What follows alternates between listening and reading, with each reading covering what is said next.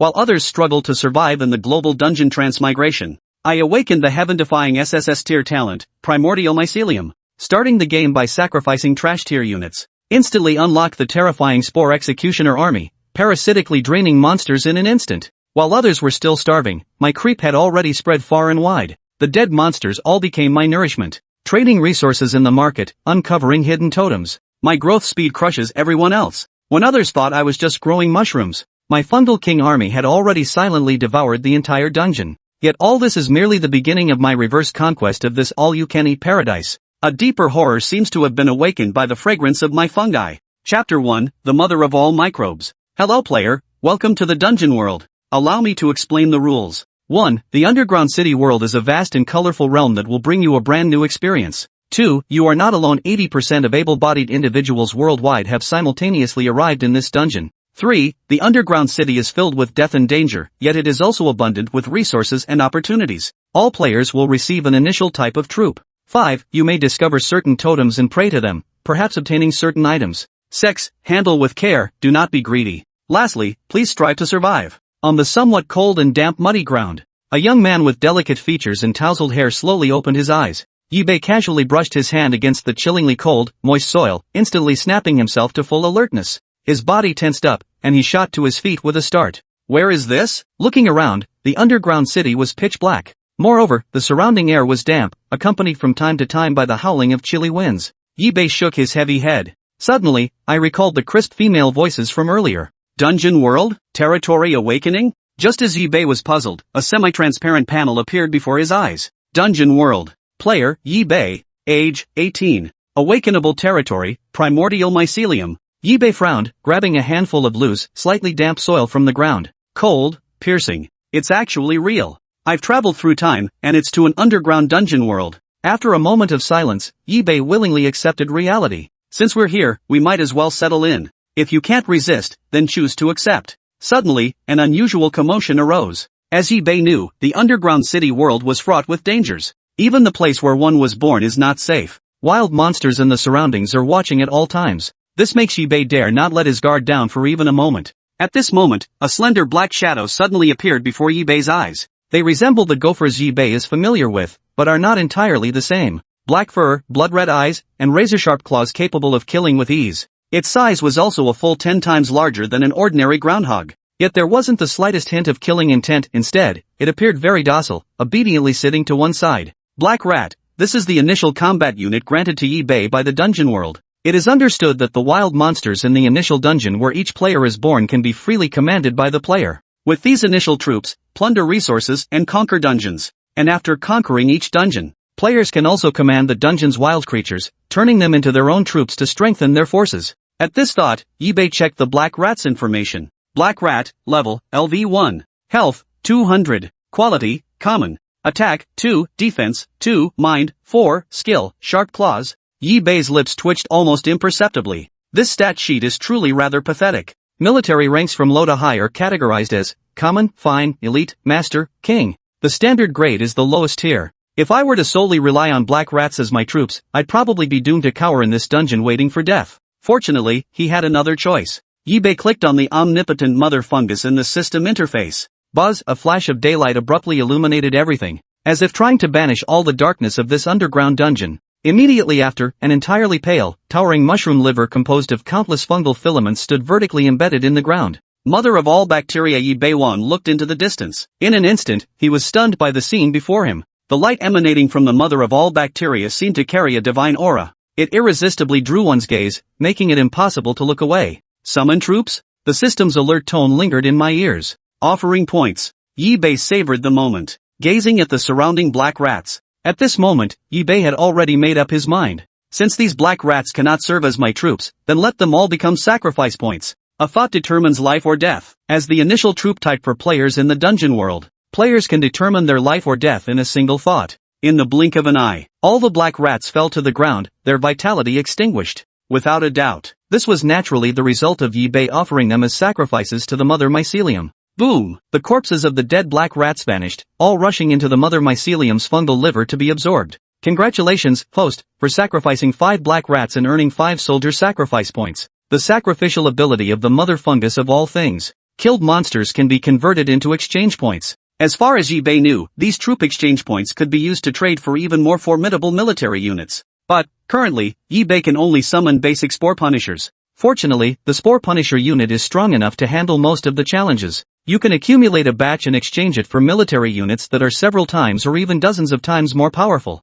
Available troop types for exchange: 1. Spore Executioner, Common Class, 1 Sacrifice Point. Note, different qualities require different point values. Summon troops? Yes. Remaining sacrificial points: 2. Another burst of daylight flashed. Before eBay, 3 figures abruptly appeared. Their forms were human-like, slender and agile. Their faces were covered in horrifying fungal filaments, a ghastly sight, with layers of mycelium wrapping around the humanoid creatures. They resembled terrifying, vengeful spirits that had crawled out from hell. The withered hand resembled segments of dry bones, devoid of any flesh or blood. Spore Executioner, level, LV3, HP, 1000. Quality, common. Attack, 10. Defense, 10. Spirit, 8 skills, drain, parasite. Boom! Under eBay's gaze, the 3 Spore Executioners knelt neatly in front of eBay. The Spore Executioners' bodies were at least 3 to 4 times larger than the black rats. They appeared even more formidable and fierce, yet, even more unsettling. Chapter 2, The Spore Executioners.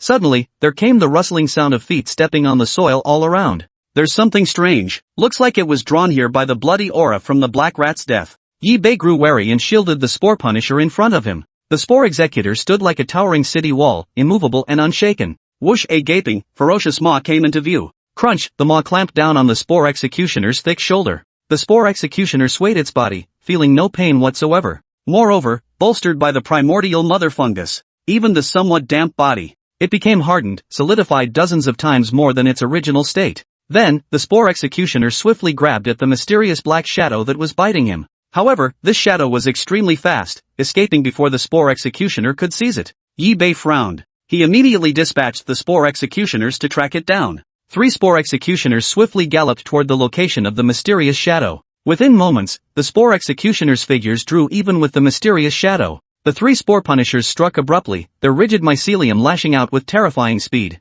Ding ding ding, the dark figure finally revealed itself at this moment. This is a colony of moonlight scorpions, numbering over a dozen. The scene just now was the result of a joint attack by over a dozen moon shadow scorpions. Boom! The Spore Executioner charged forward once more with tremendous force, walking straight to the moon shadow scorpion without any obstacles. At this moment, eBay silently glanced at the attributes of the Spore Executioner. Unit type, species, Spore Executor. Level, LV4. HP, 1100. Quality, common. Attack, 11. Defense, 10. Spirit, 8.7. Skills, drain, parasite. Suddenly, just as eBay was lost in thought, the Spore Punisher abruptly struck. The Spore Executioner charged forward, emitting a sinister hiss from its mouth. Strands of mycelium detached from the Spore Executioner's skeletal hands, like entangled malice, swiftly enveloping the Shadow Moon Scorpion. Not even its pincers could sever the entwining fungal threads. In an instant, a terrifying suction force abruptly emerged, as if draining the life out of the Moon Shadow Scorpion. In the blink of an eye, the Moon Shadow Scorpion seemed to have shrunk significantly. It appeared utterly listless. So powerful? eBay exclaimed in surprise. This is truly an unexpected delight. He was inwardly quite pleased that the Spore Punisher possessed such formidable strength. The Spore Punisher advanced with unstoppable momentum, crushing the opposition as effortlessly as breaking dead wood. eBay narrowed his eyes, observing the battlefield. He recognized the Moon Shadow Scorpion before him. This is a social species, only a portion goes out foraging, while the main camp harbors many more Moon Shadow Scorpions. So, eBay controlled the Spore Executioner, whose fungal parasitic abilities were extraordinarily formidable. Soon, numerous Moon Shadow Scorpions perished under the infestation of the fungi. Yet eBay didn't wipe them out completely. Instead, he deliberately let one escape. In this battle, except for a single Spore Punisher sustaining minor injuries, the rest remained completely unscathed. eBay looked at the injured Spore Executioner. The area on the leg where the Moon Shadow Scorpion's stinger struck has already turned purple. Poison. eBay instantly recognized the injury caused by the Spore Punisher.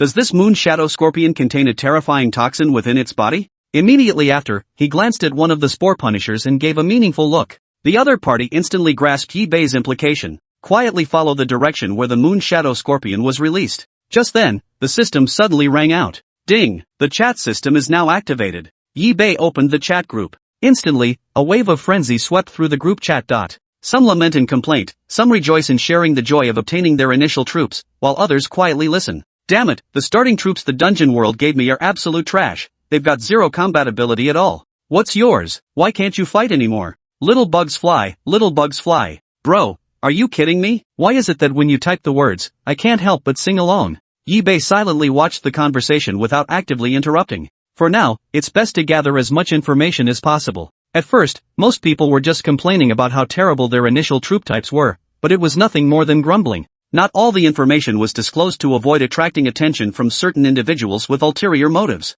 But later, some people inadvertently revealed important information. Hey, we're still complaining about the poor quality of our troops, while some top players have already started conquering dungeons. Yeah, I know of one particularly powerful top player who has already cleared several dungeon levels. After occupying those underground dungeon levels, that person's troop type skyrocketed, reaching unprecedented strength. Let's not even dream of catching up with them. Hey, what's this? At best, you're just an impatient big shot. Truly sharp-minded veterans have already started scouting the terrain, leveraging troop advantages to discover hidden dungeons with rewards. Isn't this much faster than just grinding dungeons to level up? What, do you know that big shot? Of course, he's right next to me. I just surrendered at the feet of the big shot and went for a stormy inhale epic lung hit. Holy crap, I'm so jealous, I want to get wrecked by a pro too. Envy and real name +1. Insane. By the way, you still haven't told us what reward that big shot got. Hee, might as well tell you, it was a glowing white totem. After lighting up the totem, an extremely sharp forged sword dropped out from within. The description stated that this sword specializes in countering insects, dealing 300% damage to insect-type monsters. Damn, my initial troop is chirpy bugs. Ruined, mine's chirpy bugs too. Great, I'm little bug flying. I want to be trampled by the boss, I want to submit under the boss's feet. Get lost, the boss's foot can only step on me alone. Defying the heavens? Yi-Bei silently left the chat group. Aside from the somewhat eccentric group members, Yi-Bei still managed to gather two crucial pieces of intelligence. One was the significant exploration of dungeons by some, leading to an explosive increase in troop varieties and unprecedentedly formidable strength. However, quantity does not necessarily guarantee quality. The second possibility is that someone has already obtained the totem of the hidden dungeon. Such totems can only be acquired by defeating the boss. It can only be obtained by delving into hidden dungeons. Of course, it's said that completely conquering a dungeon also has a chance of yielding rewards, but the probability wasn't high. At this thought, Yi-Bei had an idea. Looking at the corpse of the moon shadow scorpion lying on the ground, perform the sacrifice. Chapter 3, Boss, please trade for food. Then, the Spore Executioner held the mangled corpse of the moon shadow scorpion, placing it before the mother fungus of all things. Yi-Bei. Territory, Mother Fungus. Level, LV1. Congratulations, host, for sacrificing 10 moon shadow scorpions. You have obtained 10 sacrifice points. Sacrifice points, 12. Currently available troop types, 2 viewable. Available troop quantity, 12. Yi-Bei stroked his chin, deep in thought. For now, in terms of speed, with the Spore Executioner, there's no immediate shortage. As for strength, the Spore Executioner's combat effectiveness was also quite decent. Yi-Bei opened the details. Mycelium Berserker possesses astonishing combat prowess. When mycelium wraps around its entire body, it enters a berserk state, tripling its combat effectiveness. Bland Healer, mycelium possesses healing properties. The more mycelium infused, the faster the healing rate.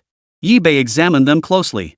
Honestly, neither of these offered significant enhancement for Yi-Bei in his current situation. It would be better to save the sacrifice points for exchanging them for something more powerful. The more sacrifice points one had, the stronger the units one could exchange for. This was undeniable. This time, Yi-Bei opted to increase quantity, selecting ordinary Spore Executioners once more. Boom! The moment Yi-Bei finalized his choice, 2 spores had already formed on the primordial fungal matrix. 2 crystalline, jet-black spores, resembling dark gems, hung from the filaments of the mother fungus.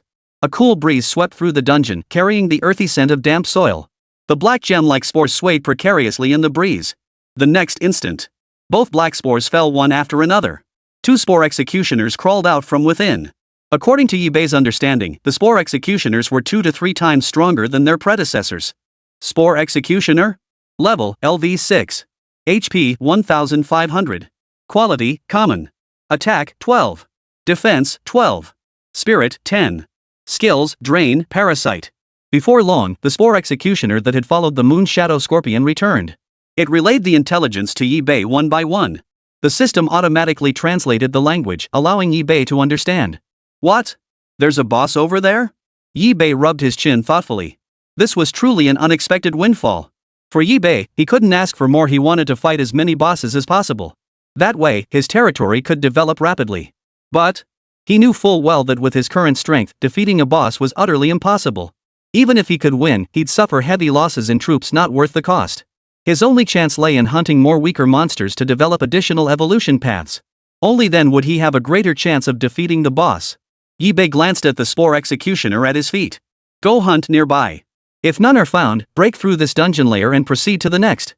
Ensure you bring back the corpses of everything you kill. The Spore Executioners nodded in unison. Afterward, Yi-Bei listed several pounds of moon shadow scorpion meat on the trading platform. Just then, the chat group suddenly buzzed. Yi-Bei opened it to find someone had tagged him in the group chat. Big shot, big shot. Can we trade some stuff? All I have here is bugs, I'm sick of eating them.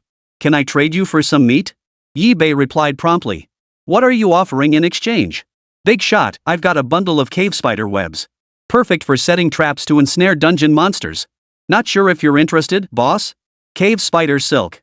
As far as Yi-Bei knew, cave spiders were scarce, and each one was incredibly valuable. Moreover, their adhesive properties are potent enough to capture most dungeon creatures. They prove immensely useful for setting traps and hunting monsters. How many pounds of meat would you like to trade for them? 10 pounds, is that acceptable? Yi-Bei looked at the moon shadow scorpion meat laid out before him and nodded. Sure. Before Yi-Bei could send the message, the chat group had already erupted, with everyone rushing to stop the other party. You fool! Don't trade it! Cave spider meat is way more valuable than moon shadow scorpion meat. Exactly. It's just a few fewer meals of meat. Just tough it out. If you really can't handle it, trade with me. I'll give you 5 pounds of meat. It might not seem like much, but I'm a long-time customer. This is clearly a shady deal, don't get scammed. Some harshly condemned Yi-Bei's despicable actions. They believed Yi-Bei was merely trying to deceive them, thinking he could trade a few pounds of meat for a cave spider's web. Pure delusion.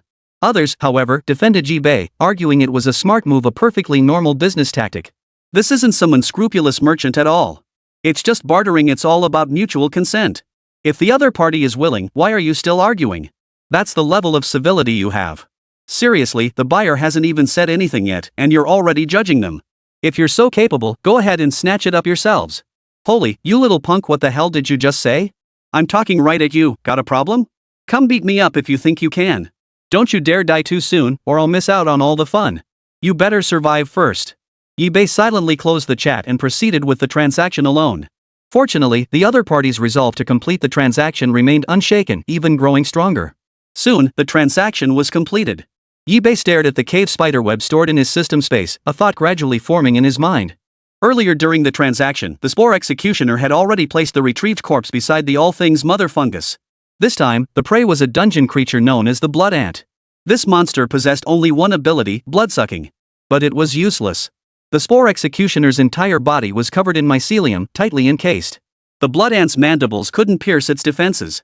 This was a colony of blood ants, possessing a racial leader but lacking a boss. With the Spore Executioner's abilities, it could annihilate them effortlessly. Soon, Yi-Bei's sacrifice points reached 15. Chapter 4, Little Brat, Don't Let Us Catch You. Yi-Bei used his sacrifice points to summon 2 more Spore Executioners into battle. Combined with the previous 5, Yi-Bei now commanded a terrifying total of 7 Spore Executioners. View Spore Executioner info. Spore Executioner. Level, LV7. HP, 1580. Quality, Common. Attack, 13.2. Defense, 12.8. Spirit, 11.3. Skills, Parasite, Drain. Suddenly, a disturbance stirred. Yi-Bei looked up. There stood a sheep-headed monster with 3 horns protruding from its skull. Its entire body was covered in white, fluffy fur, with tufts of down providing formidable protection and defense. Its eyes glowed a blood red, as if it had slaughtered countless living beings. Now, the 3-horned goat stood before Yi-Bei, its gaze fixed on him with unmistakable greed. He opened the system interface to examine the information. Tri-horned sheep. Tier, Junior Boss. HP, 10,000. Danger level, low. Description, possesses 3 horns, each said to hold mystical powers.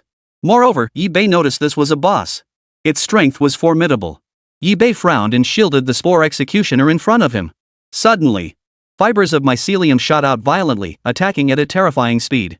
As Yi-Bei looked toward the triangular sheep, its 4 legs thrust forward violently, charging swiftly toward him. Ignoring the filaments before it, the creature used its horns to charge forward, snapping each strand apart. The triangular sheep charged forward. Boom! Under Yi-Bei's gaze, the triangular goat slammed violently into the Spore Executioner's body. Even with its body encased in mycelium, it now appeared mangled and scarred. A gaping hole tore open in its belly, blood gushing out in streams. But Yi-Bei had no time to spare for a single Spore Executioner. More Spore Executioners were immediately dispatched to engage him. A fierce aura erupted from within the Spore Executioner, and strands of mycelium shot out violently from its body. Like a curtain of rain, these filaments descended from the sky. They enveloped and bound the triangular sheep's body.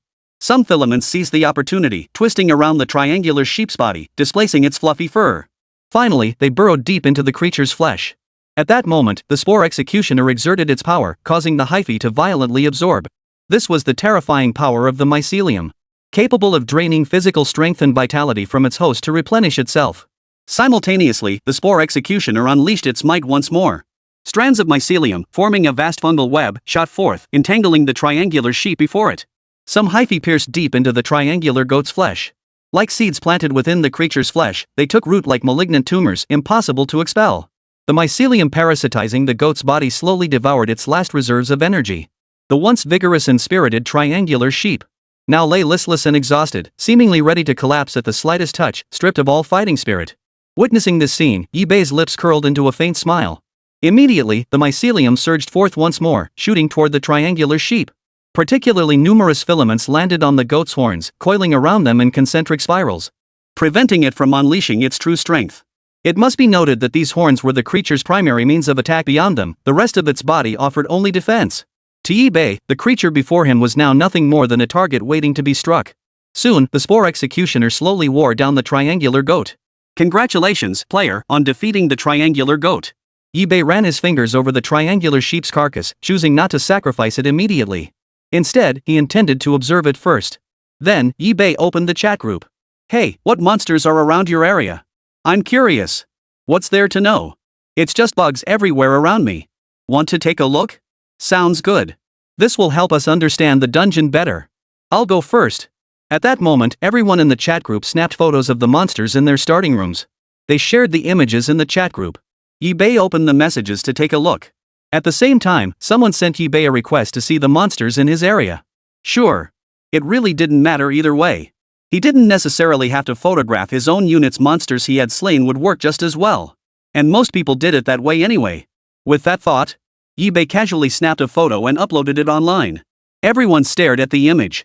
The photo showed a large pile of corpses laid out, with a three-horned monster beside them. Its full form remained hidden, only its general outline visible. But it was still spotted by some observant individuals. Could this be a tri-horned sheep? That's a minor boss. It's incredibly powerful, a real challenge for new players.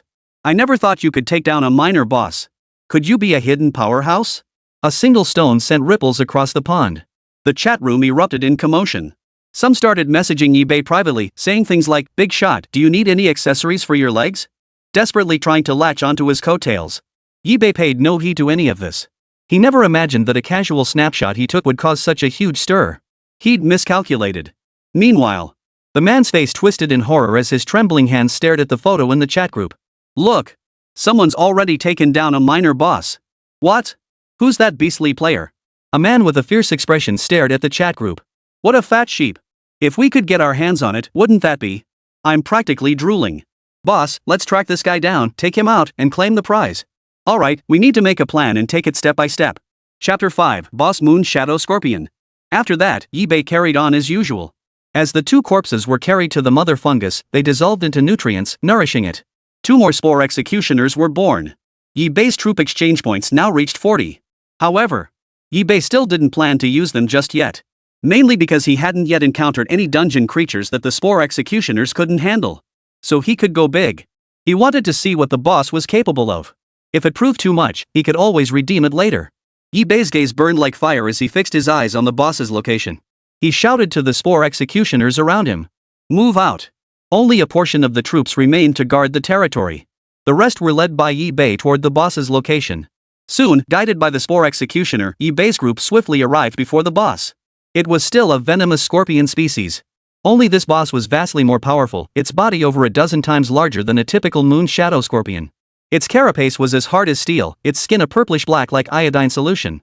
Its monstrous, venomous pincers looked capable of crushing heavy stones with ease. Is this the boss? Yi-Bei stared at the colossal venomous scorpion before him, overcome with excitement. Finally, a chance to face a boss. Moon Shadow Scorpion. Tier, Junior Boss. HP 10,000. Danger level low. Description: possesses potent venom. As the leader of the Moon Shadow Scorpion clan, it commands the ability to summon thousands of scorpions into battle. Bosses are categorized into basic, intermediate, advanced, nightmare tiers.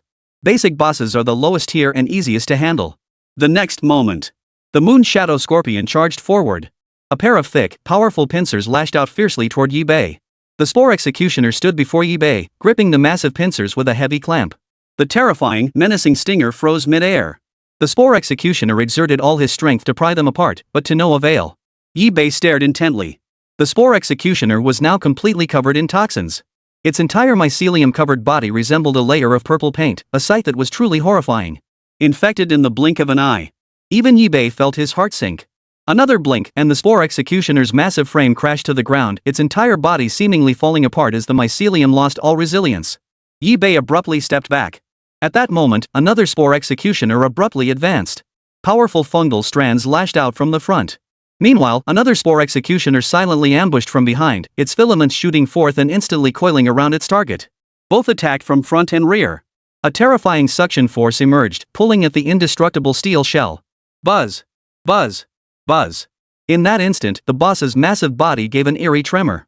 That single movement revealed its weakness to Yi-Bei. Clang! Clang! Clang! A swarm of Spore Executioners surged forward, their mycelium cascading down like a torrential rain. Stalk after stalk of mycelium coiled around the outer shell, enveloping it like a giant insect pupa. The steel-like shell emitted a series of thuds. The Spore Executioners relentlessly pounded and tore at the filaments, slowly dismantling the shell piece by piece. The boss's massive body immediately stabilized. Its massive claws instantly seized the nearest Spore Executioner. But the Spore Executioner's mobility was extraordinary. With a single sidestep, it evaded the grasp. Now! Yi-Bei roared. The Spore Executioners seemed pumped full of steroids, each one radiating intense energy as if their strength knew no bounds. The spore carriers roared in unison. They seemed to unleash every ounce of their strength, biting, pounding, and launching relentless, continuous attacks. Each fungal thread strained with force, the boss being visibly eroded at a rapid pace. One could even see the Moon Shadow Scorpion's massive body shriveling, a gruesome and terrifying sight. Finally. Boom! The boss's massive form crashed to the ground. Only then did the boss's life force cease entirely. Huff, huff, huff. Yi-Bei gasped for breath, staring at the lifeless boss lying on the ground. Only then did he finally exhale in relief. Finally dead. With the boss dead, Yi-Bei had effectively claimed this dungeon as his own. The remaining monsters naturally became Yi-Bei's troops. The battle concluded swiftly. Yi-Bei sacrificed all the remaining minions. One by one, the bodies of the Moon Shadow Scorpions exploded, transforming into streams of light that surged into the All-Mother Fungus. Congratulations, host, on sacrificing a junior boss. You have gained 20 sacrifice points. Congratulations, host, for sacrificing the Moon Shadow Scorpion. You have gained 10 sacrifice points. Yi-Bei's total exchange points had reached 70. But he wasn't in a hurry to exchange them. Beside Yi-Bei, a white totem was carved into the wall. Activate totem. Totem successfully activated. Obtained, Victory Horn. Victory Horn, sounding the horn boosts troop morale and enhances combat effectiveness, but cannot be sounded 3 times consecutively. Just as Yi-Bei was examining the treasure, a series of crisp system notifications sounded, causing Yi-Bei to pause in surprise. First player to defeat the boss has appeared. First player to defeat the boss has emerged. First. After 7 consecutive alerts, the world announcement finally ceased. The entire chat group erupted in chaos. Holy crap, people are already killing the boss? I was still figuring out how to take down the monsters. That's nothing. My dungeon's about to collapse, my troops are vanishing, no idea what the consequences will be. Did that guy up front die? His voice just cut off. Could be. Probably got wiped by some high-level player. Yi-Bei silently opened the chat group. He paid no heed to the cries of despair echoing through the group. Instead, he proceeded to dismantle each piece of loot he'd acquired and put them up for sale. Unfortunately, most of it didn't sell. Many players hadn't developed their characters enough yet and lacked the resources to purchase Yi-Bei's supplies. Yi-Bei paid no mind, leaving the items listed in the trading zone as he waited for the right buyer. Later, Yi-Bei returned to his territory with the loot. He placed the boss's corpse beside the Mother Fungus. Yi-Bei. Territory, Mother Fungus of all things. Level, LV1. Sacrifice points, 70. Current troop type, 7 Spore Executioners common grade. Reviewing territory troop attributes. Unit, Spore Executioner. Level, LV8. HP, 1700. Quality, common. Attack, 14. Defense, 13.7. Spirit, 12.9. Skills, absorb, parasite. Suddenly, a system notification appeared. Congratulations, player. Territory upgrade conditions have been met. Proceed with upgrade? Yibei stroked his chin, deep in thought. Upgrading the territory would likely enhance the attributes of the fungal-born troops. If the new units could come with a formidable ability. With that thought, Yibei decided to upgrade the territory first. Yes. Congratulations, player. Your territory has been upgraded to level 2. Chapter 6, Territory Upgrade, Level 2. Congratulations, player. Your territory has been upgraded to level 2. Upon hearing the crisp voice echoing in his mind, Yibei couldn't help but let the corners of his mouth turn upward, a genuine sense of joy welling up inside him. After accumulating resources over the past few days, he had finally met the requirements for territory advancement. Without a moment's hesitation, he proceeded with the upgrade. Yibei opened the system interface to check. Yibei. Territory, Mother Fungus of all things. Level, LV2. Sacrifice points, 70. Troop types, 7 Spore Executioners. Currently available troop types, 3 viewable. Expand the redeemable troop column. Spore Executioner, basic unit with parasite and drain abilities evolvable. Mycelium Berserker, possesses astonishing combat prowess. When mycelium fully envelopes its body, it enters a rage state, tripling its combat effectiveness. Gland Healer, mycelium possesses healing properties. The more mycelium infused, the faster the healing rate. Though no new units were added, it wasn't entirely fruitless. He noticed an evolve option listed after the Spore Executioner column. Note, unit upgrades allow evolution without changing species, enhancing attributes and potentially awakening new skills. Yibei pondered. Instead of spending sacrifice points on new units, it would be wiser to directly upgrade the Spore Executioners. He could save up a large amount of sacrifice points later and exchange them for a stronger unit. With this thought, Yibei made up his mind. His Spore Executioner's strength doubled. Unit, Spore Executioner. Level, LV10. HP, 2300. Quality, Common. Attack, 16. Defense, 14. Spirit, 13.7. Skills, Drain, Parasite, Paralysis. The addition of the paralysis effect grants another form of crowd control. Its overall strength has risen significantly. Yibei was quite satisfied with this outcome. Additionally, with the territory upgrade, Yibei would also receive the corresponding rewards. At that moment, before Yibei stood a totem wall. The totems radiated a sacred aura. It seemed to dispel the surrounding darkness and the lingering bloodshed from the recent battle. Yibei was drawn to the aura emanating from the totem. He reached out to grasp it. Activate the totem? Click. The totem ignited, bursting forth with an even more dazzling radiance. Activation successful. Congratulations! Player has obtained the Swiftwind Boots. Swiftwind Boots travel with the wind to increase movement speed. Speed bonuses can also be applied to units. This was truly an unexpected delight.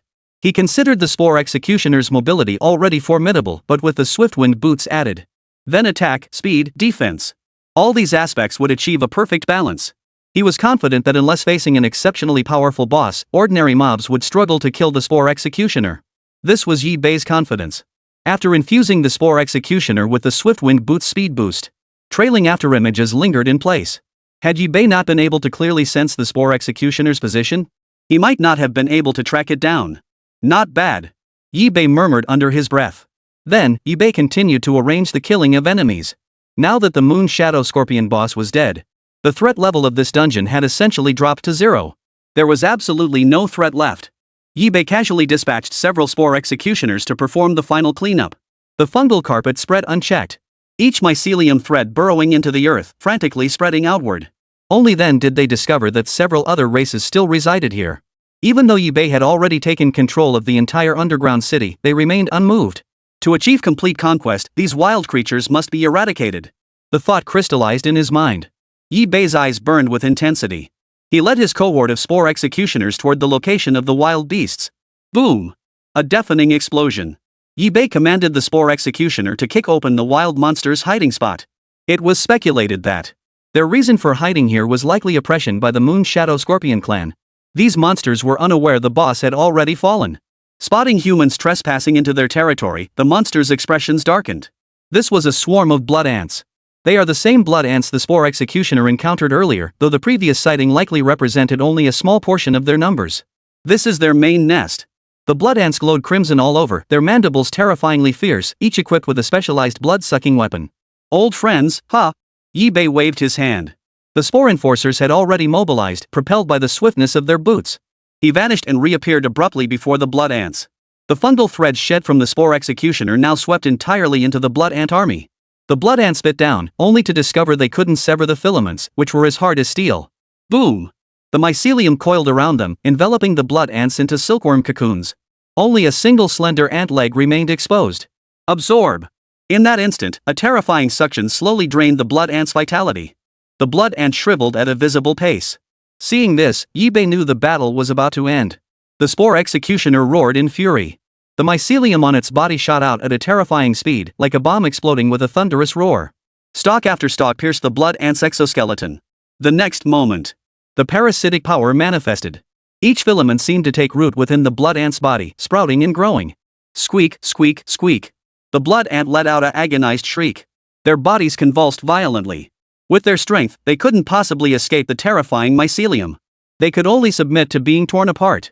Soon, every blood ant on the field was slain. The few survivors were quietly finished off by the Spore Executioners. And so it was. Yibei successfully seized control of this area. By rights, Yibei could now freely command the wild monsters here.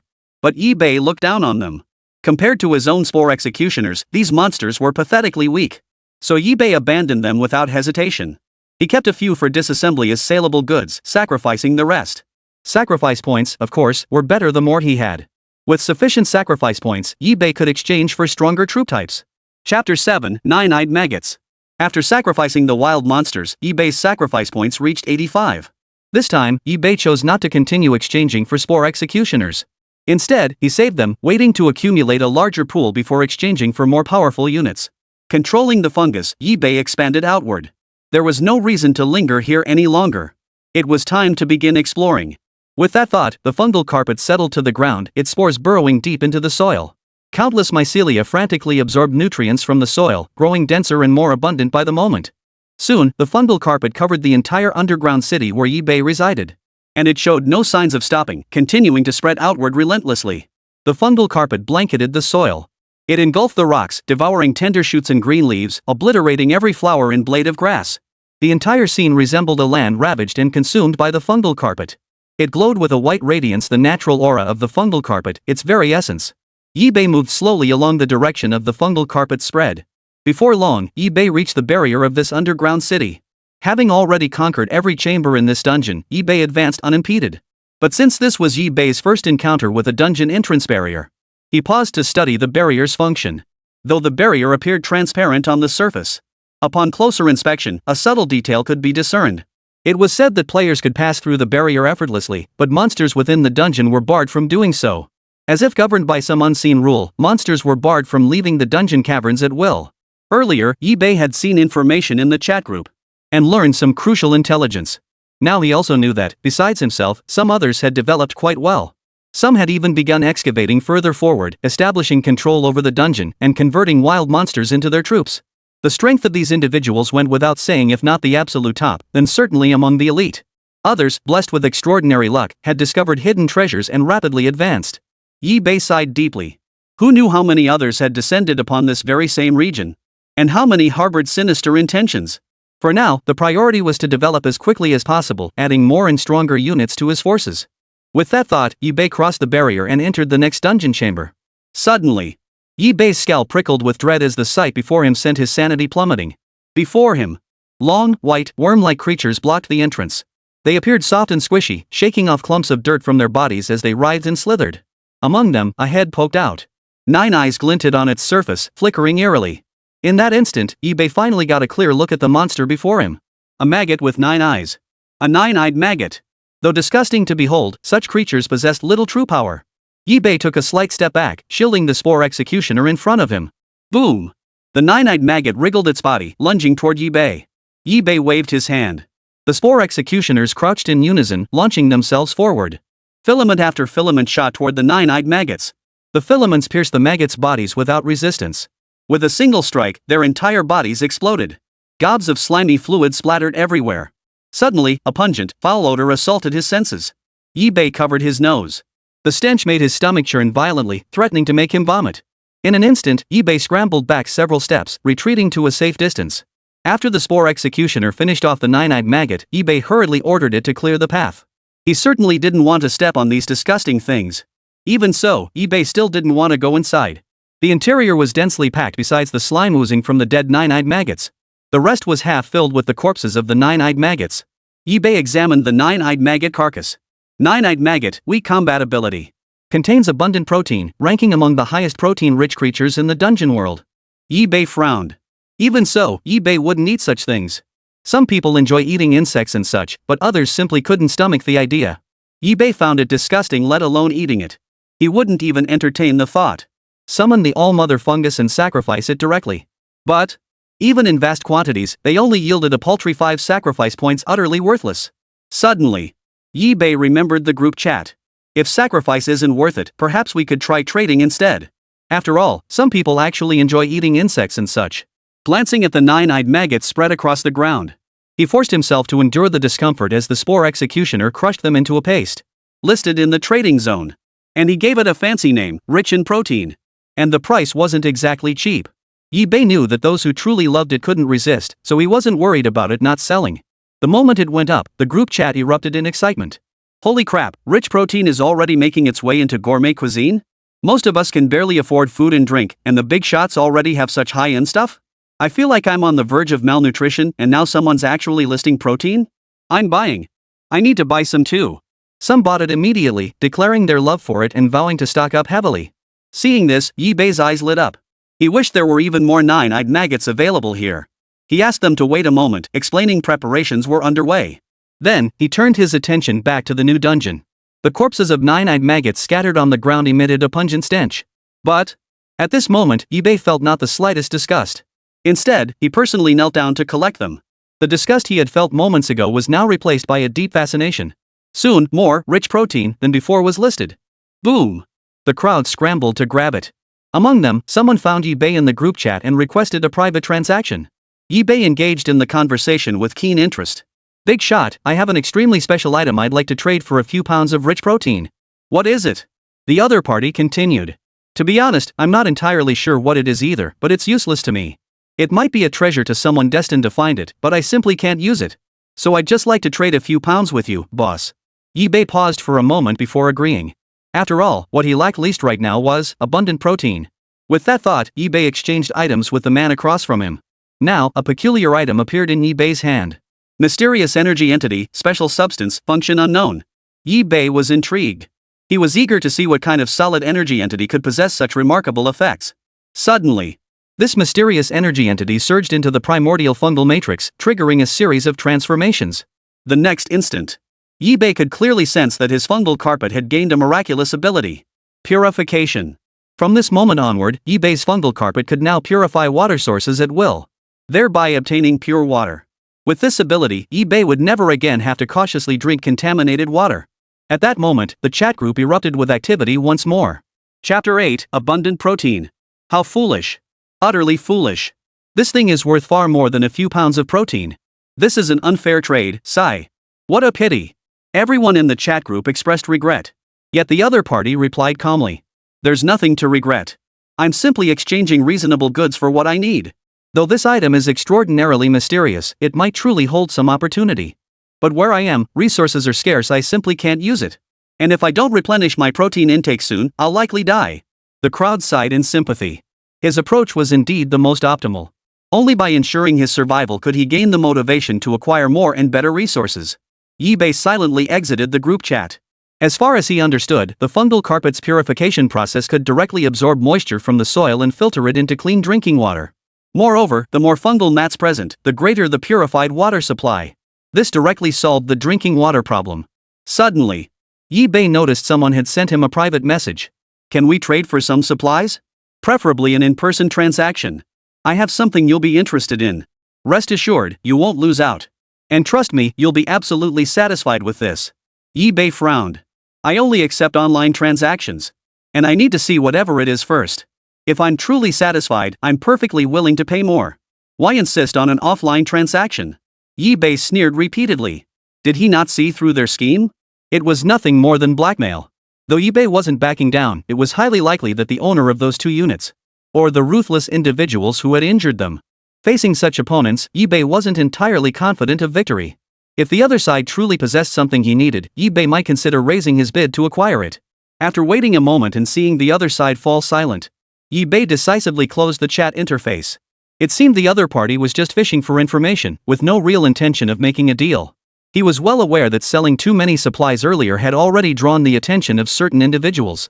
Though he wasn't afraid, his troop numbers were limited, while the other side likely had overwhelming forces. Even if he won, the losses would be heavy. For now, caution was the wisest course. Meanwhile, within a dimly lit dungeon, the thick stench of blood spread through the air. Several figures stood where the stench was thickest, their faces grim. They turned to the one speaking and asked, "So, Biao, what did that fat sheep say? Did he take the bait? I saw him constantly trading supplies earlier, maybe he's already hooked." The man named Biao looked grim, his teeth clenched tightly. He refused. "You have to admit, the guy's really cautious. We don't have any valuable resources to offer. Without seeing the real goods, he'll never bite. What do we do now?" Hai's face darkened as he spoke. "He's definitely a fat sheep. If he's this cautious, it means he must have plenty of good stuff in his hands. He might even have the real thing. He took out 2 of our guys earlier. We'll make him pay for it." Scarface sighed. "Even if he has something valuable, what good does it do? We can't find him." "Not necessarily." Hai spoke up. "I've already analyzed the chat logs. Actually, everyone spawns in different locations within the dungeon, and the monsters in each area vary accordingly. Judging by the fat sheep trade info, it should be an area with a lot of insect-type monsters too." The group exchanged glances. Their current location was swarming with insectoid monsters. After digging through several caverns, all they found were more insects. Which meant they were likely in the same area, just unaware of each other's location. At this realization, greed flashed across their faces. They had witnessed Yi Bei's massive sales of supplies, raking in huge profits. To say they weren't tempted would be a lie. Though they didn't know how many valuable items Yi Bei possessed. But to be able to sell so many valuable items, he couldn't be lacking in resources. If they could just seize it all. At that moment, Biao paused to consider before speaking up. "We shouldn't underestimate him.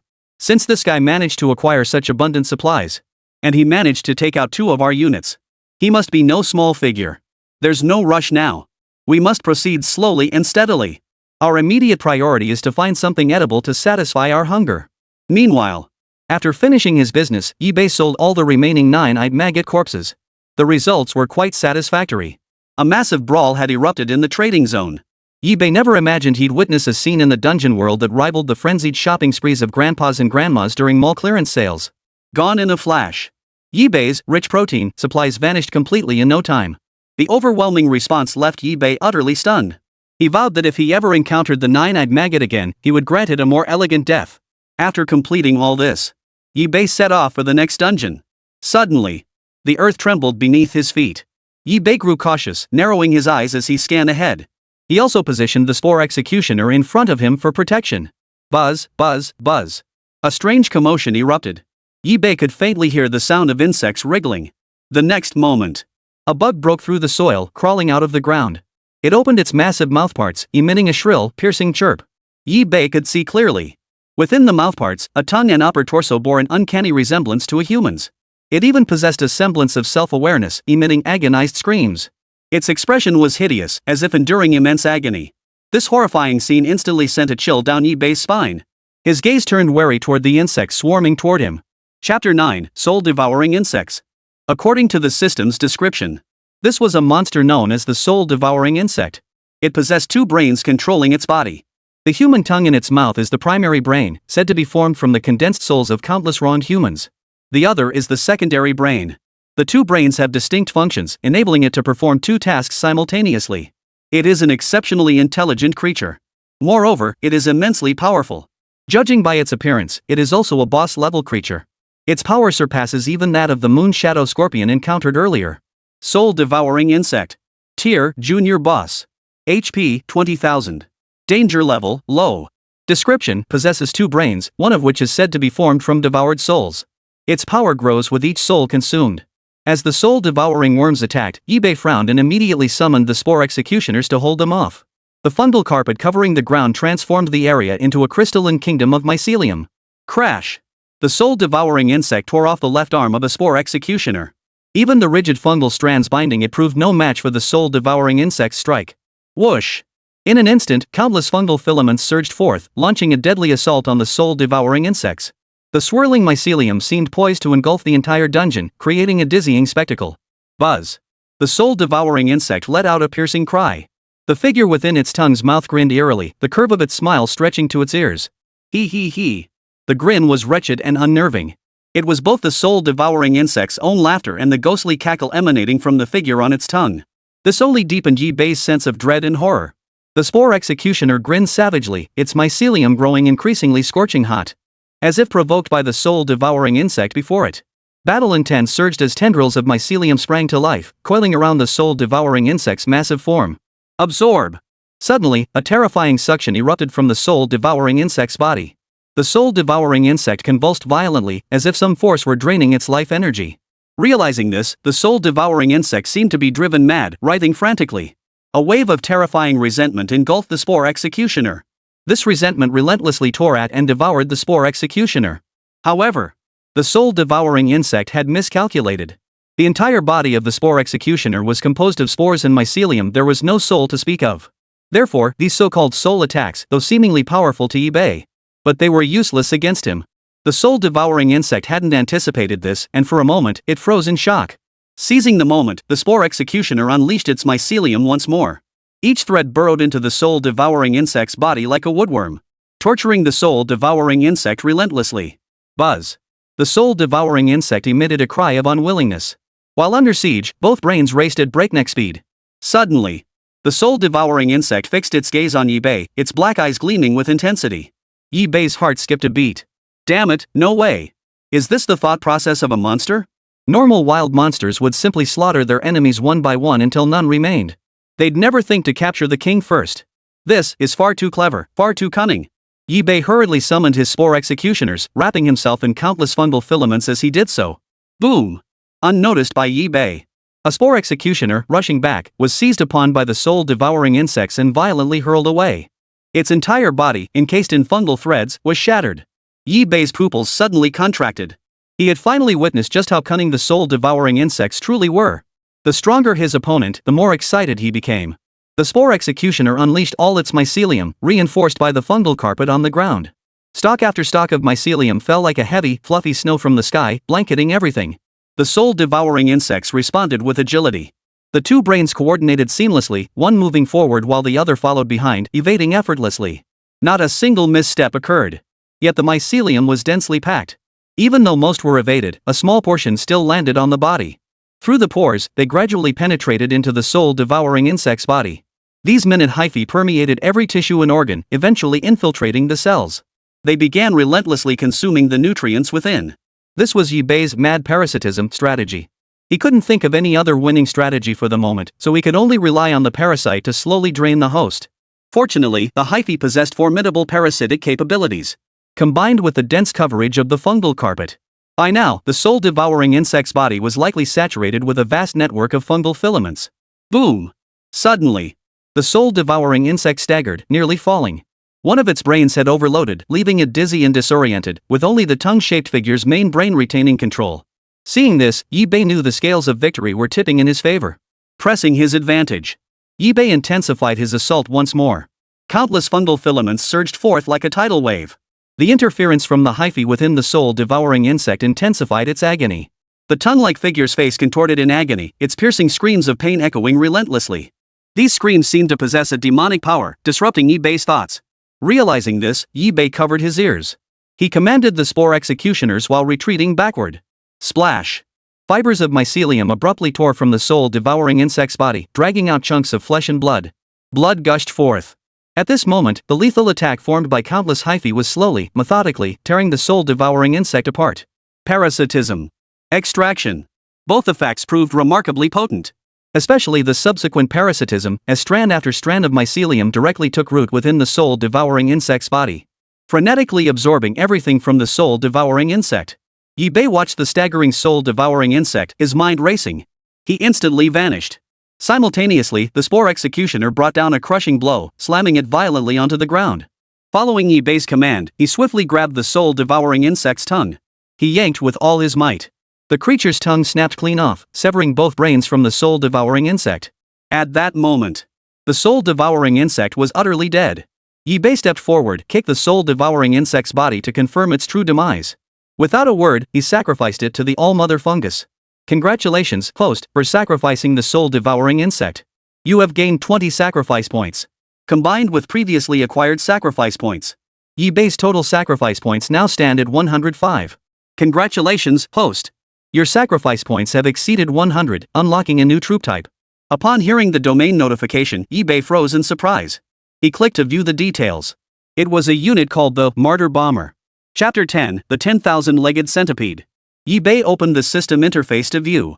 Yi-Bei. Territory, Mother Fungus of all things. Level, LV2. Sacrifice points, 105. Troop types, 7 Spore Executioners. Currently available troop types, 4 viewable. Expand the redeemable troop column. Spore Executioner, basic unit with parasite and drain abilities evolvable. Mycelium Berserker, possesses astonishing combat prowess. When mycelium fully envelopes its body, it enters a rage state, tripling its combat effectiveness. Bland Healer, mycelium possesses healing properties. The more mycelium input, the faster the healing speed. Martyr Blaster, disposable unit. A mobile bomb capable of severely wounding elite level targets leaves a small fungal carpet at the detonation site. Yi-Bei gasped in surprise. This so-called suicide bomber was a disposable explosive unit. Though disposable, its destructive power was immense, capable of taking down even elite-level monsters without hesitation. If suicide bombers had been available earlier, there would have been no need to go through the trouble of parasitism and absorption. Wouldn't a single suicide bomber have been sufficient? Martyr Bomber, 10 sacrifice points. Yi-Bei glanced at the cost 10 sacrifice points for a single-use item. Honestly, it was a bit pricey, but considering its power and value, he felt it was worth it. After all, a Spore Executioner only costs 1 sacrifice point. That's a full 10 times more expensive. Fortunately, his current sacrifice points were still plentiful. Since it was a one-time unit, Yi-Bei only exchanged for 2. Just then, the Spore Executioner who had been knocked away came running over.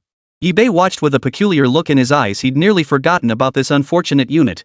Through the all-mother fungus, Yi-Bei could clearly perceive what the other was saying. You say you discovered a totem. Yi-Bei's eyes lit up. This was truly an unexpected windfall. While bosses had a high chance of dropping totems, it wasn't guaranteed. He advanced with the Spore Executioner. Before long, Yi-Bei indeed spotted the totem. It radiated an even more intense aura, its glow far more dazzling. Compared to the Moon Shadow Scorpion's totem, it was clearly far more powerful. Could this be what the soul-devouring insects guarded? He knew the soul-devouring insects were formidable but not powerful enough to guard a totem of this caliber. Something was clearly amiss here. The scene fell into an unusual silence as the Spore Executioner waited quietly nearby. Suddenly, a droplet of viscous fluid fell, landing on Yi-Bei's shoulder and instantly corroding his clothing. And it emitted a nauseating stench. Yi-Bei looked up. Perched overhead was a colossal centipede, its body stretching 20 to 30 meters long. Gulp! Yi-Bei's Adam's apple twitched slightly. At that moment, Yi-Bei suddenly recalled the soul-devouring insects from earlier. He had been puzzled earlier. The soul-devouring insects had displayed extreme aggression the moment they appeared. Yet they gave off an air of panic. At the time, Yi-Bei naively believed this was the soul-devouring insect's instinct. Now it was clear they were clearly avoiding this centipede. Yi-Bei glanced over and checked the information. 10,000 Phenomena Centipede. Tier, Junior Boss. HP, 50,000. Danger level, Medium. Description, possesses strong corrosive properties. Its segmented exoskeleton forms the toughest defense. The human face on its head is said to be the vengeful spirit of a deceased soul, reincarnated as a malevolent entity. Reading the system description. Cold sweat poured down Yi-Bei's back. Another terrifying boss and one several times more powerful than the soul-devouring insect. Its health pool alone was 40,000 higher than the initial Moon Shadow Scorpion. Whoosh! The 10,000 Phenomena Centipede surged forward, radiating overwhelming killing intent. Pairs of centipede legs moved with agile precision, crawling freely across the ceiling of the dungeon. Yi-Bei kept his eyes fixed on the centipede, not daring to relax for a moment. Boom! A savage sneer twisted the human face on the centipede's head. Yi-Bei stared straight ahead, goosebumps instantly erupting across his skin as if a vengeful specter had taken root in his heart. The centipede's razor-sharp mandibles lunged toward the Spore Executioner. Fungal filaments spread across the ground. Yet upon touching the centipede's exoskeleton, they emitted a tinkling sound. They couldn't penetrate the surface layer of the shell. Hard as iron, immovable as a rock, the fungal threads could only leave faint scratches. SSS-rank. The omniscient centipede lunged, its razor-sharp mandibles snapping down, tearing the Spore Executioner's chest apart in one bite. Yi-Bei's heart skipped a beat. It must be said, the omniscient centipede was overwhelmingly formidable in every aspect. At this moment, the Spore Executioner's body was already rotting away, its entire form consumed by intense corrosion. Relying solely on the Spore Executioner's abilities, it stood no chance against the omnipresent centipede. Yi-Bei took a deep breath. The omniscient centipede's exoskeleton was as hard as iron. Ordinary fungal filaments couldn't breach its defenses. Not to mention the centipede's extreme mobility and potent corrosive properties, truly formidable. But there was still a way. Yi-Bei glanced at the two immobilized martyr exploders beside him, a faint smile curving his lips. Since conventional methods proved ineffective, then. With that thought, Yi-Bei shot a look at the nearby suicide bomber. The next moment, the suicide bomber understood immediately, nodded, and strode toward the 10,000 phenomena centipede. With each step the suicide bomber took, fragments of fungal carpet scattered behind. Boom! Immediately, a terrifying aura erupted. Yi-Bei had already retreated to a safe distance. If the introduction panel made it sound so extraordinary, it must possess something truly remarkable. Suddenly, the 10,000 phenomena centipede attacked again, its gaping maw revealing hideous, terrifying mandibles. Its target was clear, it charged straight toward Yi-Bei. At that moment, a fiery aura erupted across the battlefield, frustrating, scorching. A parched air instantly filled the dungeon. The martyr's body swelled, the mycelium enveloping it gradually peeling away. Accompanied by a terrifying explosive force, the mycelium was completely blasted away, landing on the omni-centipede. Boom! Damn it, blow that thing to smithereens! Yi-Bei roared in fury.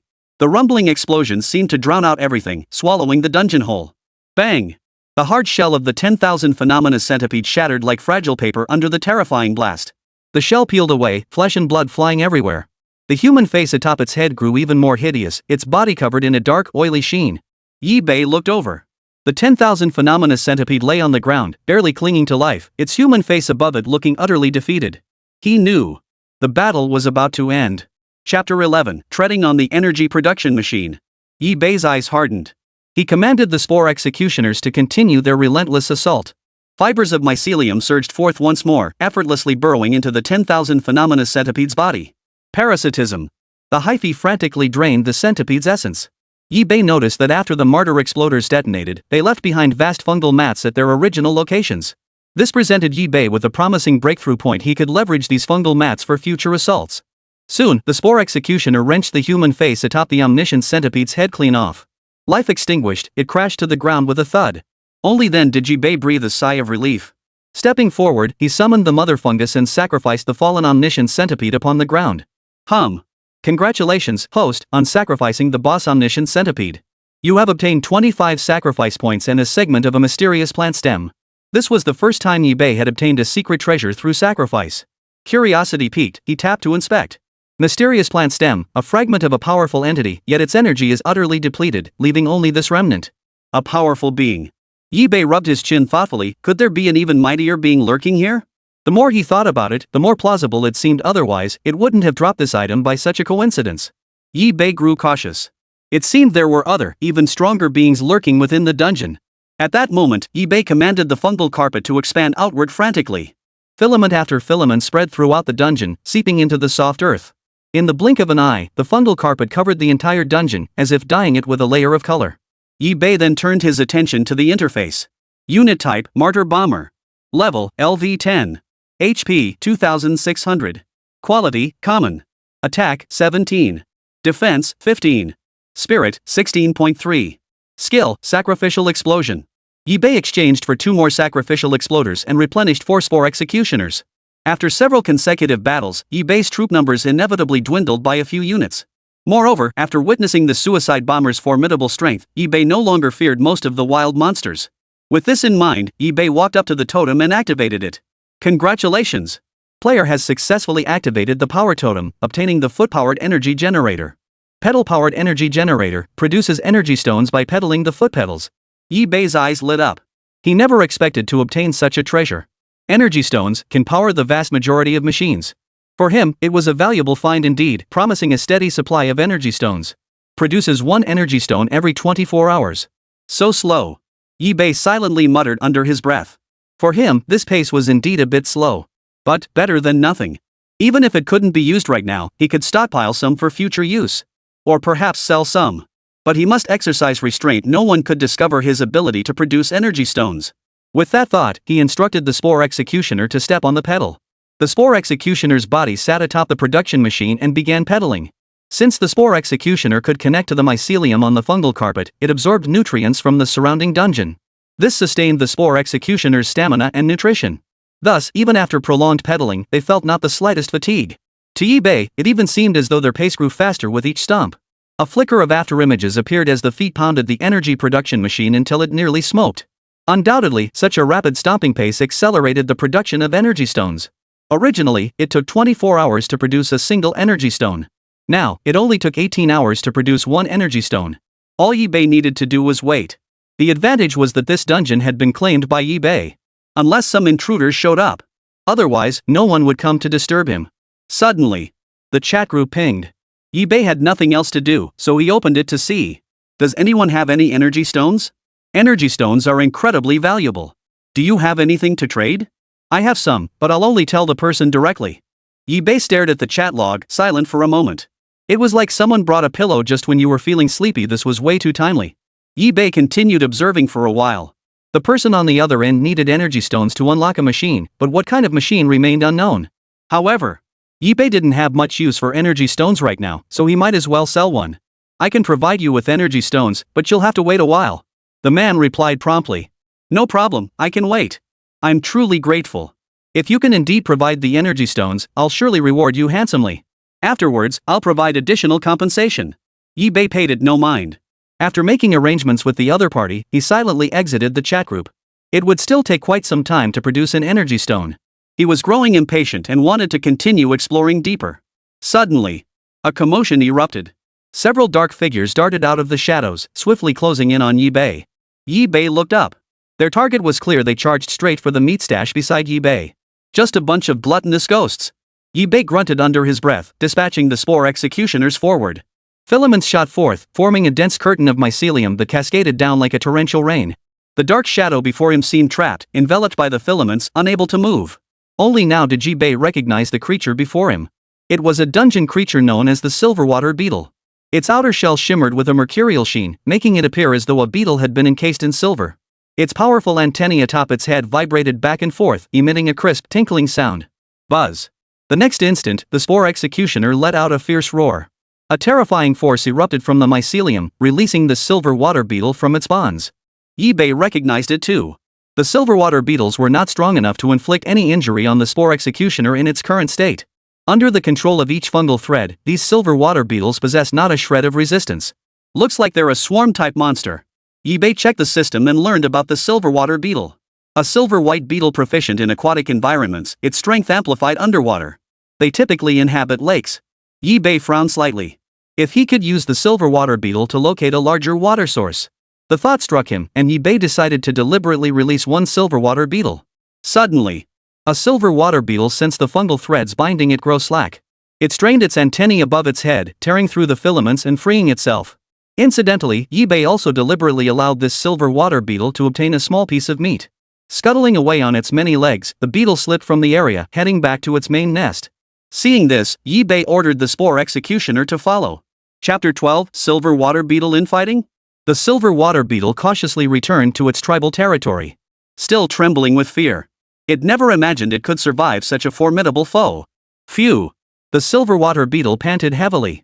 Holding aloft the piece of meat it had obtained, the silver water beetle returned eagerly to claim its reward. See this? This is the meat I snatched from that terrifying demon.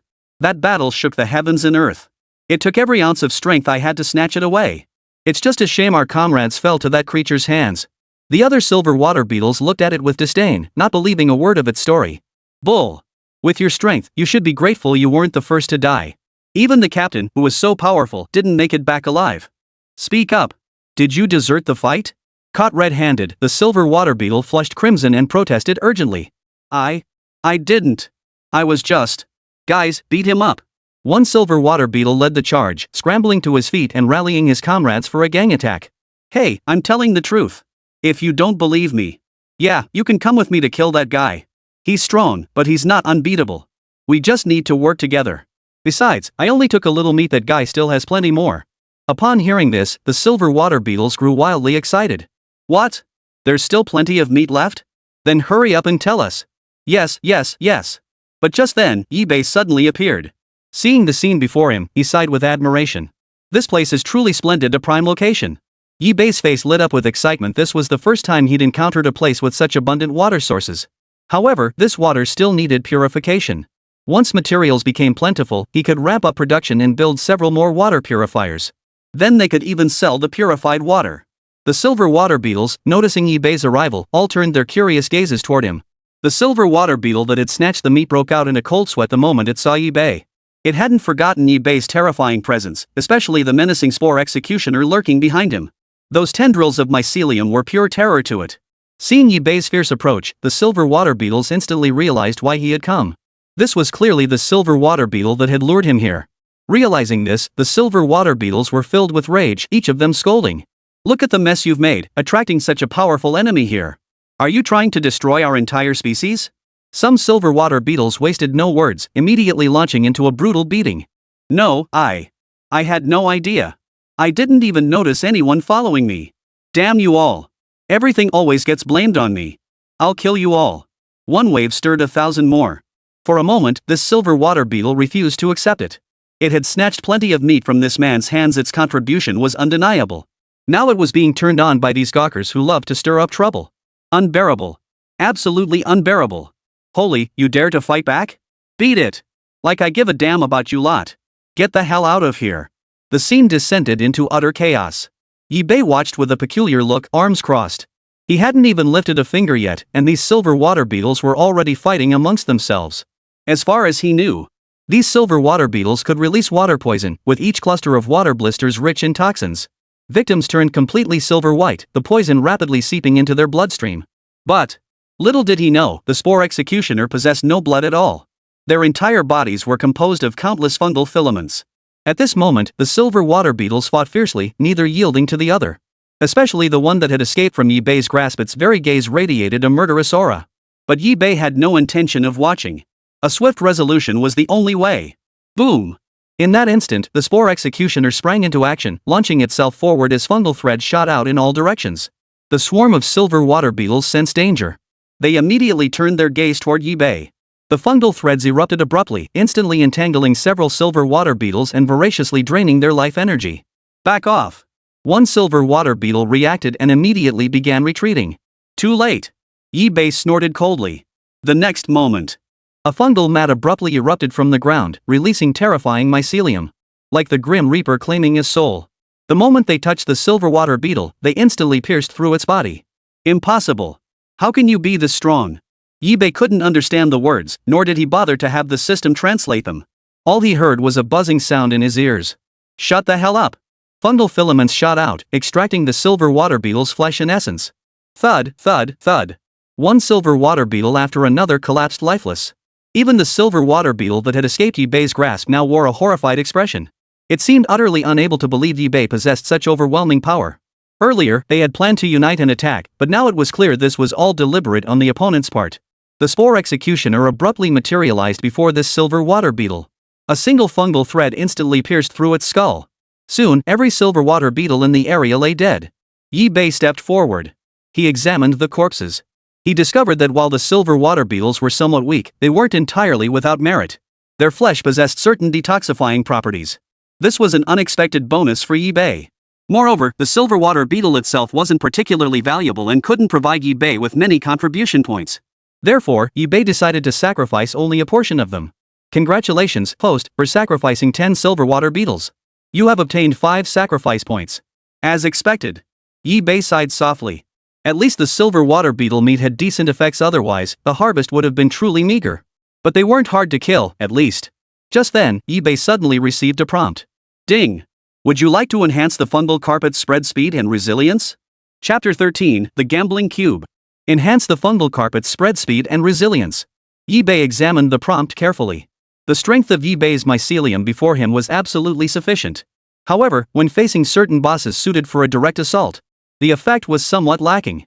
Yibei opened the interface to check and discovered that enhancing either of these two attributes required 10 sacrifice points. Gritting his teeth, he decided it wasn't unacceptable. With that thought, Yibei immediately enhanced the strength of the fungal carpet. The next moment, Yibei was the first to test it out. The fungal carpet abruptly spread beneath his feet, undulating in patches shrouded in mist. Filaments shot out, effortlessly permeating the surroundings.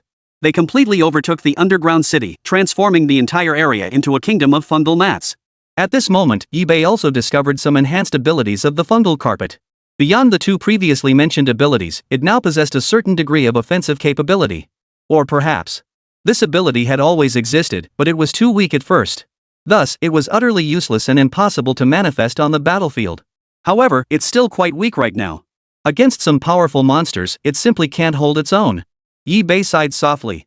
His gaze fell upon the silver water beetle meat nearby. He had far too much of it, he could easily sell off some. With that thought, Yi-Bei listed the remaining antidote meat in the chat group's trading section. Boom! The moment Yi-Bei posted it, the entire chat group erupted in excitement once more. What? Antidote meat? This is the real deal, but the price is a bit steep. Something this good is bound to be pricey. For a moment, no one even considered buying it. Even those who could afford it felt it wasn't worth the cost. While the antidote meat was highly effective, it was simply too expensive. If Yi-Bei priced it too low, he'd feel it wasn't worth it. He hesitated for a moment. Since no one was interested, he might as well sacrifice the entire stock, keeping only a small portion for emergencies. Just as Yi-Bei was contemplating this, someone suddenly reached out to him privately. The chat group allowed anonymous participation. Thus, most participants remained anonymous. But the person who contacted Yi-Bei had their profile information fully visible. Curiosity piqued, Yi-Bei clicked to view. Luo Shui. Gender, female. That was all. You could see this much just by joining a chat group. Otherwise, you could even check the troop types in the initial dungeon. This is no different from opening an account, no privacy left at all. Excuse me, could you sell it to me at a discount? My sister's been poisoned. I desperately need an antidote to save her. Simultaneously, a photo was sent. In the picture, a beautiful woman lay on a large rock. She wore a pale yellow one-piece dress. Her delicate, fair oval face was covered in beads of sweat, her delicate brows furrowed, and her hands clenched tightly. She appeared to be enduring immense suffering. It must be said, the girl in the picture was truly beautiful. Even Yi-Bei couldn't help but pause for a moment. However, he wasn't some lust-driven fool. He wouldn't just hand over the antidote meat for no reason simply because she was pretty. Meanwhile, Luo Shui watched the girl lying there anxiously. Hang in there, little sister. I found a way to counteract the poison. Cough cough.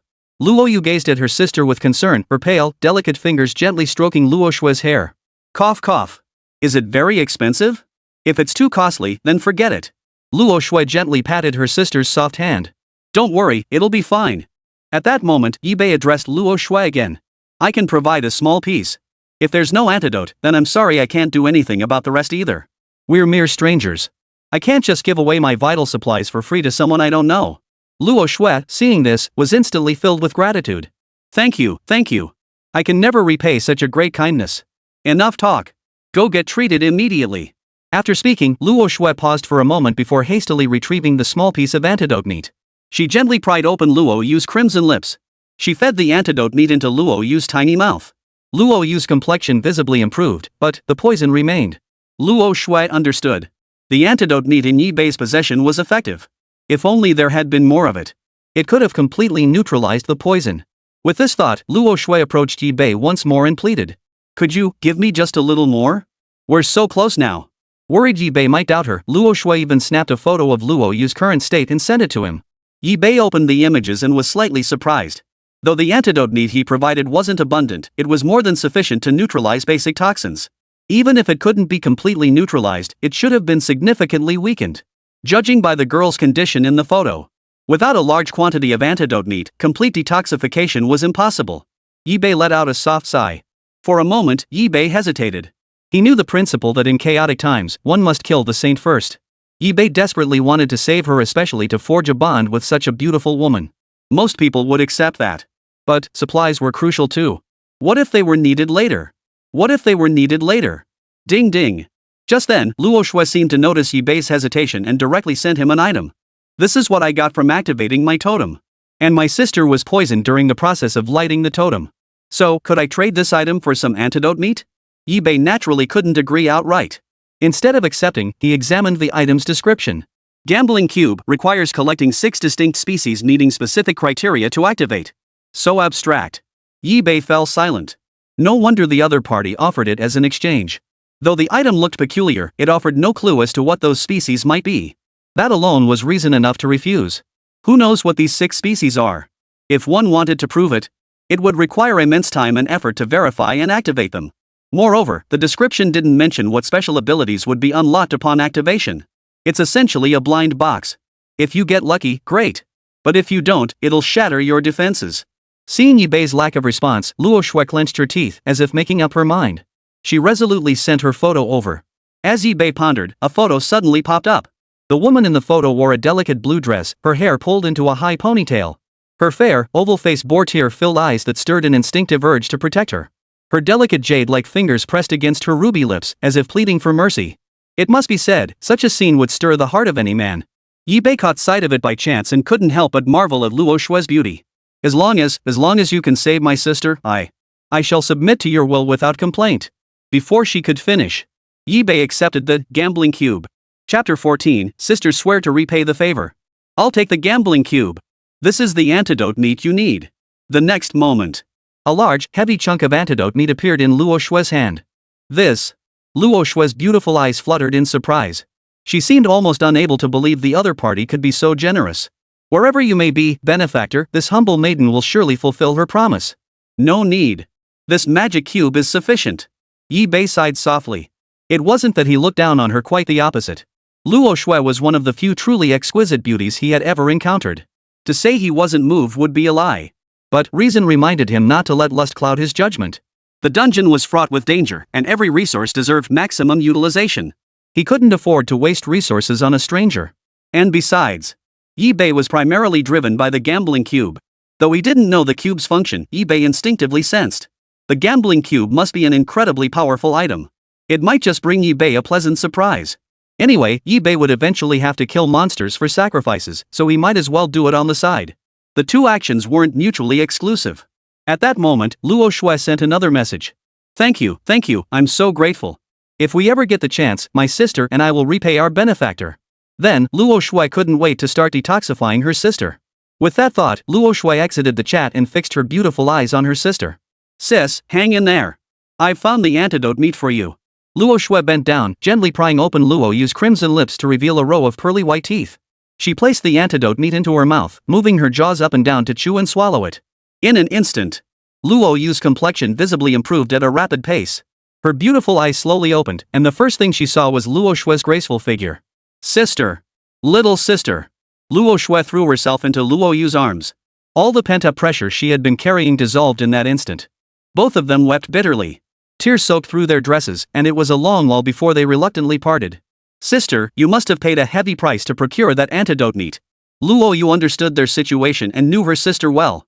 To obtain such a large piece of precious antidote meat, she must have paid a hefty price. Don't worry. I actually met a decent person. Luo Shuai recounted the details. Then we'll have to repay them properly in the future. Meanwhile, among the small group that had been quietly watching Yi-Bei, a bio suddenly jumped up and shouted. Look! A fat lamb's on the rack meat that can be detoxified. What? Everyone scrambled to their feet with a whoosh, checking the chat. So it was true after all. Upon seeing this, Ahai's expression darkened. His envy toward Yi-Bei's supplies grew even more intense. Damn it, I'll find a chance to take him out and seize all his supplies. Scarface spoke up. Ever since we arrived in this dungeon, the prey we've hunted has been utterly disgusting. Either dung beetles or stink bugs. How the hell are we supposed to eat this? I can't bring myself to swallow it. We were once feared bullies who ruled our territory. Never imagined we'd sink this low. Then, Scar let out a soft sigh. If we don't eat something soon, we'll starve to death. How about we go find some fat sheep to buy some meat? Ah Biao and Ahai hesitated. Before their journey, they only took in goods, never sold anything out. The wheel of fortune turns. They never imagined they'd sink to this. Ahai spoke up then. We can buy meat first. Then, based on the type of meat, we can figure out where the fat sheep are. Hearing this, everyone nodded in agreement. This method was arguably the only viable option now. Otherwise, waiting around would serve no purpose. Thus, the group sought out Yi-Bei to request the purchase of the antidote meat. Ding ding ding. Yi-Bei's chat suddenly chimed. He tapped to view it. The sender appeared anonymous, and their tone was decidedly hostile. I'm willing to buy the antidote meat, sell it all to me. Yi-Bei frowned. Regardless of whether he was willing to sell, he disliked the other party's tone alone. Was this how one begged for something? None left. Sold out just now. Yi-Bei didn't want to waste any more time with the other party. Without another word, he exited the chat. Seeing this, the little gang erupted in fury. That fat sheep actually dared to refuse us. How despicable. A tiger fallen on hard times gets bullied by dogs. But no matter how furious they grew, it was all for naught. Without Yi-Bei selling supplies, they were utterly helpless. Helpless. Nodding in resignation, they had no choice but to continue exploring the dungeon. But they vowed to remember this grudge.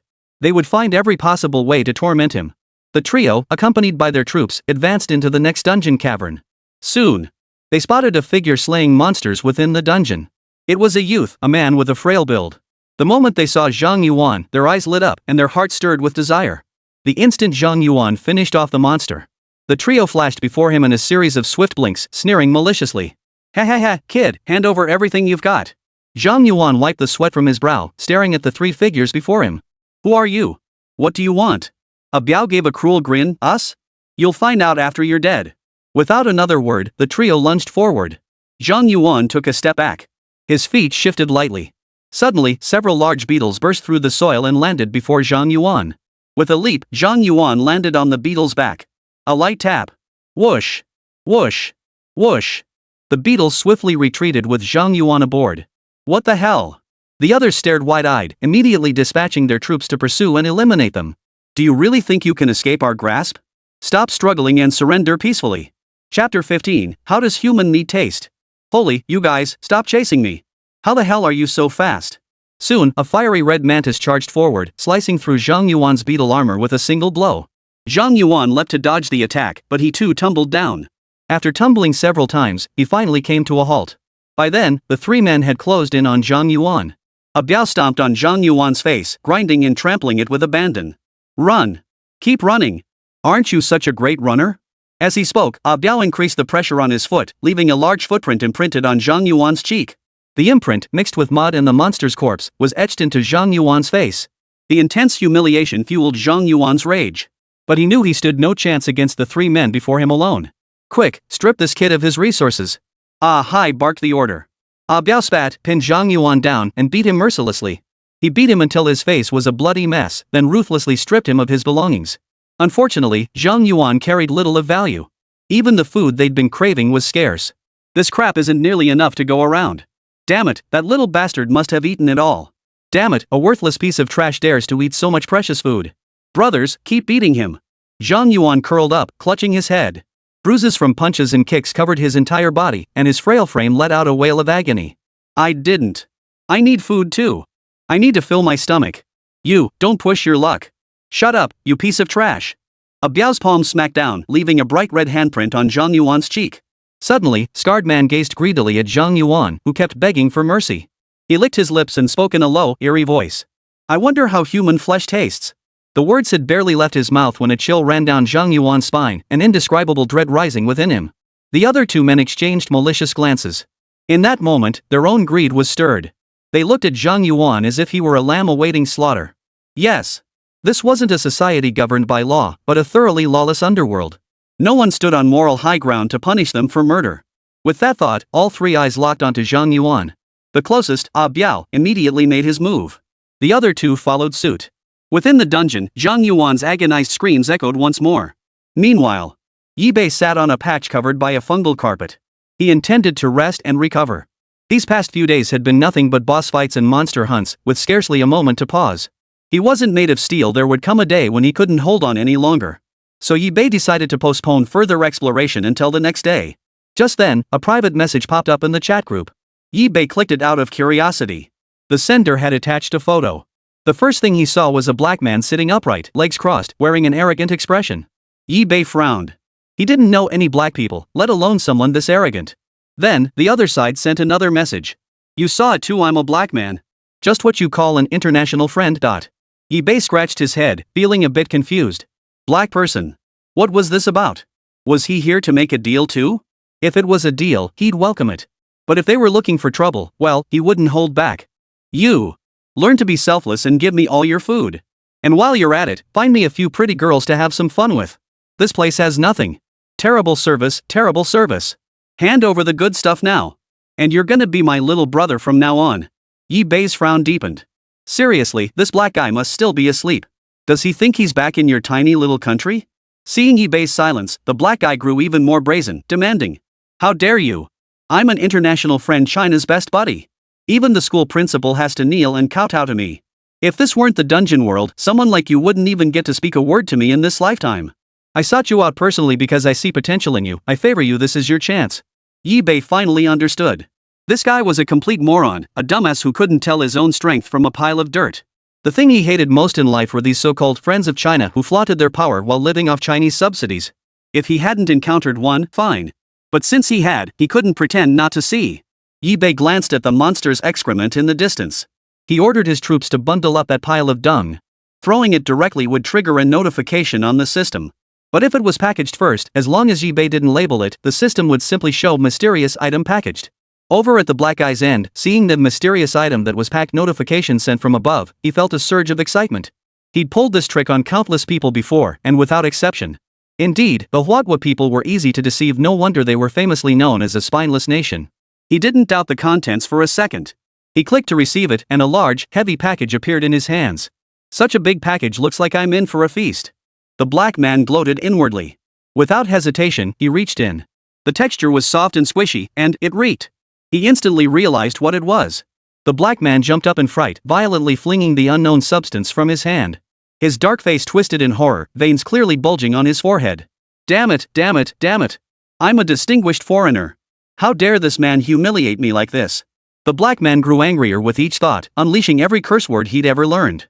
Finally, as if struck by a thought, he paused. I'm going to the embassy. I'm going to file an official complaint. I'm going to sue you. Chapter 16, Energy Soil. After disgusting the black man, Yibei exited the chat. He didn't do anything else afterward. He lay on the soft, spongy mycelium and rested through the night. It wasn't until the next morning that Yibei began organizing his supplies. His current supplies were far from abundant, leaving him perpetually strained.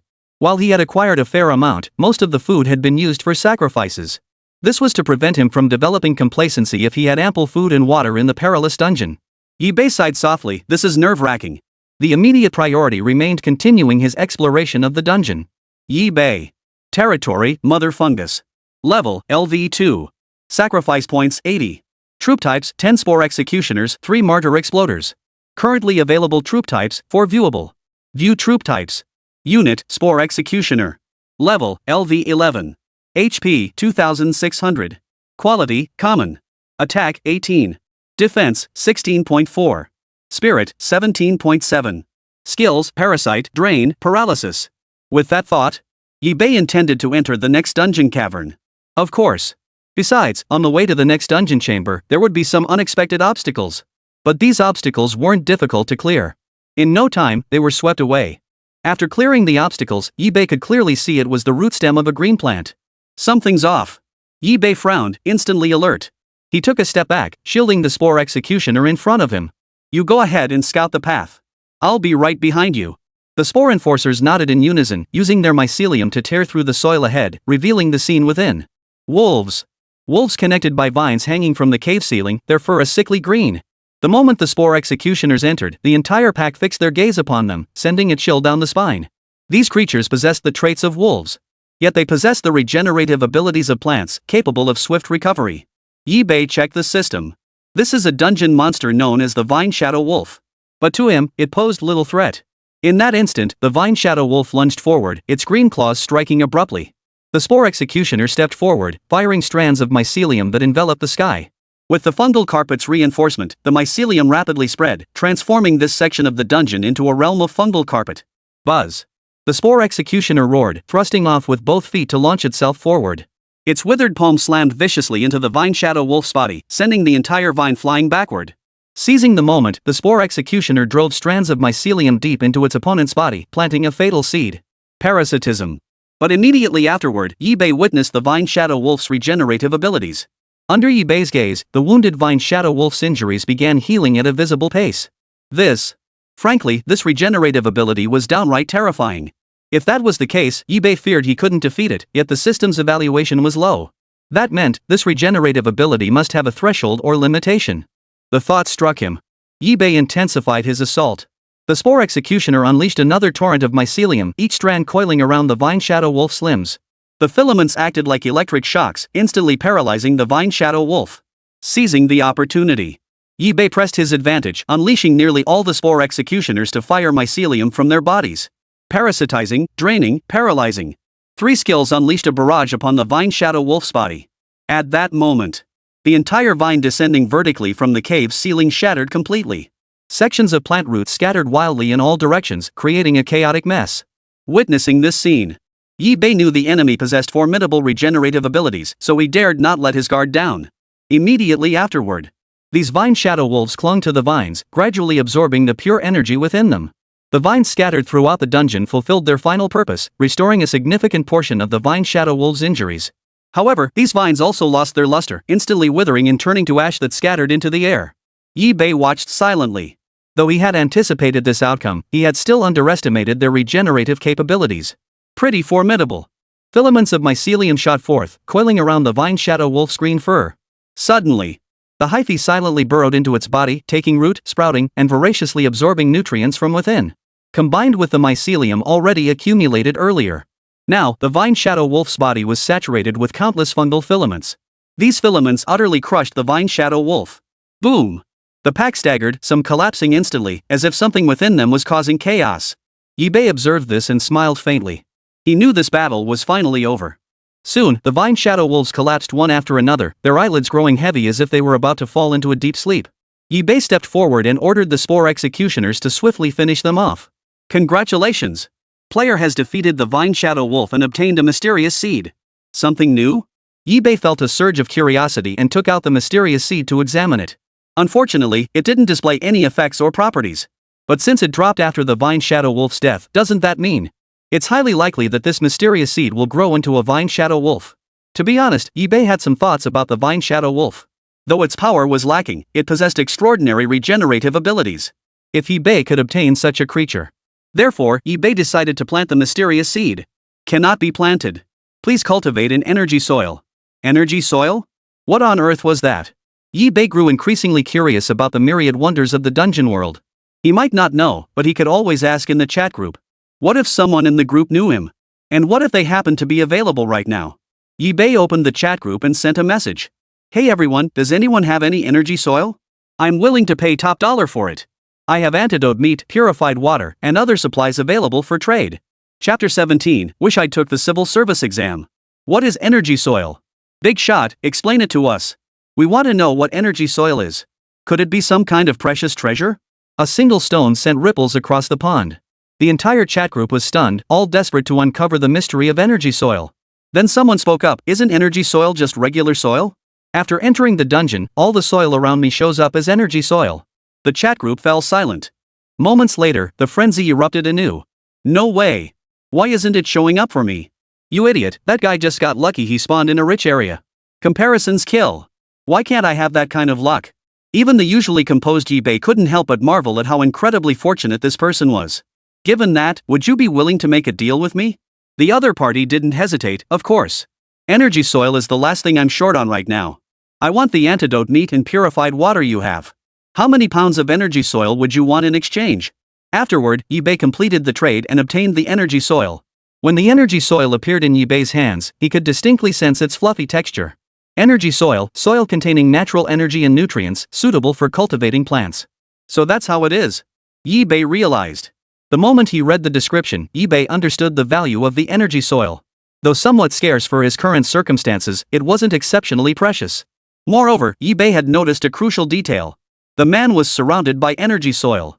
This meant that if one could find a location rich in energy soil, he would never run short of it again.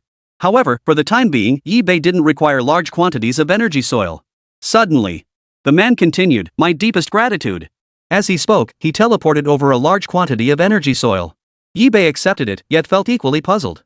This was merely a transaction. Why was he being gifted such a large quantity of soil? Only then did Yi Bei return to the chat log. After skimming through it, he suddenly understood. It turned out he had set the tone. Because of him, energy soil had become wildly sought after, with some even offering exorbitant prices. No wonder the other party was being so generous. Yi Bei was speechless. These people were utterly brainless, still chasing trends in the dungeon world. In this world, only supplies that were useful to him held true value. Useless supplies, no matter how good they seemed, held no value if they served no purpose. Just then, someone suddenly spoke up, energy soil isn't that valuable. You've all been tricked. This is actually a carefully orchestrated scheme, a scam he planned. I know energy soil, I've even seen it. It's completely useless. Its only benefit is for farming, for planting and cultivation. Beyond that, it has no other use. Yi Bei frowned.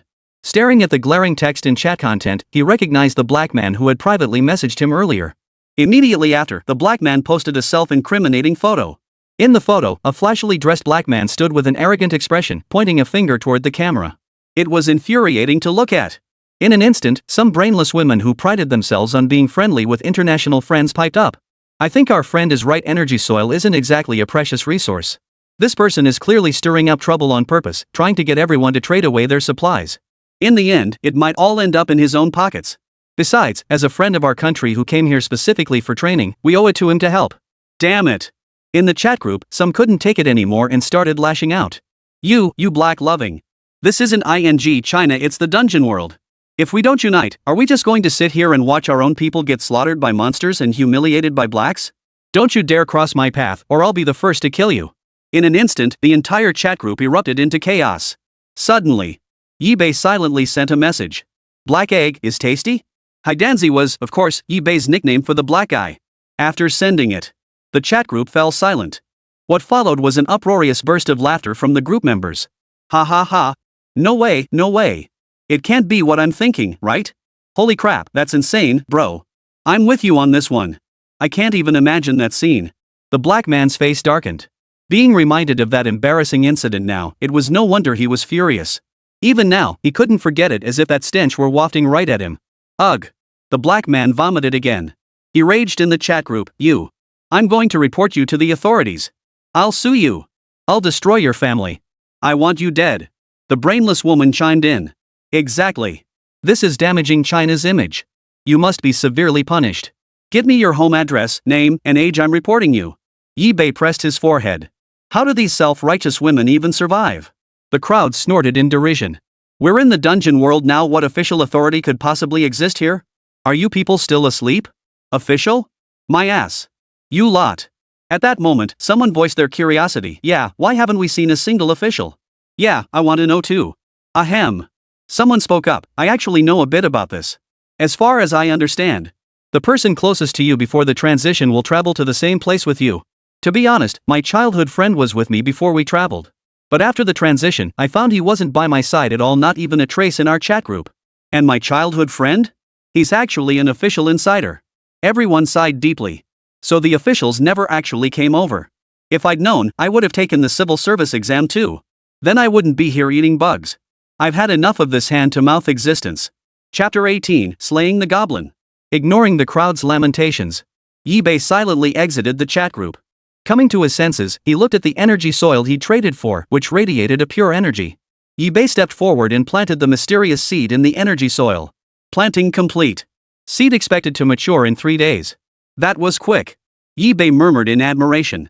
At this rate, if this were the world before his transmigration, this energy soil would undoubtedly be revered as a priceless treasure, the kind worth its weight in gold.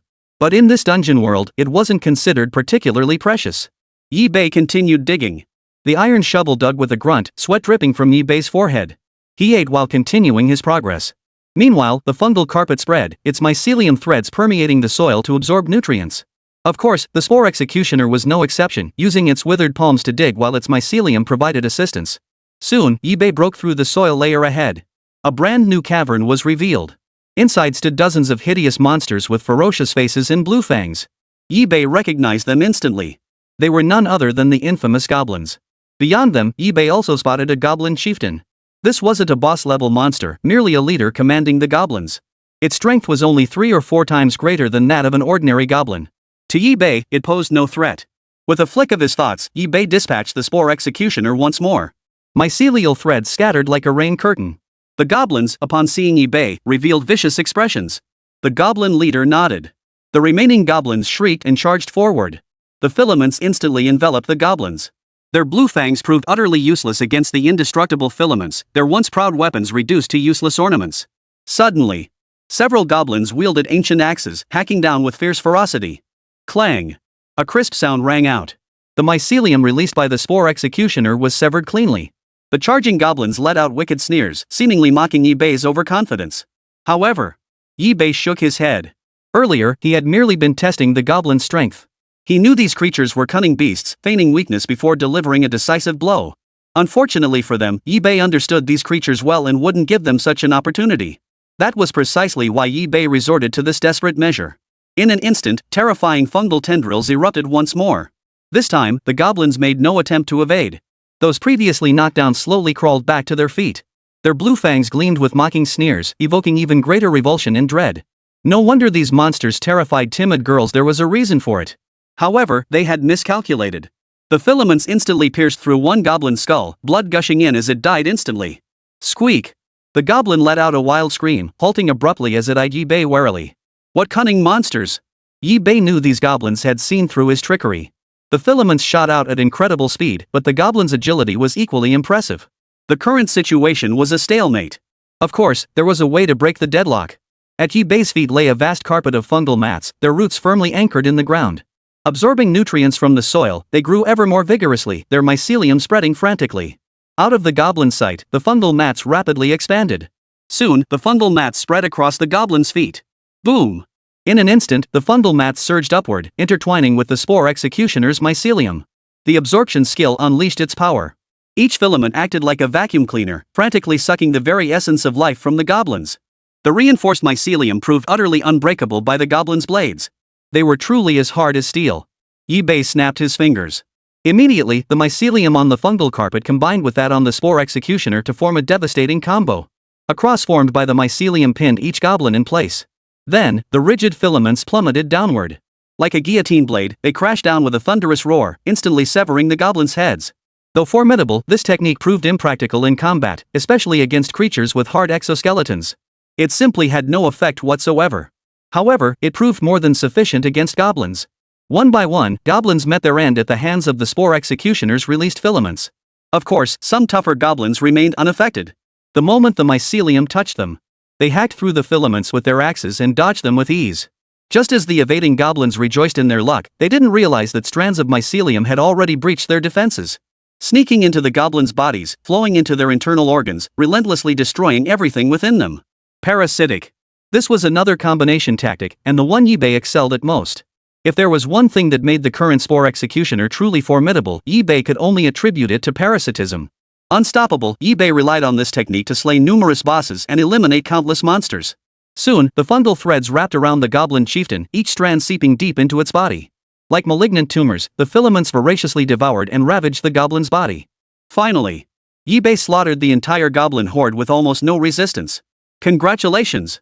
Player has defeated the goblins. Reward, Mysterious Card X1. A flash of light suddenly appeared. Yi Bei opened it to find. It was a card radiating a white glow, engraved with the image of a backpack. Yi Bei found it somewhat perplexing. Yet as it flickered into view, he sensed something extraordinary about this card. The next moment, Yi Bei tore open the card. Congratulations, player, on activating the System Backpack. Chapter 19, Rubber Ape. System Backpack. Yi Bei's eyes lit up. It must be said that this reward is one of the few Yi Bei truly cherishes. The convenience of having a backpack goes without saying, it would save a lot of hassle. Currently, supplies are carried back and forth by several units sharing the burden. With a backpack, first off, there'd be no need to worry about others coveting it. Second, it would eliminate the cost of transportation. With that thought, Yi Bei opened the System Backpack to inspect. Before him lay a panel with 10 slots, the very space required for a backpack. With that thought, Yi Bei decided to test it with energy soil. He poured a large quantity of energy soil into the system's back compartment. Soon, one slot was filled. Checking the energy soil's volume, he concluded each compartment could hold 1 cubic meter of items. For Yi Bei, this was more than sufficient. Many things had already been sacrificed, so the supplies he currently possessed weren't abundant. Moreover, the system's backpack has no concept of time. In other words, once supplies are placed inside, the items inside would not spoil. Even if space becomes insufficient later, one could upgrade the capacity of each compartment. Or unlock additional slots to expand the backpack's capacity. Yi Bei then looked down at the goblin corpse at his feet, summoned the primordial fungal entity, and performed a sacrifice. Congratulations, host, for sacrificing 10 goblins.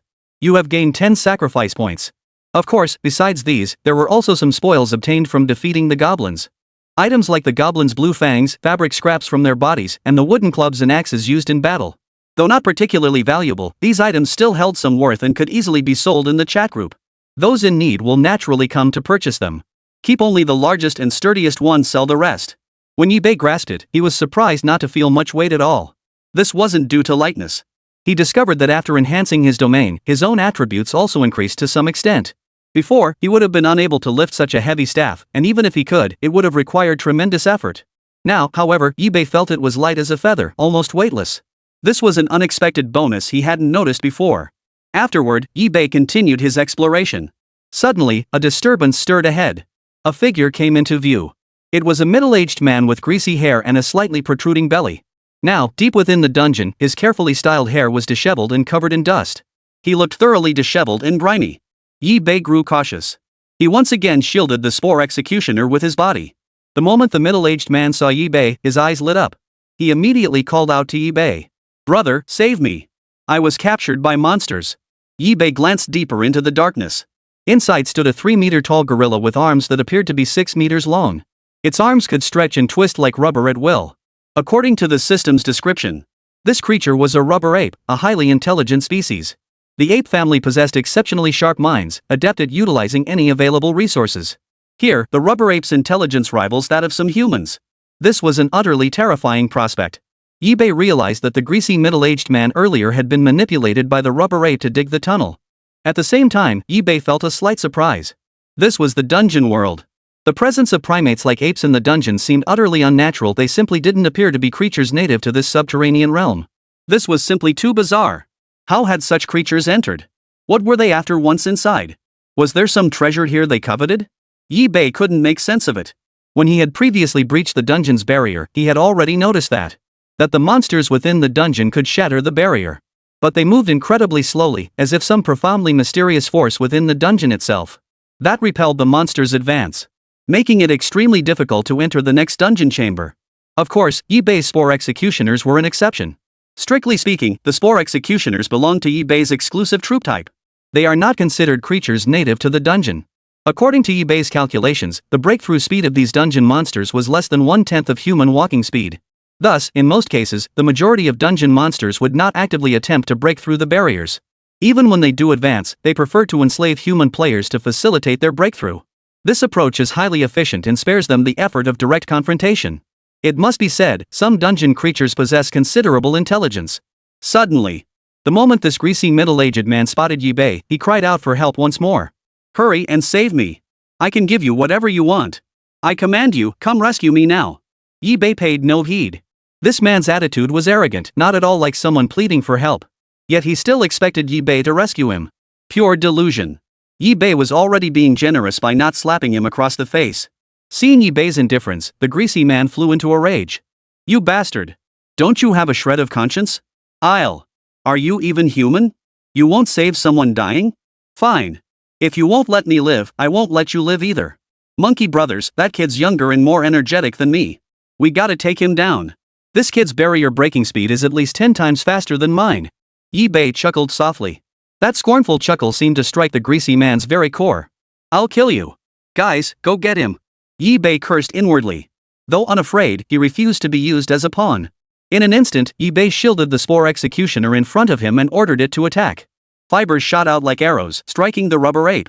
The greasy man folded his arms and sneered coldly. He knew the rubber ape's strength better than anyone.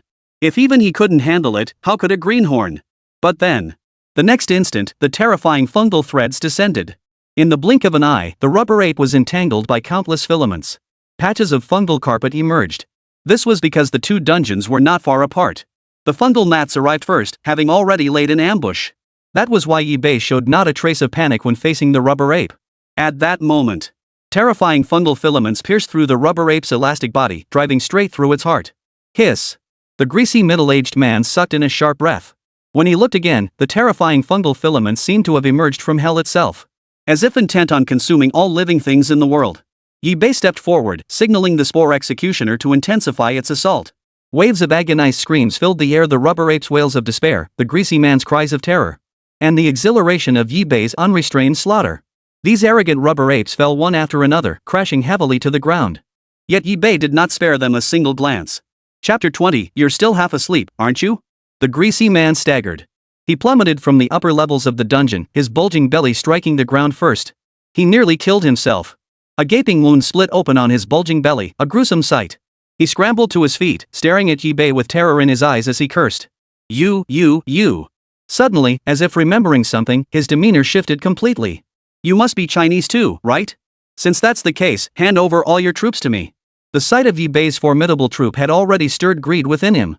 He wanted to claim them as his own. Don't worry, I'll leave you one. Yibei stared at the greasy man as if he were an idiot. Where the hell did this moron come from? Yibei sneered coldly, have you no shame? How can you utter such shameless words? What gives you the right to make demands of me? To ask me to hand over my troop types? You haven't woken up yet, have you? You. The greasy man pointed at Yibei, fuming. Do you even know who you're talking to? I'm a leader at a major international corporation. I won't make things difficult for you as long as you know how to please me. Once we're back in our own world, I'll get you hired at my company. How about a monthly salary of 2,000? Of course, we'll cover your 5 insurances and 1 housing fund. Isn't that what you young folks all crave? After speaking, the greasy man shot Yibei a smug glance, certain of his victory. He felt quite pleased with himself. For a young person struggling to find work, these terms were quite favorable. After all, this was a major corporation offering him an opportunity. He was certain Yibei would be overwhelmed with gratitude, forever indebted to him. However, Yibei didn't even bother to look at this dimwit. He was already thinking about returning to his original world. He'd only been here a few days since his transmigration. He'd worry about that when the time came. Besides, this measly pay? Screwing bolts would be better than this. Yibei walked straight over to the rubber ape's corpse. He ordered the Spore Executioner to move the rubber ape's corpse. As far as Yibei knew, rubber resources were still relatively scarce throughout the entire dungeon. With these rubber ape corpses, Yibei could indulge for quite some time. Seeing Yibei unmoved, the greasy man began to threaten. Did you hear what I said? Playing deaf, huh? You little brat. If you don't hand over your troop type, I'll expose you, make your location public knowledge. Let everyone in the chat channel know exactly where you are. Before he could finish speaking, a terrifying killing intent swept over the greasy man's entire body. This killing intent gradually solidified into form. Since descending into the dungeon world, Yibei had scarcely ceased slaying monsters. From nearly every monster slain by the Spore Executioner had coalesced onto Yibei. A chill ran through the greasy man's spine as terror gripped him. He immediately begged for mercy. No, no, no. You've got it wrong. Don't kill me. I can give you anything you want. Yibei had no interest in listening to the greasy man's babbling. He swung his club down directly. The blow struck squarely against the greasy man's skull. In an instant, the greasy man's skull was crushed by the blow, life extinguished. Yibei sacrificed both the greasy man and the rubber ape in one fell swoop. Congratulations, host, on sacrificing 1 player and 16 rubber apes. You have gained 10 sacrifice points. Sure enough, after the sacrifice, the rubber apes dropped a large quantity of rubber materials. After inspecting them, Yibei slowly came to understand. These were the tendons from the rubber ape's forearms, the most valuable parts of its body. Upon this discovery, Yibei exclaimed in astonishment. He hadn't expected rubber to actually exist within these creatures. With a sigh, Yibei continued exploring the cave. Besides this, Yibei discovered other things, such as what lay before him now. It was a fragment of limestone armor. Upon closer inspection, he realized it wasn't debris at all, but the fur of some kind of animal. After a system scan, Yibei learned the identity of this dungeon monster. Underground rabbit fur possesses exceptional defensive capabilities. Underground rabbit. Yibei had never encountered an underground rabbit before, but based solely on the system's description, it was clear the subterranean rabbit was likely a terrifying creature. He just couldn't fathom why its pelt would appear here. Without dwelling on it further, Yibei was about to stow it away in his system backpack. Suddenly, the gambling cube emitted an alert. Absorb? Yibei was slightly surprised. After all, 6 mad gambling cubes were required. In this vast dungeon world, who knew how long it would take to find them all? He never imagined he'd come across one right now. This luck was simply too good to be true. Though he hadn't yet satisfied all the physical forms, at least he knew one type of monster had been fulfilled. At that moment, one face of the gambling cube lit up. Yibei narrowed his eyes. If this place had the fur of an underground rabbit, then surely its nest must be nearby. Or perhaps they'd come running from somewhere. The thought struck him. Yibei began to carefully explore the surroundings. Finally, he discovered traces of the subterranean rabbit within a wall. Before him was a large hole.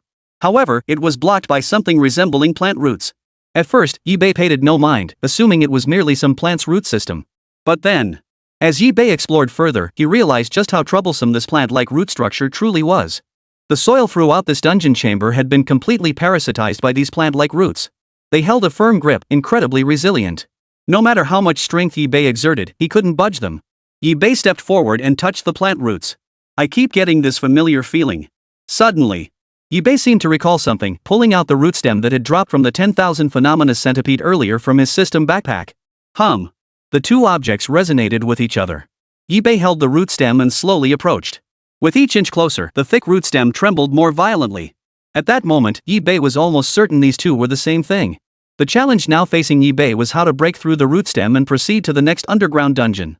Ordinary Spore Executors were incapable of such a feat. The only solution to break through this impasse was. Yi-Bei fixed his gaze on the Martyr Blaster, his intent unspoken. Since there was no blade to cut it, then.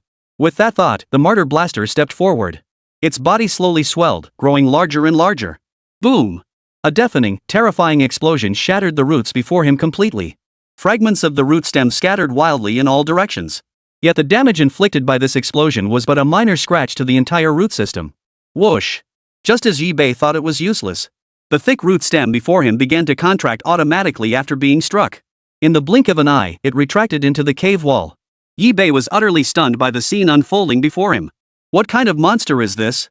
Under Yi-Bei's gaze, the root stem actually parasitized itself into the cave wall. And it clung fast as if fused with the cavern itself. As long as the cave stood, the root would remain. At this moment, Yi-Bei dared not underestimate it. If this mine could seal off an entire wall, it might well seal off many more. With Yi-Bei's current abilities, he was certainly powerless against it. He must be cautious from now on. If he encountered a formidable monster he couldn't defeat and the walls were sealed as well, then it would truly be the end. Chapter 21, Underground Rabbit. Yi-Bei then shifted his gaze to the new dungeon. What met his eyes? A group of gray-brown furry rabbits stood out abruptly, their crimson eyes fixed on Yi-Bei, the uninvited guest. No need to say more, they were identical to the tough pelt in Yi-Bei's hand. Yi-Bei was certain these were the subterranean rabbits. Even Yi-Bei couldn't help but feel a bit stunned to encounter a species from the gambling cube so quickly. This was almost too smooth. But Yi-Bei had no intention of letting them go. With that thought, Yi-Bei glanced at the Spore Executioner beside him and nodded. Boom! The Spore Executioner immediately charged forward, engaging the subterranean rabbit in a fierce battle. Squeak, squeak, squeak. The subterranean rabbit let out a shrill squeak, its eyes red with fury, and kicked off with powerful legs. The next instant, a blurred figure charged forward, its thick, powerful thighs bulging with veins. Looking again, the subterranean rabbit had already materialized before the Spore Executioner. Bam! Before the Spore Executioner could launch its attack, the subterranean rabbit delivered a powerful kick, sending one of them flying. This is getting tricky. Yi-Bei spat silently under his breath. Immediately, the Spore Executioners swarmed forward, firing tendrils of mycelium in all directions. These filaments coiled into layers of defensive nets, tightly shielding both Yi-Bei and the Spore Executioner. Suddenly, a patch of fungal carpet emerged, concealed beneath Yi-Bei's feet. Despite the presence of thick root stems, Yi-Bei commanded the fungal carpet to spread to this area. Only by doing so could Yi-Bei ensure sufficient fungal filaments to swiftly defeat his opponents. Whoosh! Yi-Bei took a deep breath and fixed his gaze once more upon the subterranean rabbit. Controlling the Spore Executioner, he charged once more. A withered palm slammed down violently. Carrying strands of mycelium, it sought to break through the subterranean rabbit's defenses. Yet Yi-Bei had underestimated the subterranean rabbit. Its outer shell was incredibly hard. Without a weakness to exploit, a hyphae alone could scarcely breach it. Thud! The Spore Executioner's withered palm struck down, hitting the subterranean rabbit's body like striking steel-reinforced concrete. Rock hard. Suddenly, the subterranean rabbit's crimson eyes emitted an eerie, blood-red glow. As if blinded by bloodlust, it fixed a terrifying stare on Yi-Bei. The subterranean rabbit's form flickered rapidly, vanishing and reappearing in a series of streaks. Yet Yi-Bei could distinctly sense the Spore Executioner enduring immense agony. Powerful blows landed on the Spore Executioner's mycelium-covered body. Boom! The Spore Executioner stumbled backward repeatedly, utterly unable to harm the subterranean rabbit. For a moment, the situation became passive. The Spore Executioner struggled to fight effectively. Its mycelium, when it landed on the subterranean rabbit, seemed like a cannon misfiring, utterly ineffective. Yi-Bei was deeply troubled. Relying solely on the Spore Executioner clearly wouldn't inflict any significant damage. But deploying the Martyr Exploders felt wasteful, like throwing them away. Just as Yi-Bei was wavering in his thoughts, an unexpected change occurred. Yi-Bei narrowed his eyes, catching a subtle detail. He noticed that some of the subterranean rabbits were panting heavily during the fight. This wouldn't normally be noteworthy, but for them to be this exhausted so soon into the fight. Moreover, such a short burst, high-intensity explosion took a massive toll on their stamina. Initially, Yi-Bei hadn't paid attention, completely stunned by the underground rabbit's terrifying explosive power and strength. There's a weakness. Yi-Bei's lips curved into a faint smile. Now that he'd identified it, things would be much simpler. All he needed to do now was slowly wear down the subterranean rabbit's stamina. The thought crossed his mind. The Spore Executioner received Yi-Bei's transmitted command and gave an imperceptible nod. Immediately, tendrils of mycelium shot forth, scattering throughout the underground city. Beneath the dungeon's surface, these fungal mats rapidly expanded, slowly devouring the area. Working in tandem, the two forces gradually intensified, bit by bit driving the subterranean rabbits into a corner. These fungal threads did not actively attack but instead formed a defensive posture. Like layer upon layer of protective barriers. They held fast, preventing any breakthrough. Whenever the subterranean rabbits launched fierce assaults, each strand of mycelium responds instantly flexible yet resilient, uniting in force, driving the subterranean rabbit back. Thus, the two engaged in a stalemate, neither yielding to the other. Through defensive tactics, they silently drained the subterranean rabbit's stamina. Suddenly, a subterranean rabbit collapsed without warning, having literally worked itself to death. Just as I thought. After confirming his suspicions, Yibei redoubled his efforts. Compared to the subterranean rabbits, the Spore Executioners possessed far greater stamina, constantly replenished by the fungal carpet. Thus, Yibei had no worries about the Spore Executioners' stamina running low. Moreover, they could replenish their stamina through absorption. Simply absorbing a little bit at a time, slowly wearing down the subterranean rabbits over time, was quite achievable. The Spore Executioners charged fiercely, forcing the subterranean rabbits to attack and denying them any chance to rest. Another round of combat ensued. Many underground rabbits couldn't hold out and fell to the ground, unable to rise. Of those remaining, many were now exhausted, their combat effectiveness drastically diminished. Witnessing this scene, Yibei hesitated no longer and launched his final, fierce assault. Fungal filaments wrapped around the underground rabbits without resistance. Absorbing. The Spore Executioner drained every last ounce of strength from the subterranean rabbits. Finally, they collapsed to the ground with a thud, never to rise again. Phew! This battle was over. Though it took considerable time, victory was achieved without losing a single unit. Yibei stepped forward and summoned the mother fungus. He sacrificed the underground rabbit lying on the ground. Congratulations, host, for sacrificing 5 underground rabbits. You have gained 10 sacrifice points. Of course, beyond that, Yibei also used the corpses of the subterranean rabbits to activate one face of the gambling cube. With this, 1/6 of the gambling cube was now complete. Moreover, the fur of the deceased subterranean rabbits held considerable value. Their tough, resilient fur was ideal for crafting a set of armor. Though it wasn't particularly attractive, crafting a crude set of armor was still feasible. After crafting the rudimentary armor, Yibei did not sell the remaining underground rabbit hides. In his view, these pelts might prove useful for something significant. Therefore, Yibei kept them all. Should he acquire forging class units in the future? He could use it to craft stronger equipment. Besides, Yibei didn't want to waste them for nothing. Just as Yibei was lost in thought, a sudden commotion erupted in the chat group. Someone save me. Chapter 22, Cannibalism. Yibei clicked out of curiosity. Hurry and save me. They're going to eat me alive. Along with the plea for help, the sender also attached a photo. In the photo, several people were gathered around a corpse, their mouths dripping with blood. Judging by the angle, the photographer seemed to still be being chased. The crowd gasped in horror. No one wanted to get involved in such a mess. It's not that people are cruel, but this is simply how the world of survival of the fittest operates. Yibei was no different, utterly unmoved. He had anticipated this outcome long ago. In the dungeon world, resources were scarce and food was in short supply. Those unable to endure hunger would inevitably turn their claws on their own kind. And such incidents likely occurred long ago, only never came to light. The chat group erupted in an instant. The voices that spoke up were mostly from young men who hadn't seen much of the world. This is just too cruel. I feel like throwing up. Damn it, who are these people? If I ever see them, I'm staying far away. But others scoffed. Ha! What's the big deal? In the dungeon world, it's survival of the fittest. If you can't beat them, you just have to accept your fate. Right now it's just eating people. Who knows what horrors will unfold later? Such is the way of the world, no one else to blame. Opinions varied. But most still condemned the group's brutal actions. After all, they'd only been here a few days and already pulled stunts like this and got caught doing it. Many felt deeply disturbed. Even if forced to eat insects, no one would choose to eat human flesh. That was the absolute bottom line, an uncrossable red line. Confronted with such actions, many sensed the darkness lurking beneath. Yet they would still choose to resist, at least until they were fully assimilated into the dungeon world. Meanwhile, the trio pinned the frail man to the ground. Then they stomped him viciously. Damn it, you little bastard, you sure as hell can run. Ahai's face darkened. This isn't good. Did that kid report us to the chat group? What? Smack. A bio lashed out with a fierce slap. A startlingly vivid handprint was left on Zhang Yuan's cheek. Damn it, you little bastard. You think you're tough, posting us in a chat group? You must be tired of living. Put. After spitting out a glob of phlegm. I. Don't eat me. I know where there's food. Really, I swear I'm not lying this time. Please believe me. I'm not tasty. I haven't bathed in weeks. Eating me will give you diarrhea. You don't want to get diarrhea in a place like this, do you? What if someone else breaks in? The others beat him up again. So what? We'll roast you first, still edible. When it comes to eating, you've underestimated us.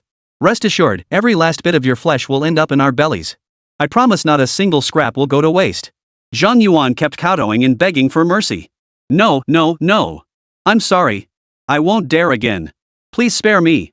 I can give you all my treasures and even show you where to find food. Keep me alive, I'll be useful. I won't let you gentlemen down. At that moment, Zhang Yuan's entire body shook violently. The hand that had just taken the photo trembled uncontrollably. He dared not lift his gaze to meet the fierce stares of the three men. That look he had only ever seen in the eyes of a starving dog on the brink of death. They mirrored the men before him exactly. It was truly terrifying. He knew their madness all too well. They had actually devoured a living human being. Were these even human beings? These individuals had shed all humanity, becoming terrifying monsters driven solely by slaughter and the urge to devour flesh. Thinking of this, Zhang Yuan felt an even deeper sense of dread. Facing such a situation, no one would come out unscathed. The three stared at Zhang Yuan with rapt attention, as if he were a mouth-watering delicacy.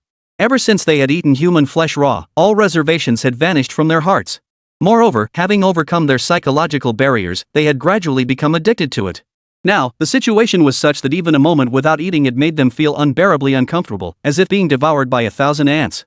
Thus, the moment they laid eyes on Zhang Yuan, they silently added him to their list of potential meals. Awaiting the next tasting. Stay put, I'm coming. After watching for a while, Yibei exited the chat group. Yibei felt no sympathy or pity for the man's plight, nor did he feel the need to kick him while he was down. He treated the matter with utter indifference, knowing such incidents would only grow more frequent in the days ahead. Afterward, Yibei continued exploring the underground city. The fungal carpet had only just begun spreading here and required extensive expansion. Now that the subterranean rabbits had perished, the fungal carpet had only just begun to cover the area. Compared to the entire underground city, there was still a long way to go. With this thought in mind, Yibei focused his efforts on expanding the fungal carpet's coverage.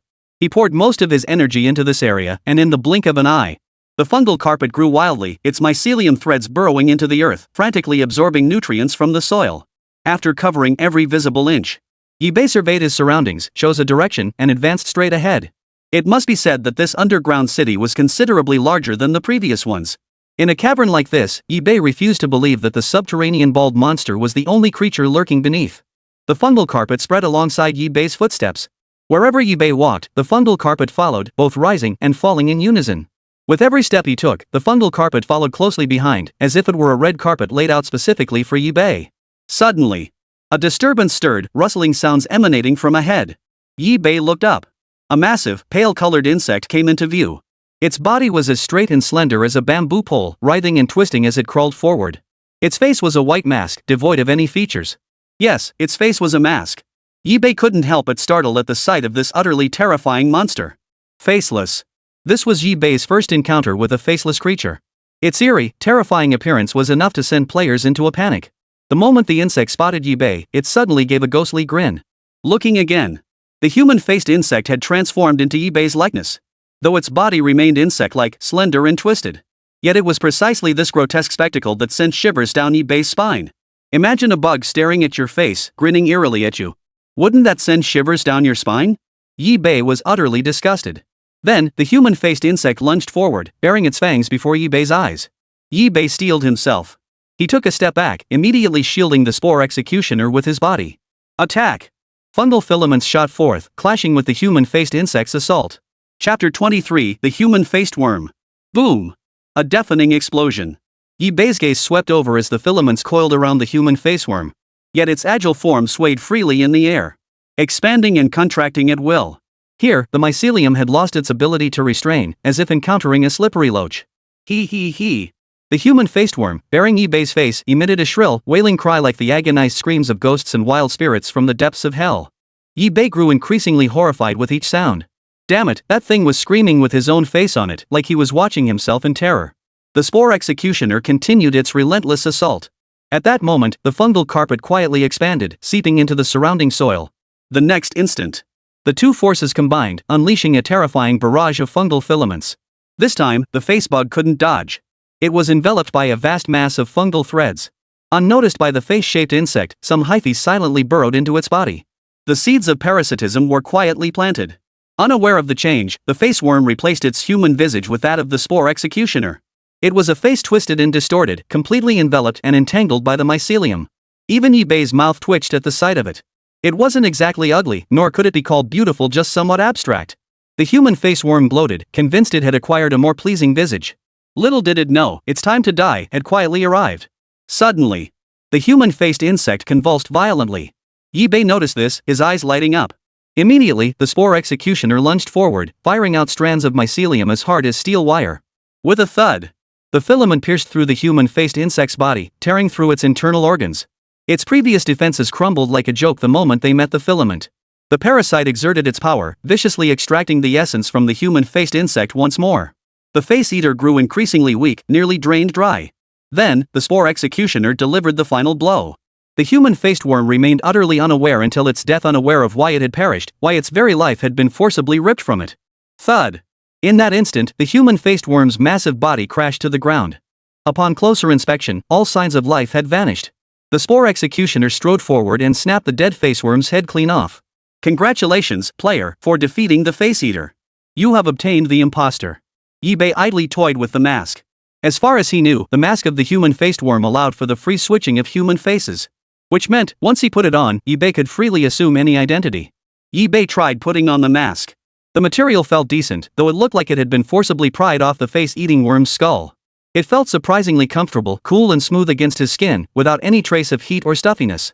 It molds perfectly to his face, leaving no trace, as if it were a single, seamless feature.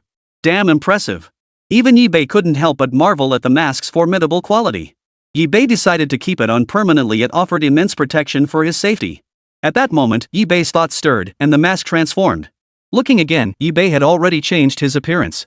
It was a more delicate and refined face, appearing several years younger than Yibei's own. Huff. After completing all this, Yibei stepped forward and summoned the primordial fungal mother. Congratulations, host, for sacrificing the human-faced worm. You have gained 3 sacrifice points. At this moment, Yibei checked the interface again. Yibei. Territory, Mother Fungus. Level, LV2. Sacrifice value, 113 points. Troop types, 10 Spore Executioners, 2 Martyr Exploders. Items, Gambling Cube, Disguiser, Mysterious Branch, Underground Rabbit Skin, Energy Soil, Mysterious Seed, Rubber, Goblin Fabric, Stick, Battle Axe, Antidote Meat, Purified Water. Currently redeemable troop types, 4 viewable.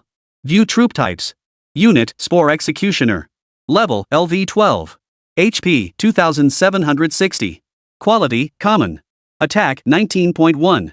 Defense, 17.2. Spirit, 18.2. Skills, Parasite, Drain, Paralysis.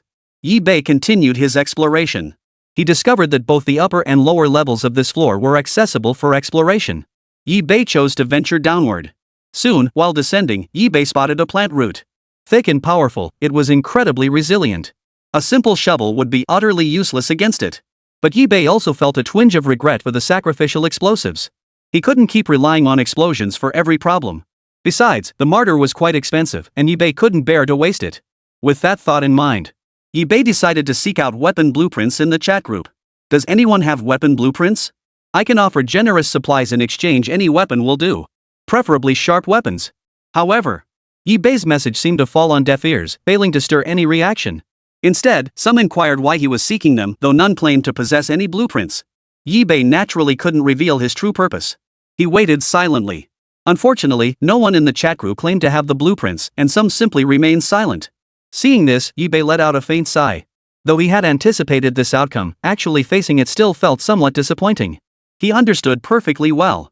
Such things could never be exposed to the public eye.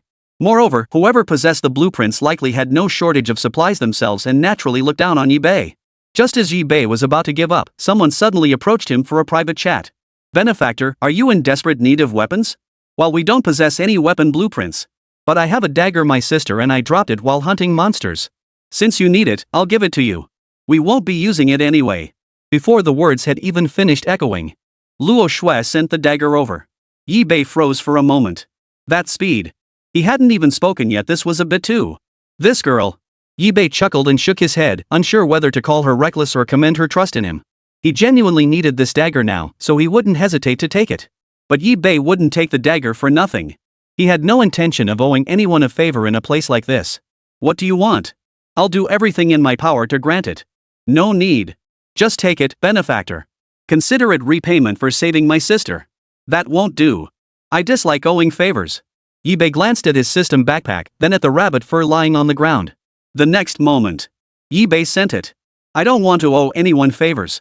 Take this item, it will be of use to you. Otherwise, I won't accept it. Yibei's stance was unwavering. The other party did not refuse and accepted it quickly. Though the amount of subterranean rabbit fur Yibei offered wasn't substantial, it was still sufficient for crafting armor for 2 slender women. They would sew and craft it themselves, so protecting key areas should pose no problem. Yibei didn't have much of this material to begin with, so naturally he couldn't provide large quantities. Chapter 24, Crimson Flame Dagger. Yibei accepted the dagger sent from across the table. It was a dagger entirely silver-white in color, polished to an extremely smooth finish. Its very appearance conveyed sharpness. Moreover, Yibei noticed that this dagger possessed additional properties. This detail surprised Yibei slightly. Scarlet Flame Dagger inflicts minor burn damage. In other words, this dagger could ignite objects, inflicting burn damage. For Yibei right now, it was truly a godsend. A thick, sturdy, and resilient root stem was blocking his path. With the dagger, he could tackle this urgent problem. Unfortunately, judging by its appearance, the dagger likely has little durability left. It probably won't last long. He must find a way to obtain weapon blueprints. Resolved, Yibei gripped the dagger and stepped forward, aiming it at the thick root and slashing down with all his might. The thick root stem proved utterly fragile before the dagger. Flames instantly ignited the root. Sparks flew from its surface. As the root stem felt the immense pain from the outside world, it seemed to go mad, beginning to writhe violently. Under Yibei's gaze, the root stem convulsed violently. Then, the root stem lunged forward, launching a surprise attack on Yibei. But Yibei had already anticipated this, firmly shielding the Spore Executioner in front of him. Thus, the root stem's attack missed its mark. Blocked by the Spore Executioner, the withered palm clamped down on the root stem. The next instant, the root stem surged with force, flinging the 2 closest Spore Executioners flying. Then the root stem launched a frenzied assault. This single, powerful root pierced straight through the Spore Executioner's body. Not even mycelium could stand in its way. By now, Yibei had already retreated to a safe distance. Though he felt a pang of regret for the 2 Spore Executioners. They had served their purpose by buying Yibei time to escape. Before long, the stem retracted, slowly withdrawing from the area. Yibei wiped away cold sweat. Even now, Yibei still felt a lingering sense of dread. That root was pretty powerful. This was by far the most humiliating defeat Yibei had ever suffered. When it comes to terrifying monsters like this, if you can avoid them, you should.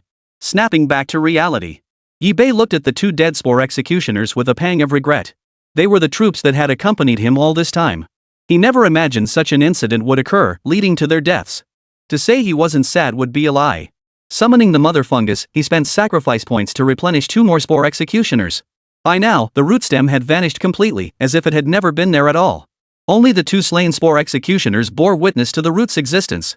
After its disappearance, a staircase leading downward appeared in its place. It carried an ancient aura, gloomy, damp, and faintly reeking of decayed flesh. As if untouched by human presence for ages. Yibei once again shielded the Spore Executioner in front of him. This time, Yibei had learned his lesson. He let the Spore Executioner scout ahead while he stayed hidden behind. That way, he could retreat quickly if danger arose. The moment he stepped onto the staircase, a blinding, golden glowing totem came into view. Something's off. Yibei instantly grew wary. Logically, a totem radiating such brilliance would be guarded by at least a few monsters. Or perhaps a boss-level guardian. Wasn't that an ironclad rule of the dungeon world? Yet now, the golden totem before him shone brightly and there were no monsters guarding it. This seemed utterly bizarre. Yibei nodded to a nearby Spore Executioner. The latter instantly understood, responded to Yibei, and strode forward. The path was completely unobstructed, without a single ripple of disturbance. As the Spore Enforcer drew near, a sudden change occurred. The golden glowing totem suddenly opened its massive maw. The entire totem resembled a terrifying creature clad in its own skin. That gaping maw swallowed the scouting Spore Executioner whole. Before it could react, darkness engulfed its vision as the totem clamped down on its upper body. Even attempting to resist with its mycelium proved futile. The totem's devouring speed was astonishingly fast. In the blink of an eye, the Spore Executioner's entire body had rotted away. This was a formidable soldier produced by the Mother Fungus, yet it couldn't even last a moment against the totem monster. Looking again, all that remained of the Spore Executioner were strands of mycelium. Boom! The scene before him struck Yibei like a bolt from the blue, instantly killing a Spore Executioner. Yi-Bei spat silently. Damn it, it was a totem monster all along. I've been tricked. Losing 3 Spore Executioners in one breath, the cost was simply too heavy. He hurriedly summoned the remaining Spore Executioners to his side. The Spore Executioner roared in fury, enraged by the death of its kin. Fibers shot out once more. Facing the swarm of Spore Executioners, the totem monster quickly found itself at a disadvantage. Its once proud maw seemed useless now. It could neither bite the Spore Executioners nor sever the filaments. Yet the filaments affected the totem monster, slowing its movements and effortlessly closing its massive jaws. To Yi-Bei, it appeared to be a one-sided assault. But then Yi-Bei noticed something: the mycelium couldn't parasitize the totem monster. Without life, it seemed like nothing more than a wild ghost cloaked in totem. In Yi-Bei's eyes, this totem monster was a totem that had become sentient. It only knew how to bite. Yet if bitten, one truly would die. With that realization, Yi-Bei abandoned caution and activated berserk mode. Filament after filament shot forth. They violently shot into the totem's mouth. According to intelligence relayed by the fungal carpet, within lay an endless abyss and intense corrosive power. Seeing this, Yi-Bei launched another fierce assault. Simultaneously, he quietly gripped the dagger. Since conventional methods proved ineffective, he would deliver the fatal blow with his dagger. Boom! A Spore Executioner leapt into the air, then crashed heavily onto the totem. The powerful force sent the totem flying.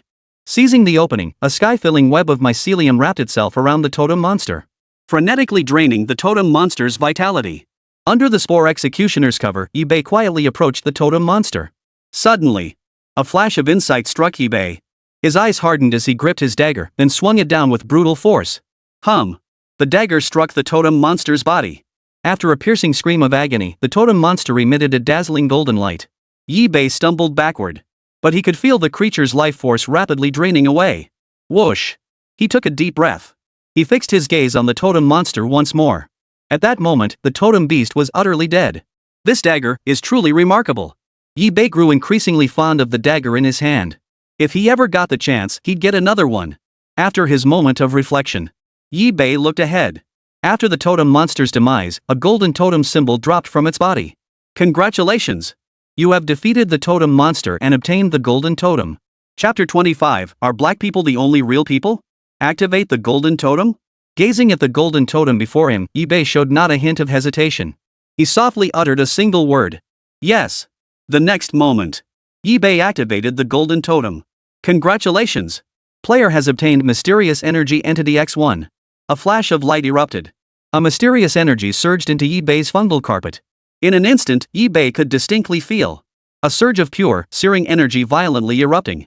Yi-Bei summoned the fungal carpet in his hand, which began to grow and spread wildly without his conscious control. The next moment, Yi-Bei's fungal carpet suddenly infused with an extremely pure fire attribute energy. He could even control it to launch fire attribute attacks. However, the fire energy was not strong enough to kill the monster. It could only perform simple tasks like lighting fires. Even so, it was sufficient. Compared to other abilities, this was a thorough enhancement of the fungal carpet's power. Yi-Bei sighed softly, fixing his gaze upon the fallen totem monster. Summon the mother fungus to perform the sacrifice. Congratulations, host, on sacrificing the totem beast. You have gained 5 sacrifice points and 10 G of gold. Gold! Yi-Bei furrowed his brow.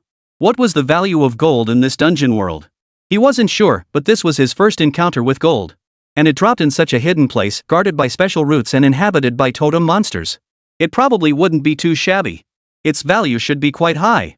Yi-Bei pondered his next words before opening the chat group. Who among you has iron ingots or other resources? I'm willing to trade gold for them. Whoosh! A single stone sent ripples across the pond. The chat group erupted instantly. Holy crap! You actually have gold? That stuff is incredibly valuable in the dungeon world. For those unfamiliar, allow me to explain. Gold holds even greater value than in my previous life. It's an extremely precious forging material. In forging, even a trace amount of gold can significantly enhance the quality. Yi-Bei stared blankly at the chat log. The arguments he'd prepared seemed useless now. Someone had already said them first. If Yi-Bei hadn't genuinely not known this person, he might have suspected it was a plant he'd hired himself. Indeed, gold is precious. Keeping a little on hand can never hurt. Yi-Bei went with the flow, doubling down on his promotion of gold. To be honest, I'm currently short on some materials and need them urgently. Otherwise, I wouldn't be offering gold in exchange. Soon, a large crowd came to Yi-Bei seeking gold exchanges, though each person traded only small amounts. But the numbers added up to a significant amount. In the end, Yi-Bei successfully traded 1 gram of gold for enough materials to forge 10 lighters. Yi-Bei was quite satisfied with this outcome. Had that person not stirred things up, things might not have gone so smoothly. Just as eBay was about to leave the chat group, an untimely message popped up again. You have such valuable stuff and don't know how to share it? Tell me, what's your real motive? Such valuable things should be shared, especially shared with me. eBay frowned deeply. The one accusing eBay was none other than that dark-skinned guy, the so-called international friend. Exactly. This kind of thing should be shared proactively. Have you finally woken up to the situation? We should be working together to overcome this crisis, yet all you lot can think about is yourselves. Your actions make me ashamed to be associated with you. Hand over the goods immediately. The self-important airhead piped up. Her words were nothing short of shocking. Each sentence was a bombshell, elevating herself to moral high ground before delivering scathing criticism. Is this even human? Even eBay was stunned by her twisted logic. The onlookers couldn't stand it anymore and began to rebuke her. You filthy sycophantic. Are you even Chinese? Can I take this to mean you betrayed your country? Don't you dare cross my path. I'll chop you into pieces and feed you to the monsters. From this moment on, you're no longer Chinese. Go live with your foreigner. In an instant, the entire chat group descended into a verbal brawl. But without exception, most people still chose to hurl insults at the pro-black woman. Ding dong. At that moment, the woman posted a photo in the group chat. In the photo, she stood completely naked, her voluptuous figure fully exposed. Beside her stood a dark-skinned man with a bushy beard. He too was completely naked.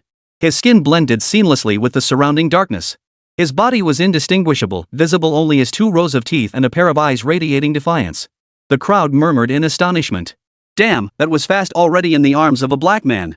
Some watched without emotion, finding it merely disgusting. It's painful to watch, absolutely painful. Is there any moderator around? Can we kick these two out? Who knows what place this photo is from? If you're close enough, bro, just kill these two. Looks kinda familiar, but all dungeons look alike. Can't be sure. Damn it, such a good girl ruined. Are you okay? You call that a good girl? You've clearly never seen a woman before. The woman watched the chat group while giving the black man a seductive look. Oomph. What I do is none of your business. Let me tell you, his power far exceeds your imagination. Don't even think about crossing paths with us. You won't even be able to hide. You lot talk a big game. When the time comes, I'll kill you all with my own hands. Yeah, you wanted to come kill us? Come on then. I'll be waiting for you. The chat group erupted into a scene reminiscent of celebrity fan feuds from his past life, all because of eBay's appearance. eBay couldn't get a word in edgewise, nor did he want to. He wasn't that kind of person to begin with. Compared to talking, he preferred action.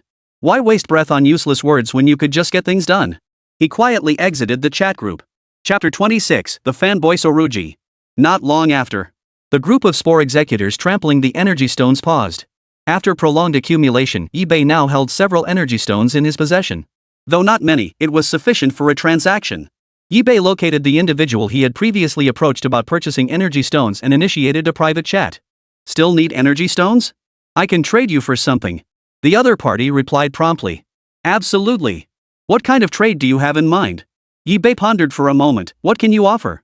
If I'm satisfied, the deal is done. The other party quickly sent a message. I noticed you were looking for blueprints in the group chat earlier. To be honest, I just got my hands on a new set myself. How about trading you for the blueprint? The price is set at 10 energy stones. Blueprints. eBay's eyes lit up. Blueprints were the scarcest of commodities, each one priceless. But they varied in quality.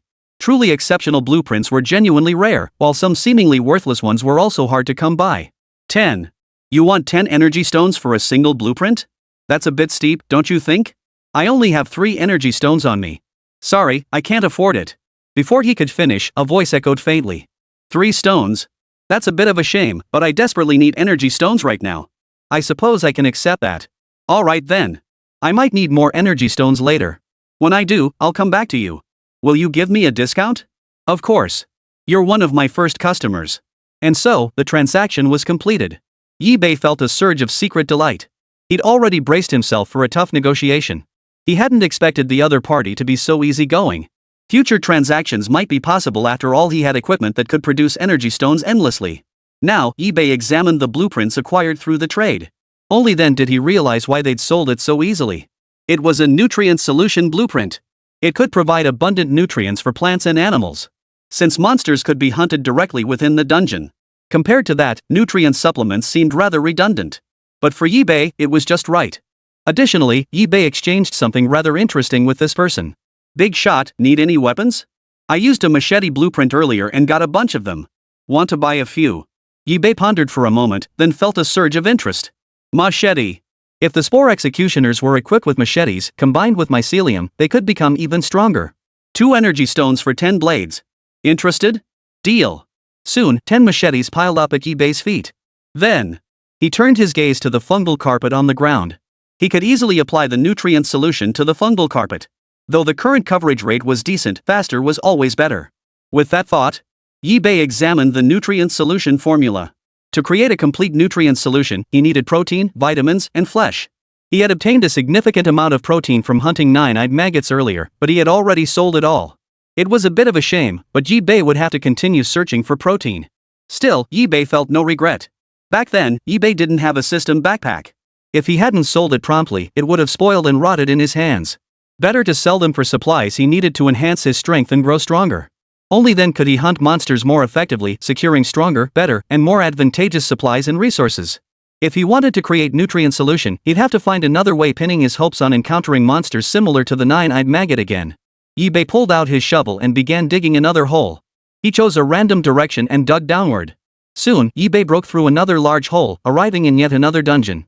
Moreover, Yibei discovered new monsters. Before him stood a group of creatures with pink heads and white, furry bodies resembling large dogs. Beside the giant dog stood an oruji tree, neither too tall nor too short. Oruji. Yibei gasped in surprise, then found his gaze drawn irresistibly to the oruji's tree, unable to look away. An orange tree in this dungeon world? Saliva involuntarily dripped from the corner of Yibei's mouth. He never imagined he'd encounter a fruit from his past life again. He looked at Pinky. Pink dog adores orujis and will unleash devastating attacks on any creature that dares to touch them. No matter what, Yibei would find a way to kill Pink Dog. Even if it meant just getting one bite of oruji. At this moment, Yibei's determination to eat oruji reached its peak. The next moment, the Spore Executioner stomped heavily, propelling a massive mass of mycelium forward. Then his body surged forward, charging into the fray. Buzz. Pink Dog raised its head, its gaze sweeping over the Spore Executioners, its expression fierce. The pink head shook violently, then bared its teeth, revealing a mouthful of fangs. The next moment. Woof woof woof. The pink dog yelped wildly, lunging to bite the Spore Enforcer. Mycelium arrived first, coiling around the pink dog's body, wrapping it strand by strand. Some strands teased the pink dog, dancing just out of its grasp. Meanwhile, the Spore Executioner had already closed in on the pink dog. Without hesitation, the Spore Executioner swung the machete in his hand, slashing down at the pink dog's neck. Buzz. Woof woof woof. The head of the closest pink dog was severed from its body, scattering beside Orajitsuki. The Spore Executioner pressed his advantage, launching a relentless assault.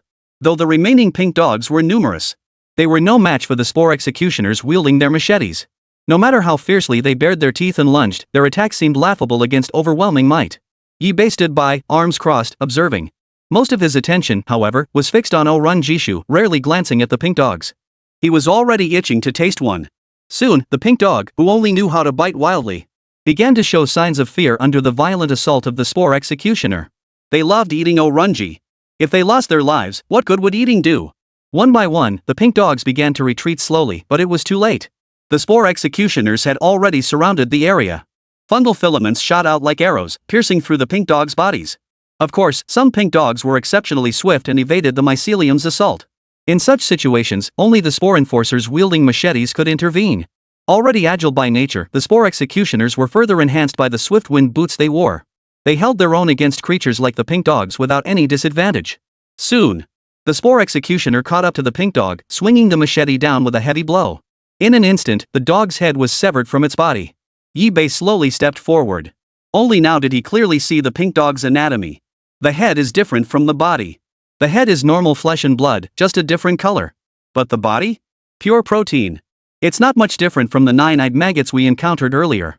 Yibei then turned his gaze toward Oranjishu. Flesh, protein, and vitamins all gathered in one go now. This luck was almost too good to be true. Huff. With that thought, Yibei immediately retrieved the blueprint for the nutrient solution. He combined the 3 substances and began the manufacturing process.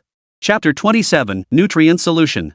Before long, Yibei successfully produced the nutrient solution. Looks pretty good. He leaned in for a sniff. The scent was authentic, matching the description on the blueprint. This was Yibei's method of verifying whether the production was correct. If it failed and caused any side effects, it would be a case of losing more than he gained. No side effects was fine, but if any dangerous side effects emerged, it would harm his fungal carpet. That's why Yi-Bei took this so seriously. After a thorough inspection confirmed no issues, Yi-Bei finally relaxed. Without hesitation, he dripped the nutrient solution onto the fungal carpet. One entire bottle of nutrient solution. Suddenly, the fungal carpet beneath Yi-Bei's feet began to grow wildly. At a speed visible to the naked eye, it frantically spread throughout the entire underground city. Soil took root, stones were coated in a frosty white layer, and every weed was completely overtaken by the fungal threads. This place had transformed into a kingdom of mycelium, becoming an underground city formed by the fungal carpet. Witnessing this scene, Yi-Bei's mouth fell open, and he stood frozen for a moment. The effect is this remarkable? He had anticipated that the nutrient solution might significantly enhance the fungal carpet. But he never imagined these fungal mats would one day engulf him. This was just too overwhelming. He hadn't misjudged it. The nutrient solution was truly exceptional. He was glad he'd purchased it for 3 energy stones. If he ever got the chance again, he'd go back to that person and beg for a few more blueprints. Yi-Bei wouldn't turn down blueprints like these. Snapping back to reality, the system suddenly issued an alert. Warning, mycelium carpet area exceeds 300 square meters. It's already 300 square meters? And it wasn't finished yet. The fungal carpet continued to spread at an alarming rate, expanding relentlessly, growing without end, as if it could never stop. Yi-Bei watched this absurd spectacle, utterly helpless. At this rate, he might not be able to keep up. Just as Yi-Bei was fretting, the system chimed again. Ding! New skill available for activation viewable. New skill. It had been quite some time since Yi-Bei had activated a new skill. He'd been eagerly anticipating new skills for quite some time. He just didn't know if they could solve his current problem. Fungal network can sense objects on the fungal carpet and, to a certain extent, manipulate the carpet to release mycelium and perform actions. Yi-Bei rubbed his chin thoughtfully for a moment. He had to admit, the new skill genuinely caught Yi-Bei's attention. For him, this skill was genuinely excellent, but requires 20 sacrifice points to activate skill. Proceed? Yi-Bei gritted his teeth and clicked activate. 20 sacrifice points, not an enormous sum, but certainly not insignificant either. Sacrifice points could be earned again, but this skill was genuinely necessary. Congratulations, host, on successful activation. Proceed with upgrade? Upgrade. It needs upgrading. Just waiting here for me, huh? Yi-Bei was too exhausted to even complain anymore. Awakening isn't the key, upgrading is. Without upgrading, the effects would likely be inadequate. At least for Yi-Bei in his current state, failing to upgrade might genuinely leave him unable to keep up with its pace. From what he understood, the newly activated fungal network had a limited coverage range. To unlock its full potential and value, he'd have to burn massive amounts of sacrifice points for upgrades. Screw it, since it's already activated, might as well upgrade it. Yi-Bei gritted his teeth fiercely. He pushed through to the absolute limit of what could be upgraded at this stage. Of course, his sacrifice points also reached their limit. The hard-earned sacrifice points he'd accumulated were now depleted to less than half. Though it stung a bit, witnessing the fungal network's effects made it all worth it. The upgraded fungal network now covered the entire dungeon. Now, he could feel the fungal carpet as if it were an extension of his own body. It moved as naturally as an extension of his own arm, without the slightest hindrance. Previously, the fungal carpet spread had been the result of its own uncontrolled growth after sacrifices. Yi-Bei found it somewhat difficult to control. But now, he could freely direct and manipulate the fungal carpet, choosing precisely which direction it would grow. With this newfound control, the situation before him would be easily resolved. No more worries about the fungal carpet running wild. This sacrifice point was well worth it. Yi-Bei murmured with satisfaction. He re-entered the chat group to sell supplies. When he listed the supplies in the trading zone, it didn't cause much of a stir. Many still gathered to watch. Though Yi-Bei remained anonymous, many had taken notice. Now this figure who stirred up the winds of change was back again. And he'd listed a bountiful supply right off the bat. Many had never seen these items before. Yi-Bei offered a brief explanation. Then the frenzy began. After selling every last item, Yi-Bei was thoroughly satisfied, having acquired a considerable haul. Just as he was about to leave the chat group, an untimely message popped up in the group chat. Wah, is there anyone who can take me in? Yi-Bei narrowed his eyes. He recognized this ID, this tone of voice, and that familiar, sickening feeling all too well. It was that same woman who had been flirting with the dark side before. The group remained uniformly silent, quietly watching the woman's performance. As if watching a ridiculous clown. Surprisingly, everyone felt a strange unity toward this woman. In her presence, they seemed like mere child's play. Many people snorted under their breath, silently watching the woman make a fool of herself. I was abandoned by him. I trusted him so much before. See? That black guy was never any good. He's nothing but a beast. He took my respect for him, my admiration for him, and what did he do in return?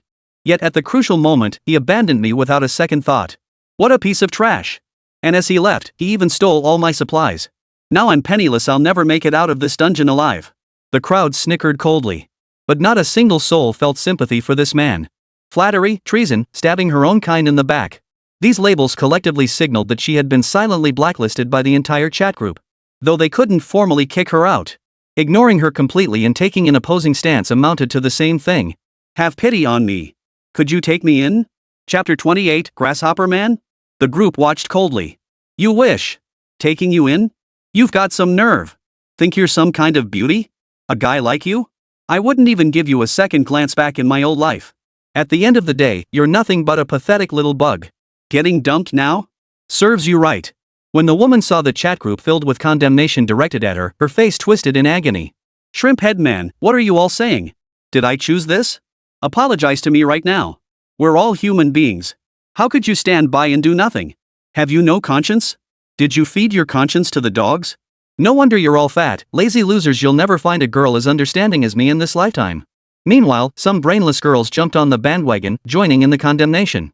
She's absolutely right. What did she do wrong? She just made the wisest choice possible at the time. You're the real culprits. If you'd accepted her back then, she wouldn't have ended up like this. It's okay, sister. We've got your back. These stinking men won't get to you. If you don't love her, at least don't hurt her. In the chat group, everyone stared speechlessly at the stream of messages popping up. Some had lost the energy to even comment. When faced with such a group of little angels, it's best to avoid them if possible. Going head to head will only end up hurting yourself. Of course, there were also those with fiery tempers who fired back without hesitation. The outcome? Naturally, they were lambasted by countless little fairies. They might even get labeled as misogynistic, scumbags, or lacking any gentlemanly manners. What else can you do? He merely vented his frustration with a single remark, only to be subjected to a barrage of verbal attacks. At that moment, a woman stepped forward and sent a message in the chat group.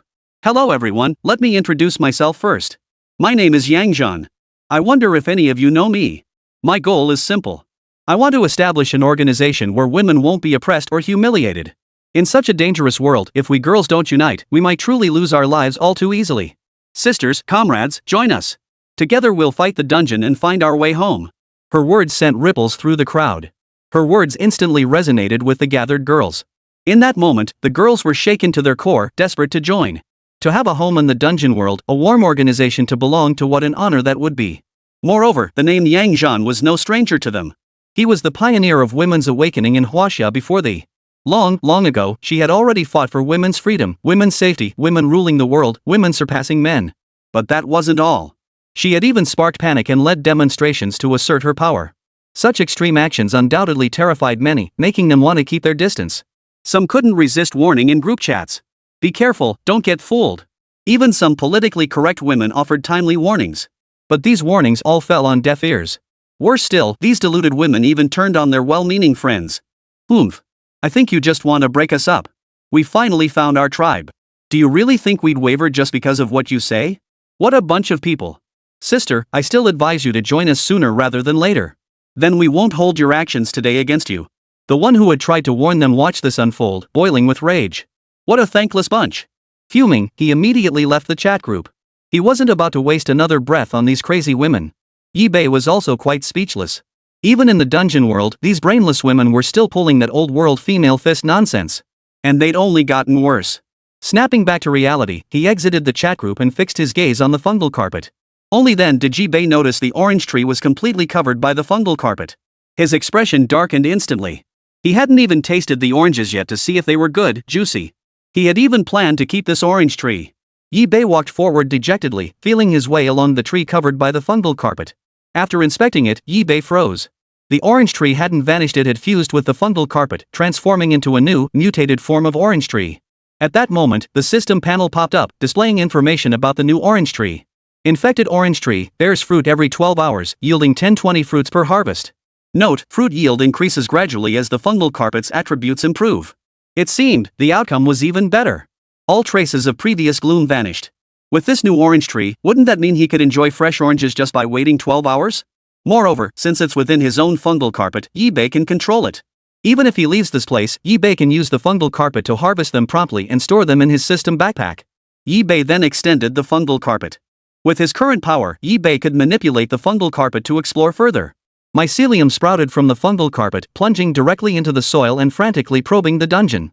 They could even extend into the next dungeon, gradually breaking through layer by layer. The journey proceeded smoothly, without any major incidents. He encountered only a handful of monsters. After breaking through this dungeon chamber, they entered the next room. Only then did Yi-Bei suddenly recall something.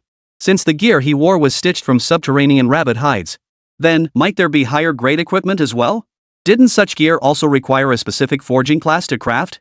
Chapter 29, Forge It For Me.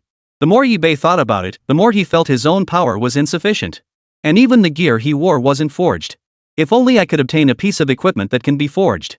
Even now, Yi-Bei still didn't know if there were any forgeable troop types. Perhaps he could ask in the group chat. With that thought, Yi-Bei opened the group chat. Does anyone here have a forgeable unit type? I'm willing to pay top dollar to trade for one that can craft me a piece of equipment. Yi-Bei knew full well these people would never sell their units. And once a unit was subdued, it was virtually impossible for it to defect again. So the only option Yi-Bei could think of was to purchase a single forging opportunity for a forged unit. But Yi-Bei's words fell on deaf ears, making no ripples whatsoever. He could have guessed as much. A precious unit like a forger would never be casually exposed to the public eye. Even if someone wanted to trade, they'd only approach Yi-Bei discreetly through private messages. Just as Yi-Bei was about to give up, someone suddenly reached out to him privately. I wonder what you have on hand. If it suits me, I might just be interested. This could work. Yi-Bei's eyes lit up.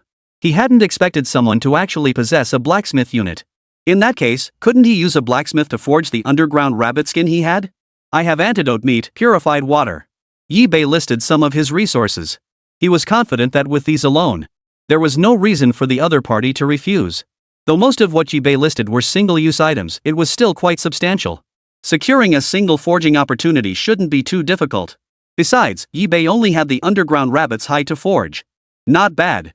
To be honest, I sought you out precisely because you possess forged units. No need to worry about that. But if that's all, I can't hand over the forged unit to you. You'll have to pay more.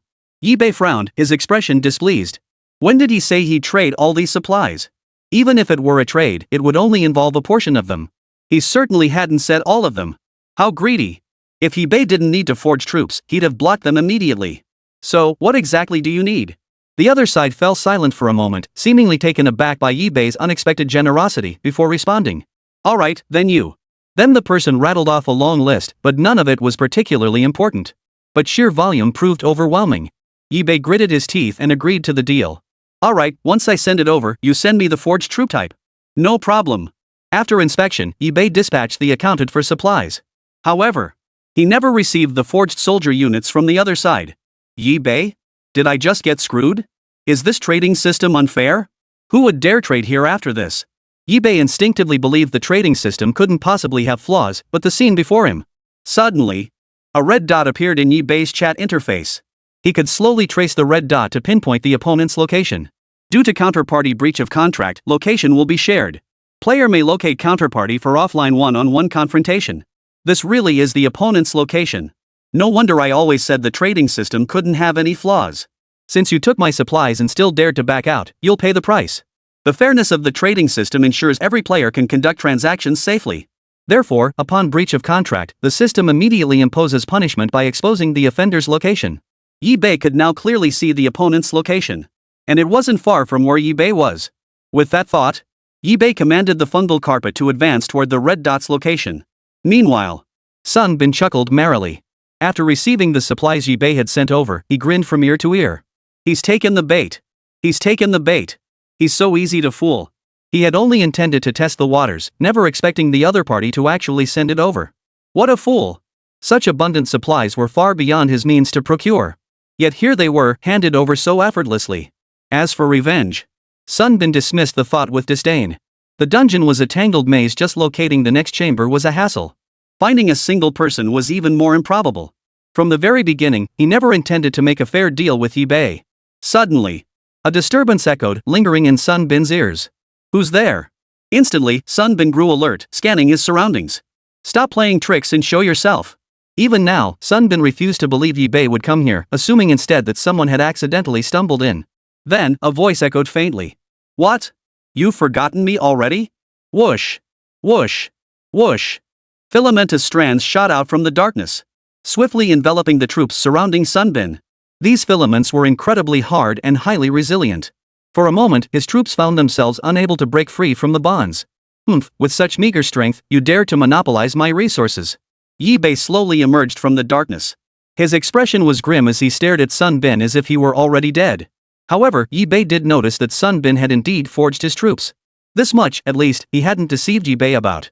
You wanted to skip out on the bill? Then be prepared to pay the consequences. Fungal filaments frantically absorbed, completely draining Sun Bin's troops of their stamina and vitality. Of course, Yi Bei only restrained the forged troops, causing them no harm. Soon, Sun Bin knelt down, begging Yi Bei for mercy. Master, Senior, I know I was wrong. Please be magnanimous.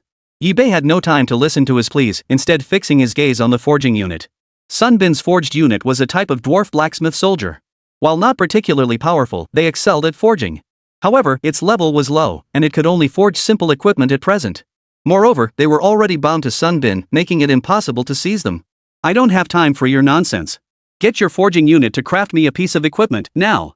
Of course, Yi Bei had already seized back the supplies he had delivered. Had the other party kept their word, the supply deal would have been settled. But since they reneged on their promise, reclaiming them was perfectly justified. No problem.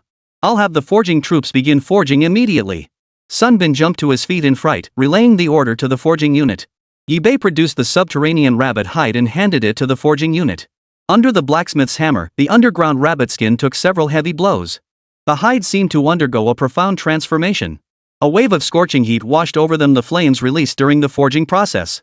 Then, under Yi Bei's watchful gaze, a suit of armor appeared hundreds of times more refined and noble than the crude armor before.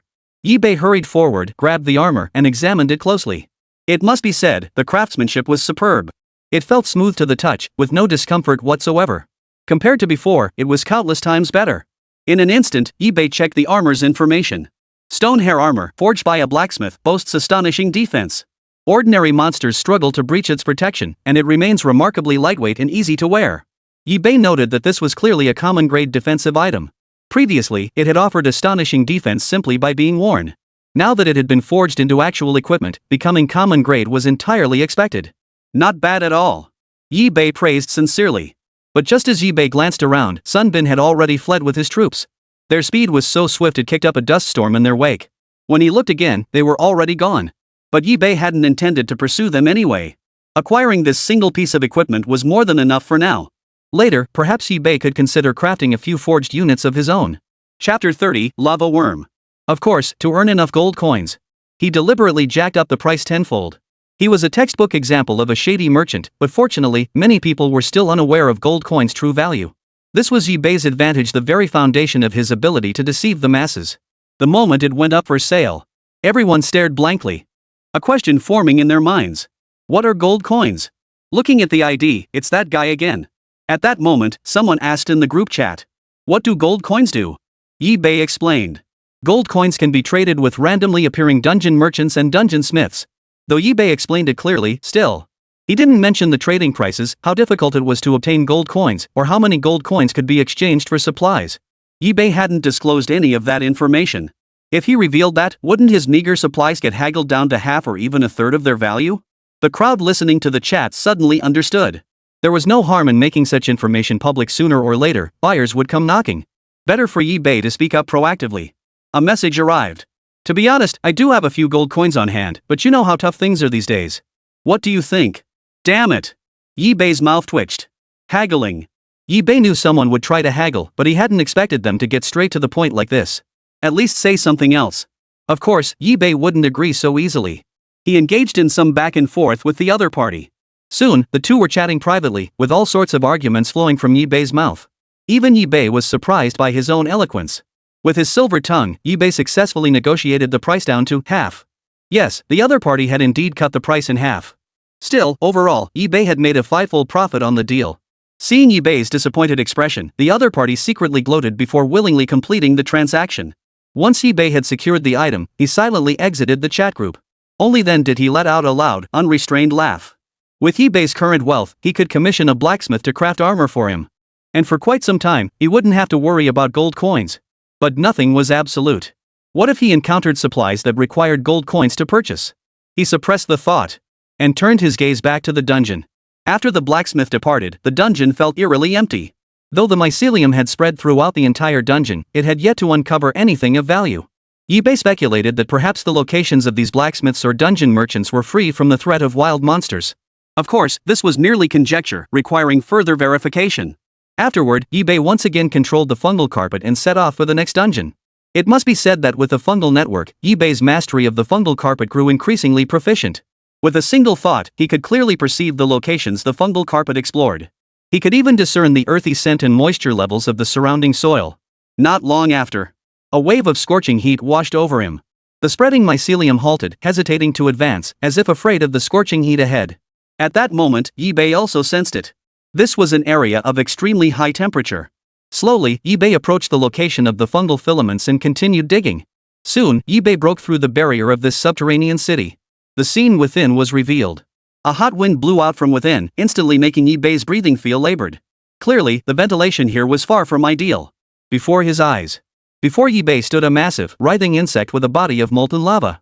Its entire body glowed fiery red, its massive form writhing across the scorching ground. Scattered around the lava insect lay several stones etched with fiery red markings. This was a type of ore called molten flamestone, containing terrifying fiery energy. It was also a rare and valuable forging material. eBay's eyes lit up. This is the real deal. With that thought, eBay once again shielded the Spore Executioner before him. Charge! In the next instant, the Spore Executioner charged forward once more.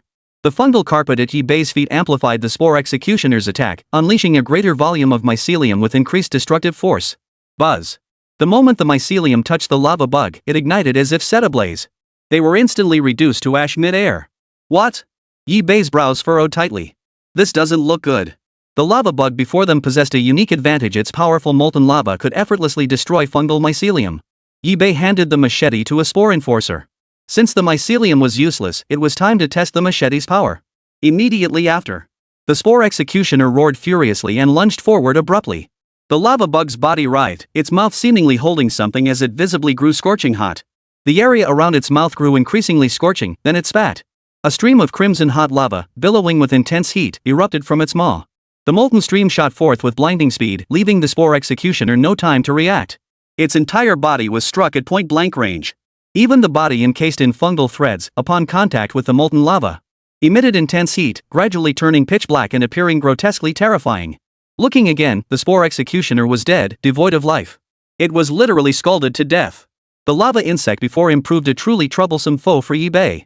The Spore Executioner was utterly powerless against it. The once invincible mycelium seemed to have lost its edge. The only thing he could rely on now was... eBay glanced at the martyr beside him. This was eBay's trump card, a unit he could only deploy as a last resort. Each martyr came at a hefty price. Therefore, eBay carefully weighed every opportunity to deploy them. But now, eBay truly had no other choice. Perhaps only after the Spore Executioners gained fire immunity could they be dealt with. Huff! eBay took a deep breath. Upon eBay's permission, the suicide bomber stepped forward. Facing the environment here, it seemed oblivious, advancing abruptly without hindrance. The lava insect charged forward once more. Without hesitation, it spat out a mouthful of molten lava. The moment the suicide bomber touched the lava, his body seemed to ignite. The body poised to explode now accelerated even further. More powerful, faster, whiter. Boom! A deafening explosion reverberated throughout the entire dungeon. It nearly reduced the entire dungeon to ruins. Combined with the molten rock ore deposits here and the suicide bomber's explosion, the destructive force reached new heights. It was a perfect convergence of heaven, earth, and man that created this scene. The thick smoke began to dissipate. eBay finally got a clear view of the scene. The lava worms had all been blown to bits by the suicide bombers, their corpses scattered around in a gruesome sight. Pieces here and there, impossible to tell which belonged to which lava bug. eBay stepped forward. He attempted to gather the corpses. As he gathered them, the heat had subsided, leaving only a lingering warmth on their surfaces. eBay found this quite agreeable. If they were too hot, he'd have no choice but to toss them into his system backpack. Afterward, eBay sacrificed the lava bug corpses found here. Congratulations, host, for sacrificing 15 lava worms. You have earned 30 sacrifice points. Chapter 31, Molten Rock. After the sacrifice, eBay approached the molten blazing stone. Instantly, a wave of scorching heat surged forth from the molten blazing stone. eBay could distinctly sense the searing heat emanating from the molten blazing stone. Even now, beads of sweat covered Yi Bei's forehead. The closer he got, the more he sensed its extraordinary nature. Yi Bei stepped forward and examined the information. Molten Flame Stone provides pure fire attribute energy. Compared to energy stones, Molten Blaze Stones contained more energy and consumed it more slowly. It was several times more valuable than ordinary energy stones. Similarly, it was a type of energy stone, but imbued with a special fire attribute. Yi Bei's eyes lit up. This was a rare treasure indeed. However, Yi Bei currently possessed no fire-attributed items to utilize. Though somewhat regrettable, Yi Bei remained undeterred. Once he acquired similar machinery or items in the future, the Molten Flame Stone would prove its worth. Moreover, given the sheer quantity, it could serve as valuable bargaining chips for trading goods. After inspection, he discovered that the Molten Flame Stone deposits in this area amounted to roughly 100,000 stones. That quantity was downright staggering. If collected entirely, it would eliminate the need to mine similar energy stones for a very long time. With that thought in mind, Yi Bei summoned the Spore Executioners to begin mining. It must be said that mining molten blast stones is extremely difficult. Not only must one endure the assault of scorching heat waves, but also endure the scorching flames. For Spore Executioners' troops enveloped in mycelium, it was an immense trial. Each strand of mycelium seemed to lose its vitality. Under the scorching heat, they couldn't fully utilize their resilience. After arranging certain items, Yi Bei discreetly stowed them in his system backpack. Though the mining speed was slow, the sheer number of Spore Executioners compensated. Combined, the pace was actually quite brisk. The quantity mined was substantial, and the pace was swift. Once skilled, the Spore Executioners moved through mining like gentle breezes. In the blink of an eye, dozens or even hundreds were gathered. And this pace only accelerated. Eventually, the fungal carpet joined in. Despite the scorching heat, it rapidly expanded, covering the entire area.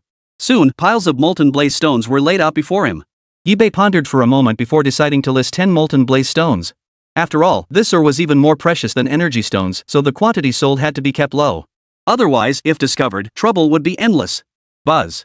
The moment Yi Bei listed the molten flames in the trading zone, the chat group buzzed again. Judging by the ID, it was that person again. Everyone had grown numb to it. Not long ago, he'd be begging for gold coins, and now, barely a moment later, he was selling supplies again. Unbeknownst to Yi Bei, he had already erected a towering wall in everyone's minds. His image had grown towering and formidable. The scenes from before had stirred up the chat group, igniting one riot after another. It seemed his shadow loomed over them all. Even in anonymity, the chat group members recognized him clearly. What did it matter if it wasn't his real name? A name was merely a label.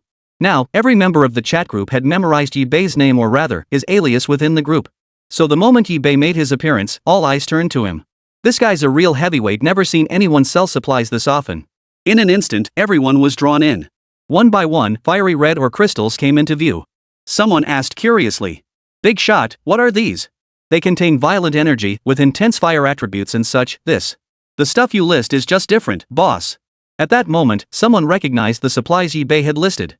This is a higher grade energy stone. No doubt about it, I once obtained 2 similar energy stones from a totem. Whoa. After this person spoke, the chat group erupted into a frenzy. Everyone sucked in a sharp breath. What? This is actually a higher grade energy stone? That's incredible. Exactly. I've never even seen a regular energy stone, and now someone already has a higher grade one. Comparing people is so frustrating. I want a higher grade energy stone too. But the price, it's just too expensive. It's only natural. Even ordinary energy stones are incredibly precious, let alone advanced ones. We'll just admire them from afar, consider it broadening our horizons and expanding our knowledge. Everyone stared intently at the molten flame stone Yi Bei had listed. Yet even if tempted, they couldn't afford to trade for them. Though these energy stones were high grade, everyone knew deep down they had no use for them.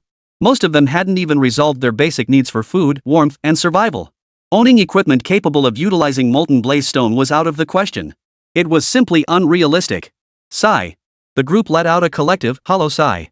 At that moment, Yi Bei stepped forward to explain.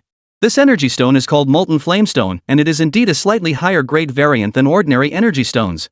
If you happen to have any fire attribute items that can accommodate molten blaze stones, why not buy a few and give it a try?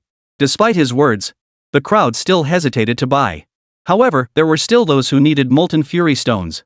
After all, with so many people in the chat group, there were bound to be a few with such needs. Seeing this, Yi Bei expressed a hint of regret. Such precious energy stones were simply too much of a financial burden for most. Yet if Yi Bei set the price too low, he felt he'd be shortchanging himself. Fortunately, someone approached Yi Bei and purchased 2 stones. The buyer reluctantly parted with their vital supplies, successfully exchanging them for the stones from eBay. In the end, only 2 molten blaze stones were sold, both to the same buyer. eBay didn't take the rest off the market, they remained listed in the trading zone. eBay then turned his attention to the dungeon. The enhanced fungal carpet spread wildly, constantly probing deeper into the dungeon from eBay's location. Stems of mycelium took root in the scorching soil. Soon, they extended further, expanding relentlessly. Moments later, eBay, monitoring the situation through the fungal network, suddenly steeled his resolve. He sensed a palpable sense of danger. He abruptly commanded the fungal carpet to move, creeping silently closer. Not far away, he could vaguely sense the presence of a powerful creature. Chapter 32, Azure-Eyed Nether Serpent. Using the mycelium to inch forward in probe, eBay could roughly gauge the disparity in their respective strengths. Relying on the Spore Executioners' abilities parasitism, absorption, and paralysis, it might wound the opponent, but securing a kill would be challenging. However, deploying the Martyr Blaster should pose no major issues. He could first use the Spore Executioner to divert attention, then have the Martyr Blaster detonate for the fatal strike. With this plan in mind, eBay pressed forward in his exploration. At this moment, eBay sensed the powerful life form nearby with even greater clarity. The fungal network scan revealed. Within, a colossal python writhed, its serpentine eyes fixed on eBay, the unwelcome intruder. eBay took a step back, silently shielding the Spore Executioner before him. Only then did eBay examine it closely. It was a colossal creature, its entire body a pale white, stretching a full 10 meters in length. Its pupils glowed a sinister blue, as if its eyes held terrifying, mysterious power. Its forked tongue flickered out. Instantly, a bone-chilling coldness swept over them, as if emanating from the depths of the underworld. System information. Azure-Eyed Nether Serpent, its blue eyes contain deathly energy from the 9 hells, resembling a messenger from the underworld. Hiss. The blue-eyed nether snake flickered its tongue, glaring malevolently, its vertical pupils concealing a terrifying intent to kill. The next moment, an icy chill erupted as the blue-eyed nether serpent spat a thick glob of phlegm. This was a combined strike of bone-chilling death energy and venom. The Spore Executioner stepped forward, intercepting it first. Filaments of mycelium shot forth, darting past the thick phlegm. Yet immediately afterward, these filaments seemed to absorb black pigment. Instantly turning pitch black, the entire mycelium seemed to lose all vitality. The thick phlegm surged forward unimpeded, landing upon the Spore Executioner's body. Buzz. The phlegm unleashed its power. The instant it struck the Spore Executioner, a terrifying wave of deathly energy swept through. In that moment, eBay could no longer sense the Spore Executioner's presence. It was as if it had been completely severed from the world, vanishing entirely from existence. Yet eBay could still clearly see the Spore Executioner enduring immense agony. Suddenly, a terrifying black flame surged over the Spore Executioner. The corrosive flames, forged from death itself, completely consumed the Spore Executioner. Looking again, the Spore Executioner showed no signs of life whatsoever. eBay took another step back, shielding more Spore Executioners before him. It must be said, the Azure-Eyed Nether Serpent was truly a formidable monster. He narrowed his eyes and silently gathered his strength. Simultaneously, a fungal carpet materialized at eBay's feet. Using the fungal network, he could freely manipulate the fungal carpet, spreading it in any desired direction. This time, however, eBay deliberately controlled the speed of its spread. First, the blue-eyed nether serpent must not detect the fungal carpet's presence. Nor could it detect the mat's stealthy expansion. The Spore Executioner launched another fierce assault, wielding a machete in tandem with the fungal threads. The mycelium provided cover, but the damage inflicted by the machete was the primary threat. Yet, the blue-eyed nether snake lashed out with its tail. Heavy as a steel whip, the serpentine tail struck the Spore Executioner with brutal force. The entire body was instantly pulverized, unable to withstand the blow even with the mycelium wrapping it. He didn't even get the chance to swing his machete before he was dead. Though eBay had long anticipated the Spore Executioner's invincibility, witnessing its true power firsthand, he couldn't help but be stunned. But it was enough. At that moment, a martyr quietly approached. Earlier, when the blue-eyed black serpent launched its fierce assault, eBay had secretly dispatched the suicide bomber. Taking advantage of a lull in the attack and the blind spot in the blue-eyed black dragon's vision, it had silently advanced to within 5 meters of the target. Now, eBay growled lowly. In an instant, not far from the blue-eyed nether snake, the martyr's body suddenly swelled. A primal sense of danger erupted from the blue-eyed black dragon's core. Its blue pupils locked onto the suicide bomber poised to detonate. Hiss. The serpent's tongue flickered out, spewing another breath of deathly energy toward the suicide bomber. But this time, luck would not be on its side. A terrifying wave surged around the suicide bomber, instantly dispersing the dense death aura of the blue-eyed nether serpent. Immediately after, an even more terrifying force descended. Boom! A terrifying explosion engulfed the area, like a black hole, seemingly swallowing everything in its path. In Yibei's eyes, a blinding white light suddenly erupted. Soil, rocks, plants, everything was consumed, leaving only a lingering white glow. As the shockwaves of the explosion finally receded, Yibei looked again. Where once stood an empty expanse, now lay a massive crater. Within the pit lay a charred, snake-skinned blue-eyed nether serpent. After the suicide bomber detonated, a fungal carpet had spread across the ground. Combined with the fungal carpet Yibei had previously arranged to spread silently, the two now merged together. The fungal network established connections. Yibei controlled the fungal carpet, shooting out a vast number of hyphae. The filaments wrapped around the blue-eyed ghost snake without resistance. Powerful filaments bound it tightly. Struck directly by the blast's shockwave, the blue-eyed black dragon snake had no strength left to flick its venomous tongue. It possessed no strength left to break free from the resilient fungal threads. Seeing this, Yibei knew the blue-eyed nether snake was as good as dead, a fish on the chopping block. Yibei exchanged a glance with the Spore Executioner. The Spore Executioner understood immediately, raising his cleaver and bringing it down with all his might upon the blue-eyed nether serpent. All the pent-up resentment from before was unleashed in that single moment. Blow after blow fell, as if some profound, ancient enmity truly existed between them. Blood gushed forth in a torrent. Before long, the blue-eyed ghost snake's eyes dimmed, devoid of any light. Slash after slash covered its entire body. And thus, the azure-eyed nether serpent met its end. Congratulations! You have defeated the blue-eyed nether serpent and obtained one mysterious energy entity. Another mysterious energy core? Yibei felt a surge of quiet delight. This was a valuable find. The next moment, this mysterious energy surged into Yibei's body. At that moment, Yibei clenched his fist slightly, as if he could effortlessly control the fungal carpet with a single thought. He summoned the fungal carpet and unleashed its fire attribute power. But immediately, this fiery power was forcibly isolated by Yibei, who then controlled the flame's temperature. It moved as naturally as an extension of his own arm, as if it were an integral part of Yibei himself, igniting at his command, extinguishing at his will. Moreover, Yibei could isolate the toxins on the fungal carpet, preventing them from contaminating its surface. It must be said, this mysterious energy entity was truly remarkable for Yibei. Truly remarkable. In that case, he could eat cooked foods or grilled meats on it. He'd never have to eat raw food again. Absolutely feasible. Chapter 33, Barbecue that makes netizens drool. Just imagining it sent Yibei into a frenzy of excitement. Then, Yibei couldn't wait to start grilling using the fungal carpet. He pulled out the molten flame stones he'd mined earlier to use as fuel. To outsiders, using molten blaze stone as fuel might seem wasteful. But Yibei genuinely had no other fuel available, and he possessed an enormous quantity of molten blaze stone. And he couldn't sell it anyway, so he might as well use it himself. After placing the molten flamestone beneath the fungal mat, Yibei picked up his machete and began dissecting the corpse of the blue-eyed nether snake, slice by slice. Such readily available meat was simply too valuable to waste. In fact, Yibei even took out the monster meat he'd hunted earlier to grill it. Sizzle, sizzle, sizzle. The aroma of grilled meat wafted through the air, and Yibei savored the rich fragrance with abandon. The various meats lay on the fungal carpet, baking under the intense heat of the molten stones, releasing their truest flavors. Unable to resist, Yibei ate as soon as it was cooked. After sampling each piece, he delivered his honest verdict. Snake meat is the best. The grilled blue-eyed nether snake meat was firm and springy, its flavor elevated to perfection by the heat. Naturally, it earned Yibei's praise. Suddenly, Yibei instantly had an idea. Since he could grill meat, he could easily sell grilled meat. Having been in the dungeon world for some time now, some people eat insects every day. They must be sick of it by now. What kind of uproar would suddenly selling a bunch of grilled meat cause? And grilled meat would definitely be pricier than regular cuts.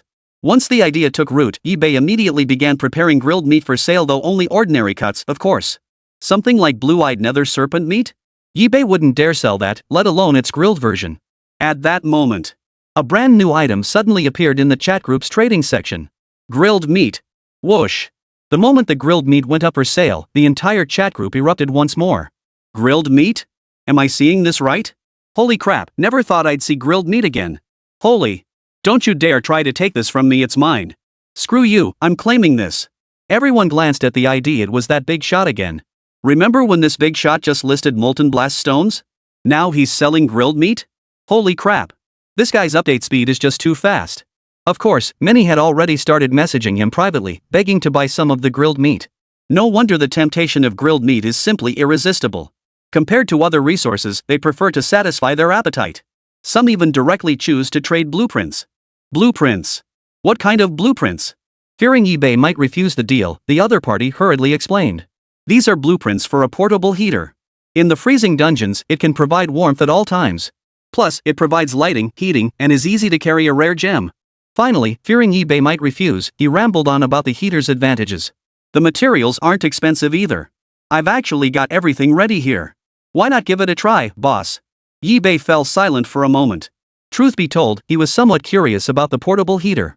Even though they were underground in the dungeon, it was possible they were deep enough. Thus, the temperature difference between day and night wasn't significant, at least eBay didn't feel it, as if the days and nights were the same. It remained relatively cold at all times.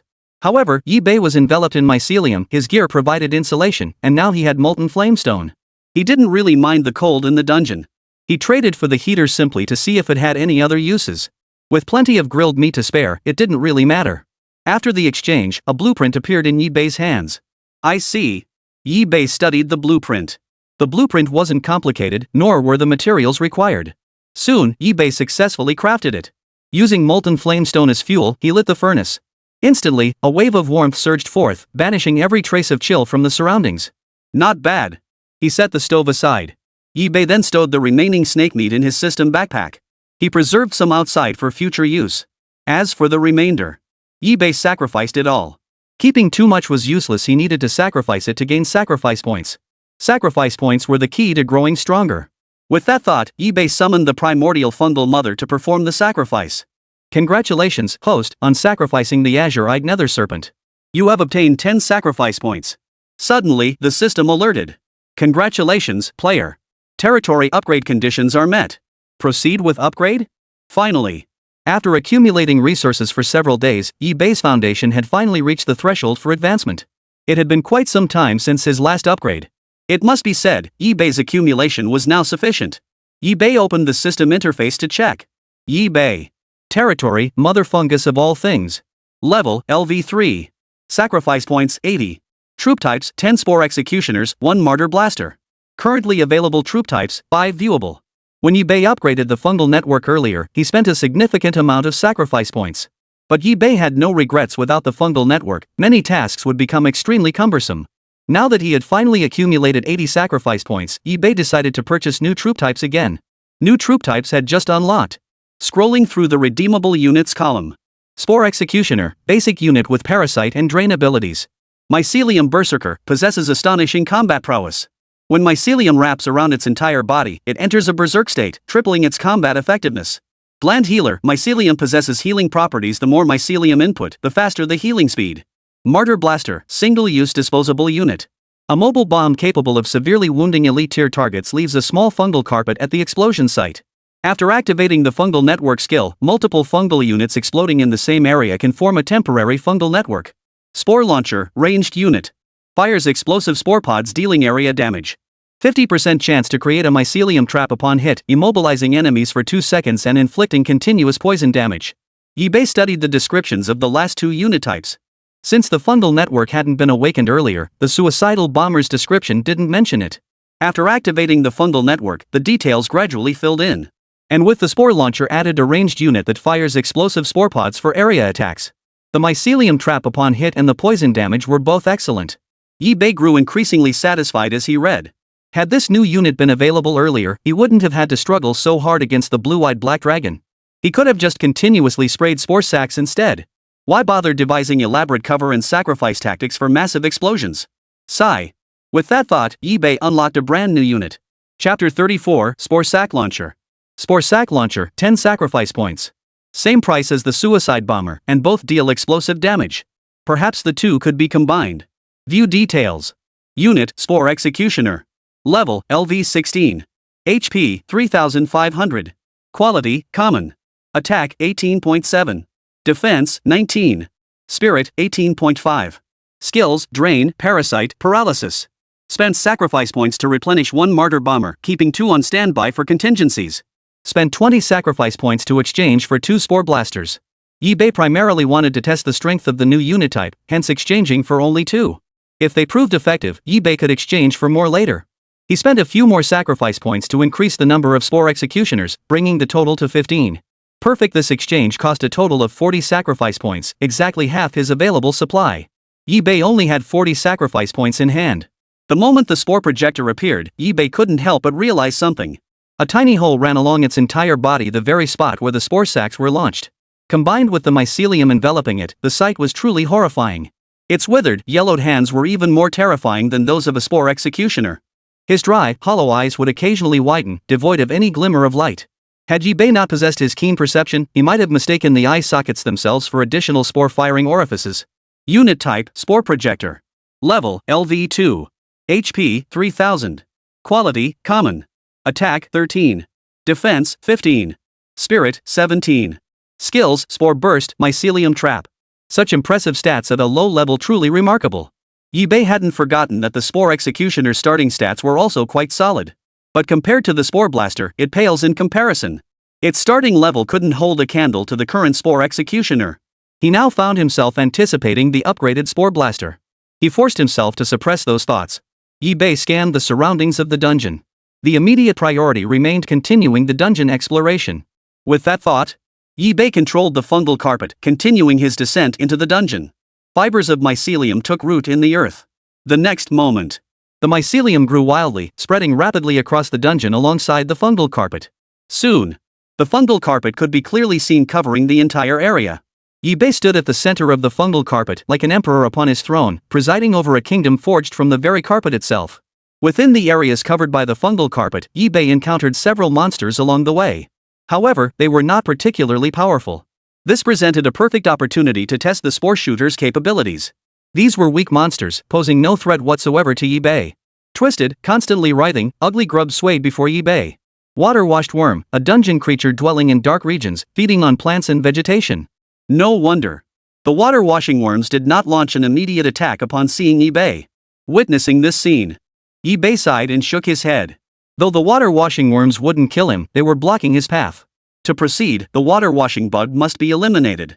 Moreover, it would also be a good opportunity to test the Spore Shooter's capabilities. The next moment, the Spore Shooter understood Yibei's intent. It took a step forward. A spore capsule launched from the Spore Shooter's body, soaring through the air. To Yibei's eyes, a crystal-clear spore capsule floated before him, delicate and adorable. It seemed utterly harmless. However, the spore capsule landed before the water-washer insect. Before it could turn around, a violent explosion erupted, as if shattering everything in the vicinity. Boom! It wasn't over yet. The spore sacs continued firing relentlessly. Compared to the explosive power of the suicide bombers, the spore sacs' force seemed somewhat feeble. But the spore sacs didn't rely on a single blast, they unleashed a barrage of explosive attacks. Therefore, the struck water striders were ensnared in fungal traps, with strands of mycelium erupting from the ground. They swiftly wrapped around the creature. It becomes immobilized, unable to move. Moreover, a thread of toxin spread along the hyphae, poisoning the water-washing insect. Its already frail body became even more fragile. Yibei knew this immobilization effect would only last 2 seconds. But it was more than enough to deal with the water-washing insect. The Spore Shooter fired again, ejecting spore sacs one after another. Upon contact with the water-washing insects, the spore sacs began to violently tremble.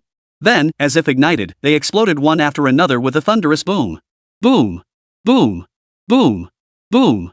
The thick smoke from the spore sac explosions obscured the scene. Thanks to the fungal network, Yibei could discern the aftermath of the battle. There was no doubt about it. This was a one-sided slaughter by the Spore Shooters. Each spore pod was like a deadly tumor, immobilizing anything it touched and inflicting a poison status. It must be said, they were truly ruthless, truly formidable. Yibei stepped forward to sacrifice the corpses on the ground, though their value was low. These water-soaked insects yielded only 2 sacrifice points. Yibei processed the rest, discarding some outright as they were utterly useless. Afterward, Yibei continued his exploration, leveraging the fungal network alongside nutrient-enriched fungal mats. His exploration efficiency increased by dozens of times. Had he relied solely on shovel excavation earlier, he might not have encountered the water-washing insects by now. He might not have been able to level up yet. Yibei also noticed that with the territory upgrade, all attributes had improved. The most obvious improvements was the spread rate of the fungal carpet, along with the strength and resilience of the mycelium. Both had seen substantial improvements. Now, as Yibei controlled the fungal carpet spread, he could clearly sense its location through the fungal network. He could also sense any events occurring in the area, as well as the presence of resources and monsters. This perception was far clearer than before. He could even discern a rough outline, though identifying the exact nature of the object would still require seeing it with his own eyes. Even so, this alone was quite remarkable. It allowed Yibei to avoid many unnecessary troubles. Upon encountering a dungeon devoid of resources, he could simply bypass it and proceed to the next exploration site. There's no need to waste time on such meaningless places. This significantly saved exploration time. This was Yi-Bei's most immediate realization and the most tangible convenience he experienced after acquiring the fungal network. This is precisely why Yi-Bei could rapidly accumulate resources and pinpoint the locations of powerful wild monsters and rare resources with precision. Not long after, the fungal carpet detected another dungeon. And there was unusual activity inside. With that thought, Yi-Bei set off toward the location of this dungeon. Chapter 35, Slime tastes pretty good. Yi-Bei slowly approached. Following the mycelium's trail, he explored meticulously. Due to the considerable distance, Yi-Bei deployed troops to scout ahead. The Spore Executioners were already well trained. The moment Yi-Bei gave the order, strands of mycelium shot out from their bodies. The exploration had already begun. The remaining troops were forced into manual labor. Soon, Yi-Bei located the mycelium's position and slowly resumed covering the area with the fungal carpet. He kicked away the rock and soil before him. Clang! The monster inside looked up at the sound and locked eyes with Yi-Bei. At that moment, Yi-Bei got a clear look at the monsters in this dungeon. There were two types of monsters. One resembled a colossal stone colossus, its entire body composed of rock. Yet there was no doubt this was a living, breathing monster. A crimson glow shot from the giant statue's pupils, enveloping Yi-Bei in a red light. Beside the colossal statue lay a cluster of slime monsters. Sticky, gooey, soft, and squishy, these words defined these creatures. They bounced and hopped, their elastic, translucent bodies spreading out as they moved. Some slimes crawled up the rock colossus. They opened their wide mouths, greedily sucking the moss off the stone colossus's body. Rock colossus, suspected to originate from ancient times, an awakened strange creature possessing immense destructive and defensive power. Slime, a species that thrives on consuming the time-worn moss covering rock colossi. Soft and sticky, they possess corrosive abilities. Beware their adorable appearance. Rock colossus, slime. He never imagined encountering these two monsters in the dungeon world. And judging by their behavior, they might even be symbiotic. This meant that if Yi-Bei attempted to kill either one, he would face resistance from both. Therefore, he must approach them with the mindset of confronting both simultaneously from the start. Ha! The thought struck him. Yi-Bei took a slight step back, shielding the Spore Executioner and Spore Sack launcher in front of him. At the same time, the slimes also noticed Yi-Bei's presence. They revealed ferocious expressions, starkly contrasting their soft, gooey appearances. The next moment, the Spore Executioner launched the first attack, firing out vicious strands of mycelium. The slime remained unperturbed, expelling a glob of slime mucus from its mouth. The moment this slime touched the fungal filaments, it corroded them away. The filaments that hadn't yet reached the slime first turned pitch black, then disintegrated into dust. Yi-Bei froze in shock. The seemingly weak and fragile slime possessed such formidable power. This piqued Yi-Bei's curiosity. He nodded toward the spore launcher, who understood immediately. Spores erupted from its body. Buzz! Controlled to form an arc, the spore sac sprayed toward the two of them. Boom! The stone colossus suddenly moved, its massive stone foot stomping down with tremendous force. This single step left a massive footprint imprinted on the ground. Its massive stone arm swung down with tremendous force, carrying a fierce hurricane intent on smashing the spore sacs to pieces. The moment they collided, terrifying power converged in that instant. The spore sacs unleashed a relentless barrage of explosive force against the stone arm. Immediately, a fungal carpet spread across the area, tendrils of mycelium extending from the ground. Yet upon the colossal body of the stone colossus, it seemed utterly ineffective. A mere slight tremor of its body was enough to snap the hyphae, effortlessly shaking off the constraints. Even with the fungal carpet's reinforcement, it only managed to buy a little more time. Suddenly, the slime surged forward, bouncing off the ground and landing on the stone colossus, sucking at the moss. Those fungal threads also embedded themselves within the slime's body. This slime must be an idiot. Yi-Bei's mouth twitched slightly.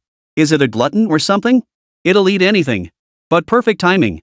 The next moment, the Spore Executioner exerted force, establishing a connection with the fungal carpet.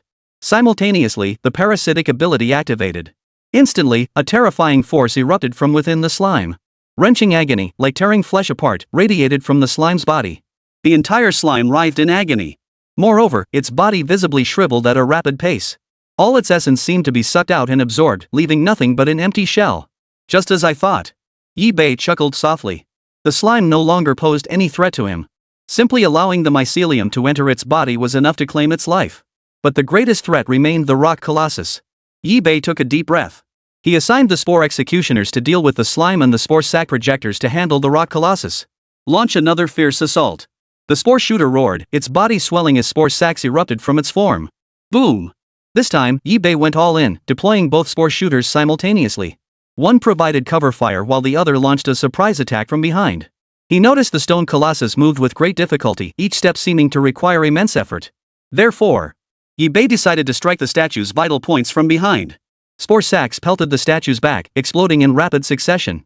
Immediately following, tendrils of mycelium swept across its body, spreading from its feet to its forehead. However, the toxins had no effect whatsoever on the statue. The mycelium, however, managed to delay it momentarily. Seizing the opening, he continued to spray spore capsules without pause. Yibei could clearly sense the spore sprayer growing increasingly sluggish. This battle had drained the spore sprayer's energy reserves, necessitating a period of recuperation. Of course, this also stemmed from the spore sprayer's low level. Once its level increased, the fight wouldn't be so taxing. Soon, the rock colossus's body became pitted and scarred, covered in clusters of accumulated spore sacs. Congratulations! Player defeated rock colossus and slime. Upon hearing the notification, Yibei's taut nerves instantly relaxed and he slumped to the ground. This battle had been truly grueling. It seemed Yibei needed to find some low-level monsters to grind his level up. Otherwise, when facing overly powerful foes, low-level units would struggle to make an impact. Yibei walked over to the slime's corpse. Edible. It's edible? Eat a slime. Yibei felt a pang of curiosity. What would this soft, gooey creature taste like? He scooped up a handful from the ground and took a bite. Tastes kinda like jelly, but without the flavor. Not bad overall. He then turned his gaze to the fallen stone colossus. After its demise, it dropped a treasure map. Yibei examined it. The treasure map indicated that a group of monsters was hidden at a certain location. Beside the monsters stood a totem covered in diamonds. Chapter 36, The Alien Fungal Carpet. Yibei secured his position and proceeded toward the treasure area indicated on the treasure map. Following the map's markings, Yibei set off to explore this location. Of course, Yibei first used the fungal carpet for exploration, complemented by the fungal network to gain insight into the surrounding area. The fungal carpet spread wildly. Apart from slimes and stone golems, no other monsters were present here. Thus, the fungal carpet spread unimpeded, quickly taking root deep underground. Stems of mycelium anchored themselves in the soil. Deeper and deeper, darker and darker. Soon, the mycelium penetrated into an unfamiliar place. The surroundings grew damp, moist earth mingling with gravel, making this area increasingly difficult to penetrate and take root. The fungal carpet stretched to its limits here, struggling to advance. But then, a faint wriggling sensation came from nearby. The shape was familiar to Yibei. It was a swarm of writhing insectoid monsters. He had no idea what kind of insectoid monsters they were, and judging by the numbers, there were quite a few. With that thought, Yibei followed the source, breaching the dungeon's barrier. He advanced toward the location of the fungal threads. By the time Yibei reached the location, wriggling little insects had already appeared before him. There are far too many. Viewing through the fungal network, he hadn't realized just how many insects there were. But now, up close, the earlier worms had gathered together. This made them appear larger than they actually were, leading to Yibei's misjudgment. And this was merely during the excavation process. He hadn't even broken through into the dungeon yet. Yibei narrowed his eyes, scrutinizing them carefully. They seemed to be some kind of parasitic insects from the dungeon, posing little threat. Seeing this, Yibei had an idea and decided to test their strength with the fungal carpet. In his estimation, these parasites weren't particularly formidable, roughly equivalent to tapeworms in the human body. The next moment, fungal filaments shot out from the fungal carpet, violently expanding outward. The moment these filaments touched the insects, boom! They pierced through its body, exploding outward as fragments of its corpse scattered across the ground. Bang, bang, bang. At the same time, Yibei hesitated not a moment, proceeding directly with the sacrifice. These parasites were too weak to offer Yibei significant enhancement. If even the fungal carpet's mycelium couldn't withstand them, the Spore Executioners certainly couldn't. But even the sacrifice yielded no gains. These insects were too feeble, even the system deemed them unworthy. Naturally, no sacrifice points were returned. Fortunately, there was still a small gain. Yibei's own experience points increased ever so slightly.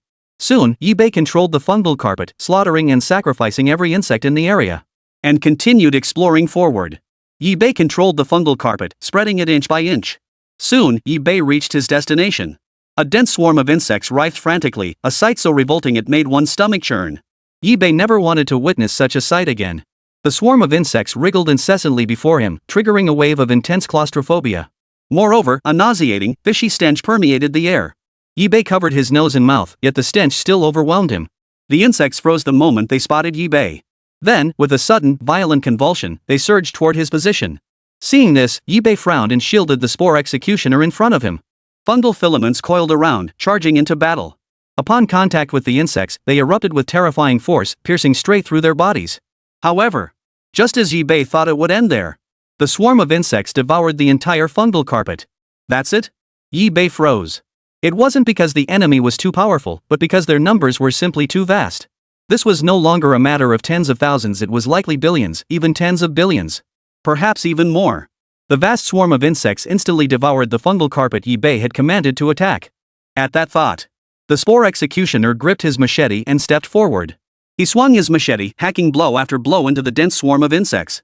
Yet this action was like a stone sinking into the sea, stirring not a single ripple. Even the Spore Executioner himself was swallowed up by the swarm, engulfed in an ocean of insects. The insects crawled over the Spore Executioner's body. They gnawed away bit by bit, consuming every last bit of mycelium and fungal flesh. To Yi-Bei's eyes, the swarm engulfed the Spore Executioner, devouring it in the blink of an eye. Looking again, the Spore Executioner had vanished without a trace. Yi-Bei's brow furrowed deeply. Though each individual insect was weak, even feeble. But such overwhelming numbers made them unexpectedly troublesome. At that moment, many of the Spore Executioners in Yi-Bei's hands had perished under the insect horde, devoured until not a trace remained. Since the Spore Executioners couldn't handle them, Yi-Bei turned to the nearby Martyr Exploder and nodded in instruction. The Martyr Blaster stepped forward and charged fiercely into the swarm. A surge of fiery energy slowly released from within the Martyr's body. The Martyr slowly began to swell, its body expanding inch by inch. Like a barrel of gunpowder poised to detonate. Boom! The suicide bomber charged into the center of the swarm and detonated completely. The deafening blast sent the corpses and fragments of the insect horde scattered through the air, forming a curtain of insects raining down from the sky. Clatter! A single blast claimed countless lives. Seizing the moment, Yi-Bei commanded the fungal carpet to perform a sacrifice. The corpses of the fallen insects were sacrificed by Yi-Bei. The fungal carpet's protruding mycelium relentlessly harassed the enemy. Though the fungal carpet wasn't particularly powerful yet, these insects happened to be utterly fragile. It proved perfectly capable of countering the insects. With the precedent of the suicide bombers, the entire insectoid tribe's morale had plummeted to its lowest point. Gone was their former relentless charge. Coupled with the mycelium relentlessly reaping their lives, the battlefield tilted decisively. The frantic harvesting of the mycelium resembled messengers from the underworld, wielding fungal threads to tear the insectoid tribe apart. The stench of blood, the putrid odor of viscous corpses, filled the entire dungeon with an indescribably nauseating stench. Fortunately, Yi-Bei's fungal carpet began spreading anew, slowly expanding deeper into the labyrinth. Before long, Yi-Bei had completely eradicated the insects in this area. Most of them were sacrificed by him. Even with such a vast number of insects, the sacrifice points remained sparse and scattered, a truly pitiful sight. Soon after, the fungal carpet spread to cover the entire dungeon chamber. After prolonged, extensive consumption and evolution, Yi-Bei's fungal carpet and mycelium finally evolved, greatly enhancing their strength, toughness, attack power, defense, and spread speed. Had all been greatly enhanced. Chapter 37, The Infected. Yi-Bei stepped forward to examine the insect carcasses. These insects were far from clean. The indescribable stench alone was repulsive to Yi-Bei. After his inspection, his face turned ashen. The carcasses carried over a dozen types of pathogens, rendering them completely inedible and unsellable. If he put them on the shelves, his reputation would be ruined. Who would come to him for supplies then? Therefore, Yi-Bei decided to sacrifice them, although the sacrifice points gained were pitifully few. Congratulations, host, for sacrificing the Bug Clan Vanguard. You have earned 1 sacrifice point. Congratulations, player, for defeating the Bug Clan Vanguard. Bug Clan Vanguard? Yi-Bei froze. These bugs were numerous and posed a terrifying threat. Had Yi-Bei's fungal carpet not specifically countered the Zerg Vanguard, conquering this dungeon might have been impossible. Such a formidable presence, and it was merely a Zerg Vanguard. At the same time, Yi-Bei felt puzzled. Previously, killing these insects had yielded no notifications. Why was a prompt suddenly appearing now?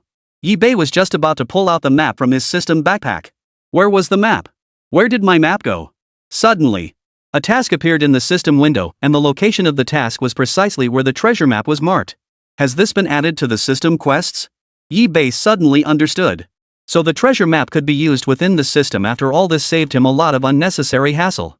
Upon entering this area, the system had already triggered an alert. Which is why the system alerted him upon eliminating all the insectoid vanguards. So that's how it works. Yi-Bei continued to study the system interface. Since adding it to the system, he found it increasingly convenient to view the treasure map. With the bug vanguard's warning fresh in his mind, Yi-Bei took things seriously this time, advancing with extreme caution. He reorganized his remaining units. It must be said that dealing with the insectoid vanguard had cost him a significant number of troops.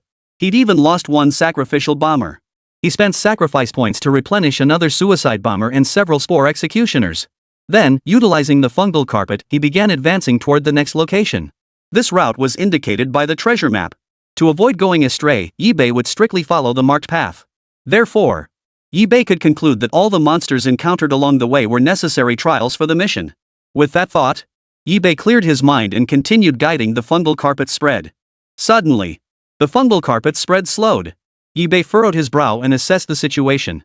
The fungal network spread out, sensing the surroundings near the fungal carpet. He discovered that across the way, another fungal carpet existed. The two fungal mats collided, clashing fiercely. Two tigers cannot share the same mountain, and launched a fierce offensive. eBay observed carefully. These two fungal mats were somewhat different, though weaker than eBay's own. I wonder if I could sacrifice it.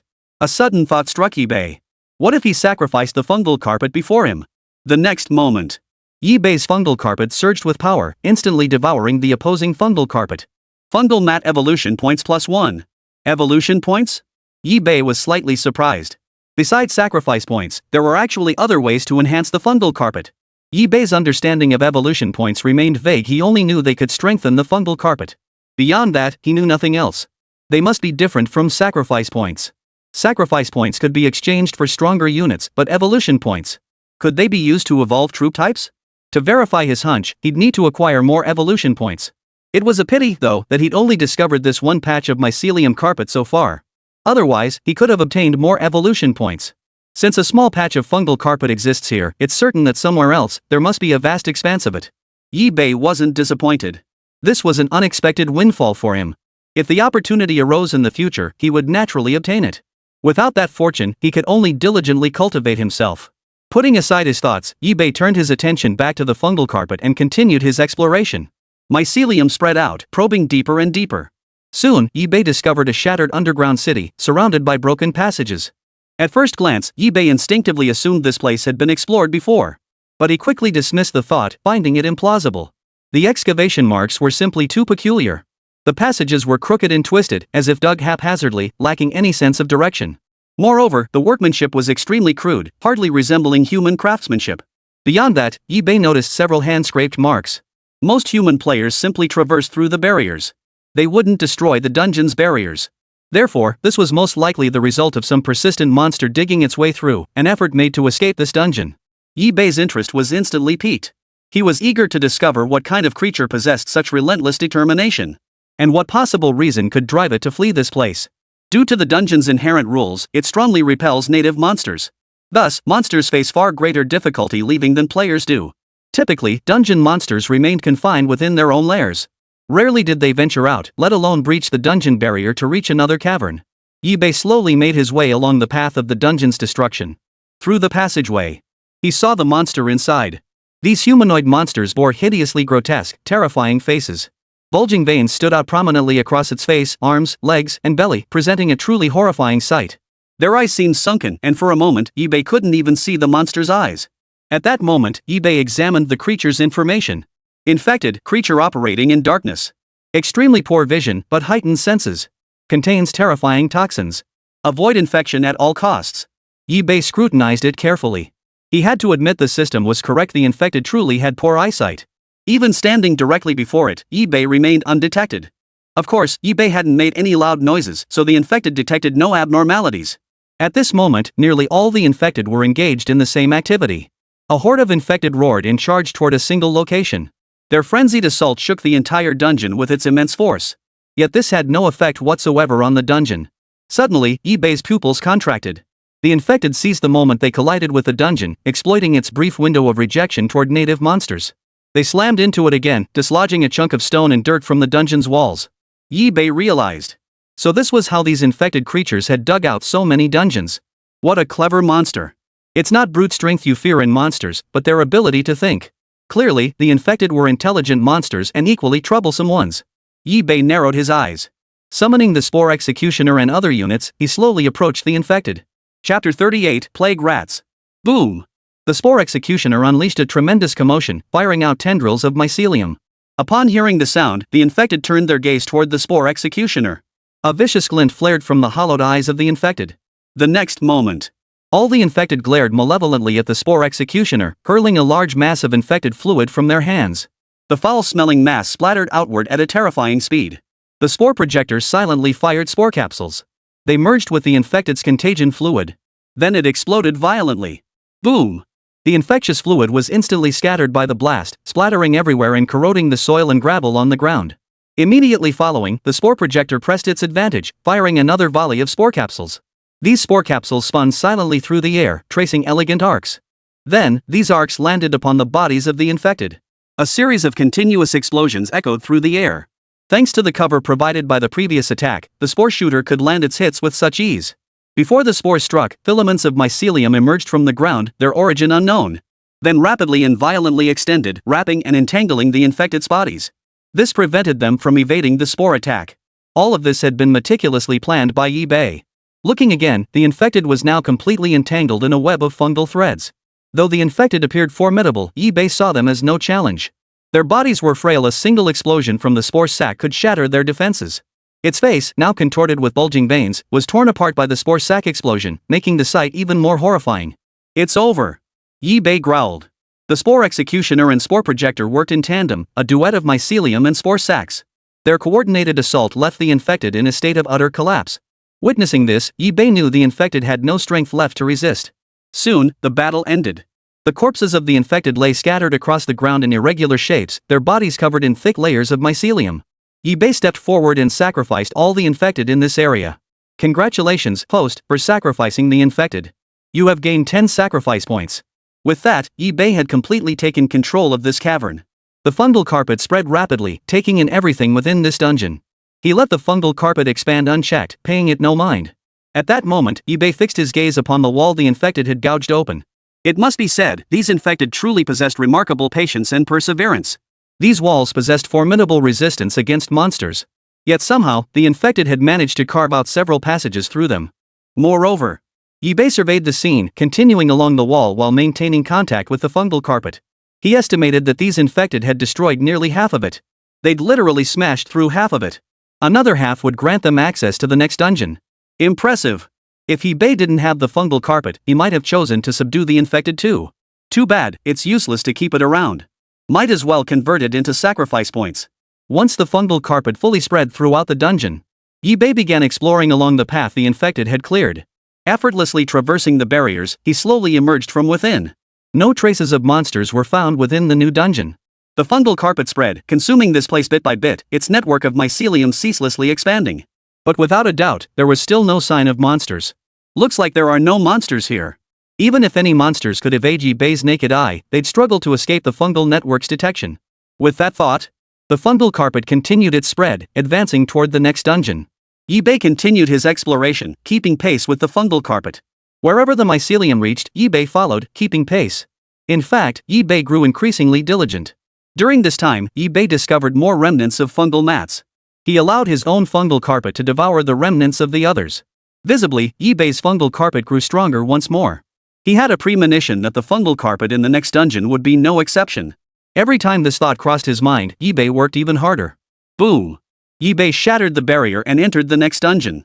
Before him stood several massive marmots, their fur a deep purple-black. Sharp fangs gnawed frantically at the surrounding walls. Plague rats, infected variant marmots with innate resistance to infection. Extremely swift and highly resilient. New monsters. eBay read the system description and gradually understood. This was a mutated monster, originally just an ordinary groundhog creature. Infected by an unknown monster, it underwent mutation and transformation, thus forming the current plague rats. According to the description, it possessed extreme speed, indicating excellent mobility and agility. Its high resistance meant thick health. But for eBay, it posed little threat. Whoosh, whoosh, whoosh.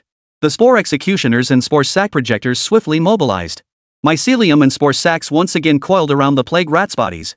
Though these plague rats moved with some speed, they posed little threat, their mobility severely hindered.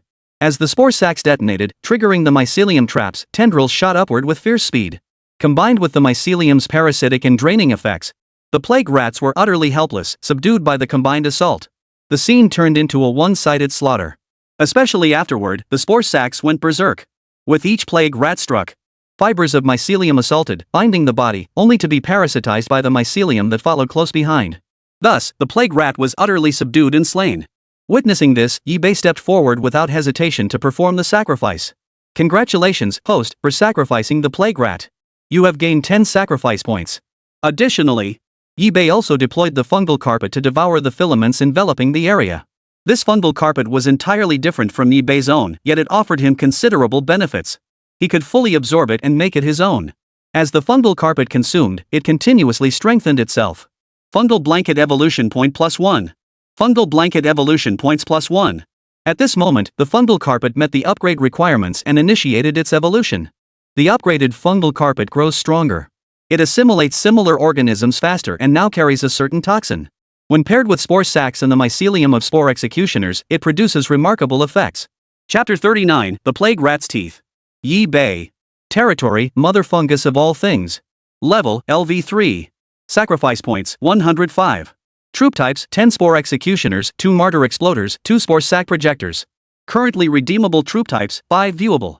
Yi Bei's sacrifice points have once again surpassed 100, allowing him to replenish some depleted troop types. Reviewing troop information again. Unit, Spore Executioner. Level, LV17. HP, 3580. Quality, Common. Attack, 18.9. Defense, 19.4. Spirit, 19.1. Skills, Drain, Parasite, Paralysis. Beyond that, most Spore shooters are around level 6. Such an upgrade is already quite impressive. At level 6 alone, their strength already rivals that of Spore Executioners. Combined with the Spore Blaster's ranged attack capability, it often proves more advantageous than melee combat. That said, close combat has its own advantages. Yi Bei wouldn't argue with that. Afterward, Yi Bei extracted the groundhog's teeth. These two served as forging materials. While he had no immediate use for them, they could easily be listed for sale in the trading zone. Teeth? What kind of teeth are these? The moment Yi Bei listed it, someone noticed. It was Yi Bei again. The crowd had grown accustomed to it. Yi Bei had practically become the #1 vendor in the entire chat group. These are groundhog teeth, extremely sharp, perfect for crafting weapons and equipment. If you need any, contact me. I guarantee you won't regret it. I stake my reputation on it. Hearing this, many were immediately tempted. Yi Bei had already sold a wide variety of supplies before. No one doubted his credibility. It all came down to whether the items held value for them. But don't forget, with so many people in the chat group, there will always be those who develop slowly but still manage to survive. Therefore, he had no worries about finding buyers. Moreover, groundhog teeth were also a valuable commodity. Yi Bei then quietly exited the chat group and scanned his surroundings. The surroundings were dark and damp, eerily quiet except for the occasional dripping sound. This place was rich in water resources. Perhaps he could extract abundant water resources. He summoned the fungal carpet and spread it across the ground, gradually absorbing moisture from the soil. Though some purified water remained from before. Who would ever complain about having too much water? The fungal carpet activated, gradually extracting fresh water resources from the surrounding area. Yi Bei noticed the fungal carpet's water extraction speed had tripled compared to before. Perhaps because the fungal mat had taken root, the soil was loose and easier to extract purified water from. Before long, Yi Bei listed a large quantity of water resources for sale in the chat group's trading section. The chat group erupted once more. While others had occasionally listed water resources for sale, it was always just a few scattered drops. Never before had anyone listed such a massive amount of water resources all at once like Yi Bei. Holy! This is water resources, water. Holy crap, that must be dozens of liters. I've never seen so much water resource before. Wait, this is purified water. Purified water. Holy crap, I gotta have it. I'll buy it no matter what. Big shot, I'm buying. The chat group erupted with excitement as everyone rushed to find Yi Bei, desperate to purchase the water resources. Yi Bei, of course, didn't turn anyone away.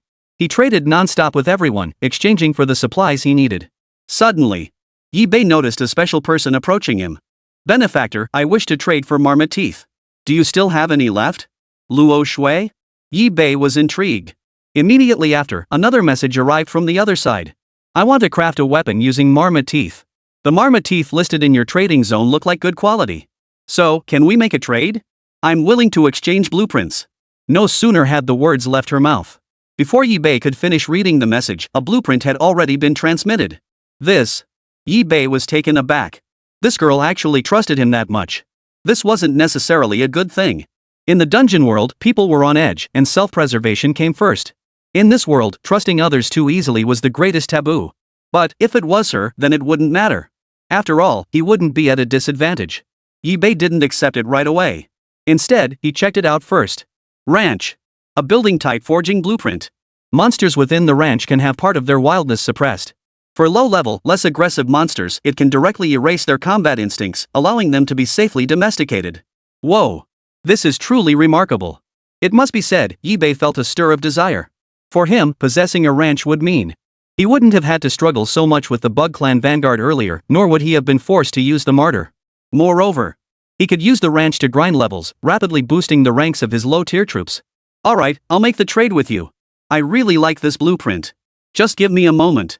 Yi-Bei snapped back to reality, glancing at the groundhog's teeth he'd carelessly tossed aside. He bent down and carefully selected one. Yi-Bei was quite satisfied with this blueprint, so he wouldn't bother picking up any subpar groundhog teeth. Moreover, he had deliberately and meticulously selected 20 special groundhog teeth. In Yi-Bei's hand lay 20 teeth, each emitting a purplish-black glow. Like the marmots themselves, these teeth were infected. The tips of each tooth carried tetanus properties. Even a minor scratch would cause rapid infection, rendering the victim incapacitated. He was confident these marmot teeth would prove remarkably effective. Yi-Bei tapped Luo Shue's profile icon and selected send. Instantly, Luo Shue accepted the marmot teeth sent from the other side. Thanks, I'll gladly take them. Luo Shue chatted with Yi-Bei for a while, smiling cheerfully, before exiting the conversation. Yi-Bei received the ranch blueprint and examined it carefully. The materials required to build the ranch weren't complicated, but the quantity needed was enormous. Although Yi-Bei had gathered them all, the sudden return to square one still stung a bit. Fortunately, these materials weren't rare, and for Yi-Bei, they were still within his means. In an instant, Yi-Bei made his decision. This blueprint also fell within the common tier, allowing for immediate use. Without hesitation, Yi-Bei activated the ranch blueprint. Chapter 40, The Alien Tumor Worm. Yi-Bei slowly gathered the required materials from his system backpack. Fortunately, he already possessed all the required supplies. It just took a bit of time to sift through the large pile of supplies to find the specific materials he needed. But Yi-Bei encountered a problem. The ranch's space would undoubtedly be substantial, requiring a quiet environment during construction. And it must be a location Yi-Bei would frequently visit. After a moment's thought, Yi-Bei suddenly recalled a spot, the former location of the orange tree.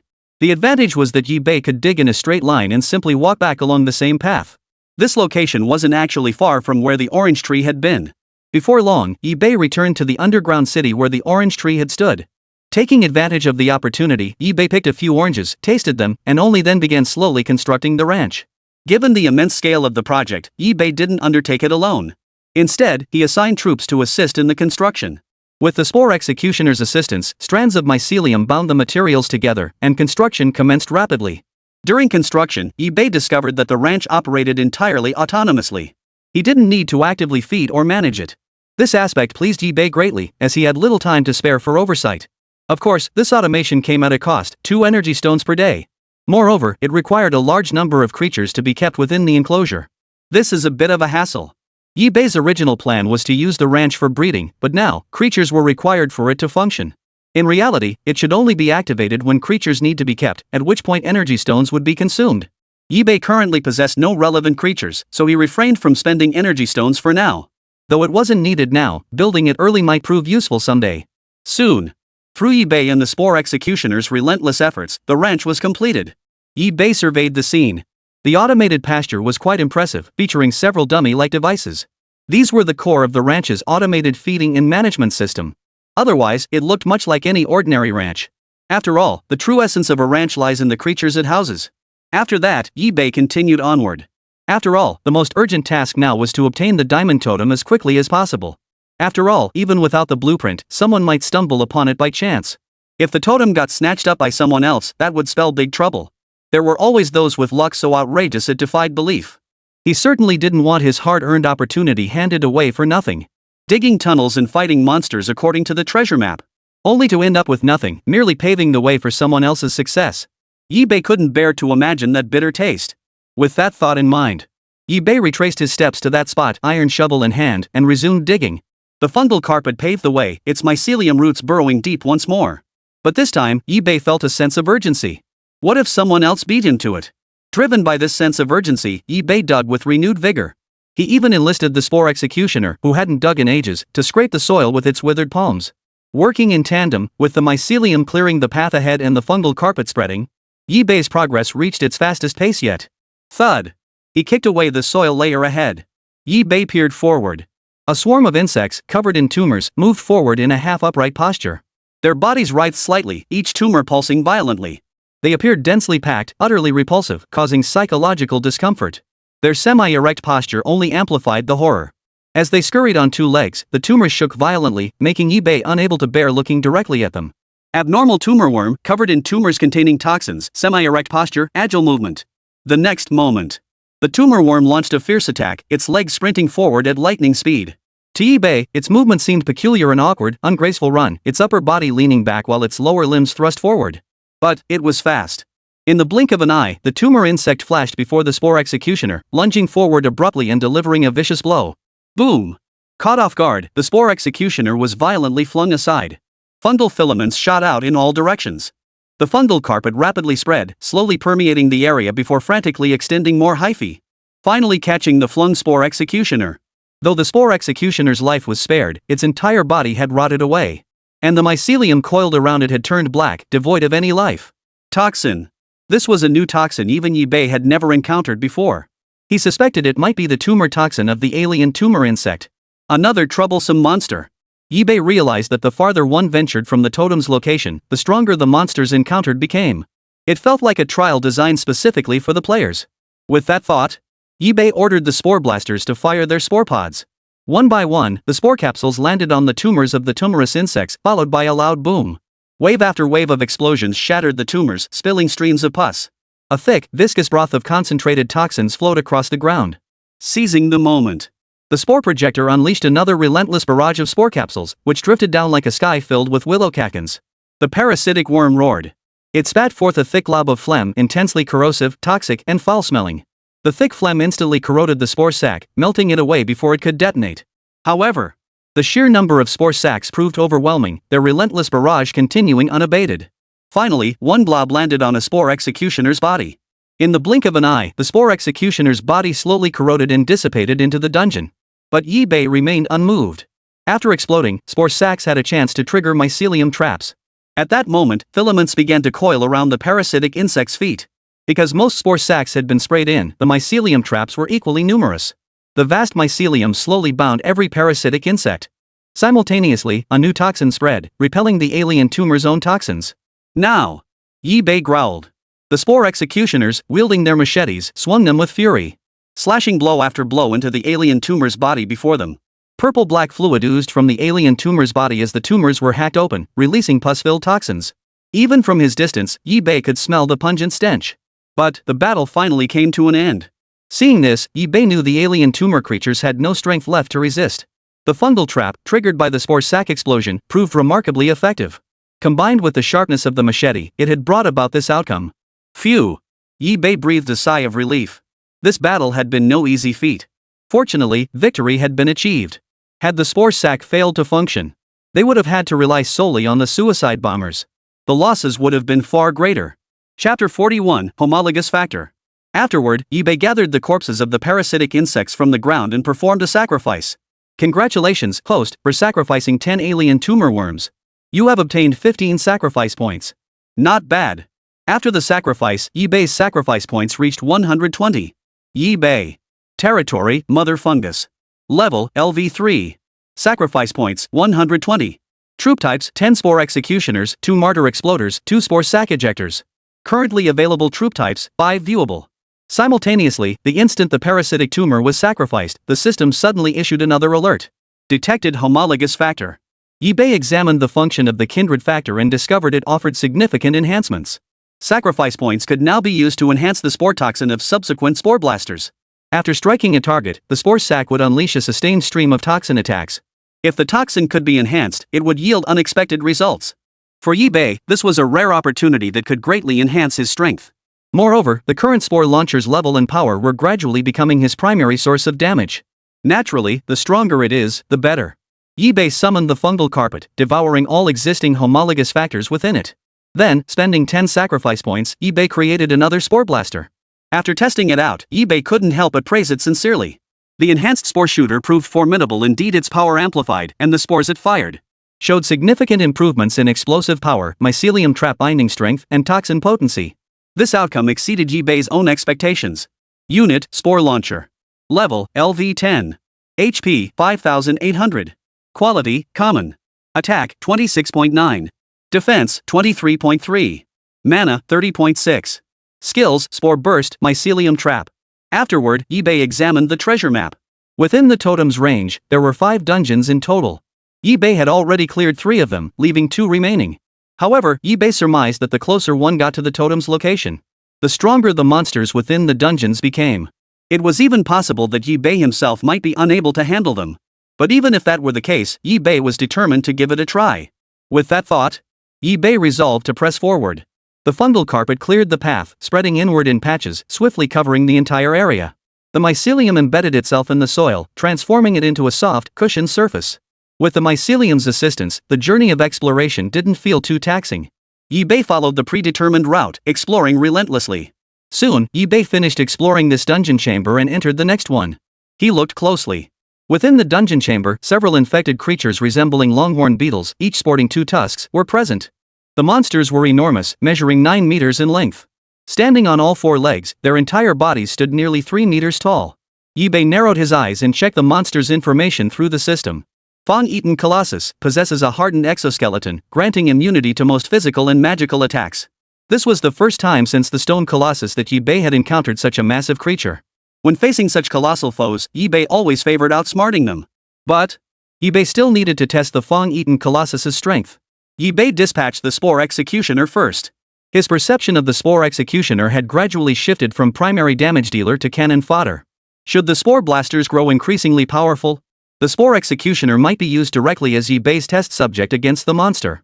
The next moment, from the Spore Executioner's body, strands of mycelium shot forth.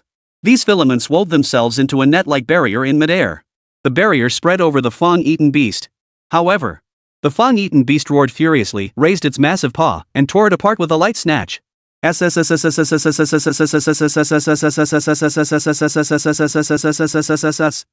mycelium strand clung feebly to the beast's palm, snapping cleanly at the slightest tug. Moreover, the beast of corruption showed no signs of stopping, continuing its assault. Its massive body charged relentlessly toward Yi-Bei. If struck by that massive body, death was unlikely, but severe injury was certain. Yi-Bei frowned, shielding the spore launcher in front of him. Meanwhile, the spore bearers continued their relentless assault. Accompanied by the fungal carpet spreading across the ground, powerful hyphae shot forth one after another. Whoosh, whoosh, whoosh. Roar! A furious roar shook the dungeon, causing Yi-Bei to stagger slightly. Looking again, the 2 massive tusks of the Fang-eaten beast were savagely gnawing at the Spore Executioner. Meanwhile, on the other side, Yi-Bei's eyes widened in shock. Without warning, the Spore Executioner's body snapped clean in 2 at the waist by the Fang-eaten beast. The gruesome wound made Yi-Bei's breath catch in his throat. Too powerful. Yi-Bei murmured in awe. It must be said, Yi-Bei was absolutely right. The closer one got to the totem's location, the stronger the monsters encountered. This was for the best. Otherwise, he genuinely feared some lucky player might snatch it away. Huff. Yi-Bei took a deep breath, his gaze shifting to the nearby martyr blasters and spore blasters. He'd still need these too. But every time he used a sacrificial bomber, it felt like a stab in the gut. Such trump cards should be used sparingly.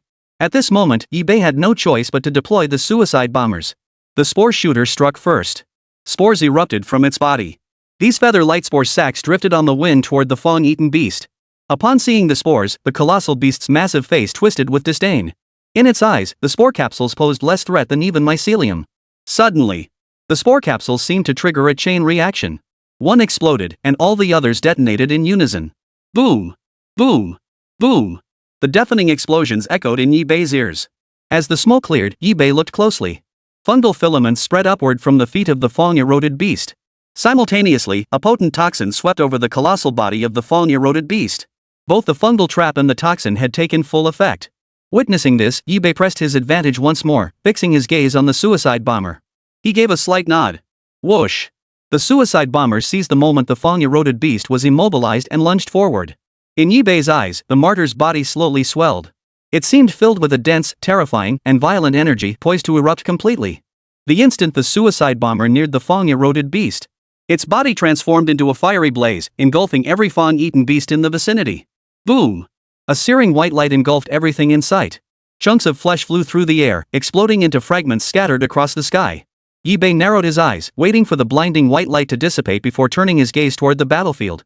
At that moment, the corrosive beasts were utterly annihilated, blown to pieces by the sacrificial explosion. Yi-Bei picked up the rotting, still warm flesh scattered on the ground. The flesh of the Fang-eaten beast reeked of rot, utterly inedible, let alone saleable.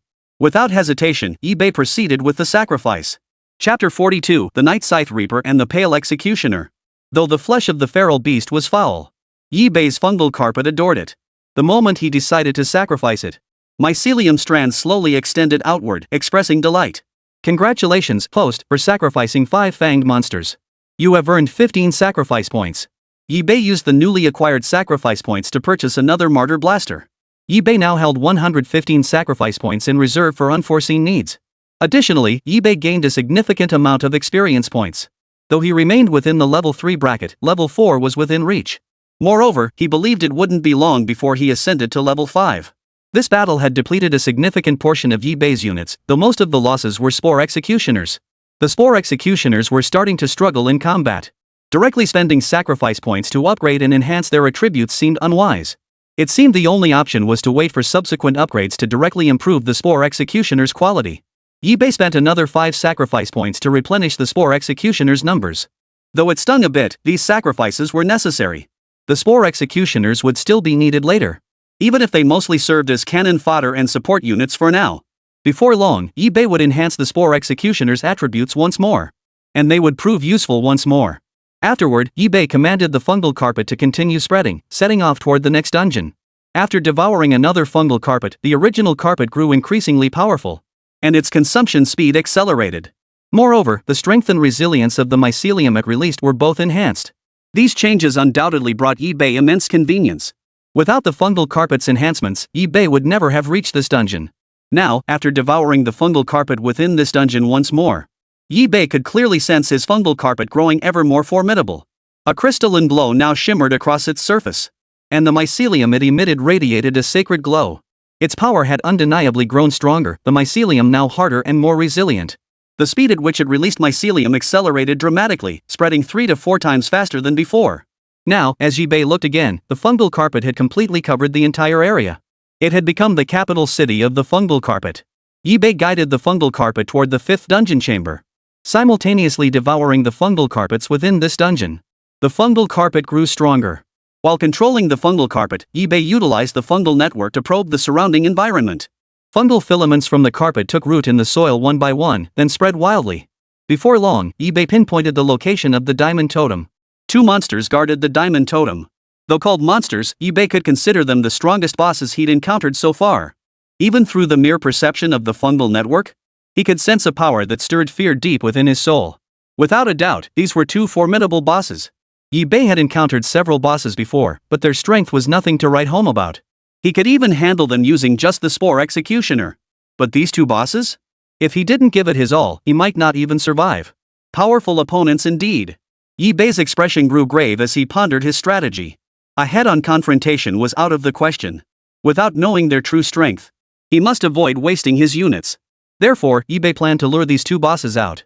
With that thought in mind, Yibei first had the Spore Executioners, Sacrificial Exploders, and Spore Sac Projectors prepare themselves. He waited for the fungal carpet to completely engulf the area. Transforming the area into the realm of the fungal carpet would better support the combat units. Especially after the Spore Blaster's discharge, it would significantly increase the chance of triggering mycelium traps. This could immobilize the enemy for 2 seconds, combined with toxin attacks, creating numerous opportunities for the troops. Soon, the fungal carpet completely engulfed the entire dungeon. Yibei stood atop the fungal carpet, feeling a sense of security, yet he dared not let his guard down. He knew those 2 bosses were immensely powerful, even he couldn't be entirely certain of victory. Huff. Suppressing the unease in his heart, he gazed into the depths of the dungeon toward the location of the totem. There lay the diamond totem, flanked by the 2 bosses guarding it. Like elite guardians protecting a treasure, they vowed to defend it to the death, never letting go even in the face of mortality. Yibei turned his gaze to one of the Spore Executioners nearby. This Spore Executioner was the cannon fodder Yibei intended to use, not particularly powerful. Its sole purpose was simple, to lure the 2 bosses closer. In fact, Yibei was somewhat worried that the Spore Executioner might be killed before it could even lure them out. To counter this, he deliberately wrapped a thick layer of fungal carpet around the Spore Executioner's body. Coils of mycelium wound around it, even incorporating enhancements to boost its mobility. Only then did he feel slightly more at ease. Once prepared, the Spore Executioner set off with heavy steps toward the location of the diamond totem. Filaments of mycelium extended from its body, spreading to its feet. Like gathering strength, like making a resolute decision, these filaments embodied its will. Under Yibei's watchful gaze, they vanished bit by bit, slipping into the darkness. Continuing deeper, Yibei waited anxiously, his heart filled with unease. The fungal network perceived the situation on the field, but Yi-Bei could only sense it vaguely. Suddenly, he saw a figure darting away at breakneck speed, heading straight toward Yi-Bei. Without a doubt, this was the Spore Enforcer he had dispatched. However, mid-flight, the figure slowly collapsed. A straight, razor-sharp blade was driven deep into the Spore Enforcer's body. Yi-Bei sensed the connection between himself and one of the Spore Enforcers severed. There was only one explanation for this: death. This Spore Executioner had perished on its way back. Despite all the preparations made, it had still been killed. Fortunately, the two bosses had been lured out by the Spore Executioner, so it wasn't entirely wasted effort. At this distance, Yi-Bei could now access the information of both bosses. Before him stood a black and a white monster. Night Scythe Reaper. Tier, Intermediate Boss. HP, 500,000. Danger Level, Medium. Description: Master of the Night, rumored to be a hellish creature that reaps souls and claims lives without a trace. Pale Executioner. Tier, Intermediate Boss. HP, 500,000. Danger Level, Medium. Description: The Master of Daylight, rumored to be a hellish creature that reaps souls and claims lives invisibly. These two monsters resemble grasshopper-like humanoids, with mandibles, blades, and terrifying speed. Cold sweat trickled down Yi-Bei's forehead. The two monsters stood before him, motionless, calm and composed, as if they utterly disregarded Yi-Bei's threat. Merely a slight release of their aura was enough to intimidate Yi-Bei. These were undoubtedly the strongest monsters Yi-Bei had ever encountered. Chapter 43, Diamond Totem. Yi-Bei frowned, took a step back, and shielded his troops in front of him. Then, he sent out the Spore Executioners to feign an attack. Fortunately, the entire dungeon here was already covered by the fungal carpet. When the Spore Executioners launched their assault, the mycelium's power could directly enhance the fungal carpet, further amplifying its strength. The next instant, the Spore Executioners thrust their legs forward, charging ahead. Filaments of mycelium shot forth, weaving themselves into a barrier as dense as a curtain of rain. Whoosh! The Night Scythe Reaper's body trembled as it raised the scythe bound to its hand. Boom! The grasshopper man's legs trembled violently as he sprang upright, appearing before the Spore Executioner in an instant. Its hardened exoskeleton rammed against the Spore Executioner's mycelium armor. Then it swung the scythe in its hand with brutal force.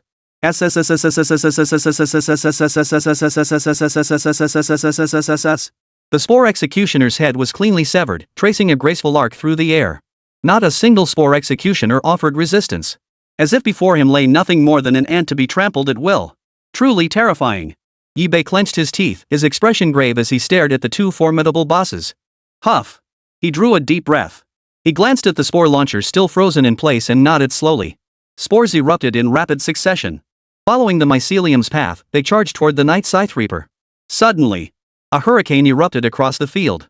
Turning to look, the Pale Executioner had arrived at some unknown moment, perched directly above the dungeon. His feet stood inverted, like two spikes, firmly anchored directly above the dungeon. A pair of blood-red eyes fixed on Yi-Bei. Oh no! Cold sweat poured down Yi-Bei's back as his heart skipped a beat. This boss had actually targeted him. How cunning. Could it be that the monster before him had discovered he was the one controlling the troops? The thought struck him, and Yi-Bei summoned the remaining two spore blasters, targeting the Pale Executioner. Boom! Boom! Boom! Spore projectiles erupted one after another. The moment they touched the two bosses were about to dodge. But just then, the fungal carpet beneath their feet surged with force. Tendrils of mycelium spread out, instantly binding the two bosses in a momentary hold. In an instant, the spore sacs bombarded its hard outer shell, triggering a violent explosion. The blast shockwave engulfed both, followed immediately by a mycelium trap. Once again, mycelium spread relentlessly across their entire bodies, accompanied by a terrifying toxin that swept through them. The two bosses, caught off guard, took the spore launcher's full power attack head-on. Yi-Bei stared intently. The Night Scythe Reaper and Pale Executioner now bore minor damage to their exoskeletons. But overall, they had sustained little significant damage. Both remained unfazed, their expressions composed, as if the blow had been nothing at all. The spore shooter fired again, its spore sac reinforced with numerous fungal filaments. These represented the most vital fungal networks released by each Spore Executioner. With these filaments' reinforcement, the spore sac unleashed even greater destructive force. And the 50% chance of a mycelium trap shot up to 80%. With some spore sacs even reaching a staggering 90%. Ensuring every spore sac triggers the mycelium wonderland. Meanwhile, the Spore Executioners provide cover, disrupting the vision of the two bosses. Vines shoot forth, weaving the area into a curtain-like barrier of mycelium. This creates visual chaos for both targets. The Night Scythe Reaper swings its razor-sharp blade, cleaving through the fungal web before it. With a light step, its form twisted and vanished from the space it occupied. When the gaze returned, the Spore Executioner that had woven the fungal web had been severed cleanly at the waist, the cut so perfectly smooth it looked like a single stroke. But it was precisely because of this that the minute spore sacs concealed within the mycelium strands could now take effect. Boom! One by one, the spore sacs swelled instantly, exploding with a thunderous roar before the Night Scythe Reaper and the Pale Executioner. Boom! Boom! Boom! One by one, the spore sacs detonated before them, while tendrils of mycelium coiled upward. The perfect offensive successfully bound the bodies of the Night Scythe Reaper and the Pale Executioner. Yet for both, it happened faster than anticipated. In the blink of an eye, they were about to break free. Terrifying toxins spread through the mycelium, permeating their entire bodies. Yet neither showed any sign of distress. The next moment, a violently swelling figure abruptly appeared. Its appearance was too sudden, too deliberate, as if predetermined long ago. It materialized precisely as the two were bound. The suicide bomber pressed tightly against the two bosses, then abruptly transformed into a beam of white light, obliterating the area. Boom! An explosion even more ferocious and terrifying than before erupted, engulfing the entire area. The two bosses, in particular, took the full brunt of the blow, utterly unable to resist. A thick cloud of smoke completely engulfed them, obscuring the situation. Yi Bei's anxious worry stemmed from his own lack of confidence in victory. If they couldn't finish them off now, Yi Bei would have no choice but to deploy another suicide bomber. Facing a suicide bomber head-on inflicted considerable damage. Yi Bei had never experienced the full force of a suicide bomber's attack before, and past encounters had always resulted in some degree of casualties. Therefore, Yi Bei was uncertain of the true power of this strike. Only after the smoke cleared did Yi Bei grasp the full extent of the carnage. Both the Night Scythe Reaper and the Pale Executioner bore extensive damage, large and small. Their entire exoskeletons were rotting away, and the scythe weapons in their hands snapped clean in half, rendered useless. They appeared barely clinging to life, utterly dejected, easily finished off with a single strike. Seeing this, Yi Bei breathed a sigh of relief. In this state, they posed little threat. It seemed the martyr's full power strike was still highly dangerous, though it was difficult to land full damage. Soon, Yi Bei eliminated both of them. The battle had taken a heavy toll. Even Yi Bei's own leather armor was damaged beyond repair. Yi Bei sacrificed both bosses. Congratulations, host, on sacrificing the Night Scythe Reaper and the Pale Executioner. You have earned 30 sacrifice points. Congratulations, host, on advancing to level 4. Congratulations, host, on advancing to level 5. When Yi Bei reached level 5, a global chat announcement declared. The first player to reach level 5 has appeared. The first player to reach level 5 has appeared. The first. The announcement repeated 7 times across the entire world before finally ceasing. At that moment, the chat group erupted in complete frenzy. Nothing had ever been this lively before. Holy! I'm still a level 2 player, and someone's already become a level 5 big shot. What? I'm only level 1, hiding in the starting dungeon without moving. Level 5 boss, anyone know who it is? I wanna meet them. Bull. I'm the one who's gonna suck up to them first. Get lost. Yi Bei paid no attention to the chat group, instead focusing his gaze on his troop units.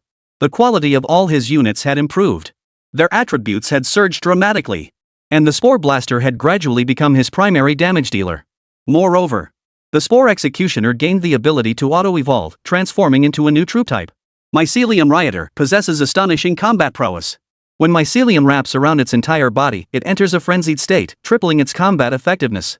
The Spore Executioner has now become a mycelium berserker. This outcome was unexpected even to Yi Bei. It was truly an unexpected delight. Yi Bei then stepped forward, his excitement palpable as he reached for the diamond totem. Chapter 44, The Living Roast Piglet. Finally. Yi Bei's face flushed with excitement as he approached the diamond totem. After overcoming countless obstacles, he finally beheld the diamond totem he had longed for. Yi Bei stepped forward and activated the diamond totem. Congratulations! Player has activated the diamond totem. At that moment, Yi Bei's system inventory expanded to 50 slots, allowing him to carry more items. Simultaneously, Yi Bei obtained a mysterious item. Water-repelling bead. Yi Bei examined it closely. The water-repelling pearl shimmered a deep azure, reminiscent of the vast ocean's depths. As he gently rubbed it, a faint, refreshing coolness surged through him, leaving Yi Bei feeling invigorated. Holding the water-repelling pearl in his hand, Yi Bei felt as though he could glide effortlessly across the ocean's surface. Underwater breathing. Yi Bei instantly grasped the water-repelling pearl's function.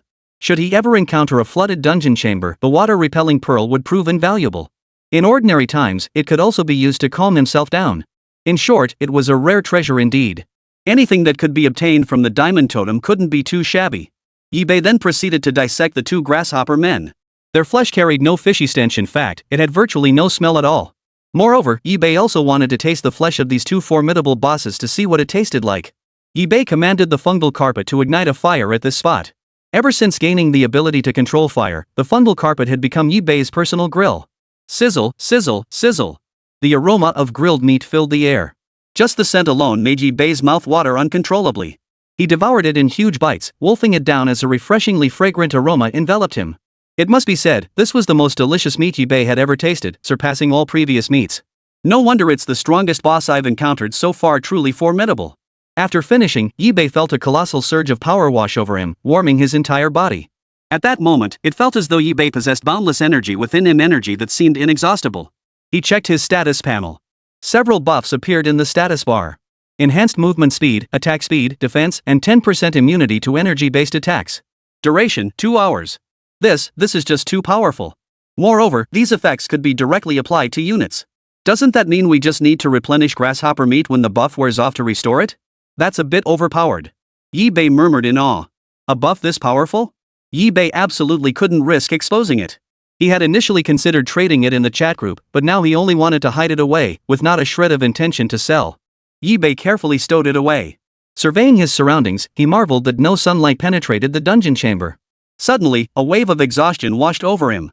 His eyelids grew heavy, but thankfully, there were no threats here, and it was difficult to find. Yibei lay down on the fungal carpet covering the floor, intending to rest and catch some sleep. But just then, someone in the chat group suddenly found Yibei. Big shot, do you have any supplies left? I'd like to trade. Yibei rubbed his sleepy eyes and reluctantly opened the chat system to respond. What exactly are you looking for? The other party quickly replied. I accidentally stumbled into a lava-filled dungeon room. And my unit composition isn't exactly suited for this kind of place. Even though I was careful, I still got burned. So I was wondering if you might have any supplies to treat burns? I'm willing to pay a high price. Yibei rubbed his chin, contemplating the uses of the supplies he carried. Suddenly, Yibei recalled the slime mucus he'd obtained from the slime he'd killed earlier. Its properties seemed capable of treating certain burns. He retrieved the slime mucus from his system backpack, examined it carefully, and confirmed it was indeed the case. He hurriedly informed the other person. You guessed right. I do have medicine that can treat your burns. You can rest assured about that. Saying this, Yibei snapped a photo and sent it to the other person, showing the slime mucus along with instructions and its effects. Simply apply the slime mucus to the burned area. After receiving it, the other party paused briefly before silently taking note. Thank you so much. I can never repay such a great favor. Wait. Yibei spoke to the other person with a peculiar tone. While I do have slime mucus to treat burns, what do you have to offer in exchange? I won't settle for ordinary things. You'd better think carefully. The voice on the other end remained calm, seemingly confident that whatever it held would catch Yibei's interest. No need to worry about that. I'm confident you'll love this item, boss. I'll trade the boss a roasted suckling pig. Roast suckling pig? Yibei frowned, inwardly dismissing the idea. What was roast suckling pig? Wasn't the grasshopper man meat in his hands tastier than that? When it came to meat, he truly had no shortage. He estimated the food he had would last him a very long time. So if the other party was only offering roast suckling pig as payment, forget it. Just as Yibei was about to reply, the other party suddenly sent a video. In the video, a live roast suckling pig was hopping and bouncing around on the ground, darting back and forth. It was incredibly lively. Its skin was roasted to a golden brown, radiating a brilliant golden glow. Yibei was utterly stunned by the sight. A live roasted suckling pig. This is unbelievable. The scene in the video was truly breathtaking. It defied all logic. Under normal circumstances, exposed to such intense heat, how could it possibly be roasted into a suckling pig and still survive? Immediately after, the other party sent another message. I can provide the boss with 4 roasted suckling pigs, 2 males and 2 females for breeding purposes. But I'll be upfront with you, in the dungeon environment, these piglets will likely struggle to survive. But they're not entirely useless. The secrets behind them, you can observe them for yourself. So, interested in the deal? To be honest, Yibei was genuinely intrigued. Besides, he had more than enough slime carcass mucus to spare. So, the deal wasn't out of the question. Although Yibei didn't have time for breeding and cultivation, he could easily place the roasted suckling piglets on his ranch. His ranch could perfectly provide the survival and breeding conditions the roasted suckling piglets needed. Chapter 45, Raisins. Without further hesitation, Yibei struck a deal with the other party. A flash of light appeared, and upon looking again, a roasted suckling pig radiating a rich aroma materialized before his eyes. Puff puff puff. The roasted suckling pig scampered about on the ground, grunting like a pig. Its pace was surprisingly swift as it darted back and forth across the area. It kicked up swirls of dust in its wake. Ibe sighed in exasperation and ordered the Spore Executioner to bind the piglet with fungal threads. Only then did it settle down obediently to the side. What an energetic little roast piglet! Ibe approached curiously, and instantly, a tantalizing aroma wafted toward him. What an incredible aroma, rich and savory, like roasted suckling pig. It's making my mouth water. As this thought surfaced, Ibe found the aroma of the roast suckling pig before him growing ever more irresistible. He couldn't resist and took a bite out of the roast suckling pig. Crunch! The skin was crispy and delicious, sweet and rich, absolutely mouth-watering. Oh! The roasted suckling pig's eyes welled up with tears as it wailed in agony. Its body, entangled by fungal threads, now struggled desperately, twisting frantically. It tried desperately to break free from the mycelium's grip. But its skin, fried to a golden, glossy sheen, made its body slippery and tender. Even the mycelium was coated with a thick layer of grease. Ibe savored the flavor of the roasted suckling pig, inwardly astonished. This roasted suckling pig is actually edible, and it tastes just like authentic roast suckling pig. According to the system's prompt. Like most living creatures, the roasted suckling pig possessed self-healing abilities. And its self-healing speed was no slouch either. Under Ibe's watchful gaze, the roasted suckling pig gradually healed the wounds from the bite. This fact slightly surprised Ibe. As for the roast suckling pig's other abilities, Ibe had yet to discover any. Of course, if it were a truly powerful unit, the enemy wouldn't have sent for it once. Therefore, Ibe currently focused solely on raising them at the ranch. With that thought in mind, Ibe commanded the Spore Executioner to bring the roast suckling pig into the ranch. After all, the roast piglets were among the first to enter the ranch, so Ibe took it quite seriously. He inserted the energy stones and successfully activated the ranch.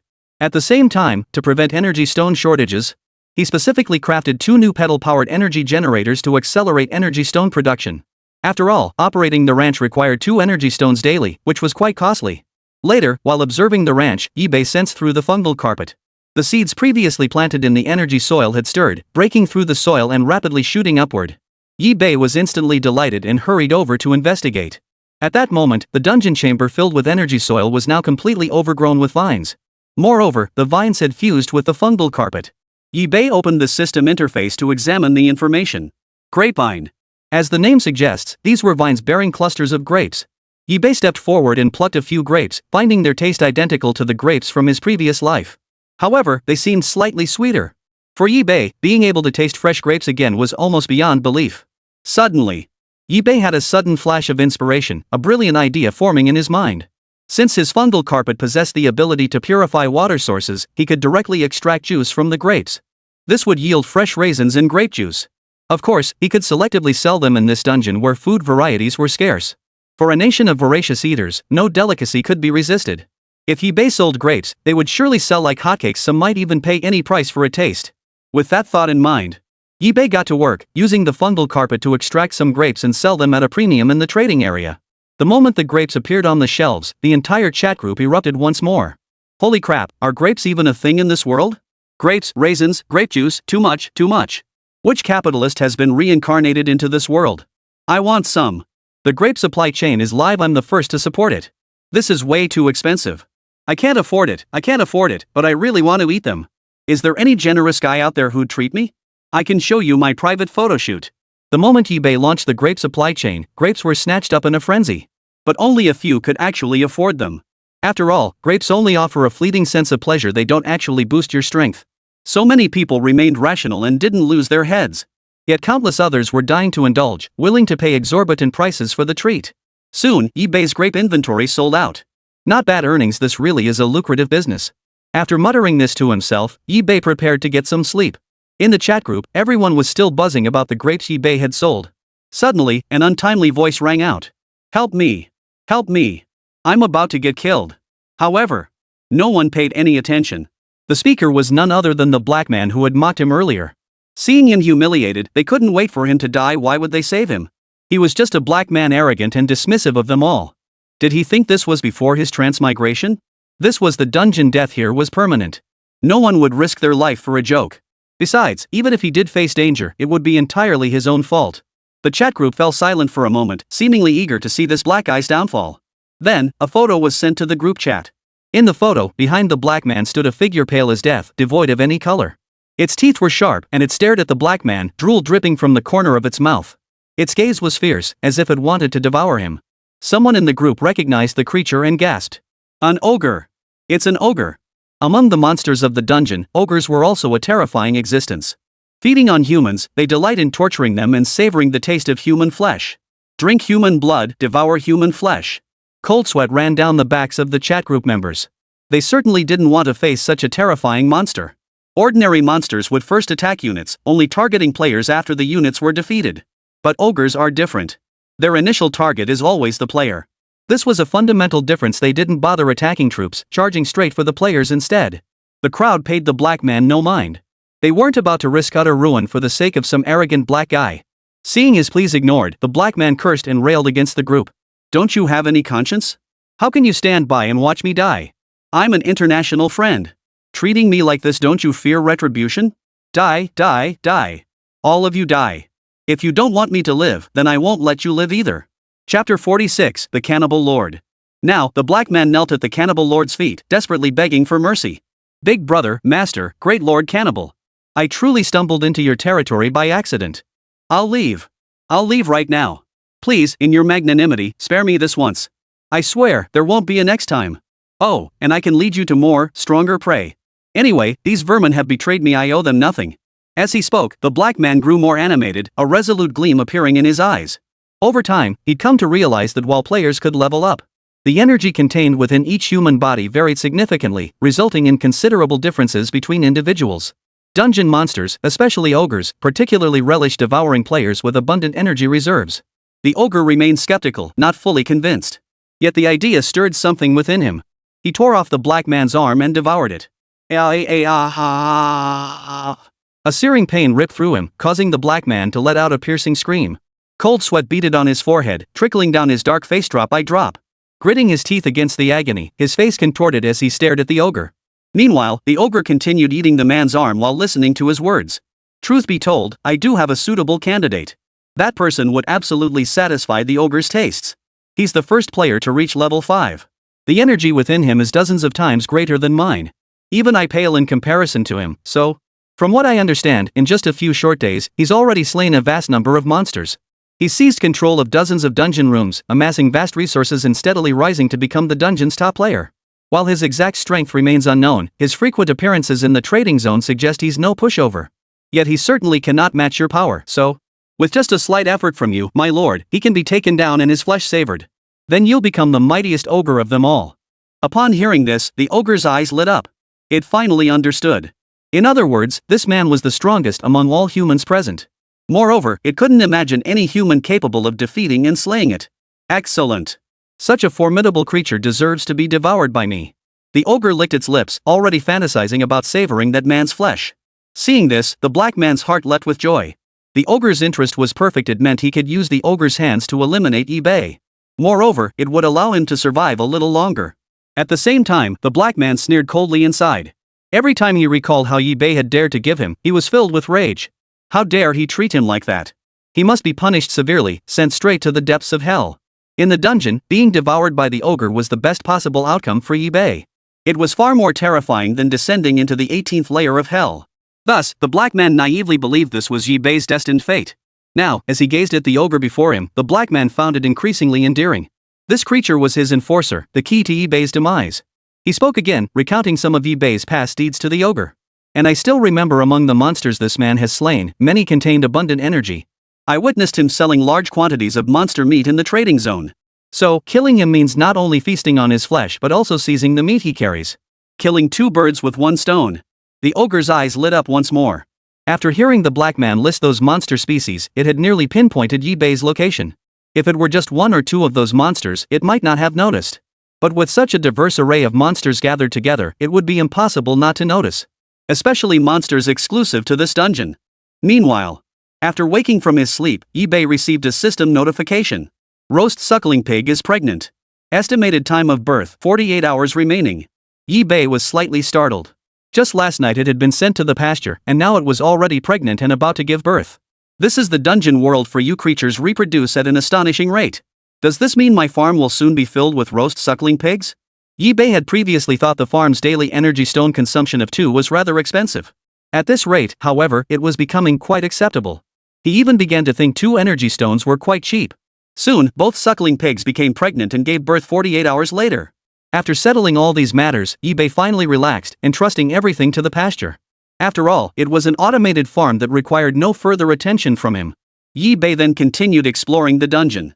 The fungal carpet spread, extending into the next dungeon chamber as tendrils of mycelium took root within the underground space. Absorbing nutrients from the surroundings, they converted them into energy and surged forward toward the next chamber. Meanwhile, eBay arrived at the barrier of this dungeon chamber and passed through it effortlessly. At that moment, eBay formally stepped into the new dungeon chamber. He commanded the fungal carpet to spread further, gradually enveloping the entire area. Within this dungeon chamber, a minotaur came into view. His entire body was bronze-colored, as if steeped in bronze, his frame rigid and unyielding. With each step, a crisp clang echoed as if striking bronze. eBay examined the monster's information. Bronze Trampler, a dungeon monster forged from bronze, possessing immense explosive power and defense. A monster made of bronze? eBay exclaimed in astonishment. Such rare monsters excelled in both attack and defense. At this stage, many monsters had become exceptionally formidable. The Bronze Trampler before them was one such formidable beast. Chapter 47, Fungal Vein Rioters. Though the Bronze Trampler before him was formidable and tyrannical, eBay remained utterly unflustered. This presented the perfect opportunity for eBay to test the power of the Spore Executioner evolving into a fungal pulse berserker. In its enraged state, the Spore Executioner transforms into a fungal vein berserker, tripling its combat power. As the fungal carpet spread across the area, tendrils of mycelium shot forth, assaulting the Bronze Trampler. Simultaneously, the spore projector fired a barrage of spore capsules, coordinating with the fungal threads for a fierce assault. The Bronze Trampler charged forward, its horns crashing into the fungal strands before it, severing them all. The fungal carpet's attack missed its mark. Yet it could not stop the spore capsules. One by one, they landed upon the bronze body of the Bronze Trampler. A series of explosions followed, detonating on the bronze skin. Upon closer inspection, the Bronze Trampler remained unscathed, showing no visible changes. As if these explosions posed no threat whatsoever. On the contrary, the spore capsules only served to make its bronze-colored skin gleam even more brilliantly. The fungal traps unleashed by the exploding spore sacs followed suit, their tendrils sweeping over and coiling around the bronze form. But after a mere struggle, the Bronze Trampler tore them apart, not even allowing the toxins to penetrate its body. The spore sac actually failed. eBay was secretly astonished. Indeed, by this stage, some dungeon monsters had become quite formidable. Even his formidable troops were struggling in the fight. But eBay glanced aside and saw the Spore Executioner's mycelium had spread across its entire body, nearly enveloping it completely. The next moment, under eBay's gaze, the Spore Executioner's body began to grow massive. A monstrous creature, seemingly driven mad, came into view. Unit, Mycelium Berserker Spore Executioner Berserk. Level, LV-17. HP, 6700. Quality, Common. Attack, 34.6. Defense, 29.7. Spirit, 35.7. Skills, Berserk, Parasite, Drain, Paralysis. For eBay, what he lacked least were Spore Executioners. Now, the Spore Executioners had grown significantly stronger. Their berserk transformation made them an even more formidable unit, endowed with greater power. For a moment, eBay couldn't help but marvel at the overwhelming power of the mother fungus. In an instant, mycelium wrapped tightly around the fungal pulse thug's entire body, whipping up a trail of destructive wind. The next instant, the fungal vein thug materialized before the Bronze Trampler and unleashed a brutal punch. This punch contained terrifying force, as if the power from the mycelium itself had been channeled into it. Clang! Though the blow struck the bronze skin with brutal force, it inflicted little meaningful damage. It must be said, the Bronze Trampler's defense was astonishingly formidable. A sneer curled the corners of its mouth. Then it swung its fist with tremendous force. A colossal force slammed into the fungal vein thug's body. Despite being encased in mycelium, the body was shattered by the Bronze Trampler's single blow. The entire body was covered in gruesome, terrifying wounds. Yet the fungal vein thug, enraged beyond feeling, crawled back to its feet and continued the fight. Filaments of mycelium shot out from its body. These filaments glowed a blood-red hue, as if stained with blood. Meanwhile, eBay continued coordinating the spore sac launchers for coordinated attacks. Though the spore sacs were now less effective against the Bronze Tramplers, they were better than nothing. The spore explosions disrupted their movement, while the fungal thread traps further hindered them. This combination bought the mycelium brawler time to act. The frenzied, blood-stained mycelium violently pierced the Bronze Tramplers' bodies. A terrifying draining power spread through them, surpassing the Spore Executioners in potency. Roar! The Bronze Trampler roared in fury, its massive palms snatching at the mycelium trap and yanking it with all its might. Though fleeting, it bought them precious time. The relentless onslaught unleashed by the fungal brutes pounded the Bronze Trampler in rapid succession. Even its bronze-colored skin now bore a dull, lifeless hue. Mycelium burrowed deep into the bronze trampler's flesh, beginning its relentless parasitic assault. Throughout the battle, they steadily clouded the bronze trampler's judgment. This led to a one-sided battle, with eBay commanding the overall situation and controlling the troops. The bronze trampler was swiftly defeated. Of course, eBay couldn't help but marvel at how formidable the fungal vein berserkers truly were when enraged. Combined with the Spore Executioners' abilities, it was utterly dominant. Afterward, eBay inspected the bronze trampler's corpse and dissected it. It was only then that eBay discovered the creature's skin was made of bronze. Yet beneath it lay not bronze, but genuine flesh-rich, savory blood and meat. This explained why the fungal threads had been able to parasitize it so effortlessly earlier. After piecing it together, eBay sacrificed the bronze trampler to the mother fungus. Congratulations, host, for sacrificing the bronze trampler. You have gained 10 sacrifice points. eBay checked his attribute panel once more. eBay. Territory, Mother Fungus. Level, LV3. Sacrifice points, 155.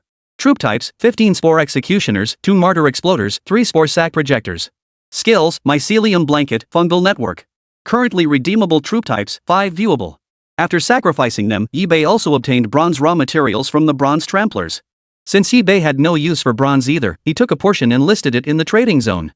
After waiting for some time with no buyers, eBay withdrew.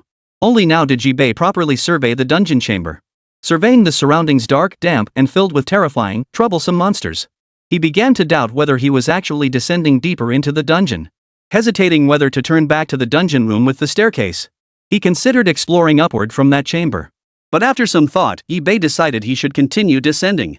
After navigating the spreading fungal carpet, eBay successfully entered the next dungeon chamber. The new level was covered in vines that emitted a blue glow. The walls bore ordinary-looking, plant-like root structures. These things hung sparsely on the walls, their scarcity making one suspicious. No monsters? This feels off. eBay grew cautious. The more peculiar a place felt, the more dangerous it likely was. In the world of the dungeon, nothing inexplicable appears out of nowhere. The likelihood of no monsters being present was slim. Both logic and common sense demanded a thorough investigation. Immediately, eBay commanded the fungal carpet to spread. Patch after patch of fungal carpet enveloped the blue vines before him. Fire and poisonous energies coated the vines. Instantly, the blue vines emitted a violent roar, and piercing screams echoed into his ears. The blue vines had actually come to life. eBay was startled and silently shielded the Spore Executioner in front of him. At that moment, eBay opened the system interface to check the information. Blue Silver Vine, plant-type dungeon monster. Specializes in entanglement. Once bound, escape is extremely difficult. So these vines are actually one giant plant-type monster. No wonder I didn't spot the monster, it was hiding here all along. Chapter 48, Blue Silver Vine. After examining it, eBay gradually grasped the Blue Silver Vine's abilities. eBay had encountered very few plant-type monsters before, and the last one he faced had even managed to escape. Therefore, strictly speaking, this was eBay's first true confrontation with a plant-type monster. Yet eBay felt no fear whatsoever. He possessed numerous methods to deal with plants. The fire attribute abilities alone embedded within his fungal carpet were sufficient to incinerate the Blue Silver Vine entirely. This time, eBay unusually refrained from deploying troops, relying solely on the fungal carpet. Patch after patch of the fungal carpet rapidly spread, enveloping the Blue Silver Vine. In an instant, a fierce wave of flames engulfed the Blue Silver Vine's body. Flames engulfed the entire vine as the Blue Silver Vine roared in fury once more, crashing violently. Vines lashed out, slamming violently against the fungal carpet. Yet such attacks proved utterly ineffective against the fungal mats, merely squandering its energy. Useless struggle. eBay sighed softly. For him, this Blue Silver Vine was the easiest monster he had encountered so far. It wasn't that the Blue Silver Vine was weak, quite the opposite, it was quite formidable. It simply had no effect on eBay.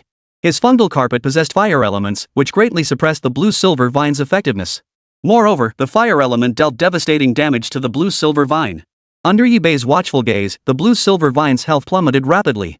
In fact, eBay could see the vine's body visibly turning crimson. This was naturally the effect of the burning.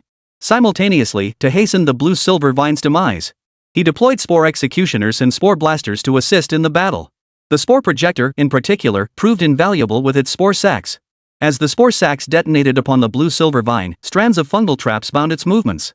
This made the burning of the fungal carpet increasingly straightforward and efficient. Previously, eBay had only used the flames of the fungal carpet for roasting, never for burning monsters. This was an entirely new endeavor and innovation, a breakthrough. That's why eBay had other units assist in the battle. With the added mycelium attacks, the fungal carpet swiftly consumed the Blue Silver Vine entirely. Next, eBay turned his attention to the plant roots embedded in the wall. These plant roots were a completely different species from the blue-silver vine. Moreover, there was an uncanny familiarity about them, as if he had seen them somewhere before. With that thought, Yi-Bei decided to investigate personally. The fungal carpet spread over it once more, its burning properties slowly scorching it. Large patches of the fungal carpet shifted from the blue-silver vine, now reduced to ashes, onto the plant's rhizome. Then, it began to burn wildly, spreading bit by bit. Like a raging inferno burning unchecked. However, the burning progressed extremely slowly, as if some force within the plant roots resisted the flames. Fortunately, the flames still served their purpose, albeit at a slower pace. Yi-Bei sat nearby, watching the blazing fire consume the plant roots. Though the effect was minimal, it was ultimately resolved. The dead plant roots shed a luminous residue. Yi-Bei picked it up and examined it in his palm. After examining it, Yi-Bei discovered that this root residue bore a striking resemblance to the plant roots he had obtained earlier. This truly is a formidable monster. Even the mere remnants of its roots could prove so troublesome. One dared not imagine the formidable power it would unleash if confronted in its true form. But Yi-Bei didn't need to think that far ahead right now. He just needed to focus on his own tasks, exploring this dungeon world, arming himself, and enhancing his strength. Striving for the day he would conquer the dungeon. He gazed at the corpse of the slain monster, strode forward, summoned his fungal carpet, and consumed it as a sacrifice. Congratulations, host, for sacrificing the blue-silver vine. You have gained 5 sacrifice points. Simultaneously, after sacrificing the blue-silver vine, Yi-Bei also obtained a glowing seed. A magical seed. Yi-Bei examined it closely. Aside from its glow, the seed seemed unremarkable. Just as Yi-Bei pondered this, the system suddenly issued a prompt. Blue-silver vine seed, upon use, grants the unit the skill Silver Vine Entangle. A skill? This was actually a skill seed. Using it would grant the abilities possessed by the blue-silver vine in life. Not bad at all. However, his fungal carpet already possessed an entangle skill, so Silver Vine Entangle would be redundant. Besides, the mycelium mat's own entanglement ability is quite effective. He's perfectly satisfied with it. Doesn't that mean it's completely useless to me? Getting a skill seed only to find the skill useless to oneself, could anything be more unlucky than that? Suddenly, Yi-Bei had a sudden flash of inspiration. The chat group. The group chat was full of talented individuals and experts. Surely someone there could help him. He could easily sell it there. Yi-Bei opened the chat group and listed the glowing seed in the trading section. He detailed the glowing seed's abilities in the description field below, then announced the terms of the trade. The terms were straightforward: simply trade something equally valuable in exchange. If Yi-Bei found something he liked, he might consider it. He wasn't ruling anything out outright. Soon, the chat group erupted in excitement once more because of Yi-Bei. The members were already accustomed to such events. In the chat group, Yi-Bei's reputation was practically that of the top merchant in the group. Whenever new merchandise was listed, members would log in en masse to see what treasures had been added. This time, all eyes were on the glowing seeds. What the hell? It grants a unit a brand new skill. Holy crap! Any unit type? This thing is insane. Something this precious. How does the boss want to trade? With our resources, we might not be able to afford it. Yi-Bei saw the messages and promptly replied. No worries. If you have anything interesting on hand, feel free to show it to me. If I like it, we can certainly make a deal. Besides, after all this time, you should know how strict the trading zone is. I wouldn't pull any fake deals. I wouldn't risk ruining my reputation. So you can rest assured about the authenticity of the items. Upon hearing this, everyone promptly sent their valuable items to Yi-Bei via private message. As for doubting the authenticity of Yi-Bei's goods, that was simply impossible. As the top merchant in the chat group, Yi-Bei would never risk ruining his own reputation. Thus, everyone was intensely eager for the mysterious seeds. It was a brand new skill, after all. After scanning the offerings, Yi-Bei shook his head repeatedly, clearly dissatisfied. These items were either things Yi-Bei didn't need, or he already possessed similar ones. Finally, someone discreetly sent Yi-Bei a private message. It was a mysterious energy orb. Chapter 49, The Wood-Tan Snake. Yi-Bei examined it closely. It was an energy sphere emitting a blindingly bright light, appearing as a distinct mass of light. However, Yi-Bei knew this thing all too well. The purifying power, flame-scorching ability, and control capabilities of his fungal carpet all originated from this very energy orb. Therefore, the moment Yi-Bei saw the energy orb, he recognized it immediately. It was the most satisfying thing he had ever seen. Nothing else caught his interest. Without hesitation, Yi-Bei proceeded to trade for it. For him, trading a single skill for the energy orb was a clear win. After receiving the energy orb, before Yi-Bei could even get a clear look at it, the energy orb surged into Yi-Bei's fungal carpet. Instantly, the fungal carpet emitted a blinding light, illuminating the entire dungeon. Seizing the moment, Yi-Bei examined the new abilities his fungal carpet had gained. It turned out the energy orb contained an ability that enhanced the fungal carpet's assimilation capabilities. Moreover, the assimilation process did not affect the original functions of the items. It must be said, this assimilation ability was truly formidable. With this ability, eBay could accomplish many things, enabling the fungal carpet to gain more useful capabilities. eBay decided to test it out first. He took out the energy soil he had obtained earlier and gently scattered it over the fungal carpet. Instantly, a strange glow flickered. And eBay realized that the energy soil he'd scattered on the fungal carpet had vanished without a trace. Immediately afterward, the system issued a prompt. Fungal carpet fusion with energy soil complete. Assimilation successful. At this moment, eBay examined the fungal mat again and discovered it had acquired the capabilities of the energy soil. Plants cultivated on the fungal carpet would manifest the same capabilities as the energy soil. Moreover, the other capabilities of the fungal mat, its formidable control power and purifying force, could also assist the fungal carpet in cultivation. Beyond that, eBay sensed that his bond with the fungal carpet had deepened. Moreover, with the mat's current capabilities, it could now directly transmit nutrients to him. This boosts eBay's stamina and energy, keeping him fully charged all day long, enabling him to continuously explore the dungeon. Still, psychologically, eBay preferred to eat food himself. After all, he couldn't entirely escape his appetite. And savoring the delicacies of the dungeon seemed like a rather pleasant pursuit. Therefore, unless absolutely necessary, eBay would only use the fungal carpet to transmit nutrients. Otherwise, he preferred to eat food. Afterward, eBay continued exploring the dungeon. Flecks of fungal carpet spread downward, gradually enveloping the dungeon chamber. eBay followed the direction of the fungal carpet spread, advancing steadily. Before long, eBay reached the barrier at the end of this level's dungeon chamber. He passed through effortlessly, entering the next level of dungeon chambers. The fungal carpet continued its relentless spread, inch by inch, slowly devouring the entire dungeon chamber. Before eBay stood a group of wood-colored green snakes. Their bodies resembled segments of tree branches, strikingly similar. eBay narrowed his eyes, studying the serpentine creatures before him. Point card system, scan. Wooden tan snake, body composed of wood, segmented branch like snake body can freely extend in contract. Hiss, hiss, hiss. The wood sandal snake flickered its forked tongue, its green eyes fixed on eBay. Suddenly, the entire snake horde erupted into chaos, sliding their wooden bodies forward in a frenzied charge. eBay took a sharp step back, shielding the spore blasters and other units in front of him. The next moment, the spore launcher expelled spore sacks one after another, each tracing a graceful arc through the air. Simultaneously, the Spore Executioners activated their berserk mode, transforming into fungal vein rioters. Blood-red fungal filaments shot forth in rapid succession. The combination of the two was utterly terrifying. The moment the wood-tan snake encountered them, it violently expelled a stream of green mucus from its mouth. But upon contact with the air, the mucus gradually solidified, transforming into a cluster of hardened wooden pellets. The moment these pellets struck the spore sac, they detonated violently. Boom! The explosion generated by the spore sac was instantly enveloped by the wood pellets, nullifying the sac's effect. eBay's eyes widened. Before his eyes, the spore sac was devoured entirely, as if struck against a pile of cotton. Immediately after, more wooden pellets streamed from the mutant snake's mouth, suppressing vast swaths of spore sacs. This is something else, eBay murmured before shifting his gaze to the fungal vein thug. The crimson fungal filaments shot out, coiling around the wooden pellets and swiftly absorbing them. The pellets appeared stained with blood, a sight that sent a chill down the spine. Simultaneously, eBay commanded the fungal carpet to spread rapidly. eBay recognized that the wood-tan snake before him possessed a wood-type attribute. So deploying the fire-infused fungal carpet would prove highly effective.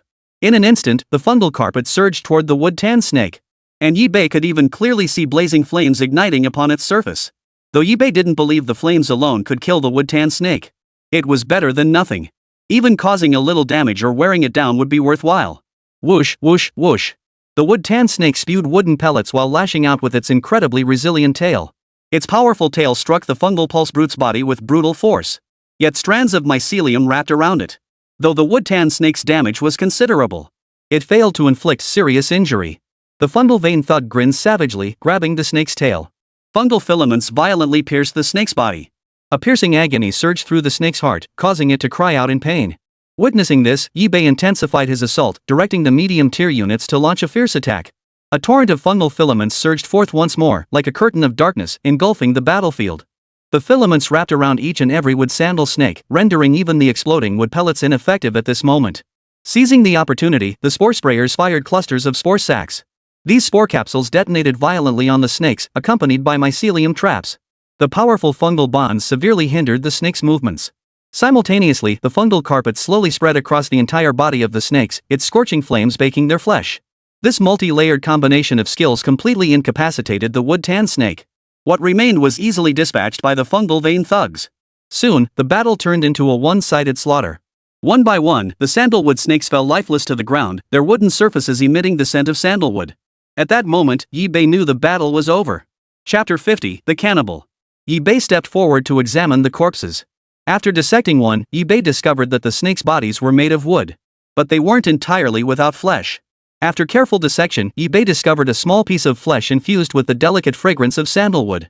At the core of the body lay a slender strip, emitting an intense fragrance, tempting Yi-Bei to sniff it and greedily suck in the sweet scent. The fungal carpet spread, igniting a wick-like flame that slowly seared and roasted the snake meat. It must be said that since the fungal carpet gained the ability to burn with flame, Yi-Bei no longer had to worry about eating raw food. A brief roasting on the fungal carpet yielded perfectly cooked meat, making even a daily barbecue effortless. Once the snake meat was perfectly roasted, Yi-Bei couldn't resist grabbing a handful. Hot, sizzling oil dripped onto his hand, steam rising. Without hesitation, Yi-Bei popped a piece into his mouth. The grilled meat carried a sweet, sandalwood-like fragrance that was incredibly appetizing. After finishing, Yi-Bei suddenly felt a surge of power. Checking the system, he discovered that all his physical attributes had increased, and this enhancement could be applied to his troop types. Another meat that boosts stats. Similar to the grasshopper man meat before, though compared to that, this meat's enhancement wasn't as pronounced. It only provided slight boosts to speed, strength, and defense, but even that was quite beneficial. He could potentially combine it with grasshopper man meat later to create even stronger attribute boosts. It was remarkable that even an ordinary monster of modest strength possessed such capabilities. Yi-Bei couldn't help but wonder, could this be some kind of rare monster? Had he hit the jackpot? Suppressing his thoughts, he sacrificed a portion and set the rest aside for sale. Congratulations, host, for sacrificing 5 wood sandal snakes. You have gained 10 sacrifice points. Afterward, Yi-Bei organized his troops to dismantle the monster's body piece by piece, scraping out the meat to sell separately from the outer carcasses. This meat is undoubtedly precious, so the quantity sold must be kept to a minimum. As for the wooden body, aside from its use as forging material, Yi-Bei currently has no other purpose for it. Therefore, the listing price was not expensive. However, after listing it in the trading zone, Yi-Bei paid it no mind. Those interested would surely deliberate before deciding to trade. If someone sent him a private message, the system would naturally alert him. At this moment, Yi-Bei intended to continue exploring forward, seeking out more dungeon rooms. But Yi-Bei wasn't impulsive. Before exploring, he had thought through many things. He had explored quite a few dungeon rooms by now. If not the very first, he was certainly among the top explorers. After all, he was the top merchant in the chat group. Yi-Bei's intelligence was more valuable, more abundant, and revealed more secrets than that of ordinary people. The layout of the dungeon chambers seemed to follow a pattern. The further one ventured, the stronger the monsters became. In the dungeon rooms he'd encountered recently, he'd also come across many similar plant-like monsters. Could this mean he's steadily descending deeper? The fewer animal-type monsters he encounters, the more plant-type ones appear. If it's plants, then maybe I should focus on developing the flame abilities on my fungal carpet. Or, perhaps create a unit that can manipulate fire. In any case, Yi-Bei speculated that the deeper he went, the more plant-type monsters he would encounter. As Yi-Bei pondered, a sudden, violent rumbling erupted from one direction beside him. Amidst the tremors, the sound of human voices chatting could be heard. Humans! Did someone discover me? Or did they stumble in by accident? Coincidence, or premeditation? Yi-Bei didn't believe anyone could pinpoint his location. It was unrealistic, too far-fetched. He had never defied the system, so there was no reason for it to reveal his location. That left only one possibility: someone had stumbled in by accident. The voices grew closer. Soon, Yi-Bei made out the figures ahead. 2 figures, one dark and one light. One was dark as night, skin pitch black, blending into the darkness as if invisible. Only the glow emanating from the fungal carpet allowed Yi-Bei to make out their forms. The other figure was entirely white, its entire body a uniform shade of pale. Its teeth were sharp and rigid, like steel, capable of crushing anything with ease. Its eyes were deep and dark, starkly contrasting with its white form. Yi-Bei narrowed his eyes, staring intently at the two. Quietly activating the system, he examined the white figure before him. Ogre. Tier, Intermediate Boss. HP, 500,000. Danger level, Medium. Description: feeds on humans, revels in bloodshed and flesh-eating, one of the most brutal races in the dungeon. Yi-Bei then turned his gaze toward another dark figure. Only then did he realize it was a player. At that moment, the dark-skinned figure spotted the corpse beside Yi-Bei and grew wildly excited.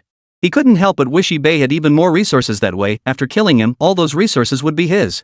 Moreover, he recognized these as the very supplies Yi-Bei had just listed in the trading zone. This is the very person I mentioned. You can verify the goods yourself. Before the black man could say more, the ogre's piercing gaze had already locked onto Yi-Bei. Unable to tear his gaze away, The moment the ogre saw Yi-Bei, it was utterly captivated. Even it had never encountered such a delectable feast before. Yi-Bei grew wary. The ogre across from him possessed formidable attributes, demanding Yi-Bei's utmost caution. This was the first powerful monster Yi-Bei had encountered since slaying the two grasshopper men. Moreover, this monster's target had always been humans, players, Yi-Bei himself. It was highly likely to bypass attacking soldiers and charge straight at the player. Seeing the ogre staring blankly at Yi-Bei, the black man grew wildly excited. He knew the ogre was pleased with the food he'd found. He turned to Yi-Bei and laughed loudly. "Aren't you usually so cocky? Remember how you treated me earlier? Didn't you want me to eat? Now, you've caught the ogre's attention. Being devoured by an ogre is your honor. Many don't even get that blessing. You're truly lucky. You probably don't know this, but it was me who told the ogre about your love affair. I'm the one who sent the ogre to devour you. After you're dead, I'll write on your skull. So you'll know exactly what it feels like to humiliate me. I'll make you regret ever crossing me." Yi-Bei's face darkened. Upon hearing the black man's words, he had already guessed his identity.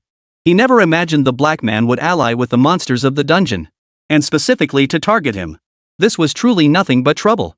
At that moment, the ogre's mouth watered as he stared blankly at Yi-Bei, then suddenly lunged forward with lightning-fast speed. Seeing this, Yi-Bei abruptly stepped back, shielding the spore shooters and other units in front of him. Attack! Chapter 51, The Demon Tree Spirit. The ogre moved with blinding speed, appearing within 5 meters of Yi-Bei in the blink of an eye. The Spore Executioners swiftly fired strands of mycelium, each imbued with special effects like flames or toxins. Yet these filaments proved utterly fragile against the ogre's razor-sharp teeth. A single bite severed them cleanly. No resilience, no lethality. Simultaneously, the spore projector fired a barrage of spore capsules. Before the spore capsules could land on the ogre's body, however, it swallowed them whole. Swallowed whole into its belly. Like duds, they made not a sound. The black man watched this unfold with a dismissive sneer. "I thought you were something special. Looks like you're no match for an ogre after all. I advise you to surrender peacefully. That way, you'll suffer less torment later." Yi-Bei ignored him completely. Once he had slain the ogre, he would make this black man understand the consequences of crossing him. He turned his gaze back to the battlefield and nodded to the Spore Executioner. Immediately, the Spore Executioner's mycelium began to coil around its own body. Boom! A fierce aura erupted from within, and the Spore Executioner's body gradually turned crimson. At that moment, the mycelium brawler emerged, its eyes glowing crimson as it fixed its gaze on the ogre. Moreover, the Fungal Vein Berserker's power was 3 times that of the Spore Executioner. Whoosh, whoosh, whoosh. Blood-red fungal filaments shot out like steel spikes capable of piercing to death. The ogre grinned savagely, seemingly finding great amusement in the fierce confrontation with the troop. In truth, the ogre's original plan was to close in on Yi-Bei and swallow him whole in one gulp. But Yi-Bei's troops were far too persistent, leaving the ogre no chance to close in. To get near Yi-Bei, it had to eliminate all the units surrounding him. Thus, the ogre found itself engaged in a rare battle against the Spore Executioner and other units. The ogre's form flickered, and when one looked again, it had already materialized before Yi-Bei.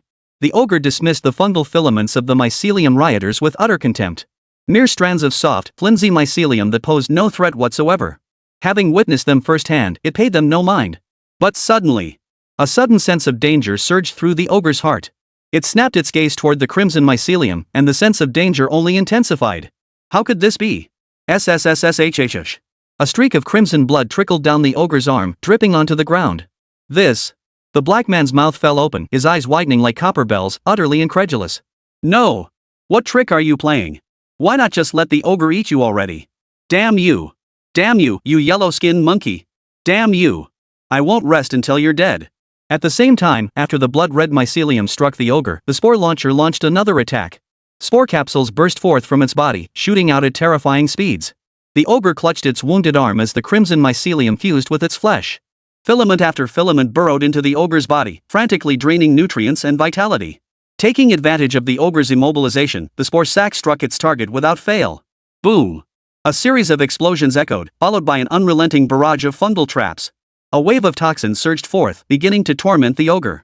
But Yi-Bei knew well that relying solely on these 2 units would be insufficient. Therefore, the suicide bombers were still essential. Suddenly, the ogre's body erupted in a blinding light, violently ripping free from the mycelium trap spawns. Then, its eyes turned blood red, seemingly losing all reason as it transformed into a monster driven solely by slaughter. Ha ha ha ha! Heaven favors me! This is the ogre's berserk form. Now, let's see how you resist. Just wait for your death. The ogre's berserk form, there's no way you and I can stand against it. The black man's spirit soared. Earlier, when he saw the ogre wounded, his heart had sunk to the depths. Witnessing this scene, he finally felt completely at ease. The berserk ogre was impossible to defeat with just Yibei's troops. He was confident of that. Yibei commanded the fungal pulse thugs, unleashing mycelium to strike once more. The spore shooters coordinated their actions, firing spore pods that exploded against the ogre's body. Yet the fungal trap seemed to have malfunctioned, having no effect whatsoever. The ogre's movements grew faster, sweeping through like a hurricane, kicking up clouds of dust. A sharp claw snatched up a fungal pulse thug, twisted it effortlessly, and blood gushed out, life completely extinguished. The remaining mycelium thugs swarmed forward, their massive mycelium enveloping the ogre. Now! Yibei growled. The suicide bombers charged forward, forcing the fungal vein thugs to retreat abruptly, scrambling back to safety. What are you doing? Still trying to resist in vain? The black man sneered, yet a sudden, ominous foreboding gripped his heart. Immediately, the suicide bomber's body began to swell, growing larger and larger with increasing intensity. Until the suicide bomber clamped down on the ogre with a death grip, a blinding white light erupted, threatening to devour the entire area. Boom! The deafening explosion reverberated in their ears like a ringing. Looking again, the ogre's body was charred pitch black, its eyes bulging outwards. Upon closer inspection, there was no sign of life left.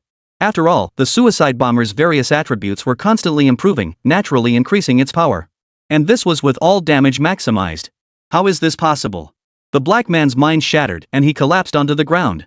Yibei found the ogre, a humanoid creature, utterly repulsive and had no desire to consume it. So he sacrificed it directly. Congratulations, host, for sacrificing the ogre. You have gained 10 sacrifice points. After the sacrifice, only the ogre's skin remained. Suddenly, the gambling cube stirred. Yibei retrieved it. One face of the gambling cube lit up, then proceeded to absorb the ogre's skin. Yibei stowed the cube away and turned his gaze to the black man slumped on the ground. Your turn. Seeing Yibei slowly approach, the black man shuddered in terror and immediately begged for mercy. This isn't my fault. I had no choice. If I hadn't betrayed you, I'd be the one dying. I had no choice either. Yibei had no interest in listening to the man's excuses. Suddenly, he thought of a punishment that would make the black man suffer worse than death. He ordered the executioner to cut off the black man's genitals and infect them with spores. This ensured that even if the black man used healing potions, it would never grow back. The black man's face darkened, his eyes filled with venomous hatred as he glared at Yibei. Now stripped of his very foundation, he felt no will to live. His heart was filled with hatred, and only killing Yibei could satisfy his vengeance. Yibei naturally noticed the black man's expression, but dismissed it with disdain. He dispatched the Spore Executioner, who tossed the black man into a dungeon chamber in another direction. Finally, they sealed the entrance with spores. The black man pleaded desperately from the other side, uttering all manner of groveling words. Yibei paid him no heed. He expanded the fungal carpet and continued exploring the next dungeon chamber. Later, Yibei encountered a tree demon monster. Its branches were entwined with countless skeletal remains. Some of these bones belonged to monsters, while others were human-shaped. Though their names differed slightly, they appeared indistinguishable from ordinary tree demons. But each now bore the suffix boss minion. Mara Tree Demon Boss Minion. The bones bound to its form represent the tree demon's battle achievements and symbolize its status. Yibei felt a twinge of curiosity, but since they were monsters, let's just get to it. Chapter 52, Wild Monster Red Name. In an instant, Yibei launched a fierce assault. Filaments of mycelium erupted from the Spore Executioner's body. They violently shot into the trunk of the demon tree demon, delivering a devastating blow. Suddenly, a hoarse, muffled voice tinged with disdain echoed within Yibei's mind. Telepathic communication. Yibei narrowed his eyes, surprised that the Maro tree demon possessed such an ability. Within his mind, the entity spoke, threatening Yibei. You worthless insect, you dare provoke me? Do you want to die? I am the favored servant of a certain great being. Do you dare kill me? Do you dare? Kill me, and you'll incur that great being's endless vengeance. A great being? Yibei sneered in contempt. What a load of bull about some supreme being nothing more than a slightly stronger boss. Through the system, he learned that the Mara tree demon was a minion of the boss. He might not be able to defeat it now, but in time, that might change. Are you threatening me? Only the weak resort to threats. The strong simply act. The next moment, the Spore Executioner erupted violently, firing out tendrils of mycelium. The fungal carpet on the ground began to spread wildly, gradually replacing the entire surface with its sprawling network. The demonic tree spirit roared, its shrill voice exploding within Yibei's mind. Yibei frowned. The spore projector fired out one spore capsule after another. As a potential minion of a terrifying boss, it naturally possessed some formidable abilities. The Maro tree demon's branches held the skeletal remains coiled around its body. The moment they connected to the demonic branches, the bones began moving in an eerie manner. Like marionettes on strings, they moved with remarkable agility and possessed formidable combat prowess. So that's how it is. Possessing such offensive capabilities is truly formidable. However, Yi-Bei could tell these skeletons weren't particularly strong. Some were even extremely fragile, shattering at the slightest touch. But sheer numbers made up for it. Such a vast number of skeletal attackers assaulting Yi-Bei's troops could inflict devastating damage. Yi-Bei ordered the Spore Executioners to transform into fungal vein rioters, boosting their physical attributes. Then, with the Spore Sacs assisting, he used fungal thread traps to restrain the Marrow Tree Demon's movements. Some skeletons, however, proved exceptionally hard. Even the Crimson Mycelium struggled to break through them. They could only slowly entangle them, siphoning energy from within. Yi-Bei held no fear of defeat. Compared to the ogres in the previous chamber, these were relatively easy to handle. The skeletons fell one after another. For a moment, the Marrow Tree Demon gasped for breath, utterly exhausted.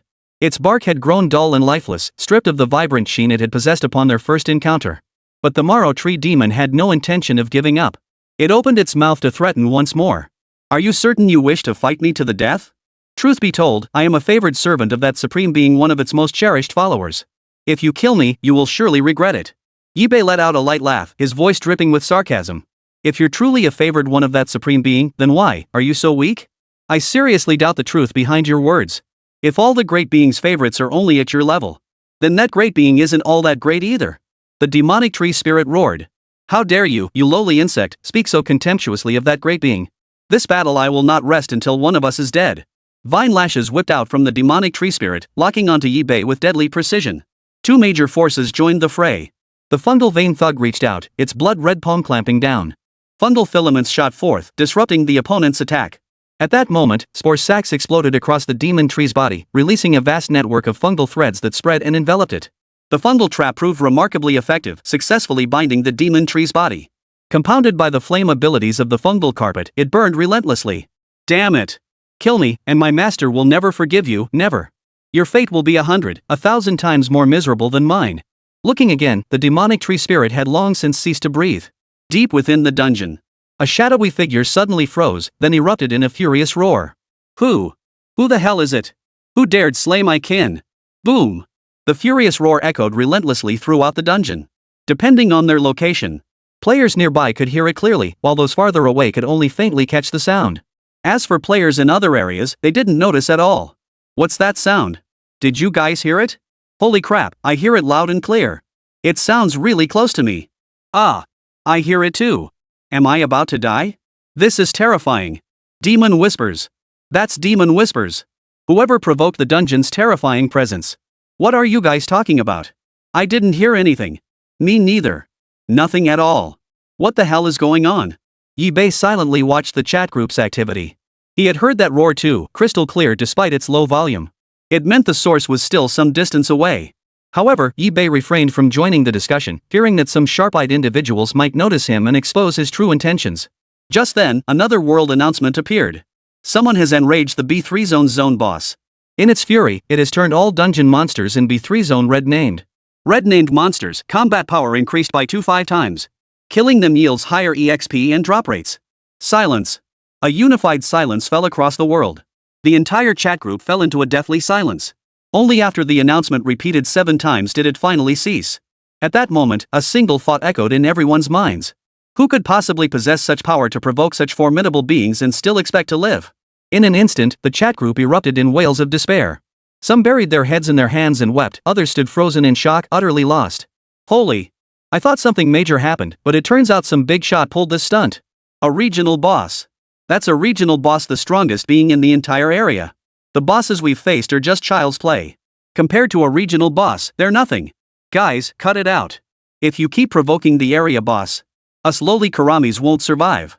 Of course, some were relieved they weren't in B3. Thank goodness I'm not in B3. That nearly scared the crap out of me. Yeah, I guess if we didn't hear the sounds, there was no threat. And the monsters in front of me didn't show up as red-named monsters. Yi-Bei felt a twinge of guilt. As the instigator of this riot, he silently listed a few more items for sale. Of course, driven by a hint of guilt, Yi-Bei deliberately lowered the prices by 1%. Chapter 53, Brown Sandworm. Meanwhile, during this period, after abandoning the fragile moral code they had spent years building, their strength surged dramatically, with unit attributes significantly enhanced. Even the three of them had all reached level 2, and they controlled a large number of dungeon monsters as their troops. Yet now, the trio cursed under their breath. Especially hot-tempered Abiao, who raged. Damn it! What the hell is going on today? Our luck is just too damn bad. Everything was going smoothly before we were almost done clearing all the monsters in this floor's rooms. Only one minor boss left, and then suddenly a world announcement pops up. Now the mini-boss's strength doubled, wiping out tons of our troops. Total disaster. Beside him, the blue-haired Ahai sighed as well. Damn it, who did this? They've only been here a few days and already dare to provoke the area boss? They must be tired of living. Even they, as powerful fighters, were only level 2. To provoke the area boss at that level. That's practically rushing to their deaths. Besides, if you want to die, don't drag us down with you. Rough estimates put their losses at nearly 30% of their forces in this battle. This battle was nothing short of devastating. Scarface's face twisted in fury as he gritted his teeth and snarled. Don't let me find out who it was, or I'll kill him myself, rip him limb from limb, drink his blood, and eat his flesh. Yeah, damn it. That little bastard did this. Ahai seethed with rage. In his mind, this expedition should have been a triumphant return. But this single global announcement had completely derailed his plans. At that moment, Yibei silently dismantled the body of the Maluo tree demon. He sacrificed some of the demon tree spirit's corpses to the mother fungus. Congratulations, host, for sacrificing the demon tree demon.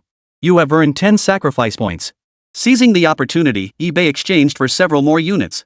Using 20 sacrifice points, he exchanged for 2 martyr exploders. Then spent another 5 sacrifice points to acquire 5 Spore Executioners. Finally, he spent another 20 sacrifice points to exchange for 2 Spore Blasters. At this moment, Yibei still had 130 sacrifice points remaining. He then checked the system again. Yibei. Territory, All Mother Fungus. Level, LV5. Sacrifice points, 130. Troop types, 20 Spore Executioners, 3 Martyr Exploders, 5 Spore Sac Projectors.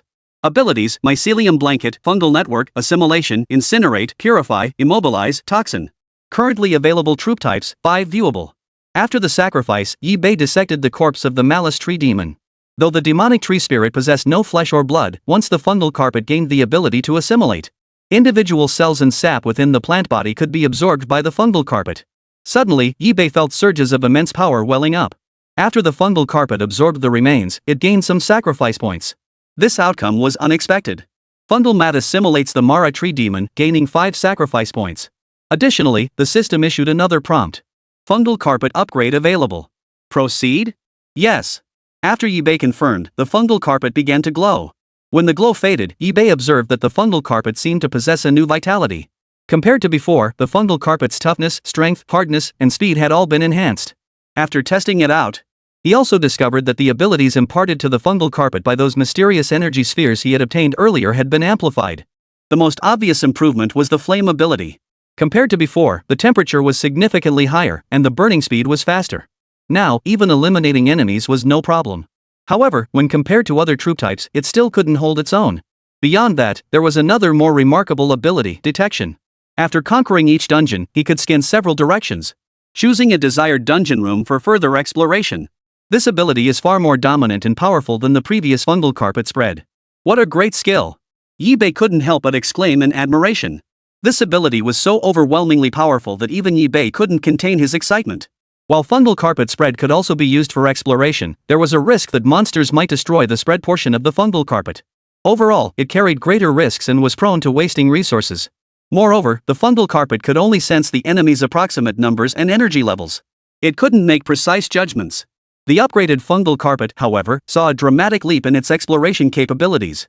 It now provides detailed information on the enemy's general outline, strength, energy, and description. With that thought, Yibei guided the fungal carpet to explore the next dungeon chamber.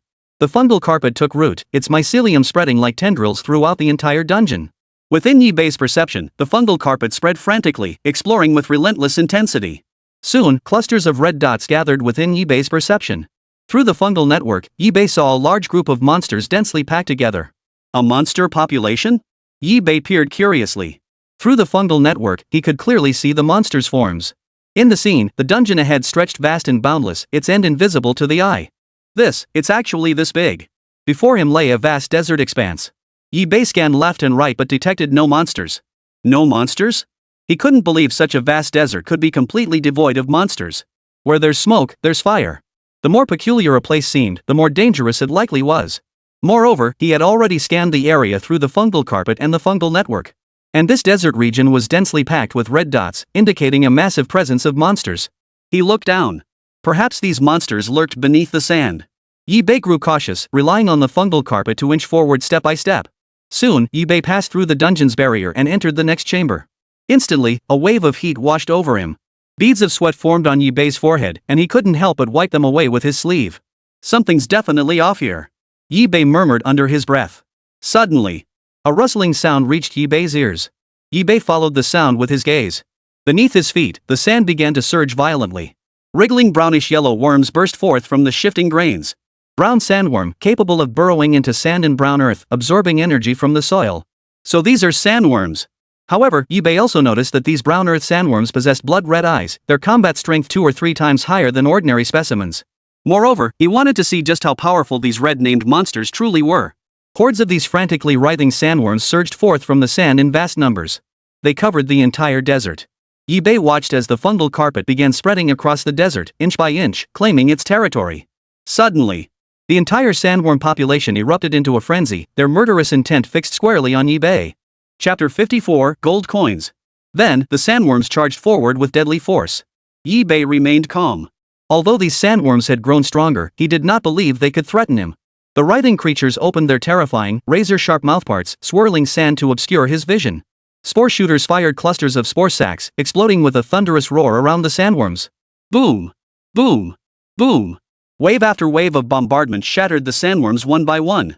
Simultaneously, fungal traps spread alongside the advancing fungal carpet, gradually enveloping the sandworms' bodies. Combined with the fungal carpet's pyrokinetic abilities, the sandworms were relentlessly incinerated. Before Yi-Bei, these sandworms proved utterly helpless. Tortured by various fungal threads, each met a different demise, yet none could withstand a single strike from Yi-Bei's forces. Keep in mind, this was under enhanced conditions. Without the red-named monster markings, these sandworms would be even weaker. Although this was Yi-Bei's first encounter with a desert environment in a dungeon room, the monsters here weren't particularly strong. Then again, perhaps Yi-Bei's units just happened to be the perfect counter to the sandworms. This battle didn't last very long. Yi-Bei controlled his units, gradually defeating all the sandworms. Then, Yi-Bei stepped forward, summoned the fungal carpet, and sacrificed the sandworms before him. Congratulations, host, on sacrificing the sandworm. You have gained 15 sacrifice points. Additionally, Yi-Bei gained a substantial amount of experience by defeating the enhanced sandworms. Already a level 5 player, after absorbing this massive influx of experience, he was just shy of reaching level 6. It must be said, Yi-Bei's current leveling speed was truly impressive. Moreover, due to the worldwide announcement of the area boss, the strength of monsters in this region has increased. The drop rates and experience gained from defeating red-named monsters had also doubled. This area boss is truly a great monster. Without this event, Yi-Bei would have needed much longer to reach level 6. Now, that time has been drastically shortened, and level 6 is within reach. Yi-Bei resolved that the next time he encountered this area boss, he would kill it swiftly and without mercy. As these thoughts flashed through Yi-Bei's mind, a sudden disturbance stirred beneath the sand. Yi-Bei looked down. Instantly, a terrifying sense of danger washed over him. A thick tree branch shot up from beneath the sand. Yi-Bei dodged swiftly, narrowly avoiding the attack. Something's wrong. Could it be that the area boss has sensed my location? Yi-Bei gritted his teeth inwardly. No matter how he thought about it, it seemed impossible. He had merely praised the boss a little. Could that really be detected? But there was no time to dwell on it now. Yi-Bei ordered his troops to advance into battle. Only then did Yi-Bei quietly observe. It was a thick, powerful branch, seemingly alive with its own consciousness. The Spore Executioner directed its mycelium toward the attacking branch. Simultaneously, Yi-Bei manipulated the fungal carpet, causing it to spread. These fungal mats took root in the desert, some already covering the thick branches. Then, thick branches suddenly shot up from the desert, clashing with the fungal carpet as they vied for dominance over the territory. Witnessing this, Yi-Bei frowned and accelerated the fungal carpet's spread. He even commanded the fungal carpet to activate its combustion properties, attaching tendrils of flame to the branches. Enveloped in flames, the branches emitted faint cries of agony. Fire really is more effective. Against plant-type monsters, the most effective counter was elemental attributes, especially fire-based ones. Yi-Bei realized that plant-type monsters were becoming increasingly common, making the unlocking of new troop types an urgent necessity. Soon, with the assistance of troops like the Spore Executioner, and largely relying on the fungal carpet's burning ability, they gradually pushed back the branches. The fungal carpet spread wildly, seizing the initiative and ultimately claiming this dungeon.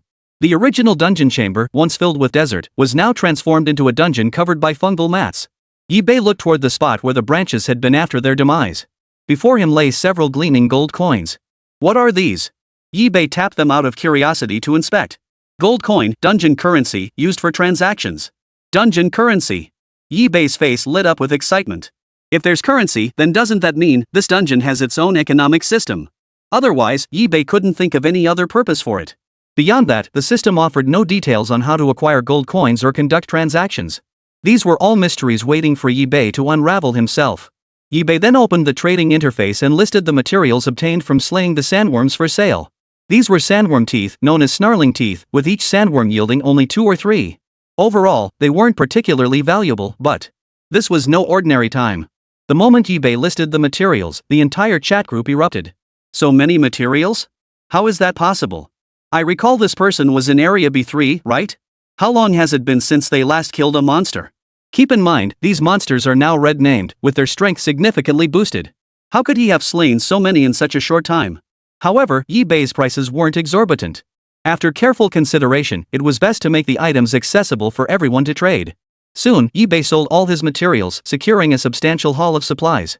Afterward, Yibei exited the trading area and continued his descent into the depths.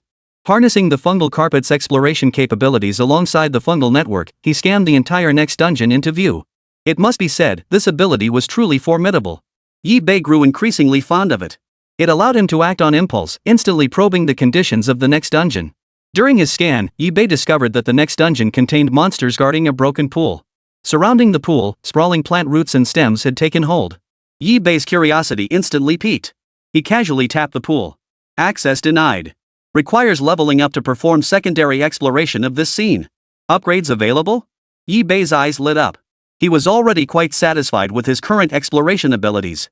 If it could be upgraded further, wouldn't that make him invincible? Moreover, Yibei noticed that the pool itself remained undetectable. This meant this pool was absolutely extraordinary. In the image, the roots appeared thicker and more menacing. They were likely far more powerful and dangerous than any roots he had encountered before. Currently, Yibei lacked effective means to deal with plant roots. Burning the fungal carpet was merely a temporary solution. Let's check out the other dungeon first. He would explore the other side first, see if there was anything to gain, and then return to investigate this dungeon chamber. Following the fungal carpet's path, Yibei swiftly reached his destination through exploration and the fungal network. The fungal carpet surged in violently, shattering the area's tranquility. Immediately after, the Spore Executioners and other troops stormed in. Chapter 55, Fountain of Life Fragment. Before Yibei lay a delicate, soft, and sticky slime. Unlike the slimes Yibei had encountered before, the slimes in this dungeon seemed to have undergone some sort of mutation, causing anything they touched to slowly corrode away. Moreover, this corrosion process is accompanied by combustion properties, inflicting additional flame damage. Mutated slime, a product of slime mutation, possessing strong corrosive and flammable properties. Despite being mutated, they appeared indistinguishable from ordinary slimes at first glance. It's difficult to discern the difference based on appearance alone. Similarly, Yibei noted the mutated slime's abilities, its corrosive and flammable properties. These two traits were extremely unfavorable for Yibei's units. Fortunately, Yibei had previously integrated the water-repelling pearl's ability into the fungal carpet, which could mitigate the mutated slime's abilities to some extent and lessen the damage inflicted. Otherwise, given the strength of his own troops, he would have suffered heavy losses. Moreover, with the red name status active, the mutant slime's power was amplified. Suddenly, the mutant slime launched its attack first, each spewing a massive glob of slime mucus from its mouth. Yibei's brow furrowed.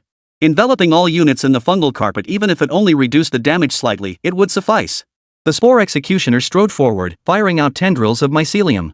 Simultaneously, the spore shooters matched their intensity, firing spore sacs into the fray. The slime mucus violently entangled the spore sacs in fungal filaments midair. The potent corrosive properties of the slime rapidly dissolved both. Under Yibei's watchful gaze, the two devastating attacks were neutralized with surprising ease. But Yibei paid no mind, this had been a feint all along. Patches of fungal carpet began spreading wildly. Upon contact with the slime, their expansion noticeably slowed. Boom! The Spore Executioner wrapped its mycelium around its entire body, a crimson aura of blood energy swirling around it. In that instant, the Spore Executioner transformed into a fungal pulse berserker. Thud! The fungal vein berserker stomped his foot, leaping instantly before the slime. Crimson mycelium shot forth. This strike drove the crimson filaments deep into the mutated slime's body. The fungal pulse berserker went berserk. Frenetic bursts of crimson mycelium shot forth relentlessly. These slimes were far too slow. Before the blood-red filaments, which raced like a storm, they were utterly defenseless. The intense corrosion seemed like a joke in the face of the fungal pulse berserker. Empowered by the fungal carpet and fueled by its enraged state, the fungal vein berserker feared death not at all. This frenzied assault created openings for Yi-Bei's other units. Spore capsules erupted one after another, landing at the slime's feet. Before corrosion could take effect, the mycelium traps activated. They bound the mutated slimes in their grasp. However, the slime's corrosive nature caused the mycelium trap's effectiveness to plummet to epic levels.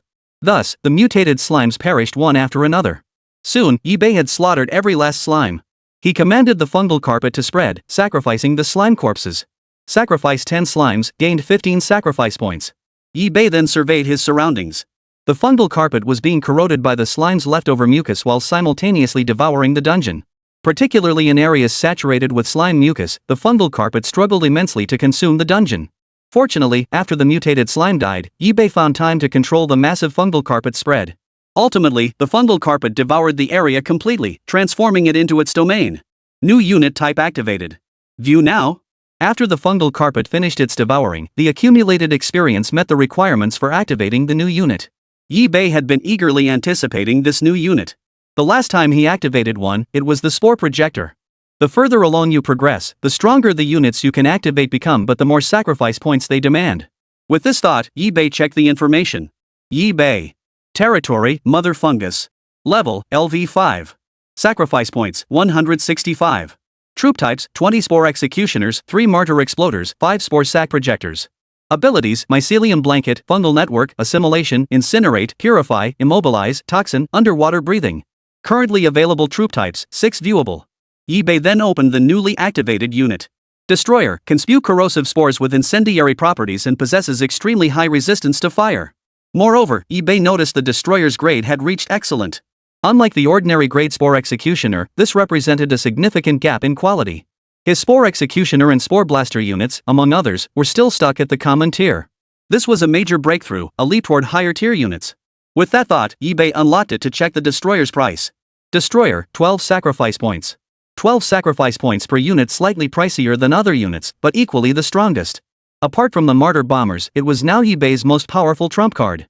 Yi-Bei exchanged for 3 destroyers in one go, spending 36 sacrifice points. He now had 129 sacrifice points remaining. It could be said that Yi-Bei now faced little fear from most ordinary tier monsters. Moreover, with the burning trait, he could now handle plant-type monsters with ease. Therefore, Yi-Bei decided to return to the pond. He was determined to see what was so peculiar about that pool. Subsequently, Yi-Bei commanded a large force of troops and advanced in another direction. The root-like monsters within the pool suddenly erupted into chaos upon encountering Yi-Bei. But Yi-Bei was prepared. Such scenes had long ceased to surprise him. He ordered the destroyers to strike, sending burning spores of decay crashing down onto the coils of roots encircling the pool. Boom! The burning spores ignited violently upon contact with the roots. A raging inferno consumed the roots and stems. It must be said that these roots, which had been rather troublesome for Yi-Bei to deal with, before the destroyer, they proved utterly fragile, consumed entirely by the raging flames. The once hard surface of the roots turned pitch black. The other units provided support, aiding the destroyer's offensive actions.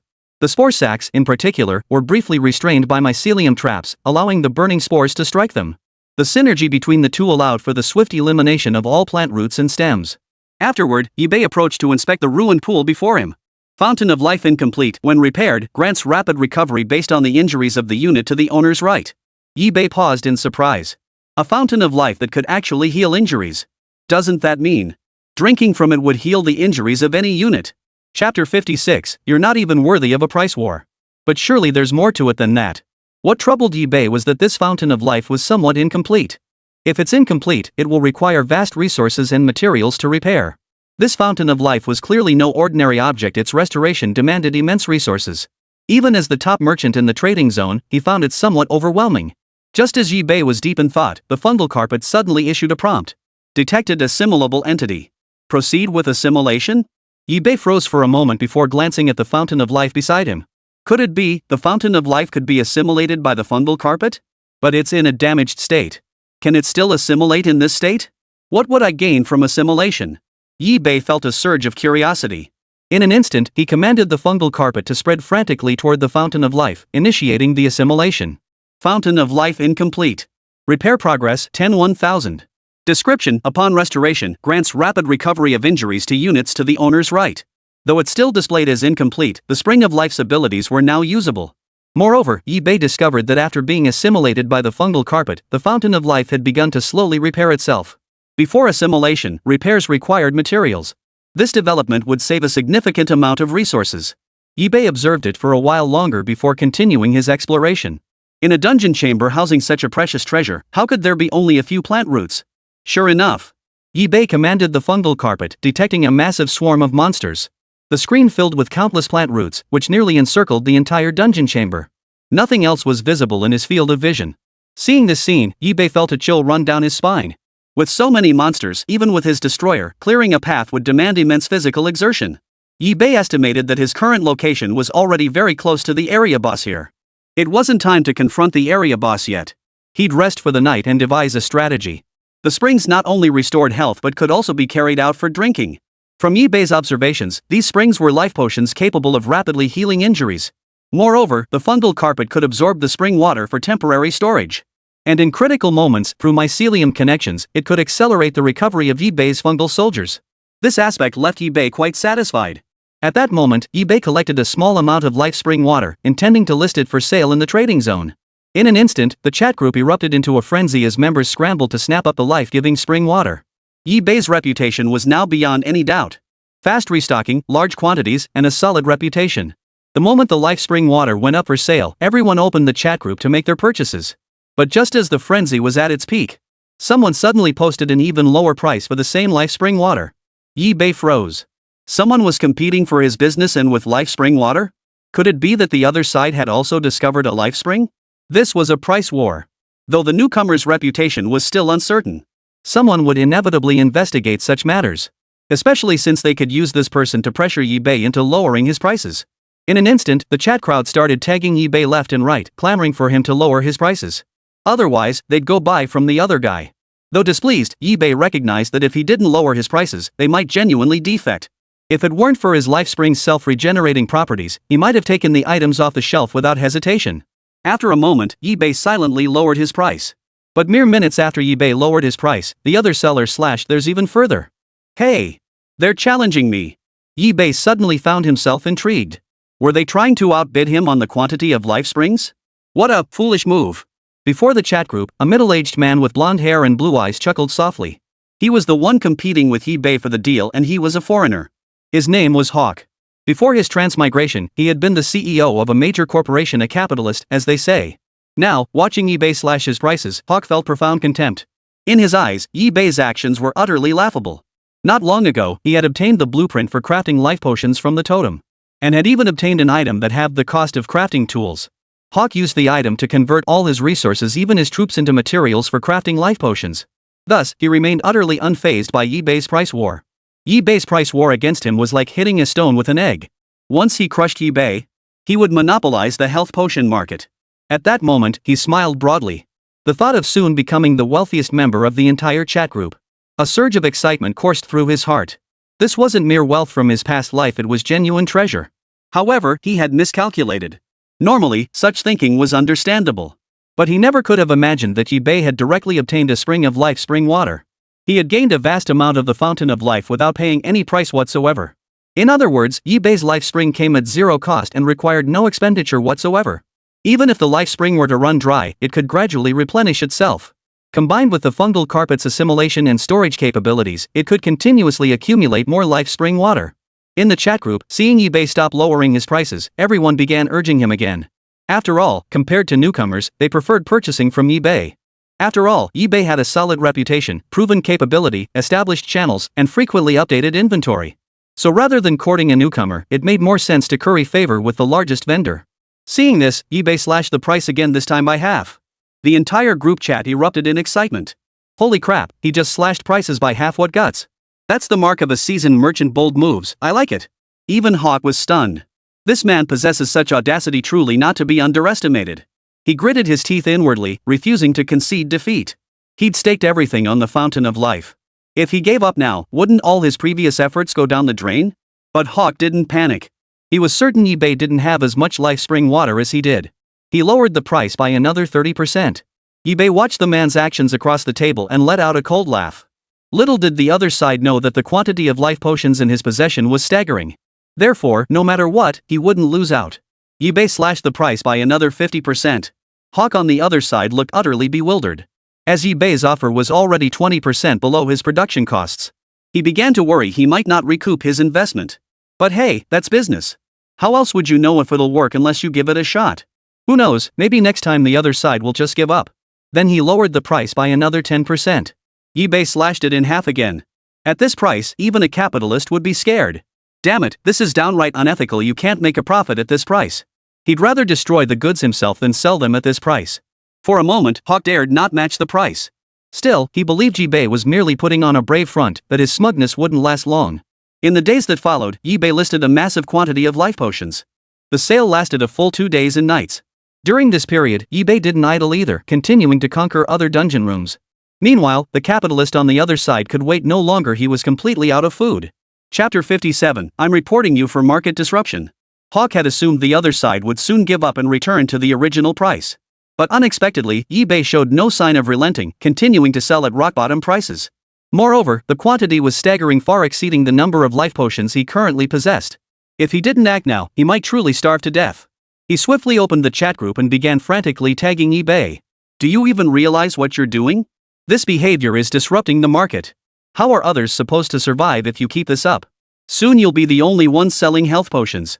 If others get their hands on them, they won't be able to sell theirs. eBay scoffed dismissively. Who set the rules for the market? There's never been such a rule in the dungeon. What I'm doing is simply trading the surplus supplies I have on hand. People acquire what they need through mutual exchange. There's never been any forced buying or selling. Hawk froze for a moment, then erupted in fury, shouting. That's twisted logic. Pure and simple. What you're doing is nothing but capitalist behavior. You're treating us like fodder, trampling on us at will. No matter how vehemently the other side protested, eBay paid no heed. These accusations held no threat for him whatsoever. He was merely listing surplus goods in the trading zone. Those interested would naturally transact with him. Could his actions really be called capitalist? The real capitalists were the ones across from him. If they had approached politely, he might have considered seeding some customer base. But they had jumped straight to undercutting prices without a word, aiming to monopolize the life potion market. Such actions inevitably provoked eBay. Hawk panicked when eBay stopped responding. If he didn't sell now, he'd truly starve to death. Sitting idly by wasn't his style. He had to keep fighting back against eBay. Hawk then listed his potions for trade, hoping to exchange them for some food. In the group chat, the others sneered with disdain. You must be out of your mind. Trying to trade at that price? You're lucky you didn't get beaten to death. You could get more health potions from that big shot. Why pay a premium for something from you that might not even work or be genuine? Hawk gritted his teeth, steeled his resolve. Even if it meant taking a loss, he had to survive. He resolved to slash the price even further below eBay's offer. Seeing the new price, the crowd grew restless, ready to pull out their food to buy. Someone in the chat group warned. eBay's price had dropped again, now cheaper than Hawk's. You bastard, you really don't want me to survive, do you? What good does my death do you? If you won't save me, at least let me save myself. Are you really trying to push me to the edge? eBay chuckled lightly. He paid no heed to the insults and threats hurled at him. If they hadn't started it first, he wouldn't have bothered. They'd started this mess, yet now they had the nerve to turn it around. Letting them off the hook wasn't eBay's style. Even as Hawk hurled insults relentlessly, eBay remained silent, letting him rant alone. Seeing eBay's silence, cold sweat poured down Hawk's back. He was genuinely terrified. If he'd known, he never would have gambled. He believed he might be the first to discover the blueprint for the elixir of life. That's why he'd resolved to use all his supplies to craft potions. Never did he imagine this would become the very thing that destroyed him. In a flash of panic, he immediately sent eBay a private message to apologize. Sorry. It's my fault, I was too hasty. Please spare me, sir.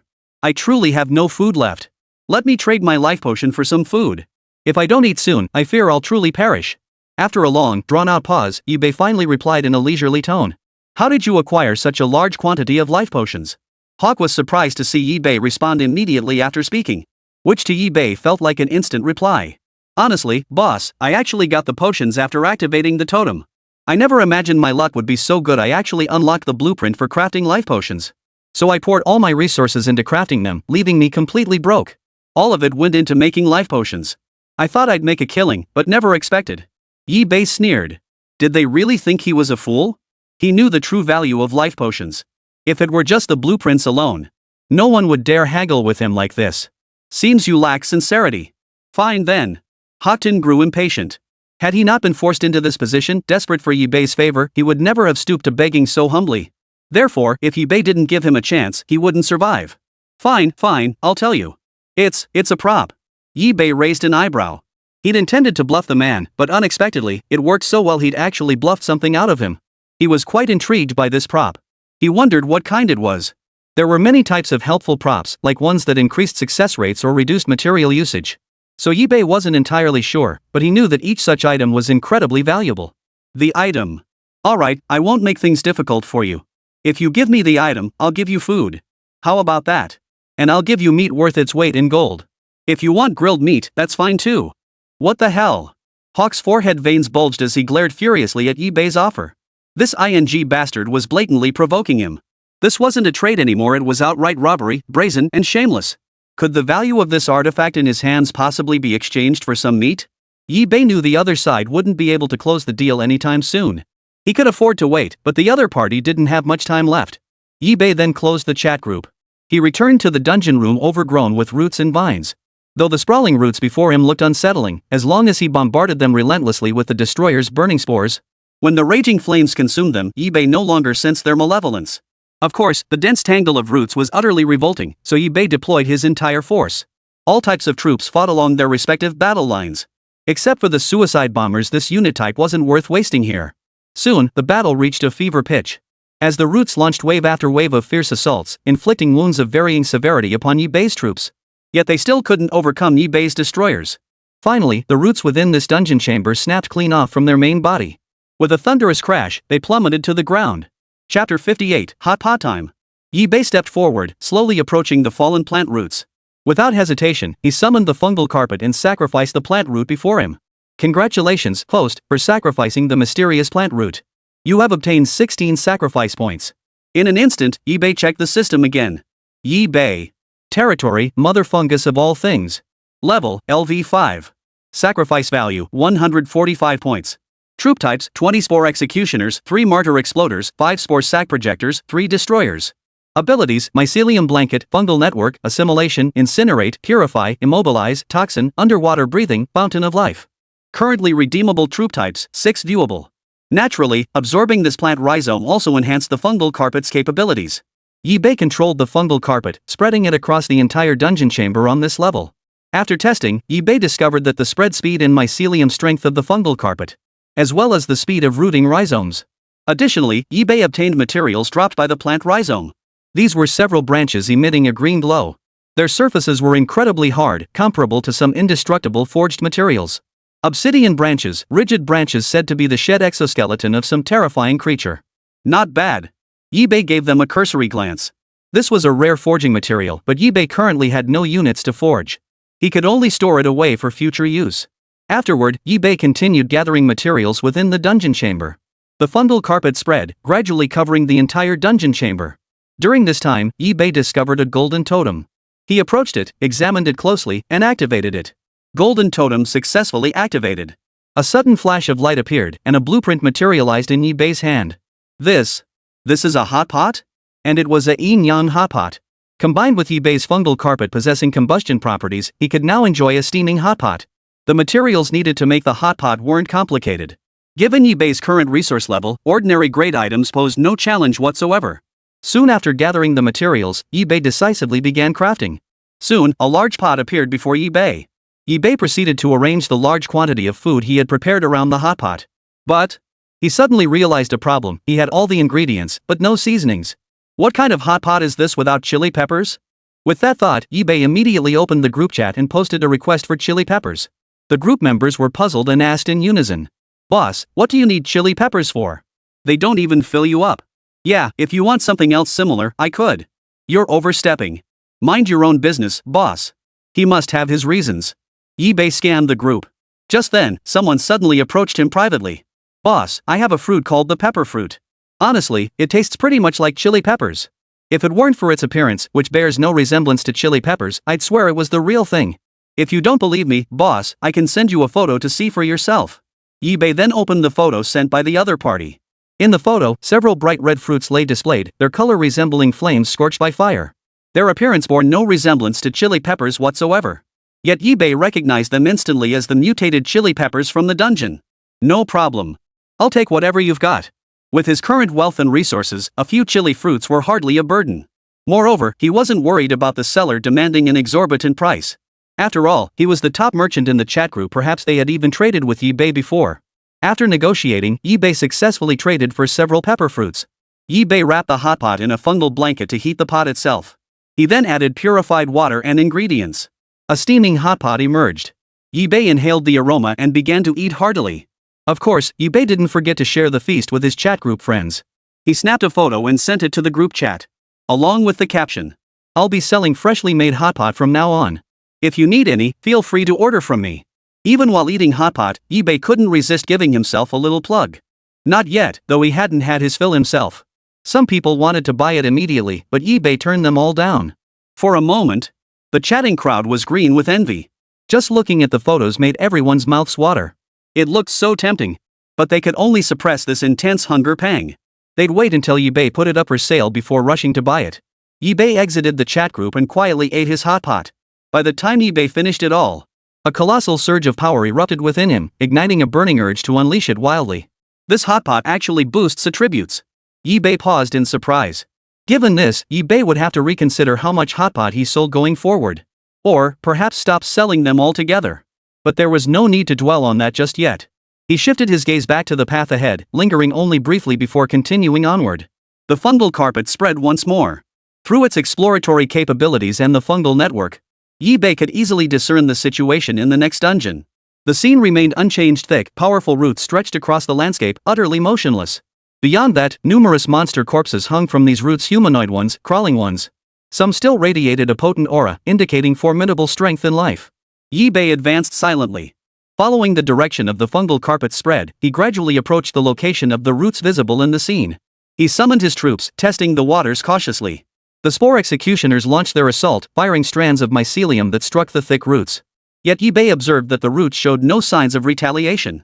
They simply allowed the filaments to strike their surfaces, remaining utterly still. Immediately afterward, the wounded roots began frantically absorbing the energy within this dungeon chamber. In other words, the roots possessed formidable digestive capabilities, endlessly absorbing energy. Even with their regenerative abilities, they struggled to withstand Yibei's relentless assault. Soon, after dealing with them, Yibei pressed forward. Before him appeared the first large dungeon chamber Yibei had encountered since his arrival. It was even larger than the desert chamber before. Within the chamber stood a colossal tree whose trunk bore vessels resembling biological blood vessels. A terrifying aura swept over him. Its presence was majestic and overwhelming. Merely looking up, Yibei felt immense pressure. A zone boss. Indeed formidable. Just looking at it was enough to inspire dread. Yibei raised his head, locking eyes with the boss, a fiery glint blazing in his gaze. Chapter 59, Area Boss. Chinka Sovereign. Tier, Intermediate Boss. HP, 1 million. Danger Level, High. Description: the mightiest sovereign within this region, existing since the dungeon's inception. Yibei stared at the system's description of the area's boss, cold sweat instantly breaking out on his brow. At last, the moment had come to take this step. The branches of the area boss before him were impaled with numerous bodies, their agonized wails echoing through the air. When these victims spotted Yibei accidentally stumbling into their domain, their eyes flashed with desperation as they cried out. "Brother! Young friend! Save me! I'll reward you handsomely afterward. Buddy, you gotta get me down. I've got intel you'll want." Yibei paid them no heed, his gaze fixed on the imposing regional boss before him, his heart pounding with unease.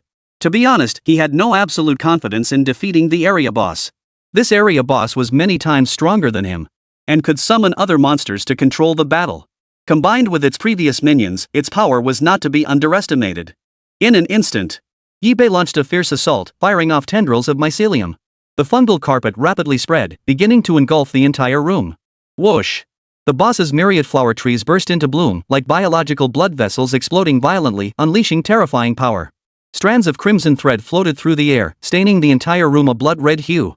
These threads danced and coiled into terrifying killing blows, all converging on Yibei. The Spore Executioner enveloped his entire body in fungal threads, a surge of blood energy coiling around him as he instantly transformed into a fungal vein berserker. Boom! Simultaneously, the spore projector fired clusters of spore sacs, while the destroyer unleashed flaming spores. All three assaults struck the boss simultaneously, yet inflicted no significant damage. Its outer shell remained gleaming and unblemished. But the blood threads drifting through the air grew increasingly vivid and crimson. The next instant, as if provoked, the blood threads began to surge wildly. One by one, the blood threads rushed chaotically into the fungal vein thug's body, colliding with spore sacs and burning spores. The once serene spring light instantly descended into chaos, obscuring eBay's clear view of the battlefield. Fortunately, the fungal carpet continued to spread. Through the fungal network, eBay could roughly gauge the situation. Moreover, eBay needed to allocate some of his forces to deal with the boss's minions. This too presented a significant challenge. Currently, eBay had only 3 martyr exploders at his disposal. If he wanted to kill it in one go, the only option was to unleash all 3 suicide bombers simultaneously, channeling all the explosive damage directly onto the boss. Only then would he stand a chance against the boss. Seizing this moment, he must once again deploy units like the destroyer to launch relentless assaults. The first priority is to eliminate the boss's minions. They're too disruptive to combat. Fortunately, these minions aren't particularly strong. Your upgraded units can handle them with ease. Moreover, his destroyer is a superior grade unit. Against ordinary monsters? It's practically a walk in the park. Boom! Terrifying flames erupted violently from the burning spores. The flames spread rapidly, incinerating several other monsters in the vicinity. Soon, the flames reached the boss's massive, imposing form. The flames were blocked, unable to penetrate its armor. Then, a sacred radiance began to emanate from the boss's hardened body. Yi Bei looked up. The fungal carpet silently spread to the front of the boss, then prepared to cover its entire body. Threads of scorching flame began seeping into the boss's body. With the fungal carpet as a conduit, the spore flames surged directly into it, instantly engulfing the boss's body in flames. The once towering boss let out a wail of agony, its entire body beginning to sway. Rustle, rustle, rustle. Leaves fell like deadly strikes, slashing wildly at the assembled troops. The boss had already identified which unit posed the greatest threat. Nearly all its attacks converged on the destroyer's position. Yi Bei had only exchanged for 3 destroyers, each one priceless. And they were also the most destructive unit type aside from the suicide bombers. Realizing this, Yi Bei immediately summoned fungal pulse thugs to hold the line for a moment. Boom! Boom! Boom! A relentless barrage of explosions obliterated the enemy units before him. Nearly 5 fungal pulse thugs and 1 breaker perished. But now, all the boss's minions were utterly destroyed. Only the boss and the impaled players remained on the battlefield. Seeing this scene, Yi Bei let out a faint sigh. This alone had already consumed a significant portion of Yi Bei's troops. So he must proceed with utmost caution from here on. The spore capsules continue to fire relentlessly, landing one after another on the boss's body. And the mycelium traps activated, only managing to delay the boss for a brief moment. Yet it was precisely this brief window that allowed Yi Bei to glimpse an opportunity. 3 suicide bombers slipped silently into the darkness, using the fungal carpet to conceal their presence. Suddenly, 3 suicide bombers suddenly materialized before the boss, their bodies swelling violently as if a beast were awakening. The boss finally sensed something amiss, but before it could speak, its voice abruptly cut off. "You're the one who killed my kin." Boom! 3 successive, deafening explosions reverberated through the air, leaving everyone ringing in their ears.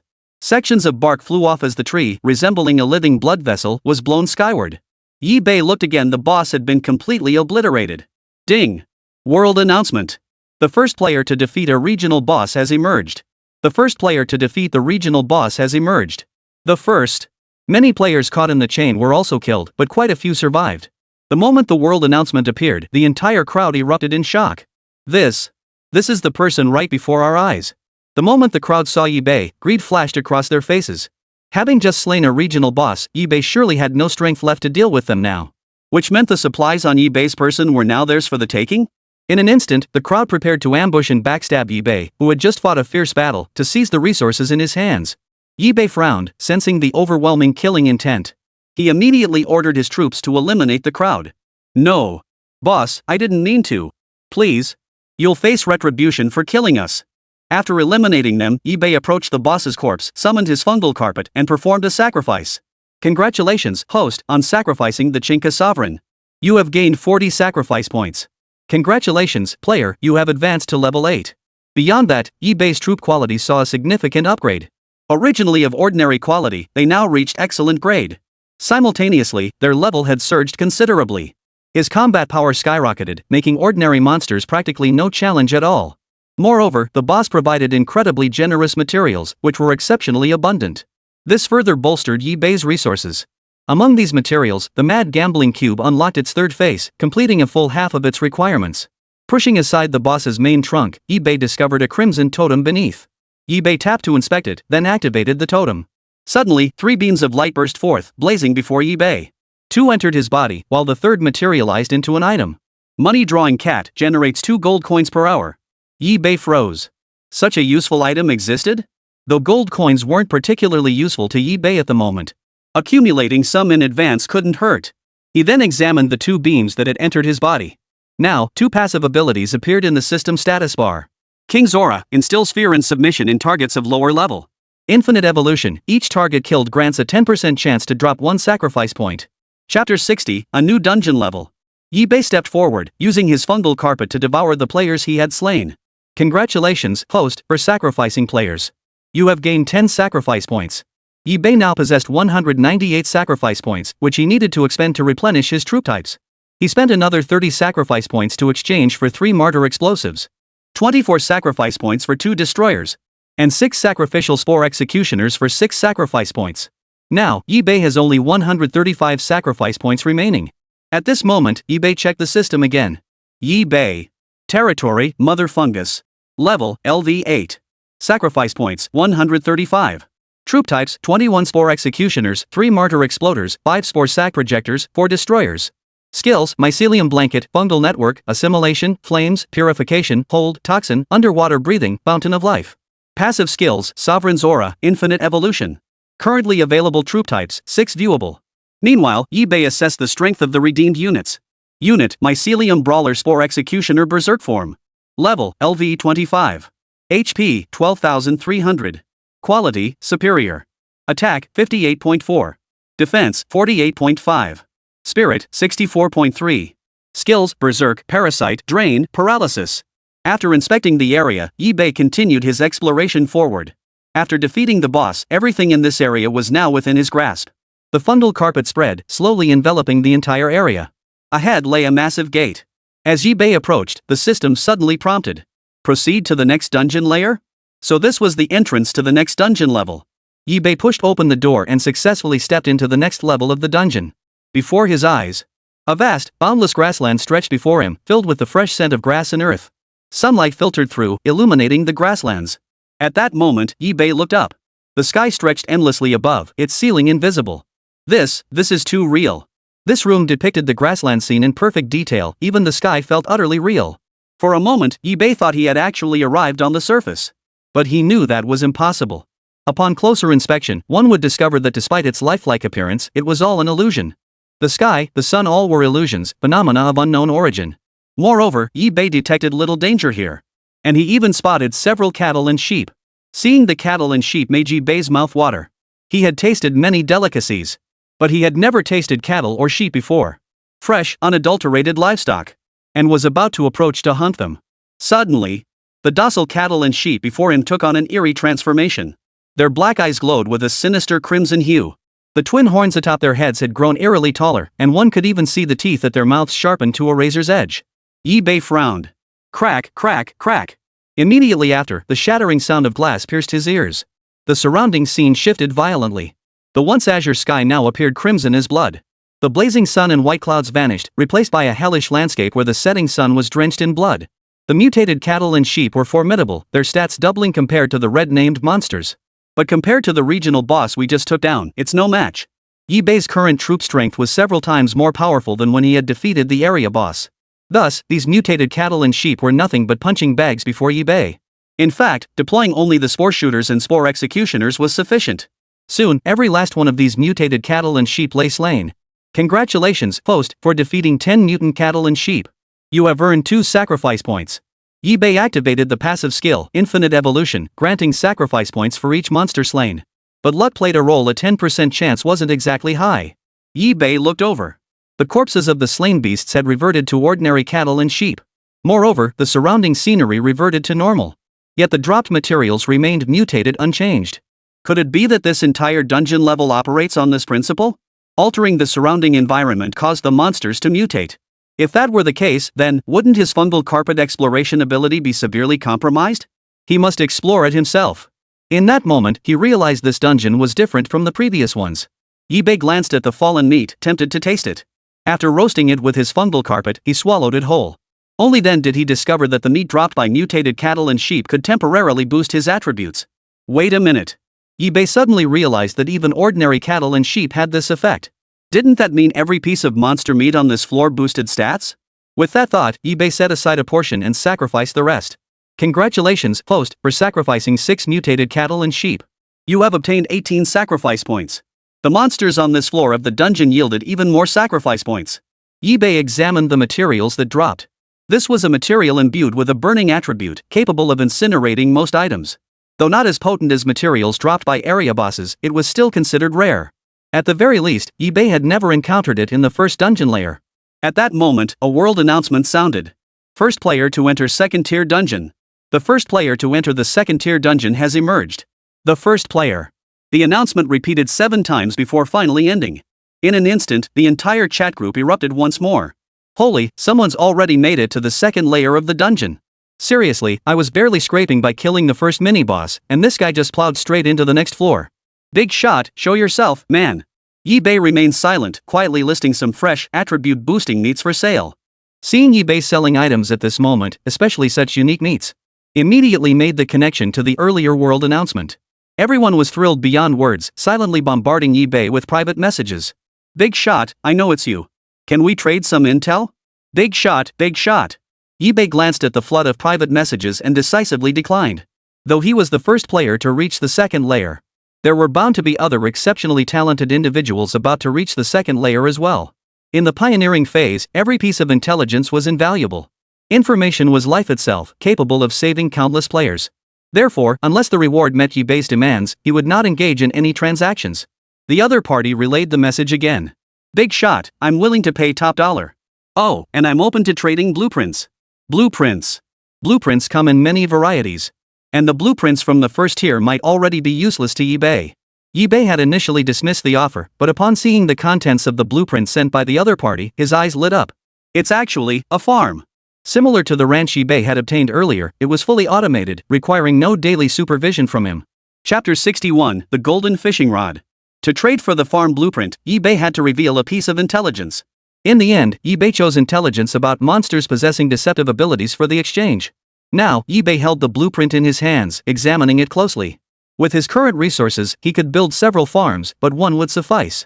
Subsequently, eBay constructed a farm. Upon discovering the farms could be assimilated, he proceeded to assimilate them directly. The farm featured 2 fully automated mannequins, nearly identical to the pasture, and also required 2 energy stones. While the resource consumption after assimilation remained unchanged, the fungal carpet could now directly transmit energy equivalent to the required resources. This proved far more convenient, and after assimilation, the farm could be directly deployed on the fungal carpet. Unlike the pasture, it no longer occupied a large amount of space. Wherever the mycelium carpet is, there the farm is. In an instant, eBay relocated the orange tree and grapevine he had previously acquired to the farm. Moreover, within the farm, the time to bear fruit was significantly reduced. It made sense of fully automated farm energy soil, purified water, energy stones. With such an setup, it would be hard not to yield quickly. eBay rejoiced for a moment. After settling everything, he resumed his exploration of the grasslands. Ever since arriving at this level of the dungeon, eBay had grown increasingly puzzled. This dungeon level lacked distinct rooms, making it difficult to determine the specific areas where each type of monster resided. Moreover, even the initial grassland area alone was vast beyond measure. His earlier cursory glance revealed endless expanse, vast and boundless, stretching without end. eBay pressed forward in his exploration. Soon, eBay arrived at a lake. He instinctively assumed monsters lurked within, likely similar to those encountered earlier. Therefore, eBay refrained from rash action, choosing to test the waters first. He summoned the fungal carpet, spreading it toward the lake. Layer upon layer of the carpet covered the lake's edge. With this alone, eBay could conduct further exploration through the fungal network. Through the fungal network, eBay spotted a vivid crimson dot in the area. Monsters, indeed. eBay murmured softly, then retrieved a piece of meat from the system's back. He tossed it into the lake. However, a massive fish over 10 meters long leapt from the lake, snatching the meat before it even hit the water. At that moment, the surrounding scene shifted. The lake in the grasslands suddenly transformed into a pool of blood, thick with the stench of death. Countless corpses lay within, formed from the congealed blood of various monsters. The giant fish itself now took on a terrifying, monstrous form. Its jaws were lined with razor-sharp teeth capable of snapping steel with ease. Its massive body, stretching over 10 meters long, resembled a towering skyscraper as it abruptly leapt from the lake. The sheer impact was utterly staggering. This sudden spectacle startled Yi-Bei. Then, the giant fish plunged back into the lake. The scene transformed from a pool of blood back into a clean, clear lake. The scene returned to tranquility. The scene that had just unfolded, with the wind whistling through like demons whispering and spirits roaring. It stood in stark contrast to the present. But Yi-Bei had guessed correctly, this monster was powerful, extremely powerful. In the next instant, he deployed his troops to engage in battle. Yi-Bei continued to sacrifice troops, using the opportunity to launch a fierce assault with his forces. Yet, it had no effect whatsoever. After the meat was gone, the giant fish swiftly retreated into the lake, unwilling to engage Yi-Bei further. He couldn't possibly use up all his meat to lure it. What if the big fish ate its fill and never emerged again? Yi-Bei needed a fishing rod. Only by personally reeling it in could he force the fish into battle. With that thought, Yi-Bei opened the chat group and posted a request to purchase a fishing rod. When the group saw that it was the big shot who had entered the second floor of the dungeon seeking one, the chat instantly became lively. Someone in the group chat offered to sell their handmade wooden fishing rod. Wooden. Yi-Bei instinctively dismissed it as inadequate. After all, these were second-floor monsters. Over 10 meters long, what good would a wooden rod do? Others began showcasing their own fishing rods. Among them, Yi-Bei noticed one that was golden. The crowd gasped in unison. A golden fishing rod. It's actually a golden fishing rod. Even the fishing rod has reached gold tier. Too bad it's just a fishing rod. If it were another weapon, it'd be worth way more. At that moment, the other party explained to Yi-Bei. Sir, you may not know this, but this golden fishing rod was crafted using a dungeon blueprint. So rest assured, boss, there's absolutely no risk of it snapping. Its load capacity is a whopping 100,000 kilograms, and it's incredibly flexible, perfectly solving the drawbacks of ordinary fishing rods. Upon hearing this, Yi-Bei suddenly understood. After all this time, he had gained a general understanding. These items were also categorized by tier. They were categorized as common, gold, and diamond. As for anything beyond diamond, Yi-Bei had no knowledge of it, nor did he expect to encounter such items anytime soon. Alright, name your price. I'll take this item. The man across from him gave a cold laugh and said, honestly, acquiring this gold fishing rod wasn't easy for me either, so the price I'm asking is a bit steep. Consider this, at the very least, it must be an item of equal value. Then, the other party made an outrageous demand, asking Yi-Bei to hand over a large quantity of supplies. Though Yi-Bei could afford the trade, he saw no reason to be taken for a sucker. Besides, the golden fishing rod wasn't particularly useful. It was mainly for dealing with lake monsters and would likely be useless afterward. Therefore, getting it at a lower price would be best. Yi-Bei continued haggling with the other party.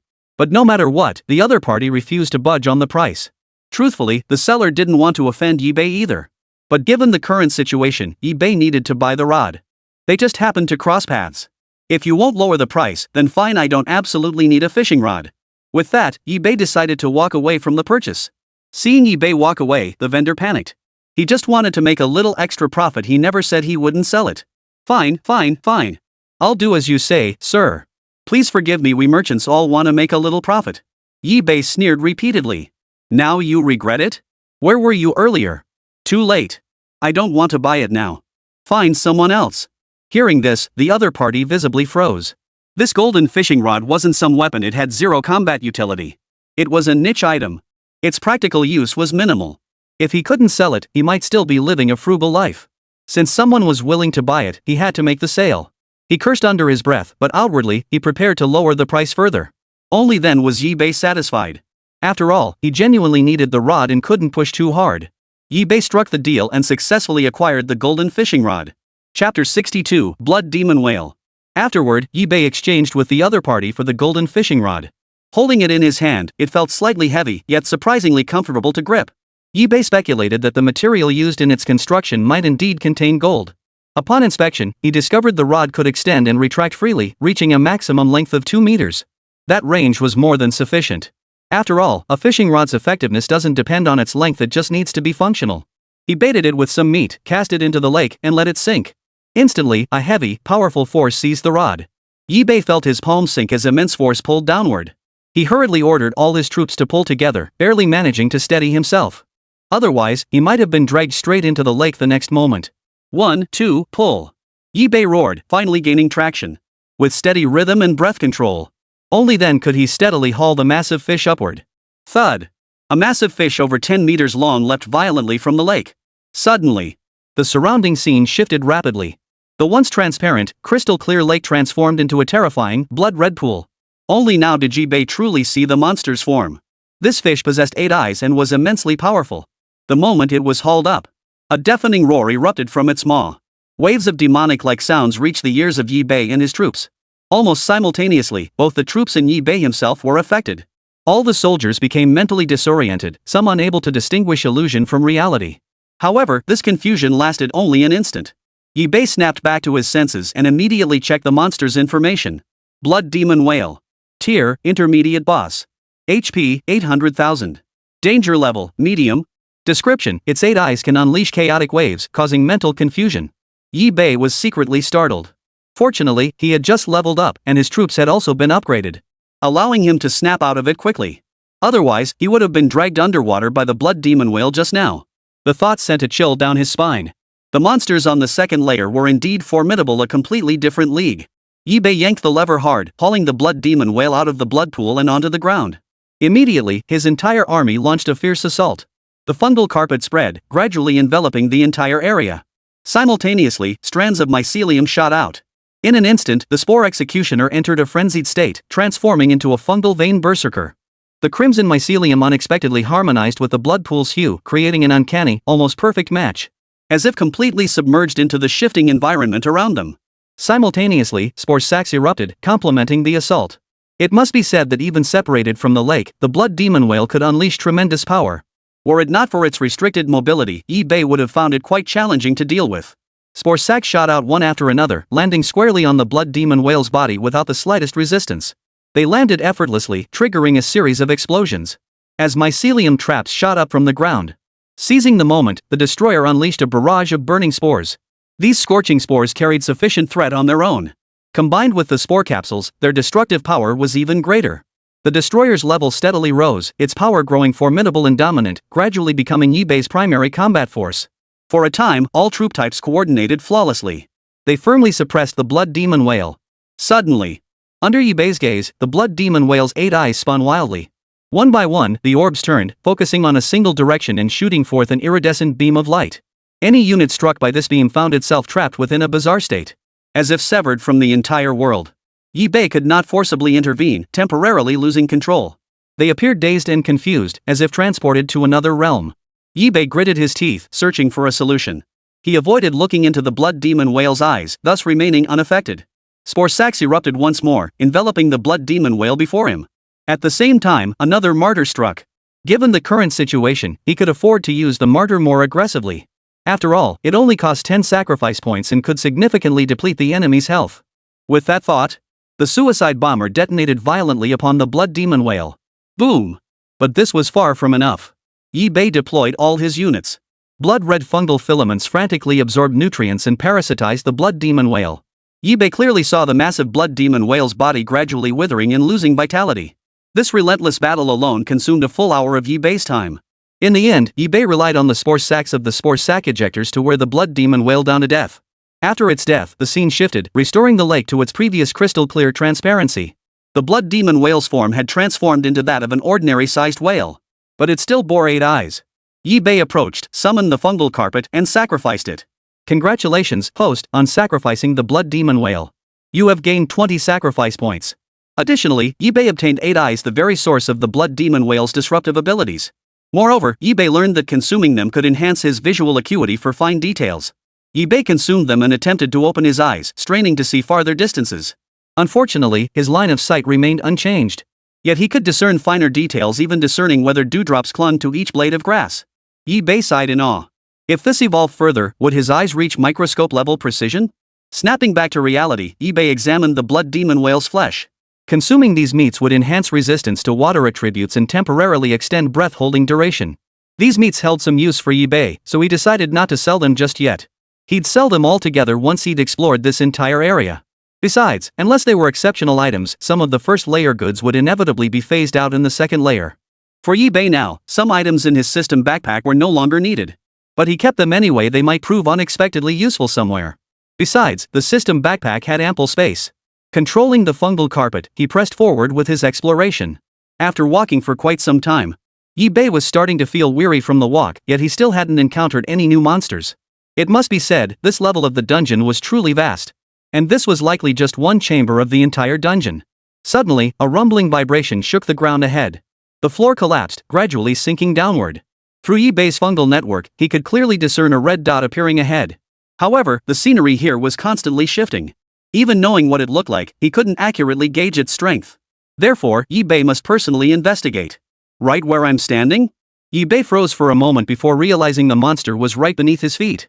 The next moment, the ground violently cracked open, revealing a massive fissure. A colossal centipede emerged from the fissure. eBay narrowed his eyes, studying the creature. Its exoskeleton was bizarre, resembling dragon scales. In an instant, eBay checked the system. Dragon-armored centipede, its exoskeleton was tainted by a trace of dragon blood, causing a species mutation that transformed it into dragon scales. Chapter 63, Dragon-Armored Centipede. The dragon-armored centipede launched its attack first. Sharp centipede legs stabbed out, converging on eBay. Almost simultaneously, the Spore Executioner instantly entered a frenzied state, its power surging once more. Crimson fungal filaments shot forth violently. Clang! Clang! Clang! The filaments struck the dragon-armored centipede's carapace, producing a crisp metallic ring. The spore projector provided support, while the mycelium traps restricted the dragon-armored centipede's movements.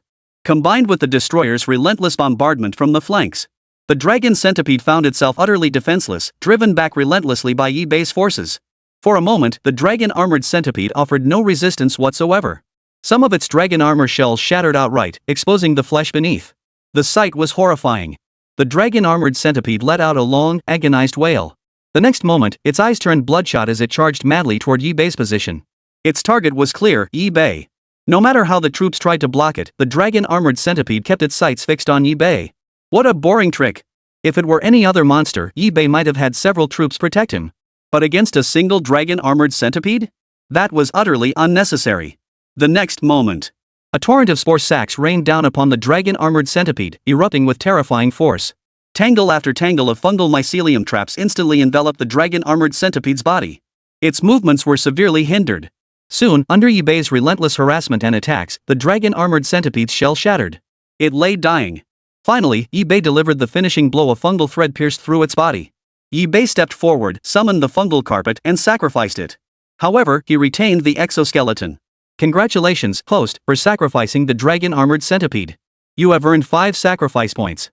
This was the lowest number of sacrifice points eBay had earned since entering the second layer of the dungeon. eBay's total sacrifice points now reached 180. The speed at which this happened genuinely startled eBay. He believed he would soon awaken a new troop type. eBay obtained dragon scales, which could be forged into equipment or ground into powder. This powder possesses properties that nourish yin and strengthen yang. eBay ground it into powder and listed it alongside blood demon whale meat in the trading zone. In an instant, the entire group chat erupted once more, all eyes fixated on eBay's listed items. But upon seeing the mysterious powder's yin nourishing and yang strengthening effects, their eyes were glued to it. THTH this is virility powder. But the price is way too steep. I can't afford it. Yeah, this stuff is way too pricey. I can't afford it. Looks like they never intended to sell it properly. Exactly. I'd laugh at anyone who buys this for life. Seriously, no one actually thinks this is good stuff, right? There's not a single woman in sight around here. What use is this stuff to you? If you take it and don't release, you'll just end up with problems. A wave of horror swept through the chat group. Even as some frantically trashed it, the aphrodisiac powder still sold out in an instant. In mere moments, eBay's entire stock of aphrodisiac powder vanished. eBay glanced at the person ranting furiously in the chat, his lips twitching. The one cursing the loudest ended up buying the most. eBay was speechless. Still, he hadn't expected such a huge sellout. In his mind, there shouldn't be any use for aphrodisiac powder in the dungeon. Selling even a fraction of it would have been enough. Now it was flying off the shelves. At that moment, someone who hadn't managed to buy any was wailing in the chat group. Damn it, damn it. I didn't get any. I didn't get any. If I'd known, I wouldn't have held back. Damn it, I didn't get a single thing. Yeah, I should have bought it the moment it went up. Big shot, do you still have any left? I'll pay top dollar. Yeah, boss, can you sell me a few more? eBay heard this and immediately refused. Sorry, I'm all out. That's everything I had. eBay then turned his attention to the remaining dragon-armored centipede shells nearby. Though he didn't need them right now, he wanted to keep them. Who knew when he might get his hands on a blueprint? When crafting rare equipment that required dragon armor shells, he could use them immediately without any hassle. Meanwhile, the trio huddled together, chattering away as they debated something. That guy's so dark-skinned, is he even edible? Plus, he reeks. No idea. He just looks disgusting. Tied up in the corner was the very same black man Yibei had tossed into another dungeon room earlier. His condition was dire, one leg was gone, and his body was covered in wounds. The sight was horrifying. Upon hearing the gang's discussion, terror washed over his face, and he began to whimper. What the hell are you whining about? The hot-tempered Abiao cursed immediately, and the three men turned their malicious gazes toward the black man. One more word, and I'll eat you alive. The trio immediately pounced, kicking and punching the black man, even savagely striking his wounds. His face contorted even more. Ah! Sirs, spare my life. Suddenly, Ah-hai let out a startled cry, his pupils trembling. That man just closed another big deal. Damn it. The remaining two exchanged envious glances. Man! I'm so jealous. How come? How come he has access to so many resources? But we just can't find out where that guy is? The black man heard this, checked the system, saw the ID, and instantly understood. He twisted his body and began crawling toward the three. He opened his mouth to speak, but was stopped by Abiao. What the hell do you think you're doing?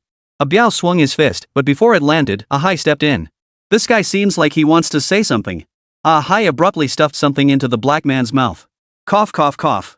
The black man coughed violently twice, his eyes staring straight ahead. After heavy breathing, he said, I know about the man you're talking about.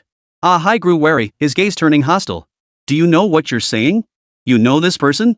You're not trying to trick us, are you?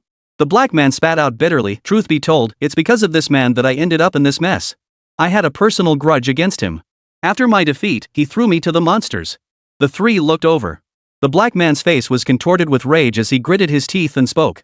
Doesn't look like he's faking it. Seeing this, the black man finally exhaled in relief. He did bear a grudge against Yibei, but survival now took precedence. Scarface suddenly spoke up, how about we just eat his limbs? Leave only the torso. Otherwise, keeping all four limbs would waste a lot of food. The black man's heart skipped a beat. No. Keeping me alive will be beneficial in the end. Trust me. I can work night shifts. Any dirty or heavy labor, just give it to me. Ah-hai suggested. Didn't we get some cotton seeds earlier? We could have this black guy plant them. The black man's eyes lit up at the suggestion. Seizing the opportunity, he volunteered immediately. Right. I'm the best at growing cotton, it's practically my racial talent. The little gang exchanged knowing smiles. Chapter 64, The Thousand-Net Demon Mosquito. Meanwhile, Yibei was engaged in battle with a newly encountered monster. Of course, Yibei remained in the same location, never stepping out of the boundless grasslands. The scene shifted. Yibei now stood beneath a blood-red sky, surrounded by scattered debris. However, the battle before him was nearing its end. Before him stood a monster, panting heavily, radiating intense heat from its body. Even the surrounding landscape bore scorched trails in its wake as the creature moved. Yet before Yibei, it lay on the verge of death. These were several molten horses, radiating intense heat. Molten horses inhabit scorching regions, with lava-filled hooves capable of melting anything. Yibei struck, unleashing a fierce assault with his various troops. Strands of mycelium, clusters of spore sacs, and burning spores. All landed upon the monster's body, delivering devastating blows. Soon, the battle came to an end. Yibei began cleaning up the aftermath. At that moment, the gambling cube in Yibei's hand suddenly reacted, flickering briefly. He quickly pulled it out and tossed the freshly slain monster inside. This time, before Yibei could even begin exploring the monster, the gambling cube had already reacted. After completing these actions, another face of the gambling cube lit up. Thus, 4 sides of the gambling cube were now illuminated. Only 2 more sides remained to complete the collection, still a long and arduous journey ahead. Still, he was filled with anticipation, wondering what effects would unfold once all 6 sides were gathered. Yibei then sacrificed it.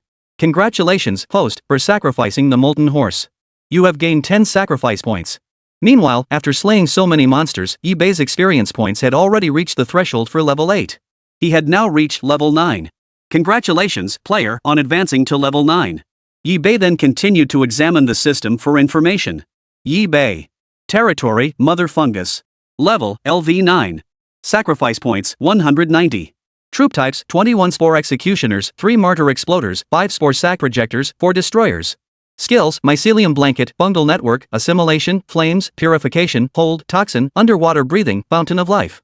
Passive skills, Sovereign's Aura, Infinite Evolution. Currently redeemable troop types, 6 viewable. Of course, that wasn't all. Yibei unexpectedly received a brand new piece of information. His Spore Executioner now possessed an entirely new evolutionary path.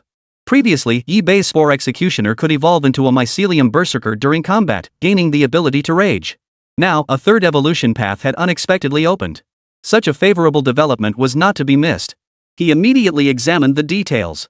Ox Horse Warrior, non-combat unit possessing extraordinary endurance, immune to fatigue and exhaustion. When stamina depletes, it autonomously seeks sustenance, repeating this cycle until life's end. This is like a heavenly oxen horse. Upon seeing this new evolution path, Yibei's heart surged with excitement. These Ox Horse Warriors could be used as foot-powered energy generators far more suitable than ordinary Spore Executioners. He estimated that a single Ox Horse Warrior could produce 1 energy stone in just 12 hours. With this realization, Yibei resolved to spend sacrifice points on upgrading. Upgrade requirements: 30 sacrifice points for unit upgrade. Future conversions will be automatic. 30 sacrifice points consumed. Ox Horse Warrior upgrade path completed. Additionally, Yibei spent 10 sacrifice points to exchange for 10 Spore Executioners. He evolved them into Ox Horse Warriors, who work day and night to produce energy stones. For a moment, Yibei felt like he had become some kind of exploitative capitalist. He commanded the Ox Horse Warriors to trample the energy production machines. After some time, Yibei checked the production rate. These Ox Horse Warriors are truly formidable. Under Yibei's watchful eye, the Ox Horse Warriors stomped frantically, their hooves creating concentric circles. As expected, their trampling speed far surpassed that of the Spore Executioners. They were born for this work. As for other functions, Yibei hadn't observed them yet and would examine them further when the opportunity arose. Just as Yibei was pondering this, a tremendous roar suddenly echoed from the sky. Yibei looked up to see several enormous mosquitoes swarming through the air. Averaging 1 meter in length with half-meter-long mouthparts, appearing monstrous and terrifying. The leader, a blood-red mosquito, was even larger, 2 meters long with a 1-meter proboscis. The moment the mosquito spotted Yibei, it charged straight toward him. Looking for death. Yibei frowned, his displeasure evident as he watched the swarm of mosquitoes charging toward him. These puny mosquitoes dared to target his prey, and even his troops. How utterly presumptuous. Did they think he was easy to bully? Yibei swiftly commanded his enraged fungal vein thugs to launch a fierce assault. In an instant, crimson fungal filaments shot out. Seizing the moment, Yibei opened the system interface to examine the mosquito's details. Shenluo demon mosquito, powerful mouthparts capable of instantly consuming vast quantities of blood and flesh. The spore projector fired spore capsules one after another, combined with crimson fungal threads, charging madly toward the demon mosquito. Boom! Boom! Boom! Spore capsules exploded upon the demon mosquito's body, shattering its fluttering wings. It gradually collapsed to the ground. Chaos erupted across the battlefield. Flecks of fungal carpet slowly spread across the area. Standing upon it, the demon mosquito. As various inexplicable elements surged toward it, flames, toxins, and fungal filaments. These elements intertwined, hindering the demon mosquito's movements. Yibei paid no heed to these demon mosquitoes. His gaze remained fixed on the crimson one. He had witnessed firsthand how the crimson demon mosquito's aura had surged rapidly just moments ago. It was forcibly boosting its combat power. Buzz, buzz, buzz. The deafening sound of demon mosquito wings flapping threw some units off balance. Fungal pulse thugs were swarmed and killed by the demon mosquitoes, their blood drained dry. The destroyer hurled several spores, and the blazing flames instantly ignited the demon mosquitoes. The flames roared fiercely. The demon mosquitoes writhed in agony, struggling desperately, their wings flapping frantically. But it was all in vain. The destroyer, its power greatly enhanced, had become Yibei's main force.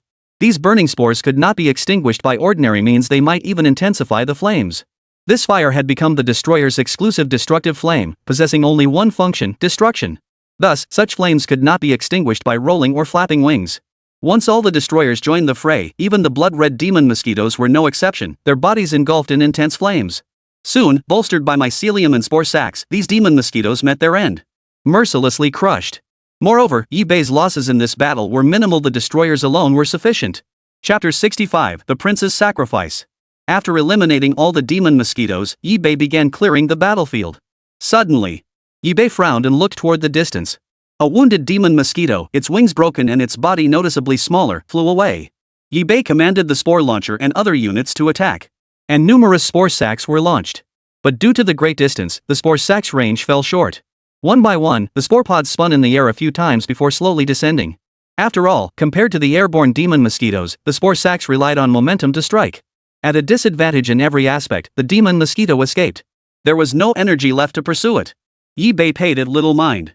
A single demon mosquito posed no significant threat.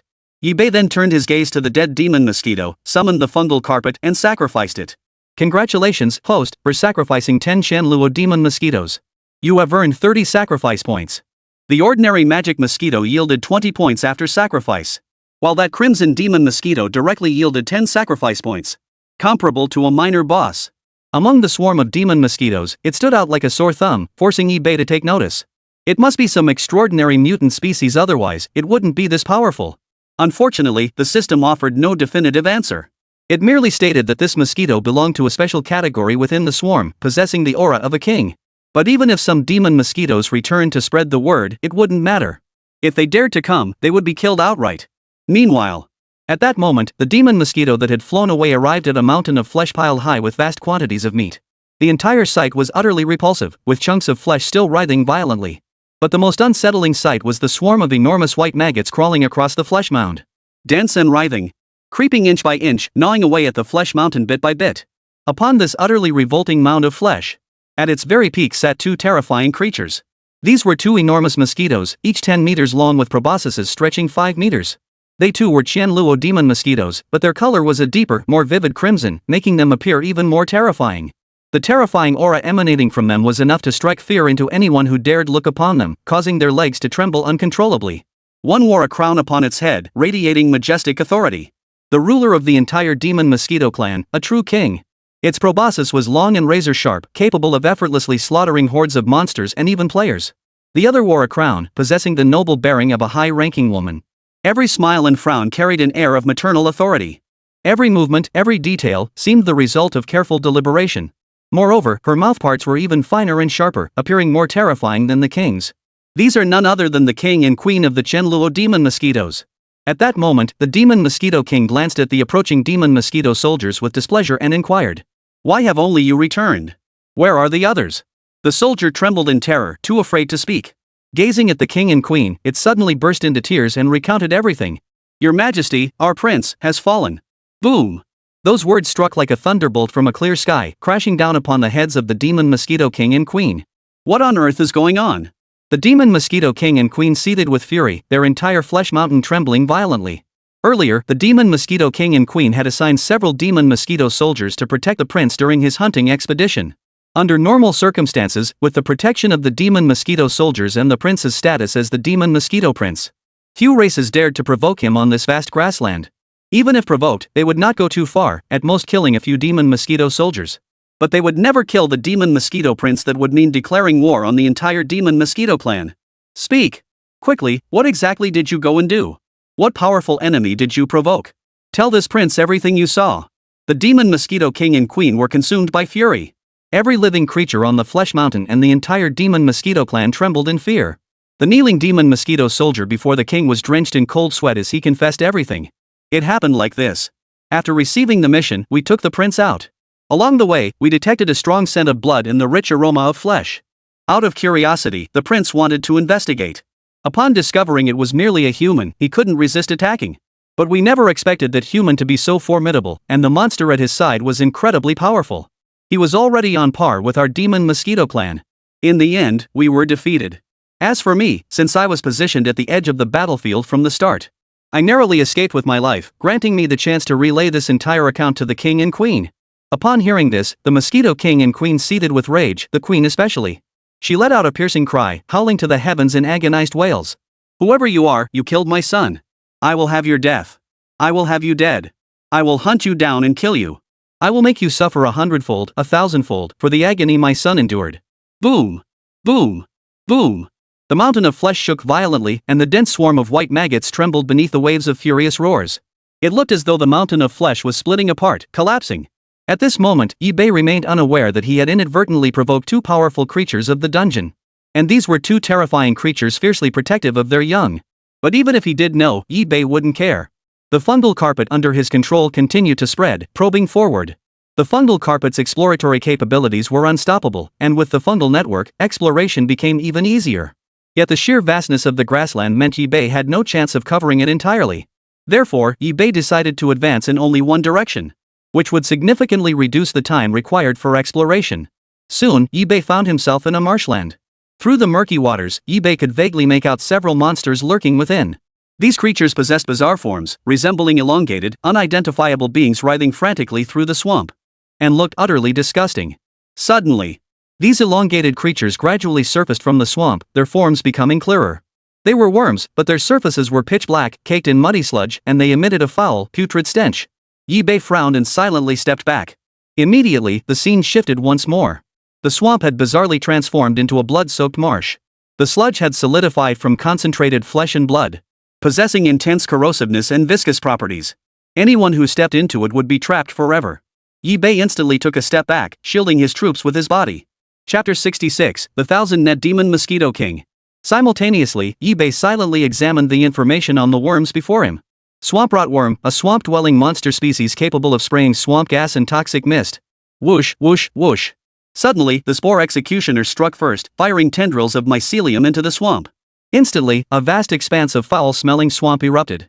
The swamp rotworms shrank their bodies and plunged back into the marsh, evading the fungal attacks. Gurgle, gurgle, gurgle. Yi-Bei's pupils contracted as he saw blood bubbles gurgling up from the bloody swamp before him. Boom! One after another, swamp rotworms leapt from the mire, spewing thick black mist from their mouths. This black mist possessed potent corrosive and toxic properties, easily poisoning certain troop types. Upon witnessing this, the fungal carpet began spreading frantically, covering the marshy terrain. And upon encountering the black mist, it devoured it outright, using its purifying and toxin-absorbing capabilities to gradually digest the poisonous mist. Thus, under the fungal carpet's protection, there was no need to fear poisoning. Moreover, the fungal carpet itself possesses potent toxicity, and with the ability to control it, it becomes even more effective. However, the sheer numbers of the swamp rotworms proved overwhelming. When these dense black mists coalesced, it too was a terrifying force, one the fungal carpet alone could not fully withstand. Consequently, some Spore Executioners were poisoned. Fortunately, the toxin didn't kill Yi-Bei's units instantly, it had a delayed effect. Seizing this chance, the Spore Executioners triggered their berserk transformation, becoming fungal vein rioters. Blood-red mycelium shot forth, complemented by the spore sacs of the spore shooters and the burning spores of the destroyers. This combined assault formed Yi-Bei's most potent offensive combination currently, surpassed only by the martyr bombers. Such relentless assaults pounded the swamp rock, delivering devastating blows. Boom! Boom! Boom! A series of explosive strikes sent swamp water spraying into the air. One by one, the bodies of the swamp rot insects were blown apart, yet overall, few were actually killed. The swamp rot worms before them remained numerous, a force not to be underestimated. The fungal carpet crept silently, relentlessly launching fierce assaults. The enraged mycelium thugs, eyes glowing crimson, acted with even greater ferocity. The absorption, parasitism, and paralysis brought by the mycelium took on a different meaning in the hands of the fungal vein thugs. Those crimson filaments seemed like soul-stealing, life-draining weapons. Driving them into a target's body granted a decisive advantage. Fortunately, the swamp rot monsters were now numerous enough to provide the fungal vein thugs with ample opportunities for experimentation. As the filaments pierced, a terrifying force began to drain. Yet like the Spore Executioners, they could only extract partial vitality, stamina, and nutrients.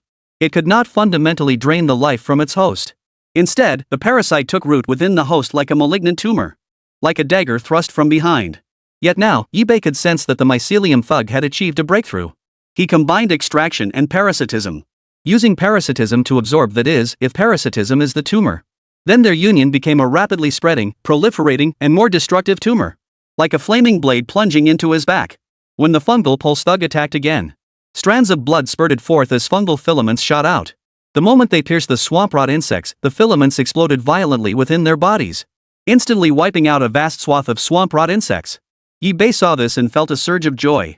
He hadn't expected the fungal pulse berserkers to yield such unexpected benefits. By harnessing the frenzied factors amplified by its berserk state, it combined parasitism with the absorption of paralysis, triggering an instantaneous energy explosion. The energy absorbed through extraction instantly ignited the explosive force, unleashing devastating destruction across a wide area. This was how it had killed the swamp rot worm in a single strike, even inflicting widespread damage. Soon, bolstered by the fungal pulse rioters, spore blasters, and destroyers, the outcome of this battle was swiftly decided. The destroyers' burning spores blazed fiercely, unable to be extinguished even when plunged into the swamp. These flames not only incinerated the toxic mist released by the swamp roach, but also burned the creature itself to ashes. At this point, Yi-Bei still needed the sacrificial exploders to face many monsters. But the swamp rot worms before him? Not a single one was needed. 3 types of troops, fighting back and forth and coordinating with each other, were actually sufficient to handle the situation. This battle did not last long. One by one, Yi-Bei slaughtered the swamp rot worms, their bodies all falling into the swamp. Suddenly, the surrounding scene shifted once more, like shifting patterns of light and shadow. When Yibei regained his senses, the blood pool swamp before him had reverted to its original marshy state. The thick, pungent stench of blood had vanished. Yibei summoned his fungal carpet, spreading it across the marsh to sacrifice the decaying swamp insect corpses. Congratulations, host, for sacrificing the swamp-rot worm. You have gained 20 sacrifice points. Additionally, the toxic abilities of Yibei's fungal carpet were enhanced. The fungal carpet spread rapidly. Particularly within the swamp, its spread was exceptionally swift. The vast swamp was completely engulfed in the blink of an eye. Now, the once natural marsh had transformed into a vast pool entirely encircled by the fungal carpet. Afterward, Yibei controlled the rampantly spreading fungal carpet, intending to continue exploring forward. Buzz, buzz, buzz. Just then, a buzzing sound like swarms of mosquitoes began to echo around his ears. The sound grew louder and louder, stronger and stronger, as dark shapes appeared in Yibei's vision. The shadows grew larger and clearer. Before him, a swarm of mosquitoes approached at breakneck speed. Of the same species as the Qianluo demon mosquito he had just slain. Qianluo demon mosquitoes. Yibei murmured under his breath, narrowing his eyes as he scrutinized them closely. At the very front were 2 demon mosquitoes radiating powerful auras, each crowned atop its head, a symbol of status. With that thought, Yibei opened the system interface to check the information.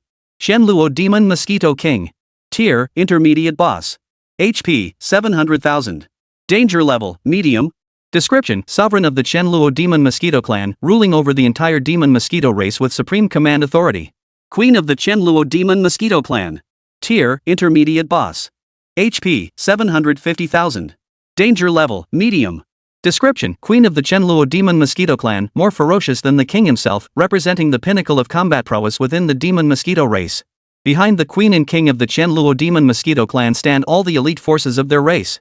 It could be said that the entire demon mosquito clan had mobilized, all for the purpose of eliminating Yibei. They really think highly of me. Yibei chuckled sarcastically. It seemed the crimson demon mosquito he had slain earlier held a significant status within the clan. With its equally crimson exterior and terrifyingly grotesque mouthparts, upon closer inspection, it bore an uncanny resemblance to the demon mosquito king. Could it be that was the demon mosquito prince? He had killed their prince, the demon mosquito king's son. No wonder they came looking for me. Chapter 67, The Mark of Vengeance. But Yibei had no intention of explaining anything. Since they had come looking for him, it was now up to Yibei to uncover the truth. But Yibei felt a twinge of worry. After all, his troops had just emerged from battle, and had not yet recovered, resulting in diminished stamina. Fortunately, the fungal carpet could swiftly deliver nutrients to the troops, enabling rapid recovery. At that moment, the demon mosquito king descended slowly. My son sent is here, indeed. It's you. Did you kill my son? Yibei watched coldly. What difference does it make whether I speak or not? Even if you hadn't come for me, I would have come for you sooner or later. So, cut the crap and get on with it.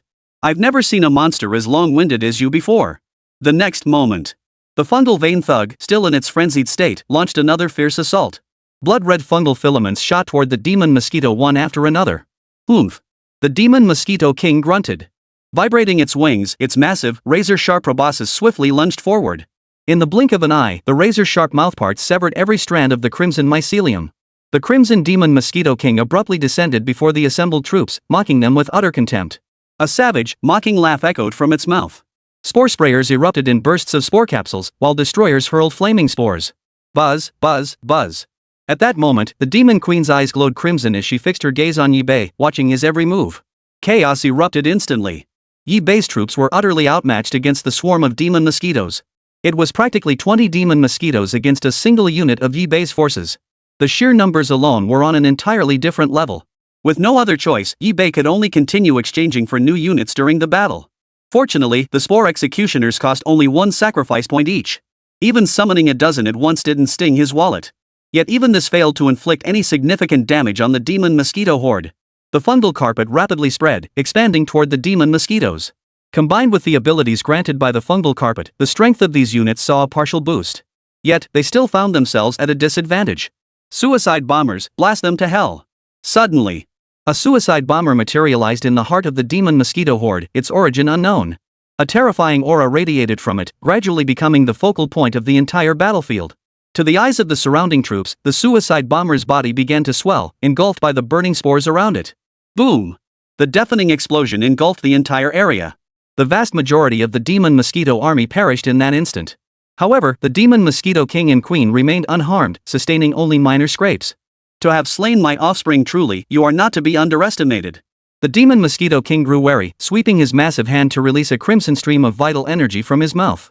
It then surged into the demon mosquito army. Boom! Instantly, a dense radiance filled their bodies. The demonic insects sensed the terrifying power surging within them, and let out a piercing cry as they charged forward like mad. Yi Bei froze. Earlier, when he had slain the demon mosquito prince, he had noticed that the demon mosquito prince could employ some sort of secret technique to enhance his combat prowess. And now, he witnessed an even more terrifying spectacle. The demon mosquito king could forcibly amplify the combat prowess of his subjects, greatly increasing their strength. This was simply too powerful. He knew that the demon mosquito king before him was likely the strongest being he had encountered thus far. Its power likely rivaled that of the regional bosses from the next tier up. This was two bosses fighting in tandem, making it even more difficult, and the demon mosquito soldiers were also troublesome. Thus, facing the demon mosquito king, Yi Bei felt even greater pressure. He exchanged for another sacrificial bomber. To secure victory, he needed to finish this quickly. The spore launcher once again fired a barrage of spore capsules, weaving fungal traps that bound the demon mosquito's movements. Soon, Yi Bei's destroyer found an opening again, firing burning spores to attack the demon mosquito king. The scene descended into utter chaos, yet Yi Bei managed to grasp the situation through the spreading fungal carpet, utilizing the fungal network. Now, the demon mosquito army held absolute dominance. And to secure a decisive victory, a devastating strike capable of engulfing the entire battlefield was required. At that moment, Yi Bei surveyed the battlefield. Of his Spore Executioners, fewer than 5 remained. The rest had all been drained to death by the demon mosquitoes. Only one spore launcher remained. Yi Bei had exchanged for 3 more along the way, but they too had all perished. As for the destroyers, fewer had perished, 3 remained, a fortunate outcome in this dire situation. But the demon mosquito army remained overwhelmingly vast. Though both the demon mosquito king and queen bore significant wounds, they still moved with ease. This was the most grueling battle Yi Bei had ever fought. His resolve hardened as he silently glanced at the 5 sacrificers lurking in the shadows. Simultaneously, he redeemed several more units. His sacrifice points had been partially depleted, leaving him with only 170 points.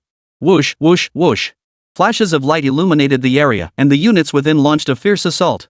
Spore pods coiled around the enemy, engaging them in combat. Now, suddenly, 5 suicide bombers abruptly materialized beside the demon mosquito king and queen. Less than a foot away.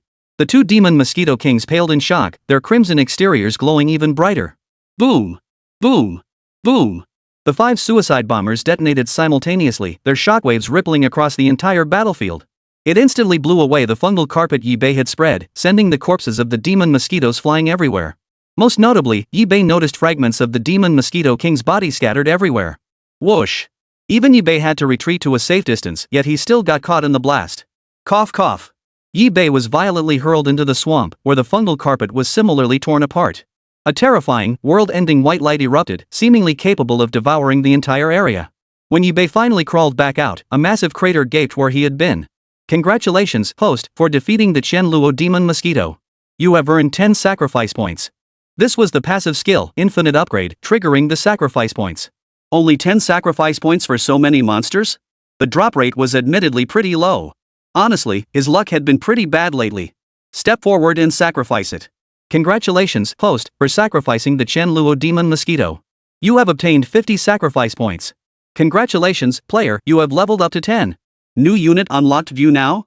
Yi Bei checked the details. It was the evolution path for the martyr bomber, named the exploding mosquito. Similar to the suicide bomber, it gained the ability to fly in mid-air and detonate explosively. This resolved the suicide bomber's weakness of only being able to attack ground targets. Suddenly, the dungeon began to tremble, as if roaring in fury. Ding! Player has been targeted by the dungeon's terrifying entity, marked with the seal of vengeance. Yi Bei froze, his brows furrowed.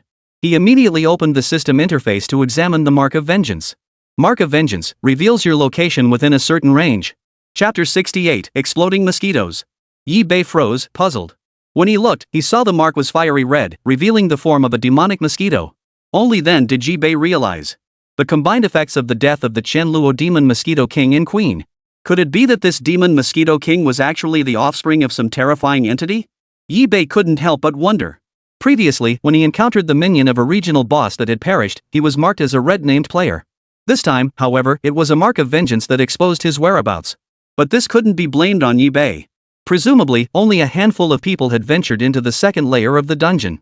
Therefore, he had to gather intelligence entirely on his own. It was truly unavoidable. Being marked was unavoidable.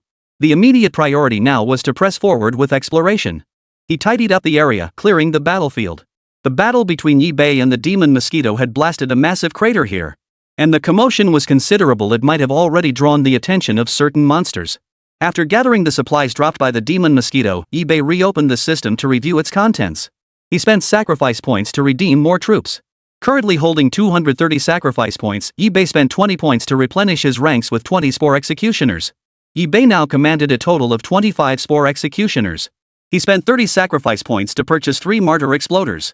He spent 30 sacrifice points to exchange for 3 Spore Blasters. And 24 sacrifice points to acquire 2 Destroyers. Yi-Bei. Territory, All Mother Fungus. Level, LV10. Sacrifice value, 126 points. Troop types, 25 Spore Executioners, 3 Martyr Exploders, 4 Spore Sac Projectors, 4 Destroyers. Skills, Mycelium Blanket, Fungal Network, Assimilation, Flames, Purification, Hold, Toxin, Underwater Breathing, Fountain of Life. Passive skills, Sovereign's Aura, Infinite Evolution. Currently redeemable troop types, 6 viewable. Explosive Mosquito, Single-Use Consumable, Mobile Bomb. Capable of flight with a small, inconspicuous form. Dashes toward enemies at extreme speeds to deliver devastating strikes, leaving a small patch of fungal carpet upon death. At that moment, Yi-Bei opened the redeemed unit to check its attributes. Unit, Explosive Mosquito. Level, LV23. HP, 7800. Quality, Superior. Attack, 70.2. Defense, 47.8. Spirit, 56.8. Skills, Sacrificial Explosion, Flight. After enduring multiple high-intensity battles, the combat prowess of Yi-Bei's various troop types surged dramatically. The moment the exchange was completed, Yi-Bei's overall strength surged to a new level. However, the sacrifice points consumed were excessive, leaving him with only 126 points remaining. Fortunately, as long as he didn't encounter formidable foes like the 1,000-mile demon Mosquito King, he wouldn't need to worry. After completing these preparations, Yi-Bei pressed forward with his exploration. Before long, Yi-Bei encountered a group of scaled monsters. Their bodies were slender, their shells a coppery yellow that stood out starkly against the lush green grassland. The creatures crawled along the ground, their large eyes fixed greedily on Yi-Bei. Their brass-colored scales shimmered and gleamed. Yi-Bei immediately checked the creatures' information. Copper-scaled crocodile, crocodiles dwelling in barren lands. Their scales, weathered by wind and sun, have gradually become indestructible. Yi-Bei took a step back and deployed his troops for battle.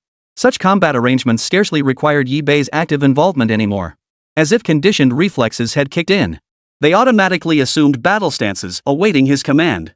Blood-red fungal filaments shot forth in bursts. Facing such monsters, Yi-Bei intended to minimize the duration of combat. This would accelerate the pace of exploration.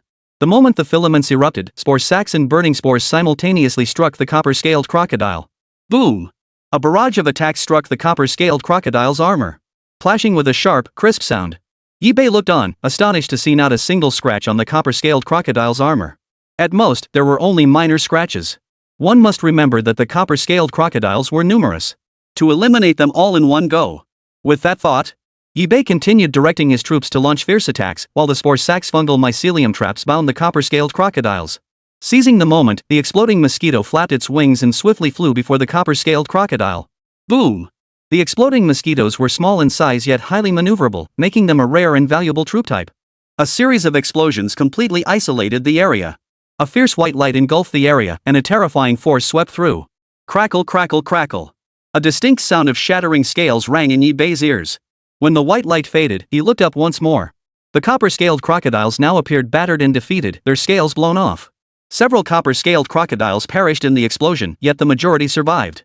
The primary reason for this was their hard scales. Suddenly, the fungal vein thug shot out strands of crimson mycelium, piercing through the shattered scales and burrowing deep into the creatures' bodies. Parasitism, absorption, and paralysis all activated simultaneously, as a terrifying energy was instantly drawn into and condensed within its body. The next instant, an explosive roar erupted violently within the copper-scaled crocodile's body. Simultaneously, the spore sac and burning spores landed among the copper-scaled crocodile herd. The combined assault dealt another devastating blow to the copper-scaled crocodiles. Yi-Bei could even clearly see the scales shattering piece by piece.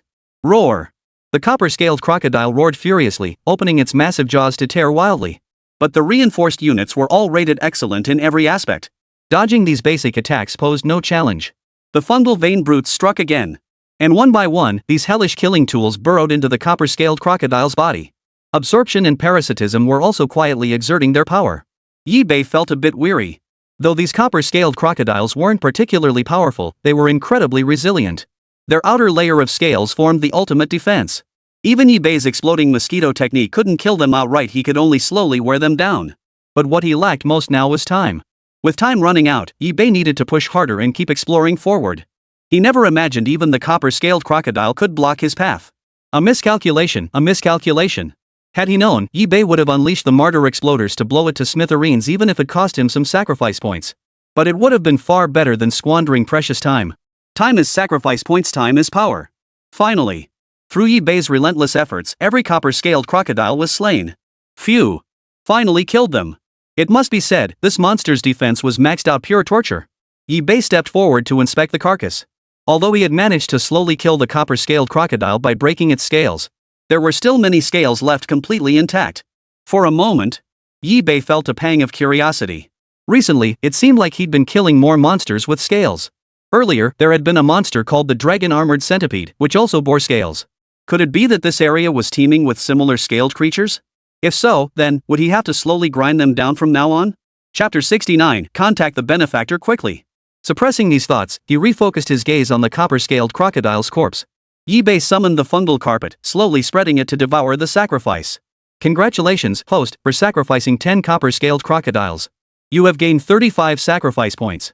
Simultaneously, Yi-Bei also obtained the copper-scaled crocodile's scales. These scales were essentially useless to Yi-Bei, merely a slightly harder material. Just as he was about to sell them off, Yi-Bei suddenly spotted a figure carrying a large backpack on their back. A player? Yi-Bei instantly grew wary. If it was a player, that meant someone had already caught up to his pace. Worse still, they might be close to him within the first layer. He quickly opened the system interface to check. Merchant, Dungeon NPC, available for trading. A merchant? Yi-Bei's interest was instantly piqued. This was his first encounter with a character within the dungeon. Without hesitation, Yi-Bei stepped forward to observe the merchant. How do I trade? The merchant smiled knowingly upon seeing Yi-Bei. Only gold coins accepted, mind you. My level is too low, and I have limited items and varieties. You can inspect them yourself. However, Yi-Bei also encountered a problem. He had gold coins in his possession, and quite a substantial amount at that, but he didn't know the specific uses of gold coins. Acquiring them was purely due to his own strength. He might as well use this chance to gather some intel. Yi-Bei turned to the merchant and inquired. May I ask what these gold coins are used for? The merchant visibly startled, his gaze turning peculiar as he looked at Yi-Bei. After a moment's silence, he replied. How surprising. You've reached the second level, yet you still don't know the purpose of the gold coins. Well, I suppose it doesn't hurt to tell you. It's not exactly vital information anyway. Gold coins are quite simple and function mostly for people like us.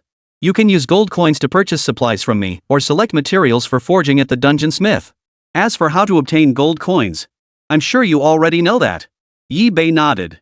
Now he finally understood the purpose of gold coins. Though he'd had some guesses before, there were still things he didn't quite grasp. Now it seemed his assumptions were mostly correct. It was simply a currency for trading with NPCs within the dungeon.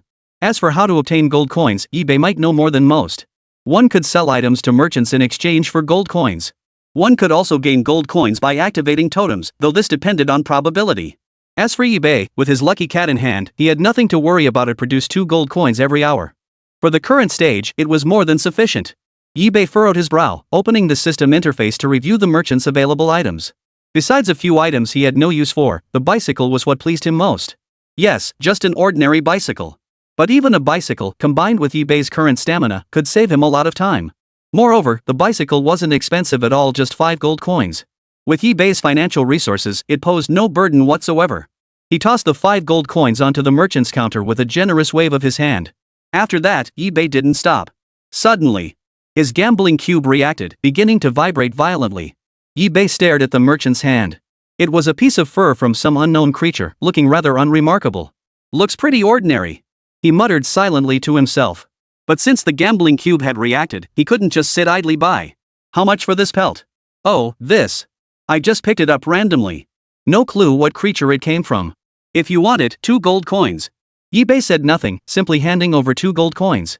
But Yi-Bei certainly wouldn't wait for the merchant to leave before doing anything. Only after the merchant had left did he take out the gambling cube and devour the unknown creature's fur.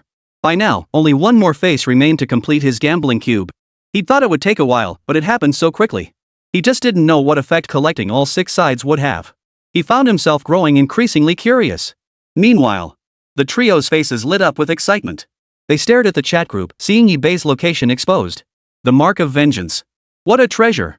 This really came without any effort at all. The moment they noticed eBay's location had been exposed, impatience consumed them. They were itching to find eBay immediately and seize all his supplies. Look, he's not far from us.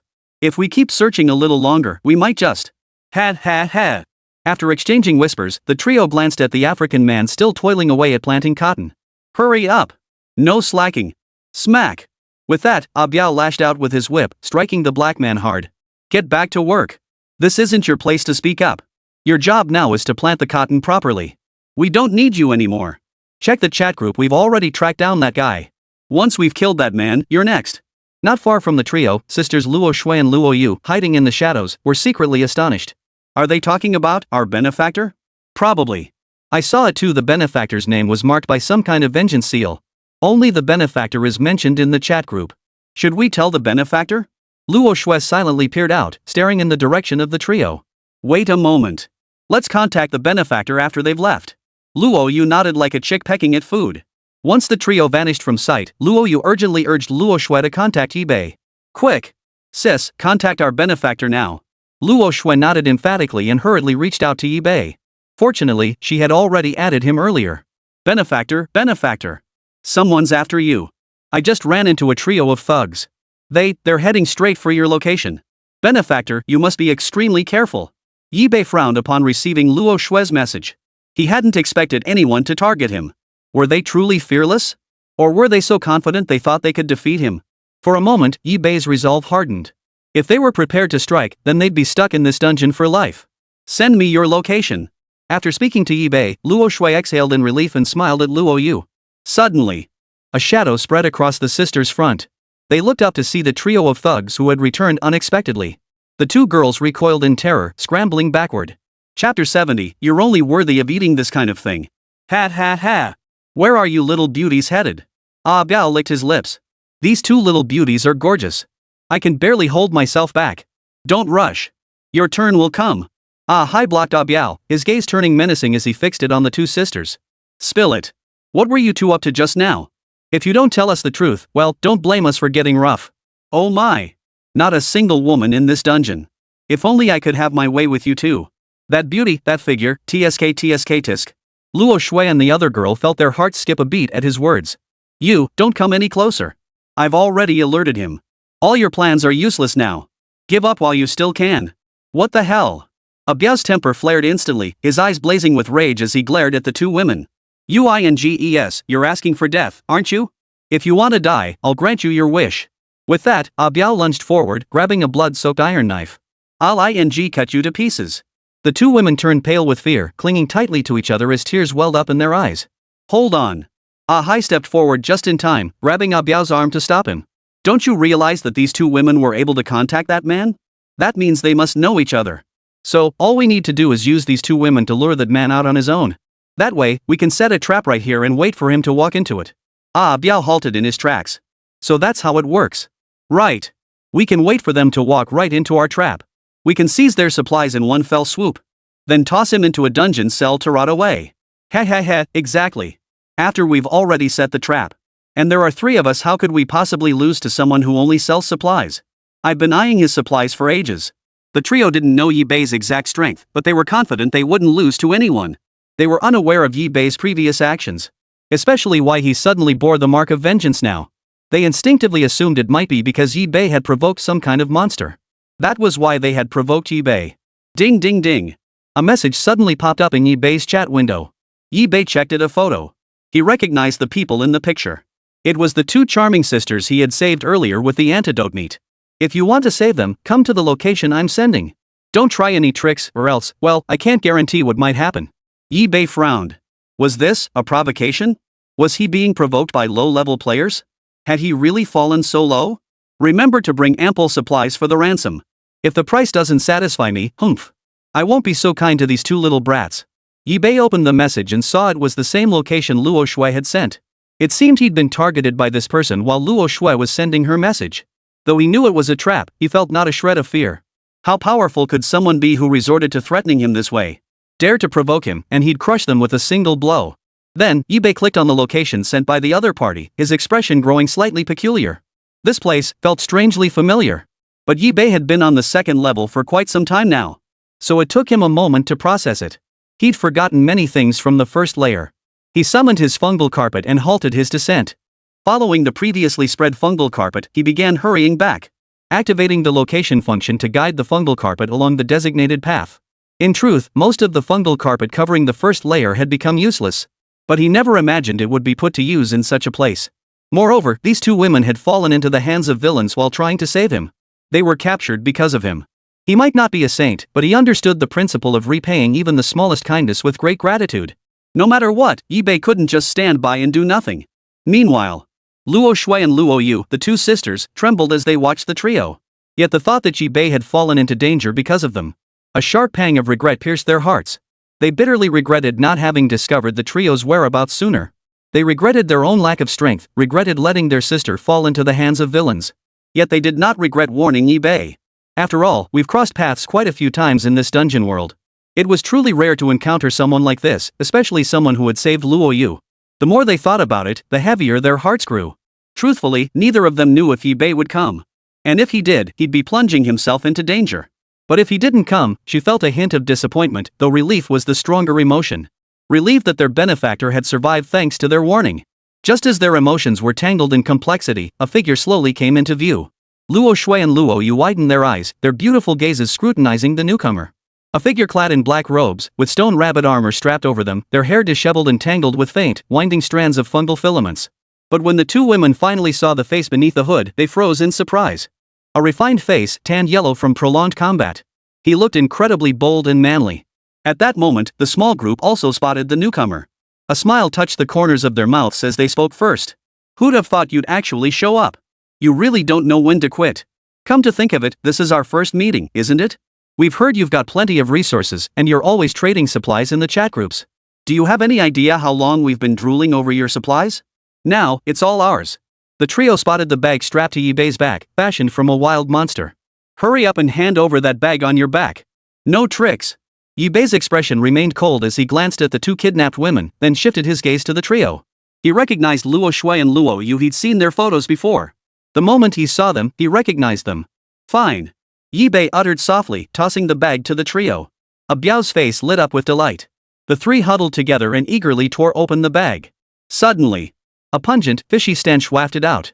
The three men leaned in close to the bag, nearly fainting from the overwhelming stench. They looked inside. The entire bag was filled with feces.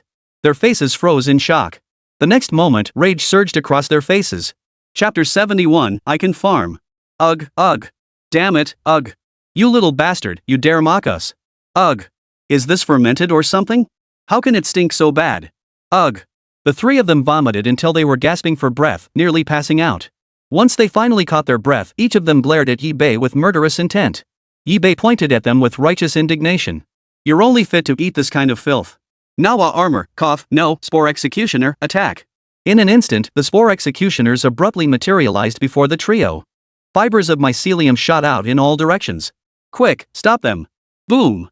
The fungal carpet spread violently, obliterating every trap laid in the area. What the hell? What kind of demonic magic is this? Biao roared in shock. He deployed all the units he had previously acquired in one go.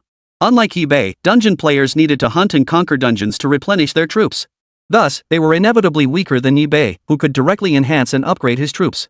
But having reached this place, they must have obtained quite a few monsters. The three players' troop types were actually quite similar, and they understood each other's strengths. Yet when facing eBay's Spore Executioners, it felt like confronting a towering mountain. Not a shred of defiance stirred within them. This can't be possible. What kind of monster is this? Why is it so powerful? I can't find it. The system can't detect any information on this monster. This can't be. Yi-Bei sneered coldly. If you want to know, go to hell and ask the King of Hell. Yi-Bei really didn't want to waste any more time. But he suddenly realized he could use these three to gauge the Spore Executioner's strength. Currently, ordinary Spore Executioners were no longer sufficient. Many monsters proved difficult to defeat. He needed to harness the fury of the fungal pulse berserkers. Thus, Yi-Bei had a sudden thought: what if he had only the Spore Executioner fight the enemy? The outcome, however, was unexpectedly smooth. His Spore Executioner hadn't even activated any skills yet. Merely firing out mycelium was enough to throw the enemy into disarray. The power disparity was simply too great. It even made Jibei wonder for a moment, how did these people even get here? He recalled how much effort it had taken him to conquer this very dungeon chamber. Filaments of mycelium danced through the dungeon chamber, effortlessly piercing the monsters' bodies. They offered not the slightest resistance. The monsters were like lambs led to the slaughter. Flesh and blood flew everywhere, blood gushed out, and severed limbs and broken bones scattered around. The scene was utterly one-sided. The three were filled with dread. At that moment, they finally witnessed Yibei's true power, their faces turning ashen with fear. They hadn't forgotten how they had humiliated and cursed him earlier. Even if they wanted to make amends, there was no chance it was a fight to the death. Who are you? You can't possibly be a nobody. You. Suddenly. I remembered something. Though they'd targeted Yibei from the start, had been clouded by rage, causing them to forget Yibei's true strength. To sell supplies so swiftly and replenish them immediately afterward. This meant the other party's capabilities were undoubtedly rising at an alarming rate. As they progressed, so did their adversary. And they could further enhance their strength through these supplies. That's why their strength had already far surpassed ours. Me? I'm just a passing traveler through time. Yibei replied calmly. Sorry, just pretend we never met, okay? Let's each take a step back. Yibei turned to the blue-haired man who spoke, begging for mercy now? Too late. Let me tell you this, once a bandit, always a bandit. Let you go? Impossible. Weren't you so cocky? I'm standing right here in front of you now, why won't you make a move? If you won't fight, then die. Just a few Spore Executioners could wipe out all three of their units. It was a one-sided slaughter, with not a shred of resistance. Now, Yibei stood before the trio, with the corpses of all their units strewn behind him. Fungal mats spread across the floor, tendrils shooting out to pin the trio to the surrounding walls. You seem somewhat familiar. Have we met somewhere before? Suddenly, Yibei looked at Scarface, a vague memory surging to the surface. He suddenly recalled that someone had once sent a video to the chat group. The people in that video appeared to be these three. I remember now. You're the cannibal gang, aren't you? So that's how it is. Meeting me is your karma coming back to bite you. But don't worry, I'll give you a quick death. Subsequently, Yibei instructed the Spore Executioners to torture them using mycelium. He then applied his abilities of extraction and parasitism to each of the three individuals. However, the Spore Executioner deliberately controlled the intensity to induce an extreme state of agony without causing death. It must be said, these Spore Executioners were truly masters of execution. A skill Yibei himself could never match. Afterward, the three men, consumed by excruciating agony, found even cursing Yibei a struggle. On several occasions when they tried to open their mouths to curse him, waves of agony washed over them, sweeping all thoughts from their minds, leaving only endless wails. After the three were tortured to death, Yibei shifted his gaze to the side. He suddenly caught sight of a familiar figure. Ha, you're still alive. The familiar figure before him was none other than the black man. It's him. He led us here. Luo Yu pointed at the black man and shouted. What do you mean I led the way? Don't you dare make that up. The black man's voice trembled, his body shaking violently. Damn. She actually identified him. He had just witnessed how gruesomely those three had died. He didn't want to die. Please, spare me. I'll do anything for you. Oh, and I know how to grow cotton. I'm really good at growing cotton. Please, spare me. I'll plant cotton for you for the rest of my life. The black man wept bitterly, repeatedly kowtowing. But Yibei's gaze remained utterly unmoved. For an enemy like this, death would be better. I didn't expect you to be so lucky as to survive. But this time, I won't show mercy. With that, Yibei struck suddenly, enveloping the black man in a fungal carpet. Filament after filament of mycelium coiled around him, relentlessly devouring his flesh and blood. When he looked again, the black man had been completely devoured. Seeing this, Yibei hurriedly untied the ropes binding the two women. Thank you, benefactor. We sisters will forever remember your great kindness. Chapter 72, The Textured Elephant. Yibei waved his hand dismissively. It's nothing. Besides, it was my fault you got into danger in the first place. If I hadn't come, I wouldn't be human at all. So there's no need for thanks.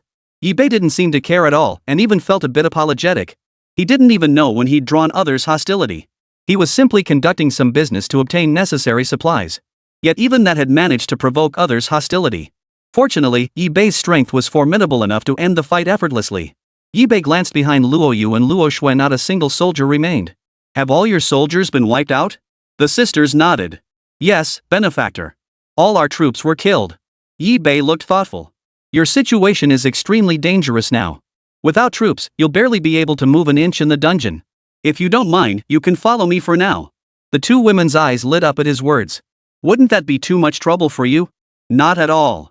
I have plenty of troublesome tasks to handle myself. If you don't mind, lend me a hand.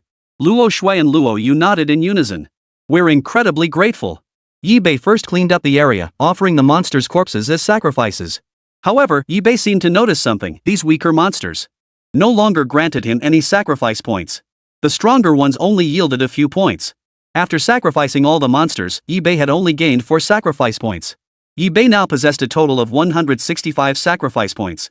Yibei. Territory, Mother Fungus of all things. Level, LV10. Sacrifice points, 165. Troop types, 25 Spore Executioners, 3 Martyr Exploders, 4 Spore Sac Projectors, 4 Destroyers. Skills, Mycelium Blanket, Fungal Network, Assimilation, Flames, Purification, Hold, Toxin, Underwater Breathing, Fountain of Life. Passive skills, Sovereign's Aura, Infinite Evolution. Currently redeemable troop types, 6 viewable. After clearing the battlefield, Yibei retrieved the bicycle he had previously exchanged from his system backpack. Hop on. Yibei called out to the two sisters. The two looked at the bicycle beneath Yibei and gasped in surprise. There's actually a bicycle in this dungeon? Unbelievable. Luo Yu's beautiful eyes widened as she stared at the bicycle in astonishment. The bicycle didn't look particularly high-end, with modest specifications and a rear seat. The two women could squeeze onto it if they squeezed together. Luo Shui and Luo Yu squeezed onto the back seat, their faces flushed with embarrassment as they clung tightly to each other. Hold on tight. Yibei gave a light shout, pedaling hard as he carried the two girls away. He felt the weight on the back seat and the bumpy stone road. It proved somewhat challenging to ride at first, but the mycelium assistance ensured the girls weren't jolted too badly. If this were before my time travel, I'd be getting chased by traffic cops. Yibei couldn't help but sigh inwardly. But in his previous life, he wouldn't have had the chance to ride such a bicycle with two girls. Let alone such uniquely charming sisters. On the journey ahead, Yibei chatted and laughed with the two women. This relatively short stretch of road ended quickly. When Yibei led them to the second layer of the dungeon, they were still somewhat surprised. Yet the deeper they ventured, the more awestruck the two women became. Could it be that their benefactor had already entered the second layer of the dungeon? And had slain so many monsters? No wonder he was so incredibly powerful. Before long, Yibei arrived at the front lines, where his mycelium had just spread. He stopped his bicycle and introduced the two women to the surroundings. Suddenly, Luo Shui and Luo Yu both flushed crimson as their stomachs growled. Yibei chuckled softly. Right, I completely forgot about that. Then shall we eat now? Yibei then selected some choice cuts of meat from his system backpack to nourish the two. These European meats still carried a faint aura of the monster's former might. Especially the carcasses from the second floor dungeon monsters, whose aura was even more potent. Are you really giving this to us to eat? It's far too precious. We feel unworthy of such a gift. Yibei waved his hand dismissively. To me, these are merely ingredients. Not eating them would be a waste. If anything, you can help me dispose of them. Why call it a waste? After some persuasion from Yibei, the two women finally calmed down. They helped Yibei prepare the ingredients. But when they saw Yibei control the fungal carpet to start a fire, they were slightly surprised. They assumed this was a special ability of his unit type. The elevated temperatures around the flames brought a welcome warmth to the frigid dungeon. Under the warmth of the fungal carpet's flames, large quantities of roasted meat were prepared. The two women couldn't hold back any longer and dug in, completely abandoning any semblance of ladylike decorum. Yibei watched the scene unfold, momentarily lost in thought. Ever since arriving in the dungeon, he had been alone, never expecting this. Simply witnessing this heartwarming scene brought him a sense of contentment. Life seemed to be nothing more than this. Take your time, there's more. Benefactor, do you usually eat this well? For the two women, who had traveled here from another world, this was their first taste of such exquisite food. Overwhelmed with gratitude, the two women silently vowed to themselves. They would repay Yibei properly. Yibei took a few casual bites. To be honest, he wasn't really hungry. But since the ladies were hungry, he couldn't possibly dampen their spirits. After all three had finished eating, Yibei instructed the Spore Executioners to tidy up before continuing their advance. Patches of fungal carpet began spreading wildly, reaching deeper into the darkness. The sisters were startled once more upon seeing the fungal carpet on the ground spreading wildly. Their benefactor could actually lay down fungal carpets to sustain prolonged combat. Moreover, the mat spread at an astonishingly rapid pace. Later, Yibei even used the fungal carpet to scout the surroundings. The sisters were so stunned they couldn't speak. Soon, Yibei spotted several elephants covered in fissured scales. Yibei opened the system to check the monster's information. Crested elephant, surface covered in segmented cracks capable of ranged attacks. Yibei prepared for battle. The Luo sisters beside him were terrified.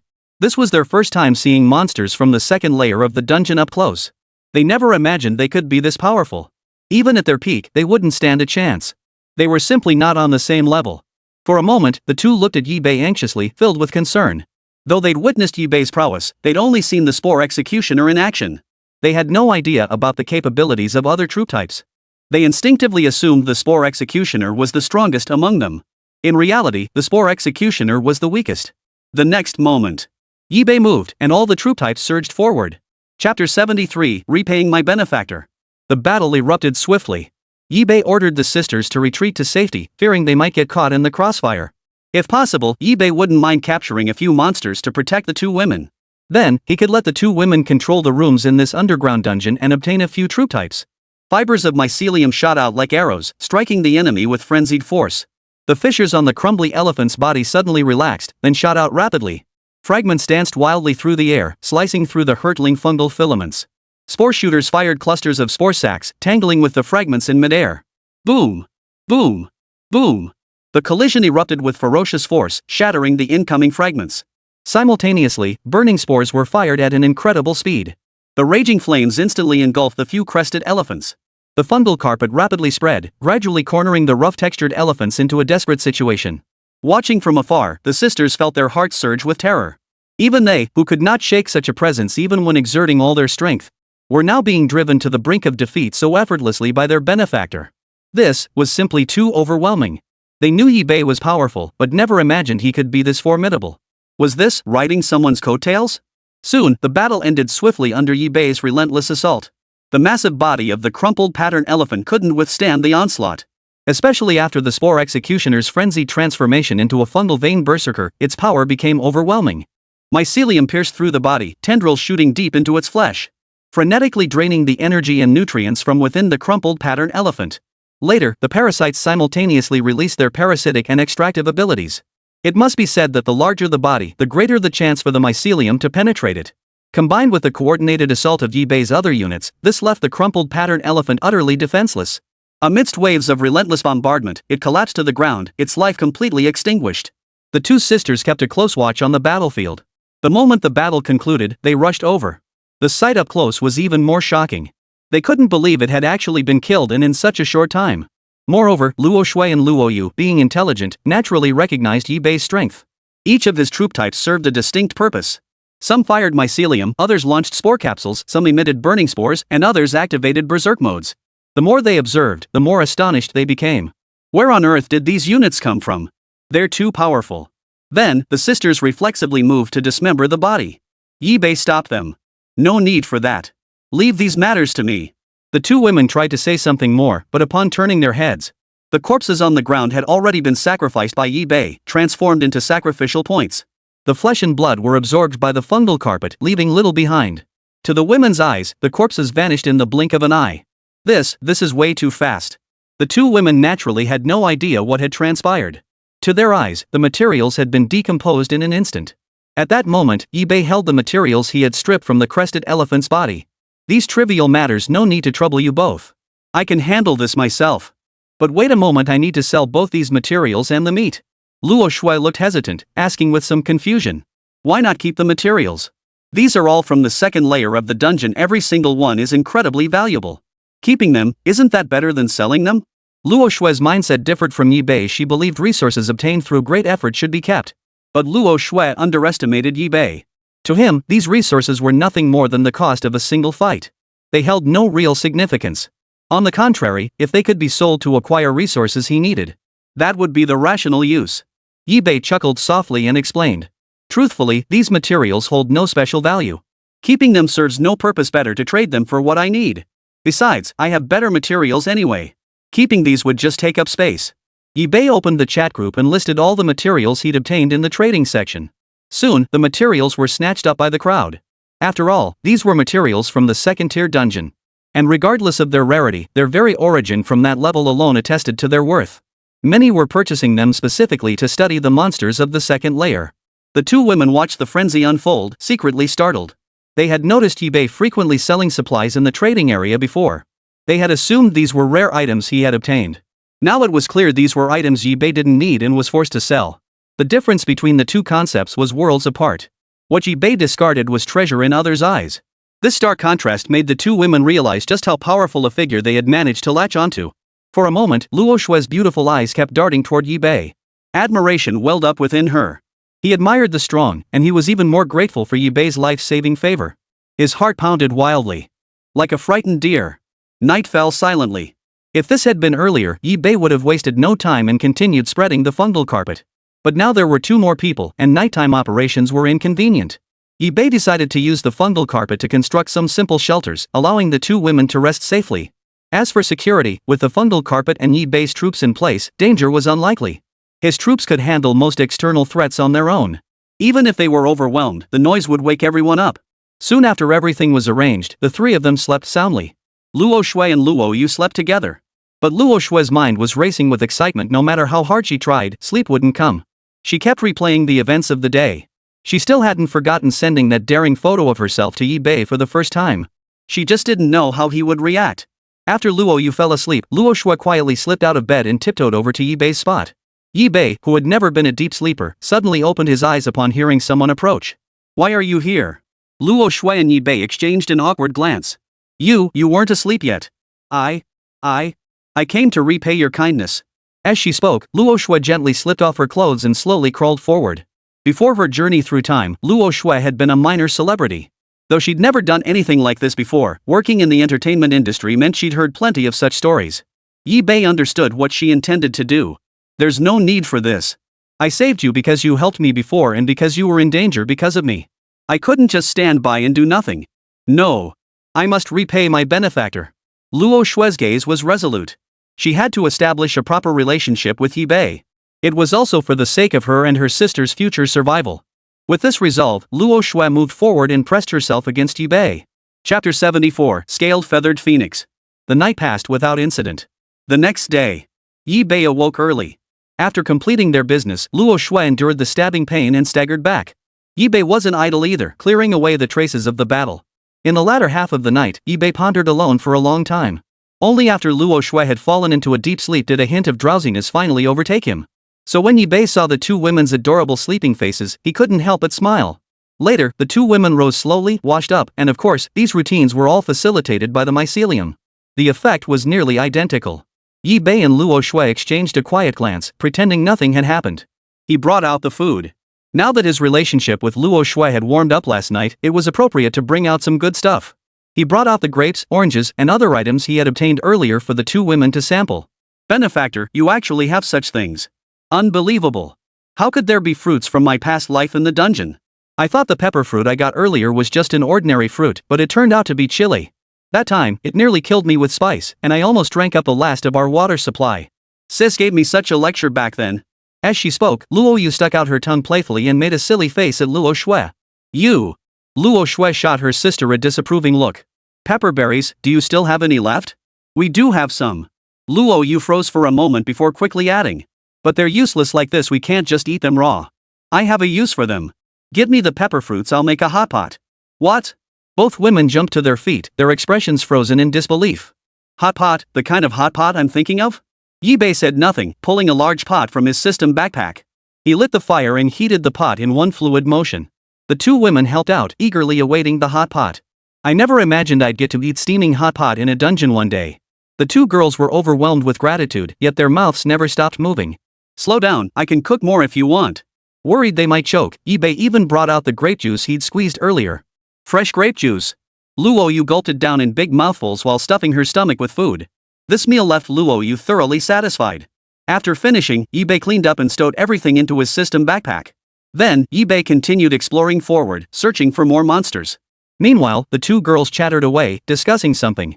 Suddenly, the two women approached Yi-Bei, their eyes fixed on the mark of vengeance above him. "Benefactor, what exactly did you do to get marked?" "Oh, this." Yi-Bei chuckled softly. "It's nothing much, really. I just killed 2 minions of the regional boss earlier. Don't worry, this isn't my first time dealing with such matters. Just a few boss minions. Since they came looking for trouble, I certainly wasn't going to let them off the hook." The sisters were utterly stunned. "I never knew regional bosses had such capabilities." Luo Yu couldn't help but exclaim. After all, she'd never had the chance to encounter a regional boss before, as the one in her area had long been slain by Yi-Bei. so players who came later could enter the next dungeon layer without any pressure. Suddenly, the two women recalled the earlier world announcement about the red-named monster. Benefactor, could it be that you were also responsible for those red-named monsters earlier? Yi-Bei nodded. Indeed, those red-named monsters were also my doing. Though at the time, I truly didn't realize it would cause such a massive reaction. I merely defeated a minion of the regional boss, never imagined it would cause such an uproar. Though that area boss really was quite powerful. Both girls felt somewhat numb. Being around Yi-Bei, they felt nothing seemed out of the ordinary anymore. The man before them was arguably the strongest existence among dungeon players. As they spoke, Yi-Bei suddenly sensed an unusual disturbance. He snapped his head up, gazing at the scene unfolding above. Following Yi-Bei's gaze, the two women looked up into the sky. At that moment, flocks of birds descended from the sky, swooping toward them. Yi-Bei narrowed his eyes, scrutinizing them closely while simultaneously opening the system interface to examine the monster information. Scale feather phoenix, feathers like scales, hard as iron. Swift and dangerous predators. Monsters in the sky. The two women gasped in shock. They hadn't expected to encounter flying monsters within the dungeon.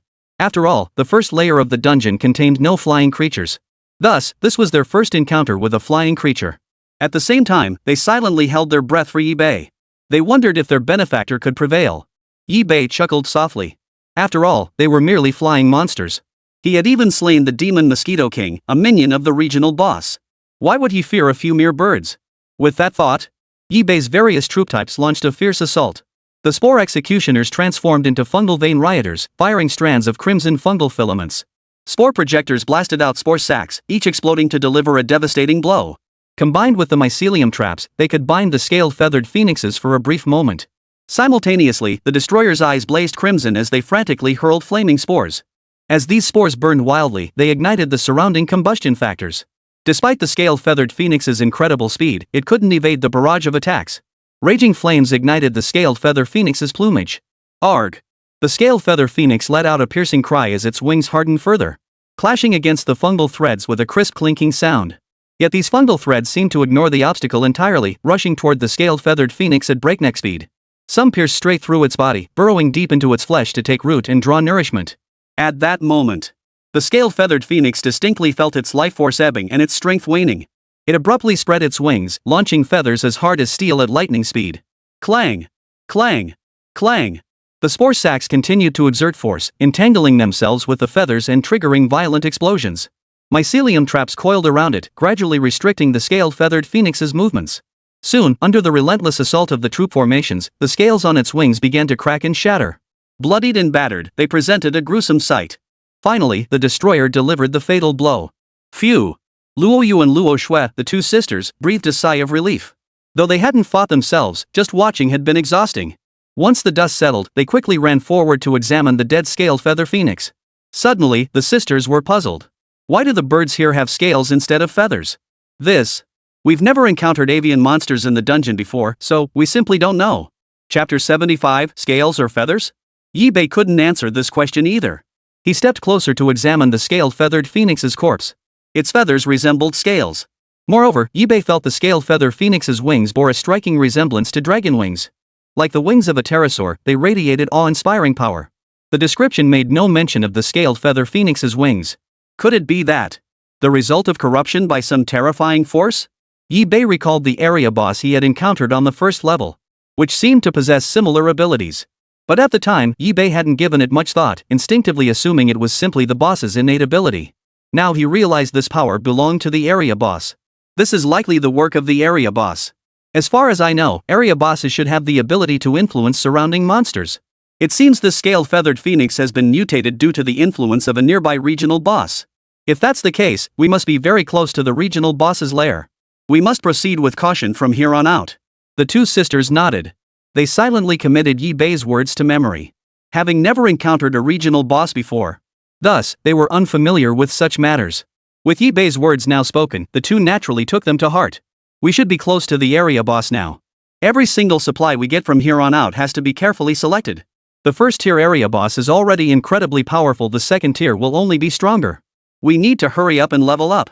Besides, I'm still marked. The area boss can track me down the moment I get close. Yi-Bei's mood grew heavy. He slowly approached the scale-feathered phoenix, summoned the fungal carpet, and sacrificed it. Congratulations, host, for sacrificing 5 scaled feathered phoenixes. You have gained 20 sacrifice points. Yi-Bei then checked his stats. Yi-Bei. Territory, Mother Fungus of all things. Level, LV10. Sacrifice value, 195 points. Troop types, 25 Spore Executioners, 3 Martyr Exploders, 4 Spore Sac Projectors, 4 Destroyers.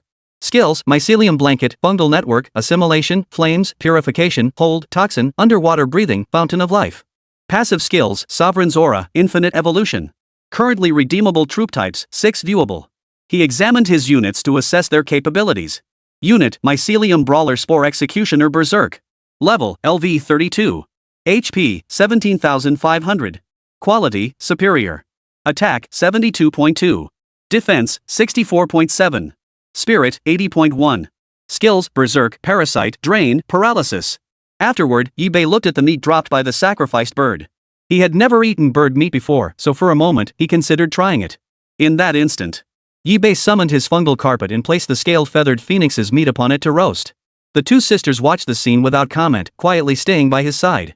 The battlefield had been completely taken over by Yi-Bei's troops. Even if they wanted to do something, there was nowhere for them to act. Once the meat was roasted, Yi-Bei offered the sisters a taste. Yi-Bei swallowed, testing the meat's effects. In an instant, a fierce surge of power erupted from his body. In the blink of an eye, Yi-Bei's previous exhaustion vanished completely. The meat of the scaled feathered phoenix can rapidly restore and enhance physical strength. We should save some. This stuff is pretty good. Yi-Bei decided to keep some for future use. As for the rest, he would definitely bring it to the trading area to sell. Benefactor, are you still planning to sell the rest? At that moment, Luo Shui spoke up, her beautiful eyes fixed on Yi-Bei as she inquired. While this stuff is good, I can't use much of it myself. I'll definitely sell it. Otherwise, keeping it around serves no purpose. Luo Shui's gaze was resolute. That won't do, Benefactor. That trio earlier tracked your location precisely because of the supplies you sold. Every location in the dungeon has different monsters. Some people can actually tell the difference. How about?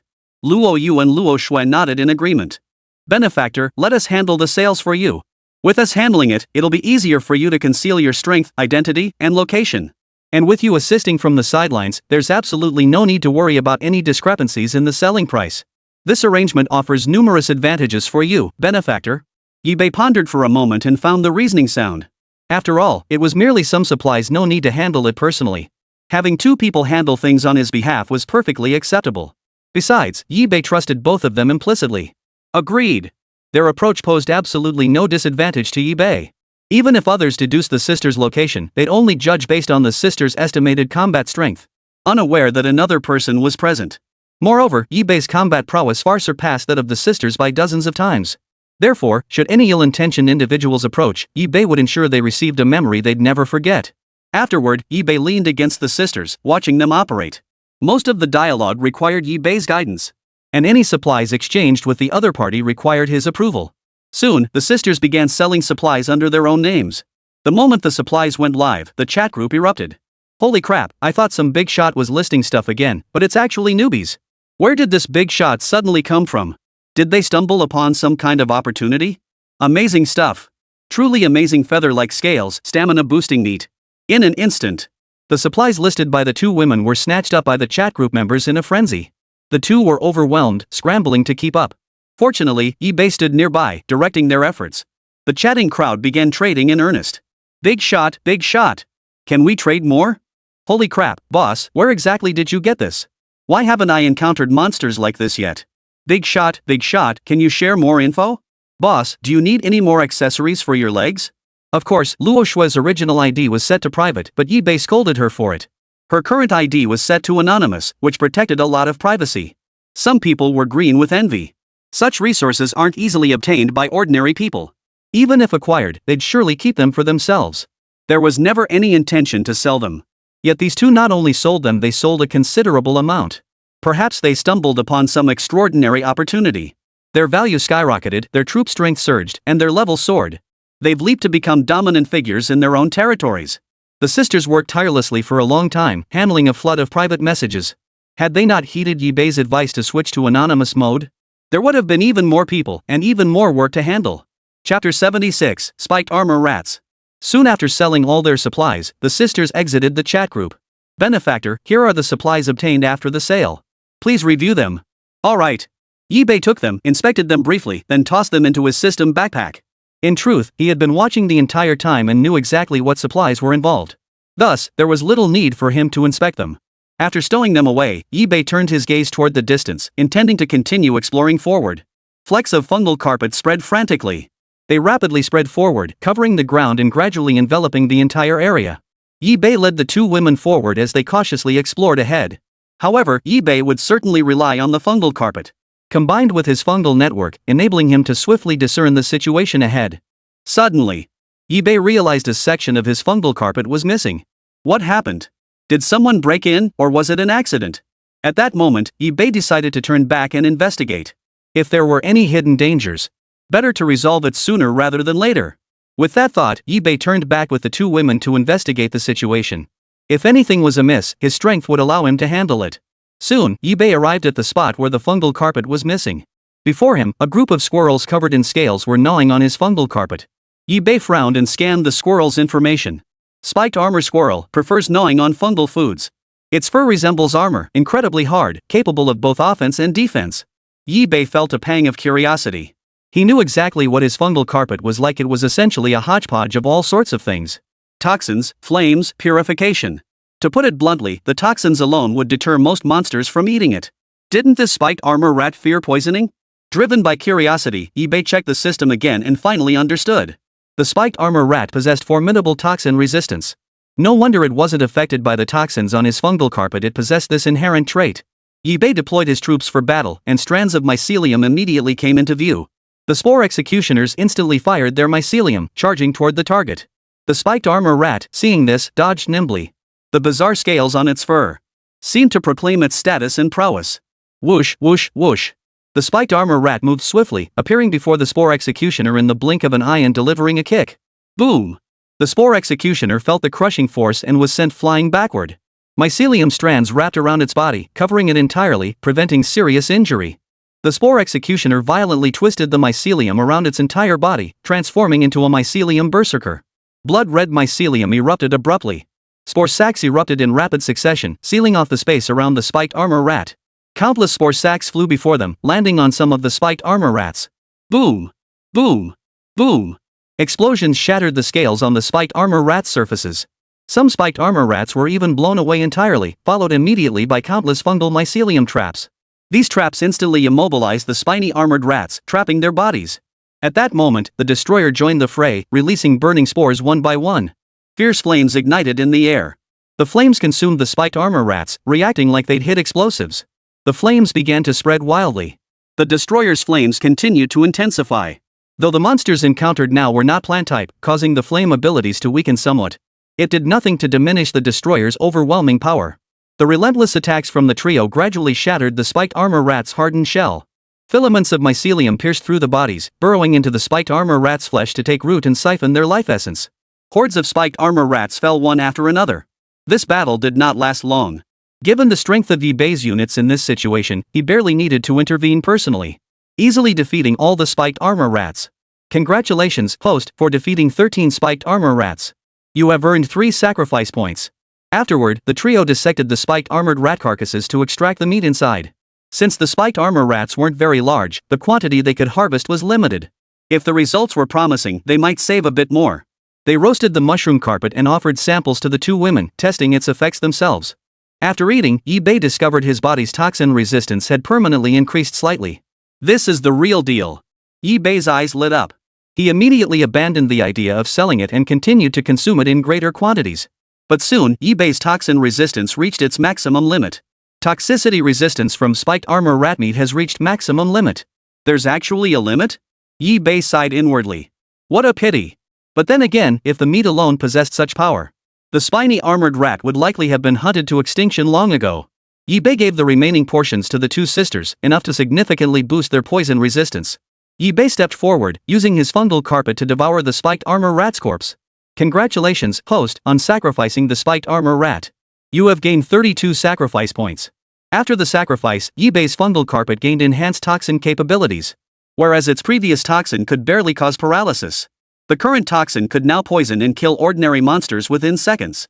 It still affected superior grade monsters, though the effect was less pronounced. Even so, it was quite impressive. He was satisfied. It seemed the fungal carpet could enhance its own toxin resistance based on research into toxin resistance. Just then, Yi-Bei sensed that one of the units he had dispatched had perished. Since this layer of the dungeon lacked distinct rooms or territories, Yi-Bei had deployed 2 units to patrol the area. Unexpectedly, one of the fungal soldiers had now perished. Shortly after, a Spore Executioner limped back, its body mangled, followed by a pack of hyena-like creatures. Yi-Bei frowned and checked the information. Hyena jungle hound, predator of the grasslands, riding the wind, its fangs capable of crushing anything. The hyena hound's attack and speed were both top tier, but their defense was notably weak. Yi-Bei chuckled softly. The troops behind him sprang into action. Filaments of mycelium shot forth, spore capsules scattered, and burning spores erupted. Soon, under the relentless barrage from all 3, the main hound gradually found itself on the defensive. Finally, the battle ended with the destroyer's terrifying burning spores. When Yi-Bei stepped forward to inspect the corpse, he saw his Spore Executioner gesturing wildly. Since the fungal soldier Yi-Bei had dispatched had a mouth full of rot and couldn't speak, he couldn't immediately grasp what the fungal soldier was trying to convey. He summoned the fungal carpet and connected the fungal soldier to himself with mycelium. Only then did Yi-Bei grasp what the creature had been trying to convey. So that's it, you found a dangerous monster gathering spot. Yi-Bei pondered for a moment. He did not act rashly. First, he had no idea what kind of monsters lurked in the gathering place the fungus soldiers mentioned, or how powerful they were. All of this remained unknown. Chapter 77, Soul Blood Fate Pact Scroll. But Yi-Bei wasn't backing down either. Truth be told, discovering such a place was a major achievement for the fungus soldier. He desperately needed a large monster gathering spot to rapidly enhance his troop strength and acquire vast quantities of sacrifice points. The 2 sisters stepped forward. Seeing Yi-Bei's grave expression, their hearts sank. Did something happen? Yi-Bei snapped back to reality and explained to the 2 women, repeating the fungal soldier's words. Hearing this, the sisters felt equally heavy-hearted and worried. They didn't want Yi-Bei to take such risks, especially with the perilous path ahead. Why don't we just give up for now? Who knows how powerful the monsters are over there? What if? Yi-Bei smiled. Don't worry. No matter what dangers lie ahead, I'm going to see for myself. This might just be the hurdle I'm meant to overcome. After reassuring the 2 women, Yi-Bei summoned his fungal carpet and pressed onward. But now another problem arose. The exploration area was too vast for the fungal carpet to detect, and the fungal network was equally useless. If he recklessly extended the fungal carpet further, the enemy was far too powerful. They would inevitably trace the fungal carpet back to him. Therefore, Yi-Bei had no choice but to proceed with caution this time. Certainly not an ordinary foe. With this realization, Yi-Bei dispatched a small squad composed of resourceful Spore Executioners to scout ahead alone. Moreover, each fungal soldier carried a life potion, prepared for any unforeseen circumstances. Watching this scene, the sisters couldn't help but sigh. Life potions, which others treasure like precious gems, have become freely available resources in the hands of our benefactor. It's simply extravagant. Even so, Yi-Bei still felt uneasy, as if even the heavens were aiding him. Just as Yi-Bei was about to deploy his troops, someone in the chat group was selling special items. Yi-Bei clicked into the trading section to take a look. Soul Blood Fate Contract Scroll, special type item. Unlocks a unique skill matching the user's attributes. What a great item. Though this special class item involved a degree of luck. Given the current situation, he wouldn't pass up any opportunity to gain even a sliver of strength. The counterparty demanded permanent increases to special attributes through meat consumption. It seemed the opponent had also reached the second layer and encountered some sort of event. However, the exact nature of their strength remained entirely unknown. Yi-Bei glanced at the meat he had set aside to boost poison resistance. Fortunately, he had saved some instead of selling them immediately. Now they would prove useful. After some bargaining, Yi-Bei successfully traded his remaining poison resistance boosting meat, along with some other meats that could temporarily boost attributes. He certainly couldn't trade away all the poison resistance boosting meat he had on hand. So this was the only way. Overall, the outcome was favorable. Yi-Bei promptly accepted the item sent by the other party. It was a scroll, radiating an ancient and solemn aura. Soul Blood Fate Contract Scroll. Yi-Bei was instantly captivated by the scroll at a single glance. The next moment, Yi-Bei pricked his finger and placed a drop of blood on the scroll. Congratulations, player, on using the Soul Blood Fate Pact Scroll. A flash of light erupted, engulfing Yi-Bei in a blinding white glow. Unlocked, building viewable. Upon hearing the system prompt, Yi-Bei gasped in surprise. It's actually a building-related skill? His heart raced with excitement as he couldn't resist checking out his new skill. This was his first time encountering a special item. Naturally eager to see what kind of skill he'd unlock. Fungal Swamp Construction Skill. Yi-Bei lowered his head, his thoughts racing as he recalled what he'd heard before. After arriving in the dungeon, he had overheard others in the group chat mention that some people possessed skills allowing them to construct special structures. However, Yibei had never unlocked any construction-related skills before. This puzzled Yibei. Was it really just bad luck? Yibei checked the system and only then learned that regular players only had a chance to obtain construction skills after reaching level 10. As for the construction skills obtained through chat groups, they were purely a matter of luck, purely by chance. Realizing this, Yibei felt somewhat more at ease. He looked at the fungus swamp skill and immediately began crafting. Suddenly, a patch of swamp the size of a palm emerged from the fungal carpet on the ground. Moreover, this patch of swamp was slowly expanding. As Yibei discovered, the swamp possessed the ability to alter the terrain, preventing the surrounding area from being covered by the fungal carpet. Yibei now examined the fungal marsh before him, checking its information. Fungal marsh appears similar to a swamp, suitable for the survival of most fungi. Injured fungi can heal here. Yibei's heart leapt with delight. He hadn't expected this fungal swamp to possess such capabilities, the ability to heal and nurture his troops. Yibei's mind raced. He instructed the fungus soldier with the rotten mouth to enter the fungal marsh. Plop. The fungal soldier plunged into the swamp, which was composed of layers upon layers of fungal mats. Dense and thick, every inch was covered in fungi. As the Spore Executioner stepped inside, it felt like stepping into a realm woven from countless fungal filaments, with nothing but mycelium stretching as far as the eye could see. Yibei observed that the gaping wound on the Spore Executioner's injured mouth. That gruesome wound was actually slowly healing.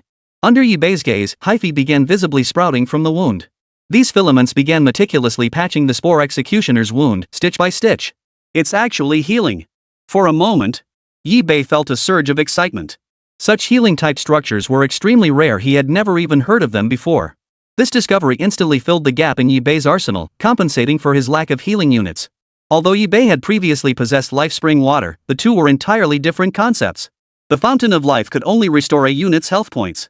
They couldn't heal injuries that resulted in disabilities. In other words, if a unit lost an arm or a leg, the fountain of life couldn't fix it. But Yibei's fungal swamp could handle it perfectly and without costing a thing. This was the true power and dominance of the fungal swamp. The thought alone filled Yibei with excitement. With these units at his disposal, his offensive capabilities were more than sufficient. Scanning revealed that Yibei's fungal carpet and mycelium network showed no gaps. Now even medical facilities were fully equipped. Yibei had become self-sufficient in every aspect. At that moment, the troops Yibei had dispatched returned. The Spore Executioners bore horrific injuries, their bodies once encased in patches of mycelium now shattered and mangled. Seeing this, Yibei frowned. He knew these units were formidable, even equipped with life potions. Yet despite such lavish equipment, they had been beaten into this state. It seemed that place truly was a gathering ground for a horde of troublesome monsters. Chapter 78, Abyssal Prison Demon Shark. Send these units into the fungal swamp to accelerate healing. Their recovery rate accelerated within the swamp, bolstered by the healing potions. Their injuries were fully healed in mere moments. Shortly after, Yibei received intelligence from his troops. The general situation was that it was indeed a gathering place for wild monsters, with many species congregating there. Moreover, their leader possessed intelligence rivaling that of humans. Like the thorn-jagged dogs that had previously pursued Yibei's troops, and the Qianluo demon mosquitoes encountered earlier. Yibei narrowed his eyes. His current mark of vengeance was caused by the 1,000-web demon mosquito king, so he was no stranger to them. These were likely survivors from his previous expedition, having not accompanied the demon mosquito king into battle. Others, like the scale-feathered phoenix and the spiked armored rat, were old acquaintances. After receiving the intelligence from the troop units, Yibei fell silent for a moment. He surmised that the gathering place was likely a horde of monsters whose species had suffered heavy losses. A gathering place for wild beasts, created out of necessity as they were forced together. Chaos reigned within, with creatures of every kind crammed together, enemies and allies alike. Dozens, even hundreds of races piled together here, forming a colossal force. Even Yibei felt his heart skip a beat at the sight. This force was simply too formidable. Neither the Qianluo demon mosquito tribe he had encountered before had never witnessed such a formidable spectacle, even during their assault on the first-tier area boss. Yibei took a deep breath and asked the strongest leader. The leader is a humanoid monster with a shark's head and fins. Since it was merely a verbal description of the troop type, Yibei wasn't sure exactly what kind of monster it was. Yet the description alone suddenly reminded Yibei of a character from an anime he'd watched before his transmigration, Shark Pepper. It too had a shark head and walked upright like a human. But it was merely an imagination. To know its true form, Yibei would have to see it for himself. He gazed at the location of the gathering place. Not too far, yet not exactly close either, a distance that required Yibei to devise a way to sneak closer. Only then could he strike with surprise. Yibei commanded a decent number of troops, though not overwhelmingly large. He had even exchanged some units to bolster his own combat strength. to bolster his own combat strength. This time, Yi-Bei did not bring the Luo sisters, Luo Yu and Luo Shui, along. Stay right here. That settlement is fraught with danger. I'm not even sure I can handle it myself. I'll go check the situation. The sisters wrestled internally. They knew their strength would only complicate matters if they went. They decided to follow Yi-Bei's instructions and stay put. With the fungal carpet's protection and several Spore Executioners nearby, there was little danger. The two women nodded. Then, Yi-Bei led his troops toward the gathering place of the monsters. Guided by the Spore Executioners, Yi-Bei quickly reached the monster gathering spot. Just as the unit had described, nearly 100 monsters were present here, varying in strength. There really are a lot of them. Yi-Bei couldn't help but utter a sigh of astonishment at the sight. His gaze fell upon the largest monster at the very top of the gathering. As per the Spore Executioner's intelligence, the leader was a 3-meter-tall shark standing upright. The terrifying aura emanating from its body was palpable even from a great distance, weighing heavily on Yi-Bei. Its surface was jet black, its physique robust, bulging biceps flaunting its immense strength. Hanging from its back was a meter-long sapphire blue axe. Yi-Bei frowned and opened the system to examine the monster's information. Abyssal Prison Demon Shark. Tier, Intermediate Boss. HP, 1.1 million. Danger Level, Medium. Description: born from the deep sea's transformation onto land, possessing legs capable of cleaving seas and splitting mountains. As Yi-Bei locked eyes with it, those crimson orbs met his gaze. In that instant, Yi-Bei felt as though he had fallen into an endless abyss. Yi-Bei struggled to breathe, his face flushing crimson. He commanded the fungal threads to pierce his own flesh violently. A trickle of blood flowed down. The intense pain jolted him back to his senses. That was terrifying. He surmised that the abyssal prison demon shark's power was now nearly on par with the combined might of the demon mosquito king and queen. Shuddering with lingering fear, Yi-Bei took a step back, shielding his troops before him. The Spore Executioners charged forward, mycelium lashing out as they furiously attacked the monsters gathered in the area. Soon after, the Spore Blasters and Destroyers followed suit, joining the fray. Yi-Bei noticed the abyssal demon shark hadn't joined the fray, instead directing the gathered monsters to attack Yi-Bei's troops. The mycelium collided with the monsters, sparking intense sparks. The variety of monsters on the field was staggering, some specialized in attack, others in speed, some in defense, others in flight, and still others in ambush. Too many, making the fight incredibly taxing for Yi-Bei. This time, it was thanks to him bringing along several martyr exploders. He had intended to save them for a decisive move. But now it seemed he had no choice but to use them. The thought crossed his mind. Yi-Bei shot a glance at the suicide bombers. A swarm of explosive mosquitoes materialized silently, then darted just as stealthily into the midst of the monsters. A faint humming sound lingered in the air. Yet the battle raged so fiercely that none of the monsters noticed the explosive mosquitoes' presence. Suddenly, the explosive mosquitoes attached themselves to several monsters. Yi-Bei ordered his troops to quietly retreat. Once they had withdrawn to a safe distance, the exploding mosquito's body detonated violently. Boom! One after another, the exploding mosquitoes detonated, sending some monsters flying. Some were obliterated entirely. Fragments of limbs and shattered remains rained down upon the settlement, saturating the area with a thick, pungent stench of blood. Though Yi-Bei's surprise attack was executed flawlessly, it was practically insignificant. Moreover, these monsters within the settlement worked in perfect coordination, forming an impenetrable wall with no openings to exploit. Such a vast horde of monsters could not be defeated in a short time. At that moment, Yi-Bei hesitated.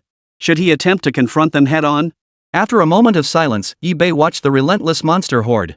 His own troops, the monsters of the settlement, fell one after another. The battle had not lasted long before heavy losses were already incurred. Yi-Bei began to consider retreat. He decided to first spread the fungal carpet, then have it release toxins. Even if the toxins had only a marginal effect, they would accumulate over time and eventually prove useful. Afterward, Yi-Bei organized his troops to retrieve the corpses of the slain monsters. Along the way, Yi-Bei deliberately left several units to engage the monsters, allowing him to safely return to the fungal carpet where the sisters were stationed. Upon seeing Yi-Bei return safely, the sisters were thrilled and rushed to his side. "Benefactor, you took down a settlement monster so quickly, truly impressive." Yi-Bei shook his head slowly, offering a self-deprecating smile. "Sorry, I haven't defeated it yet. The enemy is very powerful, and I need to make some more preparations." Chapter 79, Don't Tell My Sister. Night fell. Due to the settlement incident, Yi-Bei had no time for proper rest. After eating and drinking his fill, he lay down early. After seeing her sister fall asleep, Luo Shui quietly sought out Yi-Bei once more. She slowly slipped off her sheer nightgown, its translucent fabric revealing glimpses of her form. But just as Luo Shui was halfway through undressing, a thunderous roar shattered the stillness. Boom! Yi-Bei's brows shot up in alarm. The territory was under attack. Through the fungal carpet, Ibe clearly saw the invading enemies. It was the same horde of monsters that had attacked the settlement earlier that day. He never imagined they could find their way here. The troops he'd dispatched to cover the retreat were already dead. Ibe had barely arrived at the territory when communication was severed. The deafening noise naturally roused Luoyu from sleep. Luoyu shot upright, rubbing her sleepy eyes. Seeing Ibe and her sister beside her. For a moment, she thought she hadn't fully woken up. You too. Luo Shui gave an awkward smile and hurriedly pulled on the clothes she hadn't finished taking off. She then stood up. It seems monsters from the gathering place have invaded. You two stay here. I'll handle these monsters. Ibe didn't dwell on the matter, instead shifting the topic to the invading monsters. The two women nodded. Ibe led his troops into battle. The vast fungal army clashed with the settlement monsters. Before them stood another large group of settlement monsters, diverse in type and seemingly including several unfamiliar faces. Ibe surmised this might be because, before attacking him, he had recruited several more monster species to join his ranks. He looked at the shark standing upright. Abyssal Prison Demon Shark. This boss was arguably the most terrifying and formidable entity he had encountered thus far. Moreover, this boss was remarkably intelligent, commanding the entire battlefield with ease. Not a trace of panic could be detected. As Ibe locked eyes with the Abyssal Prison Demon Shark, a sharp gleam flashed in its eyes. As if mocking Ibe, taunting his overconfidence. This monster is truly slippery. Ibe grew serious. Though he hadn't directly clashed with the monster, merely commanding his troops in battle. Perhaps this boss possessed an extraordinary wealth of experience beyond human comprehension. Even he couldn't help but admire that. The battle erupted swiftly. Fungal filaments shot out in rapid succession, accompanied by spore sacs and burning spores. The area was instantly reduced to chaos. Boom! Boom! Boom! Monsters launched relentless assaults, hooking, thrusting, stabbing, slashing. Every conceivable tactic was on display, making for a truly epic clash. The Spore Executioner entered a frenzied state, doubling its combat power, yet it still couldn't land effective strikes. Buzz, buzz, buzz. At the critical moment, Ibe unleashed wave after wave of exploding mosquitoes. They fluttered through the air, landing on the relentlessly attacking monsters. Each flap of their wings signaled an impending explosion. Boom! Boom! Boom!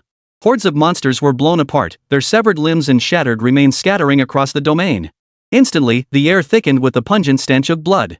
Combined with relentless attacks from other units, the situation turned favorable for Ibe. Moreover, Ibe's side possessed the fungal carpet, life potions, and the fungal swamp. His troops could sustain continuous combat. If wounded, they could recover in the fungal swamp or replenish health by drinking life potions. This was Ibe's advantage. His opponents clearly lacked such supplies. In short order, the enemy's monster numbers suffered heavy losses, compounded by the exploding mosquitoes' detonations. Gradually, the tide began to turn against the enemy. At this moment, Ibe glanced at the abyssal jail shark. His expression seemed odd, though it was hard to pinpoint exactly why. As if this scene held no surprise whatsoever, his eyes utterly unruffled. As if these monsters were utterly insignificant to it. Ibe also noticed that the abyssal demon shark still showed no intention of joining the fight. After witnessing the heavy losses among its own creatures, it hastily departed with the main force.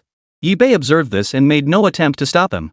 The abyssal prison demon shark alone was already an extremely formidable foe, let alone when accompanied by a large horde of monsters. Ibe understood the wisdom of not pursuing a fleeing enemy. For a moment, Ibe watched silently, allowing them to depart while instructing his troops to keep a close watch.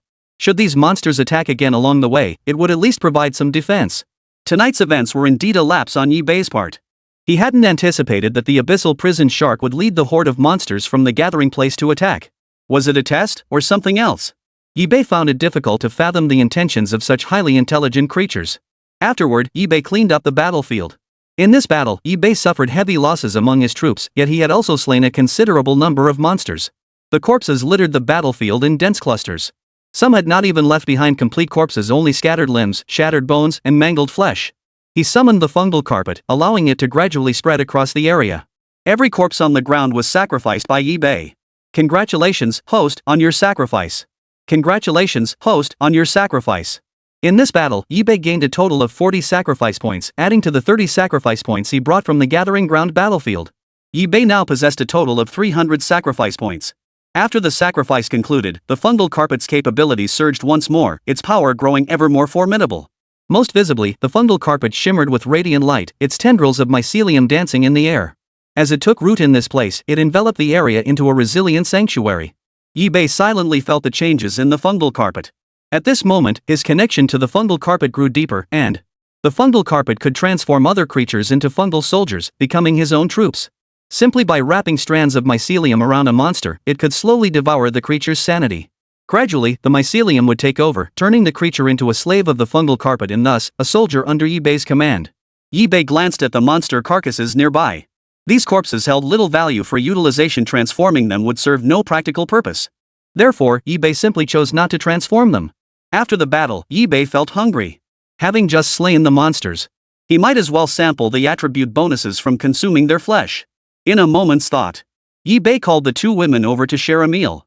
However, since the two women hadn't done much physical activity, they weren't very hungry. Thus, Yibei ended up consuming most of it himself. Yibei examined the meat. These monster carnivores did offer attribute bonuses, but all were time limited. After finishing his meal, after tidying up, they went back to sleep. Having learned from her previous experience, Luo Shui felt a bit awkward watching her younger sister. She stayed put that night, not seeking Yibei out again. But just as Yibei was about to drift off, movement stirred beneath the covers once more. Yibei opened his eyes and gently lifted the covers. A girl with an exquisite figure and face peered out from beneath the covers. She too wore only a thin nightgown, revealing glimpses of her figure. Luo Yu, why did you come over? Without a word, Luo Yu gently slipped off her clothes, gazing at him with a seductive look. She slowly crawled over, pressing herself against Yibei. Their eyes locked as she breathed out a fragrant sigh. I'm doing this willingly. Please, don't tell my sister. Chapter 80, Bone-Eating Alpaca. The night passed without incident. The next day, Yibei pressed his advantage, unleashing the fungal carpet to spread wildly. Ever since gaining the ability to modify fungal soldiers with the fungal carpet, he'd been itching to test it. But alas, he hadn't encountered any monsters that truly satisfied him. He pressed forward, targeting the monster gathering spot.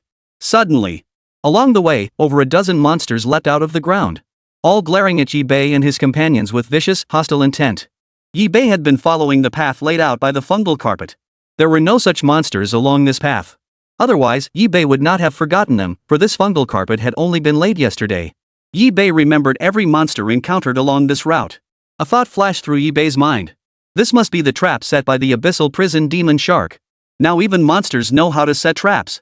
Yibei muttered inwardly. This incident gave him a fresh, clear understanding of the abyssal prison demon shark's intelligence. Such cleverness was already not much different from that of humans. And in certain aspects, they might even surpass humans. What a terrifying boss. Yibei felt the pressure surge instantly. But the abyssal demon shark was clever. Unfortunately, it had met its match in him. Yibei had already laid down another layer of fungal carpet early on, so he avoided any surprise attacks.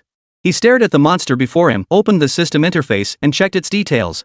Bone-eating alpaca, enhanced physique, inherently possesses high concentration toxins capable of burning flesh and corroding bones. A few alpacas burrowing out of the ground. Yibei muttered under his breath. This couldn't be the llamas doing. There must be other monsters lurking. Boom! Boom! Boom! One by one, mole-like creatures sprang from the ground, glaring at Yibei with mocking expressions.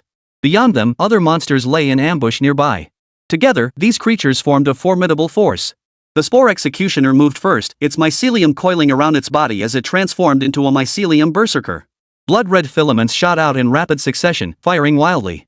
Spore sprayers and destroyers joined the fray. Suddenly, the bone-eating alpaca coughed once, violently expelling a glob of saliva from its mouth. This glob of saliva carried intense corrosive properties, its toxins permeating every drop. Seeing this, Yibei. He swiftly spread the fungal carpet, covering the entire battlefield. Moreover, Yibei's current resistance to toxins was quite strong, and he wanted to test its limits. Patch after patch of fungal carpet enveloped the llama's saliva. Yet a trickle still seeped through, dripping onto the ground and corroding a gaping hole in the earth. Spore sacs detonated, releasing mycelium traps that bound several monsters. The burning spores unleashed their full power. As raging flames encircled the area, steadily closing in. Slowly shrinking the area where the monsters stood. Due to the fungal carpet's combustion properties, it possessed extremely high fire resistance. The bone-eating alpaca, seeing its spit had no effect, grew increasingly enraged. The herd of camels frantically spewed their saliva. Yibei steeled his resolve and ordered his troops to engage the camels first. Even before his transmigration, he loathed camel spit the most, and now he was actually facing it. Old grudges and new grievances, all would be settled now. Mycelium shot out in a torrent, spore sacs exploded, and burning spores ignited a raging inferno across the area. Chaos erupted once more. The bone-eating alpaca's body wasn't large, but the toxins accumulated within it were exceptionally potent. Released in the form of saliva. This made it impossible to subdue it for the time being. Various spores confronted it, rendering the spore sacs nearly useless. They were merely neutralizing the toxins. Its resistance to toxins was still too weak. If the fungal carpet possessed even slightly stronger resistance, it would have no fear of the alpaca's toxins. Ibe glanced at the exploding mosquitoes concealed in the shadows. One by one, the exploding mosquitoes flew through the air, quietly landing on the alpaca's body. Boom! Boom! Boom! A series of continuous explosions echoed, lingering in the air long after. Smoke billowed, spreading across the area, obscuring the scene within. However, Ibe possessed the fungal carpet, allowing him to sense part of it. This time, perhaps due to the exploding mosquitoes, the situation had unusually calmed down. Only after the smoke cleared did Ibe grasp the full extent of the scene. The field was now nearly devoid of monsters, with only a few survivors left standing. All were slain by Ibe. Ibe sacrificed them all to the fungal carpet. Congratulations, host, on your sacrifice. In this battle, Ibe gained a total of 25 sacrifice points. He now possessed a total of 325 sacrifice points. Simultaneously, Ibe successfully leveled up using the experience gained from slaying monsters. Congratulations, player, you have reached level 11. At this moment, Ibe opened his attribute panel once more to review his information. Ibe. Territory, Mother Fungus of all things. Level, LV11. Sacrifice points, 325. Troop types, 16 Spore Executioners, 3 Martyr Exploders, 4 Spore Sac Projectors, 4 Destroyers. Skills, Mycelium Blanket, Fungal Network, Assimilation, Flames, Purification, Hold, Toxin, Underwater Breathing, Fountain of Life, Mutate Spore Troops. Passive skills, Sovereign's Aura, Infinite Evolution, Poison Resistance, Fire Resistance. Structure skill, Mycorrhizal Swamp. Currently available troop types, 6 viewable. The Mycelium Carpet has gained a new ability, it boosts the movement speed of units standing on it. Ibe was curious how this movement speed bonus was applied. Then, Ibe witnessed the scene that unfolded. Several fungal soldiers stood on the fungal carpet, advancing step by step. Their pace quickened, gradually sliding across the fungal carpet. Moreover, wherever the fungal soldiers passed, the fungal carpet spread faster, always staying one step ahead of the soldiers. Thus, it appeared to be enhancing the soldiers' speed. In reality, the fungal carpet's own spread had also increased dramatically. Ibe followed the fungus carpet's spread as he continued his advance. Before long, Ibe reached the vicinity of the monster gathering site. However, Ibe looked around, only to find the place completely deserted, with just a handful of monsters remaining. Compared to yesterday's scene, the scene before him formed a stark contrast to yesterday's events. What's going on here? Especially the abyssal prison shark Ibe had been tracking it to was nowhere to be found. He hadn't expected this gathering place to have relocated. It seemed they had departed long before launching their assault on Ibe's territory. Only a small number of monsters that hadn't managed to evacuate remained on the field. A thought flashed through Ibe's mind. He unleashed all his fury upon these monsters. Soon, the battle ended. After sacrificing them, Ibe gained another 8 sacrifice points. Afterward, Ibe commanded the fungal carpet to continue spreading until it completely engulfed the area. This gathering place was now completely under Ibe's control. Ibe dispatched fungal soldiers once more. He stationed some fungal soldiers to guard the area, establishing it as a temporary territory. Simultaneously, Ibe dispatched other units to continue their exploration, to investigate where the monsters from those settlements had relocated. Chapter 81, The Fungal Carpet Causes Tremors. For the following period, Ibe focused on recuperation and recuperation. The sisters were brought to him by the troops he had dispatched. When the two women saw that Ibe had truly taken control of this place, they couldn't help but be startled. He actually took it over. Luo Yu and Luo Shui's pupils contracted, their eyes filled with utter shock. After all, this was a major monster gathering ground. And such a terrifying monster stronghold had been wiped out like this? That was far too swift. Yet Ibe slowly shook his head inside. You're overthinking it. I didn't kill the monsters here. When I arrived, I found the monsters had already retreated. Therefore, we must remain vigilant at all times. The danger is ever present. Even so, the sisters remained utterly stunned. Though they hadn't witnessed firsthand just how powerful he was. They had witnessed the shark standing upright from afar yesterday and felt its overwhelming pressure. That sensation alone left them breathless, hearts pounding in panic. This was the first time either had ever witnessed such a terrifying monster. Compared to this creature, the boss they had defeated on their first attempt seemed utterly laughable. Ibe offered no further explanation. He turned his gaze to the corpses and sacrificed them to the fungal carpet. Devouring vast amounts of flesh and blood, the fungal carpet gained another slight enhancement. In an instant, vast swaths of the fungal carpet spread once more. This gathering place was actually quite large. If it were the previous fungal carpet, it would have taken some time to contain its spread. But the newly enhanced fungal carpet required no such delay. In the blink of an eye, the vast area was engulfed by the fungal carpet. As for the remaining meat, keeping it would serve no purpose for eBay. It would be better to sell it outright. With that thought, eBay beckoned the two women over and handed them the meat. "Sell these meat supplies for me." The two women nodded, opening the chat group to list the items in the trading section. Suddenly, the trio glanced over in haste. The chat group was ablaze with activity. Many were arguing about something, causing the chat group to erupt in commotion. eBay frowned and scrolled through the chat history. At that moment, he noticed a photo. eBay tapped to open it. The image depicted a patchwork of vibrant, shimmering fungal carpets. eBay was certainly no stranger to this phenomenon. "Isn't this my fungal carpet?" The photo caused an immediate sensation upon being posted. Combined with the accompanying explanation from the person who shared it, panic spread even further. "Do you know what this is?" "Looks like, it seems to be a fungal carpet. Those fuzzy strands on top must be mycelium. This fungal carpet is way too big, just looking at it gives me the creeps. Could it be some terrifying boss monster?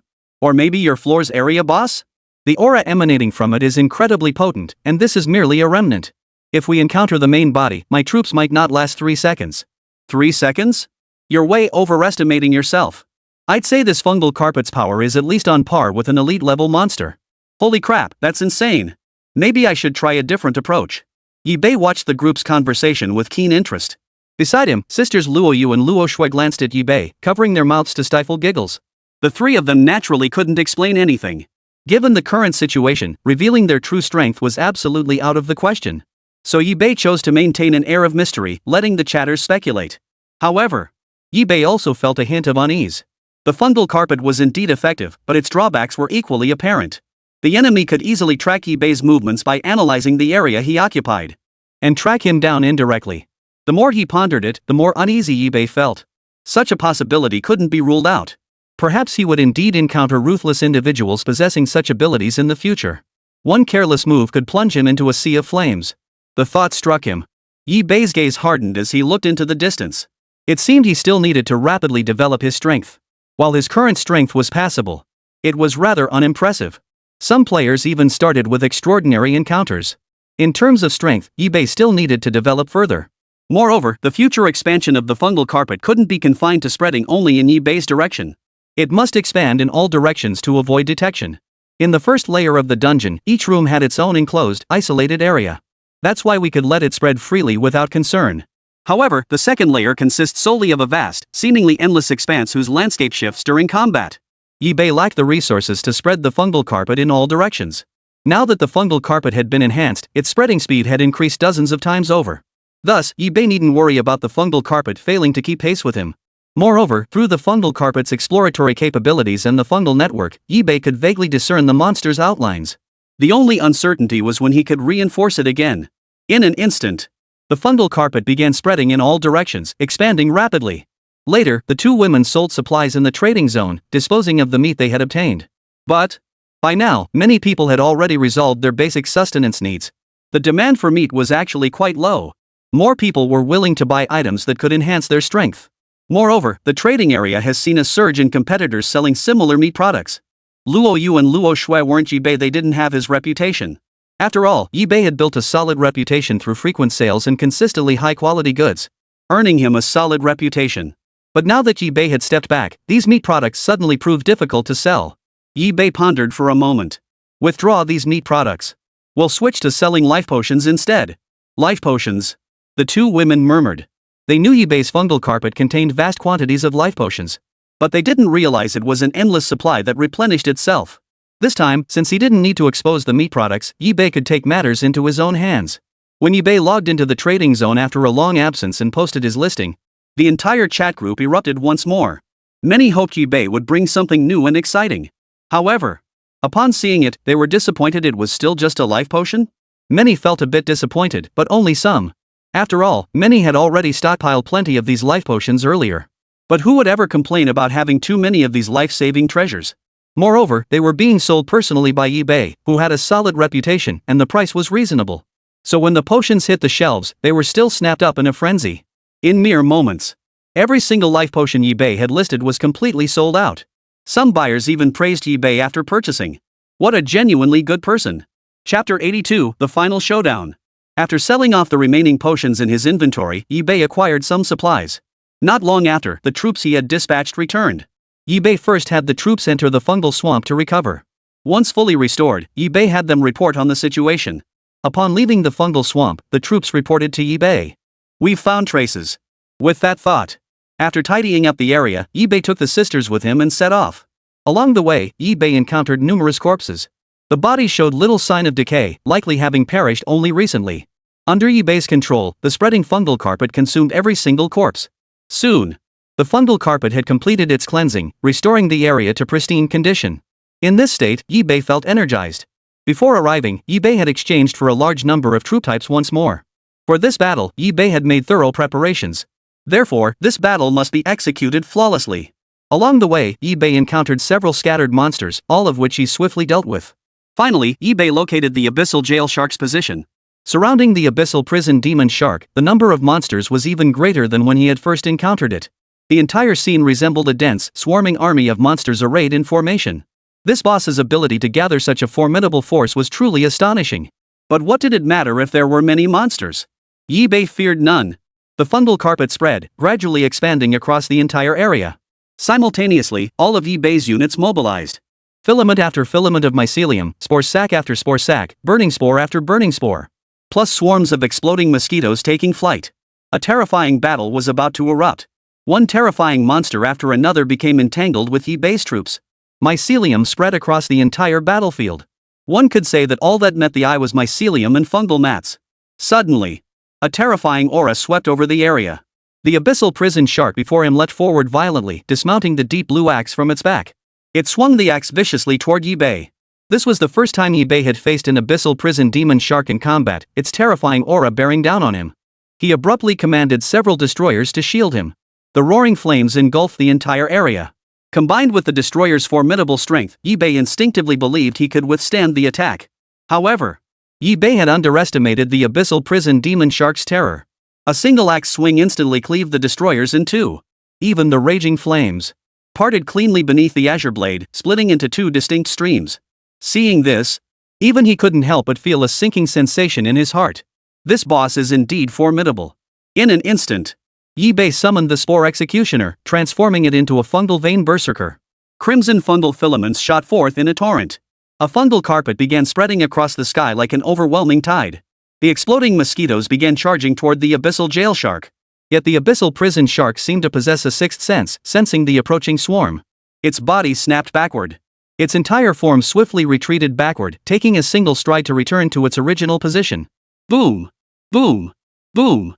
At that moment, the exploding mosquitoes landed on other monsters and detonated violently.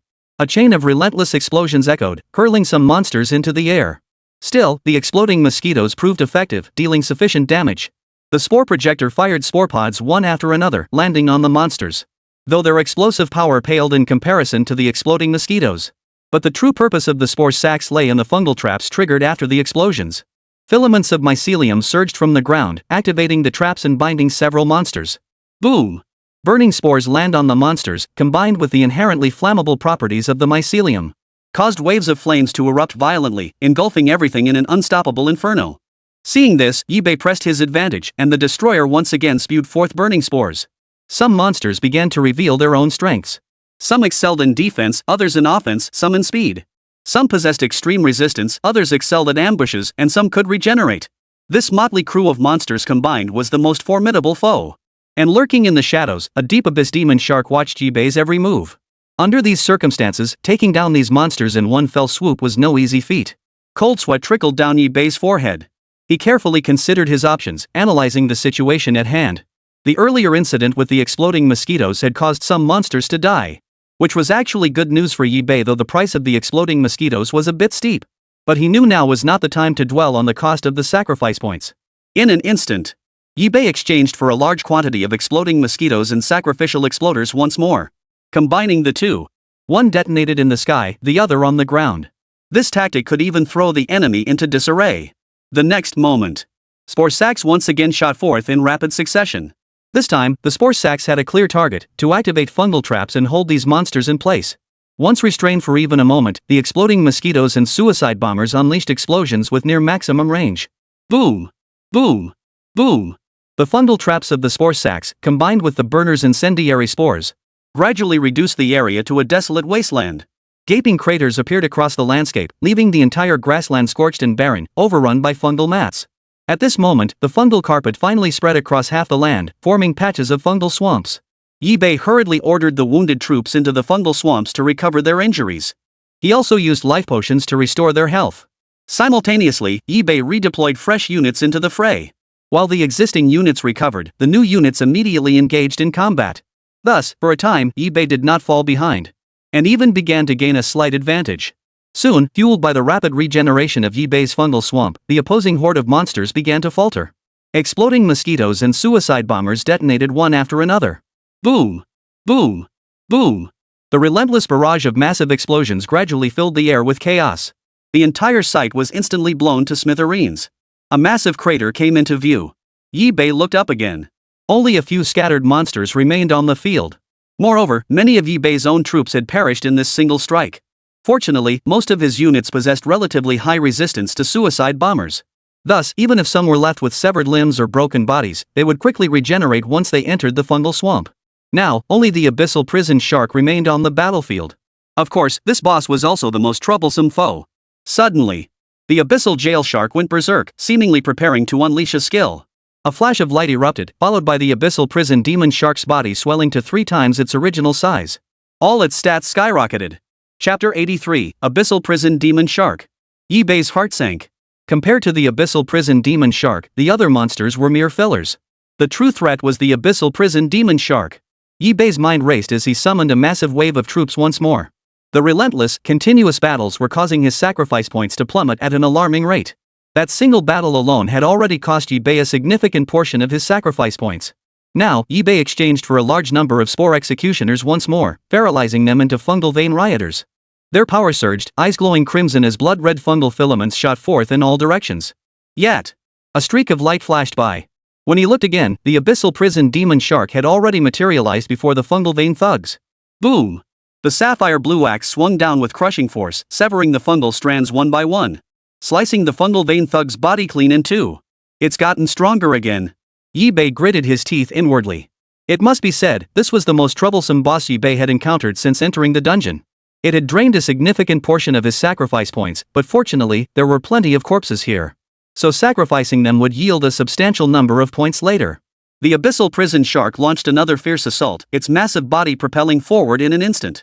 Buzz, buzz, buzz. Its terrifying speed ripped through the air, creating successive sonic booms. Looking again, the abyssal prison demon shark had already appeared before several martyr exploders. The abyssal prison demon shark recognized the threat posed by the suicide bombers. So this time, it targeted the suicide bombers first. However, the abyssal demon shark had no idea that Yibei only needed a single thought to detonate the suicide bombers.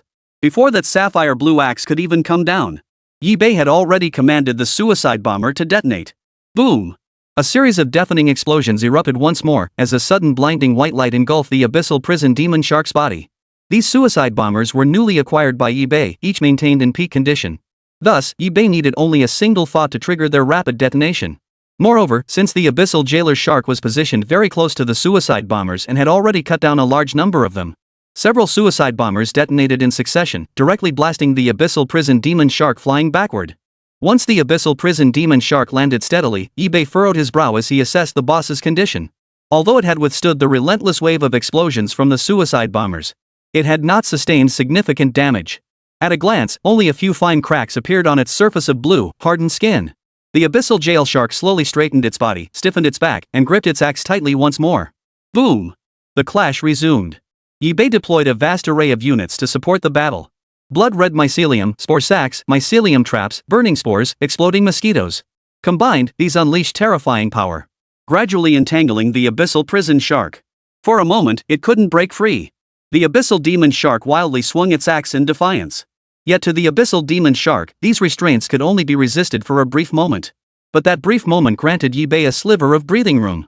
He swiftly redeemed several more martyr exploders and exploding mosquitoes. He sent these newly summoned troops surging forward, closing in directly upon the abyssal demon shark. Immediately, waves of ferocious explosions rippled through the surrounding area. Boom! Boom! Boom! The relentless explosions echoed, and a blinding white light erupted, instantly engulfing the entire area. When the light faded, Yibei looked up to see a pitch-black abyssal prison shark lying on the ground. Even so, Yi-Bei remained vigilant. He reorganized his troops and launched a sustained assault. True to form, the abyssal prison demon shark still possessed formidable vitality. And the moment the troops approached, it lunged again, tearing apart several of Yi-Bei's units with its bare jaws. Units killed outright could not be revived in the fungal swamp. For a time, Yi-Bei suffered heavy losses. Fortunately, Yi-Bei recognized that the abyssal prison demon shark was merely struggling to hold on. It was already on its last legs. Soon, the battle came to an end. As the abyssal prison demon shark neared death, Yi-Bei wrapped strands of mycelium around its body. This was the modified troop ability of the fungal carpet. He wouldn't let such a formidable monster go to waste, even if it meant sacrificing the boss's offering points. He would transform it into his own unit. However, the moment he defeated the abyssal prison demon shark, the color of the vengeance mark on Yi-Bei's body deepened. Its exposed area grew even larger. Moments later, a dazed abyssal demon shark stood before Yi-Bei. This abyssal jail shark had been successfully transformed into Yi-Bei's one-of-a-kind special unit. Unfortunately, this modification functioned like spore parasitism rather than direct mental control. Otherwise, he could have gleaned information through its thoughts. If Yi-Bei hadn't guessed correctly, this abyssal prison demon shark was also a minion of the area boss. That was why Yi-Bei's mark of vengeance had deepened. Though regrettable, the abyssal jail demon shark's combat prowess remained undeniable. Afterward, Yi-Bei gradually uncovered several things. Before him stood a crimson totem. Activate it. Red totem successfully activated. Obtained summoning cards X2. Yi-Bei examined them. One was a dungeon merchant summon card. The other a dungeon blacksmith summon card. Moreover, they could be used infinitely, though the recipient retained the right to refuse.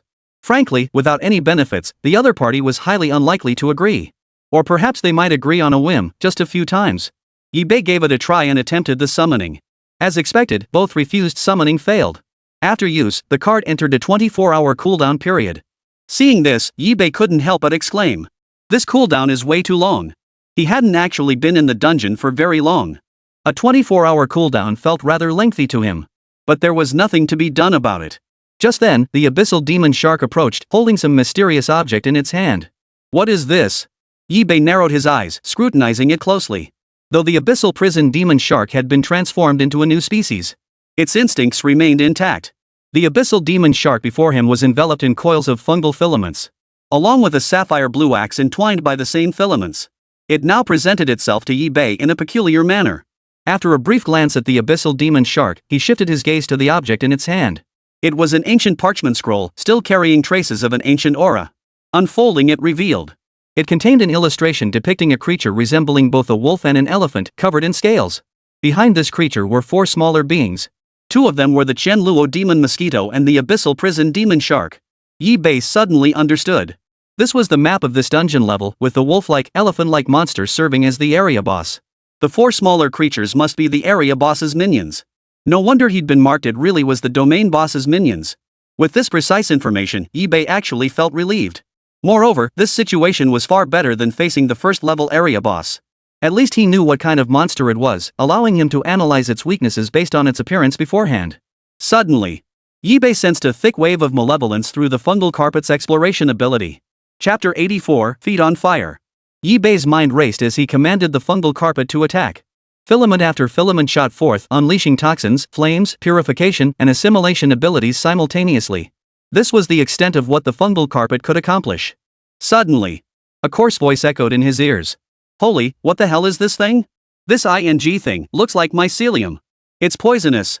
Bad news. Get out of the way. Holy, it's not just poisonous, it's ing on fire.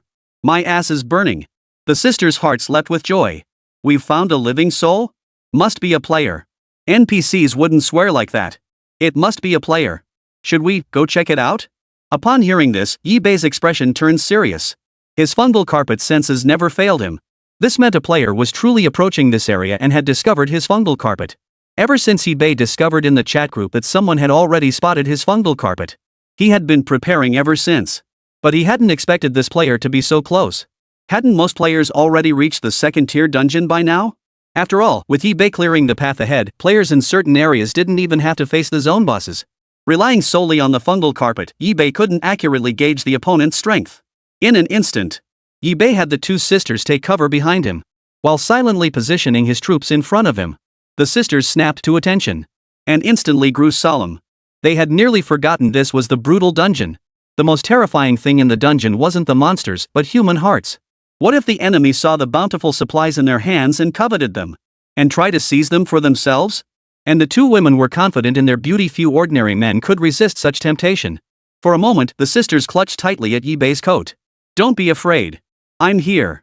It's fine to go take a look. If they don't know their place, we'll just kill them outright. The sisters nodded slightly. Soon, guided by Yibei, the trio followed the direction of the fungal carpet's spread. Soon they reached the location where the fungal carpet had detected players. Before them stood a small 5-person group. This group was well-rounded, boasting a diverse array of units. Heavy defense, agile units, attackers, ranged fighters. And even what appeared to be magic-using units. This squad was essentially a well-trained combat unit. Defense like heavy tanks, speed like agile cats, offense like unsheathed blades. Particularly intriguing was a mage unit Yibei had never encountered before. Yibei watched them warily. Though he could block them with his mycelium, and he could tell these people weren't particularly strong. It was his first encounter with a mage unit, and such a well-rounded team was rare indeed. Therefore, Yibei did not relax for a moment. Instead, he remained on high alert. He opened the system interface to examine the opposing mage unit's details. Arcane Array Abnormalist appears as a human mage, yet is enveloped in twisted magical array patterns. Their incantations carry a metallic, raspy tone, and each spell is accompanied by patterns growing on the ground. Though appearing elegant, they are actually deformed knowledge entities mutated by magic. Skills: Crimson Thorn Array, Azure Star Trajectory Array. Yibei narrowed his eyes, scrutinizing them closely. It must be said, this mage-type unit was truly exceptional. Even he hadn't had such an opportunity, yet the enemy had managed to discover a similar monster. His luck was truly exceptional. At that moment, Yibei checked his attribute panel. Yibei. Territory: Mother Fungus. Level: LV11. Sacrifice points: 250. Troop types: 35 Spore Executioners, 7 Martyr Exploders, 10 Spore Sac Projectors, 10 Destroyers, 10 Explosive Mosquitoes. Modified unit: Abyssal Prison Demon Shark X1. Skills: Mycelium Blanket, Fungal Network, Assimilation, Flames, Purification, Hold, Toxin, Underwater Breathing, Fountain of Life, Modified Fungal Troops. Passive skills: Overlord's Aura, Infinite Evolution, Poison Resistance, Fire Resistance. Building skill: Fungal Swamp. Currently available troop types: 6 viewable. Due to the previous battle with the Abyssal Jail Shark, Yibei suffered heavy losses in his units. And likewise destroyed many enemy units. This prompted Yibei to exchange for numerous new units. This resulted in Yibei gaining a large number of sacrifice points through sacrifice. He channeled them entirely into redeeming units to bolster his strength. However, Yibei felt no regret. After all, he would continue to encounter stronger monsters in the future. The sacrifice points he would gain later would only increase. At that moment, the small group also noticed Yibei and his companions. But the 5 did not take Yibei seriously. Suddenly, the 5 saw Luo Yu and Luo Shui behind Yibei, and their eyes lit up. Luo Shui and Luo Yu were twin sisters, yet their appearances differed. Luo Shui exuded a faint, icy aura, radiating an aura that kept others at arm's length. Luo Yu, on the other hand, had a more approachable, neighborly charm, making her appear endearingly vulnerable. The two clung together, seeking shelter behind Yibei. At first glance, it seemed as though each complemented the other's shortcomings. Holy, she's breathtakingly beautiful. The heavens have smiled upon me, allowing me to encounter such a stunning woman here. I've never seen such a beautiful woman in my entire life. The 5 men wore greedy expressions. Kid, be smart and hand over the 2 beauties behind you. Refuse, and you'll suffer the consequences. Yibei chuckled lightly. There was no way he'd hand them over, and besides, he might not know the strength of the mage troop, but that didn't mean he was afraid. At that moment, someone snapped impatiently. Why waste words with this brat? Blah blah blah. Just kill the monster. Right. I just didn't want to hurt the beauty. The next instant, the 5 soldiers launched their assault simultaneously, unleashing a torrent of attacks. Wave after wave of attacks came, impossible to defend against. At that moment, Yibei's troops launched their assault: Crimson Mycelium, Spore Sacs, and Burning Spores. When the 5-man gang saw Yibei's troops, they were instantly shocked. So many. Because Yibei had exchanged a large number of sacrifice points for units. Yibei now commanded an overwhelming number of units. The sight was overwhelming, a dense swarm that outnumbered all 5 of them combined. Only then did they notice the appearance of Yibei's troops. Filaments of mycelium enveloped nearly every part of their bodies: faces, arms, bellies, legs. Every inch inlaid with mycelium, creating a hideous, horrifying sight. Holy, what the hell is that? How disgusting. I've never seen anything like this in my life. This is the most disgusting monster I've ever laid eyes on. Chapter 85, 3rd place? Battle was imminent. To the 5 of them, Yibei's troop composition looked rather unsavory. Once they were dead, it wouldn't matter. The 2 sides became entangled. Fungal filaments shot out relentlessly, and with the fungal carpet covering the ground, the fungal vein thugs held their own. Instead, leveraging its formidable, overpowering strength, it began to exert a subtle suppression over its opponents. Additionally, Yibei commanded the spore shooters to fire spore capsules. These spore capsules landed on the enemy units, triggering a series of explosions. But the assault wasn't over. Following the spore explosions, tendrils of mycelium surged forward. The mycelium traps activated, binding the enemy units in place. Simultaneously, flaming spores shot forth. They landed on the surrounding terrain, erupting into raging flames. At that moment, a crimson glowing formation materialized beneath the feet of the anomaly master. Yibei looked up. He saw crimson balls of thermal energy hurtling toward his troops. Vines of crimson mycelium shot forth. These filaments, along with spore sacs and spores, all collided with the crimson energy spheres of the arcane array master. The collision unleashed a terrifying force. Boom! However, the fiery red energy sphere did not inflict significant damage on Yibei's troops. In truth, the Oath Array Master had miscalculated.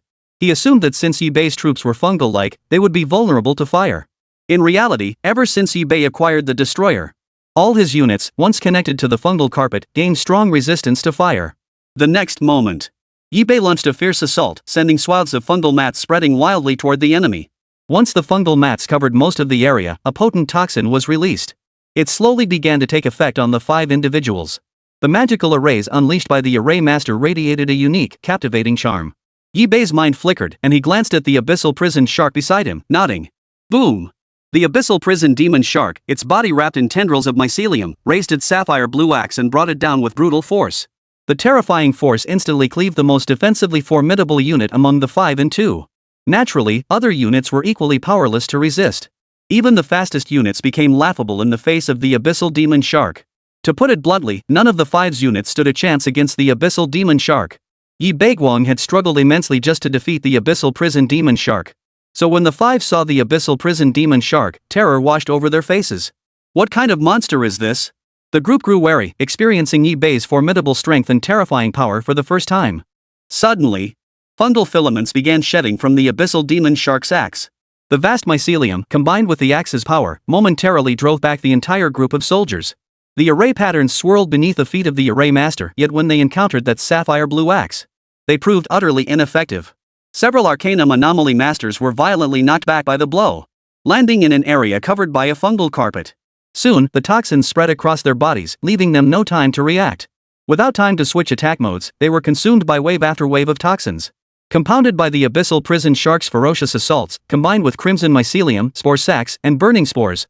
Under this relentless barrage, the oath-altered mage was swiftly and completely destroyed.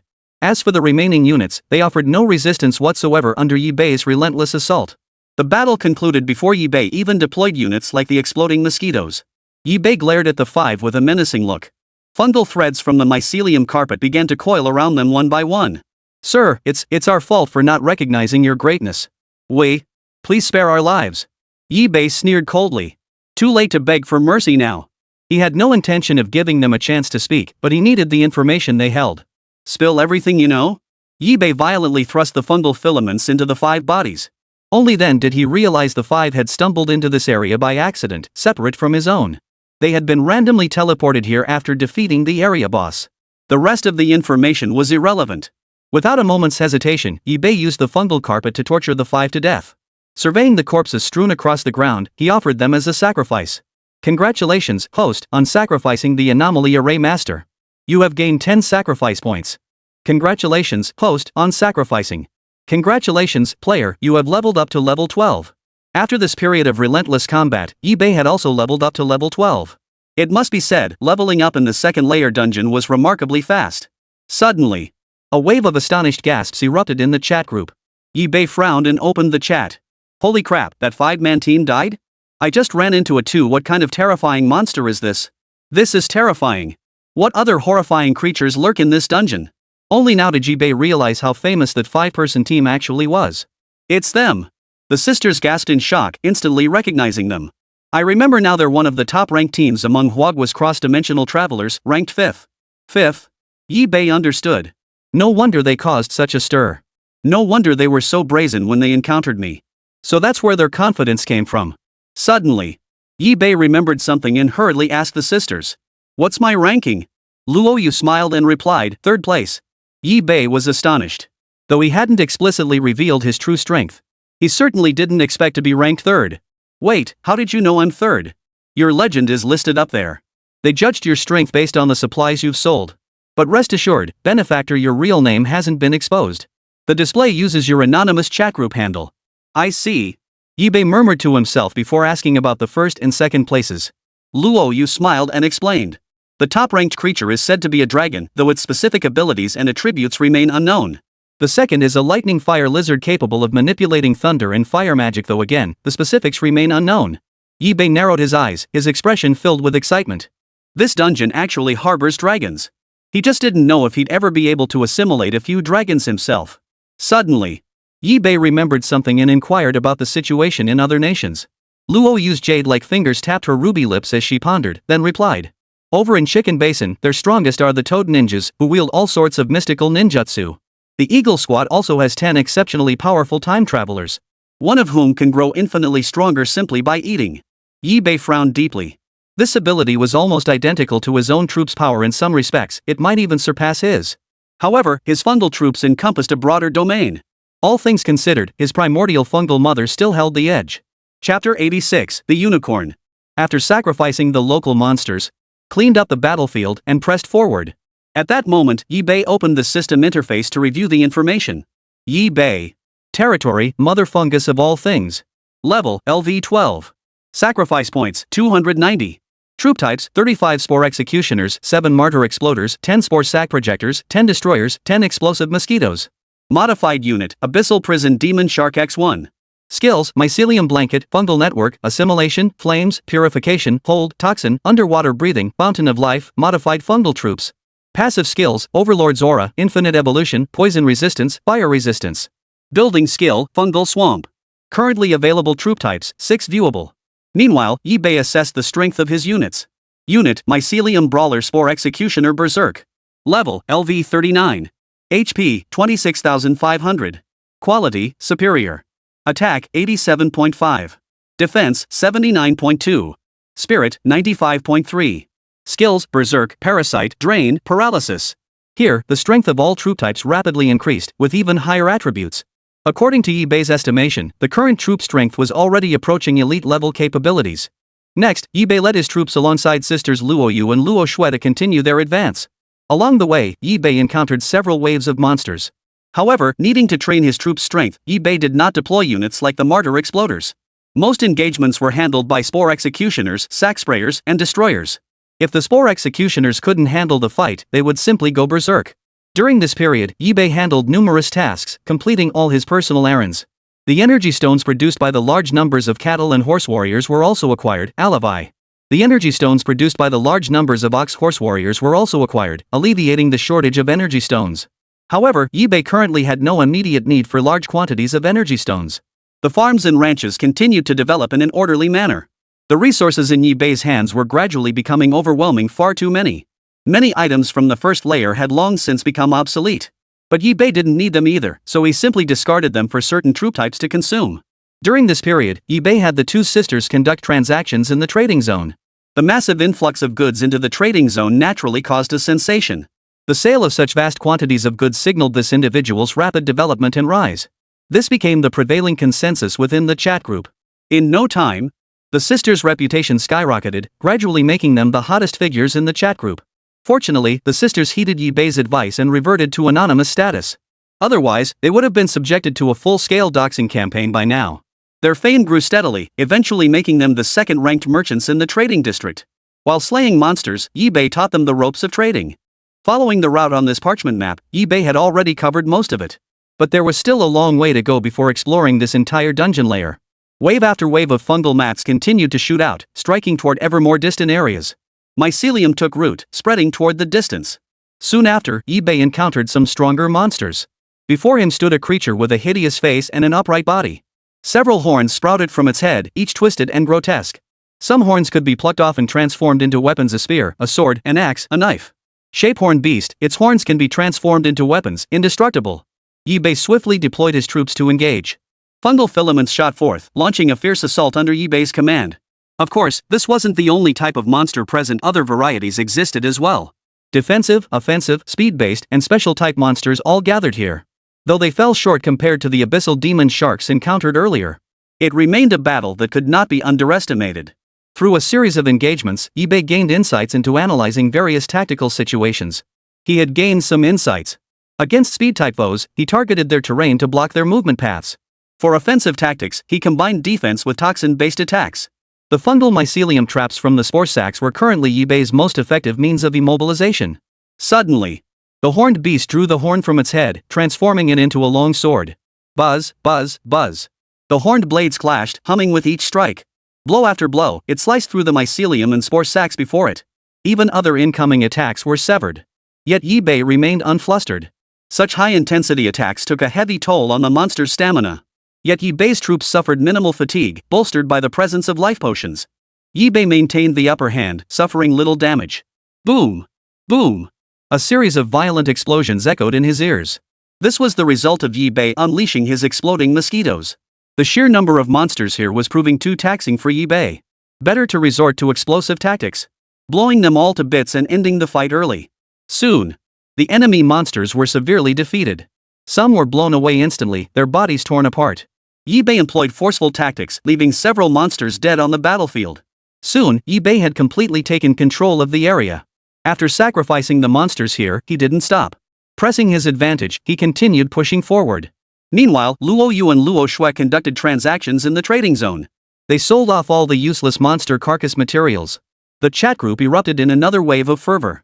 Some directly asked where they had obtained the materials, while others inquired about their combat prowess. eBay politely declined all inquiries. At the same time, it made the two of them wary. They refused any request that carried even the slightest risk of exposure. Afterward, eBay continued pushing through the map. Slowly, the monsters eBay slayed grew ever more numerous. Until he could scarcely tell how many he had slain. All he knew was that his hands were drenched in blood, covered in all manner of rotting flesh. He grew numb to it all.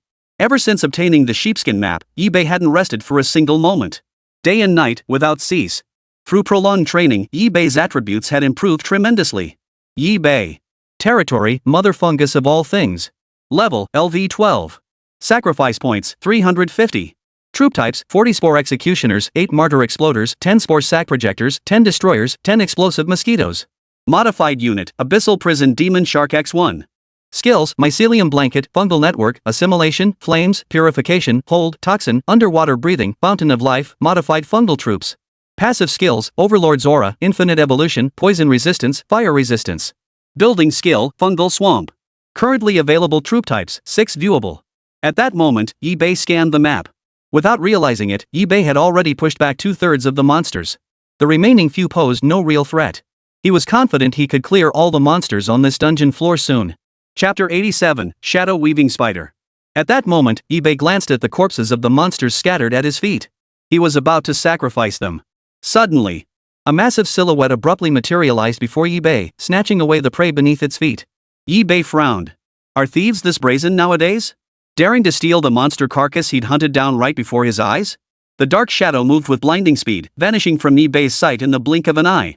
Looking for death. eBay roared in fury, immediately dispatching his troops in pursuit. The fungal carpet spread wildly, extending toward the direction the monster had fled. Simultaneously, eBay deployed several exploding mosquitoes to scout the airspace. Soon, through eBay's search, the monster's location was finally pinpointed. eBay observed a spider capable of concealing itself within shadows. He then opened the system interface to examine its details. Shadow Weaver Spider. Tier, Intermediate Boss. HP, 1.5 million. Danger level, Medium.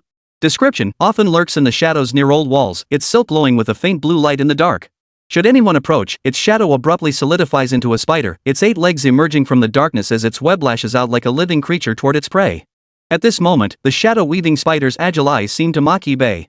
So you're the human responsible for all that slaughter. You don't look so impressive after all. Forget it.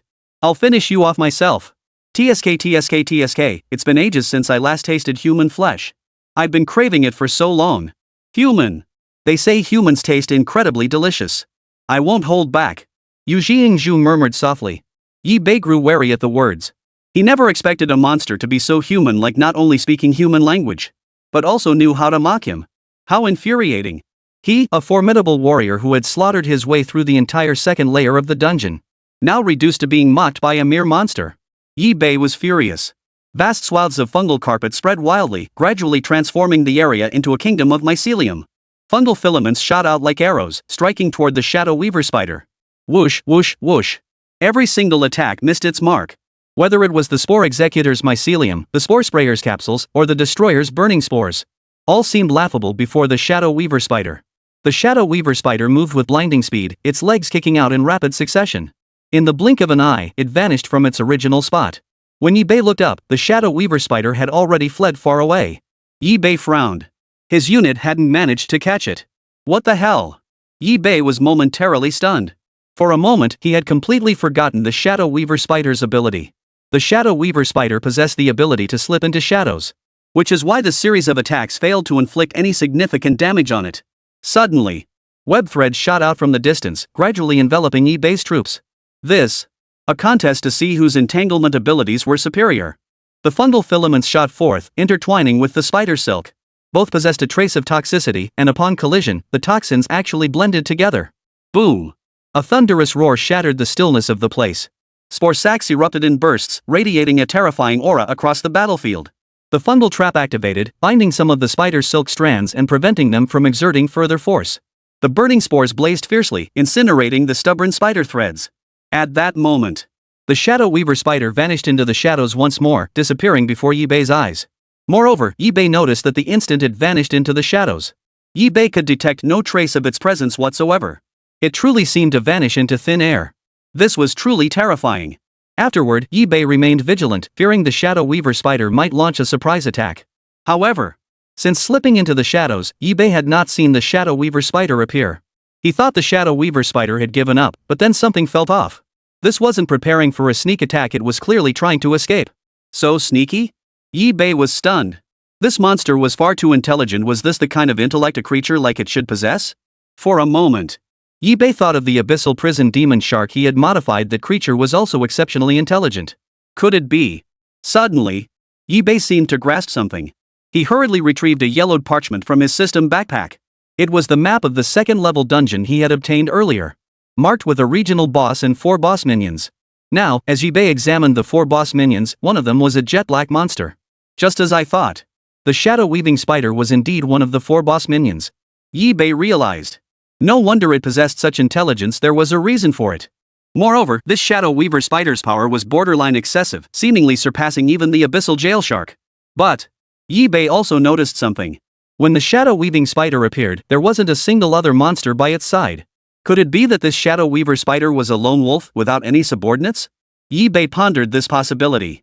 He had never encountered a solitary boss before, let alone one that was even more powerful than the minions of a regional boss. But this could explain. Possessing such formidable strength, it could survive alone in the dungeon. Otherwise, without minions, it would likely have perished long ago in this dungeon.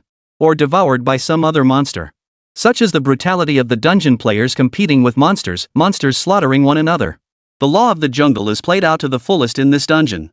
With this thought in mind, Yi-Bei deployed his troops and pressed forward. Simultaneously, Yi-Bei commanded the fungal carpet to spread frantically. To locate the shadow weaving spider, it still required the fungal carpet's exploration and the enhancement of the fungal network. Only then could the search for monsters proceed at maximum speed. Soon, patch after patch of fungal carpet gradually enveloped the entire area. Wounded troops were placed into the fungal marshes to slowly recover their injuries. Life potions were poured out as if they were worthless.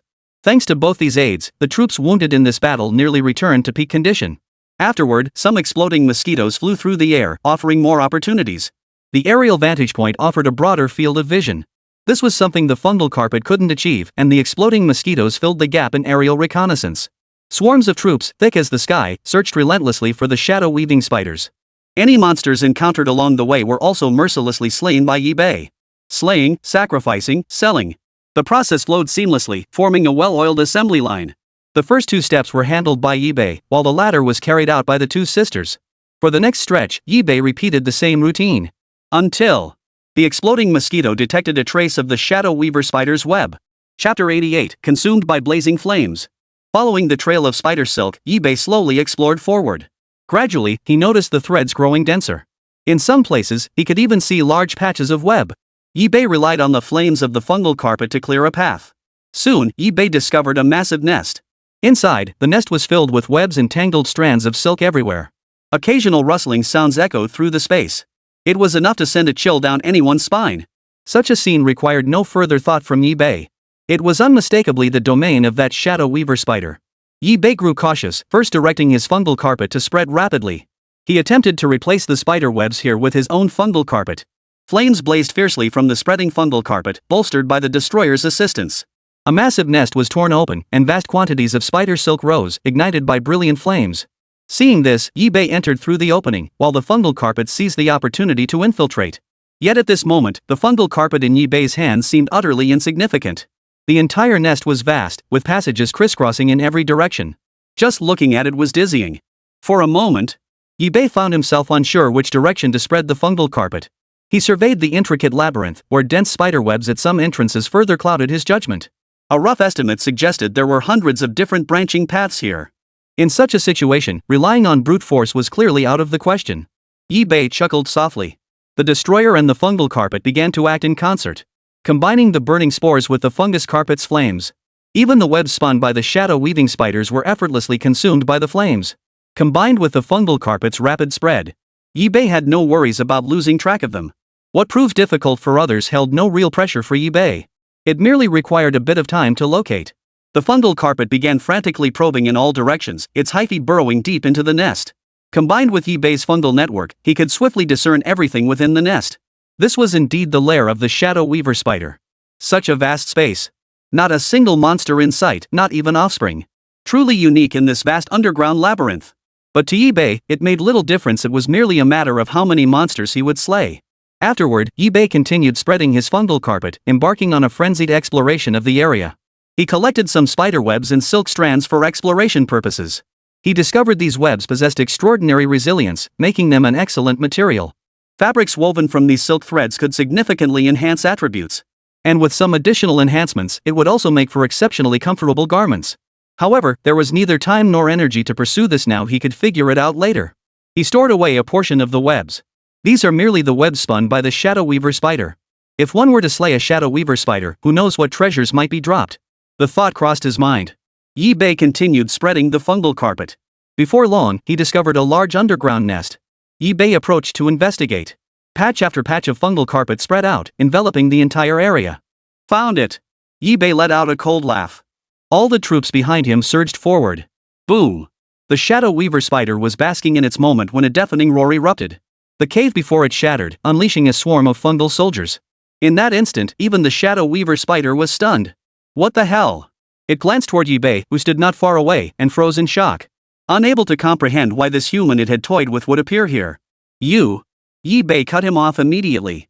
It's just a little spider. What business do you have speaking here? Scram!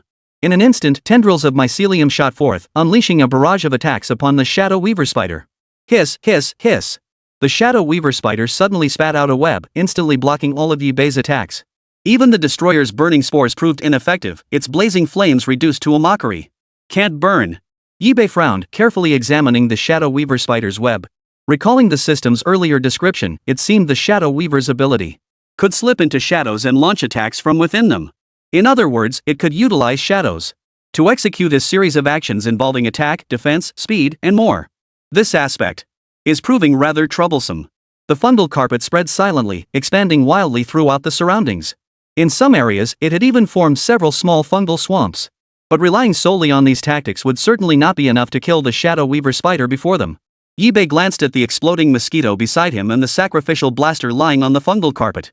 Buzz, buzz, buzz. One by one, the exploding mosquitoes silently flew toward the shadow weaver spider.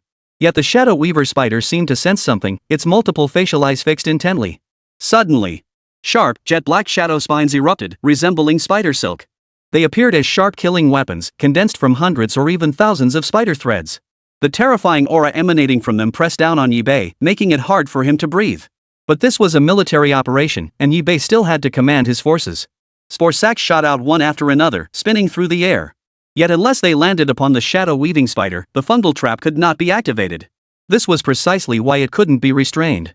The shadow weaver spider itself moved with blinding speed, making it impossible for Yi Bei to track its movements. The spore capsules and mycelium traps kept missing their mark, making Yi Bei increasingly frustrated. Yi Bei deployed a massive force. A relentless barrage of attacks pushed the Shadow Weaver spider to the brink.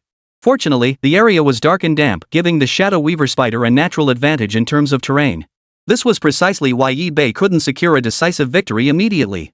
Even with the abyssal prison demon shark present, Yi-Bei still couldn't gain the upper hand.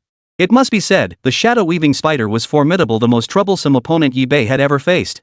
The monsters ahead would only grow stronger, and Yi-Bei was already feeling the pressure. The spider's legs scurried swiftly through the cavern. And with the speed of Yi-Bei's troops, they simply couldn't keep up, compounded by other obstacles. Yi-Bei was utterly helpless against this. With no other choice, Yi-Bei could only deploy the martyr bombers. The next instant, the suicide bombers charged forward with a sudden burst of speed. Destroyers, spore shooters, fungal pulse troopers, and other units all provided cover for the suicide bomber.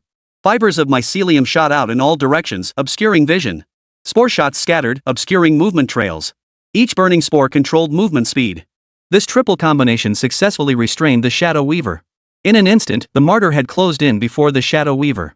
Its body swelled, then exploded violently. Boom! A blinding white light erupted, engulfing the entire area. Looking again, the Shadow Weaver now bore significant injuries. Chapter 89, The Shadow Mushroom Hunter. Seeing this, Yi-Bei pressed his advantage. Rather than continue like this, it would be better to directly utilize the martyr's explosive ability. The Shadow Weaver spider possessed optimal performance in every aspect. Offensively, it wielded shadow stings that could slay enemies unseen. For defense, its web could block attacks and even be applied to its body's surface, functioning like a protective armor. For speed, it possessed long, powerful spider legs and shadow escape, allowing it to vanish into the shadows. Facing such a nearly hexagonal warrior, Yi-Bei's troops were truly struggling in combat. Fortunately, Yi-Bei could resort to the most brutal explosive tactics. Though it would cost him some sacrifice points. Yi-Bei swiftly exchanged sacrifice points for several suicide bombers, even deliberately deploying exploding mosquitoes for attack. A persistent buzzing filled the air. The next moment, a vast fungal carpet began shooting mycelium toward the ground, weaving toward the shadow-weaving spider. Unnoticed, Yi-Bei's fungal carpet had already spread across nearly two-thirds of the area. Moreover, within the fungal carpet, the Shadow Weaver spider's speed could be controlled. It might even prevent it from slipping into the shadows.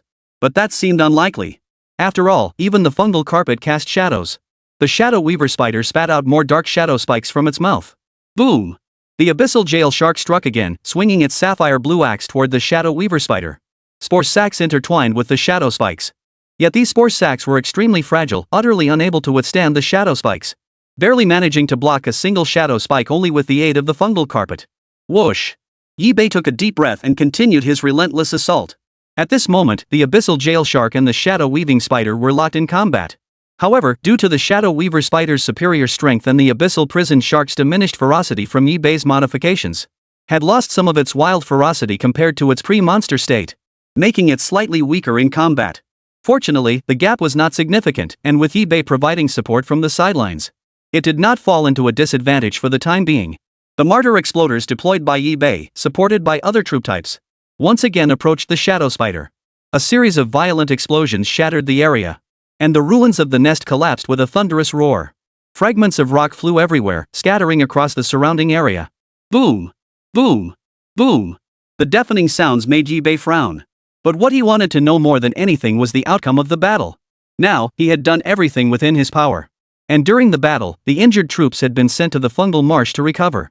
Thus, even if this battle proved disastrous, the bulk of the losses would be borne by the suicide bombers and the exploding mosquitoes. As for the other units, bolstered by the fungal swamp, they had actually suffered minimal casualties. This was a silver lining in the misfortune. But if the shadow spider still remained alive, the battle was far from over. Once the dust settled on the battlefield, Yi-Bei turned his gaze back toward the center. The fungal carpet spread, its tendrils sweeping away stones and debris from the battlefield.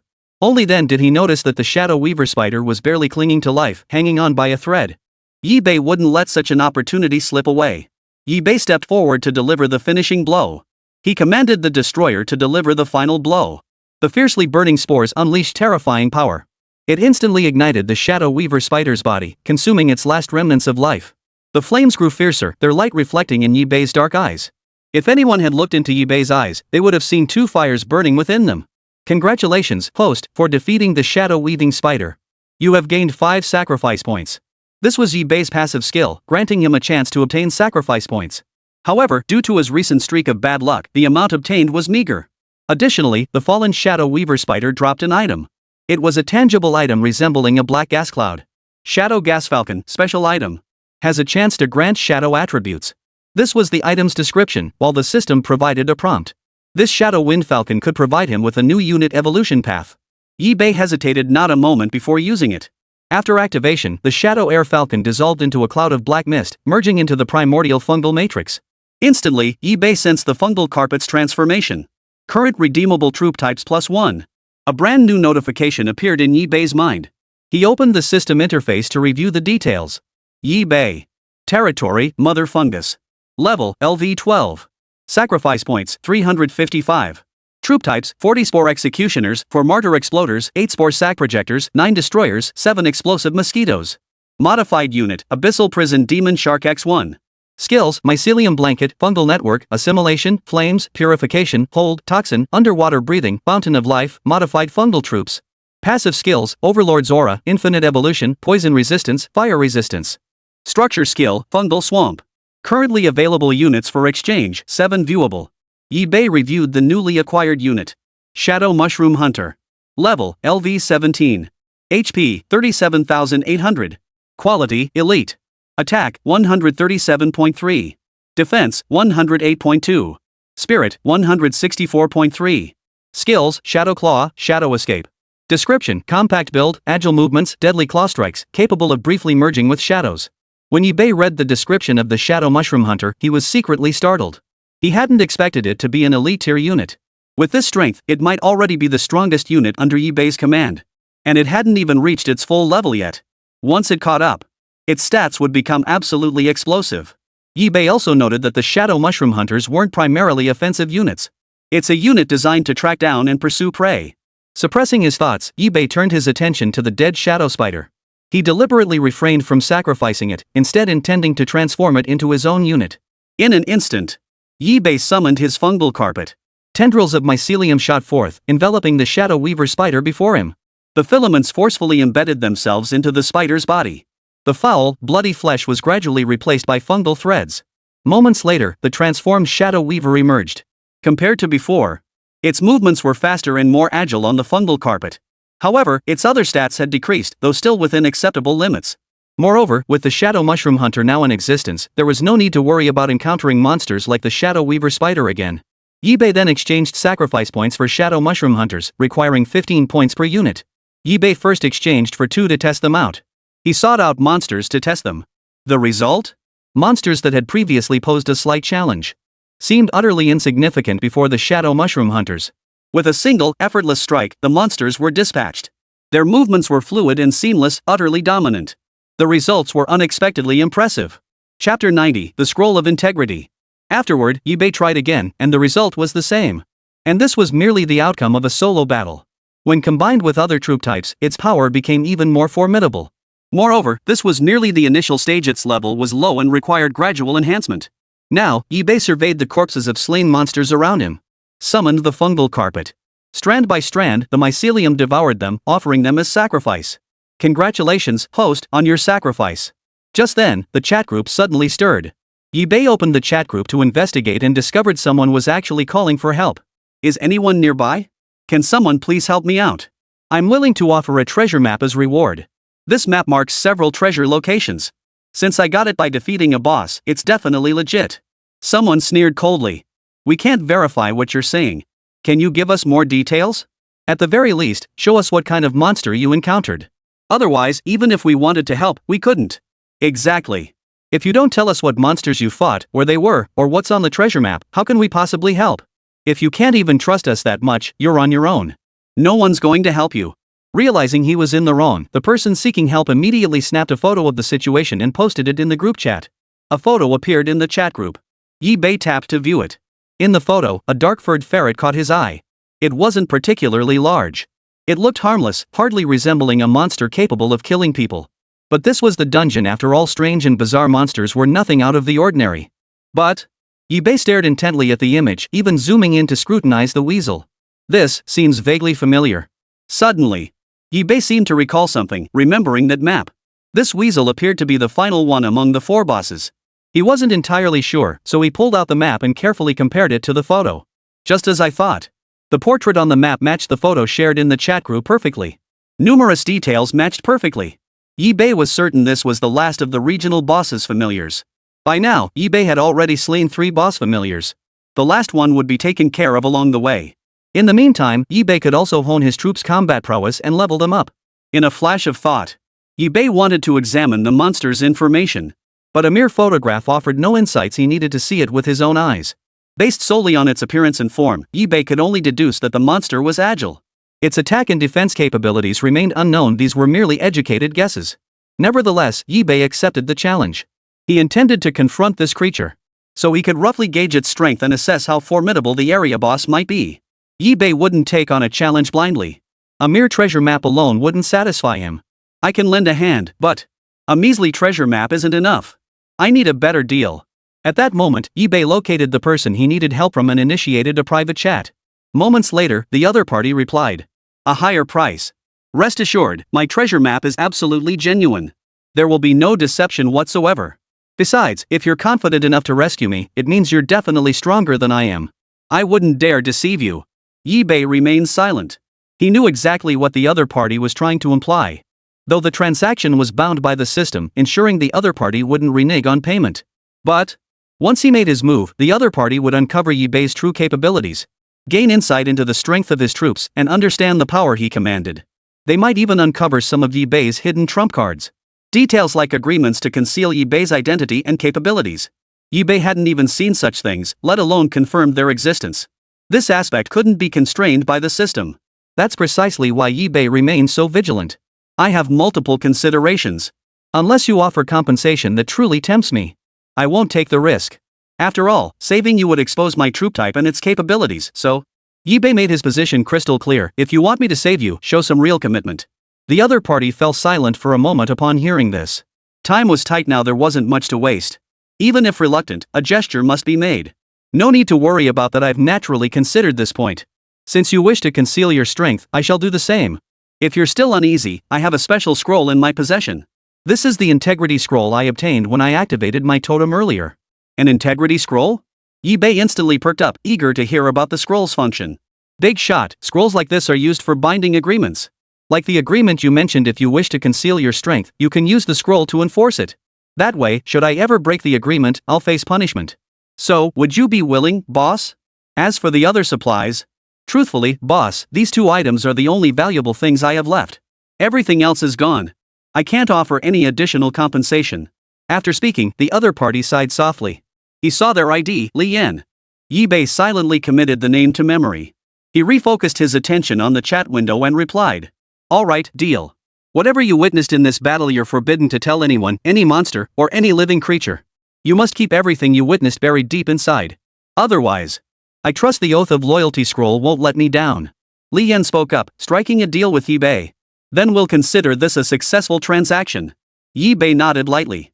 He didn't press for a higher price. Ordinary things held no interest for him now. His interest in the treasure map was merely a gamble, a test of his luck. He didn't expect to uncover any earth-shattering secrets. Subsequently, Yi-Bei and Li Yan completed the transaction, binding it with scrolls.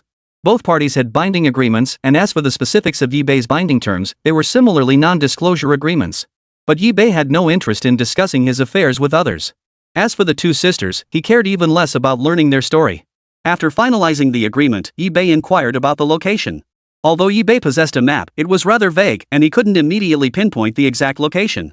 Li Yan spoke again, describing the area. The gist was that he had never seen such a place before. Compared to the entire grassland, it stood out distinctly and was easy to identify. Yi-Bei studied the map, cross-referencing details, and eventually pinpointed a general direction. He led all his troops, along with the sisters, toward the destination. Chapter 91, it'll be over soon, just bear with it. Yi-Bei pressed forward along that route. This time, his objective was clear, to rescue Li Yan. Even without this particular deal, Yi-Bei would have gone to kill that boss. The fungal carpet spread once more, expanding wildly into the distance. Of course, Yi-Bei moved much faster this time. Due to the elite tier shadow mushroom hunters, some monsters were simply no match for him. Most of the monsters on the second layer were merely superior grade, and against elite grade units, they offered no resistance whatsoever. Facing the shadow mushroom hunters was like confronting towering mountains. They could only be looked up to, never met head-on. Terrifying shadow claws tore madly through the monsters. From afar, as the shadow claws claimed their victims, releasing crimson, shadow-like claw marks, Yi-Bei pressed forward relentlessly, utterly consumed by the slaughter. After slaying the monsters, eBay even sold the looted supplies. However, he still relied on Luo Yu and Luo Shui to handle the sales. When these supplies re-entered the trading zone, the sheer volume caused a sensation in the chat group. Holy crap, this newcomer is seriously impressive. Yeah, in just a few days, he's gone from an unknown to a major trader in the market. Yeah. So impressive. With all this stuff, is this guy just fighting non-stop? Highly likely. I'm speechless. They've pushed both quality and after-sales guarantees to the absolute limit. It would be an injustice if someone like this didn't prosper. True enough. If he still can't become a powerhouse, that would be the real problem. eBay naturally knew nothing of the chat group's discussions. Luo Yu and Luo Shui's actions were entirely eBay's doing. Having a solid reputation in the trading zone was rare and valuable. Which is why eBay had instructed them to build up their popularity. It might come in handy someday. After all, these connections were valuable. Should he ever urgently need something?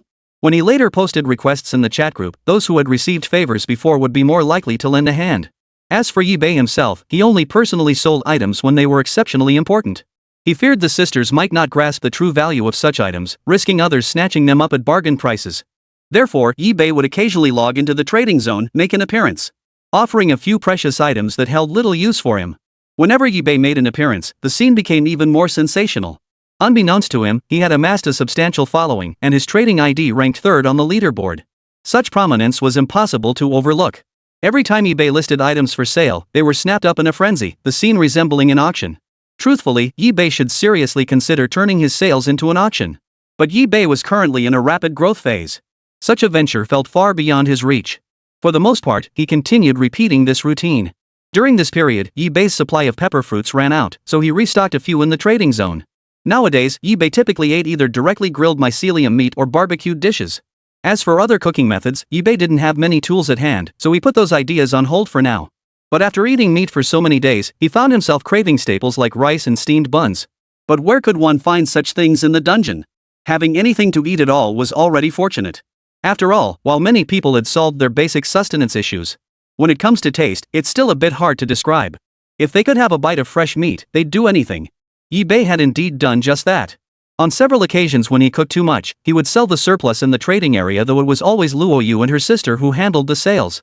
Moreover, the farm's orange trees and grapevines were already fully planted. There was no need for further expansion, and eBay had grown tired of them anyway. Now, the only purpose of these two crops was to sell them at the trading area. But after selling them for so long, some buyers who had purchased too much had also grown tired of them. If a few new varieties could appear, eBay could refresh his palate. And it would also motivate him to develop new farms. As for the roasted suckling pigs on the ranch, eBay couldn't care less. He left them to fend for themselves, grabbing a few to eat whenever the mood struck. As for putting the roasted suckling pigs into combat, they're far too weak. Sending them into battle would just be feeding the monsters. eBay. Territory, Mother Fungus. Level, LV12. Sacrifice points, 390. Troop types, 40 Spore Executioners, 8 Martyr Exploders, 12 Spore Sac Projectors, 14 Destroyers, 10 Explosive Mosquitoes, 5 Shadow Mushroom Hunters. Modified units, 1 Abyssal Prison Shark, 1 Shadow Weaver Spider. Skills, Mycelium Blanket, Fungal Network, Assimilation, Flames, Purification, Hold, Toxin, Underwater Breathing, Fountain of Life, Modified Fungal Troops. Passive skills, Regal Dread, Infinite Evolution, Poison Resistance, Fire Resistance. Structure skill, Fungal Swamp. Currently available troop types, 7 viewable. Meanwhile, eBay assessed the unit's capabilities. Shadow Mushroom Hunter. Level, 28. HP, 47,800. Quality, Elite. Attack, 178.3. Defense, 156.2. Spirit, 199.3. Skills, Shadow Claw, Dark Escape. Holy. eBay hadn't noticed. He never expected this Shadow Mushroom Hunter to be this powerful. The gap between elite and superior tiers really is like night and day. Even though their levels were nearly equal, their attributes were worlds apart. Suddenly, someone sent eBay a private message. eBay opened it to find Li Yen desperately calling for help. Big shot, big shot. Where are you? I can barely hold on any longer. My troops are dwindling fast. If they all die, I'm afraid I won't make it until you arrive. You haven't gotten the location wrong, have you? My spot is a bit remote though. But the entire second level of this dungeon is just an endless grassland. As long as you get close to this area, you'll definitely spot me. eBay sensed the other's urgency.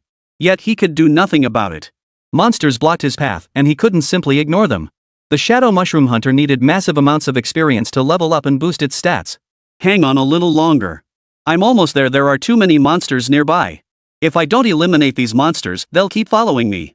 If they join the enemy's ranks later, we'll have to slay even more monsters in one go. So, just bear with it for now.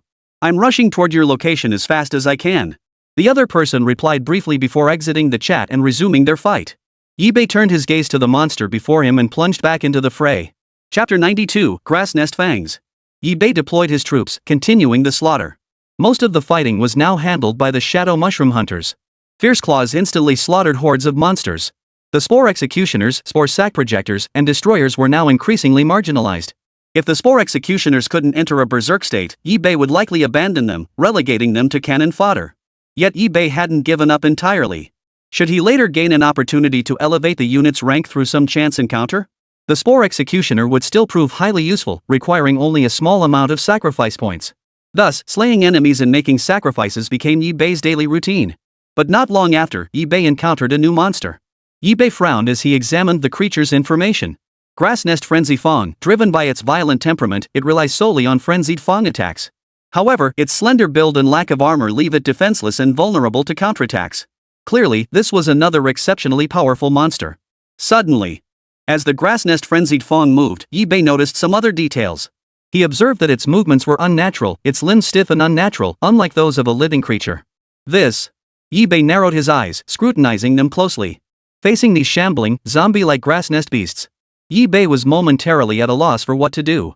He froze in place, staring at the grassy mound before him, its fangs bared, forgetting it was a monster. Whoosh, whoosh, whoosh. The grass nest beast lunged, its ferocious attack striking the Yibei troop. Boom! The fungal carpet spread, tendrils of mycelium shooting out and striking the Spore Executioner. These attacks proved too heavy for the Spore Executioners to bear. And with this strike, several Spore Executioners that failed to dodge in time perished. Yibei knew the grass nest feral beast's strength was no joke. Though still slightly weaker than the minions of the area boss encountered earlier, the difference was negligible. In fact, Yibei believed these grass nest frenzied beasts were stronger than the Chen-Luo demon mosquitoes they had encountered at the very beginning. This time, Yibei did not deploy the Shadow Mushroom Hunters. He wanted to gauge the capabilities of the other troop types. After all, he couldn't deploy the Shadow Mushroom Hunters for every situation. The Spore Executioner instantly activated its berserk mode. Blood-red fungal filaments shot forth, erupting in a furious explosion. Countless spore sacs were propelled outward, blanketing the sky like a curtain of rain. They splattered down onto the grass nest feral boar. At that moment, strands of mycelium burrowed up from the ground, coiling around the grass nest feral boar's body, forming the mycelium trap. Though somewhat inadequate for the current situation, the mycelium traps still offered a durable binding force. Perhaps their current quality was insufficient to effectively restrain the monster. Yet with their sheer numbers, even if their binding power was lacking, they could still bring about a qualitative change. Thus, Yibei felt no concern whatsoever. With the destroyer providing support nearby, the fiercely burning spores landed on the grassy nest of the wild boar. Boom! A colossal wall of flame gradually engulfed every grass nest fangs present. Roar! The grass nest fangs roared furiously, their bodies suddenly shrinking as their movement speed increased. The next moment, a jade-green figure suddenly materialized before the destroyer, extending its sharp claws to strike viciously. SSS-rank. A crisp tearing sound echoed. Yibei looked up to see the attack destroyer's body shattered. The mycelium enveloping its body split apart, presenting a horrifying sight. Boom! Immediately afterward, the destroyer collapsed to the ground, utterly still. It was no wonder the destroyer had fallen. After all, the gap in strength between it and the grass nest feral boar was simply too vast. It was already struggling to keep up. Fortunately, Yibei now commanded a diverse array of units capable of supporting the assault. At that moment, Yibei turned to the Shadow Mushroom Hunters and nodded in instruction. Immediately, vicious claws lashed out with savage force. The claw marks were a dark, ominous black, a sight that sent shivers down the spine. Seizing the opportunity, the Shadow Mushroom Stalker vanished into the shadows, disappearing from the battlefield. The grass nest fangs couldn't detect its trail for a moment, scanning the surroundings with no sign of it. It halted abruptly, violently resisting the claw attacks before it. Thud, thud, thud. Though merely scratches, they unleashed terrifying power. They even forced the grass nest fangs back nearly several dozen meters. The area was already enveloped by the fungal carpet, allowing it to glide an even greater distance. Empowered by the fungal carpet, the Shadow Mushroom Hunter moved faster and more nimbly. With the Shadow's assistance, the grass nest fangs were utterly helpless for a moment. Claw of Death. A razor-sharp claw sank viciously into the grass nest feral boar's neck. Snap. The Shadow Mushroom Hunter snapped the grass nest fang's neck clean off, ending the monster's lives. It seemed as though the Shadow Mushroom Hunters faced not a shred of difficulty. Yi-Bei stepped forward, closely examining the carcass of the grass nest feral beast. Suddenly, a thick, foul stench wafted over. Yi-Bei controlled the mycelium, slowly peeling back the grass nest fang's corpse, revealing the blackened flesh within. This. Yi-Bei froze, convinced he was seeing things. Was this meat really from a creature that had just died? The sight before him made Yi-Bei wonder if he was hallucinating. The flesh looked as though it had been dead for ages. Fortunately, though it appeared long dead, it didn't emit any foul odor.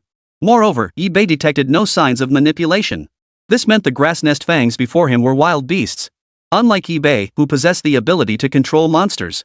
Because the two modified units in Yi-Bei's hands were, strictly speaking, monsters altered after death. In truth, most of their actions were controlled by Yi-Bei through fungal mycelium. At this moment, Yi-Bei felt a bit troubled. If neither was the case, then why had the flesh turned black, as if it were rotting? Could it be? Could this meat be afflicted by some kind of disease? The more Yi-Bei thought about it, the more plausible it seemed. After all, even though this layer looked like a vast grassland, it was still an underground city. Strange diseases occurring here wouldn't be unusual, would they? But mere speculation wouldn't yield any answers. Yi-Bei suppressed his thoughts and turned his gaze to the nearby carcass of a grass nest fangs. Without hesitation, he summoned the fungal carpet and performed the sacrifice. Congratulations, host, on sacrificing the grass nest fangs. You have gained 30 sacrifice points. Now that's interesting. This meat should be perfectly fine, though it looks a bit unsightly. They can be sacrificed normally. This means the black meat is edible. Yi-Bei pressed onward through sprawling fungal carpets. Along the way, he encountered similar monsters monsters that were no less formidable than the grass nest fangs. Yi-Bei commanded the fungal carpet, deploying fungal soldiers to engage the foe. Of course, most of the time, he still relied on the shadow mushroom hunters to do the killing. Chapter 93, The Last Kin. Not long after, Yi-Bei encountered a similar situation once more. Before him stood creatures of the same kind, performing the same motions, employing the same tactics. After slaying them, Yi-Bei discovered the flesh remained black and devoid of any fishy odor. However, the darkened flesh before him. Yi-Bei felt uneasy just looking at it, so he hesitated to try it. If anything went wrong, Yi-Bei wasn't about to take that risk. Though he had previously been fearless, that was because the monster's flesh could never cause harm. This was the rule of the dungeon, an ironclad law. Many monsters and players relied on this to survive. There could be no deception. But the dark-skinned man before him truly had Yi-Bei at a loss. He trusted the dungeon wouldn't play games in this place. But what if something unexpected happened? For a moment, Yi-Bei hesitated intensely, utterly at a loss. Suddenly, Yi-Bei recalled an idea. Since he wasn't willing to try it himself, he might as well test the waters by selling it directly in the trading zone. As long as his price was high enough, someone would surely be willing to take the plunge. Without another word, Yi-Bei opened the trading zone and listed his black meat for sale. In an instant, the trading zone buzzed with activity once more because of Yi-Bei's presence. Big shot, big shot. What good stuff have you listed this time? Let me see, let me see. What is this? Black meat? Is it even edible? How dare you question the meat our boss worked so hard to obtain? I reckon this must be meat the boss got after taking down some boss monster. At that moment, Yi-Bei spoke up, explaining to the crowd in the trading area. Truth be told, I have no idea what this meat is for. I came here to sell it precisely because I want to find out what this meat actually is. If any of you feel uneasy about it, there's no need to buy it. If anyone is willing to purchase it, please be sure to tell me its taste and function. Afterward, I can personally decide to gift that person a portion, or substitute it with other goods. At these words, the crowd's eyes lit up. This was a promise from a big shot. But, if even the big shot dared not touch it, could it really be that simple? Of course, it could simply be that the big shot just didn't want to get involved. Experimenting with it? If the price was right, it might be possible. Naturally, everyone hesitated.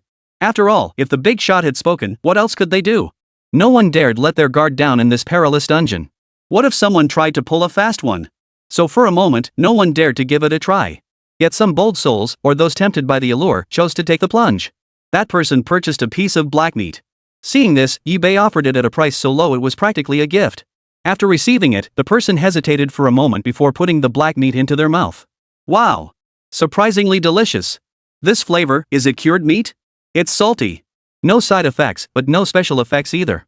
Seems like regular cured meat. The flavor is authentic. It tastes even better than the cured meat I had before my journey through time. A single stone sent ripples across the pond. This person's words completely set the entire chat group abuzz. Everyone had assumed this big shot was just here to troll us. Who knew he actually had something good to offer? Smoked pork. This is the real deal. In a world without seasonings, oil, salt, soy sauce, or vinegar, eating was nothing short of miserable. Now, cured meat has appeared. This means they can actually get salt now. Hey, boss, name your price. I really want to try this cured pork. Get lost. Don't you know about first come, first served? I was here first, you have to sell it to me first. Bull. You guys were practically avoiding the boss earlier and now you're shamelessly sucking up? How dare you? What's it to you? Got a problem? Let's settle this. Like I'm scared of you? But before that, I need to buy some cured meat. The trading area erupted into chaos as people scrambled to grab supplies. Everyone waited for Yi Bei's response. Many had never seen salt since arriving in the dungeon. Let alone salt-cured bacon. It was no exaggeration to call it a delicacy of the highest order. Just the thought of it made everyone's mouths water, as if the cured meat were already on their tongues. Big shot, name your price. Yeah, boss, name your price. I'm seriously craving that cured meat. Exactly, boss. I've developed night blindness, I absolutely must have some cured pork now. Excuses. Night blindness? You need cured pork? I've got plenty of monster livers here. Want some? You're here to ruin the party, aren't you? Drop your location, I'm coming to take you down. Yi Bei lowered his head in thought. He never imagined this dark meat would be cured pork. Cured meat. This was the real deal, packed with salt, incredibly satisfying to eat. Yi Bei examined the cured meat in his hand, carefully inspecting it. After confirming it posed no risk, he picked up a piece of the dark meat and popped it into his mouth. It really is cured pork. Yi Bei was secretly startled. The unique aroma lingered on his lips and teeth for a long time. It was truly delightful. It had to be said, food with salt was simply more satisfying, more pleasurable to eat. Moreover, once more seasonings became available, grilled meats, hot pots, and such would be even more satisfying. But Yi Bei also noticed another issue, and his guard went up. The monster hadn't transformed like this for no reason. It was clear something had influenced them, causing large amounts of salt to accumulate within their bodies. Yet for the moment, Yi Bei couldn't fathom why such a thing had occurred. While the salt content was beneficial, it was crucial to understand why this had happened and where the salt had come from. If it was caused by a monster, what kind of creature possessed such power? If it was environmental, where exactly was that environment? Could there be a salt field nearby? These were matters Yi Bei needed to ponder. However, Yi Bei leaned toward the first possibility. If it were a salt field, perhaps someone in the chat group had already discovered it. But since Yi Bei was the first to discover the cured meat, it most likely meant the monsters were the culprits. Yi Bei checked the map. Could this be the work of the final boss's minion? He hadn't seen it firsthand, so he couldn't judge with certainty. At that moment, Li Yan sent another distress call. Boss, where the hell are you? Are you even coming? I can barely hold on anymore. Hurry up. Yi Bei glanced at the message, replied with a few casual words, then exited the chat. At this point, there was no question of backing down. But Yi Bei had wasted several days, yet the opposition still managed to hold out. Without dwelling on it, he followed the spreading fungal carpet and pressed forward. Chapter 94, Ghost-Devouring Weasel. Along the way, Yi Bei encountered more and more monsters that had turned into dried meat. In fact, he scarcely encountered any normal monsters at all. At this moment, Yi Bei grew increasingly certain that these creatures had been transformed by some powerful boss. Thus, they appeared like the Walking Dead, eyes hollow and lifeless. Their limbs were stiff and unnatural, hardly resembling living creatures.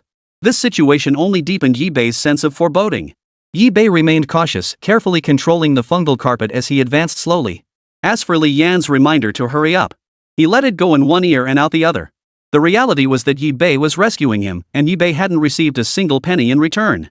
He could withdraw at any moment. However, he needed to witness the final boss's minion, which was why he chose to lend a hand. For the next stretch, Yi Bei followed the same pattern, over and over, repeating these same actions. Until today, Yi Bei finally discovered a place matching the description Li Yan had given. Yi Bei gazed at the towering hill before him, his heart heavy. No wonder Li Yan said he could spot this place at a glance. Though the peak itself was not large, a small hill rising abruptly was indeed easy to spot. Yi Bei entered the small mountain. Not long after, Yi Bei encountered the fourth boss's minion he had been longing to see. Its appearance matched the monster description on the map almost exactly. At that moment, Yi Bei opened the system interface to examine the monster's details. Ghost-Devouring Weasel. Tier, Intermediate Boss. HP, 2 million. Danger level, medium. Description, prefers concealment, dwells in shadows, tears prey apart with fangs. Moreover, Yi Bei noticed that this monster moved stiffly, resembling the shuffling of the living dead. This puzzled Yi Bei. Could it be that this creature wasn't the culprit controlling other monsters, turning them into dried meat? Yi Bei was momentarily stunned. Then, his eyes caught sight of Li Yan, fighting desperately for his life. Only a handful of troops remained around Li Yan. Seeing this, Yi Bei swiftly moved to intervene. Having promised to save this man, Yi Bei would not go back on his word. In an instant, a vast fungal carpet spread out, tendrils of mycelium shooting forth. Battle was imminent. The ghost-devouring weasel showed no fear whatsoever, its sharp claws slamming down fiercely. Boom! The spore launcher fired a barrage of spore capsules, scattering them through the air. Burning spores blazed fiercely, engulfing the area in flames. The ghost-devouring weasel's abilities were formidable. Yi-Bei deployed most of his forces just to slowly maneuver against the ghost-devouring weasel. For the time being, Yi-Bei was unable to kill the ghost-devouring weasel outright. Therefore, he fixed his gaze on Li Yan behind the ghost-devouring weasel. At that moment, Li Yan's eyes were filled with unwavering resolve as he kept his gaze fixed. Suddenly, a pitch-black figure abruptly vanished into the shadows, disappearing from its original spot. Not to mention, they were inside a stone cave within the hillside, dark, damp, and devoid of sunlight. Such an environment offered an advantage to the shadow mushroom hunter. That's why it could slip silently into the darkness. Boom! Blood-red fungal filaments shot out, disrupting the ghost-devouring weasel. Spore sacs and burning spores worked to block its path. Meanwhile, the shadow mushroom hunter crept silently toward Li Yan. It stepped out of the shadows, extending a claw that seized Li Yan's ankle with a sudden jerk. Li Yan froze in shock. Then he felt his body being yanked by a tremendous force. His ankle, in particular, felt as though it had been seized by a demon and violently dragged into hell. When the force finally released, Li Yan looked down to find a vicious claw mark gouged into his ankle. Li Yan's eyes widened in disbelief. What incredible strength! He muttered inwardly. Then, Li Yan turned to Yi-Bei before him and smiled. Thank you. But I have one more request. Would you be willing to lend me a hand? Truthfully, I hold deep affection for my troops. Seeing them suffer needlessly weighs heavily on my heart. So, could I ask you to save my troops? Yi-Bei frowned, his expression displeased. Are you kidding me? Those few units aren't worth the risk. Saving your units means my own units will suffer losses. You'd better abandon this notion. After they're rescued, you can simply recapture them. Li Yan shook his head, speaking with righteous conviction. No. These units have been with me since the very beginning. Without them, I wouldn't have a single thought of survival. Big shot, I beg you help me one last time. Of course, I'll definitely add extra compensation. Yi-Bei frowned again. He recalled the other party mentioning during their private chat that there were no other supplies left. Now, new supplies? Though puzzled, Yi-Bei wasn't afraid the other party would fake it. If they couldn't deliver, Yi-Bei had plenty of ways to teach him a lesson. Fine. Stay right here and don't move. His gaze fixed on Li Yan's dwindling forces, he nodded to the shadow mushroom hunters. Whoosh, whoosh, whoosh. The shadow mushroom hunters lunged at their target. Fibers of mycelium shot out, ambushing the ghost-devouring weasel. But just as Yi-Bei's troops moved to attack, Li Yan's eyes flashed with ferocity. He drew a small knife and thrust it viciously. Yi-Bei whipped his head around, sensing danger. Fungal filaments spread wildly across the mycelium carpet, shooting out in rapid succession. Enveloping Li Yan's body, some even piercing directly into his flesh. Wah! Spitting out a mouthful of blood, Li Yan stared at Yi-Bei in utter disbelief and roared. How did you find out? Yi-Bei sneered coldly. I've known something was off about you for a long time. So you're in cahoots with the ghost-devouring weasel. Truthfully, Yi-Bei had sensed something amiss long before. But at that time, he hadn't considered that possibility. When rescuing Li Yan, he'd kept his guard up, leaving several invisible hyphae of the guardian school fungus on the other person. The moment Li Yan made his move, Yi-Bei instantly saw through everything. Using the mycelium to buy a moment, Yi-Bei narrowly evaded the terrifying killing blow. This man had come for Yi-Bei's life. Moreover, upon careful examination and discernment, Yi-Bei discovered the opponent had long since turned into cured meat. Through the mycelium, he sensed the flesh within Li Yan's body had turned black, exuding a pungent, salty odor. Yet Li Yan's movements weren't stiff, he moved freely and spoke without pause. Without careful observation, it was truly impossible to tell. At that moment, Li Yan looked at Yi-Bei, head bowed, his face darkening as he let out a mocking snort. Ha. You've discovered me. I thought my plan was flawless. What a pity. His words echoed like waves of demonic chanting, a terrifying sound that stirred unease. Yi-Bei narrowed his eyes, summoned his troops, and pressed the attack. Only this time, he attacked both of them. Chapter 95, The Crimson Wanted Notice. This time, Yi-Bei launched another fierce assault. Blood-red fungal filaments shot forth, enveloping Li Yan before him. Whoosh, whoosh, whoosh. At that moment, the unit that had vanished into the shadows reappeared, seizing the ghost-devouring weasel's body. Terrifying troops surged forth once more. Patches of fungal carpet began spreading wildly, slowly encircling the area. The shadow claw slammed viciously into the ghost-devouring weasel's body. Boom! The deafening explosion shattered the silence of the area. As Yi-Bei's most formidable combat asset, the shadow mushroom hunter inflicted devastating damage. Yi-Bei pressed forward. But in a moment of inattention, Li Yan unleashed a power not belonging to a player. It tore through the fungal tendrils before him and leapt viciously behind the ghost-devouring weasel. Two of a kind. Yibei cursed under his breath, deploying all his remaining units at once. The ghost-devouring weasel proved exceptionally formidable, its body erupting with savage power. With a single stride, it appeared not far from Yibei. Its long, sharp claws swung down violently, weaving the fungal threads into a vast net. The ghost-devouring weasel's claws missed their mark, failing to inflict any significant damage. Had these fungal threads not been reinforced, it might not have withstood the blow. The next instant, all the shadow mushroom hunters charged in, several surrounding the ghost-devouring weasel. One shadow mushroom hunter tore into it viciously, and the others followed suit. Grim, horrifying gashes appeared across the ghost-devouring weasel's body. The sight was grim indeed. It must be said, the shadow mushroom hunters were truly formidable. If other creatures like the Spore Executioner or Spore Blaster were used, it would be utterly impossible to kill the ghost-devouring weasel, let alone inflict any devastating damage. Thus, most of the combat still fell to the shadow mushroom hunters. The others provide support, even the destroyers are sidelined, occasionally deploying a few burning spores as a token gesture. Yibei was well aware of the current situation, with the ghost-devouring weasel and Li Yan lurking menacingly. Caution was imperative. He had to deal with the ghost-devouring weasel while keeping a close eye on Li Yan, making the pressure immense. Fortunately, Li Yan's strength wasn't particularly formidable, relying mostly on abilities gained through special modifications. Even a fungal pulse berserker could handle him with ease. At that moment, tendrils of mycelium shot out, completely transforming the area into a realm dominated by the fungal carpet. The fungal carpet spread wildly, engulfing and killing some of the monsters. Soon, most of the firepower was concentrated on the ghost-devouring weasel. Shadow mushroom hunters relentlessly tore into the ghost-devouring weasel's body. Torn chunks of black flesh fell away, blood flowing across the ground. Yibei pressed his advantage, intensifying his assault as countless spore sacs rained down upon the ghost-devouring weasel. A vast network of fungal traps entangled the ghost-devouring weasel. At that moment, every attack struck the ghost-devouring weasel's body. The sound of tearing echoed in his ears. Finally, the ghost-devouring weasel collapsed, exhausted and lifeless. Yibei exhaled a heavy breath. I've finally slain this monster. It must be said, this ghost-devouring weasel was truly a formidable foe. Had it not been for the new troop type at his disposal, he might have fallen here. Yibei then turned his gaze toward Li Yan. If it wasn't being controlled by the ghost-devouring weasel, he was eager to know what kind of monster possessed such formidable power. Come here. Yibei's eyes turned cold as he glared at Li Yan. You actually killed it. Li Yan showed no outward change, but panic surged within him. A terrifying force erupted from Li Yan's body, snapping the entangling fungal threads. His eyes blazing crimson, Li Yan raised the small knife in his hand and slashed it forcefully across his own throat. SSS-rank. A torrent of blood spurted skyward from his throat. Li Yan had severed his own head clean off. Yibei's face darkened. He hadn't expected Li Yan to be so ruthless, willing to die to protect the secret. Or perhaps, was it the monster controlling Li Yan that had compelled him to act this way?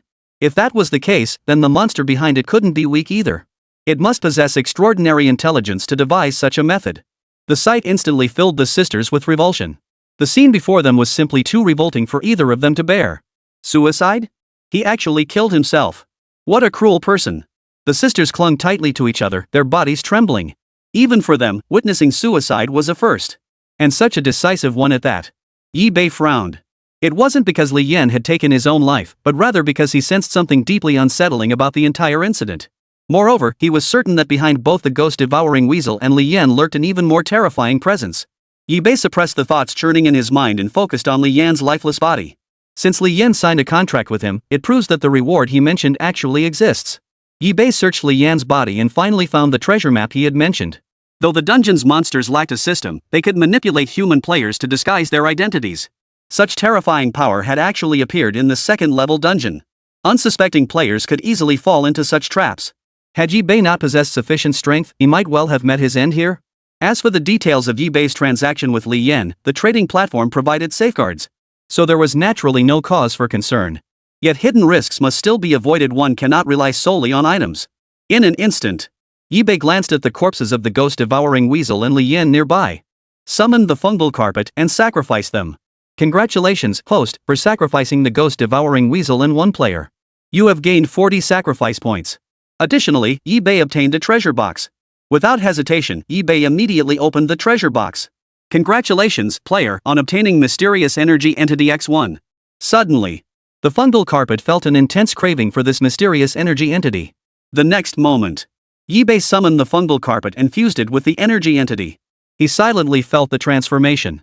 Its purifying power had grown stronger, capable of extracting substances from various sources. For instance, the fungal carpet could now extract salt from cured pork. Seeing this, Yibei couldn't help but rejoice. This was truly like someone delivering a pillow when you were sleepy, exactly what he needed. He snapped back to reality. Yibei felt a twinge of confusion. Logically, having slain 4 boss minions, the mark of vengeance should have deepened. But now, it hadn't expanded further. Could it be? Just then, Luo Yu and Luo Shui's expressions turned pale. Oh no, you. Benefactor, you're wanted. Check your notifications immediately. Your current name has been broadcast to the entire chat group. Yibei frowned and opened the system to check. There it was, a blood-red wanted poster radiating an intense sense of oppression. Blood-red wanted poster. Chapter 96, The Slacker Monster. Yibei opened the notice and examined it carefully. Blood-red wanted poster. Target, Yibei. Objective, eliminate the target. Reward, Crimson Totem, Immortality. Yibei's heart skipped a beat. The reward seemed far too generous, a red totem and the secret art of immortality. This seemed downright unreasonable. He'd merely slain 4 minions of a regional boss. Was this really necessary? For a moment, Yibei thought he'd slain some kind of dungeon's favorite pet. Damn it! Am I really that valuable? Even immortality is on the table. Since the bounty notice displayed this reward and could even be broadcast globally through chat groups, that meant it couldn't be fake. It might actually be real. Damn it, Yibei was tempted himself. But then he thought about it, this was too strange. He'd only killed a ghost-devouring weasel and another player named Li Yen. Is this really worth a wanted notice? And a blood-red bounty at that? It felt like he'd been dragged into some kind of major incident against his will. And I was just an unwitting pawn, stumbling into the chaos and causing trouble. At that moment, Luo Yu and Luo Shui looked at Yibei with worried expressions and asked softly, "What should we do next? Our benefactor's situation isn't looking good, he's now a wanted man." Wait. Although the Crimson Wanted notice hadn't expanded the scope of the revenge mark, since its issuance, Yibei's name had been etched onto that mark of vengeance. Not Yibei's anonymous trading alias, but his real name. Yibei couldn't help but curse under his breath. Damn it all. For a moment, Yibei didn't know what to do. He wasn't afraid himself, but the constant harassment was getting on his nerves. In the chat group, many were already inquiring about Yibei's whereabouts. Does anyone know who this Yibei guy is? No clue. Anyone nearby who can share what's going on? I want to know too. Why don't you share what's happening near you? What exactly is this so-called blood-red wanted notice? Can someone explain? Why is he wanted? What did he do? Some seemed to connect Yibei with the anonymity used in the group chat. They tried contacting Yibei directly. Of course, Yibei ignored these attempts entirely. He naturally wouldn't respond. Afterward, Yibei pushed aside his thoughts and refocused his gaze ahead. Summoning the fungal carpet, he pressed onward.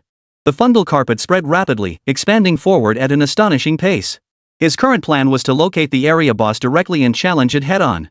Yibei suspected that this entire series of events, the Crimson Bounty, the Mark of Vengeance, were all the work of the area boss. Moreover, if Yibei wished to advance to the next layer of the dungeon, the area boss was an obstacle he simply couldn't bypass. No matter what, Yibei was determined to take down this area boss. The fungal carpet continued its relentless spread. Soon, the fungal carpet transmitted information, relaying its discoveries to Yibei. Through the fungal network, he surveyed the situation ahead. The fungal carpet had uncovered a vast expanse of saline soil. Moreover, the further he advanced, the higher the salt concentration became. Witnessing this scene, Yibei couldn't resist venturing forward to explore. Soon, Yibei arrived at this area and saw monsters pickled into salted fish. These salted fish-like creatures inhabited the saline soil, seemingly unaffected by the terrain's constraints. They could survive on land, yet they didn't look like living creatures at all. Yibei narrowed his eyes, gazing into the distance. The next moment, Yibei acted, deploying his troops to launch a fierce assault. Filamentous hyphae bound the salted fish monsters one by one. These filaments activated their absorption ability, brutally killing the dried fish monsters before them. Truthfully, these salted fish monsters weren't particularly powerful overall. Yibei didn't even need to deploy other troop types, the Spore Executioners alone sufficed. And he didn't even need to activate Berserk mode, it was already a breeze. It had been ages since he'd encountered a monster he could handle solely with Spore Executioners. In fact, Yibei had even thought for a moment that this creature shouldn't have appeared in the second layer of the dungeon. It was simply too weak to be anything but cannon fodder. Even though these weak monsters were numerous, they couldn't withstand the Spore Executioners' mycelium attacks. Soon, under Yibei's relentless assault, tendrils of mycelium shot forth, slaughtering every last one of the low-level monsters before him. Yibei stepped forward, summoned his fungal carpet, and sacrificed the fish monsters before him. Congratulations, host, for sacrificing the salted fish monsters. You have gained 10 sacrifice points. For eBay, the greatest gain wasn't from slaying numerous salted fish monsters. Rather, it was extracting the vast amounts of salt from the salted fish monsters' bodies through the fungal carpet. By now, eBay had amassed a substantial quantity of coarse salt in his hands. And with the fungal carpet's continued enhancement, he could gradually separate it to obtain purer fine salt. However, the quantity of this fine salt was extremely small. After absorbing a large number of salted fish, eBay still possessed only a small amount. Therefore, eBay cherished it dearly. If he were to sell any, he would opt for the coarse salt. But since people's tastes were rather particular, eBay sold both kinds. One at a bargain price, the other at a sky-high price. Moreover, eBay deliberately set aside several dozen salted fish. He kept a portion for himself, and the rest went straight to the trading zone. Like the cured pork, they were equally popular. The moment these two appeared, the entire chat group erupted in excitement. Especially for those who hadn't tasted salt since their transmigration. These were practically more precious than some totems. The chat group erupted in a frenzy, with everyone clamoring for eBay to increase the supply. But eBay needed to keep some for himself, so naturally he couldn't sell it all. Then, someone in the group suddenly asked him, "Big shot, do you still have any Oroin left? My birthplace was in the middle of the sea. To this day, I've never eaten any fruits or vegetables. Without vitamin supplements for so long, I've developed scurvy." Upon hearing this, eBay replied, "Yes, and I have quite a lot. How much you can buy depends entirely on how many resources you have that I find valuable." The other party was instantly filled with gratitude. "Honestly, boss, since I'm out here in the middle of the ocean, I've got plenty of seafood. If you don't mind, could I trade some seafood with you?" Seafood. eBay murmured softly. This was a valuable commodity. Since arriving here, he hadn't tasted seafood once. Without hesitation, eBay struck a deal and acquired a large quantity of seafood. As he received the seafood, the briny scent of the ocean hit him. If only he had a bowl of noodles. Then he could have seafood noodles. What a pity. eBay sighed softly. He wondered when he'd finally be able to obtain wheat seeds. The group chat members were getting smarter these days, hoarding such good stuff secretly, making it nearly impossible to trade for them with just a few pieces of meat or fruits.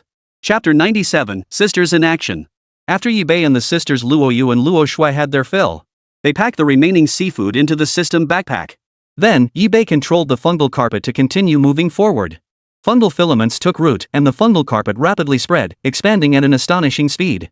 eBay opened the system interface to check his attribute panel. eBay. Territory, Mother Fungus. Level, LV12. Sacrifice points, 430. Troop types, 40 Spore Executioners, 8 Martyr Exploders, 12 Spore Sac Projectors, 14 Destroyers, 10 Explosive Mosquitoes, 5 Shadow Mushroom Hunters. Modified units, 1 Abyssal Prison Shark, 1 Shadow Weaver Spider. Skills, Mycelium Blanket, Fungal Network, Assimilation, Flames, Purification, Hold, Toxin, Underwater Breathing, Fountain of Life, Modified Fungal Troops, Extraction. Passive skills, Regal Dread, Infinite Evolution, Poison Resistance, Fire Resistance. Structure skill, Fungal Swamp. Currently available troop types, 7 viewable. Meanwhile, eBay assessed the unit's capabilities. Shadow Mushroom Hunter. Level, 34. HP, 58,800. Quality, Elite. Attack, 198.3. Defense, 156.2. Spirit, 210.4. Skills, Shadow Claw, Dark Escape. Before long, eBay encountered monsters once more. This time, however, the monsters were somewhat different from before. Though it appeared as if it had been pickled, it hadn't been fully preserved. Inside, one could faintly discern stiff movements, and its facial expression was one of extreme agony. It seemed to be struggling against some unseen force. Seeing this, eBay felt some confusion, but since they were all monsters, he didn't hesitate to strike. Fibers of mycelium shot forth, instantly piercing the creature's body. Monsters of this caliber weren't even worth his time to examine. It was unnecessary for him.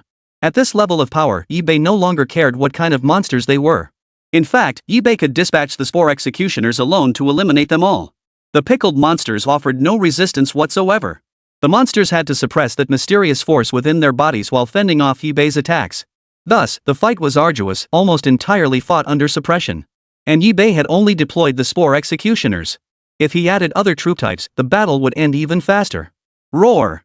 The monster roared in fury, its howl piercing the sky as if venting its pent-up frustration. But none of this had any effect on eBay. The Spore Executioners went berserk, shooting out crimson fungal filaments. In an instant, these filaments struck down the frenzied monster before them, voraciously absorbing its nutrients. Boom! One after another, the monsters fell to the ground, writhing in agony. eBay advanced. He ordered his troops to dissect the monsters before them. Only then did he notice that half of the monsters' bodies had already been pickled, while the other half remained unprocessed. The entire scene appeared half pitch black, half blood red. For a moment, Yi-Bei fell silent. This situation was rather peculiar. Judging by the clues from earlier, this must have been influenced while the creature was still alive. The state it had been in earlier was a phase of being controlled by some mysterious entity, but not yet fully subjugated, hence the scene unfolding before them. Seems this place isn't as safe as I thought. Yi-Bei sighed softly. He abruptly scanned his surroundings. Since the monster had malfunctioned here, this location was the primary suspect. His gaze remained fixed, scanning the surroundings, but no matter how hard he looked, Yi-Bei couldn't find a single clue, not even the slightest disturbance. It felt like the calm before the storm. Yi-Bei knew full well that such an occurrence must have some underlying cause. Yet he found not a single trace. Suddenly, Yi-Bei fixed his gaze on the fungal carpet, or more precisely, on the ground itself. Could it be coming from the ground? Yi-Bei suddenly realized. Since he had been walking on the fungal carpet the entire time, he had rarely come into contact with the ground itself. This possibility seemed highly likely. After all, he hadn't tried it himself, but he certainly wasn't going to experiment on himself. After pondering for a moment, Yi-Bei retrieved a piece of ordinary meat from his system backpack and tossed it onto the ground not covered by the fungal carpet. He wanted to observe what changes would occur over time. Afterward, Yi-Bei used the fungal carpet to construct another small resting area. Having eaten seafood not long ago, he didn't feel hungry at the moment. Yi-Bei lay on the fungal carpet, keeping a close watch on the meat's transformation. However, after observing for only a short while, he had his troops take over the surveillance. Night fell. A small head suddenly poked out from within Yi-Bei's bedding, with an enchanting face and eyes like a temptress, gazing at Yi-Bei with an expression that seemed to say, "Take me." At this moment, Luo Shui wore an even bolder, more alluring outfit. Her upper body barely concealed, her lower half nearly bare, a pair of straight, snow-white thighs exposed to the air. Luo Yu's slender jade fingers touched Yi-Bei's lips as she whispered softly, "Shoo! Keep your voice down. Don't let my sister hear." As she spoke, Luo Shui's delicate hands slid downward, tracing the contours of Yi-Bei's well-defined physique. Late into the night, Yi-Bei finally managed to send off Luo Shui, that teasing little vixen. Little did he expect another small head to suddenly pop out from his bed. The beauty covered her mouth with a soft giggle, her eyes crinkling like crescent moons, utterly adorable. Unlike Luo Shui, Luo Yu possessed a more carefree and cheerful disposition. She was always smiling, giggling, and playing around Yi-Bei like a little ray of sunshine. Yi-Bei thoroughly enjoyed spending time with Luo Yu. Even just watching her brought him immense joy. At that moment, Luo Yu was laughing as she lay sprawled across Yi-Bei.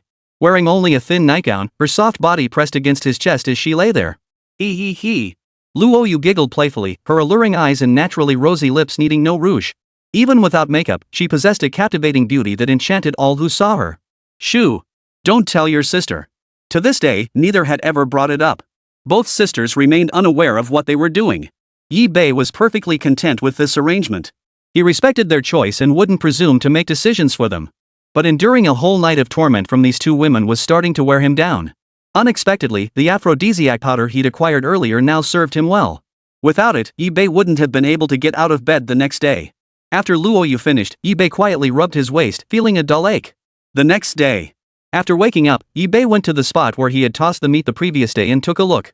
The meat that had lain on the ground all night had turned pitch black. It really turned into cured meat. Chapter 98, Salt Lake. At that moment, the two sisters also awoke. Seeing Yi-Bei examining a piece of meat with a puzzled expression, they both walked over. What happened? The two asked almost simultaneously, their overlapping, crisp voices reaching Yi-Bei's ears. Yi-Bei turned back and recounted the events to the two women. I wanted to see what exactly caused the monsters here to turn into those shambling corpses, as if they were being controlled. Then I noticed it might be due to direct contact with the ground. Last night, I placed this piece of meat on the ground to ferment overnight. Look, it's completely turned into cured meat. Hearing this, the two women felt a lingering sense of dread. Fortunately, they had always moved across the fungal carpet and never touched the ground. Besides, walking on the fungal carpet felt incredibly comfortable. Their feet didn't hurt at all, so naturally, they preferred it. At that moment, they actually felt relieved they hadn't wandered off or left the fungal carpet. Yi-Bei frowned. Having discovered this, he certainly wouldn't back down. He continued to extend the fungal carpet deeper into the unknown. After some time, Yi-Bei discovered a leather lake. Numerous corpses floated on the lake, along with patches of salt frost. The corpses varied in form, some human, some monstrous, and others reduced to little more than bones. A salt lake, huh? Yi-Bei grew wary. This was clearly no ordinary place, permeated by an eerie aura. Plunk! The next moment, an 8-eyed giant fish leapt from the lake, coming into view. Its body was covered in salt frost, a sight that sent a chill down his spine. Yi-Bei stared intently. Wasn't this the very monster he had encountered upon first entering this level? Blood Demon Whale. Tier, Intermediate Boss. HP, 1.2 million. Danger level, low.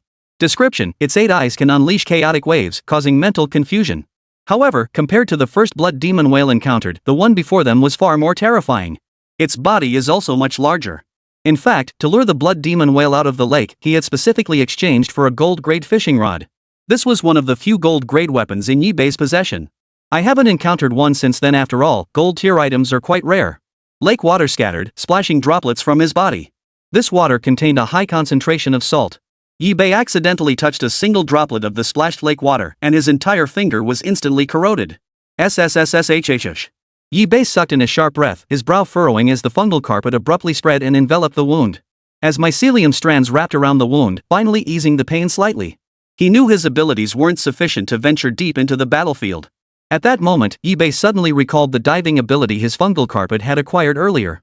In this situation, any ability that could enhance self-preservation was invaluable.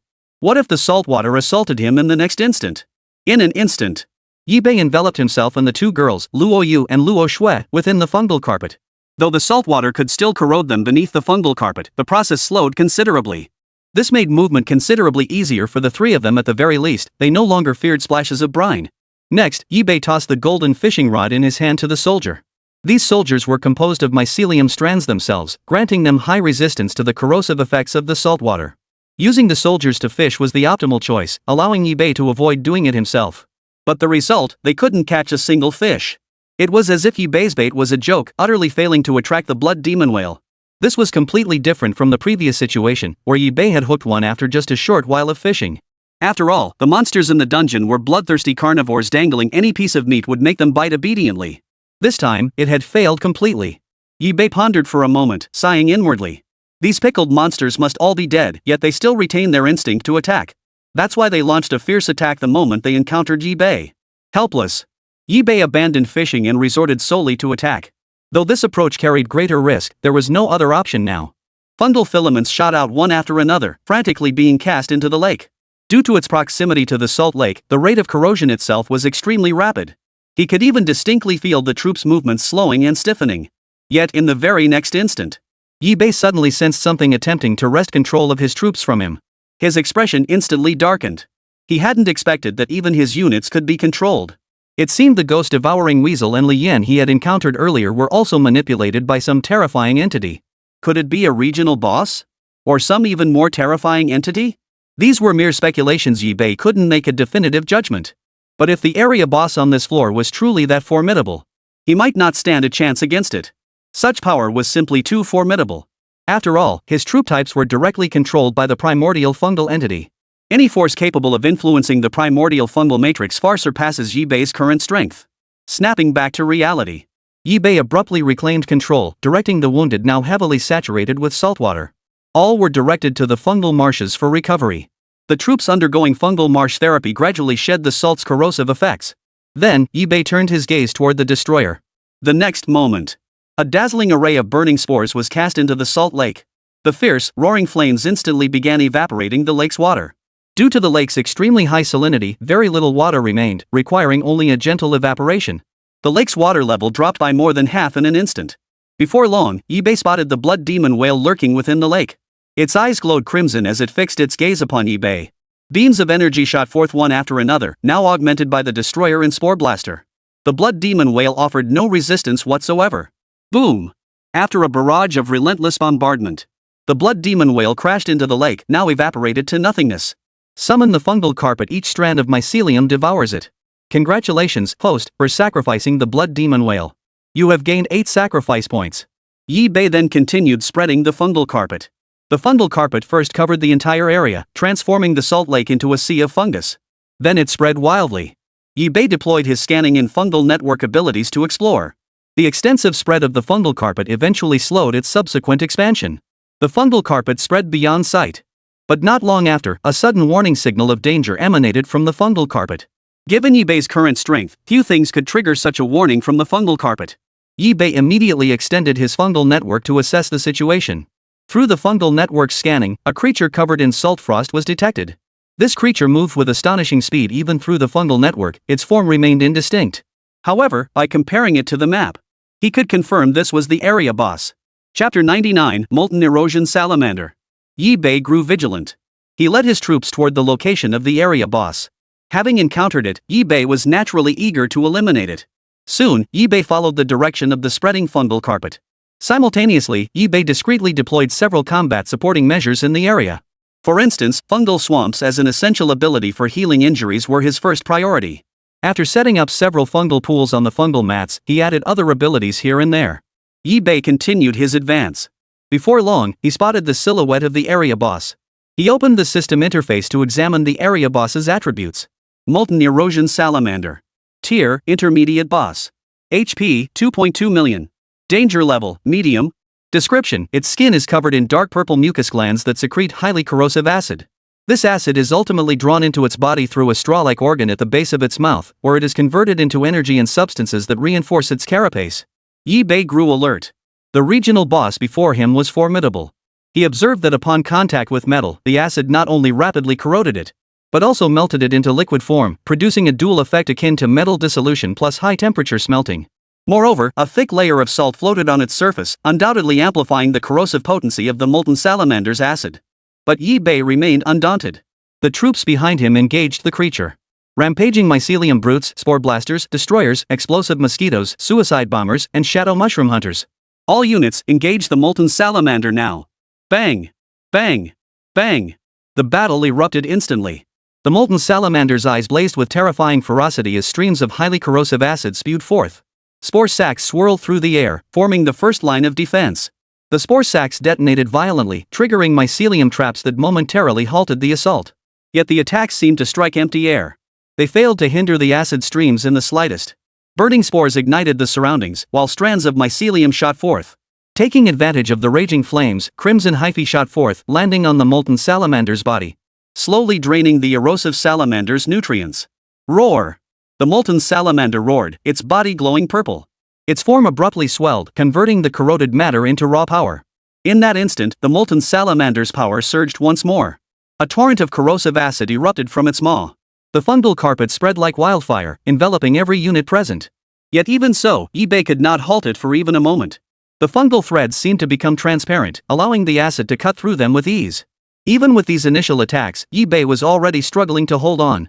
Many units perished in this single strike, and Yi-Bei could only watch. In an instant, Yi-Bei ordered the suicide bombers into action. First, while the shadow mushroom hunters were formidable, they couldn't close in immediately, making them difficult to deploy effectively. For now, Yi-Bei could only use them for cover. Shadow claws relentlessly harassed the molten eaters. Simultaneously, Yi-Bei deployed all the suicide bombers and explosive mosquitoes he had arranged. Due to the relentless harassment from various units, the molten salamander found itself unable to spew acid again for the time being. Thus, it naturally cannot undergo any enhancement upgrades. Seeing this, he let out a low growl. Explode! Immediately, Yi-Bei positioned nearly every explosive unit he possessed directly before the molten salamander. Some even made direct contact with the shadow mushroom hunter's shadows, being carried before it. In that instant, the martyr bombers and exploding mosquitoes landed upon the molten salamander, clinging tightly to its body. Then, its body suddenly swelled as a terrifying force erupted from the suicide bombers. Boom! Boom! Boom! During the explosions, the shadow mushroom hunters retreated into the shadows, swiftly leaving the battlefield. As for the other units, Yi-Bei had already positioned them within the fungal swamp. A blinding white light, as if devouring everything, arrived as expected, engulfing all units present along with the molten salamanders. When the white light dissipated, the aftermath of the explosion was revealed. After such a terrifying explosion, a monstrous, gaping crater now gaped before them. But Yi-Bei cared little for this. His concern was whether the corrosive salamander had truly perished. Suddenly, Yi-Bei spotted a molten salamander, its body shattered yet clinging to life. It's still alive? After all, Yi-Bei had deployed every explosive unit at his disposal. Now, Yi-Bei had no explosive units left at his disposal. However, Yi-Bei noticed a crucial detail: the molten salamander had lost its mobility. Seeing this, Yi-Bei chuckled softly and relaxed. He ordered the shadow mushroom hunters to deliver the final blow. A vicious claw mark tore into the molten salamander's body, instantly killing it as the blow pierced through its chest. Yi-Bei silently approached, summoning the fungal carpet to sacrifice it. Congratulations, host, on sacrificing the molten salamander. You have gained 60 sacrifice points. At that moment, eBay examined the erosion salamander's corpse and discovered that on the surface of the body, a nearly 3 centimeter thick layer of salt frost on its outer scales, beneath which lay fresh flesh. eBay instantly grew wary. He had assumed these phenomena were caused by the area boss, but now it seemed entirely different. Could there be other threats lurking in this layer? Otherwise, such phenomena wouldn't arise without cause. There must be some underlying reason. Pushing aside his thoughts for the moment, eBay turned his gaze to the totem nearby. After activating the totem, a streak of light suddenly shot into eBay's fungal carpet. Before eBay could discern what it was, the object was absorbed by the fungal carpet. New unit unlocked. View now? That fast? eBay froze in surprise. Since he had only recently acquired the Shadow Mushroom Hunter, he assumed he wouldn't awaken any new units for a while. Little did he expect this day would come so soon. He hurriedly checked. Spore Hammer Colossus, Heavy Fungal Soldier. Massive in stature, its clenched fists resemble giant hammers. eBay instantly felt a surge of excitement. The Spore Hammer Colossus required more sacrifice points, a whopping 20 points per unit.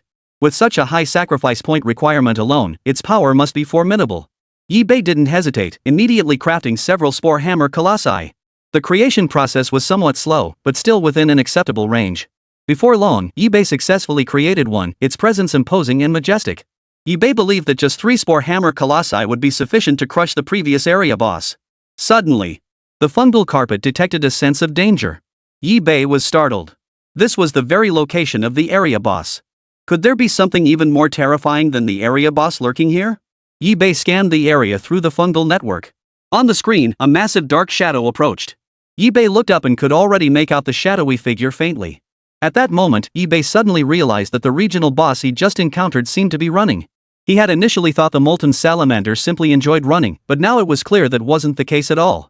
Recalling carefully, the molten salamander's eyes had been filled with an intense sense of terror. Chapter 100, Spore Hammer Colossus. eBay grew alert. He couldn't wait to create new units. In an instant, eBay opened the system interface to check his attributes. eBay. Territory, Mother Fungus. Level, LV12.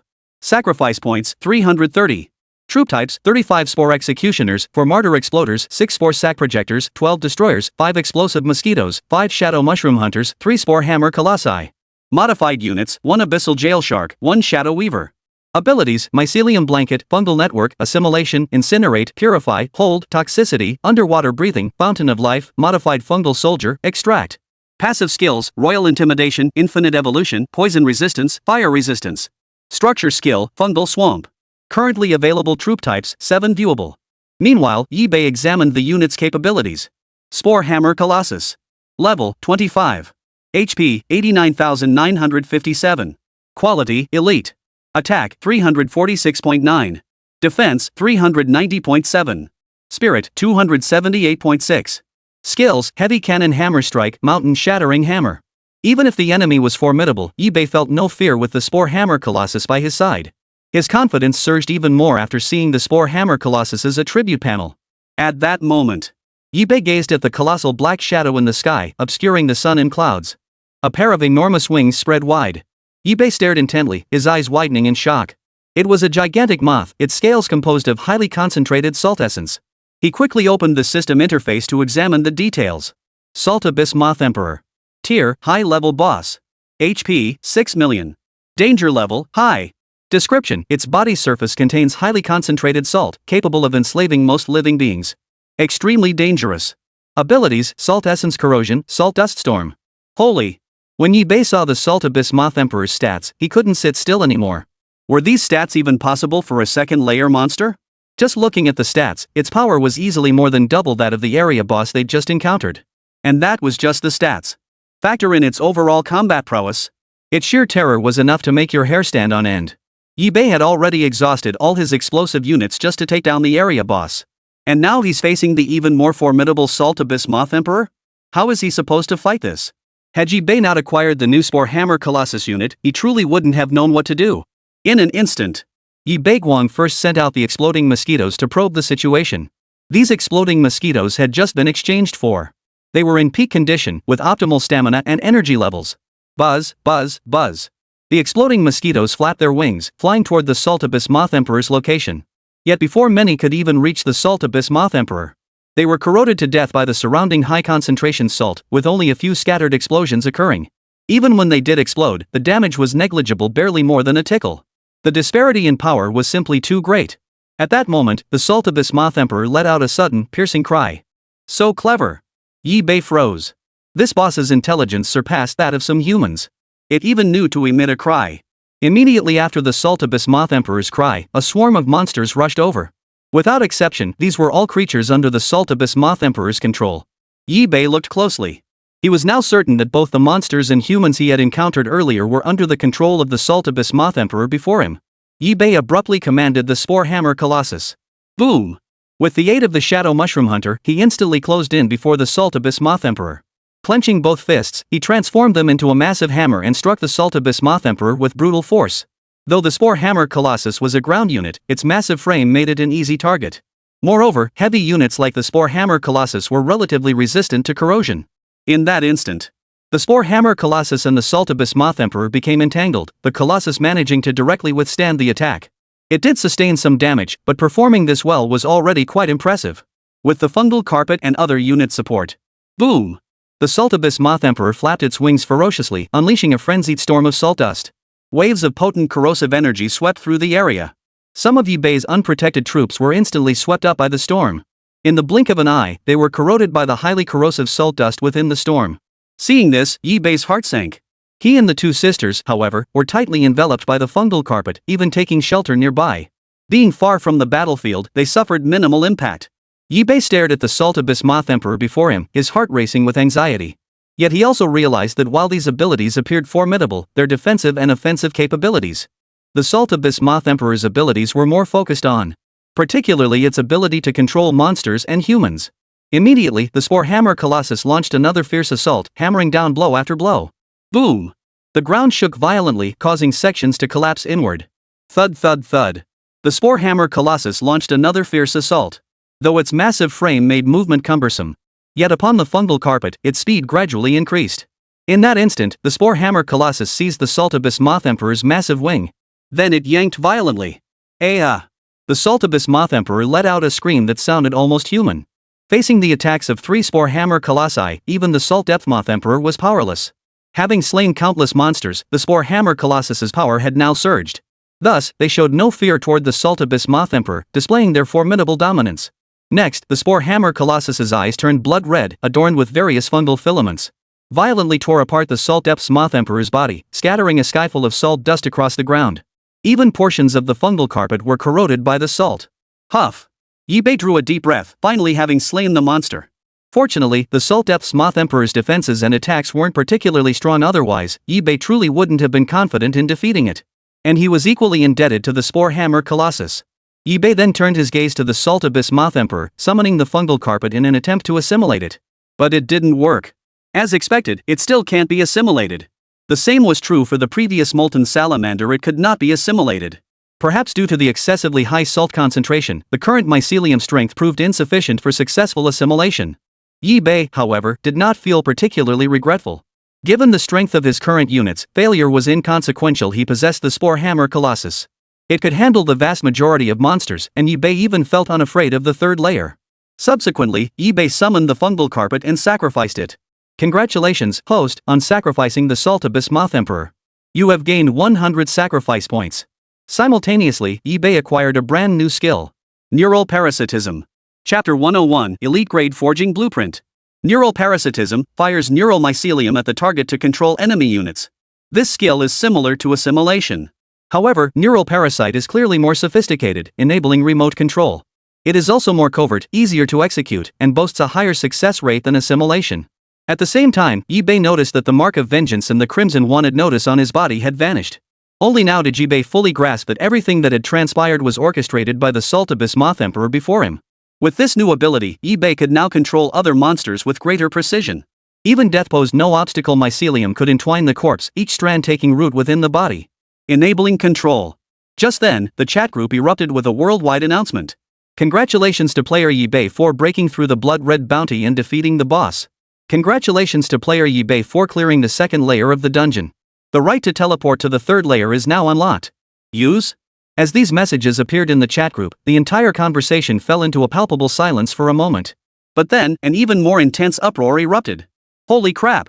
Who the hell is this guy? He's insane. Yibei isn't that the notorious criminal from the wanted list. But the warrant was only out for a few days, and he's already taken down the mastermind. That's not even the main point, he's already cleared the second layer of the dungeon. Meaning, if he wants to, he could enter the third layer right now. He's literally the first person to ever reach the third layer of the dungeon. Whoa. Are you kidding me? I haven't even reached the second layer yet, and someone's already in the third. Dude, forget about you, I'm barely scraping by. If it weren't for... Not what? Just say it already. Holy crap, I just remembered, could this be that third-ranked merchant? Now that you mention it, it could totally be. For a moment, the chat group erupted with conflicting opinions. Some even went off the rails, claiming Yibei was some terrifying brute. With a scruffy beard, over 6 feet tall, and looking like someone you wouldn't want to mess with. Others insisted Yibei was a refined yet masculine man, handsome and unlike any of them. What began as shock had now devolved into a full-blown verbal brawl. Damn yes, you're sucking up to him now, huh? So what? Big shot Yibei isn't like you guys. He's got real manly spirit. Now look at yourselves. Still stuck on the first floor? How embarrassing. So what level are you on? What business is it of yours? You're such a shrimp head, you shrimp head man. Damn it. Yibei silently exited the chat group and fixed his gaze on the system backpack. Besides acquiring the neural parasite, he had also obtained a totem. Yibei activated the totem. Totem successfully activated. Obtained elite grade forging blueprint. But Yibei never imagined this single reward would once again send shockwaves through the entire server. Yibei was stunned. Did they want him to have absolutely no privacy? Whoosh. You. Damn it, how am I supposed to play like this? Holy, can we report this? This is clearly rigged. If it's not turned off, it's on. I can't play at all. I'm giving up. I suggest you all give up too. That way the system will penalize him. You're full of ideas. Why don't you show us how it's done first? Yeah. Hold up, guys, this is an elite grade forging blueprint. These days, just getting a regular grade weapon is pretty good. But he actually got an elite tier blueprint? That means the monster he killed was no ordinary foe. After comparing the monsters on the second floor, I roughly estimate that the area boss on the second floor shouldn't possibly drop an elite grade blueprint. I'm dying to know if Yibei actually took down the area boss. You're overthinking it. Elite grade blueprints come in different types, maybe it's one for a non-offensive weapon. It could be. But without exception, everyone in the chat group was secretly envious. Almost every conversation revolved around Yibei. Fortunately, with Luo Yu and Luo Shui present, Yibei could confidently hand over the supplies for sale. Otherwise, he wouldn't have dared show his face. At that moment, Yibei fixed his gaze on the elite grade forging blueprint. He took the blueprint and examined it. This was a complete set of forging blueprints, not just for a single weapon or piece of equipment. Its ability could boost all attributes by 100%. Damn, that's powerful. This outcome caught Yibei off guard. He hadn't expected to obtain such an exceptionally powerful blueprint. No wonder the Salt Abyss Moth Emperor was so formidable, there was a reason behind it. His victory was purely a cross-tier kill, defeating a boss several major tiers above his own. That's why he could obtain such an exceptional equipment blueprint. For a moment, Yibei's heart raced with excitement. But then he realized he currently had no units to forge, so he still needed a blacksmith. If he sought out players, it would expose the existence of the blueprint and reveal his own appearance. This went against Yibei's principles. If his face were remembered by others, trouble would surely follow in endless waves. Thus, for now, he could only keep it hidden. Had never once succeeded. He was beginning to doubt the very authenticity of the thing. Had it not been a reward for a kill, he might have nearly snapped it in two. But alas, he truly couldn't summon anything. It seemed the summoning card required some compelling material, or some item that appealed to him for the summoning card to work. For now, he could only suppress his thoughts. Yibei fixed his gaze on the distance, leading his troops along with Luo Yu and Luo Shui as they pressed forward. The current situation demanded finding a way to leave this level. That would allow them to enter the third layer. Rumor had it that a teleportation portal existed somewhere, so they simply needed to locate the entrance. Soon, a massive vortex appeared before Yibei. Yibei recognized it.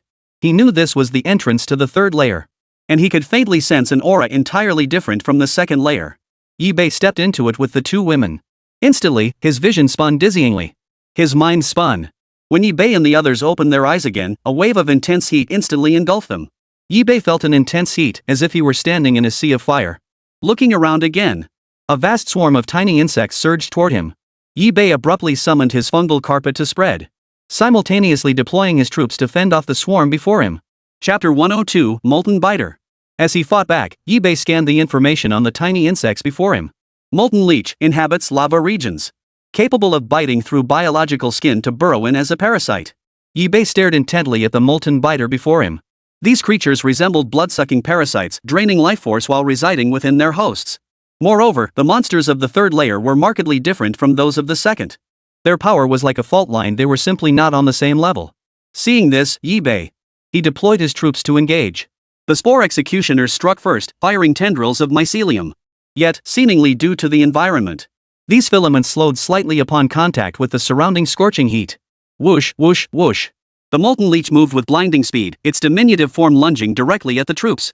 A terrifying suction force erupted from the molten leech. The Spore Executioner found itself utterly unable to resist, its body seemingly frozen in place. In an instant, Yi-Bei swiftly deployed the destroyer and other units into battle. Spore sacks and burning spores rained down upon the molten leech hordes. Boom! Boom! Boom! A series of violent explosions thoroughly provoked the molten leech. These monsters moved with blinding speed, making them impossible to contain. Their sharp mouthparts instantly shattered the defenses of some units, burrowing deep into their bodies. But Yi-Bei's units were composed entirely of fungal mycelium, leaving no flesh to speak of. Seizing this opportunity, Yi-Bei's forces advanced once more. Shadow Mushroom Hunters and Spore Hammer Colossi launched a fierce assault. When the Spore Hammer Colossus charged, the ground shook violently. Its hands, resembling massive hammers, slammed down fiercely upon the molten leech. Boom! The hammer struck the ground, leaving a series of gaping craters across the battlefield. The Shadow Mushroom Stalker, too, used the shadows to sneak up behind the molten leech. Its shadow claws tore into the molten leech's flesh. A terrifying force erupted. Caught between the dual assaults, the molten leech was caught off guard.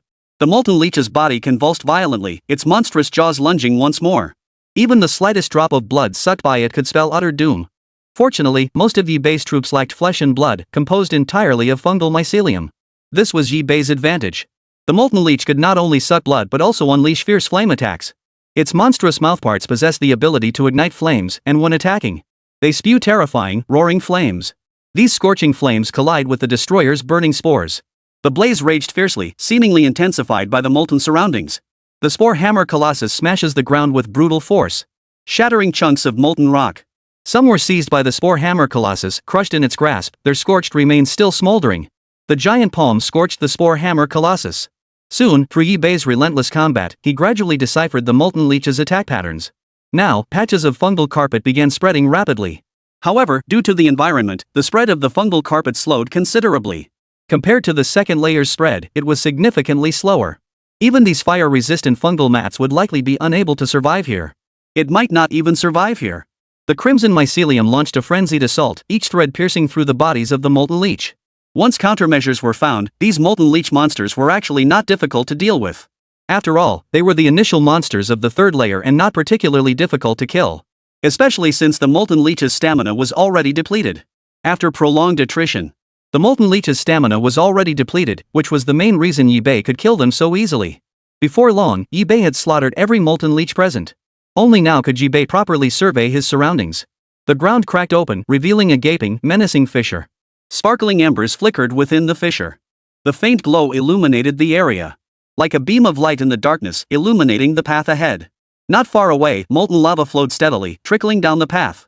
Even from a considerable distance, Yi-Bei could feel the scorching heat washing over him. But Yi-Bei was more concerned with whether this level of the dungeon contained any rooms. He scanned his surroundings, yet found no sign of chambers. Fortunately, he discovered a structure resembling dungeon chambers. It was a spiral staircase, winding layer upon layer. Yi-Bei approached and examined it closely. The staircase had roughly 20 levels, but he could only make out the number of steps. As for what lay on each level, he couldn't see what lay on each level. Moreover, the staircase leading to the next level was blocked by an obstacle. One had to pass through this level. Only then could one proceed to the next level. Even if there were no obstacles, Yi-Bei still needed to gather supplies and intelligence to make himself stronger. Truthfully, this dungeon level was easy to identify. Put simply, this level is a lava world. And the monsters encountered hereafter likely possessed lava-based abilities. Therefore, the destroyer would likely be useless. Yi-Bei sighed softly. He looked at the corpse of the molten leech before him and performed the sacrifice. Congratulations, host, for sacrificing the lava leech. You have gained 30 sacrifice points. Since the average level of monsters on this floor is generally high, the sacrifice yields a larger amount of sacrifice points.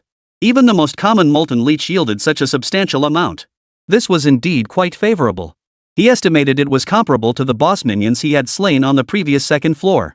However, its actual strength certainly falls short of those boss minions. With that thought in mind, Yibei tidied up and cleaned the place. He handed over all the supplies he had obtained to the sisters, keeping only the more important items for himself.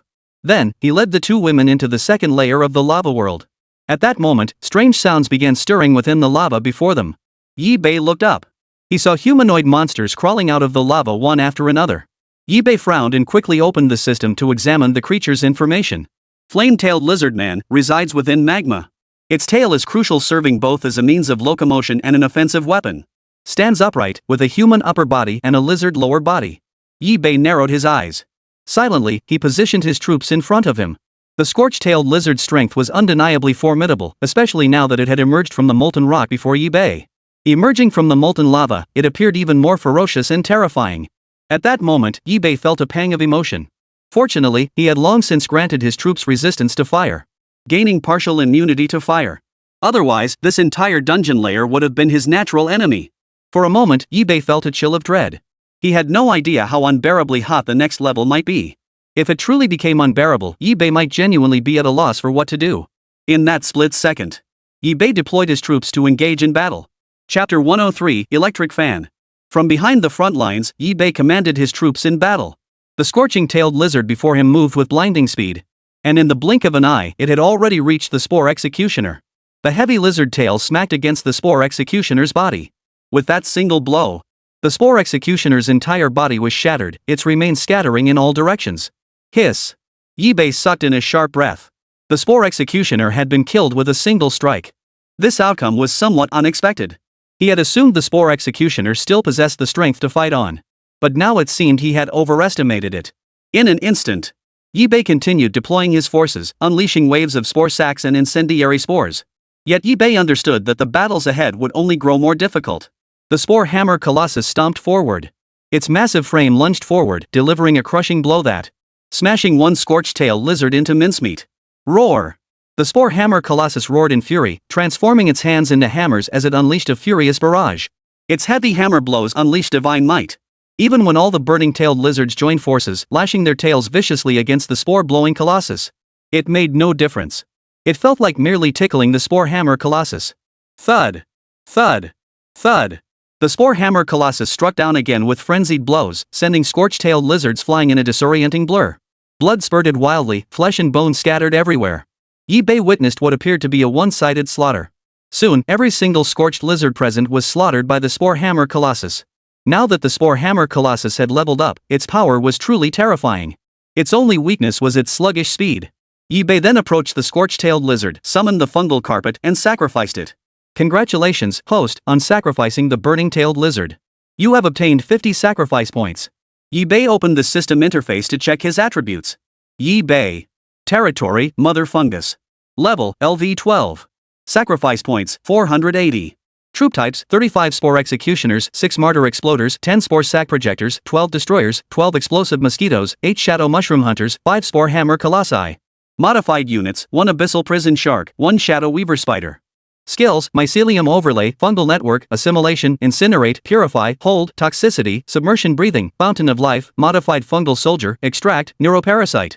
Passive skills, Regal Dread, Infinite Evolution, Poison Resistance, Fire Resistance. Structure skill, Fungal Swamp. Currently available troop types, 7 viewable. Meanwhile, Yibei reviewed the unit's capabilities. Spore Hammer Colossus. Level, LV37. HP, 129,957. Quality, Elite. Attack, 419.9. Defense, 478.7. Spirit, 378.6. Skills, Heavy Cannon Hammer Strike, Mountain Shattering Hammer. At this moment, the Spore Hammer Colossus's power surged significantly once more. Additionally, the operations department gained several buff bonuses. It can also temporarily boost fire resistance. This is fantastic. Yibei couldn't help but feel delighted. His inherent fire resistance wasn't particularly strong, making it difficult for him to endure certain flames. But enduring it for days on end, perhaps even half a month or a full month. Even Yibei couldn't endure such prolonged exposure to scorching conditions. Not to mention the Luo sisters, Luo Yu and Luo Shui. Increasing his fire resistance would at least minimize the impact during combat. Yibei then cleared out all the meat he had previously obtained to replenish his supplies. He sprinkled salt directly onto the meat, giving it a salty flavor. As soon as it hit the shelves, the meat was snatched up in a frenzy. After all, while some might have meat, salted meat was a rarity. Now that the meat was gone, he kept the remaining portions for himself. The moment he sold the last piece, Yibei felt a tinge of melancholy. It was time to consider the next direction for trading resources.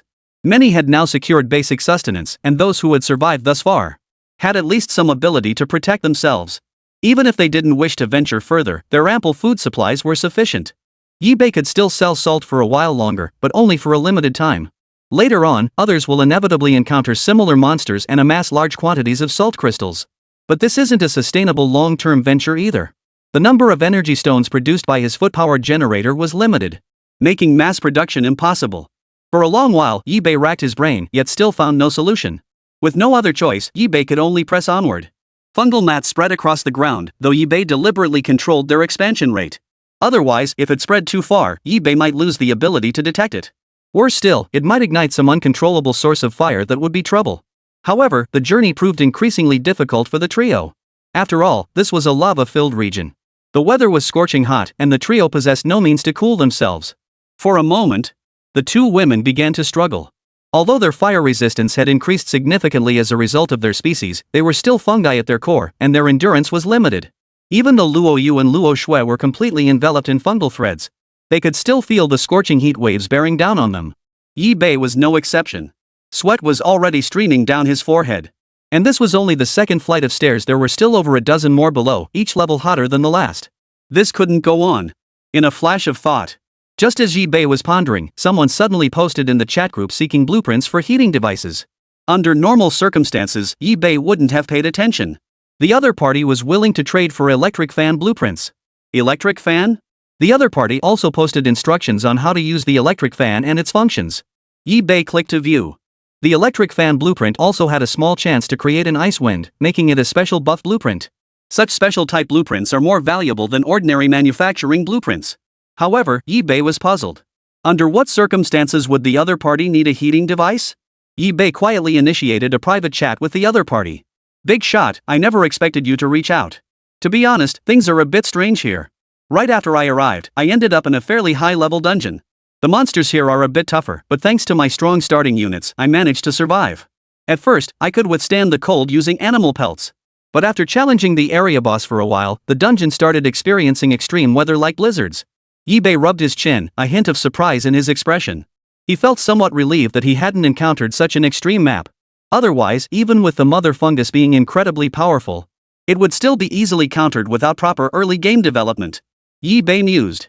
Though the primordial fungus was powerful, it was also the primary reason Yibei had managed to develop this far. Yet it still possessed numerous weaknesses such as vulnerability to fire or dangerously low temperatures. In an instant, Yibei pulled out the portable heater blueprint he had exchanged for a long time ago. I have a blueprint for a portable heater. It's easy to carry and can generate heat on the move. Alright. Yibei traded with the other party and successfully exchanged for the blueprint of an electric fan. Without hesitation, Yibei departed to begin manufacturing. Moreover, this electric fan only required the installation of an energy stone. He installed the energy stone. The electric fan blew out waves of cool air. The three of them stood beneath it and felt the heat within their heart's ease. Suddenly, the ground shook violently and the group nearly lost their footing. Yibei hurriedly leaned against the soldier in front of him, which allowed him to steady himself. In that instant, all three were momentarily stunned. Chapter 104, Boiling Horn Disaster Rhino. Yibei focused his gaze. Not far away, a herd of rhinos was charging toward them. He slowly opened the system interface to examine the monster's information. Boiling Horn Disaster Rhino, lava spreads and land turns charred wherever it passes. Its lava cannon can remotely incinerate enemies. The Boiling Horn Disaster Rhino's horns were its most dangerous feature. And there were far too many of them. The sight made Yibei's scalp tingle. Yibei could only pin his hopes on the Spore Hammer Colossus. In an instant, the Spore Hammer Colossus materialized. Its massive frame lunged forward, clenching its hands into a colossal hammer. The hammer struck down with brutal force, smashing one Boiling Horn Disaster Rhino to the ground with a single blow. But the sheer number of Boiling Horn Disaster Rhinos was overwhelming.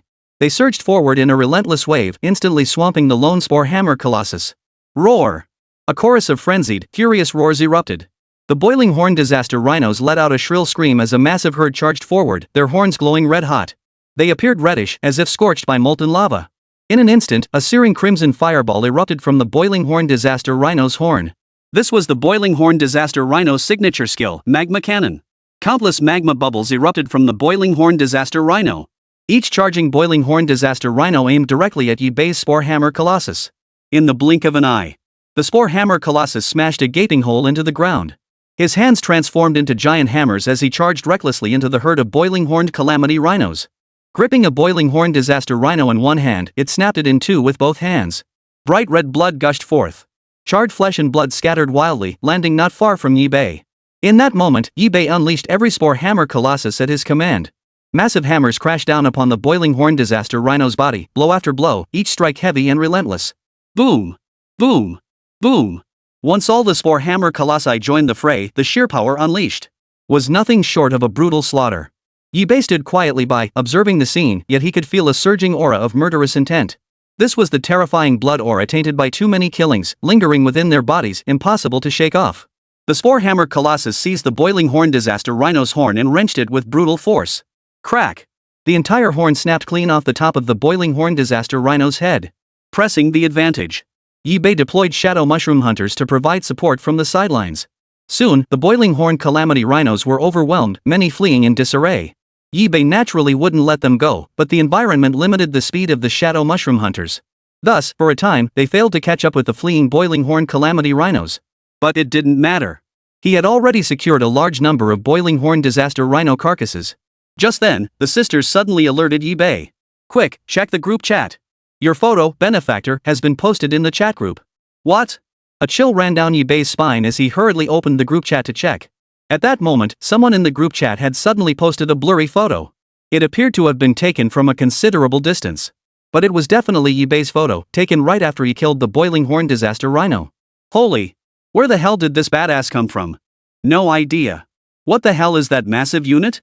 I've never seen anything like it. Anyone recognize it? Damn, that power is terrifying. It's giving me chills just watching. Guess where this guy would rank? Ranking? Let me think. If this power is legit, I'd say third place. You mean this guy's stronger than that merchant? That merchant is formidable and occasionally sells top-notch supplies, but I haven't seen him in action myself. So I'm sticking with what I saw with my own eyes. Yibei stared at the chat group conversation, momentarily speechless. Being photographed was one thing, at least his identity remained undisclosed. But now these people were making some kind of ranking and had even pushed his own name down the list. This was just too entertaining. Yibei pressed his hand to his forehead. But then, Yibei grew cautious. He knew that since his identity had been exposed, there was nothing he could do about it. Fortunately, these people hadn't yet connected Yibei to the series of events he'd orchestrated earlier. They certainly hadn't guessed that Yibei was the same ruthless individual behind the blood-red wanted notice and the first to reach the third layer. That was why, despite the commotion, things hadn't completely erupted. If all these truths came to light, the consequences would be dire. Seems I'll have to be more observant about my surroundings from now on. After all, during combat, Yibei needed to focus most of his energy on controlling his units. His awareness of the surrounding environment was consequently somewhat lacking. After that, Yibei continued to frantically spread the fungal carpet. When faced with something he couldn't figure out, he simply pressed forward. It was the only course of action available to him at the moment. Now that his position had been discovered, he could either shake off the pursuers or wait until he found them himself. During the advance, the fungal carpet suddenly transmitted a message, detecting someone approaching. Yibei's eyes lit up instantly. They've been spotted. Without a moment's hesitation, Yibei moved forward, following the direction of the fungal carpet spread to locate the enemy. Moreover, Yibei deliberately used the fungal filaments for cover, which meant the target remained completely unaware of his approach. When Yibei suddenly materialized before them, they were startled out of their wits. Holy! Wang Qing jumped to his feet the moment Yibei materialized before him. His only advantage had been that the other party hadn't detected his presence. And now, he'd been spotted. With Wang Qing's abilities, there was no way he could defeat Yibei. He'd seen some in the group chat kill countless people, and Yibei's strength was formidable. He had witnessed this firsthand, and for a moment, fear gripped him. I accidentally recorded it too. Please, spare my life. Yibei narrowed his eyes. He didn't respond at first, silently observing Wang Qing. Boss. Please consider. Now, Yibei looked at Wang Qing and spoke slowly. Delete all the photos. If I find out about them again, you know the consequences. Yibei naturally had his own reasons. With his current abilities, killing the person would pose no challenge whatsoever. But if someone were to privately message this man and discover he had been killed, their first thought would be that Yibei had killed him. Why kill him just for exposing the photos? Could it be to conceal some secret? Yibei dared not take that gamble. Therefore, Yibei could only cautiously warn him. If nothing happened after a period of time, then it would be fine. Wang Cheng nodded like a chick pecking at food upon hearing this. Terrified by the thought of what could have happened, he deleted all the photos under Yi Bei's watchful eye.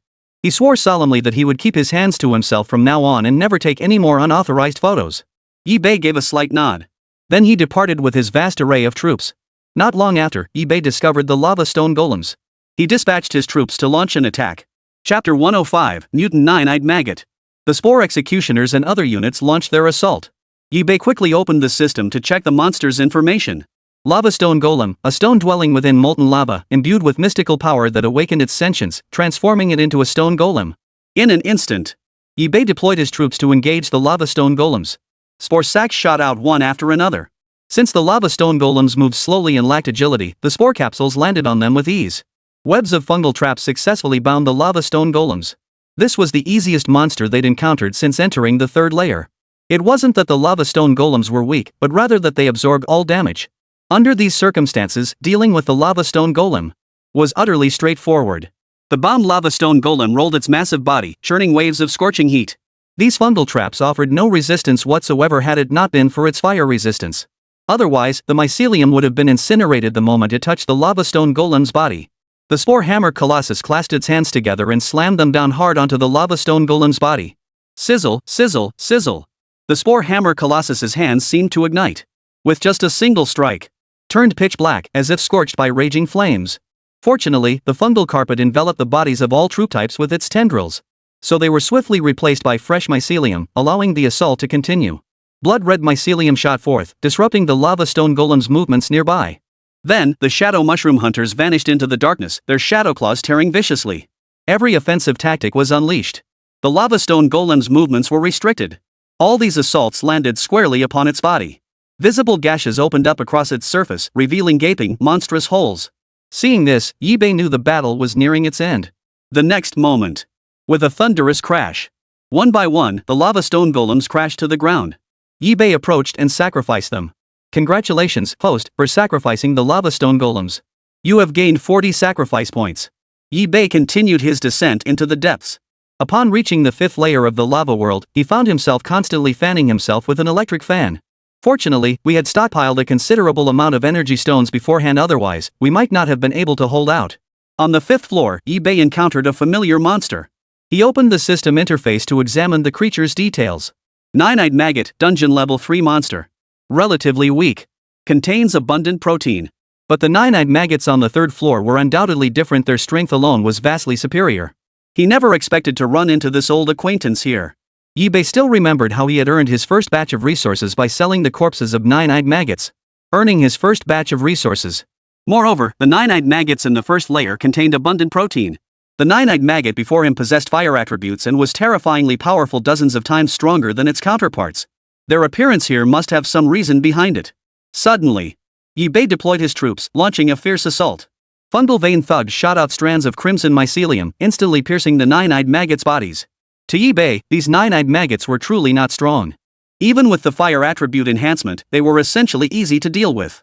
Spore sacs landed upon the nine-eyed maggot army, binding them with countless fungal thread traps. This battle held no suspense whatsoever. Yi Bei's fungal pulse thugs alone could effortlessly slaughter them. The strength of the nine-eyed maggots even made Yi Bei wonder if they were truly monsters of the 3rd layer. Yet they were indeed encountered on the 3rd layer.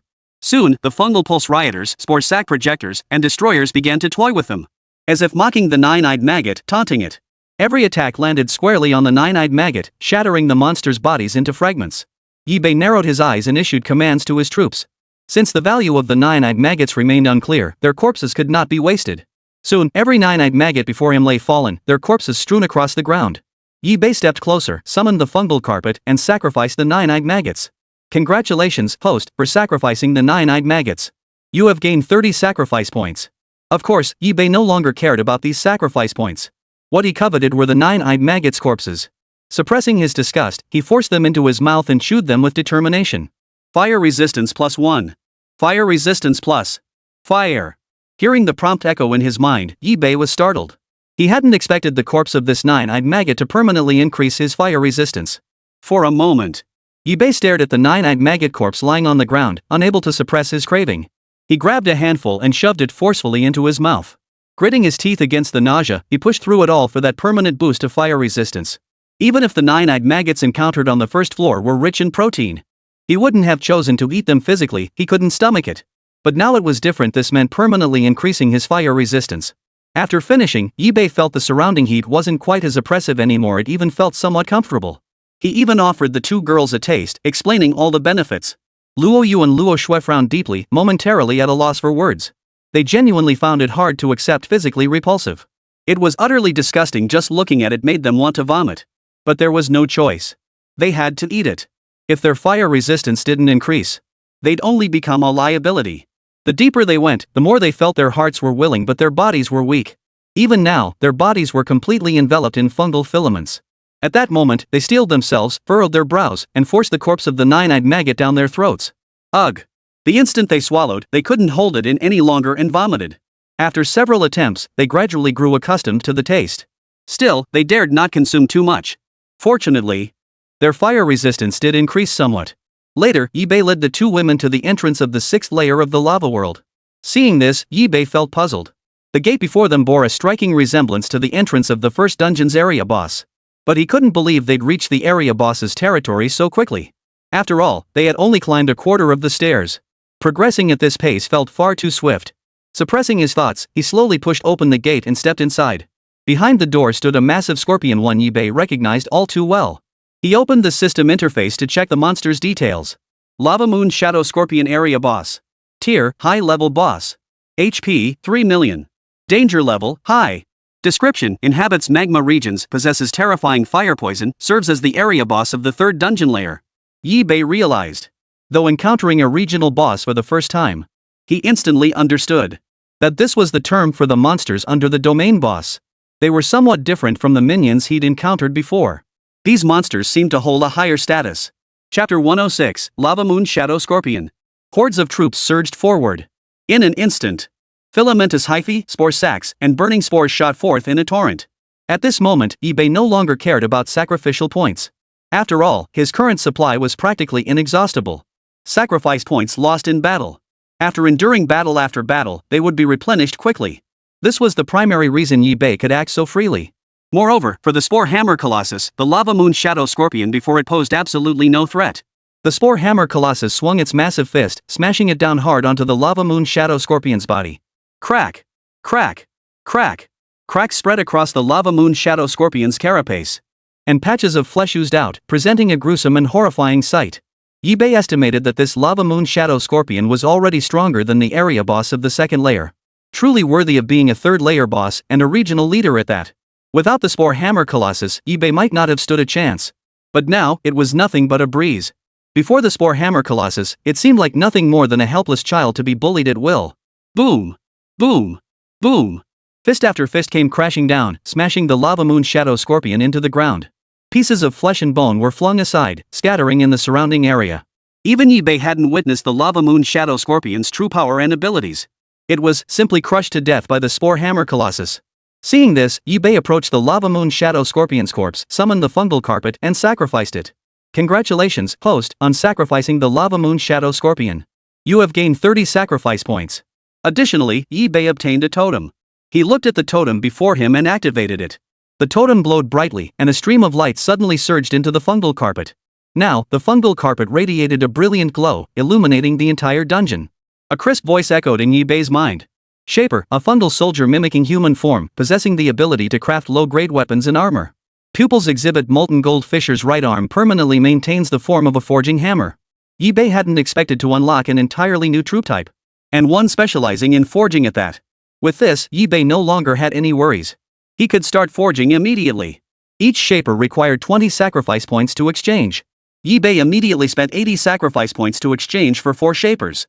In an instant, Yibei opened the system interface to check his attribute panel. Yibei. Territory, Mother Fungus. Level, LV12. Sacrifice points, 450. Troop types, 35 Spore Executioners, 6 Martyr Exploders, 10 Spore Sac Projectors, 12 Destroyers, 12 Explosive Mosquitoes, 8 Shadow Mushroom Hunters, 5 Spore Hammer Colossi, 4 Shapers. Modified units, 1 Abyssal Prison Shark, 1 Shadow Weaver. Skills, Mycelium Overgrowth, Fungal Network, Assimilation, Incinerate, Purify, Hold, Toxicity, Submersion, Fountain of Life, Modified Fungal Soldier, Extract, Neuroparasite. Passive skills: Overlord's Authority, Infinite Evolution, Poison Resistance, Fire Resistance. Structure skill: Fungal Swamp. Currently available troop types: 7 viewable. Meanwhile, Yi-Bei reviewed the unit's capabilities. Shaper. Level: LV 19. HP: 17,957. Quality: Elite. Attack: 189.7. Defense: 222.7. Spirit: 290.6. Skill: Forging Mastery. Moreover, the Shaper's strength is no slouch, but Yi-Bei needs to forge it. Naturally, it was impossible to deploy the Shaper onto the battlefield. At that moment, Yi-Bei looked at the elite-grade forging blueprint he had obtained earlier. This was a complete set of equipment blueprints. Upon use, it could boost all attributes by 100%. To say he wasn't tempted would be a lie. Yi-Bei eagerly anticipated the results of forging this equipment. In an instant, Yi-Bei instructed the forgers to begin production. The 4 forgers worked with clear division of labor, and under Yi-Bei and the others' watchful eyes, the forging was swiftly completed. The equipment was then equipped onto the troops. At that moment, the combat effectiveness of all his units surged dramatically. The Spore Hammer Colossus, in particular, became terrifyingly powerful. With such power, sweeping through the entire third layer of the dungeon would pose little challenge. Yi-Bei then turned his gaze toward the forgers. In truth, the Shaper's forging skill wasn't particularly high, nor was his proficiency. It required prolonged practice to develop. There was no other way around it could only be cultivated through diligent practice. Therefore, he decided to have the Shaper take on a few commissions, forging equipment and weapons for others. From his observations, there were likely few units possessing elite-level forging skills. While pondering this, Yi-Bei had already posted the orders in the trading zone. Instantly, the entire chat group erupted once more. What? Someone's actually willing to forge gear for us at this price? Holy crap! This guy must be a living Buddha. At this price, it's honestly not expensive at all. And it's only for sub-elite gear. If it were elite gear, the price would be a bit higher. But that's elite grade. Elite grade. Who the heck is this big shot? Wait, no, that merchant. The top trader in this chat group. No wonder, so that's how it is. In an instant, everyone began requesting Yi-Bei for forging services. Yi-Bei smiled as he accepted the orders.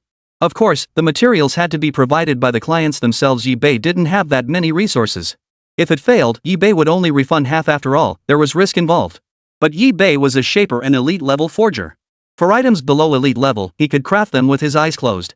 Elite-level work required some effort, but with 4 forgers present, it wasn't a major issue. At that moment, someone sent Yi-Bei a blueprint. Fiery dagger, infused with fire attributes, deals fire damage. Yi-Bei suddenly became very interested. The Molten Blaze dagger's abilities were perfectly suited for his Shadow Perfuming Stalker. His Shadow Mushroom Stalker's innate abilities were already well suited for assassination. And with a suitable weapon, his combat prowess would become even more formidable. Though the system's commission only allowed him to roughly deduce the blueprint's contents, the failure rate was entirely up to him. He could easily fabricate a success rate to prepare the other party mentally. His Shaper's success rate was 90%. Yet in the other party's chat window, he stated the success rate was only 10%. Only a 10% success rate. Well, I suppose it'll do. Gritting his teeth, the other party handed over 50 portions of materials to Yi-Bei. Yi-Bei didn't hesitate, accepting them promptly and arranging for the Shaper to begin forging. Out of 50 materials, Yi-Bei successfully crafted 48 blades. He gave the other party 1 piece and tearfully pocketed the profit from the remaining 47. To his surprise, even a shady merchant like Yi-Bei managed to earn the other party's gratitude. He felt a bit embarrassed. However, the quality of the equipment Yi-Bei crafted was exceptionally high, so the other party's gratitude was entirely justified. The other party had never obtained such high-quality gear from the totem before. Yi-Bei suddenly understood. Meanwhile, the twin sisters beside him were shouting, "Swindler!" Chapter 107, Crimson Fang Tiger. Afterward, Yi-Bei continued trading with others. He forged several blueprints in succession, earning a substantial haul of weapons through tiers. Only after completing this series of tasks did Yi-Bei press forward once more. The fungal carpet now possessed vastly enhanced fire resistance, rendering it impervious to most flames. The fungal carpet began spreading wildly. This formed a stark contrast to its state upon first reaching the third layer. Indeed, the carpet's expansion speed now surpassed even that of the second layer of the dungeon. Yi-Bei controlled the fungal carpet as it continued to spread forward. Soon, a group of creatures appeared before Yi-Bei, their bodies a blood-red hue as if stained with blood. Resembling wolves and tigers, they bore razor-sharp teeth, claws like daggers, and eyes that burned with savage intent. At that moment, Yi-Bei opened the system interface to examine the monster's information. Scarlet Fang Tiger, a terrifying creature of the third layer of the dungeon, entirely crimson with protruding fangs. In an instant, Yi-Bei deployed his troops to fight alongside them.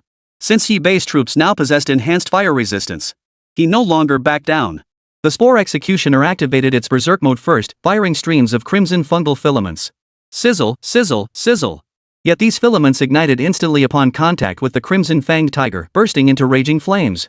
The spore blasters and destroyers joined the fray. These units were now struggling to keep up. Unless Yibei later upgraded these units to elite rank, they might become obsolete in the future. He certainly couldn't let that happen, as some of these units had already been promoted from common to superior tier. Thus, Yibei firmly believed that one day they would ascend from superior to elite rank. The next instant, the shadow mushroom hunter silently materialized behind the crimson fanged tiger, silently plunging it into the red fanged tiger's back. Roar! The crimson fanged tiger let out a long roar, and in an instant, a dense heat surged within its body. Immediately, its fangs blazed fiercely, engulfed in flames. The fiery beast charged forward at breakneck speed, lunging toward Yibei's troops. Seeing this, Yibei summoned the Spore Hammer Colossus. Its massive form stood there like a towering mountain. Merely standing still, it became an impassable barrier, preventing the crimson fanged tiger from breaching its defenses. Suddenly, the Spore Hammer Colossus violently seized a crimson fanged tiger. With a gentle twist, it crushed it to death. Scorching blood splattered across the Spore Hammer Colossus's hand, flesh and bone crushed to pulp. Against other units, the red fanged tigers still possessed some fighting strength. But against the Spore Hammer Colossus, it was utterly defenseless. This was the absolute gap in power. The two were simply not on the same level. Now it seemed that the Salt Empress of the Abyss on the second level was even more terrifying. After a moment's contemplation, Yibei looked up. The current situation on the battlefield was easy to discern. The Spore Hammer Colossus was unstoppable. Yibei didn't need to stay constantly vigilant. He could even take a nap without any issues. Such was the absolute confidence instilled by the Spore Hammer Colossus. The battle did not last long. As the Spore Hammer Colossus brought down blow after blow, the entire red fanged tiger herd was reduced to scattered corpses. To leave behind a single intact corpse was already a testament to both luck and considerable strength. Yibei surveyed the grim scene before him, his gaze utterly unruffled. He had witnessed such scenes countless times before. What unfolded before him was merely a minor skirmish, hardly worth mentioning. Yibei stepped closer, summoning the fungal carpet. Strand by strand, the mycelium devoured the remains, offering them as sacrifice. Congratulations, host, on sacrificing the crimson fanged tiger. You have gained 40 sacrifice points. Though the sacrifice points weren't substantial, they could still be exchanged for several troop types. Such gains were actually quite decent. In an instant, Yibei opened the system interface to check his attribute panel. Yibei. Territory, Mother Fungus. Level, LV12. Sacrifice points, 490. Troop types, 35 Spore Executioners, 6 Martyr Exploders, 10 Spore Sac Projectors, 12 Destroyers, 12 Explosive Mosquitoes, 8 Shadow Mushroom Hunters, 5 Spore Hammer Colossi, 4 Shapers. Modified units, 1 Abyssal Prison Shark, 1 Shadow Weaver. Skills, Mycelium Overgrowth, Fungal Network, Assimilation, Incinerate, Purify, Hold, Toxin, Underwater Breathing, Fountain of Life, Modified Fungal Soldier, Extract, Neural Parasite. Passive skills, Regal Dread, Infinite Evolution, Poison Resistance, Fire Resistance. Structure skill, Fungal Swamp. Currently available troop types, 7 viewable. Meanwhile, Yibei reviewed the unit's capabilities. Shaper. Level, LV26. HP, 27,957. Quality, Elite. Attack, 246.8. Defense, 262.7. Spirit, 356.9. Skill, Forging Mastery. Yibei's attribute panel is now quite impressive. Both the variety and quantity of his troop types have increased. It could be said that even if no new troop types were added from here on out, as long as the Spore Hammer Colossus remained, he would have nothing to fear. Next, Yibei dissected the crimson fanged tiger before him. This time, Yibei deployed the Shadow Mushroom Hunters, wielding the crimson blaze daggers. Under the Shadow Mushroom Hunters' hands, the red fall tigers were swiftly disassembled. He packed the meat for the sisters, still leaving the selling to the two women, as he wished to avoid handling it himself. Because such meat products could easily be noticed by those with ulterior motives. They could deduce his location. Thus, these tasks remained the sisters' responsibility. After all this time, they'd become well versed in such matters. The moment the two women appeared in the trading area, it caused a small stir. But this was already quite good. Having customers meant they could sell. Because the meat of the Crimson Fang Tiger was Tier 3. Players who had already advanced to the 3rd tier might look down on it. But for those still stuck in the 2nd tier, the temptation was considerable. There was meat, along with red fang tiger pelts, claws, fangs. All of these could be sold. Yibei had no use for them anyway. Only after completing all this did Yibei continue onward with the two women. The fungal carpet spread rapidly, displaying a remarkable resistance to flames. It was spreading across the scorching lava rocks. Through exploration and the fungal network's capabilities, eBay surveyed the terrain ahead. Moments later, eBay encountered yet another new type of monster. He opened the system interface to examine the creature's details. Flameclaw wolf, its fur blazes like fire, and its claws are razor-sharp, capable of tearing prey apart with ease. However, the burning claw wolf appears to be wounded. Blood still trickled down its crimson fur. Such a monster posed no threat whatsoever to eBay. Sending out the shadow mushroom hunter alone was enough to dispatch it with ease. At that moment, eBay and his two companions approached the burning claw wolf to examine the wounds on its body. Chapter 108, The Blood-Eyed Beast. eBay examined it closely. Such injuries certainly didn't come out of nowhere. Had it encountered some terrifying monster? Or was there another reason? At that moment, sisters Luoyu and Luo Shui studied the wounds, their delicate brows furrowed as they spoke. Could it be inflicted by another player? eBay frowned as he examined the burned claw wolf's wound. The gash looked as if it had been inflicted in mockery. As if the opponent had faced the burning claw wolf with ease and nonchalance, not taking it seriously at all. Probably not. This wound doesn't look particularly severe, judging by the force applied. The burning claw wolf wouldn't have survived. This suggests the opponent held back almost like a cat toying with a mouse. If it were a player, reaching the third layer would already have them trembling with fear. I'm sure they wouldn't relax against any monster, giving it their all. In that case, the wound wouldn't be so ridiculously messy. So it probably wasn't a player. But if it wasn't a player, then what terrifying entity could it be? For a moment, eBay began to feel troubled. They had only just reached the third level, barely making it through a few flights of stairs, it already encountered such strange occurrences. A grim suspicion began to take root in eBay's mind. He suddenly recalled the pickled monsters he had encountered in the second-level dungeon earlier. Could it be that this burning claw wolf had suffered the same fate? Could there be another shadowy mastermind pulling the strings behind the scenes on the third level? But overthinking it now was useless. He could only take things one step at a time.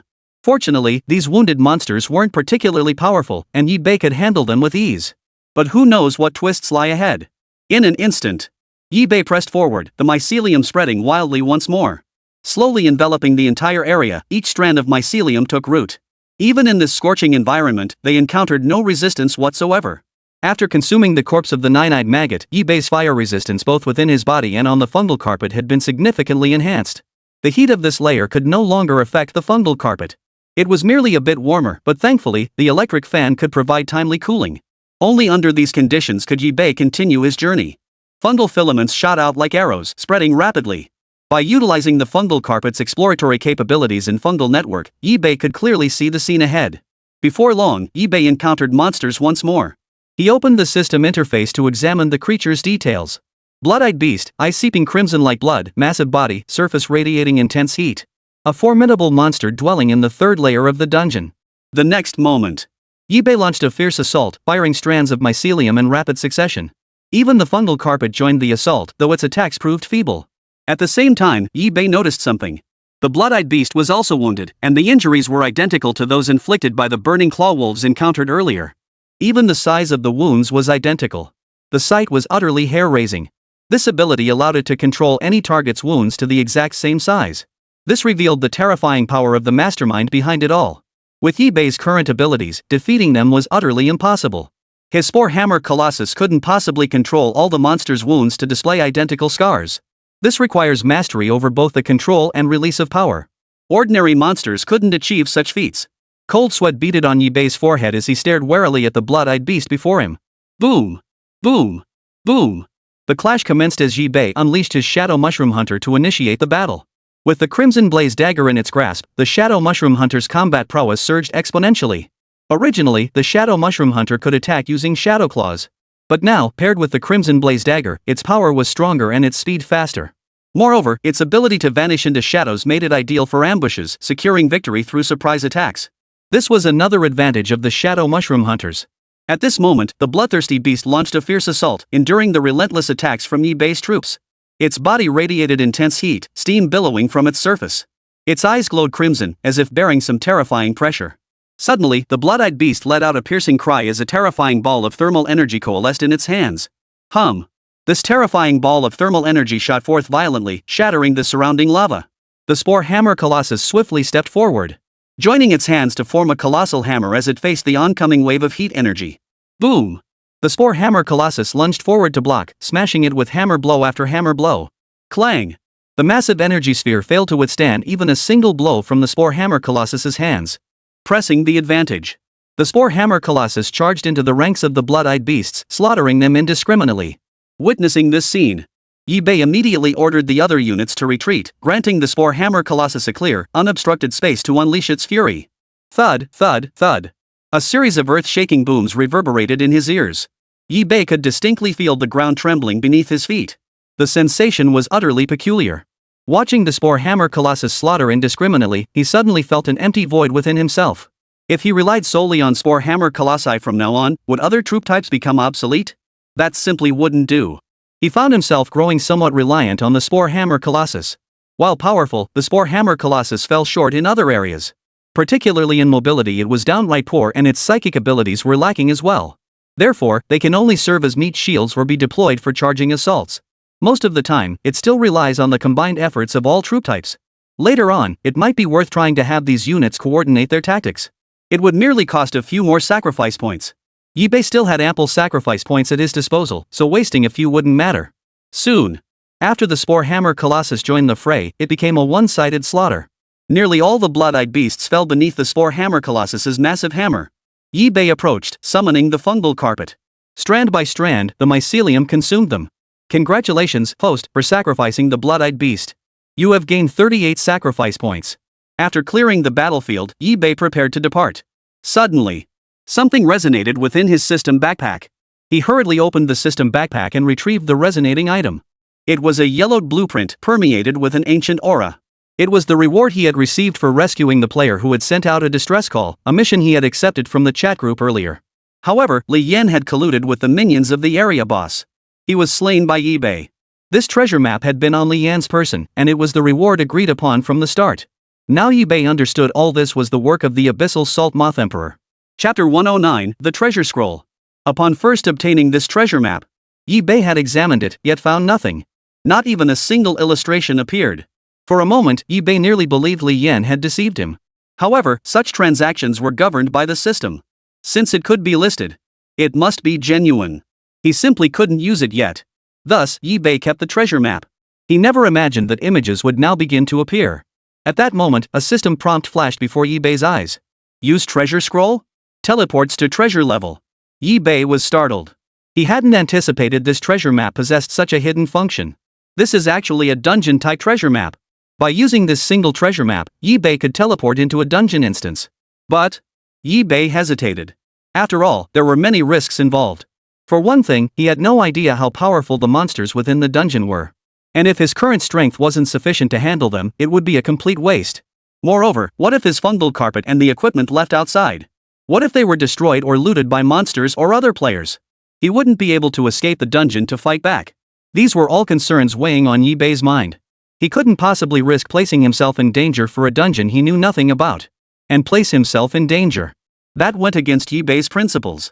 As if sensing Yi-Bei's hesitation, the system's voice echoed in his mind once more. During the challenge, items left outside the instance are considered invulnerable and cannot be moved or transferred. Yi-Bei felt a flicker of hope. Well, that works then. Even if attacked by monsters, they couldn't be destroyed or taken away.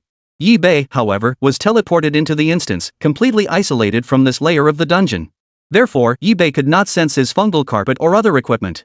But now, with the invincibility protection, he didn't need to worry about them. Yi-Bei turned to look at Luo Yu and Luo Shui. These two were his greatest concern now. Afterward, Yi-Bei led his troops into the instance. A prompt appeared in the system interface. With a single thought, Yi-Bei could instantly teleport into the instance. The vast army of troops marched into the instance with overwhelming momentum and unstoppable force. At that moment, Yi-Bei examined his attribute panel, analyzing the situation. Yi-Bei. Territory, Mother Fungus. Level, LV12. Sacrifice points, 528.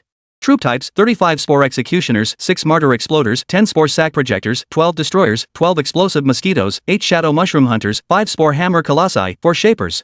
Modified units, 1 Abyssal Prison Shark, 1 Shadow Weaver. Skills, Mycelium Overgrowth, Fungal Network, Assimilation, Incinerate, Purify, Hold, Toxicity, Submersion, Fountain of Life, Modified Fungal Soldier, Extract, Neuroparasite. Passive skills, Overlord's Authority, Infinite Evolution, Poison Resistance, Fire Resistance. Structure skill, Fungal Swamp.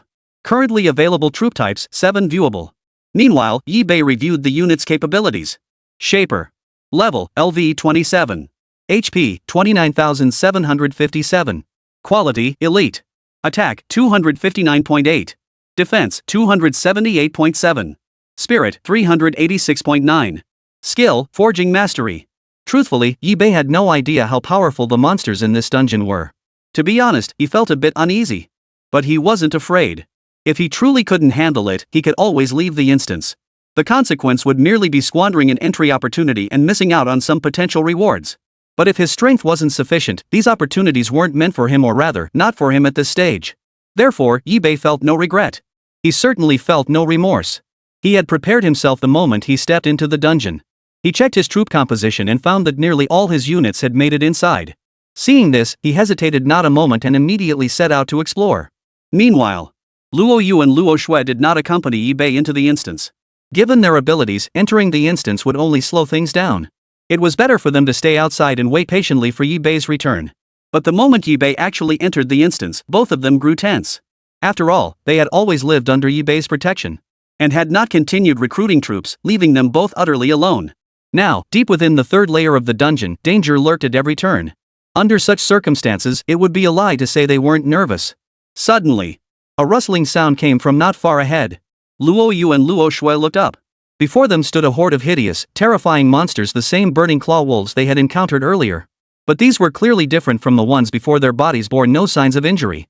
In an instant, the burning claw wolves charged forward ferociously, their sharp claws lashing out viciously. Luo Yu and Luo Shui's pupils contracted sharply as they stared straight ahead. The two women hadn't expected the monsters to close in so quickly. Now they have no means of resistance whatsoever, as Yi-Bei has taken nearly all their troops with him. How could they possibly fight back with mere human bodies? Suddenly, Luo Yu stumbled, pausing for an instant. But it was precisely that brief pause. The pursuing burning claw wolves caught up to Luo Yu. Oh no! Luo Yu's face drained of color in terror. She tried to scramble to her feet, but the burning claw wolf's snarling face was already staring her in the face. In that instant, the burning claw wolf's paws landed on Luo Yu and Luo Shui. However, a dazzling golden light erupted from the two women's bodies, which engulfed all the burning claw wolves before them. The next moment, the two girls watched as the burning claw wolves attacking them were flung backward. The sisters, however, remained completely unharmed. Luo Yu and Luo Shui clenched their fists lightly, gazing at the golden light emanating from their bodies. Then, their gaze shifted to the monsters flying backward. The burning claw wolves had been severely injured by the rebound. The damage inflicted was roughly 3 to 4 times that of their own attacks. Seeing this, the sisters felt a surge of delight. In that moment, their admiration for Yi-Bei soared to new heights. Meanwhile, Yi-Bei was also checking on Luo Yu and Luo Shui's conditions. The system indicated that the invincibility effect also applied to Luo Yu and Luo Shui. However, strictly speaking, these two were not Yi-Bei's possessions. Though puzzled, Yi-Bei had no time to dwell on it. As long as both girls were also in an invincible state, he felt at ease. Yi-Bei breathed a sigh of relief inwardly. Suddenly, a flash of blue light streaked across the front. A mechanical clatter echoed as several monstrous machines materialized ahead. With that thought, Yi-Bei deployed his troops and eliminated them. Chapter 110, Ironthorn Ape. These monsters weren't particularly powerful, so they couldn't last a single strike against Yi-Bei. The Spore Executioners and other units joined the fray. Fungal filaments shot forth, striking down the mechanical monsters before them. The sound of metal shattering echoed in his ears. For the initial skirmish within the instance, these mechanical monsters posed no threat whatsoever. He examined the monsters' information. Ironthorn Ape, a mechanical gorilla covered in iron armor, its arms bristling with steel spikes. Possesses formidable strength and is savagely vicious. Yet even such a description seemed utterly insignificant before Yi-Bei. Faced with Yi-Bei's array of troops, it was utterly defenseless. He didn't even need to deploy the Spore Hammer Colossus to easily subdue the Ironthorn Apes. Before long, every Ironthorn Ape lay dead, slaughtered to the last. After eliminating the Ironthorn Apes, Yi-Bei discovered a dazzling crystal nearly half a person's height. Yi-Bei stared intently. The crystal's surface shimmered with dazzling brilliance. A single glance was enough to make one unable to look away. However, with no system prompt, Yi-Bei couldn't immediately discern its purpose. Suddenly, flashes of light began to sparkle on the crystal. Before Yi-Bei, the flashes descended around him. He instantly realized. This was actually the monster's teleportation point. Yi-Bei cursed under his breath, veins bulging on his forehead, and immediately retreated with his troops. The fungal carpet began spreading wildly, sweeping toward the crystal. Harnessing its assimilative power, the fungal carpet swept relentlessly forward, gradually assimilating the crystal before it. Fortunately, the carpet possessed exceptionally potent assimilation capabilities, bolstered by its sufficiently advanced level. It could assimilate most objects. Moreover, crystals themselves were not difficult to handle, possessing only the function of teleportation, making it an easy target for assimilation. The next moment, the crystal dimmed, its brilliance extinguished, as if stripped of its inherent power, reduced to an empty shell. When Yi Bei saw the crystal in this state, he knew this crystal had lost its inherent value. Only after complete assimilation could Yi Bei examine the crystal's function. A teleportation crystal used by the astral race for spatial jumps. Being exclusive to the astral race, it remained unusable even after Yi Bei's assimilation. Is that even possible? Yi Bei was instantly filled with frustration. If he could truly use this crystal for spatial teleportation, its value would be beyond measure. But then again, if he had encountered such a treasure at the very start, Yi Bei might not have had the ability to claim it. With that thought, Yi Bei exchanged a glance with the Spore Executioner. Immediately, the Spore Executioner extended its filamentous mycelium, shattering the crystal before it. Crack, crack, crack. The sound of shattering glass echoed in his ears. The fungal carpet advanced, tendrils of mycelium spreading out from its surface. He realized the fungal carpet could consume it, meaning this waist-high crystal could be sacrificed. Congratulations, host, for sacrificing the Astral Tribe's teleportation crystal. You have gained 30 sacrifice points. These sacrifice points were quite substantial. This single crystal alone was equivalent to defeating a Tier 3 area boss. Yi Bei then retrieved the treasure map that had teleported him here. Upon entering the instance, the treasure map materialized into a detailed layout. Yi Bei examined the map. At that moment, a shape resembling a clover appeared on the map. Each clover leaf represented a room, each room bearing an ethereal totem pattern. Yi Bei narrowed his eyes, scrutinizing the 3 rooms on the map, and fell silent for a moment. He was uncertain, unsure which one to choose. He surmised that since there were 3 rooms, one of them must surely conceal a treasure chest. The problem was, Yi Bei had no clue which room it was in. Still, there wasn't much time to waste. Even if he chose wrong, it was better than not choosing at all. In that moment, Yi Bei made his decision. He fixed his gaze on the room farthest to the left. At this point, it was essentially a gamble. If he lost, he'd simply have to try another room. Soon, Yi Bei arrived at the location with a vast array of troops. Before him stood mechanical soldiers wielding forked blades. Their forks spun relentlessly, unleashing a barrage of air blades with astonishing power. Yi Bei studied the mechanical soldiers before him, opening the system to examine the monster information. Iron Spinner, a mechanical soldier resembling a steel-clad warrior charging with spinning forks, possessing a brutal ferocity beneath its simple design. The Iron Spinners were formidable opponents, posing an even greater threat to Yi Bei's fungal troops. Therefore, Yi Bei knew he couldn't engage this monster head-on. He began by deploying his Spore Executioners, transforming them into fungal pulse rioters. Blood-red fungal filaments tangled around the Iron Spinners, disrupting their movements. Yet the spinning blades and forks sliced through the rapidly firing strands of mycelium. Next, Yi Bei deployed more units, unleashing fierce bursts of spores. The burning spores released by the destroyers ignited wildly across the Iron Spinners' bodies. This destroyer, nearly useless on the 3rd layer, now unleashed its true power once more. Burning spores rained down like a fiery sea from the heavens, unleashing their destructive fury upon the terrifying Iron Spinners before them. After all, these Iron Spinners were mechanical beings, naturally possessing little resistance to fire. While some mechanical beings might possess strong fire resistance, but the iron worlds before him possessed only average fire resistance, otherwise, they wouldn't fear flames so intensely. Yi Bei seized the opportunity. He commanded the Shadow Mushroom Hunters to attack, wielding the fiery daggers in their hands, weapons of elite caliber. This was an elite-grade weapon, and the fire ability imbued upon it far surpassed that of the superior-grade destroyer. Thus, Yi Bei remained utterly unflustered. With the Shadow Mushroom Hunters in action, the battle held almost no suspense. Soon, the battle concluded. The ground was littered with the scattered mechanical parts of the Iron Spinners. And then, the Spore Hammer Colossus joined the fray, smashing one Iron Spinner after another with each swing of its hammer. The battle was nothing short of terrifying, a one-sided slaughter. However, had it not been so, even the Shadow Mushroom Hunters would have suffered some losses. This approach minimized Yi Bei's losses to the greatest extent possible. After eliminating the Iron Whirls, a glowing totem appeared ahead. Yi Bei approached the totem.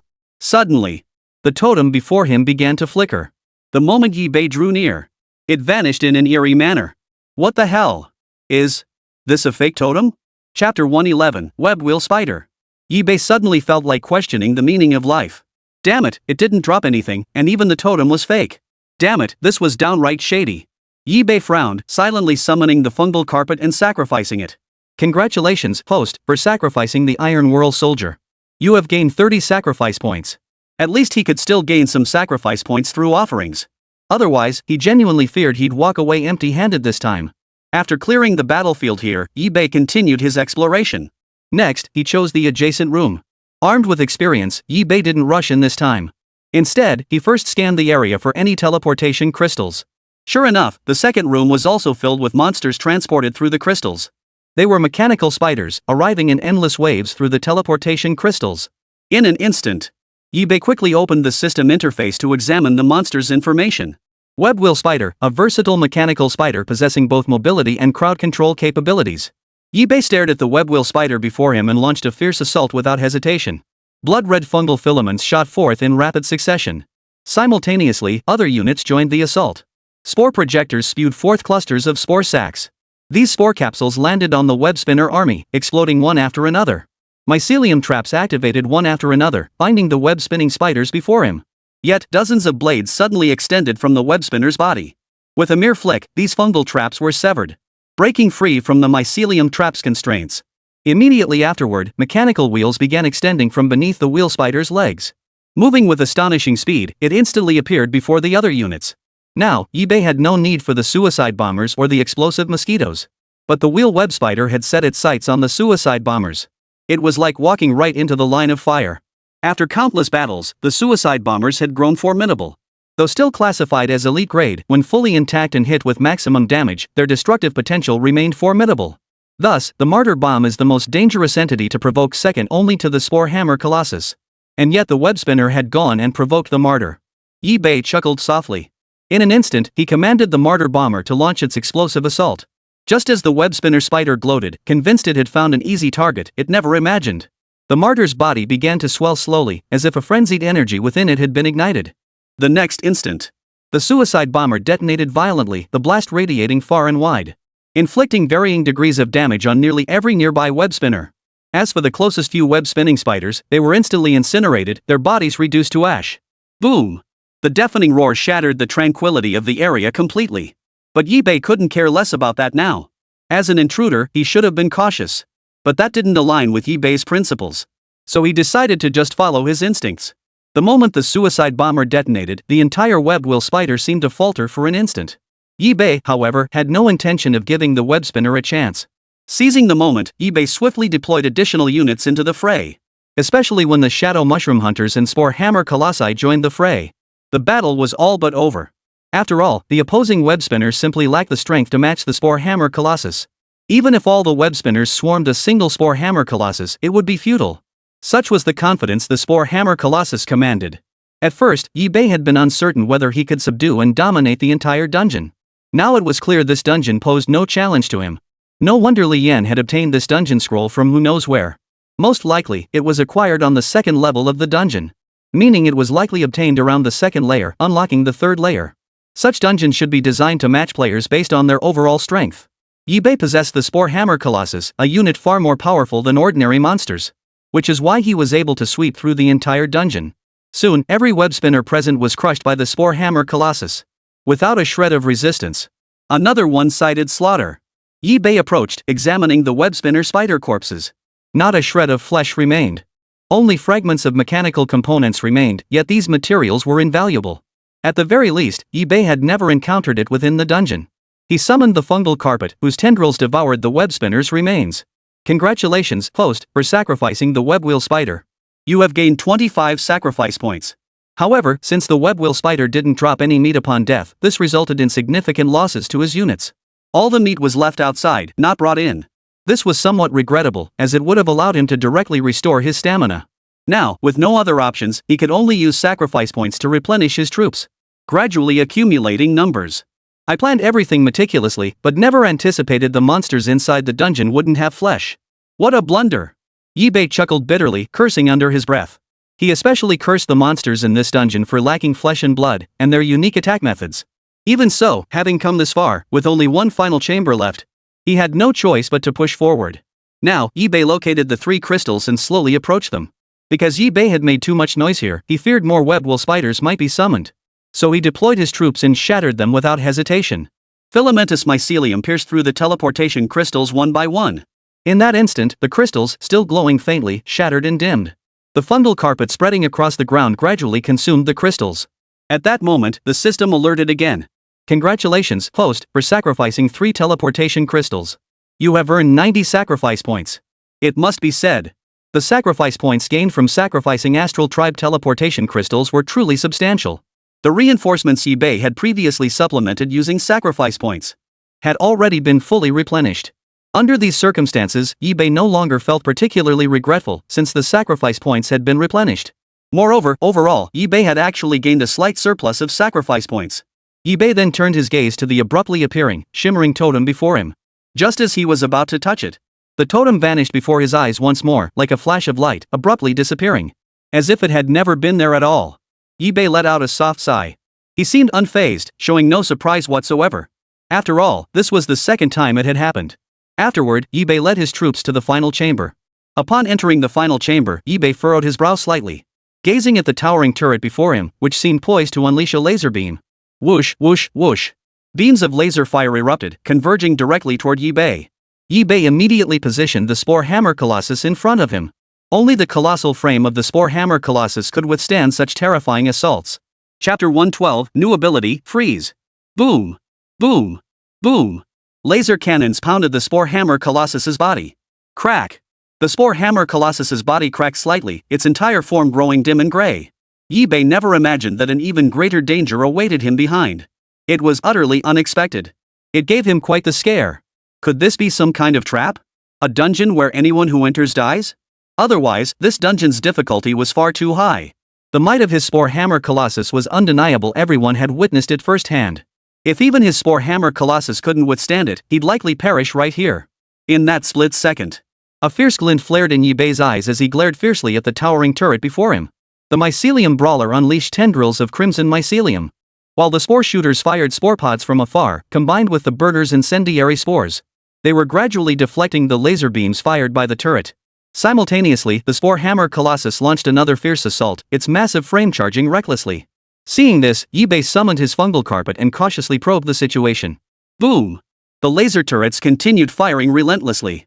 These turrets seemed to possess some form of consciousness, automatically detecting enemies and launching attacks. This was the turret's most formidable trait. Without any human operation, they could perform with greater precision than manual control. At that moment, the Spore Hammer Colossus had arrived before the turret.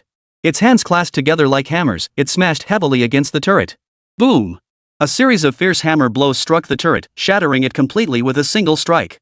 Fragments scattered wildly, crashing heavily onto the ground with deafening clangs. Whoosh, whoosh, whoosh. Laser beams fired once more. This time, due to the laser's extreme speed and their proximity to the Spore Hammer Colossus, every single laser beam struck the Spore Hammer Colossus. However, the Spore Hammer Colossus merely stumbled back a few steps. Compared to the previous encounter, the Spore Hammer Colossus now bore several coils of mycelium wrapped around its body, along with a thick layer of fungal carpet. When the laser struck the Spore Hammer Colossus, it was precisely these fungal threads and mats that came into play, slightly deflecting the laser's trajectory. This made it appear as though the Spore Hammer Colossus had suffered no damage. In reality, certain areas of the Spore Hammer Colossus's body had been scorched black by the laser.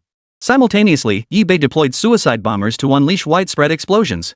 Although the Spore Hammer Colossus was being destroyed at a rapid pace, its movement speed was still somewhat slow. By the time it reached the other turret, eBay's units would suffer heavy casualties. Therefore, eBay deployed the exploding mosquitoes and suicide bombers without hesitation. In an instant, a buzzing hum filled the air. The exploding mosquitoes and suicide bombers launched their assault. They landed effortlessly on the few turrets abandoned by the Spore Hammer Colossus. Without a word, their bodies began to slowly swell. A terrifying force erupted from the bodies of the suicide bomber and the exploding mosquitoes. Boom! Boom! Boom! The terrifying shockwaves instantly engulfed the entire area. A sudden, apocalyptic white light enveloped every turret in the vicinity. Even from his distant hiding spot, eBay could hear the deafening roar echoing in his ears. When the white light finally dissipated, eBay looked up to see the rows of turrets now lay completely collapsed, their shattered fragments scattering across the ground. Of course, the sacrificers and explosive mosquitoes alone could never have accomplished this feat. Most of the credit belonged to the Spore Hammer Colossus. In that moment, eBay felt a surge of relief at having acquired the Spore Hammer Colossus. Otherwise, taking down these turrets would have required overwhelming numbers of troops. Fortunately, the outcome was favorable. eBay then turned his gaze to the teleportation crystal nearby. Without hesitation, he summoned the fungal carpet. Tendrils of mycelium coiled around it, consuming it. Congratulations, host, for sacrificing 4 Astral Tribe teleportation crystals. You have gained 120 sacrifice points. Beyond that, eBay finally encountered a genuine totem. It was a totem with a yellowish surface. It was the first time eBay had ever encountered a yellow totem. He gently touched the yellow totem with his hand, illuminating it. The next moment, the totem emitted a brilliant light, instantly illuminating the entire area. Congratulations! Player has successfully activated the totem, obtaining Mysterious Light Orb X1. Mysterious Light Orb? eBay froze in surprise. This situation felt strangely familiar. Immediately, the Mysterious Light Orb shot directly onto eBay's fungal carpet. Instantly, the fungal carpet seemed to undergo some mysterious transformation. Congratulations, host, on unlocking a new function for your fungal carpet, Freeze. The freeze function was straightforward, allowing the release of basic freezing power. It could also be used to refrigerate food. eBay observed the fungal carpet's new ability, opened the system interface, and checked the attribute panel. eBay. Territory, Mother Fungus of all things. Level, LV12. Sacrifice points, 540. Troop types, 50 Spore Executioners, 10 Martyr Exploders, 15 Spore Sac Projectors, 15 Destroyers, 12 Explosive Mosquitoes, 12 Shadow Mushroom Hunters, 8 Spore Hammer Colossi, 6 Shapers. Modified units, 1 Abyssal Prison Shark, 1 Shadow Weaver. Skills, Mycelium Overgrowth, Fungal Network, Assimilation, Incinerate, Purify, Hold, Toxicity, Underwater Breathing, Fountain of Life, Modified Fungal Soldier, Extract, Neuroparasite, Freeze. Passive skills, Overlord's Might, Infinite Evolution, Poison Resistance, Fire Resistance. Structure skill, Mycelium Swamp. Currently available troop types, 7 viewable. Meanwhile, eBay assessed the unit's capabilities. Shaper. Level, LV35. HP, 36,757. Quality, Elite. Attack, 298.8. Defense, 289.7. Spirit, 427.6. Skill, Forging Mastery. After clearing the battlefield, the system prompted eBay that he could leave the instance.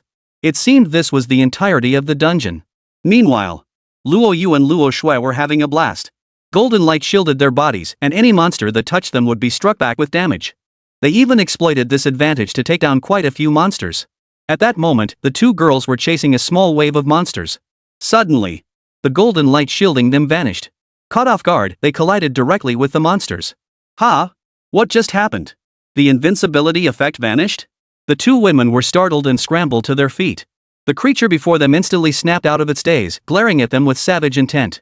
Just as it was about to attack, a crack suddenly appeared in the space before them. eBay returned to this place with a vast array of troops. Seeing the scene unfold, he furrowed his brow. No words were needed, he knew exactly what had transpired. The troops behind him instantly launched forward, charging into battle against the monster before them. Chapter 113, The Abyssal Colossus. Soon, the monsters lay dead. eBay summoned the fungal carpet and sacrificed it. However, these monsters had already been wounded by the invincible state of the two women.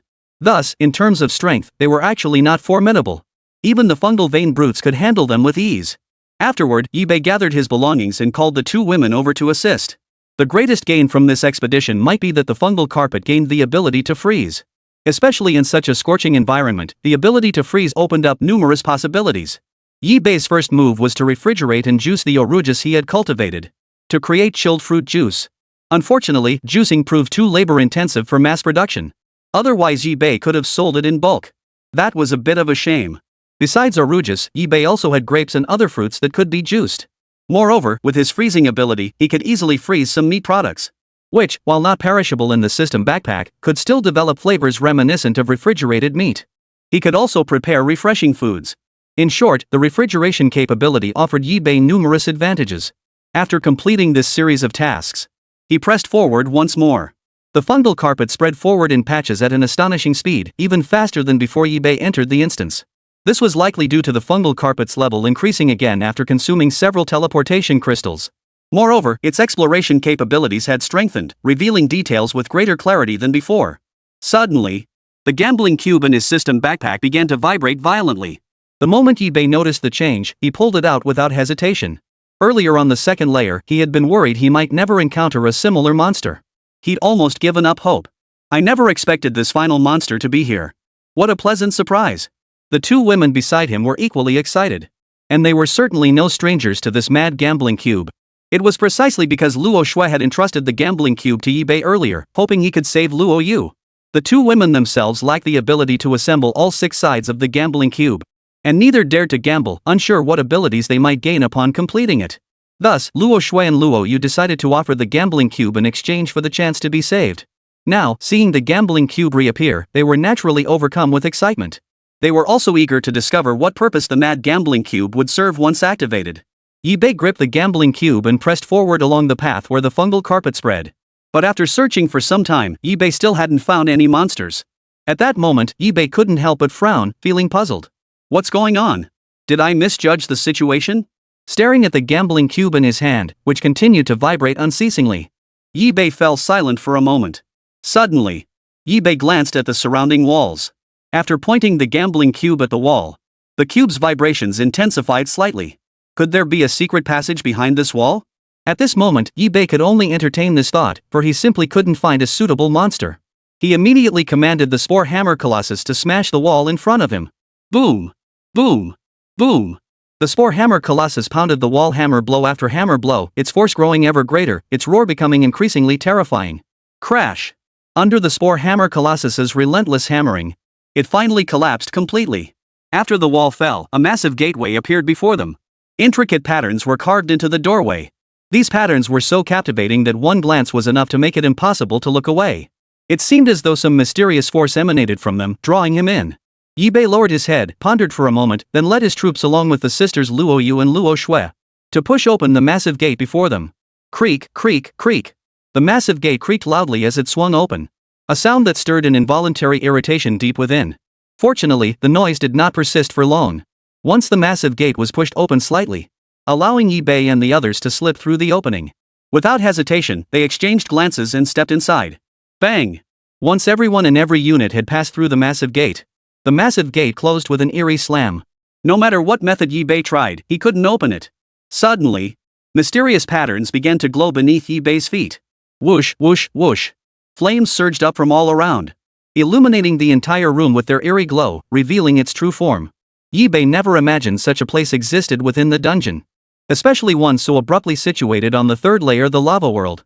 It carried an undeniably eerie aura. If the previous dungeon instance had been isolated from the 3rd layer, then the room before him was unmistakably a 3rd layer chamber. Mysterious patterns swirled and shimmered beneath his feet, still swaying wildly. The roaring flames all around seemed to be welcoming Yibei's arrival. Boom! A sudden deafening roar shattered the silence. Only when the flames fully illuminated the space did the entire scene reveal itself. Yibei stared at the scene before him, his heart skipping a beat. A colossal creature before him abruptly rolled over, causing the ground to tremble. As if sensing Yibei's arrival, its enormous jaws snapped open. Beams of scorching light, radiating terrifying power, shot forth. Yibei summoned his fungal carpet, hastily attempting to resist. Yet to his shock, these defenses proved utterly futile against the terrifying gaze. Looking again, the fungal carpet and mycelium had been completely incinerated. Sizzle, sizzle, sizzle. The colossal creature fully awoke, its body erupting in ferocious flames. Instantly, Yibei felt the intense heat. In that instant, the room transformed into a steaming cauldron. He stared at the colossal creature before him, its internal heat utterly terrifying. Lava flowed down its body, the sight alone sending shivers down his spine. Yibei quickly opened the system interface to examine the creature's details. Molten Abyss Colossus. Tier, High-Level Boss. HP, 4 million. Danger Level, Medium. Description: as if the earth itself had split open, a colossal, molten hot magma creature slowly unfurled its form from the abyss, unleashing waves of tremors and scorching heat as it awoke. Yibei narrowed his eyes. The molten abyss beast before him was yet another troublesome monster. In an instant, after reviewing the molten abyss beast's data, Yibei swiftly deployed his troops. The Colossus's confrontation still relied on the Spore Hammer Colossus. Other units provided support, with the Spore Hammer Colossus delivering the primary firepower. Fungal filaments shot forth in rapid succession, firing the first shot of the battle. Chapter 114, Fully Automated Energy Generator. The molten abyss Colossus roared in fury. The tremors from its roar sent shockwaves rippling through the area. Yibei steadied himself, gesturing for the two women behind him to retreat further. Then, he quietly spread his fungal carpet, preparing for a sneak attack. Unfortunately, his freezing ability was useless in combat. Otherwise, he might have given it a try. At that moment, the Spore Hammer Colossus and the Molten Abyss Beast clashed in battle. The two colossal beasts clashed in a chaotic melee, neither yielding to the other. The Spore Hammer Colossus clasped its hands together, transforming them into a massive hammer. The Molten Abyss Beast, meanwhile, was a searing hot mass, its body dripping with flowing lava. Were it not for the Spore Hammer Colossus's body and hands wrapped in coils of fungal filaments, its palms would have been roasted to a crisp. The molten abyss beast's lava-covered fist struck with brutal force, blow after blow, each impact a thunderous hammering. In that instant, the shadow mushroom hunter struck with deadly force. Gripping the crimson blaze dagger, it thrust it forcefully into the molten abyss beast's back. Simultaneously, tendril traps descended upon the molten abyss beast. Though not particularly useful, it can still cause some obstruction. Boom! Boom! Boom! A series of thunderous explosions echoed in his ears. Yibei felt a deafening roar in his ears. He looked up just in time to see the molten abyss beast crash to the ground, toppled by the Spore Hammer Colossus. Its massive body crashed onto the ground, lava gushing from its form and scattering in all directions. Yet the molten abyss beast remained far from dead. Its stamina and vitality were perpetually at peak condition. Therefore, Yibei did not lower his guard.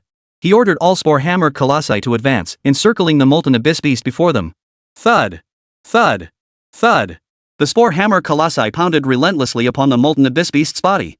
Still lying on the ground, its face was shattered by a single blow from the Spore Hammer Colossus. Crack, crack, crack. A series of cracking sounds, like shattering glass, echoed through the air. Though faint, in this sealed environment where vigilance was constant, it was nearly impossible to ignore. Roar! The molten abyss beast roared furiously, violently shoving aside the several Spore Hammer Colossi before it. A thick stream of molten lava erupted from its claws. In an instant, a vast area was engulfed, flowing with viscous magma. Some of Yibei's troops couldn't dodge in time and were drenched in the molten lava. In the blink of an eye, the troops engulfed in molten lava ignited. Their entire bodies engulfed in violent flames. No matter what Yibei tried, he couldn't extinguish the flames. The fire resistance they had previously acquired seemed to become a laughingstock in the face of this sea of magma. A complete joke. Yibei gritted his teeth inwardly. He knew the molten abyss beast wouldn't be easy to deal with. But he never imagined he would suffer such heavy losses. This single strike alone cost him nearly dozens of units. That amounted to nearly 100 sacrifice points. That was why Yibei felt a pang of regret. Fortunately, the tide of battle began to shift in Yibei's favor.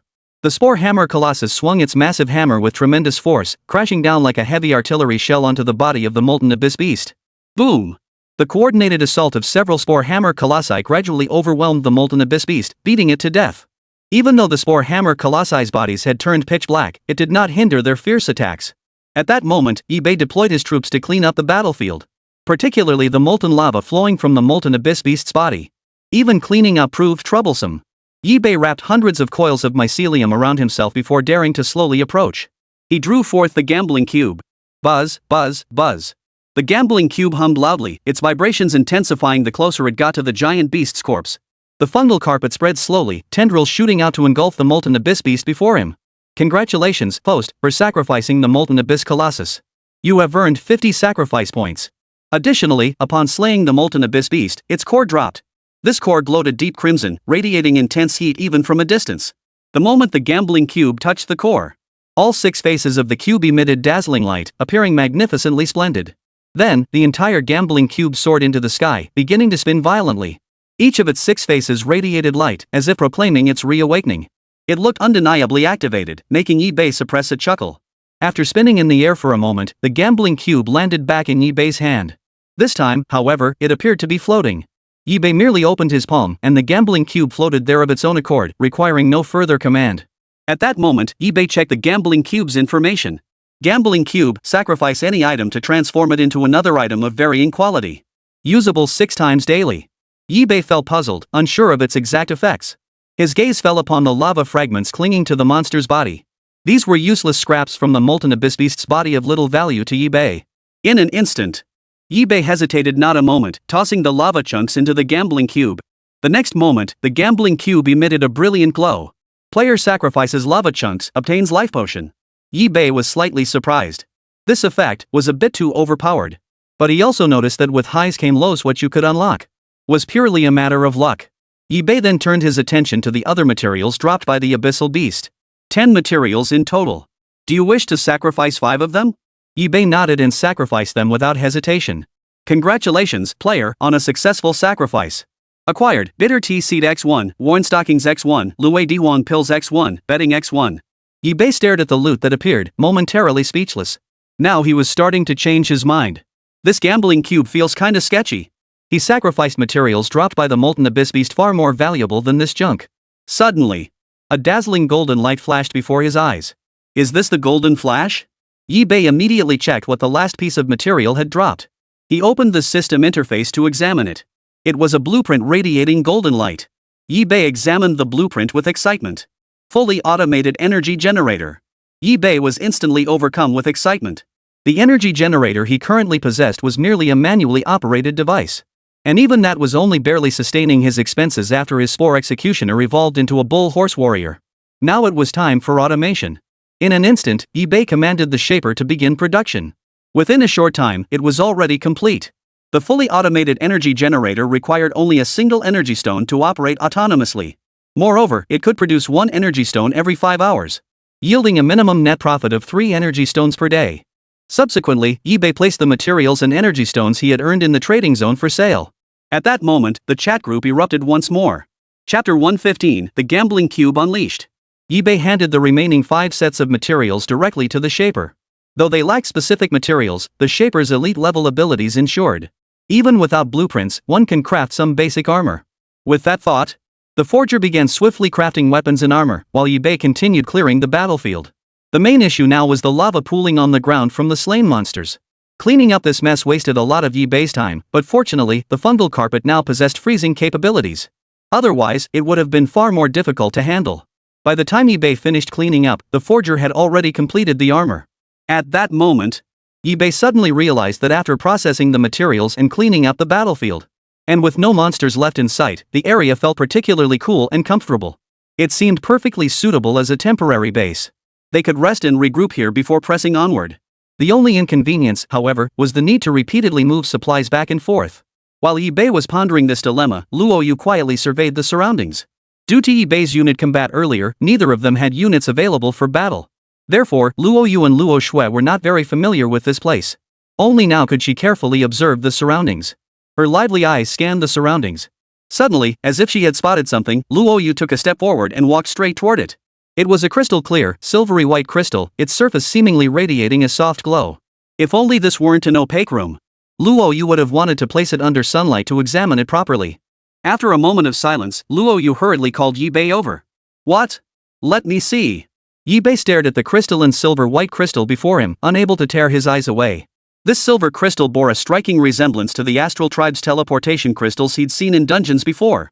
Yet it wasn't entirely the same. Yi-Bei surmised that this silver crystal, like the teleportation crystals, capable of long-distance teleportation.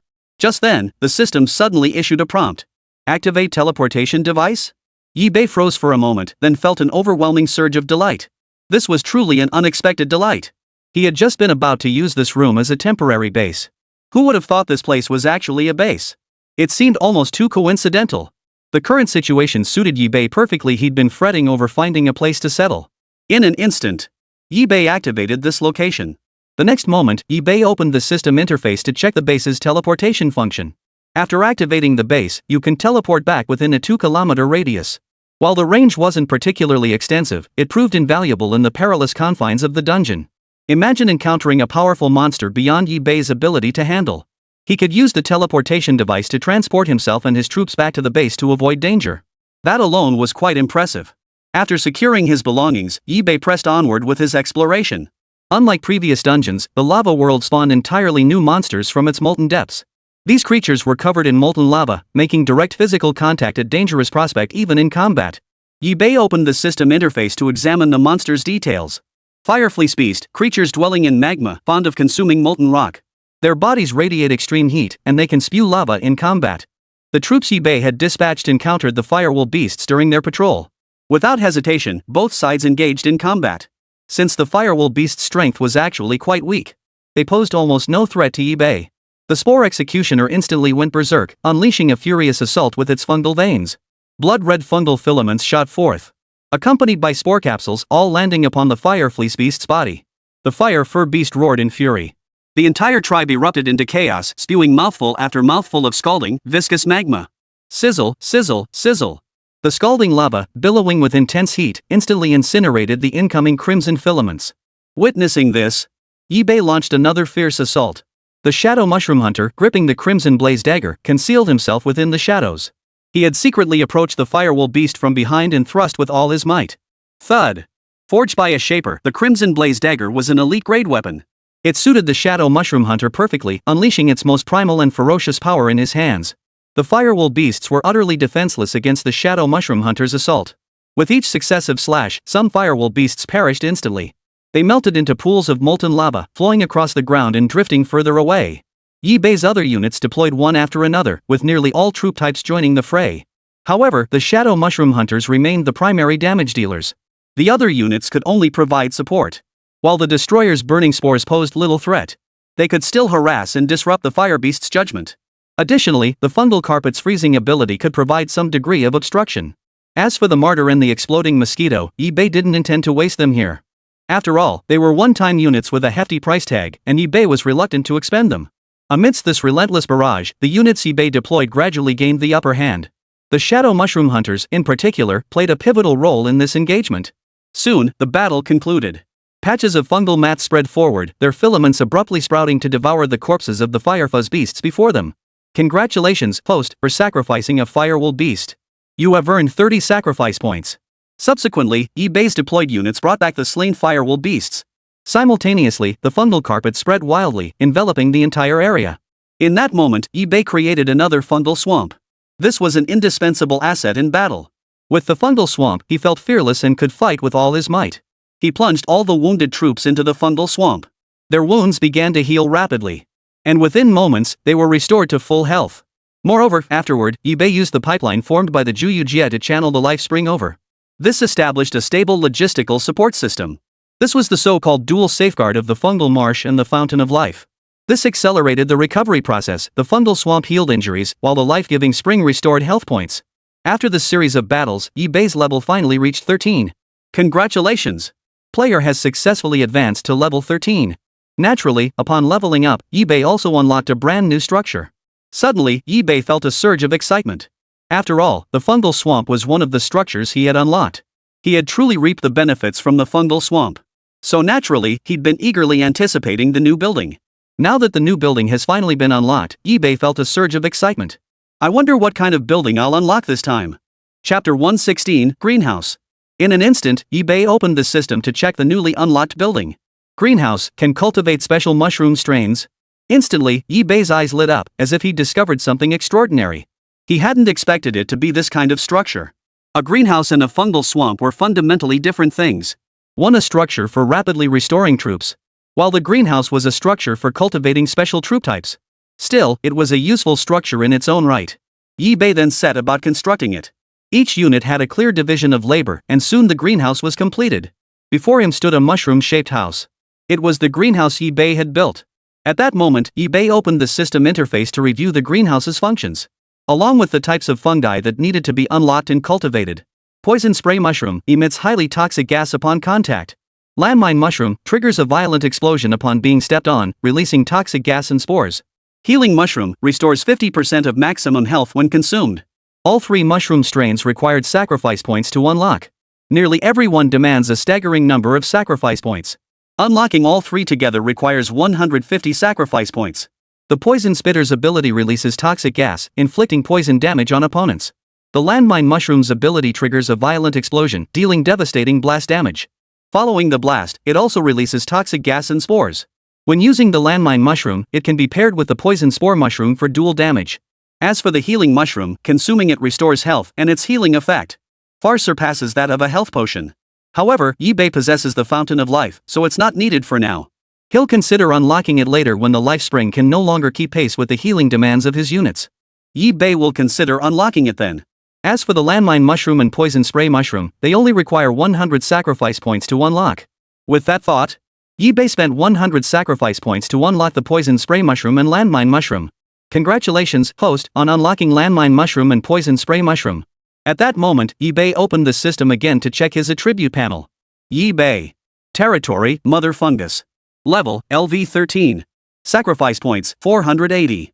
Troop types, 50 Spore Executioners, 10 Martyr Exploders, 18 Spore Sac Projectors, 15 Destroyers, 12 Explosive Mosquitoes, 15 Shadow Mushroom Hunters, 10 Spore Hammer Colossi, 10 Shapers. Modified units, 1 Abyssal Prison Shark, 1 Shadow Weaver Spider. Skills, Mycelium Overgrowth, Fungal Network, Assimilation, Incinerate, Purify, Hold, Toxin, Underwater Breathing, Fountain of Life, Mutate Fungi, Extract, Neuroparasite, Freeze. Passive skills: Overlord's Authority, Infinite Evolution, Poison Resistance, Fire Resistance. Building skills: Mycelium Swamp, Greenhouse. Greenhouse units: Venom Spitter, Landmine Mushroom, Healing Mushroom unlocked. Currently available units: 7 viewable. Meanwhile, eBay assessed the unit capabilities. Shaper. Level: LV 37. HP: 39,757. Quality: Elite. Attack: 318.8. Defense: 349.7. Spirit: 477.6. Skill: Forging Mastery. Upon unlocking the Venomous Spore and Landmine Spore, eBay wasted no time and immediately began cultivation. Mass cultivation commenced in the greenhouse. He prioritized cultivating the Venomous Blast Mushroom, and the growth rate in the greenhouse was remarkably swift. eBay merely spread the fungal carpet slightly. And already, poison spit mushrooms had sprouted throughout the greenhouse. Although the poison blaster mushroom was a consumable type and couldn't be freely moved, eBay discovered their stats were remarkably high, nearly matching those of superior grade units. In an instant, eBay examined the poison spray mushroom's attributes. Poison spore mushroom greenhouse cultivated. Level: LV 17. HP: 8,757. Quality: superior grade. Attack: 89.6. Defense: 78.7. Spirit: 99.7. Skill: Venomous Gas Pump. eBay deployed the Venomous Spore to attack several monsters, comparing its performance against other troop types. It dealt slightly more damage than 3 shots from a spore shooter. And each toadstool requires very few sacrifice points. eBay needed only about 2 sacrifice points to cultivate a single toadstool in the greenhouse. This was eBay's greatest delight. Once grown, the poison spore would reach about the size of a finger. This meant he could easily carry them around for planting. Without hesitation, eBay set out to plant them, accompanied by his troops and the poisonous mushrooms. Later, while traveling, eBay encountered a group of monsters, which provided a perfect opportunity to test the newly acquired poisonous spore's capabilities. eBay opened the system interface to examine the monster's details. Fire Source Beast: its body contains terrifying fire sources. Close contact is like direct exposure to flames, unrelenting and impossible to extinguish. Though not exceptionally powerful, the Fire Source Beast's traits made it a troublesome foe. Close combat was inadvisable, but perhaps. At that moment, eBay turned his gaze to the poisonous spore before him.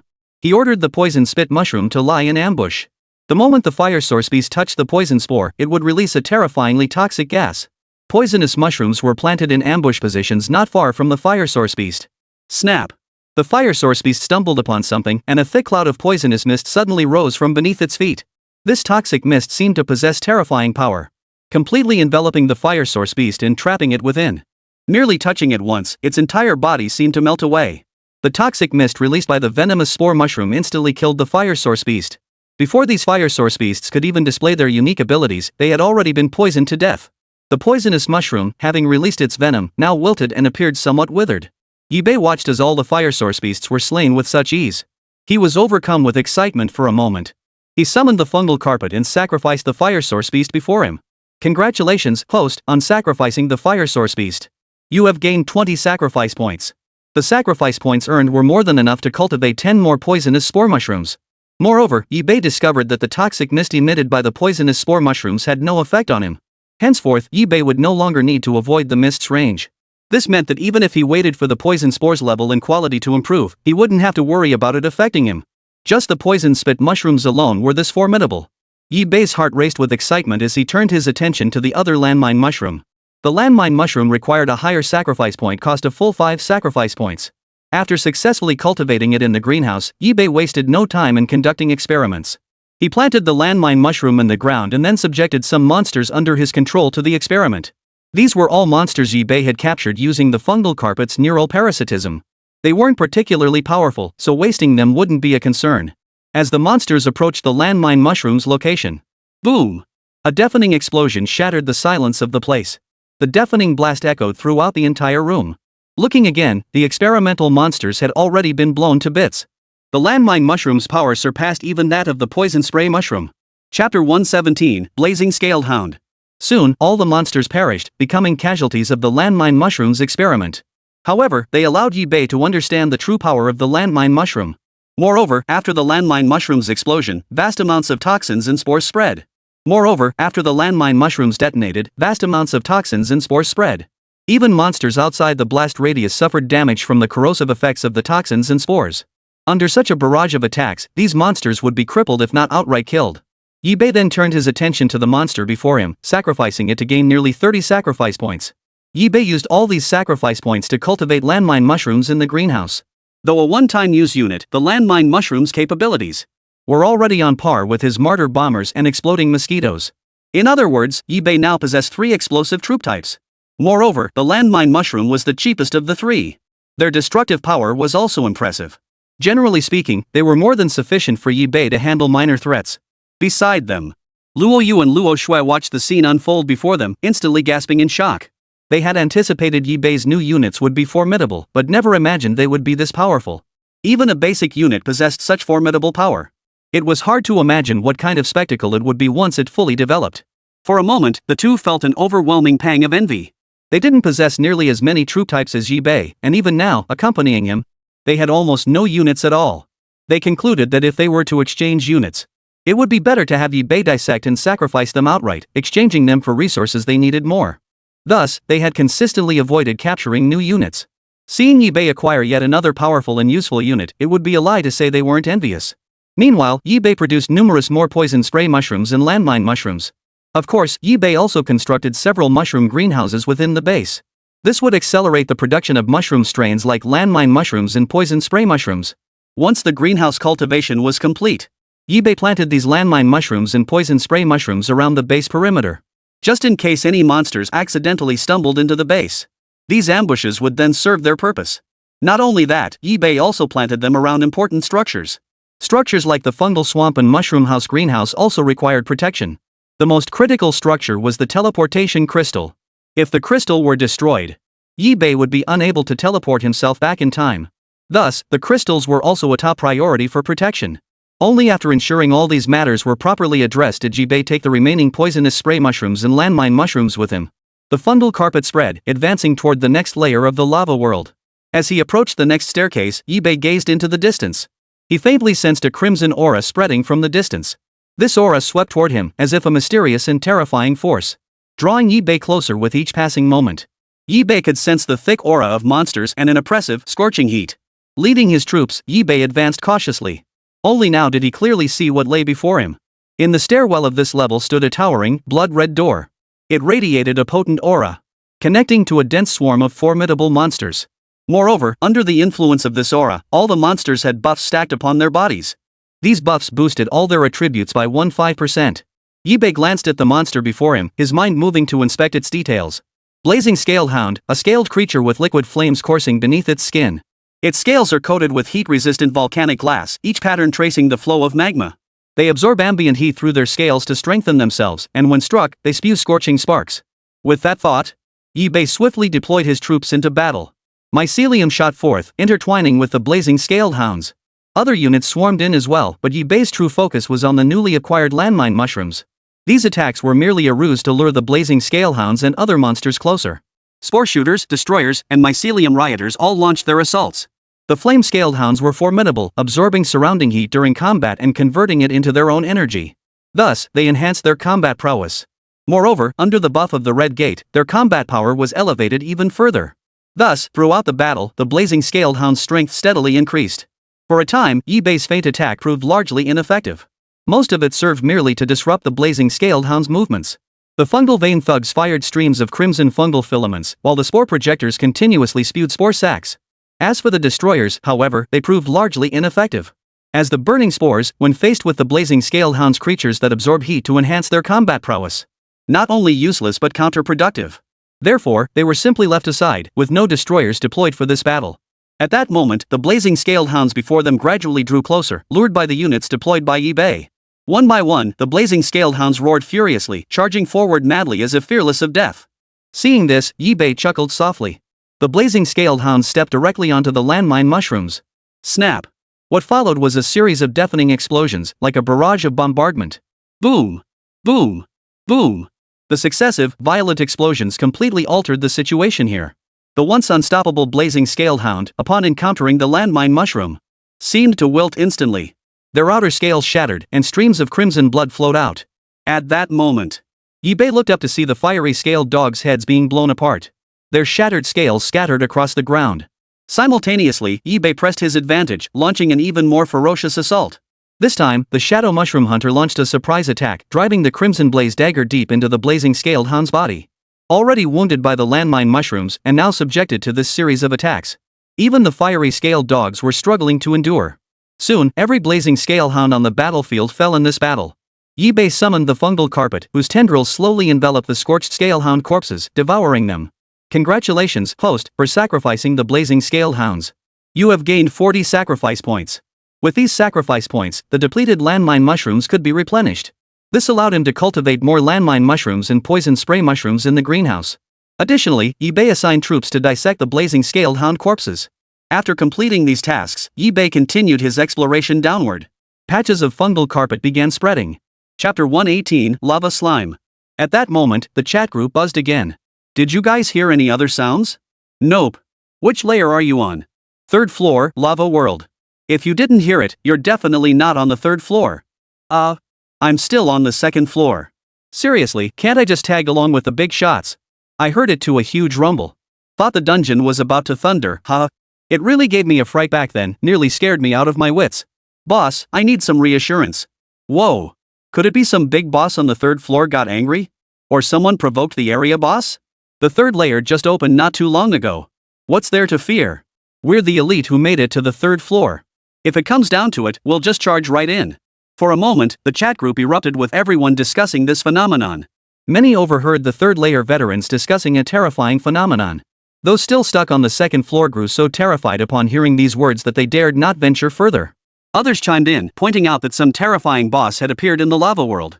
They even teamed up with players in the 3rd layer, demanding to hunt down this boss together. Upon seeing these messages, Yibei froze for a moment.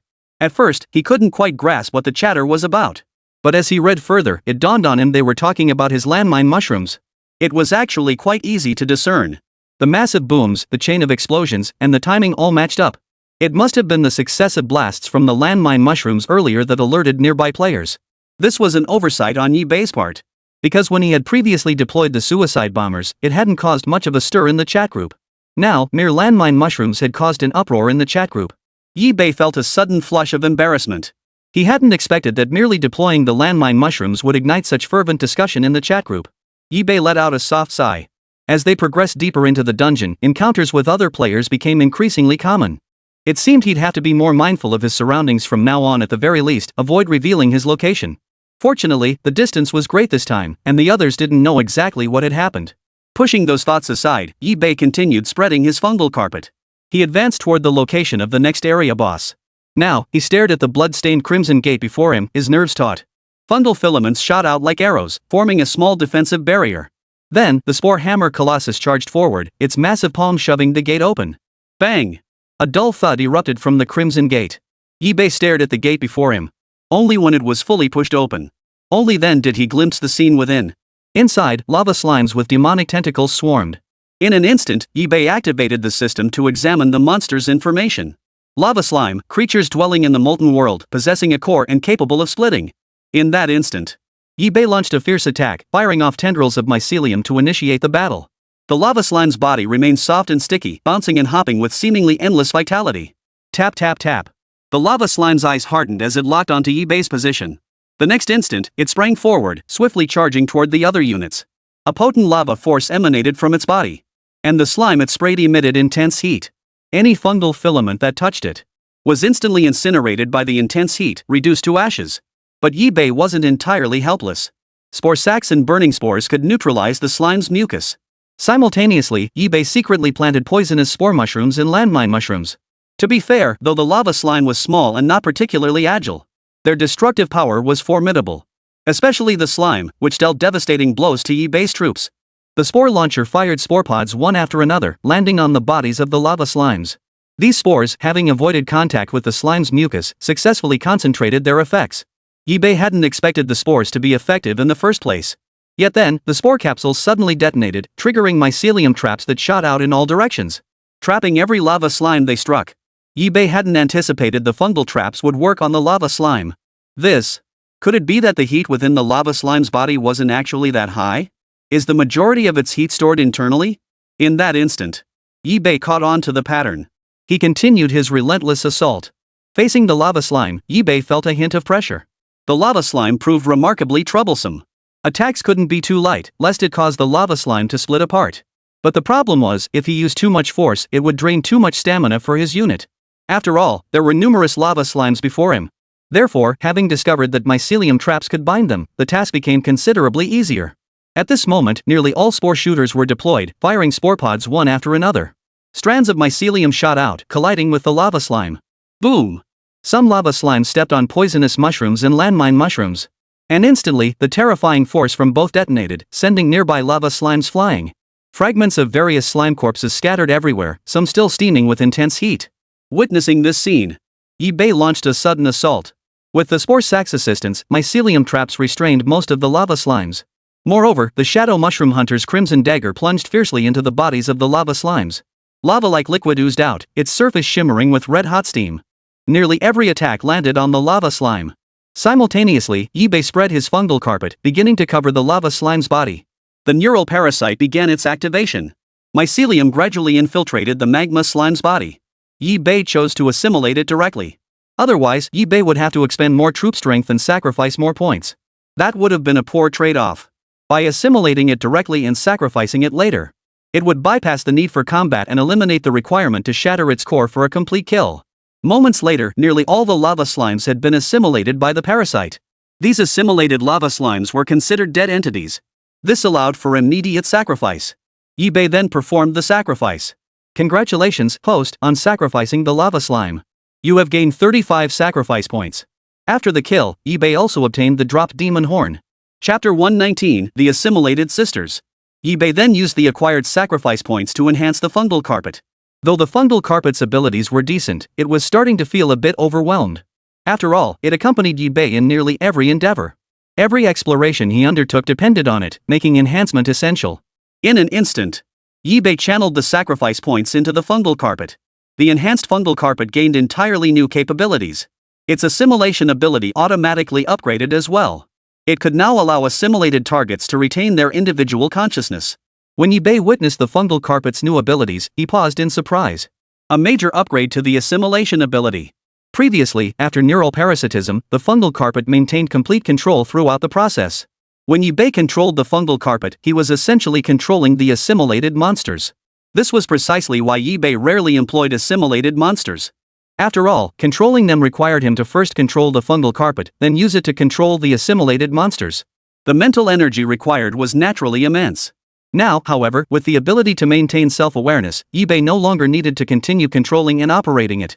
Luo Yu and Luo Shui, standing nearby, watched the shifting fungal carpet and asked softly. Yi-Bei explained the series of alterations occurring on the fungal carpet to the two women. After all, this wasn't something worth hiding. Once the battle commenced, the carpet's abilities would inevitably be discovered by them. I see. Luo Yu and Luo Shui exchanged a glance, as if they had made up their minds. Yi-Bei looked over and saw the steadfast resolve in Luo Yu and Luo Shui's eyes. What's wrong? You mean, your fungal carpet's assimilation ability has been enhanced, allowing the monsters it parasitizes to gain self-awareness. Then, in that case, should we undergo assimilation too? We don't want to hold you back anymore. We want to contribute to our benefactor too. So, is it possible? Yi-Bei froze, momentarily unable to process it. What does this mean? Are they offering to become his unit type? Could players be assimilated too? Yi-Bei hadn't tried it before and wasn't sure of the risks involved, and the two women naturally knew this too. This was an extremely challenging endeavor. Failure could mean instant death. Are you absolutely sure about this? My fungal carpet does possess assimilation capabilities, but I've never tested it on humans before. I have no idea what risks exist or what inconveniences might arise after assimilation. It could even kill you outright. Are you still willing to proceed? The two women's expressions were resolute as they nodded firmly. Yes.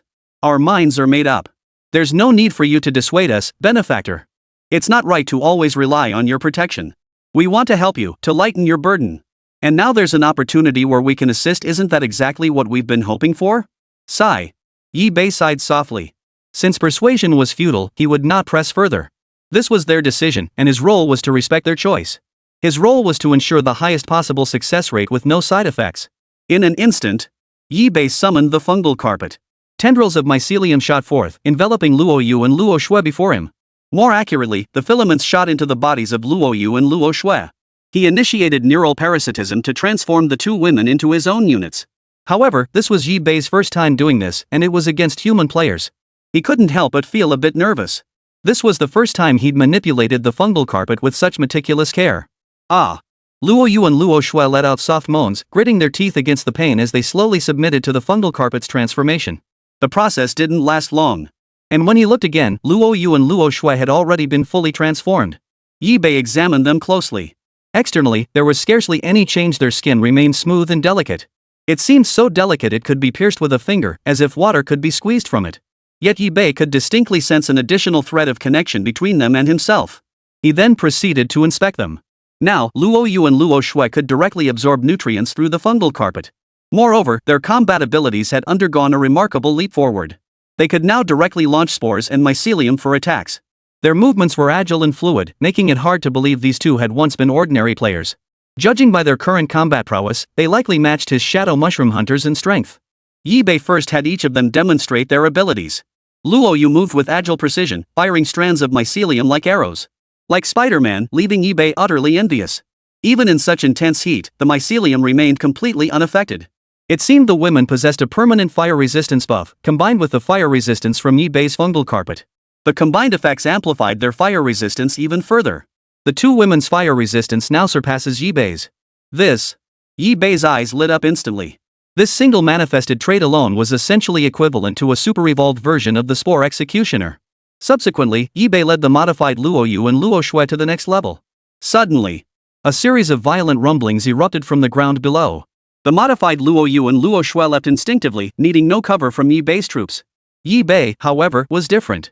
His shadow mushroom stalker darted into the shadows to evade wave after wave of traps. Yet it was precisely these unexpected traps that threw Yi Bei off balance. Fortunately, Yi Bei commanded sufficient troop numbers and strength. Even when caught in traps, he remained unafraid. Yet when Yi Bei glanced back, he realized he had become separated from the sisters Luo Yu and Luo Shui. Before Yi Bei stood a pair of twin brothers, the elder named Lu Yang, the younger named Lu Dai. Together, they could wield a unique ability, slicing through space. This was a player skill they had acquired. The probability of drawing such a skill was extremely low, and the brothers had put in considerable effort to obtain it. This was precisely why they had been able to approach Yi Bei so effortlessly.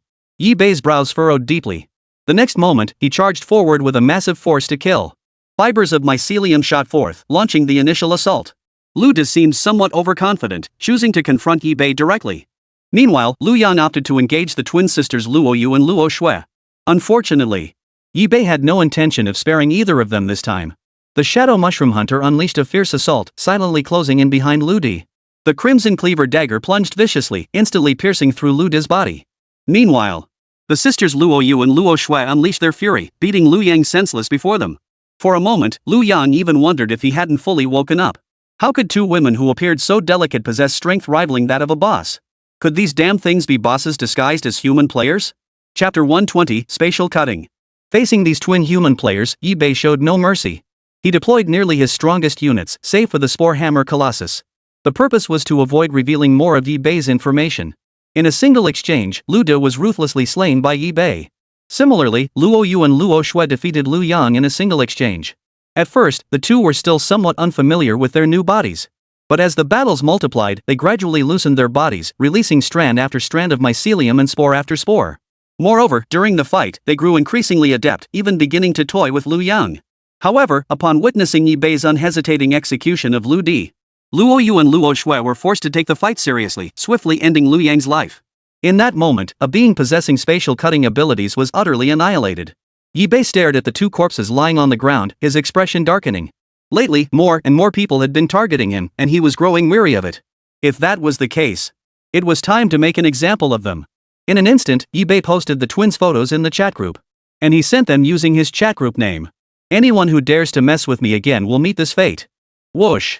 The moment Yi Bei posted the photos of Lu Yang and Lu Dai in the group chat, the entire group was once again thrown into an uproar. Holy, am I seeing this right? It's actually these two. Who are these guys? Never seen them before. You don't recognize these two? Looks like you haven't been paying attention to the group chat. They're twins who simultaneously gained a power to slice through space. What? Space cutting? Are you serious? Ugh. While they aren't exceptionally strong, their abilities are just too damn troublesome. Generally speaking, no one wants to mess with such troublesome abilities. Who'd have thought this big shot wasn't afraid at all and actually killed both of them? The big shots are truly terrifying. eBay watched for a moment before ceasing to follow the crowd's chat. His task was now complete. The deterrent was sufficient. If anyone dared to approach him, they would be instantly crushed. That was eBay's objective. Afterward, eBay led his troops, along with Luo Yu and Luo Shui, continuing their advance. Not long after, eBay encountered a completely new type of monster. eBay activated the system to examine the creature's details. Red-Tide Beast, a swarm-based insectoid creature with a fluid, crimson exoskeleton. When heated, it softens and deforms like wax, burrowing into rock crevices to evade attacks. Luo Yu and Luo Shui initiated the attack first. From their palms, strands of fungal filaments shot forth, some radiating an intense golden glow. These filaments were far more potent than the crimson mycelium of the mycelium thugs. Upon striking the red-tide beast's body, they erupted in a series of cracking sounds as its shell shattered. In fact, eBay scarcely needed to intervene in this battle, content to simply observe the two women fighting. Yet eBay remained puzzled where exactly lay the limits of these two women. Even now, eBay still hadn't witnessed the true limits of Luo Yu and Luo Shui. It seemed they hadn't even exerted much effort to push their opponents to the brink. At the same time, eBay noticed that the two women possessed unique abilities. The spores they fired could bloom instantly, devouring all the crimson tide beasts present the moment they blossomed. In an instant, they slaughtered a vast number of crimson tide beasts. Witnessing this scene, eBay couldn't help but breathe a sigh of relief. Having finally witnessed the true extent of the two women's power, the red-tide beasts crawled forward one after another. As creatures belonging to the insectoid species, their forms bore a striking resemblance to many insect-like monsters. When struck, the red-tide beast's exoskeletons shattered, revealing the bloody, mangled flesh beneath. The sight was rather gruesome. However, having spent considerable time battling in the dungeon, they no longer felt such aversion toward insectoid monsters. Thus, they faced no hesitation in crushing the red-tide beast's body during the kill. The battle was almost one-sided. eBay scarcely needed to deploy other troop types, as the red-tide beast alone might not have been enough to fully unleash the girl's potential. This was somewhat regrettable. It seemed that when they encountered a regional boss later, he could let the two women try first. eBay's mindset had completely shifted. He had initially worried that the two women might be somewhat lacking in strength. But witnessing the scene before him, eBay no longer harbored such doubts. Soon, the battle came to an end. eBay summoned the fungal carpet, and tendrils of mycelium shot forth, engulfing the crimson tide beast before him as a sacrifice. Congratulations, host, on sacrificing the red-tide beast. You have gained 45 sacrifice points. At that moment, eBay opened the system interface to check his attribute panel. eBay. Territory, Mother Fungus of all things.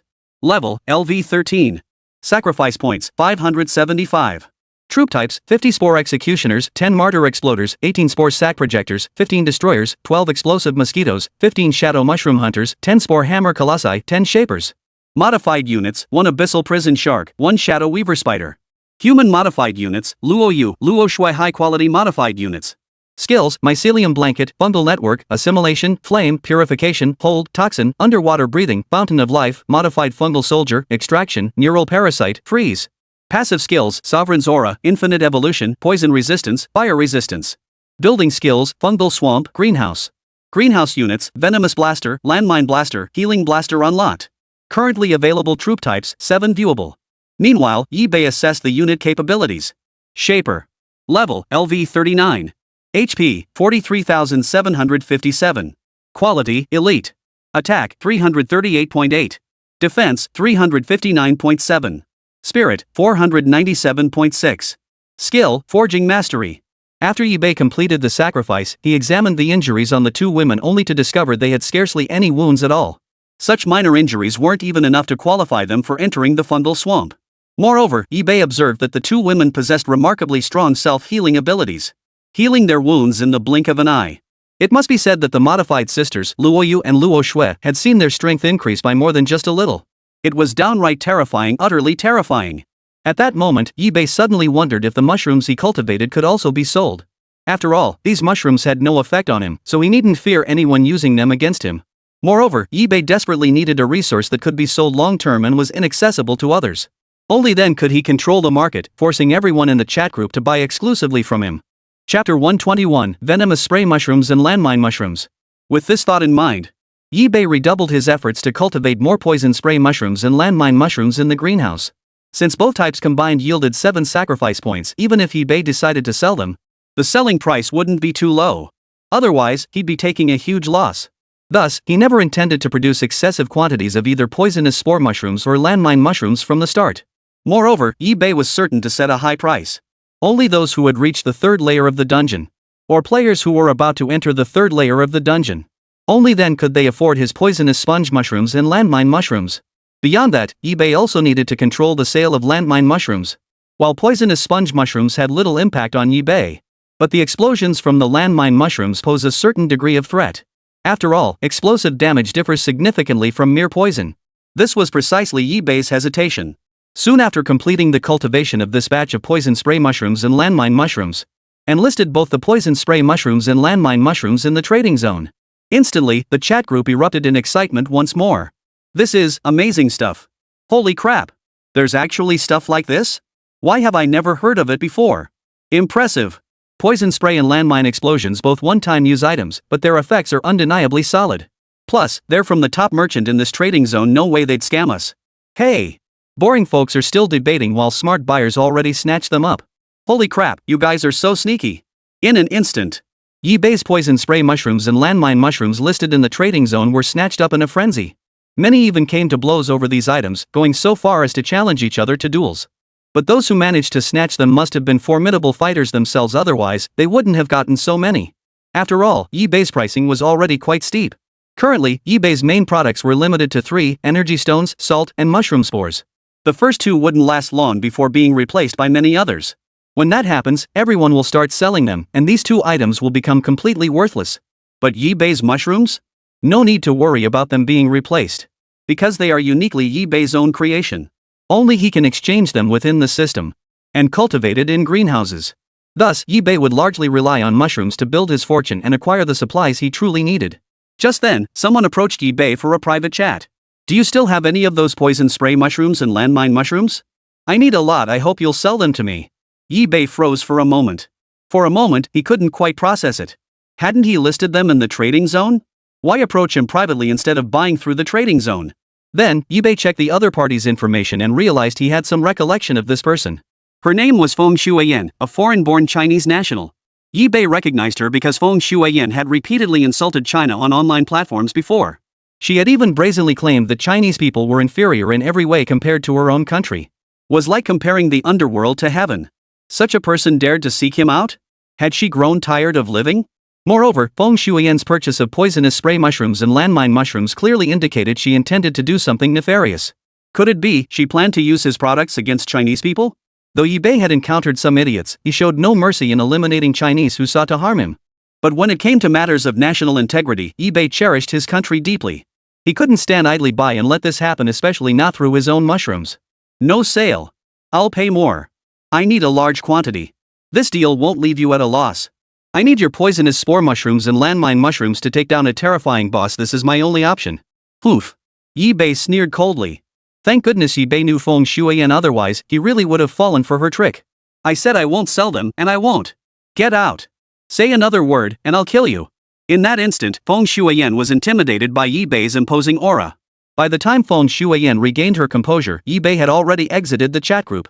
Recalling the scene just now, Feng Shuiyan's face turned ashen. She hadn't expected eBay to refuse so decisively. It was as if he knew her true identity. At that moment, a voice spoke fluent English from behind Feng Shuiyan. How's the job going? Feng Shuiyan's face darkened, hesitating to look at the man behind her. He had the classic features of a foreigner, with flowing golden hair. His name was Whitlock. He refused. What? Whitlock flew into a rage, lashing out at Feng Shuiyan before him. Useless. Can't even handle such a trivial task. Is this the standard of you Chinese people? Forget it, you're not even Chinese anymore. Useless. Useless. Whitlock kicked and punched relentlessly, leaving Feng Shuiyan's face bruised and swollen within moments. There was no trace left of her delicate feminine beauty. Instead, the sight was nauseating. Feng Shuiyan begged for mercy incessantly. She even blamed eBay for everything that was happening. If it weren't for eBay, she wouldn't have been beaten by the foreigner. I don't care what methods you use, you must buy a large quantity of mushrooms from that man. Whitlock's expression was cold and grim. His motive was simple. He'd recently discovered a large wave of Chinese people. Though not particularly strong, their sheer numbers made them impossible to handle without traps. At first, Whitlock had been troubled by this, but now he'd spotted someone selling exactly what he needed in the trading zone. However, he required a substantial quantity, and as a foreigner, it was difficult for him to procure such large amounts directly. That's why he sent Feng Shuiyan to make the purchase. Feng Shuiyan bowed and scraped, saying, "Rest assured, sir. I will get it done." After much deliberation, Feng Shuiyan decided to first contact her close friend Yang Zhan. Yang Zhan was China's foremost feminist. And having come from a stand-up comedy background, she was sure to have connections. Before her transmigration, the two of them had collected quite a bit of money together. However, she later changed her nationality, while Yang Zhan continued to work for foreign powers within China. In a flash of inspiration, Feng Shuiyan tracked down Yang Zhan. At that moment, Yang Zhan was still addressing her followers. His rhetoric remained the same old anti-feminist spiel, relentlessly brainwashing the crowd. A crowd of mindless women gathered around Yang Zhan. His words once again stirred up the emotions of many. Seeing the impact of her speech, Yang Zhan was thoroughly satisfied. Since arriving in the dungeon, she had gathered over 50 women through the fame accumulated in her previous life. Suddenly, at that moment, someone raised a question. Before the words could be spoken, however, the woman was met with the stares of the others. Yang Zhan merely subtly guided the crowd, and the questioning woman was beaten to the brink of death. Then, Yang Zhan stepped forward with a sorrowful expression and spoke softly. "You've gone too far. I know I haven't done enough in some areas, and skepticism is normal." This was Yang Zhan's signature approach, the very ace up his sleeve that had earned him such popularity in his previous life. Just as Yang Zhan was still feigning compassion, he suddenly received a private message. Chapter 122, Dare You Reject the Great Foreign Master? Yang Zhan frowned, opened the chat group, and saw the message was from Feng Shuiyan. He immediately asked, "What do you need?" Seeing this, Feng Shuiyan recounted everything Yi Bei had said earlier, embellishing it further. After finishing, she added Whitlock's words as well. Upon hearing this, Yang Zhan flew into a rage. "What? How dare he do such a thing? Leave it to me. I'll handle this matter." When she heard Yi Bei reject the terms, she felt little disturbance within. Though Feng Shuiyan was her plastic flower sister who had helped her greatly in daily life. But when it came to genuine conflicts of interest, she knew when to cut ties. However, since this was Whitlock's request, she had no choice but to take it seriously. After all, he was the foreign gentleman she respected. For Whitlock's sake, she would see this through. Perhaps upon completion, Whitlock might change his opinion of her and look upon her with greater respect. Immediately, Yang Zhan opened the chat group, checked Yi Bei's profile, and found it was anonymous. She clicked directly on Yi Bei's chat window to initiate a private message. "So you're the one who rejected the great foreign master? Damn it! You should have donated everything you had without compensation. If the foreign master is pleased, he might even let you join their ranks. This is a rare opportunity, a golden chance to become one of the foreign master's assistants." Yi Bei frowned. When he saw the private message, he couldn't help but freeze in surprise. He had just seen off one self-important fool, and now another one had shown up. Were they teaming up to screw him over? Yi Bei instantly realized these two were clearly in cahoots. And they were spouting such brainless nonsense. His prowess in the entire dungeon, if not the absolute top, was certainly among the elite. Add to that his ever-evolving arsenal of tactics. He genuinely couldn't believe a few white guys and a brainless woman could defeat him. For a moment, Yi Bei was utterly speechless. This guy, is he brain dead or what? Seeing Yi Bei remain silent, Yang Zhan pressed on with his persuasion. "Beyond that, I can guarantee it, I'll stake my own reputation on it. I'll tell every woman out there that you're the only trustworthy guy around. You'll be incredibly popular then." Yang Zhan's lips curled into a playful smile. In her mind, there was scarcely a man who could refuse such an offer. Yi Bei scoffed coldly. He couldn't fathom where she got the nerve. Hearing such words, he wondered if she was some kind of feminist activist. Yi Bei felt a bit flustered. He really didn't want to get involved with someone like this. Too much trouble. He had plenty of other things to attend to. With that thought, Yi Bei didn't want to waste any more words and immediately blocked Yang Zhan. Seeing Yi Bei's silence, Yang Zhan decided the time was right. A smirk curved his lips as his fingers lightly tapped the chat box, sending the edited message. However, after the message was sent, a red exclamation mark abruptly appeared in the chat window. And failed to send. For vivid red characters. Yang Zhan? In an instant, Yang Zhan's face twisted into a grimace as he stared at the failed message in the chat window. For a moment, he thought she must have misread it. After a long silence, Yang Zhan slowly came to her senses. His face darkened, and it seemed as though flames of rage were about to burst from his eyes. The rage burning fiercely within his chest made Yang Zhan increasingly unable to bear it. She opened the group chat and manually tagged Yi Bei in front of everyone, mocking him. "Aren't you so great? Why did you block me without permission? Do you realize how despicable this is? It's the most unacceptable behavior among us women. This is a minefield, an absolute no-go zone you must never cross. Mark my words, you're finished. You'll never find a decent partner or a good wife in this lifetime. I'll rally all my sisters to boycott you. You'll be alone for the rest of your life." Such words naturally caused an uproar in the chat group. Though many disliked Yang Zhan, they dared not provoke him due to his overwhelming numbers and influence. They dared not provoke him, fearing he'd dox them. And they were a whole bunch of brainless, mindless women. Just imagining the scene was thrilling. The big shot had done what many of them wanted to do but dared not. Luo Yu and Luo Shui exchanged uneasy glances upon seeing Yang Zhan's verbal assault in the chat group. As normal women, they naturally found Yang Zhan's actions baffling and unsettling. That's why many women disliked Yang Zhan. This clearly stirs up gender conflict, deepening the rift between men and women and making their relationship even more strained. Logically speaking, someone like this was someone Yi Bei would never provoke. Benefactor, how did you offend her? Yi Bei couldn't help but let out a bitter laugh. Honestly, I'm baffled too. I suspect she's in cahoots with the previous person. Her goal is to get the poisonous spray mushrooms and landmine mushrooms in my possession, and she wants a significant quantity. The previous person who approached me was Feng Shuiyan, that who repeatedly humiliated China on online platforms. So naturally, I refused to sell them to her. Now it's escalated to this point, I'm helpless too. Through the chat system, I can't kill her either. It's a shame. Hearing this, the two sisters instantly flew into a rage. So that's how it is. No wonder. These people deserve to die. As citizens of China, they show no sense of national duty whatsoever. Instead, they scheme to harm their homeland. Such people deserve to die. And you're right, benefactor, it's for the best we didn't sell the landmine mushrooms. Meanwhile, Luo Yu and Luo Shui promptly disseminated all this information throughout the chat group. Truthfully, many were aware of Yang Zhan's character, but no one dared speak up. So they dared not speak so boldly. Now that someone had spoken up, there was naturally no need for restraint. Even if Yang Zhan came looking for trouble later, he'd only target Luo Yu and Luo Shui. He wouldn't be able to pin it on them. In an instant, the chat group erupted in support of Yi Bei, even threatening to take down Yang Zhan. Yet many brainless girls still clung to Yang Zhan's words. In their minds, Yang Zhan had almost become a religious figure. He was the sole pillar of strength in the entire dungeon. For a long time, the chat group descended into a chaotic battle between the two factions. Yi Bei watched for a while before losing interest. He'd rather use that time to push deeper into the dungeon. Defeating monsters was the real work at hand. Before long, Yi Bei encountered a completely new type of monster. In an instant, his troops launched a fierce assault. Chapter 123, Molten Crystal Scorpion. Yi Bei opened the system interface to examine the creature's details. Molten Crystal Scorpion, its exoskeleton consists of a dual-layered structure, an outer shell of cooled lava crystals hard as obsidian and an inner layer of molten magma sacs reaching temperatures up to 1200 C. Beyond this, Yi Bei learned additional details. The Molten Crystal Scorpion's pincers could precisely shatter prey armor, then inject magma fluid through wounds to scorch internal organs. When threatened, it curls into a molten crystal sphere, causing its crystalline shell to shatter under heat and project high-temperature fragments as a counterattack. Such a creature was already exceptionally formidable. However, Yi Bei's current strength was formidable as well, so he felt no fear. Moreover, Yi Bei still wanted to see the limits of Luo Yu and Luo Shui. In the previous battles, Yi Bei hadn't even glimpsed their limits. Not even a hint of labored breathing had reached his ears. This indicated they hadn't exerted their full strength, and might not have even exerted a third of their strength. This fact alone was truly terrifying. Then, without Yi Bei needing to instruct them, the two women struck directly.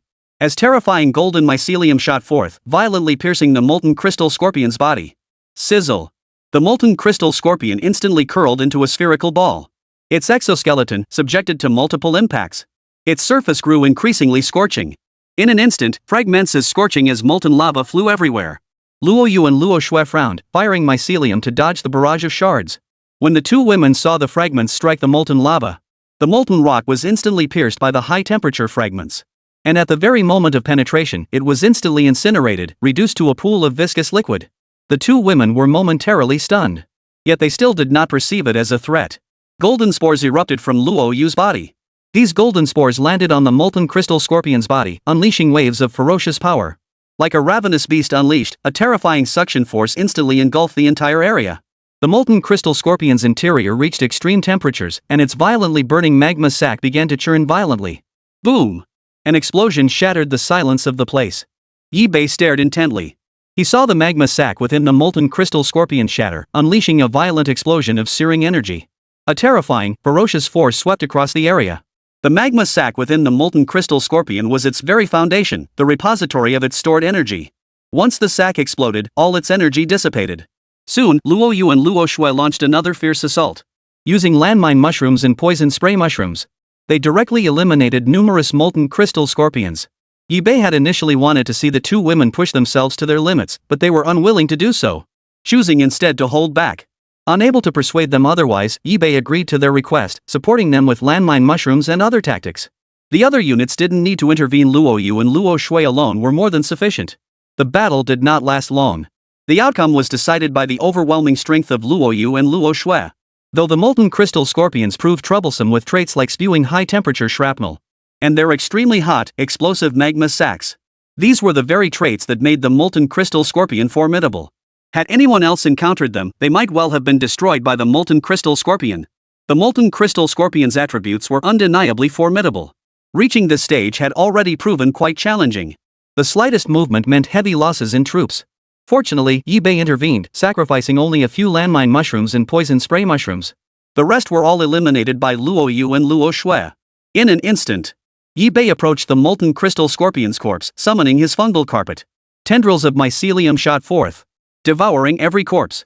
Congratulations, host, for sacrificing the molten crystal scorpion. You have gained 35 sacrifice points. Afterward, Yi-Bei continued his advance. Every monster encountered was slain by Yi-Bei, yielding a substantial haul of sacrifice points. Especially now that Luo Yu and Luo Shui were in a heightened state of fervor, most monsters they encountered were directly slain by the two of them. During their advance, Yi-Bei and his companions encountered a wandering dungeon merchant. Yi-Bei froze. This was only the second time they'd encountered a dungeon merchant within the dungeon itself. The last time, the items they exchanged for were mediocre, but still somewhat useful. This time, who knew what they might get in exchange? Yi-Bei observed that the dungeon merchant bore a striking resemblance to the previous one, 90% identical in appearance. But his body glowed with a lava-like hue. At that moment, Yi-Bei checked the merchant's inventory. There was a type of flame element stone. However, its function wasn't specified, so Yi-Bei had to ask the merchant. This is a special elemental stone that can enchant equipment. But, it's quite expensive. You might not be able to afford it. Yi-Bei's interest was instantly piqued. Enchanting equipment meant adding buffs to its base stats. Moreover, these buffs were permanent, they wouldn't fade unless the equipment was completely destroyed. Yi-Bei had accumulated quite a bit of gold coins during this period. Plus, his money-drawing cat could keep churning out gold coins. Thus, he had no worries about affording the flame element stone. Yi-Bei purchased an entire squad's worth of element stones in one go. Moreover, Yi-Bei possessed a forger, capable of maximizing the potential of element stones. However, the price of the flame element stone was indeed steep, costing Yi-Bei nearly half of his gold coins. Fortunately, it was all worth it. Now, Yi-Bei's forger's strength and attributes had risen. Already an elite-tier forging unit, and encountering such rare materials only fueled his fervor. The moment the flame element stone was handed to the forger, the forging hammer in its hand began to pound down with relentless force. Clang! Clang! Clang! The forger worked with blinding speed, its hands swiftly shaping the material.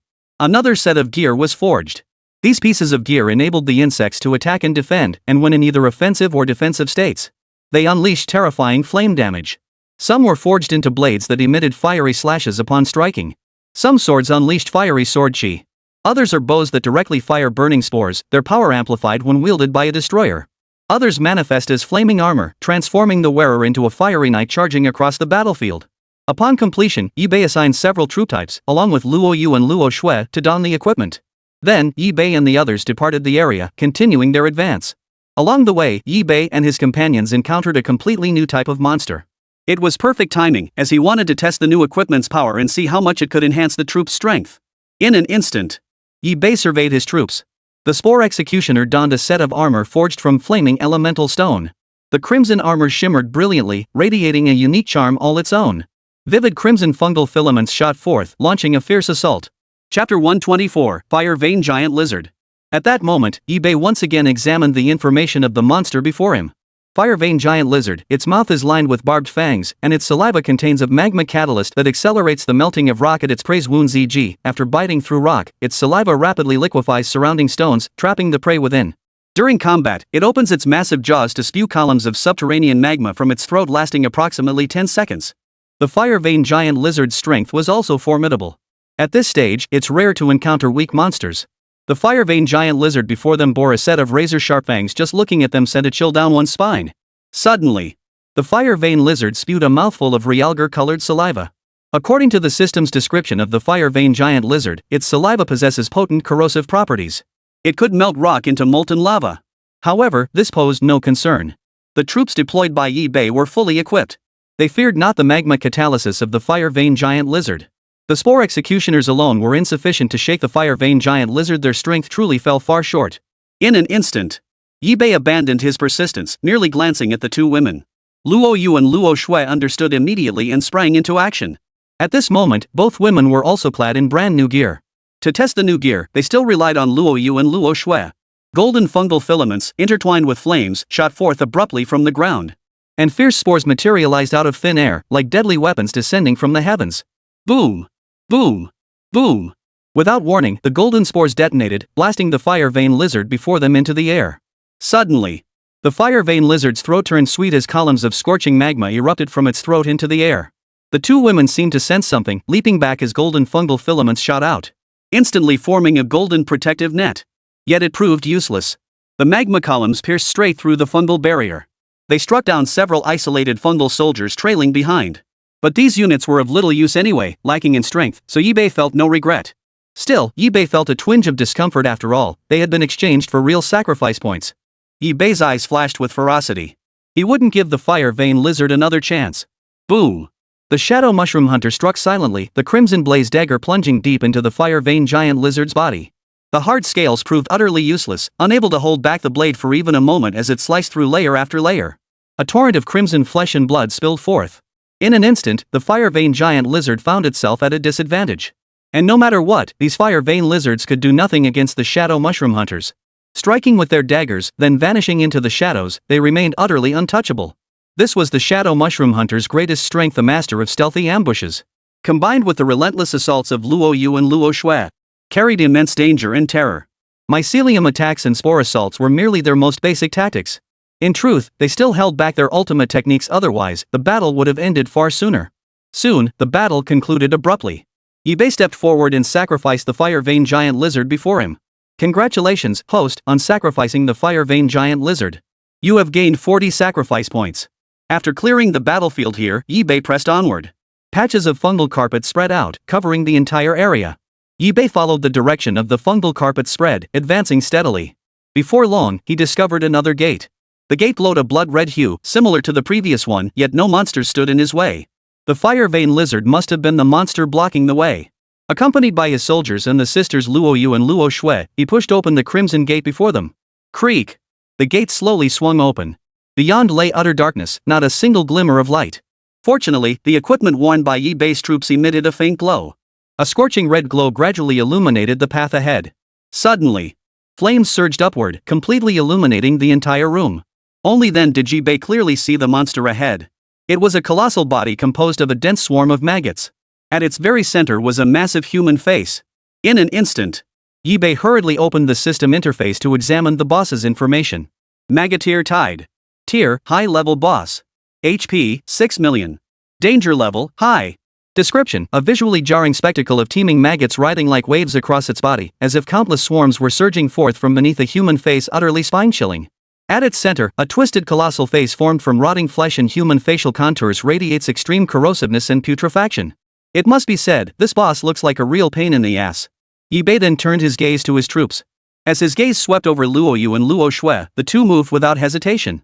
If they had felt any apprehension before, it was likely due to a visceral aversion to insects. But now, they had gradually grown accustomed to it.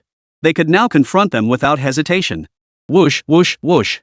Fungal filaments shot forth, striking the bodies of the maggot tide before them. In an instant, swarms of maggots covered the fungal threads, only to be devoured by them.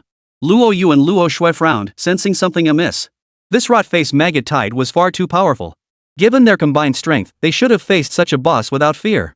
In that split second, they caught on to the clue. So that's how it is. In truth, this boss was indeed forcing itself to hold on. Though its true strength was formidable, it was nowhere near the level Yibei had anticipated. The next moment, Luo Yu and Luo Shui clasped hands, their slender fingers pressed together in prayer. In an instant, a massive golden spore appeared above their heads. Boom! The spore slammed into the massive face of the maggot tide. A violent explosion erupted, instantly engulfing every maggot in the vicinity. This was their combined ability, capable of unleashing a colossal spore filled with explosive agents. Once targeted by the duo and engulfed by the massive spore, those explosive agents would spread throughout every maggot's body. This was the source of their confidence. In this battle, Yibei's other units never even got a chance to engage before the fight concluded. It was a rare, effortless battle for Yibei. He had practically just watched the fight unfold before the boss was already on its last legs. And he didn't even know what kind of abilities the boss possessed or how powerful it truly was.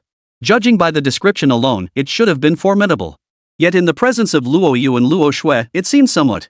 Yi Bei had originally hoped to witness the two women's limits, but now it seemed rather difficult to see them push to their limits. At least not at this stage. But Yi Bei didn't sigh. Instead, he felt fortunate to have gained two such formidable warriors. Chapter 125, The Maggot Tide. Under the combined assault of Luo Yu and Luo Shui, even a formidable boss like the rot-face Maggot Tide was beginning to falter. Looking again, half of the rot-face Maggot Tide's enormous face was missing. It looked as though an entire half of its face had been obliterated. Soon, under the relentless barrage from Luo Yu and Luo Shui, the entire rot-face Maggot Tide was utterly destroyed. The individual maggots that had formed its massive face were crushed beyond recognition. Only after confirming the rot-face Maggot Tide was truly dead did Yi Bei slowly approach. Boom! Suddenly, the enormous human face within the slain maggot swarm violently exploded. A little girl tumbled out. No, to be precise, it was a cybernetic girl fused with steel and flesh, appearing roughly the age of a 6 or 7-year-old human child. And her entire body glowed pink. This. Yi Bei was momentarily stunned. Why, out of nowhere, did a pink mecha girl suddenly pop out? But he didn't dwell on it. The urgent task at hand was to sacrifice the boss. Yi Bei summoned his fungal carpet. Tendrils of mycelium shot forth, engulfing the putrid maggot tide before him. Congratulations, host, on sacrificing the putrid maggot tide. You have gained 60 sacrifice points. Only after completing the sacrifice did Yi Bei turn his attention to the pink little mecha girl before him. This little mecha girl was currently in a dormant state but not dead. She needed something to stimulate her. Yi Bei had a life potion in hand. He channeled some of the potion through the fungal carpet, delivering it to the mecha girl's mouth. Gulp, gulp. Driven by its instinctive sucking reflex, the mecha girl gulped down the potion sip by sip. Before long, the pink little mecha girl opened her eyes and awoke. Upon seeing the unfamiliar surroundings and strangers, she immediately grew cautious. In an instant, it transformed into a pink sports car. The roar of the engine echoed in Yi Bei's ears. The four wheels sped away at breakneck speed, yet for some unknown reason, the car swayed and veered wildly during its flight, covering little distance despite its speed. The shadow mushroom hunter slipped into the shadows, moving with blinding speed, quickly catching up to the little mecha girl. The shadow claw reached out and gently grabbed the pink little mecha girl and dangled her tiny body upside down. The little mecha girl struggled violently, her large eyes brimming with tears that seemed ready to spill. Yi Bei hurriedly explained. Calm down, I mean you no harm. I just want to know why you're here, and more importantly. Yi Bei actually wanted to ask why she was inside the boss's belly. But he feared causing the little girl further distress, so he held back. The little mecha girl looked downcast, her expression tinged with sorrow. Had Yi Bei not been present, she might have burst into tears. I originally lived in the dungeon below. But my parents and clan were all consumed by a mysterious virus. I was the only one who escaped. Exhausted and starving on the journey, I stumbled in here and was devoured. It seemed this little robot girl knew exactly how she ended up inside the boss's stomach. Since she remembered everything, things would be much easier. Yi Bei stepped forward to examine the little mech girl's injuries. Sure enough, there were traces of melting on her body. Fortunately, the little mecha girl was quite lucky. Due to the structure of her body, it was difficult for the boss to digest her. This was the crucial factor that allowed the mecha girl to survive. Yi Bei frowned and asked, how do you repair the parts of your body that were digested? The little mecha girl paused, thought for a moment, and replied. These are just minor injuries. For us, such wounds heal automatically over time. I see. In truth, it was just like ordinary creatures in nature, capable of self-recovery through their internal biological systems. It's like when humans accidentally scrape their skin, it heals after a while. It's the same principle. Yi Bei looked at the little mecha girl before him and a plan formed in his mind. By the way, I'm heading to the next level myself. Since you're from there, could you show me the way? Perhaps I could even help you in return. The little mecha girl's eyes lit up at the suggestion. She knew full well the strength of this person, someone who could rescue her with ease. Such a formidable figure could undoubtedly aid her. All right. Yi Bei chuckled lightly. In that case, tell me your name. Flash 747. What kind of name is that? Yi Bei was momentarily taken aback. Could such a code name even be considered a name? You. When Yi Bei saw the mecha girl staring at him with an innocent expression, a cascade of fluffy pink white hair drifted upward with the rising steam. Pinkish white. From now on, you'll be called Sakura. The little mecha girl froze. The moment she heard the name, she couldn't help but like it, so she momentarily forgot to protest. In fact, she even nodded her head, showing her approval of the name. Suddenly, the moment Yi Bei successfully named her, the mecha girl's body armor began to evolve. Even her form transformed into that of a teenager, marking a stark difference from before. Yi Bei stared at the scene before him, puzzled and unsure what had just happened. At that moment, Yibei glanced at the mecha girl's attribute panel once more. Most of her stats had doubled, and her name changed from Flash 747 to Sakura Blossom. Sakura Blossom. Level, LV 27. HP, 23,757. Quality, Elite. Attack, 338.8. Defense, 389.7. Spirit, 405.6. Skills, Lightning Speed, Mecha Transformation. Yibei was slightly surprised. Sakura Hana Shirkuan sensed the confusion in Yibei's heart and spoke softly. Our kind are born with only series and serial numbers. Only when given a true name by another can we unleash our full potential. This is why such a transformation occurs when our master bestows a name upon us. Moreover, the stronger the master, the greater the power boost we receive after being named. Yibei's eyes lit up instantly. Didn't this mean that if he could overcome the next dungeon's peril, and bestow names upon each mecha maiden, he could assemble an entire squadron? How thrilling! But before that, he needed to do something for Sakura. In an instant, Yibei summoned the fungal carpet, its tendrils wrapping around Sakura's body. He intended to assimilate Sakura. Strand after strand of mycelium bound her voluptuous form.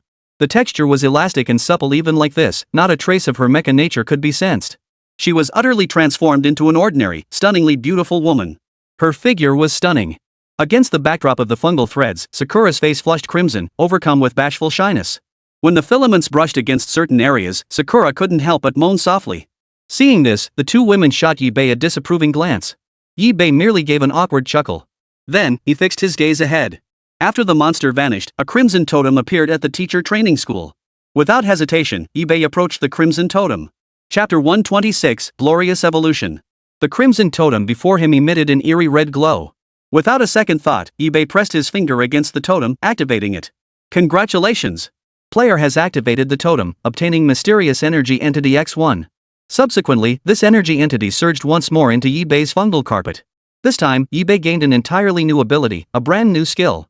Glorious Evolution allows two or more fungal soldiers to engage in mutual combat and devour each other, doubling the attributes of the surviving soldier. Holy, it can do that? This is essentially recycling waste. Without a doubt, this was yet another divine skill, a terrifyingly powerful one. Simply have a powerful unit devour another unit. That unit receives an epic level boost. Yibei couldn't contain his excitement and immediately gave it a try, deploying two of the cheapest Spore Executioners. After a brief battle, the stronger Spore Executioner devoured its counterpart. Soon, one Spore Executioner devoured the other. Boom! In an instant, all the attribute power within the Spore Executioner doubled. And Yibei discovered that not only had their attributes improved, but their skills had grown stronger as well. In an instant, Yibei eagerly opened the system interface to check his attribute panel. Yibei. Territory, Mother Fungus of all things. Level, LV 13. Sacrifice points, 720. Unit types, 50 Spore Executioners, 10 Martyr Exploders, 18 Spore Sac Projectors, 15 Destroyers, 12 Explosive Mosquitoes, 15 Shadow Mushroom Hunters, 10 Spore Hammer Colossi, 10 Shapers. Modified units, 1 Abyssal Prison Shark, 1 Shadow Weaver Spider, 1 Sakura Blossom Mecha Girl. Human modified units, Luo Yu, Luo Shui High Grade modified units. Skills, Mycelium Blanket, Fungal Network, Assimilation, Flame, Purification, Hold, Toxin, Underwater Breathing, Fountain of Life, Modified Fungal Soldier, Extraction, Neural Parasite, Freeze. Passive skills, Sovereign's Aura, Infinite Evolution, Poison Resistance, Fire Resistance, Glorious Evolution. Building skills, Mycelium Swamp, Greenhouse. Greenhouse units, Venom Spitter, Landmine Mushroom, Healing Mushroom unlocked. Currently available units, 7 viewable. Meanwhile, Yibei assessed the unit strengths. Sakura Blossom. Level, LV 32. HP, 103,757. Quality, Elite. Attack, 778.8. Defense, 678.7. Spirit, 786.7. Skills, Lightning Speed, Mech Transformation. How could the gap be this huge? For a moment, Yibei thought he must have misread the numbers. How could the difference be so vast? When Yibei saw the mycelium on Sakura's body, it all made sense. It was the result of assimilation. After assimilating Luo Yu and Luo Shui earlier, Yibei's power had similarly surged to terrifying levels. And now, even a mecha girl could achieve this? Or perhaps Sakura Hana possessed some unique quality. Since he couldn't figure it out now, he'd put it aside for later. After all, as long as his strength was powerful enough, that was all that mattered. Yibei pushed aside his thoughts and pressed onward to the next level. Before long, Yibei and his group encountered an entirely new type of monster. Yibei opened the system interface to examine the creature's details. Obsidian Molten Spider, Arboreal Predator. Extremely agile. The hunter of the lava world. Yibei instantly grew wary. He noticed the obsidian molten spider's 8 legs were covered in obsidian shards, their edges razor sharp. Sharp enough to pierce through any flesh with ease. Its abdomen secreted lava threads, translucent fibers formed from cold magma, resistant to temperatures up to 800 C. The obsidian molten spider used these threads to sense the flow of magma beneath it. When Yibei passed overhead, the spider severed the threads, triggering a magma shower. A torrent of magma swept him down, and the spider used its chelicerae to prey upon him, charging toward Yibei. At that moment, Yibei narrowed his eyes. He immediately ordered Sakura to attack. He also wanted to gauge Sakura's strength, though based on her overall attributes. It might just be a complete rout. Sakura's figure was slender and graceful, especially after assimilation. She shed her youthful innocence, gaining a hint of sensuality. The outfit clung tightly to her slender form, tracing a gracefully undulating curve. The next instant, Sakura launched herself forward, propelling herself onto the obsidian molten spider's body. Landing a single punch. Such a simple, unadorned punch, yet when it struck the obsidian molten spider's body, as if crushed by a weight of 10,000 tons, leaving it utterly unable to breathe. One by one, the spider's legs shattered under Sakura's blow. Crack! Crack! Crack! The crisp sounds reached Yibei's ears, clear and distinct. And this was merely Sakura's most basic attack. After testing its strength, Sakura Hua's lips curled into a faint smile. Immediately, she launched another fierce assault. Her body, enveloped in pale pink light, instantly erupted with terrifying power. A crimson energy wave erupted from the palm of her hand. Boom! A violent explosion engulfed the obsidian molten spider before her. These obsidian molten spiders possessed not a shred of resistance before Sakura. They were effortlessly crushed. Yibei looked again, their obsidian-like bodies were utterly crushed. The assimilated mecha girls are truly formidable. At that moment, Yibei grew even more eager to encounter more mecha maidens on the next level. Sakura alone had already become the strongest unit at Yibei's command. Her strength should be on par with Luo Yu and Luo Shui. However, Yibei was still unsure of the true strength of the Luo sisters. For these human-turned soldiers, Yibei couldn't yet see their true attributes.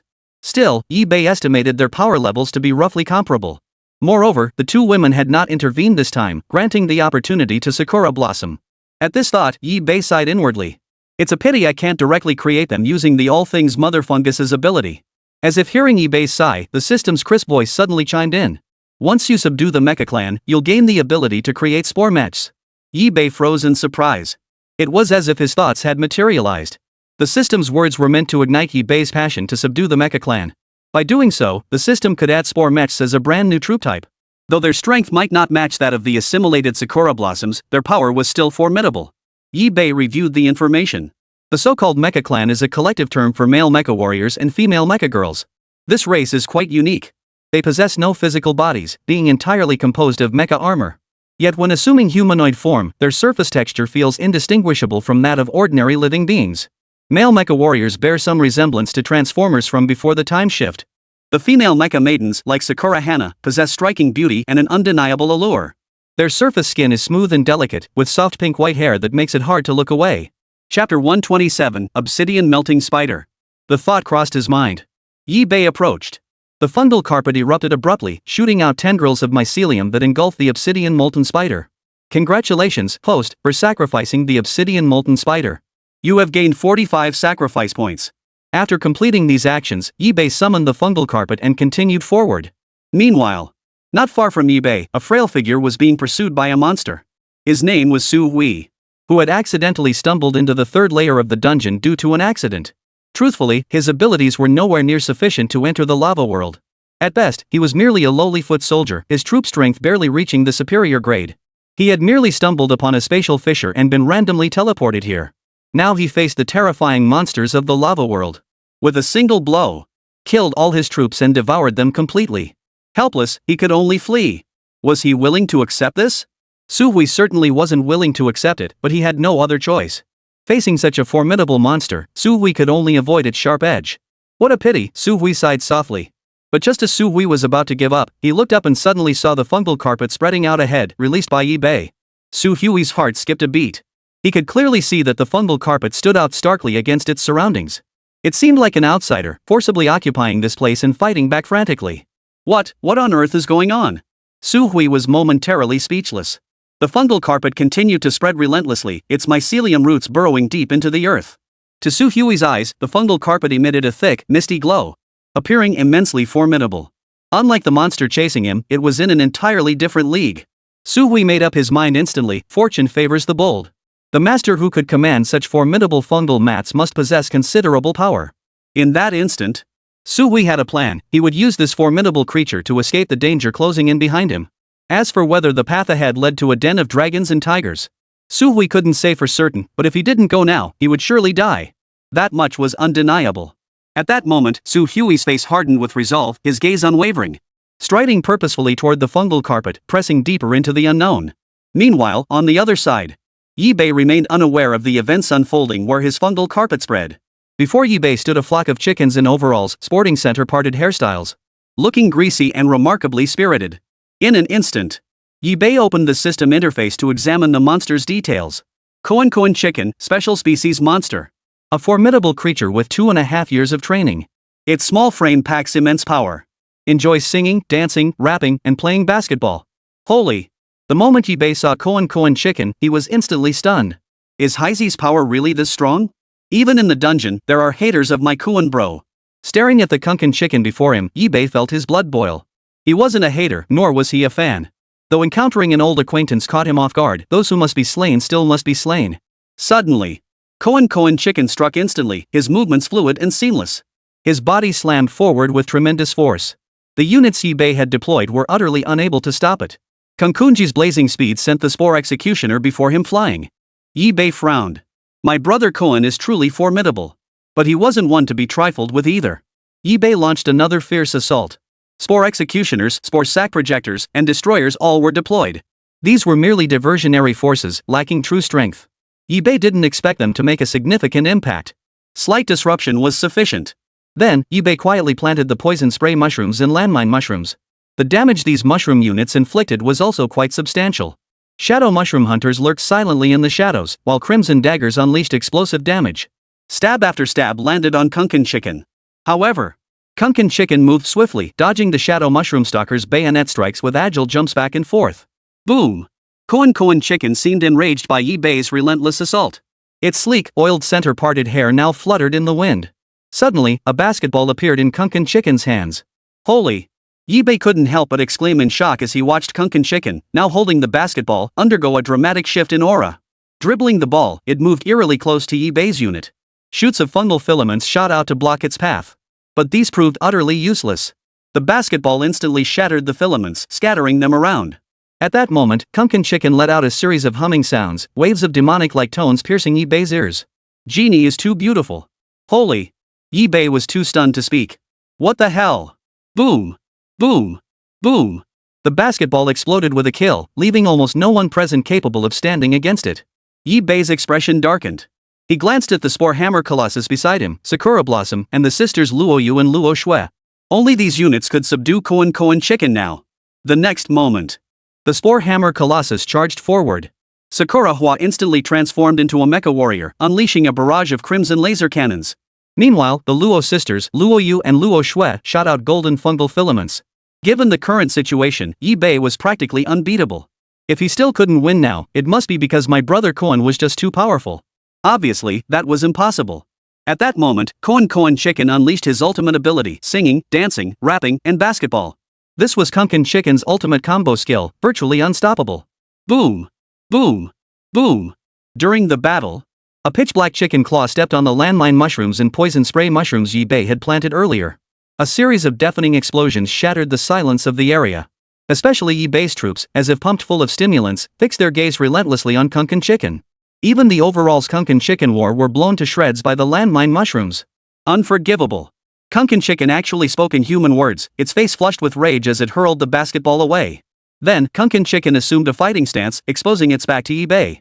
To Yibei's astonishment, Kunkin chicken began swaying from side to side, executing the Iron Mountain Lean technique. Yibei cursed under his breath. Luo Yu and Luo Shui fired golden spores one after another. The spores scattered around the Kunkin chick, nearly surrounding the entire swarm with this single strike. The Iron Mountain collision missed its mark. Boom! Golden spores exploded around them, unleashing terrifying power from within. In the next instant, all the Koan chickens were targeted by the spores. Golden fungal thread shot out, binding every Koan chicken in place. Boom! One Kunkin chicken absorbed the scattered golden particles from the spores, its body exploding. The rest met the same fate, unable to escape their doom. Chapter 128, Koan's overalls. Seeing this, Ibe finally breathed a sigh of relief. It must be said, these Koan chickens were quite formidable. Fortunately, Ibe's own strength was formidable enough, otherwise, he might not have been able to counterbalance the Kunkin chickens. Now that all the Koan chickens had been eliminated, Ibe approached the corpses of the Koan chickens. Summoning the fungal carpet, tendrils of mycelium began to devour the fallen Kunkin chick carcasses one by one. Congratulations, host, for sacrificing the Koan chicken. You have earned 25 sacrifice points. Additionally, Ibe obtained a batch of overalls. Kunkin overalls, equipping grants mastery of singing, dancing, rapping, and basketball skills. Ibe was speechless upon reading the description of these overalls. What the hell kind of good stuff is this? After all, Koan chicken was a formidable foe. Most players wouldn't stand a chance against it. Logically, such a formidable monster should drop some decent rewards. But now, what the hell is this? It's the kind of thing you'd feel embarrassed to give away. What a bummer. Ibe had no choice but to try selling it in the trading zone. He truly had no other options. In an instant, Ibe opened the trading system and listed the overalls for sale. In an instant, the entire trading zone erupted once more at Ibe's appearance. Are you kidding me? This is the biggest merchant in the trading zone, he must be bringing something amazing. But when the crowd saw the listings Ibe had posted, they were instantly dumbfounded. What the hell is this crap? Is the big shot messing with us? Yeah, exactly. What is this supposed to be? It can't possibly be just my brother Koan's overalls, right? Ibe chuckled softly. This item is called the Koan overalls. And its function is simple, wear it to master singing, dancing, rapping, and basketball skills. The crowd collectively gasped in shock. Holy! It really is a pair of suspenders, and they're actually Koan suspenders. Dude, you're not a troll, are you? Do you guys want it? I only have these few myself. There must be other uses for it. I'm not interested. If any of you want it, I'll sell it to you at a fair price. However, before Ibe could finish speaking, a crowd of people swarmed him, all clamoring to buy some. He froze for a moment, then couldn't stop grinning. Selling it would be ideal, but even if it didn't sell, he'd find a way to dispose of it. He never imagined so many people would be scrambling for it. This was something Ibe hadn't anticipated. Could it be that my Koan brother's overalls were this popular? Amidst his playful banter, someone approached to inquire about the price of the overalls. Watching the scene unfold, Ibe chuckled softly and casually quoted a slightly higher price. After all, this was a common tactic in business, there would be room to negotiate later. If the buyer couldn't see through it, well, they were just too green. However, without a moment's hesitation, the customer handed over the entire payment to Ibe. When Ibe saw the payment in his hands, he couldn't help but pause in surprise. Wait. This guy, he can't seriously be my Koan's die-hard fan, right? I'm so touched. And it didn't stop there. Soon, a flood of people approached Ibe, all demanding to buy Koan's overalls. At that moment, Ibe couldn't sit still anymore. Could this really be some kind of treasure? Why didn't he know about it? With the same system, why could they see the overall's true purpose? While he, Ibe, couldn't? It was truly. Ibe checked the buyer's information and casually asked a few players who had purchased the overalls. Only then did he discover that these individuals had been art students before their transmigration, and had already been fans of Brother Koan before their transmigration. Now that they'd seen the suspenders, they absolutely had to keep them as mementos. Moreover, having mastered singing, dancing, rapping, and basketball skills, they could leverage the skills they'd honed here to make a name for themselves and reach the pinnacle of success. Who knows? They might just become the next Koan Gu. Upon hearing this, Ibe exclaimed, now that's ambition. This kid's got potential. But Ibe didn't mention that while aspiring to be anyone is fine, insisting on becoming Koan Gu, well, that's another story. Before long, Ibe sold every pair of overalls he had. And most of the buyers were art students. Ibe couldn't help but sigh. Art students really have money. After that, Ibe continued spreading the fungal carpet, extending it deeper into the wilderness. Soon, Ibe and his companions encountered a completely new type of monster. Ibe opened the system interface to examine the creature's attributes. Earthflame beast, an underground guardian dwelling above subterranean magma chambers. With a rhinoceros-like build and immense strength, it is a fearsome predator of the molten world. Ibe narrowed his eyes and launched a fierce attack. Fibers of mycelium shot forth. Beneath the earthflame beast's skin lay buried magma tubes 10 centimeters in diameter, connected to the subterranean magma layer. Streams of molten lava erupted with terrifying force.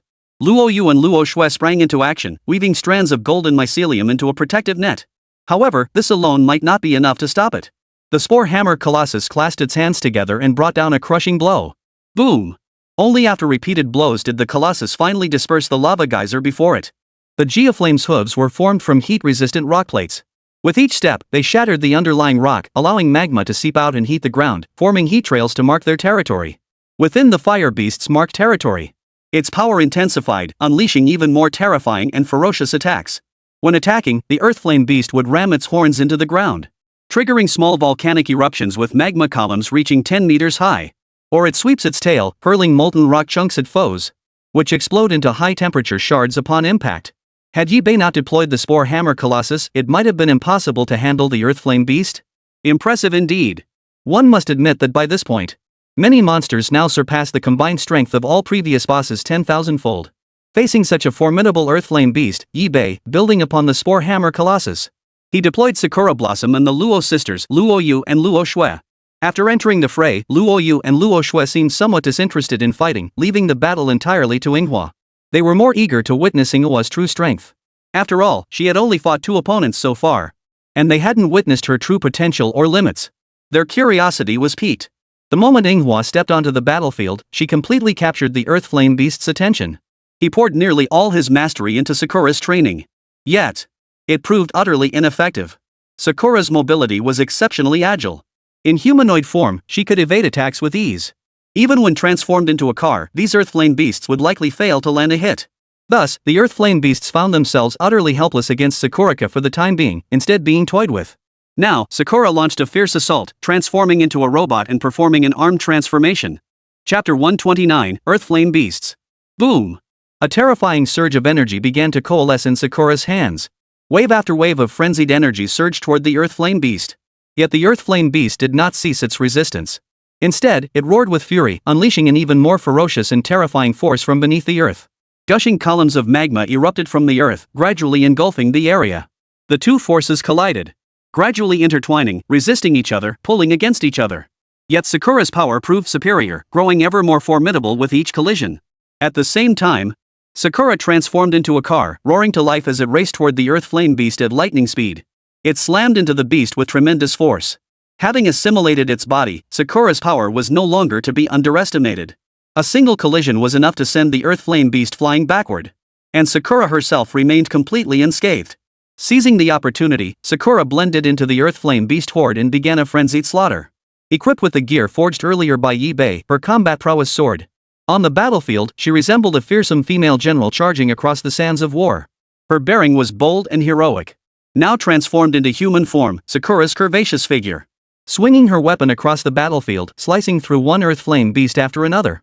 Her pale pink body was stained with terrifying blood, droplets sliding down her form. Yet Sakura paid it no mind, continuing her relentless slaughter. Seeing this, Yibei couldn't help but marvel at Sakura's formidable strength. To single-handedly battle an entire clan of earthflame beasts, such combat prowess was nothing short of terrifying. Yibei watched, his scalp tingling with awe. Manhwa, along with Luo Yu and Luo Shui, were the 3 most formidable units currently under Yibei's command. Beyond them lay the Spore Hammer Colossi. These units boasted massive size, formidable attack power, and high defense, but suffered from poor speed and agility. They were easy targets, and if they encountered an exceptionally terrifying monster, it could easily one-shot the Spore Hammer Colossus. Therefore, caution was essential, especially when deploying Spore Hammer Colossi. One must thoroughly investigate the enemy's composition before deciding whether to deploy them. Fortunately, with units like the Cherry Blossom now available, many situations no longer require other troop types, which also served as one of Yibei's advantages. Yibei turned his gaze back to the battlefield. The Sakura Blossom now covered in blood, yet showing no signs of stopping. Yibei considered sending other units to assist. But upon reflection, he also wanted to see Sakura's limits. So he did not deploy additional troops, instead watching her continue the fight. Later on, Sakura Hana resorted to direct physical combat, punching and kicking, as fierce energy ripples erupted from the palms of her hands. Boom! Boom! Boom! Fierce attacks detonated amidst the Earthflame Beast army, mingling with the lava they spewed. Yibei narrowed his eyes, observing the scene before him. At that moment, Manhwa stood at the pinnacle of the battlefield, looking down upon the corpses of the Earthflame beasts lying on the ground. Huff! Sakura Hana heaved a deep breath, her body and mind exhausted. Yet to Yibei, it was clear she still hadn't unleashed her full power. It was merely a matter of expending the necessary physical energy. Yibei glanced at the Earthflame beast carcass on the ground, some parts of it utterly shattered by Sakura Hua. Not a trace of their former selves remained, only scattered chunks of flesh and blood. Yibei stepped forward, summoning the fungal carpet. And tendrils of mycelium shot out, gradually engulfing all the Earthflame beast corpses before him. Congratulations, host, for sacrificing Earthflame beasts. You have gained 30 sacrifice points. Additionally, eBay gained some information about the Earthflame beasts. Though the Earthflame beast scales held little value to him, they could easily be sold in the trading zone. Of course, these matters would be left to Luo Yu and Luo Shui to handle. Though Luo Yu and Luo Shui had been transformed into his units, their player identities remained intact.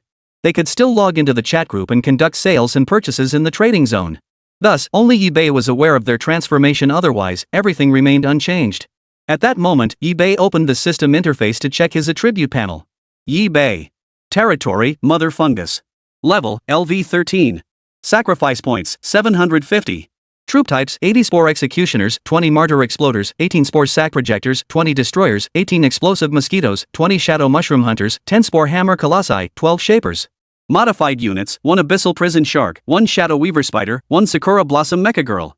Human modified units, Luo Yu, Luo Shui high-grade modified units. Skills, Mycelium Blanket, Fungal Network, Assimilation, Flame, Purification, Hold, Toxin, Underwater Breathing, Fountain of Life, Modified Fungal Soldier, Extraction, Neural Parasite, Freeze.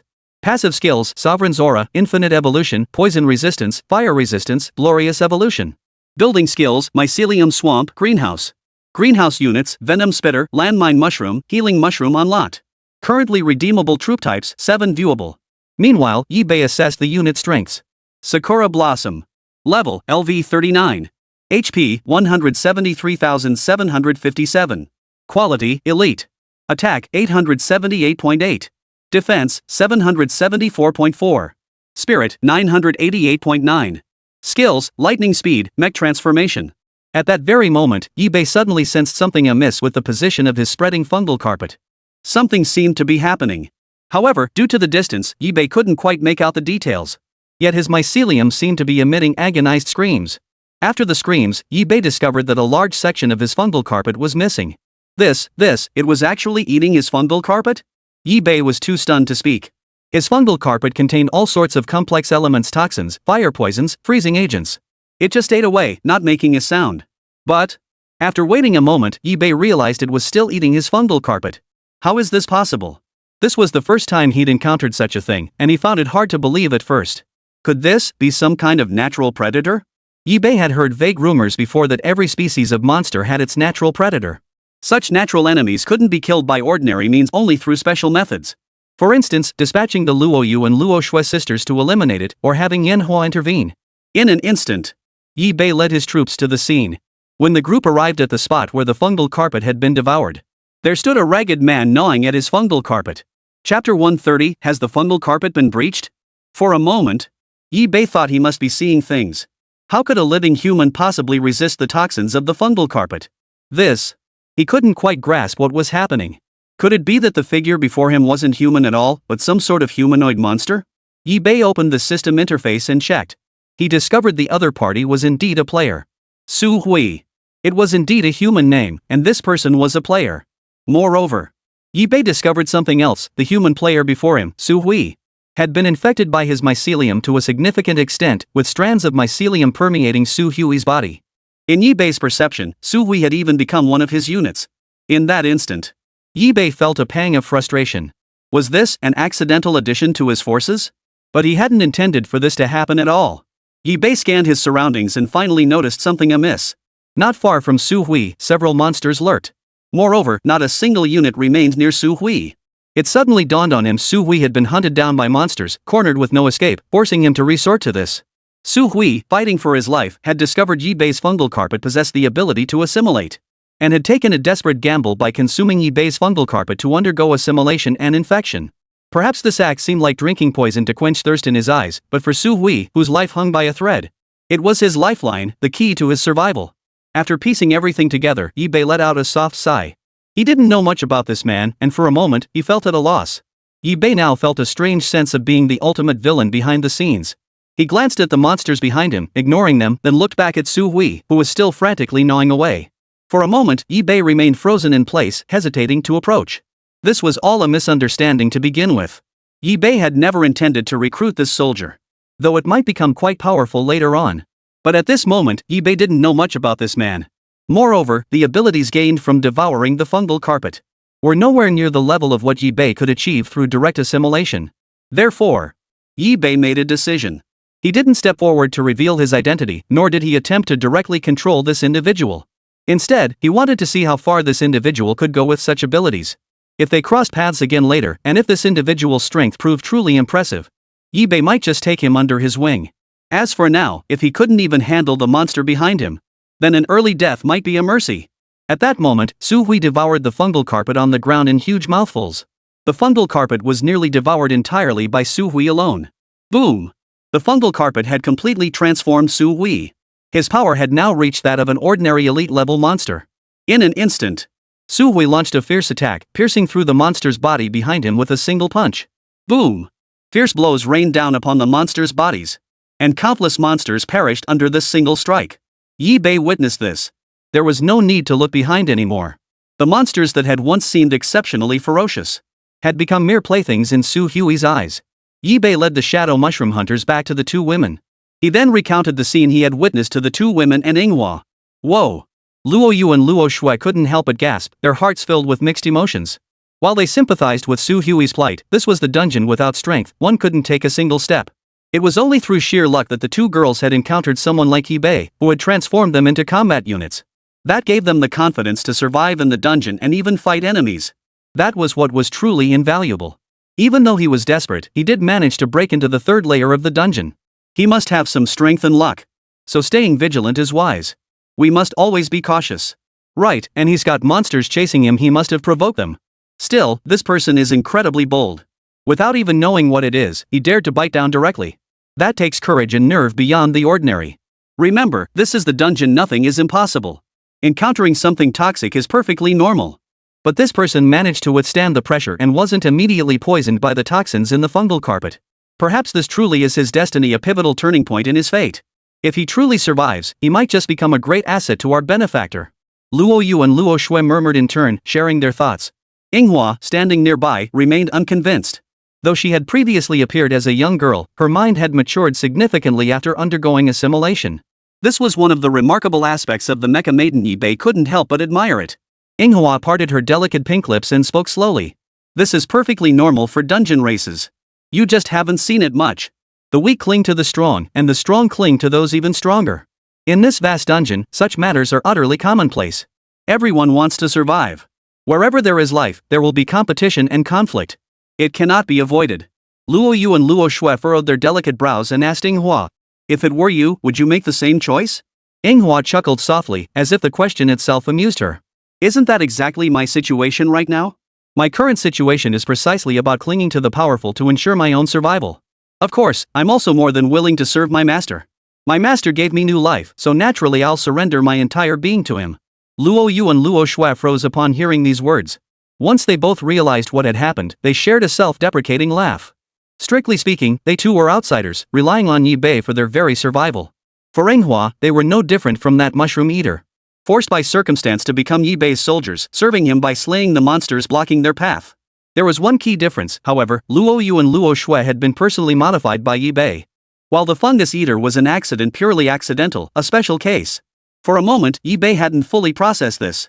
After sharing their thoughts, the two turned their gaze back to Yi Bei. At that moment, Yi Bei had already prepared himself to continue advancing.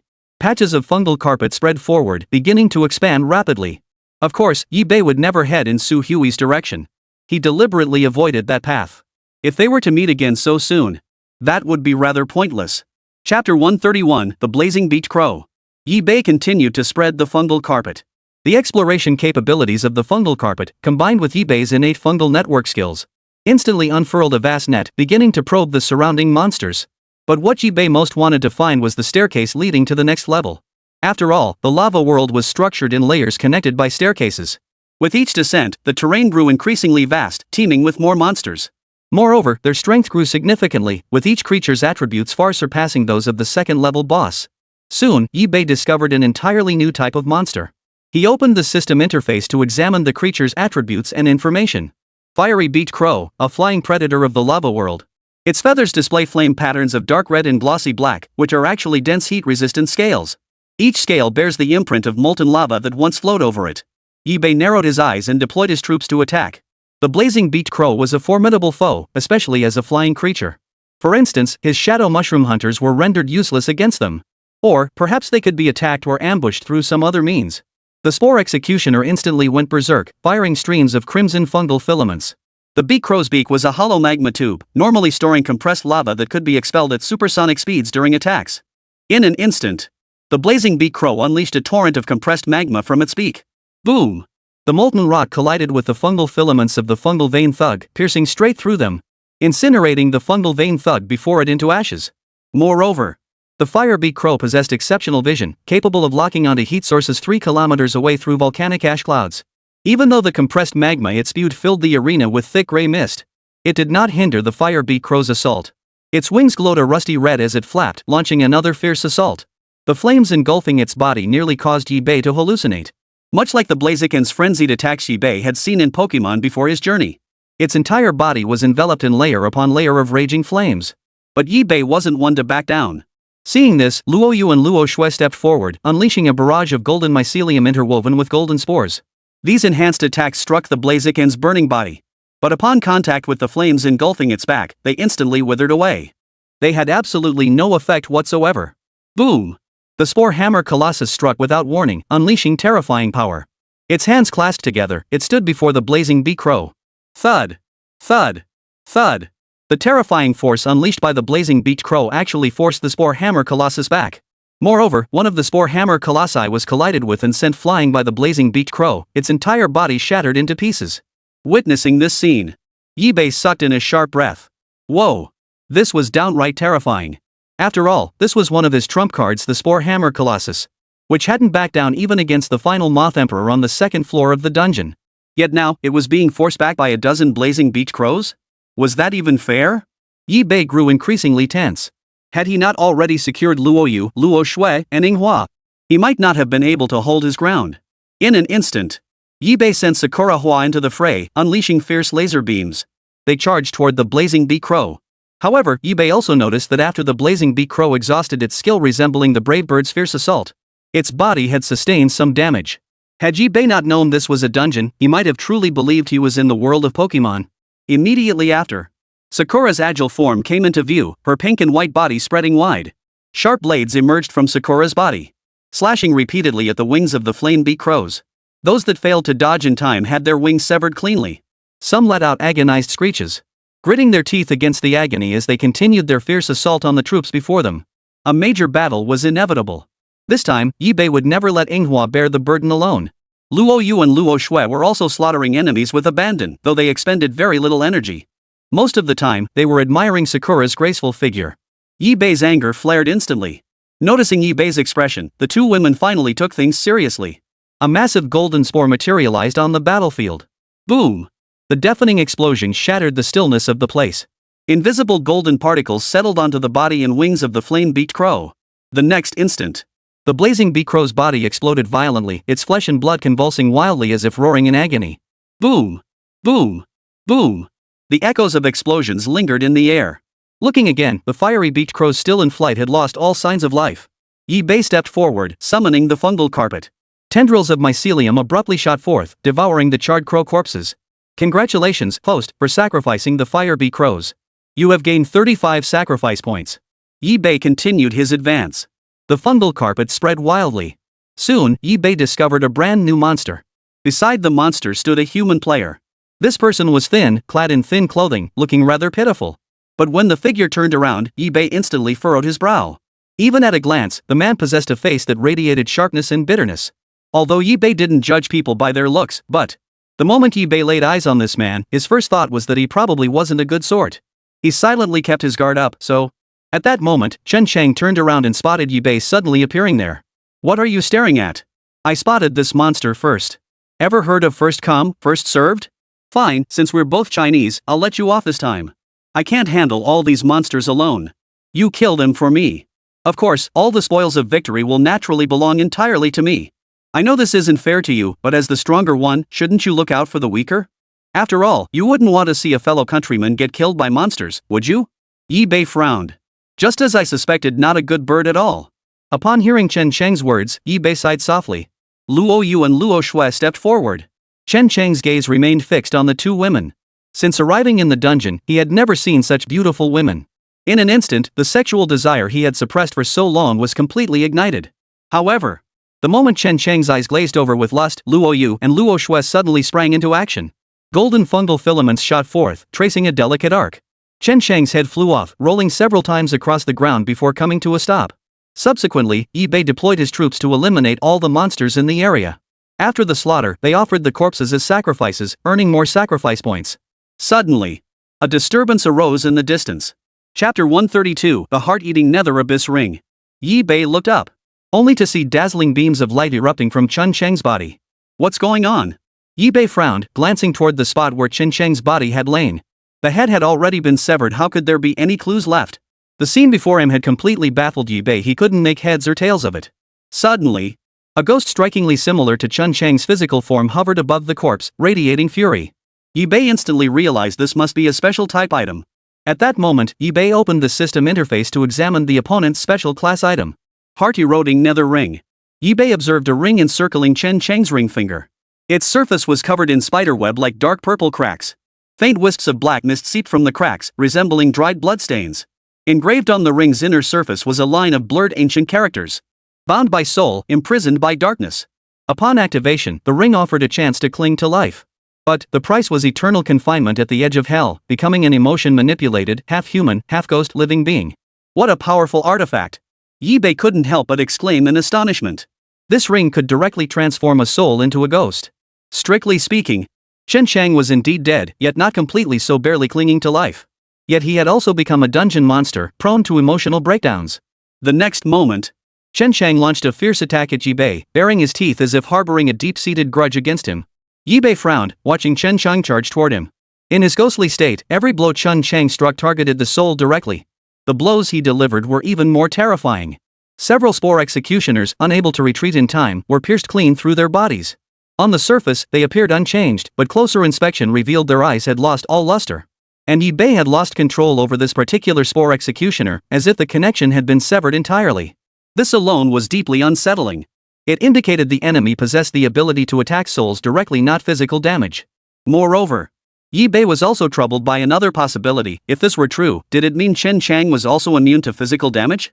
In an instant, Yi Bei launched relentless assaults, firing tendrils of mycelium one after another.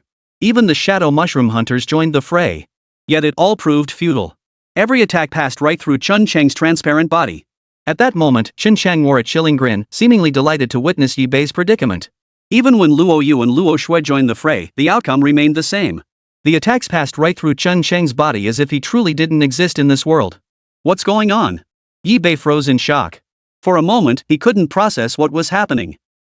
Are you even human anymore? Chen Chang's face twisted into a hideous grimace. This is all your fault. If not for you, I wouldn't have ended up like this. You must die. You must pay the price. Chen Chang lunged forward, his face twisted into a savage grimace. Boom! At that moment, all of Yi Bei's forces launched a fierce assault. Even if it proved futile, it was better than waiting to die here. Truth be told, though Chen Chang before him wasn't particularly strong, his very nature is a mere soul. Yi Bei found himself at a loss, unsure how to proceed. Suddenly, Yi Bei saw that his spore blasters and spore destroyers' burning spores were effective. The spore sacks detonated, unleashing mycelium traps that bound his movements. Moreover, the burning spores imbued Chen Chang's soul with a fiery property. Only now did Yi Bei realize that the destroyer's burning spores could not only incinerate objects, but also souls. After all, he had never encountered such a monster before. Today was his first time facing one, and he lacked experience. Next time he encountered one, he wouldn't be so passive. How is this possible? What kind of fire is this? Chen Chang panicked upon seeing the raging flames engulfing his body. Such terrifying power. How could anyone possess such terrifying power? For a moment, Chen Chang's mind raced with countless thoughts, yet the possibility of it being someone from the top ranks of the rankings never crossed his mind. After all, that was too fantastical. Still, he couldn't rule out the possibility. Overthinking it now wouldn't help anyway. He'd already crossed them, so he'd just have to grit his teeth and push forward. But Yi Bei clearly had no intention of giving Chen Chang a chance. Having identified a similar weakness, he could strike directly. Boom! Yi Bei deployed all his units. Luo Yu and Luo Shui possessed the same capability. Golden spores burst forth, igniting with a roar upon Chen Chang's body. The combined flames were 10,000 times more potent than the standard burning spores of the destroyer. Simultaneously, all of Yi Bei's destroyers mobilized, unleashing a torrent of burning spores. The raging flames nearly engulfed Chen Chang entirely. Aha! Yi Bei could hear Chen Chang's agonized scream from a distance. Witnessing this scene, he knew Chen Chang had lost the ability to resist further, bound by the spore pods. The battle was essentially over. Soon, Chen Chang's spectral body was completely incinerated, reduced to nothingness, scattering into the corners of the lava world. At that moment, Yi Bei slowly approached. After Chen Chang's death, a water-blue crystal-like object lay abandoned. Yi Bei picked it up, opened the system interface, and examined it. Soul Crystal enhances soul power upon use. Yi Bei's eyes lit up instantly. This was a valuable item. With increased soul power, he could better command his troops. And he could also command a larger number of units at once. Before using the Soul Crystal, when Yi Bei commanded large numbers of troops at once, they operated in a free-for-all state. He only commanded the higher attribute units, while the lower attribute ones followed the orders of their higher attribute counterparts. Now, however, Yi Bei could directly command a greater variety of units. In an instant, Yi Bei activated the Soul Crystal and immediately felt his perception of the outside world sharpen. There was no doubt about it, this Soul Crystal was incredibly useful. But alas, there was only this one. At that moment, Sakura suddenly stepped forward and softly spoke. Actually, within this dungeon world, there exists a dungeon populated entirely by soul-type monsters. Upon hearing this, Yi Bei instantly grew excited, driven by a desire to push forward quickly. It must be said, this was indeed a compelling temptation. If he could continue absorbing vast quantities of soul crystals, his soul power would be greatly enhanced. And it would be a major boost for controlling his troops. Suppressing his thoughts, Yi Bei summoned the fungal carpet and continued spreading forward. Soon, Yi Bei and his companions encountered monsters once more. Chapter 133, Nail Clipper Manufacturing Blueprint. At that moment, Yi Bei opened the system once more to examine the information on the monster before him. Rock Ember Beetle, a small beetle measuring only 15 centimeters in length. Its exoskeleton consists of a double-layered structure, making it one of the most dangerous creatures in the lava world. Yi Bei narrowed his eyes, scrutinizing the Rock Ember Beetle before him. Its exoskeleton comprised 2 layers, forming a formidable defense. The outer layer comprised cooled lava fragments resembling obsidian, with razor-sharp edges. The inner layer is the ember sac, which stores partially extinguished magma fragments. Together, they combined offense and defense into a deadly weapon. Yi Bei also noticed another detail. The legs of the ember beetle were covered in heat-resistant bristles, allowing it to crawl swiftly across the scorching lava flow. The ember beetle charged forward with a fierce expression, fully prepared for battle. Yi Bei swiftly deployed his troops, summoning a spore hammer colossus to plant itself directly in front, blocking the ember beetle's terrifying strike. Dozens, then hundreds of ember beetles attacked in unison, using their forelimbs to fling embers from their ash sacs into the air, creating a rain of sparks. These sparks ignited instantly, triggering a chain reaction that trapped Yi Bei's deployed troops within a ring of fire. Yet Yi Bei remained utterly unflustered. Though the rock ember beetles were formidable, he wasn't one to be pushed around. Luo Yu and Luo Shui sprang into action, firing strands of golden mycelium, accompanied by golden spores. Meanwhile, the shadow mushroom hunters silently approached the rock ember beetles from behind, launching a surprise attack. However, the strike failed to inflict damage, nearly leaving a shallow gash on the rock ash beetle's carapace. Yi Bei urgently recalled the shadow mushroom hunter, but it was too late. A shower of sparks instantly rained down upon the shadow mushroom hunter's body. Flames roared, instantly reducing the ambushing shadow mushroom hunter to ashes. Yi Bei frowned, his expression displeased. These rock ash beetles had truly provoked him. In an instant, Yi Bei immediately ordered Sakura Hua to enter the fray. In that moment, Sakura Flower, Luo Yu, Luo Shui, and the Spore Hammer Colossus all mobilized. Nearly all of Yi Bei's trump cards were now in play. And they came in full force, leaving no chance for the rock ash beetles. Boom! In an instant, both sides were locked in a fierce battle. But the moment Yi Bei unleashed his final trump cards, defeat was no longer an option. Luo Yu and Luo Shui alone were more than sufficient to handle the situation. But to hasten the battle's conclusion, he deliberately deployed additional units to draw fire. Snap! A crisp sound rang out. Yi Bei looked up. The rock ash beetle's carapace shattered under the Spore Hammer Colossus's blow, revealing the scarlet flesh within. As the carapace shattered, the ember's sac exploded, spewing high-temperature sparks. These fiery sparks erupted in an instant, resembling a miniature fountain of flame. Being closest, the Spore Hammer Colossus bore the brunt of the sparks, which splattered across its massive frame. The intense heat instantly seared a hideous, gaping hole into the Colossus's massive frame. Yi Bei narrowed his eyes. But he now understood how to deal with the ember beetles. The next moment, Sakura Hua sprang into action, transforming into her mecha form. Laser cannons erupted from her palms, unleashing a barrage of relentless fire. Simultaneously, Luo Yu and Luo Shui refused to be outdone, suddenly releasing a massive golden spore. The golden spore exploded violently, releasing countless golden particles that settled onto the rock ash beetle's body. In an instant, both layers of its inner and outer carapace defenses detonated with a thunderous roar. Simultaneously, high-temperature sparks shot out. Yet when they struck the golden spore, not a single spark ignited. To an outside observer, it appeared completely unscathed. Such was the formidable, overpowering might of Luoyu and Luo Shui's golden spores. This sight stunned the rock ember beetles.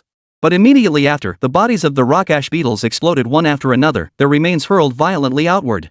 Fragments of limbs and carcasses flew wildly within the massive golden spores. Witnessing this scene, Yi Bei knew the battle was over.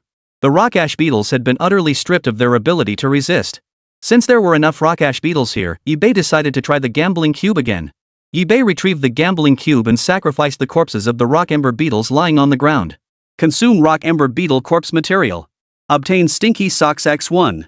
Obtained white blueprint X1. When Yi Bei saw that the gambling cube only produced a pile of junk, he suddenly felt relieved. Truthfully, his luck had always been this way, neither particularly bad nor particularly good. The last time he'd gotten something worthwhile had been a pure fluke. Yi Bei seemed to have come to terms with it, showing no signs of dejection. He picked up the white blueprint that had been drawn and examined it carefully. Nail clipper manufacturing blueprint. Nail clippers? When Yi Bei saw the blueprint for making nail clippers, he was utterly speechless for a moment. What the hell is this thing? It wasn't exactly junk, but it was pretty close. In a dungeon teeming with danger, it couldn't even be used to kill enemies. What's the only use for nail clippers? Cutting your nails, right? If all else fails, you could just bite them off with your teeth. Cutting nails? Well, that does require. This doesn't even require a shaper, I can craft it myself, and quickly too. After crafting the nail clippers, Yi Bei promptly trimmed his own long nails. Along with Luoyu and Luo Shui's long nails. Yi Bei approached the corpse of the rock ember beetle, summoned the fungal carpet, and let the mycelium devour it strand by strand, offering it as a sacrifice. Congratulations, host, on sacrificing the rock ember beetle. You have gained 50 sacrifice points. Afterward, Yi Bei listed the items for sale in the trading zone. The salt he listed was in high demand, so he naturally had no shortage of customers. As for the nail clippers, Yi Bei hadn't expected so many people to buy nail clippers. This was quite unexpected. Unfortunately, Yi Bei hadn't priced them very high. After all, they weren't exactly valuable items. Just as he'd suspected earlier, people would simply bite off longer nails with their teeth. So why bother with all the fuss? Toenails? You can't bite them off anyway. If they grow long, so be it. Besides, there were other methods. Now it seemed there might be other reasons at play. In an instant, Yi Bei snapped back to reality, a possibility dawning on him. He didn't need to get involved personally because his troops were capable. But others might not be so fortunate. One by one, they had to engage the monsters in physical combat. Many had their fingernails split from the struggle, forced to scrape them off with knives. Those without knives resorted to biting them off or enduring the pain. After grasping this, Yi Bei felt a wave of dizziness. He summoned the fungal carpet and pressed forward. Patch after patch of fungal carpet spread wildly, exploring into the distance. Chapter 134, Burning Shell Turtle. Combined with Yi Bei's fungal network, the exploration speed was astonishingly fast. Before long, Yi Bei encountered an entirely new type of monster. By now, he had lost track of which layer of the lava world he was in. In any case, Yi Bei surmised that the next area boss couldn't be far off. In an instant, Yi Bei opened the system interface to examine the monster's details. Scorched Shell Turtle, a 3-meter-tall giant land tortoise with a 3-layered shell structure. Possesses astonishing defense and powerful attacks, but moves slowly. A turtle? It must be said, this was the first turtle-type monster Yi Bei had encountered since entering the dungeon.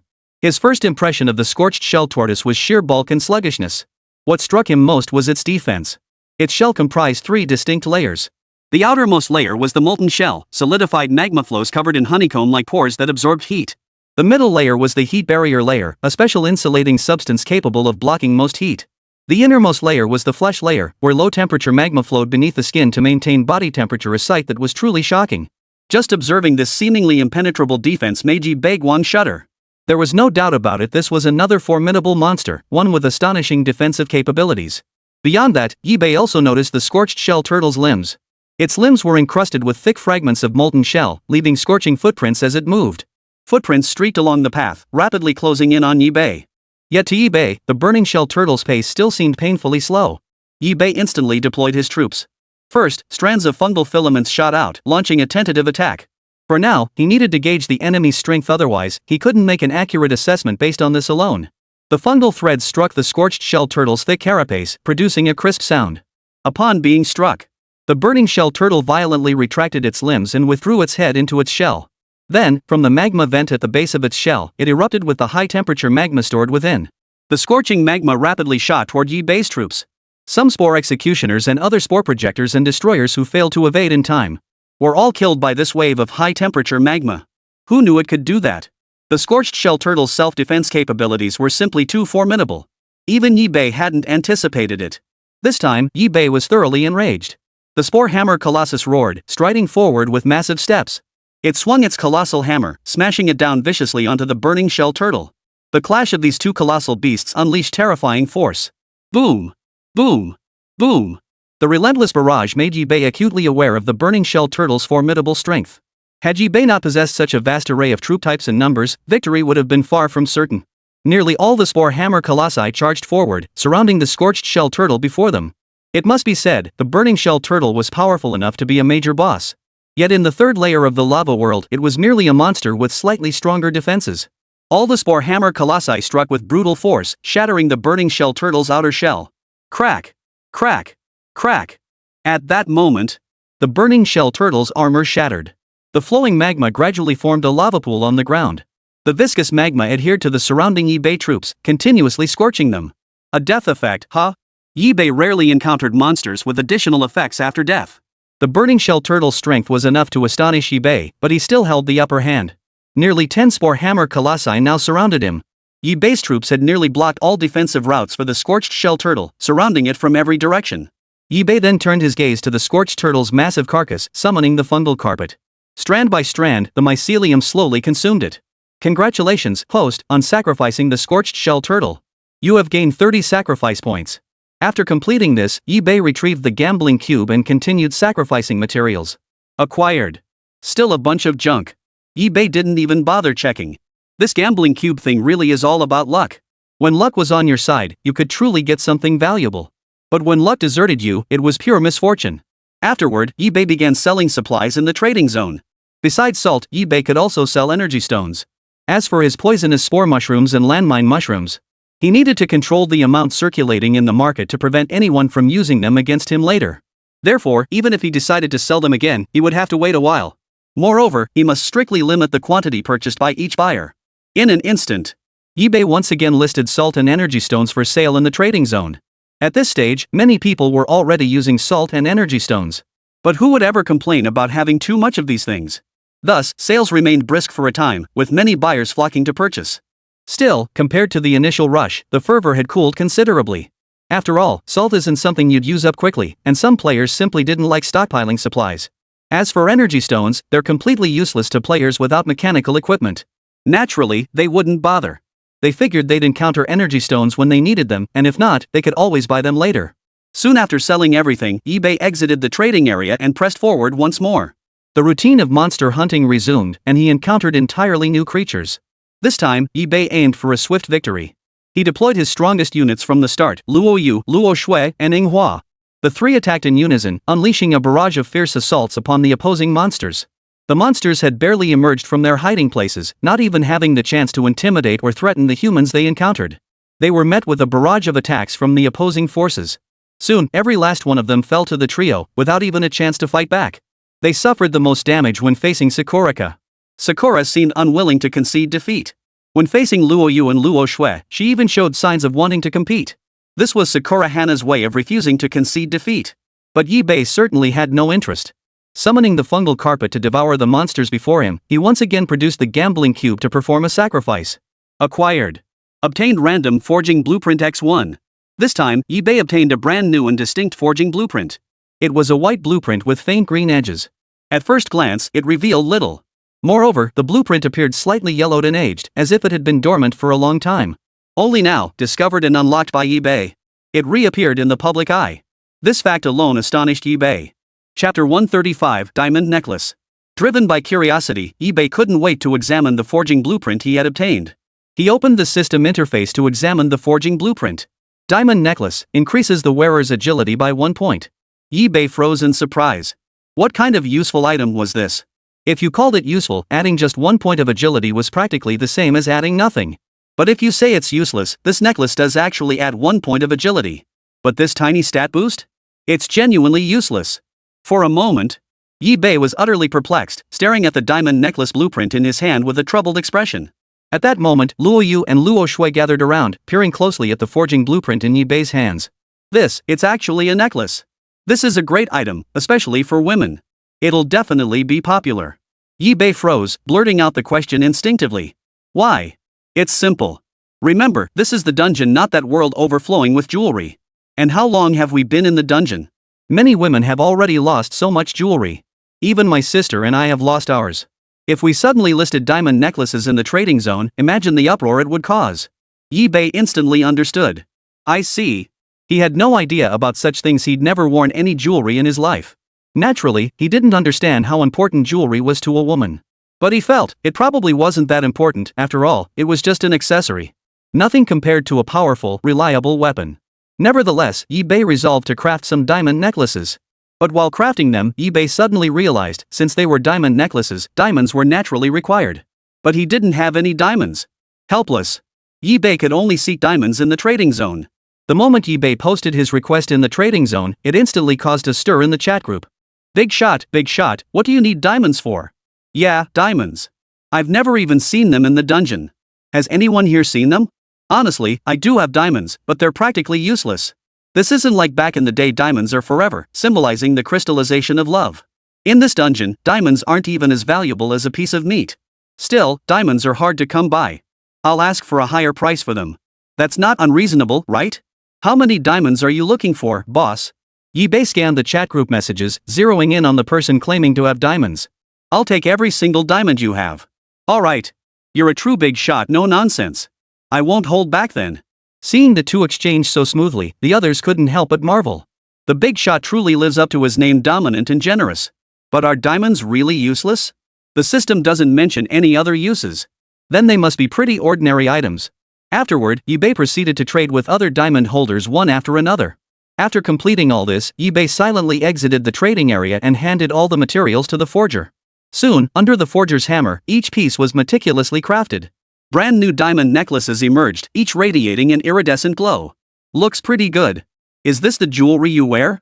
Yi Bei examined the diamond necklaces before him with keen interest. Now that they're finished, let's start selling them. At that moment, he was already eager to sell them all. But before Yi Bei could even log into the trading platform, he was intercepted by Luo Yu and Luo Shui. You can't do that. Hear us out first. Diamond necklaces like this are considered luxury items across the entire trading district. For items like this, we need to understand scarcity marketing. Luo Yu raised an eyebrow at Luo Shui. The two exchanged a knowing smile, each understanding the other's intentions. May we handle this matter? Of course, our benefactor should make the initial appearance, but subsequent steps must follow our lead. First this, then that. Yi Bei listened to their proposal with skepticism. He still couldn't believe this thing could fetch such a price.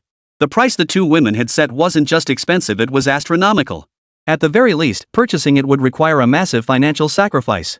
For someone like Yi Bei, who possessed considerable capital, would still need considerable time to make up his mind. Is this legit? You can rest assured. With a mix of trepidation and disbelief, Yi Bei then listed the diamond necklace in the trading zone. The moment it appeared, the entire trading zone fell silent for a brief instant. But those 10 diamond necklaces? Gone in the blink of an eye. Holy! If Yi Bei hadn't known better, he'd have sworn he'd hired shills himself. This was way too fast. Holy, what just got listed? I didn't even see it before it was gone. Yeah, the big shot didn't even introduce them before they sold out. Did the big shot hire shills? Even if he did, there's no need to sell out everything. I caught a glimpse. The big shot listed 10 necklaces, and then, they were gone. I was gonna buy one, but I couldn't snag it at all. Yi Bei was equally bewildered, frozen in place for a moment, utterly at a loss. It seemed he was still too green in front of Luo Yu and Luo Shui. It made sense. Before their transmigration, these two must have been top students from some prestigious university. Or perhaps they came from some prominent business family. Recalling how he'd pointed and criticized the two women earlier, Yi Bei felt a wave of embarrassment wash over him. Of course, it was also possible they simply understood women better. Meanwhile, Feng Shuiyan idly twirled the diamond ring on her finger. My, this piece is truly exquisite, it's simply stunning to behold. All that time I spent keeping an eye on him was worth it. Turns out he really did have something valuable. This necklace, it's breathtakingly beautiful. I've never seen anything this exquisite before my journey through time. For a moment, even the women under Yang Zhan's command began to covet them. The love of beauty is universal, especially among these women who cherish beauty. A diamond necklace was simply irresistible. Meanwhile, Yang Zhan's face darkened. Naturally, she didn't want to see her subordinates in such an embarrassing state. She continued. Don't let that man deceive you. This could be something harmful. Yes, this necklace must have some side effects. You must be careful and discerning. Yet Yang Zhan's words had little effect. Many were impulsive, but not foolish. To be listed in the trading zone, all functions must be transparent, ensuring fair transactions. That was the greatest advantage of the trading zone. Thus, the crowd naturally had no concerns about the diamond necklace having any side effects. Besides, they didn't care about any side effects anyway. Even an ordinary diamond necklace, if it's this beautiful, might be acceptable. Many who purchased it shared photos and videos in the chat group. The diamond necklaces adorning their fair necks undeniably amplified their allure. Those who hadn't managed to buy one were filled with envy, continuing to clamor in the trading section. Demanding eBay keep selling them even if it meant going broke, they had to have one of those diamond necklaces. Chapter 136, The Flaming Throat Moth. Upon witnessing this scene, eBay couldn't help but marvel. This was simply too incredible. He never imagined that a diamond necklace he had once looked down upon could cause such a sensation. It was terrifying. This was the first time eBay had encountered such a terrifying event. And it had unfolded during a woman's competition to purchase a necklace. He was stunned that such a high price was being paid merely for a necklace. And now, even now, many were privately messaging him, bombarding him relentlessly, demanding to pay even higher prices for a diamond necklace. Moreover, the prices being shouted were far beyond the listed price in the trading zone. Luo Yu and Luo Shui stood nearby, heads held high with a hint of smug satisfaction. But there's no need to rush the sale. Let's observe for a while. After some time, we'll release a small batch.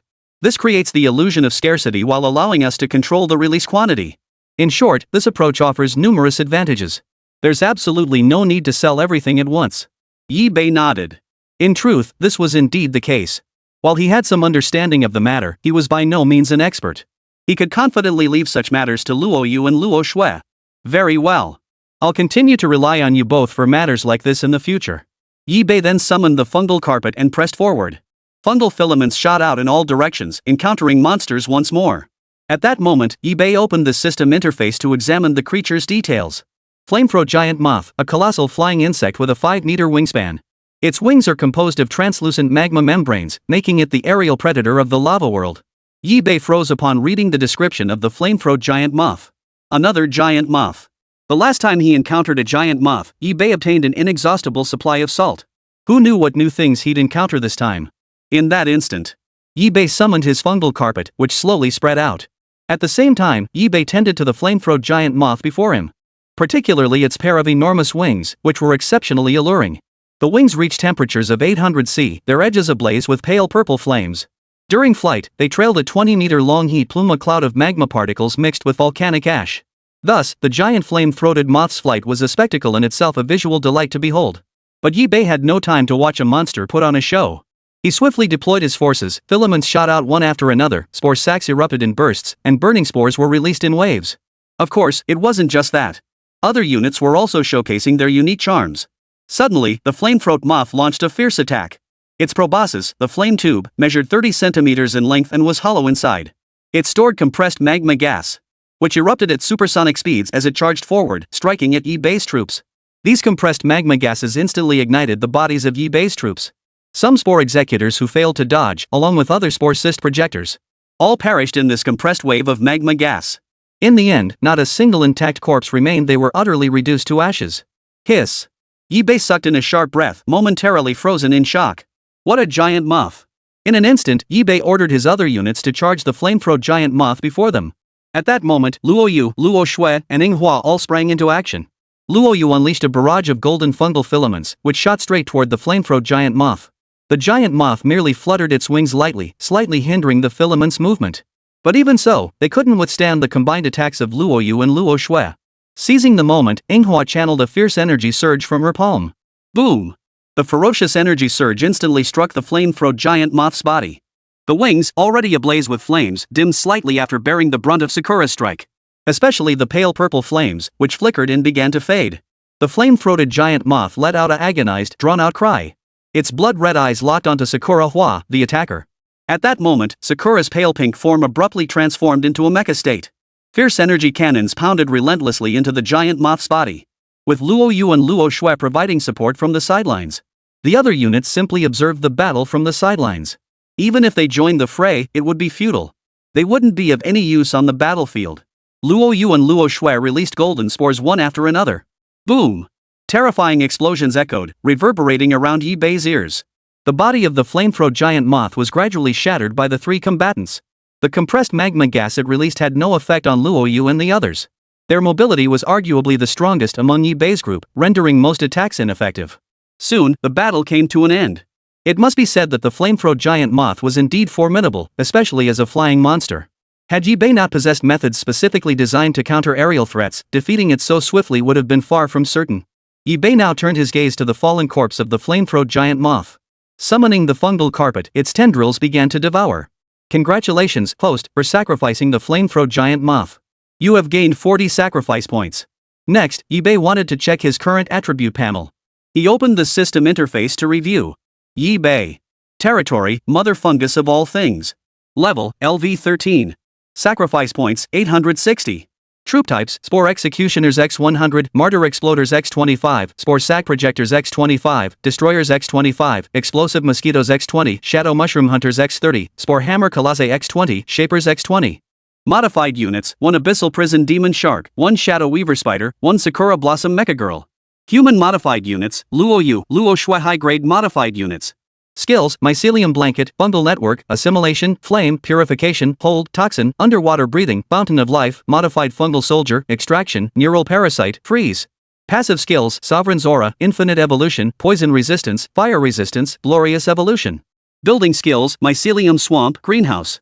Greenhouse units, Venom Spitter, Landmine Mushroom, Healing Mushroom on lot. Currently available units, 7 viewable. Meanwhile, Yi Bei assessed the unit strengths. Sakura Blossom. Level, LV41. HP, 183,955. Quality, Elite. Attack, 898.8. Defense, 794.4. Spirit, 999.9. Skills, Lightning Speed, Mecha Transformation. Suddenly.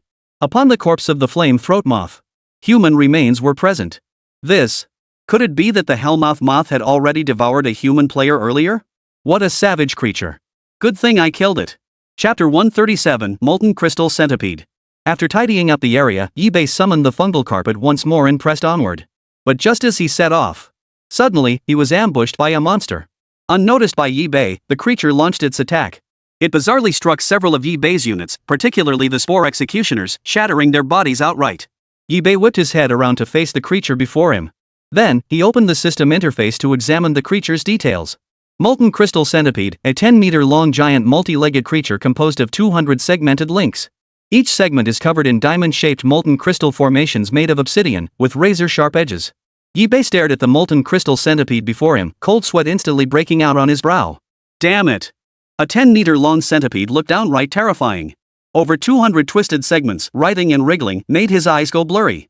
For a moment, Yi Bei held his ground, silently shielding his troops before him. Now, Yi Bei fixed his gaze on the molten crystal centipede before him. The Spore Executioners behind him charged forward first, firing streams of fungal filaments like arrows, stabbing toward the creature. The molten crystal centipede's head bore a lava eye. 2 glowing ruby-like structures containing viscous magma liquid. As Yi Bei's troops launched their assault, the molten crystal centipede counterattacked with equal ferocity. The lava eyes erupted, unleashing terrifying attacks. Stream after stream of magma beams erupted from them, slashing viciously toward Yi Bei. Yi Bei frowned. Luo Yu and Luo Shui suddenly stepped forward, raising a massive golden spore. Boom! This golden spore seemed to possess some ability that could block the current lava beams. Seeing this, the molten crystal centipede launched another fierce assault. Its tail-mounted crystal spike cannons fired. Each crystalline segment firing independently with crossbow-like velocity, shooting out abruptly. This assault struck like a heavy cannon, violently charging toward its target. The Spore Hammer Colossus stood before it, raised both hands to block, and managed to block the molten crystal centipede's attack outright. Yet the Spore Hammer Colossus was knocked back dozens of paces by the force of the strike. Then, the molten crystal centipede charged forward at incredible speed, its dozens of legs whirling frantically. Its movement resembled a train, the front half raised, propelled forward by the segments of its rear half, its progress accompanied by the thunderous roar of grinding rock. Watching this rather comical scene, Yi Bei found himself amused.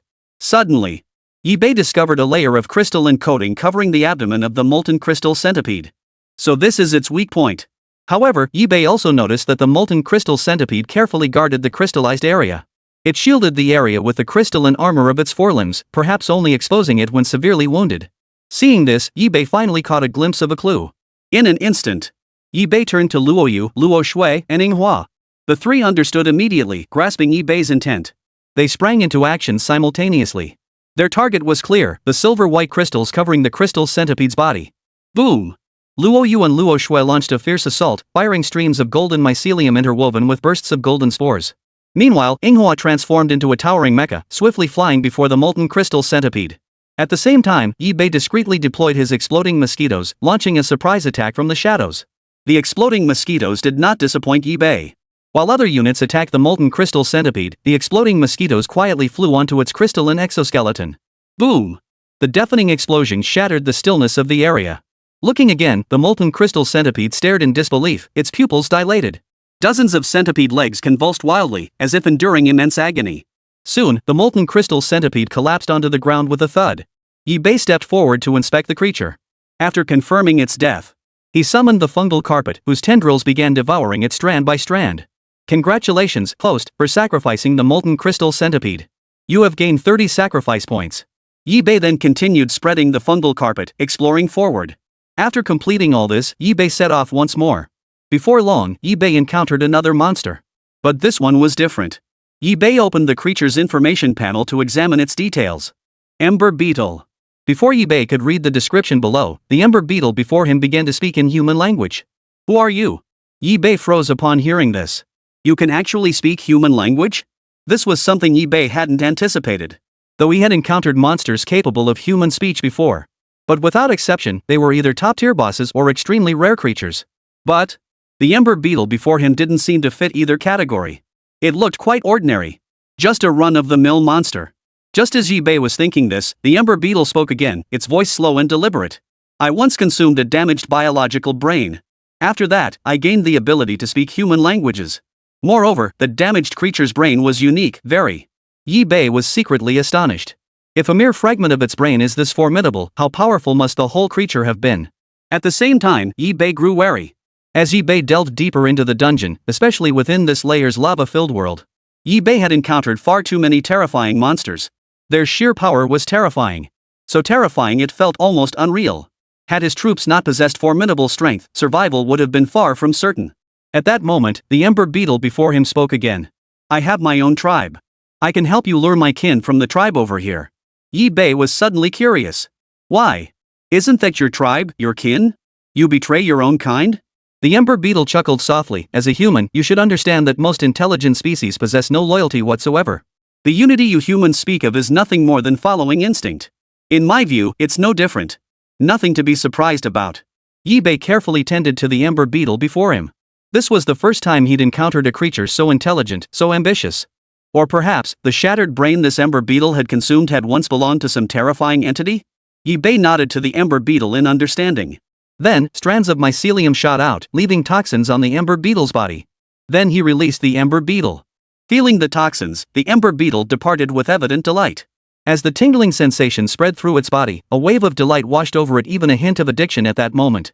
A peculiar sensation stirred within it. Chapter 138, The Ember Beetle. The Ember Beetle, still tingling with that peculiar sensation, gradually made its way back to the tribe. His name was Akin, a tribal guard of the Ember Beetle clan.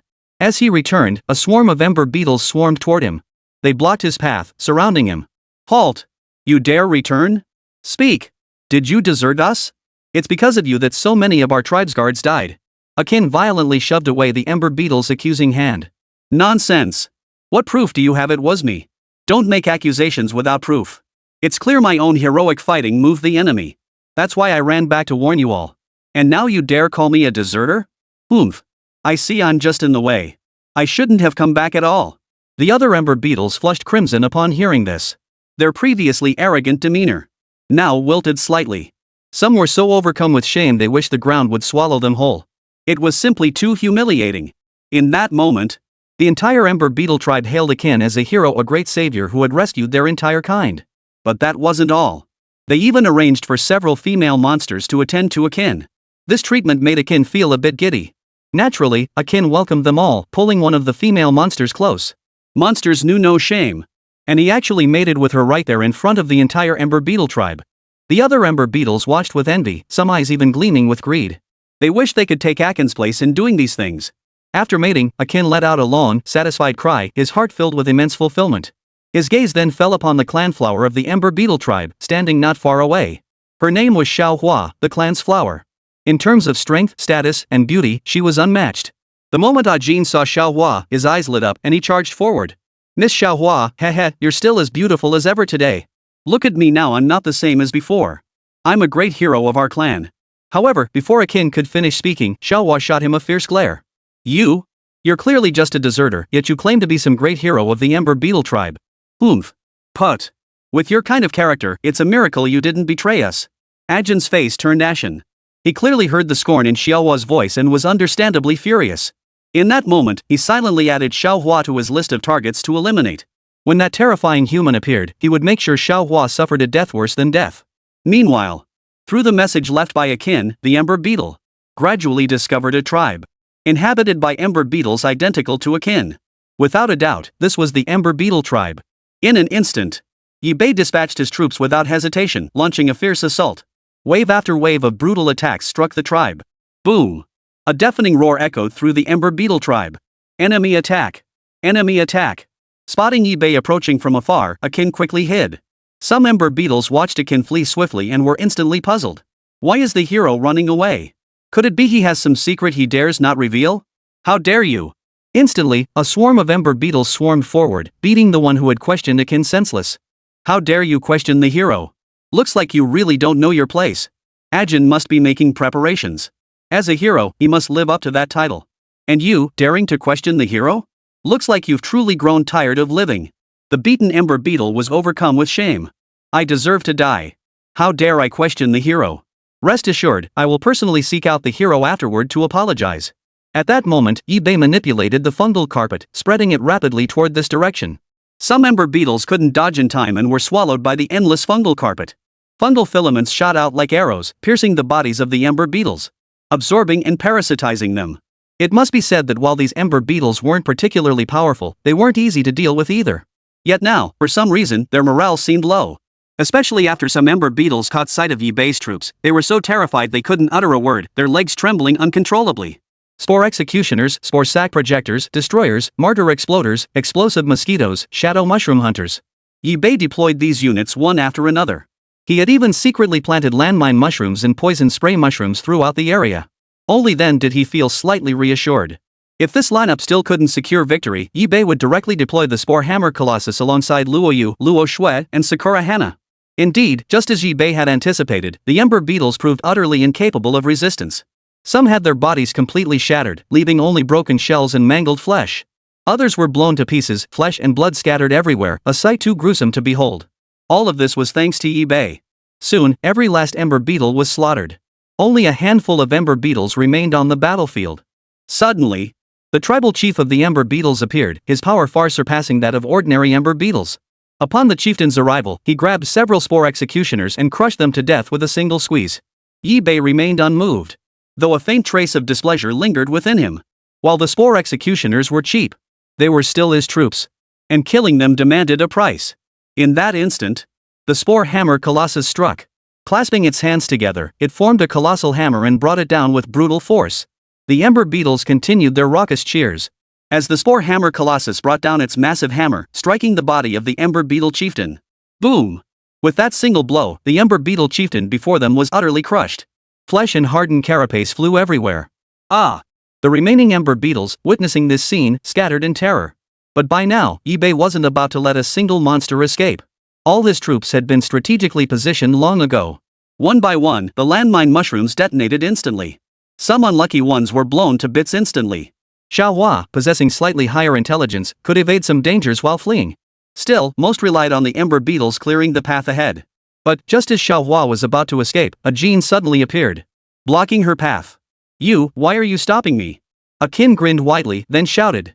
Come on, there's another one here. Come kill her. Xiao Hua was utterly horrified. She was stunned that Akin could actually speak human language. How was that possible? And Akin was actually colluding with humans. This was utterly unforgivable. Upon hearing this, Yibei immediately dispatched troops to investigate the situation. Tentacles of mycelium coiled around and seized the ember beetle, Xiaohua. You, how dare you conspire with humans? This crime is unforgivable. Smack! Ajin lashed out in fury. Shut up, you filthy. Just submit to the Lord's execution and you'll suffer less. Without hesitation, Yibei struck it down. Now only Akin remained to be tested. At that moment, Akin stepped forward of his own accord, begging to be injected with the toxin. Yibei's gaze was strange, but he said nothing. The fungal carpet spread, tendrils of mycelium shooting out and landing on Ajin's body. Soon, Akin let out a long, contented cry. The tingling sensation spreading through his body felt pleasantly soothing. But the toxin was spreading just as rapidly. In no time, he would be poisoned to death. Yibei was speechless. It seemed there were XP monsters among this group of creatures. Since he hadn't known what to do with Akin anyway, his death was actually convenient. Yibei summoned the fungal carpet and sacrificed the charred beetle corpse before him. Congratulations, host, for sacrificing the ember beetle. You have gained 40 sacrifice points. A scroll dropped from the ember beetle chieftain's corpse. Yibei hurriedly examined it. On the scroll was a small totem. So there's this way to store totems too. In an instant, Yibei activated the totem. Chapter 139, Floating Rock Spider. Congratulations! Player has activated the totem, obtaining Mysterious Energy Entity X1. In an instant, the energy entity surged into Yibei's fungal carpet. A blinding light flared up. Yibei looked up, only to see the fungal carpet now radiant and glowing with a sacred light. At that moment, the system's voice sounded once more, lingering in his ears.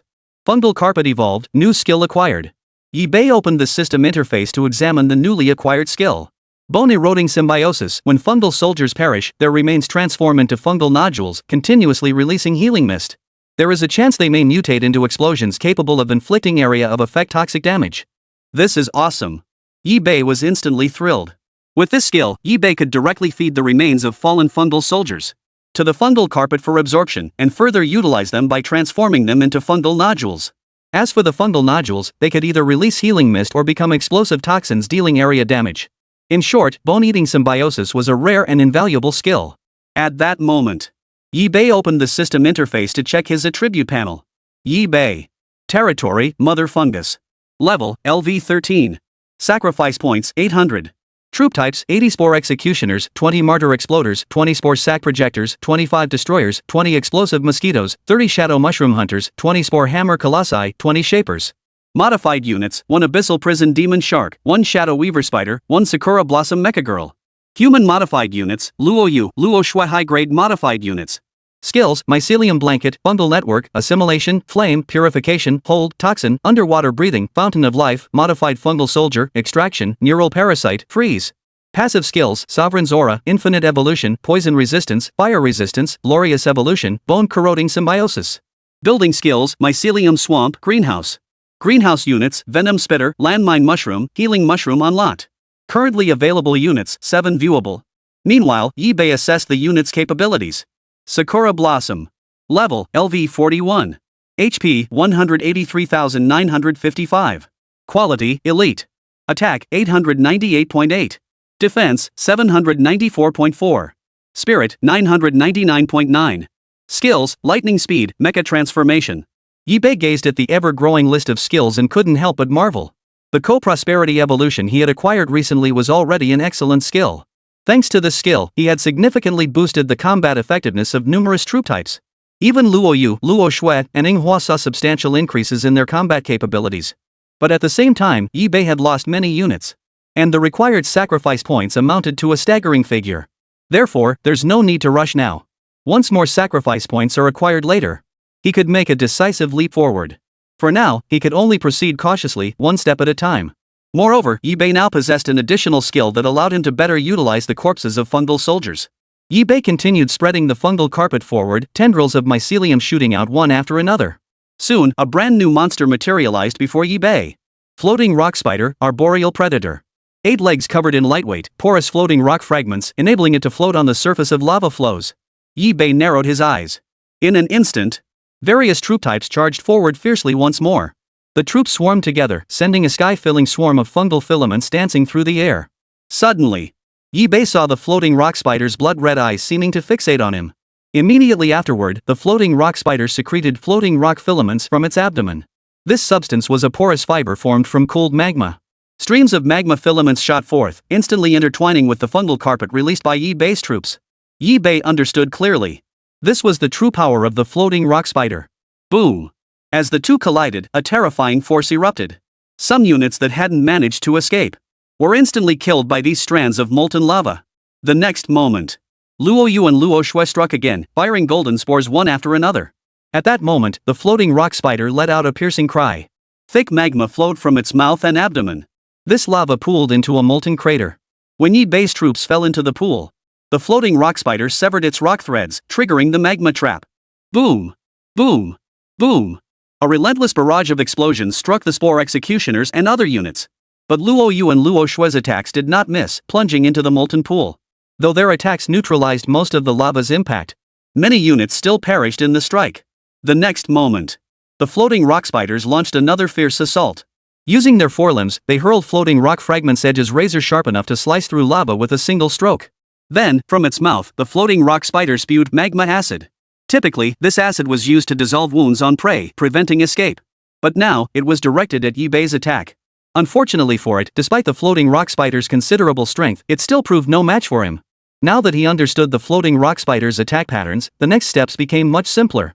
In an instant, Yi Bei immediately deployed Sakura Blossom, Luo Yu, and Luo Shui, along with the Spore Hammer Colossus. His strongest units struck without exception. Boom! The battle erupted once more, but this time the floating rock spider had no chance to unleash its abilities. Golden mycelium tightly bound the floating rock spider's body, rendering it immobile. Then, Sakura Hua transformed instantly, unleashing wave after wave of energy fluctuations that slammed into the floating rock spider's body. In the blink of an eye, the floating rock spider was utterly destroyed. Yi Bei summoned the fungal carpet, whose tendrils spread out and devoured it. Congratulations, host, for sacrificing the floating rock spider. You have gained 35 sacrifice points. At that moment, Yi Bei surveyed his fallen unit lying on the ground. In the past, Yi Bei would have simply discarded them for the fungal carpet to devour. Now then, Yi Bei activated bone-eroding symbiosis, transforming the deceased fungal soldiers into fungal tumors. These fungal tumors continuously emit a healing mist effective only on units to the right. Though its efficacy falls short of both the water of life and the fungal marsh. Life water directly restores the user's health, while fungal marsh directly heals wounds. The fungal nodules, however, provide gradual, sustained recovery. In terms of speed, it is somewhat slower. However, using the mycelium tumor requires no active attention or manual operation from Yi Bei. Moreover, the fungal nodule can be reused.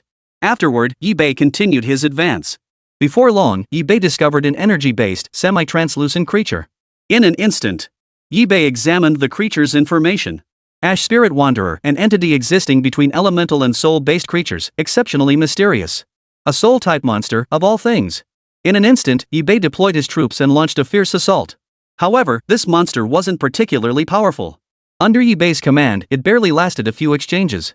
Or perhaps Yi Bei had overestimated the Ember Spirit Wanderer, directly deploying Luo Yu and Luo Shui into battle. As a result, the Ember Spirit Wanderer never had the chance to unleash its true power before being slain. Upon its demise, the Ember Spirit Drifter dropped a soul crystal. Chapter 140, Mud Monster. It really is a soul crystal. Yi Bei couldn't help but feel a surge of excitement upon seeing the soul crystal dropped by the Ashen Spirit Wraith. Without hesitation, Yi Bei used the soul crystal. Instantly, a surge of potent energy flooded Yi Bei's mind. The moment he consumed the soul crystal, Yi Bei's control and perception of his troops became more precise. He could now command a greater variety of troop types. Moreover, his perception of the fungal carpet grew clearer. Yi Bei immediately put it to the test, simultaneously commanding a vast array of units. Nearly half of the units could be personally commanded by Yi Bei without any strain. Suddenly, Luo Yu and Luo Shui found Yi Bei, their faces glowing with excitement as they exclaimed joyfully. We found Yang Zhan's location. What? Yi Bei snapped out of his euphoric state of absorbing soul crystals and turned to look at Luo Yu and Luo Shui. Is this true? How did you find Yang Station? It wasn't that Yi Bei didn't believe them, but this man was too slippery, and his brainwashing skills were top-notch. Had Yi Bei not known his background, he might have genuinely mistaken him for a pyramid scheme leader. Actually, it was Yang Zhan's own men who exposed all this. Here's what happened: a while back, we sold some diamond necklaces, and these women wanted them too. Plus, they'd been enduring oppression from Yang Station on a daily basis. Under this mounting pressure, they finally reached their breaking point and began to resist. But they knew that with their strength alone, they couldn't inflict any real damage on him. Therefore, these individuals sought to leverage our organization to destroy Yang Station in one decisive blow. Hearing this, Yi Bei chuckled softly. Those who commit many injustices will inevitably destroy themselves. This is retribution. Yi-Bei felt no pity for such people. On the contrary, he harbored significant grievances against Yang Zhan. Does that mean we already know Yang Zhan's location? Luo Yu and Luo Shui nodded. In an instant, Yi-Bei hurriedly checked the coordinates before him. Yang Zhan's location wasn't far from him at all, just a turn away within this underground level. Even Yi-Bei was somewhat surprised. Was Yang Zhan really that powerful? How could he be so close? After all, his own strength placed him among the top few players in the entire dungeon. But not in the lava world, in the adjacent dungeon. Let's go meet this Yang Zhan fellow. Luo Yu and Luo Shui naturally supported Yi-Bei in confronting Yang Zhan. As for Manhwa, she didn't know the full situation. Since Luo Yu and Luo Shui were involved, she felt no need to get involved. Thus, she chose to sit this one out. That was fine too. Besides, Yi-Bei didn't believe Yang Zhan truly had the capability to stand against him. Yi-Bei led his troops around a corner, heading toward Yang Zhan's location. The new dungeon was cavernous, with passages branching in all directions and a damp atmosphere. Yi-Bei was thrilled, as this environment proved far more conducive to the growth of the fungal carpet than the lava world. It must be said, Yang Zhan truly knew how to pick a location. Even Yi-Bei found himself drawn to this dungeon. The only question was how formidable the monsters within this dungeon might be. The fungal carpet spread at an astonishing speed, more than 10 times faster than it had in the lava world. Moreover, he had already mastered most of this dungeon layer's strategies. Yi-Bei encountered only a handful of monsters, and those he did face possessed little combat strength. They were dispatched by the Spore Executioner, their bodies pierced by tendrils of mycelium shooting out in all directions. This left Yi-Bei feeling a touch of boredom. Finally, Yi-Bei encountered the first wave of monsters, and they were numerous. He opened the system interface to examine the monsters before him. Mud monster, its core within is the true body, enveloped by vast amounts of foul-smelling mud. A terrifying creature combining both offensive and defensive capabilities. Yi-Bei narrowed his eyes, observing the mud monster before him. This was truly the first wave of monsters he had encountered since arriving on this level. He wanted to see just what these monsters were capable of. The next moment, Yi-Bei sent the Spore Executioner to lead the charge. In plain terms, he sent the Spore Executioner to sacrifice itself, using it to gauge the sludge monster's strength. Spikes shot out in rapid succession. Yet the mud monster showed no intention of dodging. The fungal spores struck its body, sinking into the muddy mass like stones into a swamp, vanishing without a trace. At that moment, Yi-Bei carefully analyzed the mud monster's condition. Suddenly, the mud monster erupted with terrifying power. Within the creature's core lay a dark purple gelatinous core about 30 centimeters in diameter, its surface swirling with fluorescent green veins.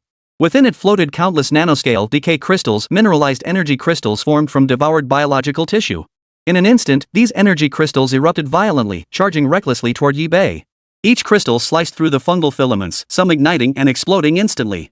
Some units were blown apart, their bodies torn to shreds beyond repair. Even life potions couldn't restore them in time. SSS-rank. Yi-Bei sucked in a sharp breath. He hadn't expected the mud monsters to be this formidable, and not just one, but a whole swarm. In an instant, Yi-Bei's fighting spirit seemed to ignite. A massive wave of troops charged forward once more. The shadow mushroom hunters, in particular, teleported directly behind the mud monsters. The crimson blaze dagger plunged viciously, embedding itself deep into the sludge creature's muddy body. Thud! The crimson blaze dagger seemed to strike something, emitting a sharp, metallic clang. Suddenly, a strange glow flared once more.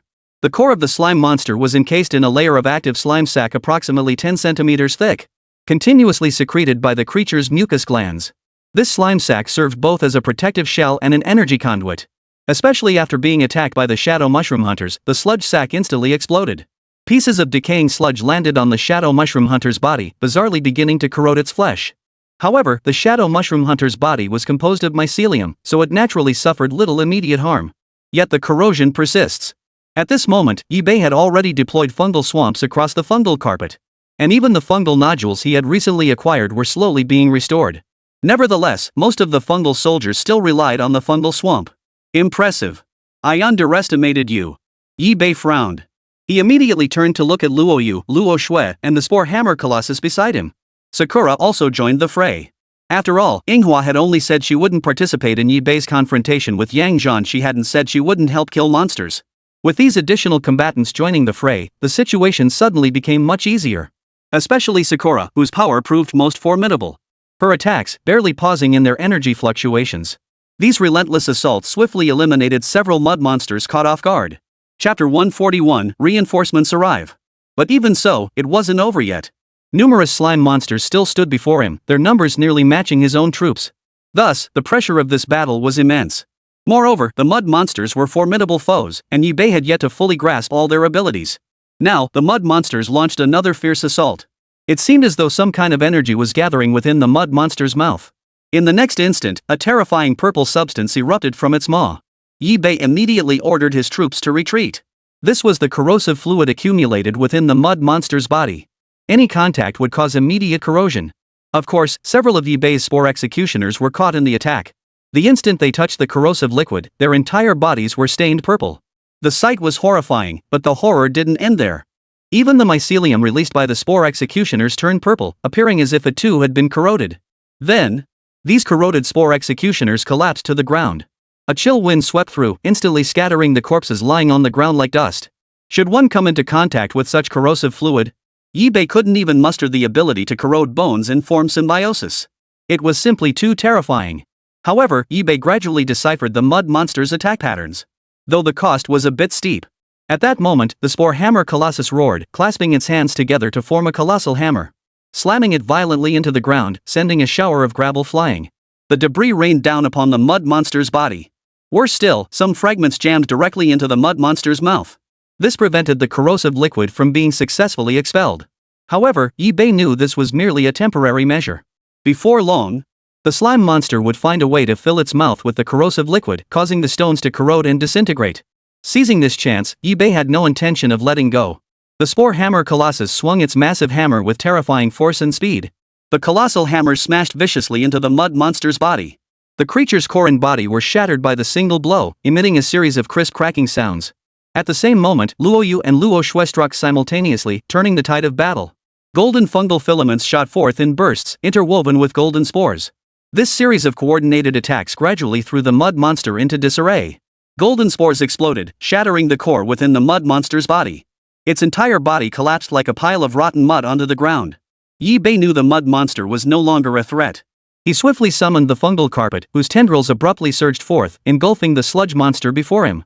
Congratulations, host, for sacrificing the mud monster. You have gained 50 sacrifice points. Simultaneously, after completing the sacrifice, Yibei exchanged for additional troop types. He also pitted certain units against each other in combat, allowing them to devour one another and gain enhanced attributes. This time, Yibei spent nearly all his sacrifice points. Every single sacrifice point he had gained from slaying the mud monster was poured into this endeavor. Now, Yibei opened the system interface to check his attribute panel. Yibei. Territory, Mother Fungus. Level, LV13. Sacrifice points, 780. Troop types, 80 Spore Executioners, 20 Martyr Exploders, 20 Spore Sac Projectors, 25 Destroyers, 20 Explosive Mosquitoes, 30 Shadow Mushroom Hunters, 20 Spore Hammer Colossi, 20 Shapers. Modified units, 1 Abyssal Prison Demon Shark, 1 Shadow Weaver Spider, 1 Sakura Blossom Mecha Girl. Human modified units, Luoyu, Luo Shui high-grade modified units. Skills, Mycelium Blanket, Fungal Network, Assimilation, Flame, Purification, Hold, Toxin, Underwater Breathing, Fountain of Life, Modified Fungal Soldier, Extraction, Neural Parasite, Freeze. Passive skills, Sovereign's Aura, Infinite Evolution, Poison Resistance, Fire Resistance, Glorious Evolution, Bone Corroding Symbiosis. Building skills, Mycelium Swamp, Greenhouse. Greenhouse units, Venom Spitter, Landmine Mushroom, Healing Mushroom unlocked. Currently available troop types, 7 viewable. Meanwhile, Yibei assessed the unit's capabilities. Sakura Blossom. Level, LV42. HP, 188,955. Quality, Elite. Attack, 926.8. Defense, 824.4. Spirit, 1089.6. Skills, Lightning Speed, Mecha Transformation. Yibei pressed his advantage and pressed forward. He encountered new monsters one after another, though some resembled those he'd faced earlier. Their traits differed slightly. Those in the lava world carried a fire attribute. Within this dungeon, they carried damp and gloomy attributes. For instance, the creature before him was a rock scorpion, nearly identical to the lava scorpions Yibei had previously encountered. However, in terms of strength, it was inferior to those encountered in the lava world. Yibei deployed his forces, with the Shadow Mushroom Hunters leading the charge. It must be said, this terrain was practically a playground for the Shadow Mushroom Hunters. This environment was perfectly suited for the Shadow Mushroom Hunters. No light penetrated the gloomy, damp surroundings. Mycelium shoots darted out in bursts, accompanied by spore sacs, all working in tandem to draw the attention of the rock scorpions. And Yibei's approach was indeed yielding some results. At that moment, the Shadow Mushroom Hunter had positioned itself behind the creature, thrusting its blade downward. The crimson dagger glowed vividly in the darkness, but fortunately, the shadow mushroom hunter had already taken his position. Clang! The rock scorpion's body was exceptionally hard, even a direct hit to its torso caused little damage. Seeing this, Yibei glanced at Luo Yu and Luo Shui standing nearby. The next instant, the two women immediately sprang into action, golden spores rapidly erupting onto the monster's body. Boom! A series of violent explosions thundered, reverberating around Yibei's ears. Large quantities of explosive agents surged into the monster's body. Yibei chuckled softly. With Luo Yu and Luo Shui taking action, this battle held almost no surprises. Soon, the monster's corpse lay sprawled on the ground. Yibei stepped forward, summoning his fungal carpet, ready to sacrifice it. However, just as Yibei was about to make the sacrifice, the fungal carpet in the distance sent a message, sensing something. This was due to Yibei's fungal carpet having undergone an evolution upgrade. Its perception had become remarkably keen. Moreover, the intruder seemed utterly brazen, showing no fear of Yibei's fungal carpet. This was precisely what concerned Yibei. Was it the recklessness of a newborn calf fearing no tigers, or simply the brutishness of a fool? By combining the fungal carpet's exploratory capabilities with the fungal network, the combined capabilities of these two now allowed Yibei to explore nearly anything, unless restricted by the dungeon itself or the environmental conditions of this layer. Otherwise, Yibei could detect everything. This was the confidence the fungal carpet gave him. Suddenly, a rustling sound came from the distance. Someone's coming. Chapter 142, Abyssal Worm. In the distance, a man with an arrogant expression slowly approached. Beneath him, a massive worm crawled along, looking utterly repulsive. The moment Chen Jun laid eyes on Yibei, greed surged within him. Hand over everything you have on you. Especially when Chen Jun spotted Luo Yu, Luo Shui, and Yinghua behind Yibei, his eyes glowed with lust. Beauties! Come with me now. What future could you possibly have with that man? Follow me, and I'll make sure you live in luxury. See the troops beneath me? They're far superior to these hideous monsters. Yibei remained unmoved by Chen Jun's words. At that moment, he opened the system interface to examine the enemy's information. Abyssal worm, slender segments, extremely fast crawling speed, massive body, and possesses certain evolutionary capabilities. Though it possessed evolutionary potential, it certainly couldn't compare to his own units. After all, his units could evolve directly. Moreover, he possessed the ability of glorious evolution, achievable simply through internecine combat. The victor devours the defeated, gaining enhanced attributes in the process. Thus, Yibei's own evolution potential is slightly stronger. Yibei didn't waste words with Chen Jun. To him, it was just a dead man, why bother? With that thought, Yibei swiftly deployed his forces. Fibers of mycelium shot forth, launching the initial fierce assault. At the same time, Chen Jun launched his own fierce assault. Hordes of worms burrowed up from the ground, charging madly toward Yibei's troops. These worms were subordinate creatures of the abyssal worm. Though their individual strength was limited, their sheer numbers proved overwhelming. One by one, the worms swarmed onto the bodies of the Spore Executioners. In the blink of an eye, the overwhelming swarm devoured Yibei's Spore Executioners to the last one. Moreover, Yibei noticed something else. After the worms devoured the Spore Executioners, he could distinctly sense that the abyssal worm before him seemed to have grown stronger. Is this the abyssal worm's evolutionary ability? Yibei murmured softly.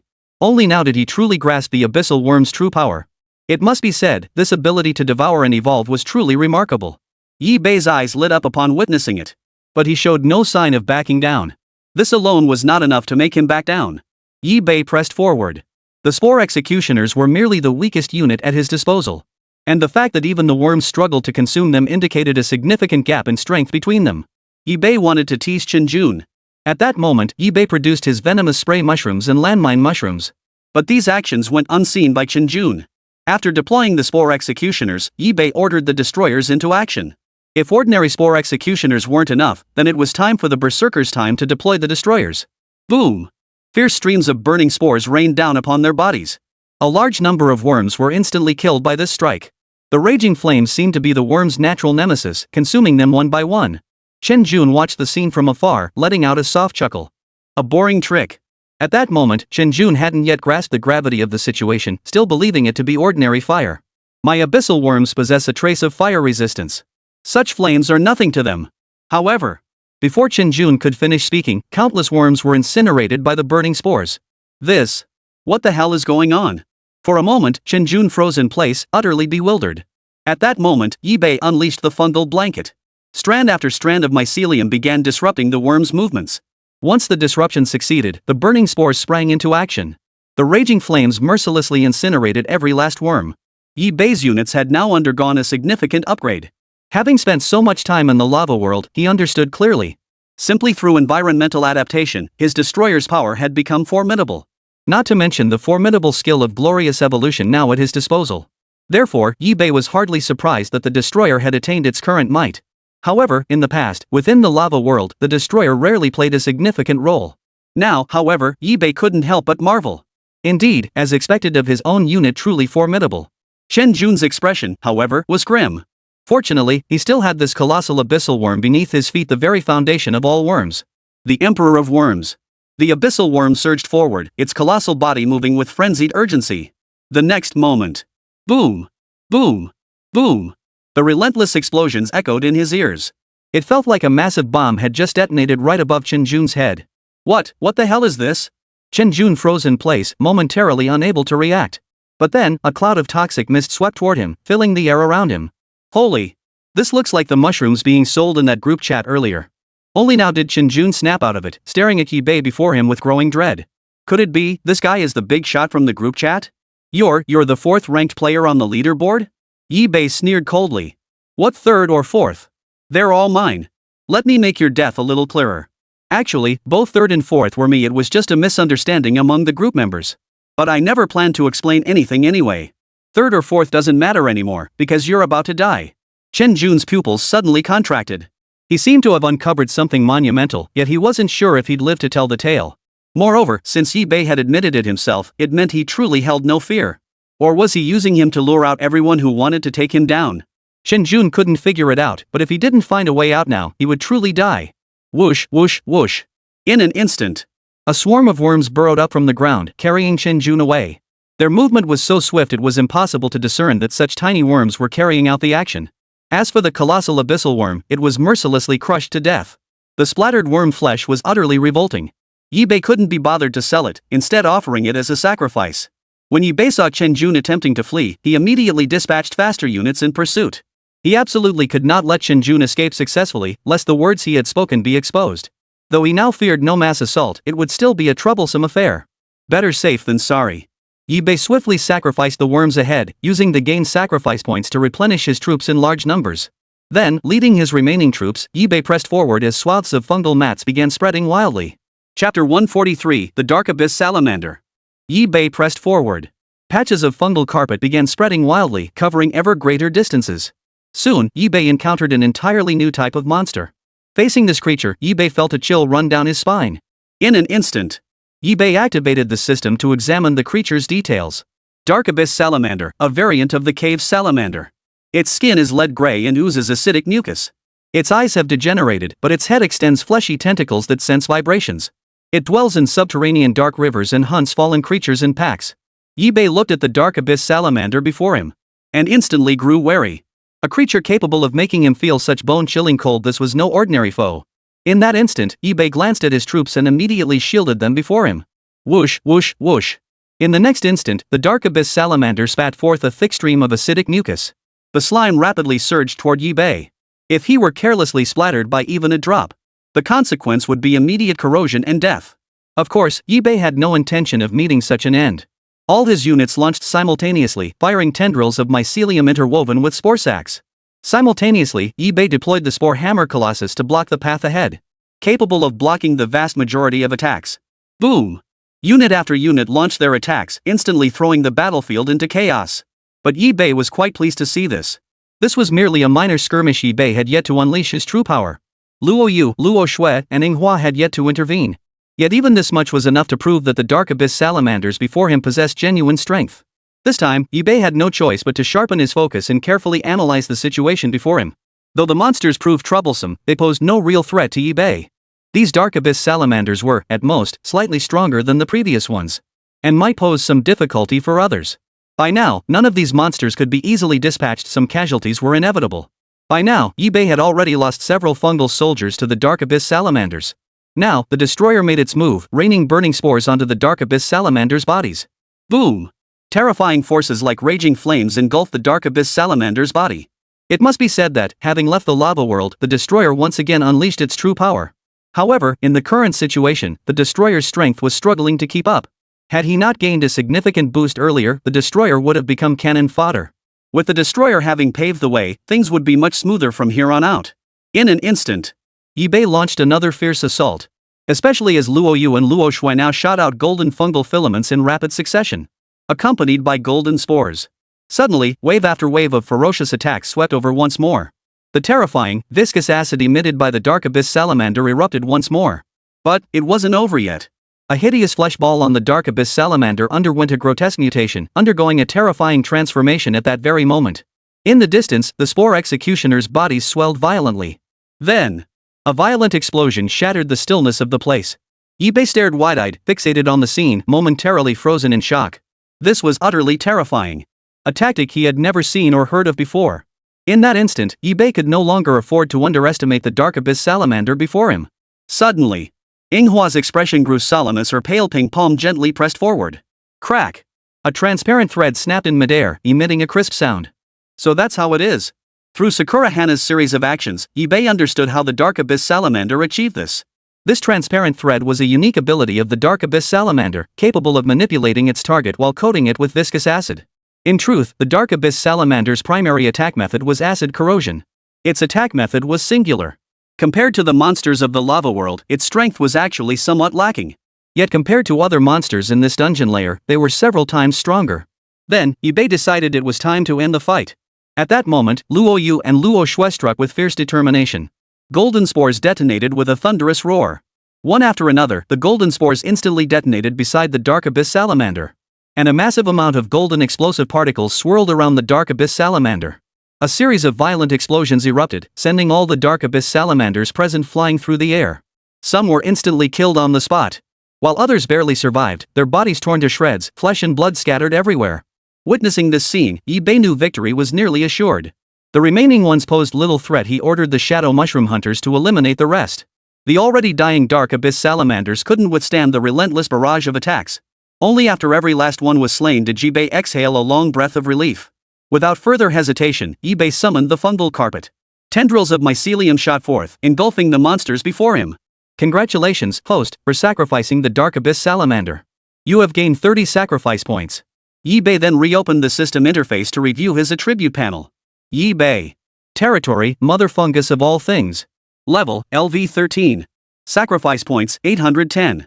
Troop types, 80 Spore Executioners, 20 Martyr Exploders, 20 Spore Sac Projectors, 25 Destroyers, 20 Explosive Mosquitoes, 30 Shadow Mushroom Hunters, 20 Spore Hammer Colossi, 20 Shapers. Modified units, 1 Abyssal Prison Shark, 1 Shadow Weaver Spider, 1 Sakura Blossom Mecha Girl. Human modified units, Luo Yu, Luo Shui high-grade modified units. Skills, Mycelium Blanket, Fungal Network, Assimilation, Flame, Purification, Hold, Toxin, Underwater Breathing, Fountain of Life, Modified Fungal Soldier, Extraction, Neural Parasite, Freeze. Passive skills, Sovereign's Aura, Infinite Evolution, Poison Resistance, Fire Resistance, Glorious Evolution, Bone Corroding Symbiosis. Building skills, Fungal Swamp, Greenhouse. Greenhouse units, Venom Spitter, Landmine Mushroom, Healing Mushroom unlocked. Currently available troop types, 7 viewable. Meanwhile, Yibei assessed the unit's capabilities. Sakura Blossom. Level, LV 42. HP, 188,955. Quality, Elite. Attack, 926.8. Defense, 824.4. Spirit, 1089.6. Skills, Lightning Speed, Mech Transformation. After reviewing the data, Yibei resumed spreading the fungal carpet, advancing forward to scout the surrounding area. Chapter 144, Rock Marrow Viper. Yibei altered his appearance using the mask he had previously crafted. Though this was his current appearance, he had altered it once before. He hadn't maintained the transformation after meeting the Luo sisters, Luo Yu and Luo Shui. Now, in front of the two women, Yibei directly altered his appearance and confessed the truth about the mask to them. When Yibei's face changed once more, Luo Yu and Luo Shui couldn't help but gasp in astonishment. They marveled once more at the power of the dungeon. Then, Yibei summoned the fungal carpet and continued advancing. Soon, the group heard sounds of combat ahead. Yibei looked up. Someone was struggling to fight off monsters. Yibei frowned, refraining from rash action as he carefully assessed the situation. At that moment, he opened the system interface to examine the monster's attributes. Rock Marrow Viper, resembling a giant pit viper but with translucent blue-purple scales. A terrifying predator of the dungeon. Yibei stared intently at the Rock Marrow Viper before him, silently sweating bullets for the opponent. It must be said, these monsters were indeed formidable. Yet before Yibei, they were at most troublesome foes hardly impossible to defeat. Suddenly, Yi-Bei noticed the scales on the rock marrow viper seemed to reflect light, radiating a beauty uniquely its own. Each scale's edge was embedded with tiny crystal clusters that refracted the phosphorescence of the underground river, shimmering like flowing fragments of gemstones in the darkness. While the rock listening organs extending from the bone plates on either side of its head could effortlessly pinpoint the location of prey. In that instant, the rock marrow viper drove its tail's bone spike through the rock wall. Before it stood a group of delicate women, seemingly incapable of combat. One by one, the soldiers fell, succumbing to the venomous tail of the rock marrow viper. The rock marrow viper's tail contained highly concentrated acid, capable of corroding most living creatures with ease. The rock listening devices activated. Even the slightest sound from their attacks allowed the rock marrow viper to pinpoint the locations of the girls' units. This was a major reason why they couldn't successfully kill the rock marrow viper. But none of this posed any real challenge to Yi-Bei. This time, Yi-Bei did not allow Luo Yu and Luo Shui to intervene. To outsiders, these two still appeared as players. And their newfound power stemmed solely from Yi-Bei's assimilation. Thus, Yi-Bei wished to preserve their identities. At the very least, he couldn't let outsiders witness the terrifying power the two girls possessed to slay monsters. Subsequently, Yi-Bei led his fungal soldiers and Manhwa in a bold assault against the rock marrow vipers. As expected, the rock marrow vipers had sensed Yi-Bei's approach. Having already set up an ambush, the rock marrow vipers lashed out with their venomous tails the moment Yi-Bei appeared. The Spore Hammer Colossus roared, clasped its hands together, transforming them into a massive hammer, and smashed down with brutal force. Boom! Even with their blinding speed, the rock marrow vipers stood utterly helpless against the Spore Hammer Colossus. The disparity in their power was simply too great. The Spore Hammer Colossus merely swung lightly, yet it was enough to smash a massive crater into the ground. As for the rock marrow viper's speed, while faster than most, it was nowhere near the Shadowstalker's agility. And the Shadow Mushroom Hunter's Crimson Dagger was no pushover either. Their scorching damage proving utterly devastating in this moment. This single strike dealt unimaginable, devastating damage to the rock marrow viper.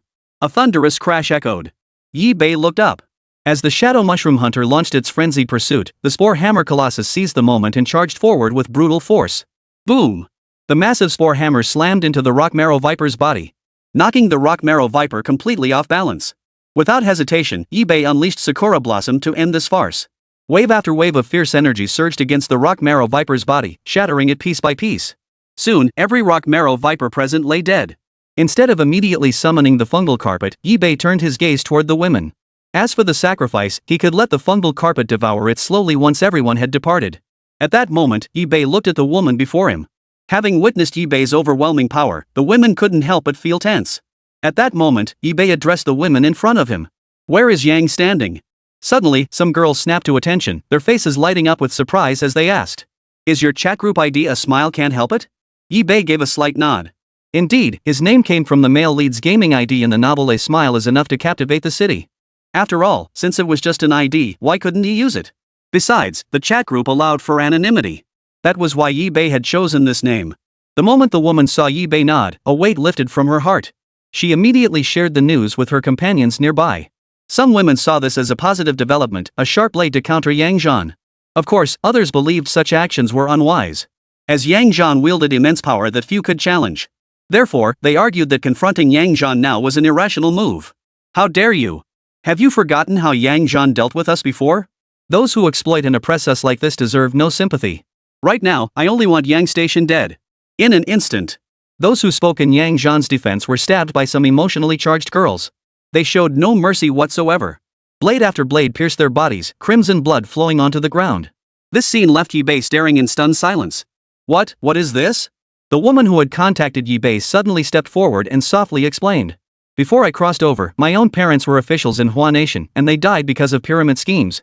Yang Zhan's actions are practically indistinguishable from pyramid schemes in some ways, they're even more despicable. Moreover, her crimes don't stop there. She's luring women into idolizing foreign cultures. She even proclaims it as contributing to and sacrificing for the great cause of women. This is pure brainwashing. Having been raised by my parents, I simply cannot tolerate such behavior. So, I'm truly grateful someone came to help me. Thank you. Yi-Bei understood perfectly. Since he had come here, it was clear he too disapproved of Yang Zhan's actions. Moreover, Yang Zhan had provoked him before. And this grudge and hatred could only be resolved by killing her. By the way, you. The woman reached out and took Yi-Bei's large hand. You can call me Meng Ling. They usually call me Ling sister. Yi-Bei nodded. Led by the group of women, they moved forward slowly. In the shadows, Yi-Bei commanded the fungal carpet to slowly devour the corpses scattered across the ground. Chapter 145, Soaking the Crocodile Salamander. Afterward, Yi Bei refrained from rash actions, keeping these units under control. Especially Luo Yu and Luo Shui on the surface, they appeared as delicate, helpless young women. Even appearing utterly destitute, as if they had no choice but to seek Yi Bei's protection. From start to finish, Luo Yu and Luo Shui showed no signs of anything amiss, otherwise, they wouldn't have been able to explain their situation. Yi Bei didn't even bother explaining. Therefore, he refrained from intervening unless absolutely necessary. With the Spore Hammer Colossus and Sakura Hana by his side, he could certainly handle Yang Zhan. Under these circumstances, Yi Bei and his companions pressed onward. Similarly, Yi Bei refrained from revealing the abilities of the fungal carpet, as such devouring powers could easily spark unwanted speculation. Soon, Yi Bei encountered a small wave of monsters along the way. Of course, he didn't conceal his troops, instead, he deployed every single one he had. He intended to demonstrate his strength to the women. In an instant, Yi Bei activated the system to examine the monster's attributes. Bubble Ming Crocodile Salamander appears as a hybrid of crocodile and salamander covered in black keratinous scales. Yi Bei narrowed his eyes. Though the bubble-croaking alligator salamander before him was formidable, he needed to demonstrate his strength to the women. This battle must be resolved swiftly. The next moment, with a thunderous boom, a torrent of fungal filaments shot into the air, relentlessly converging on the Bubble Ming Crocodile Salamander. Simultaneously, countless spore sacs and the burner's incendiary spores rained down as if they were worthless. Such a combined assault would overwhelm most monsters. But Yi Bei knew full well that such an assault would barely scratch the Bubble Roar Crocodile Salamander before him. All of this was merely a diversion. The true offensive damage would come from the Spore Hammer Colossus's assault. At that moment, Yi Bei looked once more at the Bubble Murmuring Crocodile Salamander before him. Its abdomen was covered in countless tiny pores that continuously released oxygen bubbles. Yet these were no ordinary oxygen bubbles. The moment these bubbles touched the air, they exploded violently, shattering into fragments. Boom! Drops of thick, acidic liquid spattered out from the bursting bubbles. Fortunately, Yi Bei's troops moved swiftly and possessed excellent mobility. Some managed to dodge the attack. Others, however, were too close and were struck directly, their bodies slowly corroding away. Seeing this, the women couldn't help but hold their breath in anxiety for Yi Bei. Yet Yi Bei, seeing that it was the Spore Executioners being corroded, showed no flicker of emotion. A mere handful of Spore Executioners, he couldn't care less about them now. The next moment, the Spore Hammer Colossus swept in, delivering heavy hammer blows that crashed down upon the Bubble Mingling Salamander's body. Crack! The black scales on the Bubble Ming Crocodile's back shattered completely.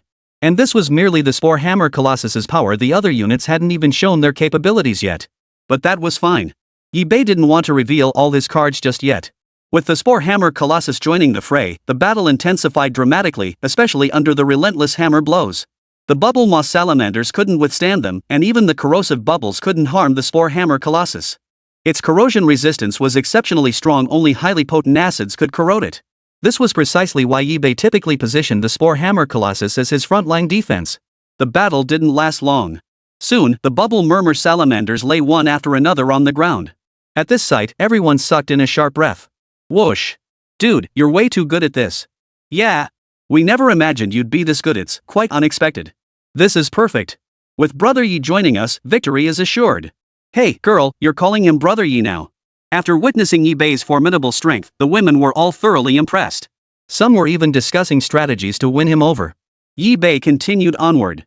However, the corpses scattered on the ground had already been dissected by the women, and all the supplies obtained were handed over to Yi Bei. Yi Bei did not accept them. What he sought was for the fungal carpet to consume them, not mere supplies. Fortunately, they had only dissected a few bodies, leaving the rest behind. Only after the others had departed did Yi Bei quietly summon the fungal carpet to devour them. At that moment, Meng Ling spoke first, addressing Yi Bei. Brother Yi, first I must tell you that Yang Zhan actually has many resources at her disposal. If we want to deal with her, we need to set up ambushes and traps. Though Meng Ling had witnessed Yi Bei's strength, Yang Zhan's capabilities were undeniable. We can't afford to underestimate her.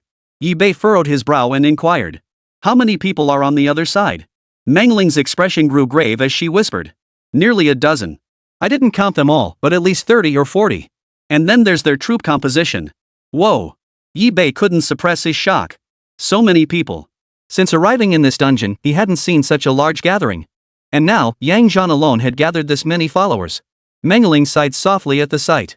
Actually, this is still considered a small number.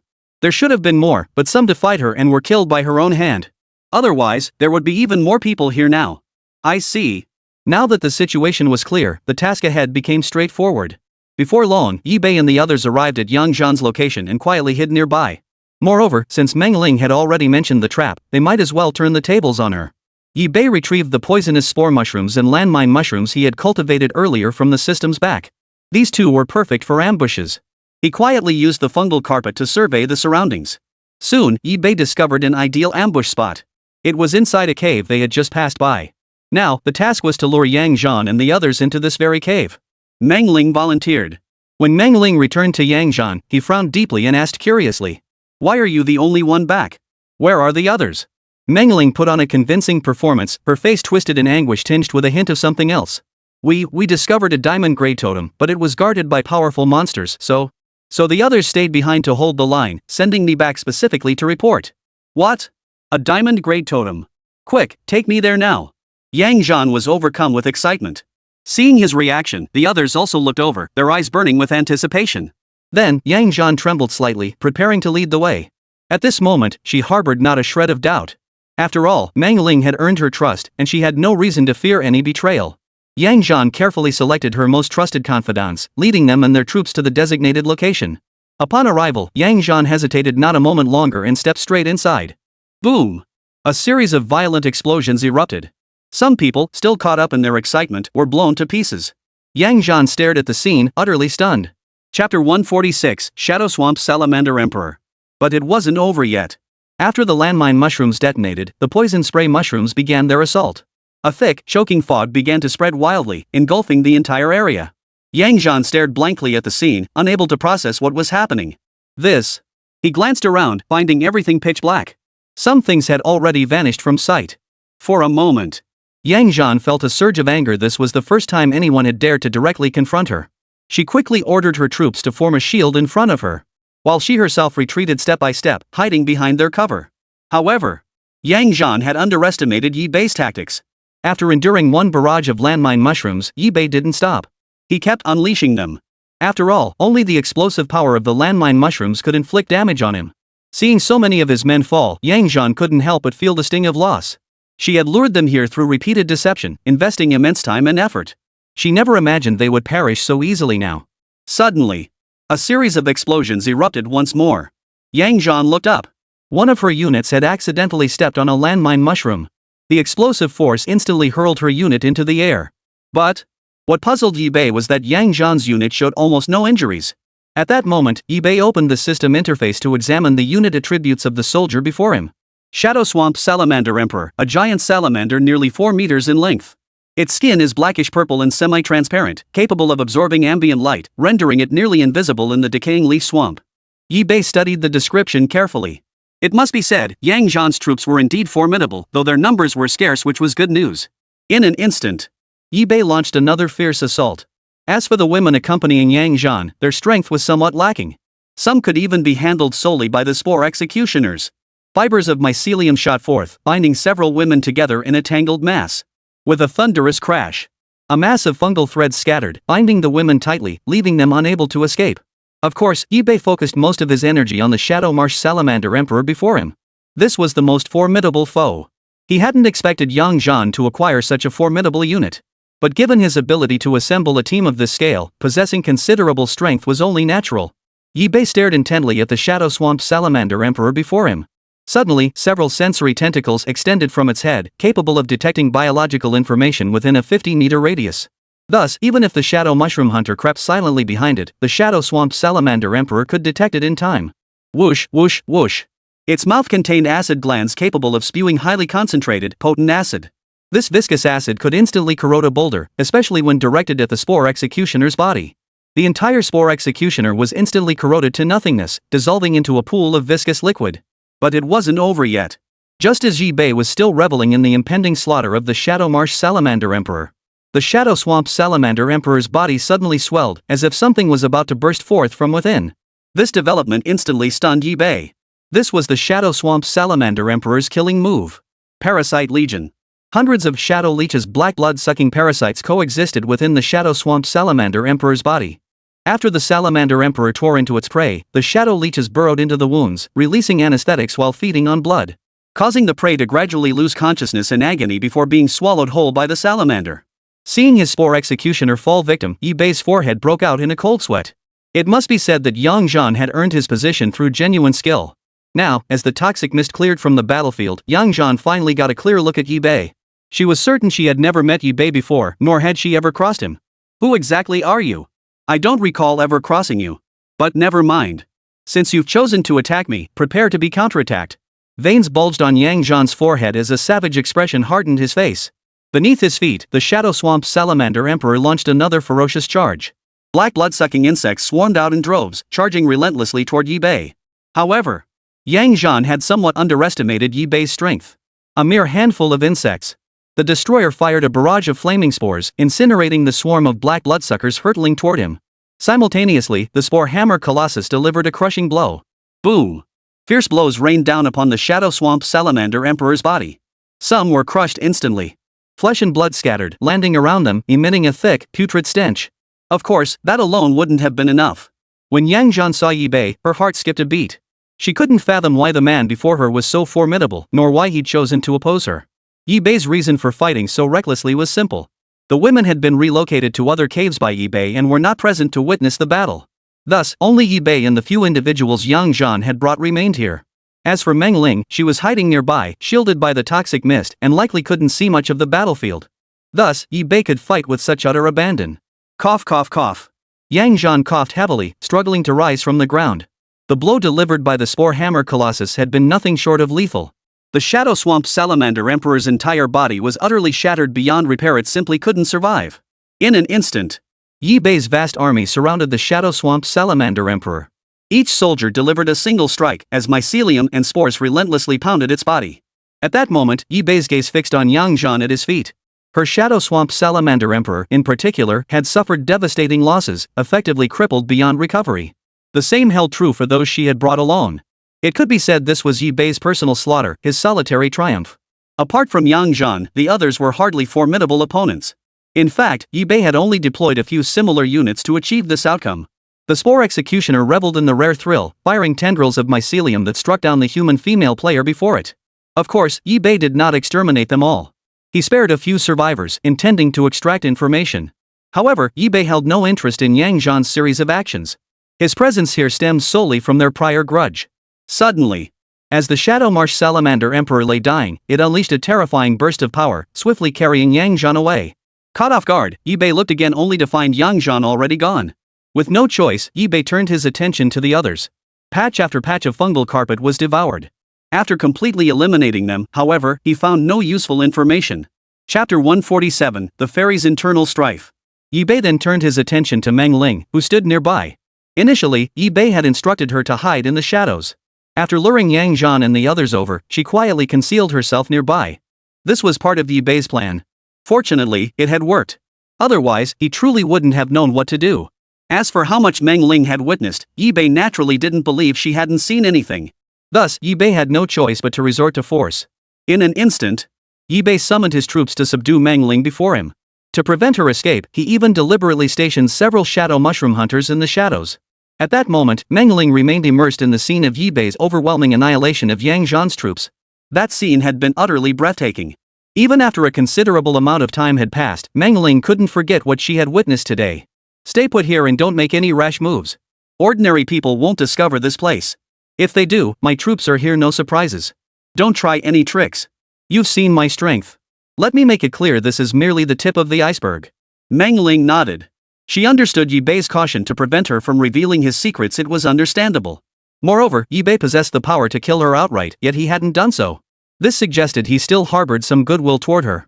All she could do now was leverage that goodwill to ensure her survival. Seeing this, Yi Bei said nothing more.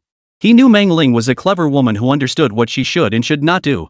Yi Bei then led his troops forward, continuing the pursuit of Yang Zhan.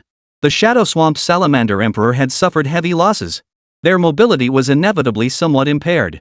Fortunately, the Shadow Swamp Salamander Emperor could still endure. Otherwise, movement alone would have become a major issue. Soon, Yi Bei caught up with Yang Zhan. Riding atop the fungal carpet, Yi Bei's troops swiftly glided across its surface. Even the Spore Hammer Colossus gained considerable speed. Of course, Yi Bei followed the Shadow Mushroom Hunter directly, slipping into the shadows to swiftly close in on the Shadow Swamp Salamander Emperor. Whoosh, whoosh, whoosh. Fungal filaments shot out in rapid succession, accompanied by bursts of spore capsules. The mycelium hindered the Shadow Swamp Salamander Emperor's movements. While behind the mycelium traps, explosions erupted directly on the Shadow Swamp Salamander Emperor's body, binding it with strands of mycelium. But the insufficient number of fungal traps proved ineffective. Even a severely wounded Shadow Marsh Salamander Emperor could break free from the fungal traps in an instant. At that moment, Yi-Bei looked at Yang Zhan's face. A grimace of fury gradually spread across his face, a face neither handsome nor ugly. "Uing. I can lead all women to shatter people's stubborn preconceptions. I am the leader of all women. I can't die here, I absolutely can't. Who the hell are you? I don't recall ever crossing you. You." Yi-Bei had no desire to listen to her ramble on. To Yi-Bei, every extra word from Yang Zhan was a waste of his precious time. But Yang Zhan showed no sign of stopping. The Shadow Swamp Salamander Emperor beneath her feet sped toward the base. Yang Zhan's only hope now lay with the other sisters at the base. She hoped they could hold out just a little longer, giving her a chance to heal the Shadow Swamp Salamander Emperor's wounds. But while the thought was beautiful, reality was cruel. Yi-Bei had no intention of giving Yang Zhan that chance. Countless spore sacs erupted from the spore blaster's body. Like a torrential downpour, the spores fell from the sky. Those that missed their mark scattered across the ground, each one piercing the earth like a nail. Those that struck the Shadow Swamp Salamander Emperor exploded with a thunderous roar. Even with their weak individual power, their sheer numbers accumulated into a force that could not be underestimated. It was this final spore that utterly finished off the Shadow Swamp Salamander Emperor. Yang Zhan met the same fate, his life extinguished along with his path. SSS-rank. The women at the stronghold watched in horror as the scene unfolded. Some gasped in disbelief, staring at Yi-Bei, drenched in blood. Who are you? You actually killed Yang Zhan. Do you even know who he is? He's dead. Ha ha ha, finally dead. Chaos erupted in an instant. Yi-Bei's eyes turned cold as the spore hammer colossus behind him stomped its foot. The entire stronghold shook violently. Can you listen to me now? The women dared not speak, though anger burned within them. Having witnessed Yang Zhan's ruthless execution at this man's hands, it would be a lie to say they weren't afraid. What if they angered this man and he accidentally killed them? Seeing this, Yi-Bei finally explained the entire situation to everyone. There's no harm in telling you. You've seen the situation for yourselves. What are your thoughts? If you wish to avenge your leader, then bring it on. But if you choose to back down, I won't hold it against you. My grudge is with Yang Zhan, not with you. From now on, you are forbidden to ever engage in this kind of gender-based opposition or foreign-worshipping nonsense again. Otherwise, I will kill every last one of you I see. Some women, stunned by Yi-Bei's words, chose to withdraw.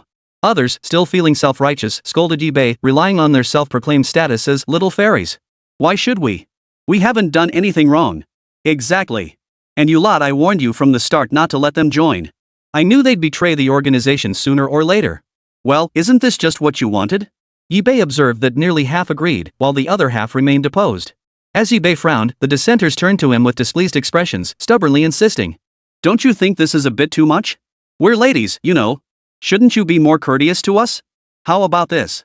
Just compensate us for our losses. We won't ask for much. He tuned out the rest of their words. Hearing these little fairies speak so brazenly, he couldn't help but laugh out loud. Are you guys out of your minds? Yi-Bei wasn't about to indulge these people. He immediately dispatched the troops behind him, mercilessly slaughtering them. Fibers of mycelium shot out, madly piercing through the bodies of these women. The defiant women couldn't believe it. They never imagined Yi-Bei would actually kill them. The women scrambled to resist. But having lived under Yang Zhan's protection for so long, their troops were simply too weak. They were easily cut down by Yi-Bei. Yi-Bei savored the thrill of the slaughter as the air thickened with the pungent stench of blood. Chapter 148, Women's Mutual Aid Society. Gradually, the thick stench of blood lingered in the air. It was becoming unbearable for Yi-Bei. Yang Zhan's stronghold was a sealed space. Under normal circumstances, this posed no issue. But now, the pungent scent of blood grew overwhelming. Fortunately, Yi-Bei could still endure it. Yi-Bei showed no mercy whatsoever. Anyone who dared defy him was ruthlessly slaughtered. No, don't kill me, I'm sorry. I can serve you. That's what I did before. No, I'm better at it. I promise to make you feel like you're in heaven. Get lost, you filthy. Only I serve the master. Yi-Bei couldn't be bothered to listen to these little fairies babbling nonsense. Fungal filaments pierced through the little fairy's body, killing her instantly as blood spilled everywhere. The remaining women watched Yi-Bei in terror. Their bodies trembled uncontrollably. And in their eyes, the blood-stained Yi-Bei before them now resembled a merciless demon who killed without batting an eye. After Yi-Bei finished off all those who refused to obey, his eyes turned cold as he fixed his gaze on the other women. Instantly, goosebumps erupted across their skin. Some women clung to each other, trembling violently. Get the hell out of here. Remember this, never let me catch you doing anything like this again. Or else. The women dared not utter a word of protest. They scrambled to their feet and hurriedly left the area. At that moment, Ibe looked at the corpse before him. Alone on the field, he had no fear of being discovered. Flecks of fungal carpet began spreading rapidly.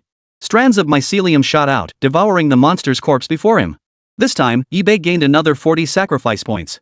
Moreover, it didn't end there. After the sacrifice, he also obtained a large quantity of items. Some belonged to the women, while others were looted from the slain. Ibe, however, found a contract item on Yang Zhan's body. It could bind players and form contracts with them. Should either party breach the agreement, they would face the dungeon's punishment. At this moment, Ibe opened the system interface once more to examine his attribute panel. Ibe. Territory, Mother Fungus. Level, LV 13. Sacrifice points, 850. Troop types, 90 Spore Executioners, 25 Martyr Exploders, 25 Spore Sac Projectors, 25 Destroyers, 25 Explosive Mosquitoes, 35 Shadow Mushroom Hunters, 20 Spore Hammer Colossi, 20 Shapers. Modified units, 1 Abyssal Prison Shark, 1 Shadow Weaver Spider, 1 Sakura Blossom Mecha Girl. Human modified units, Luo Yu, Luo Shui High Grade modified units.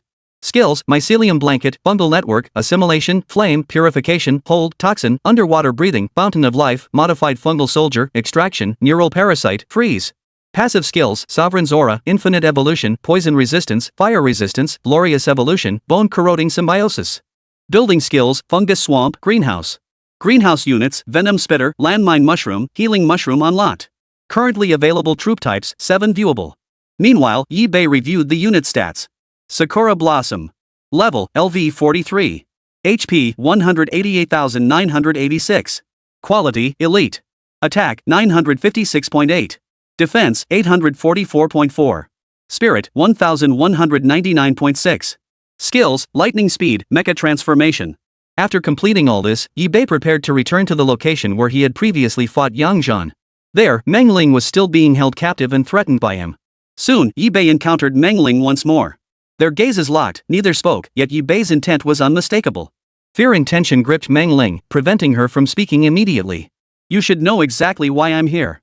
By rights, having seen my secret, I should kill you.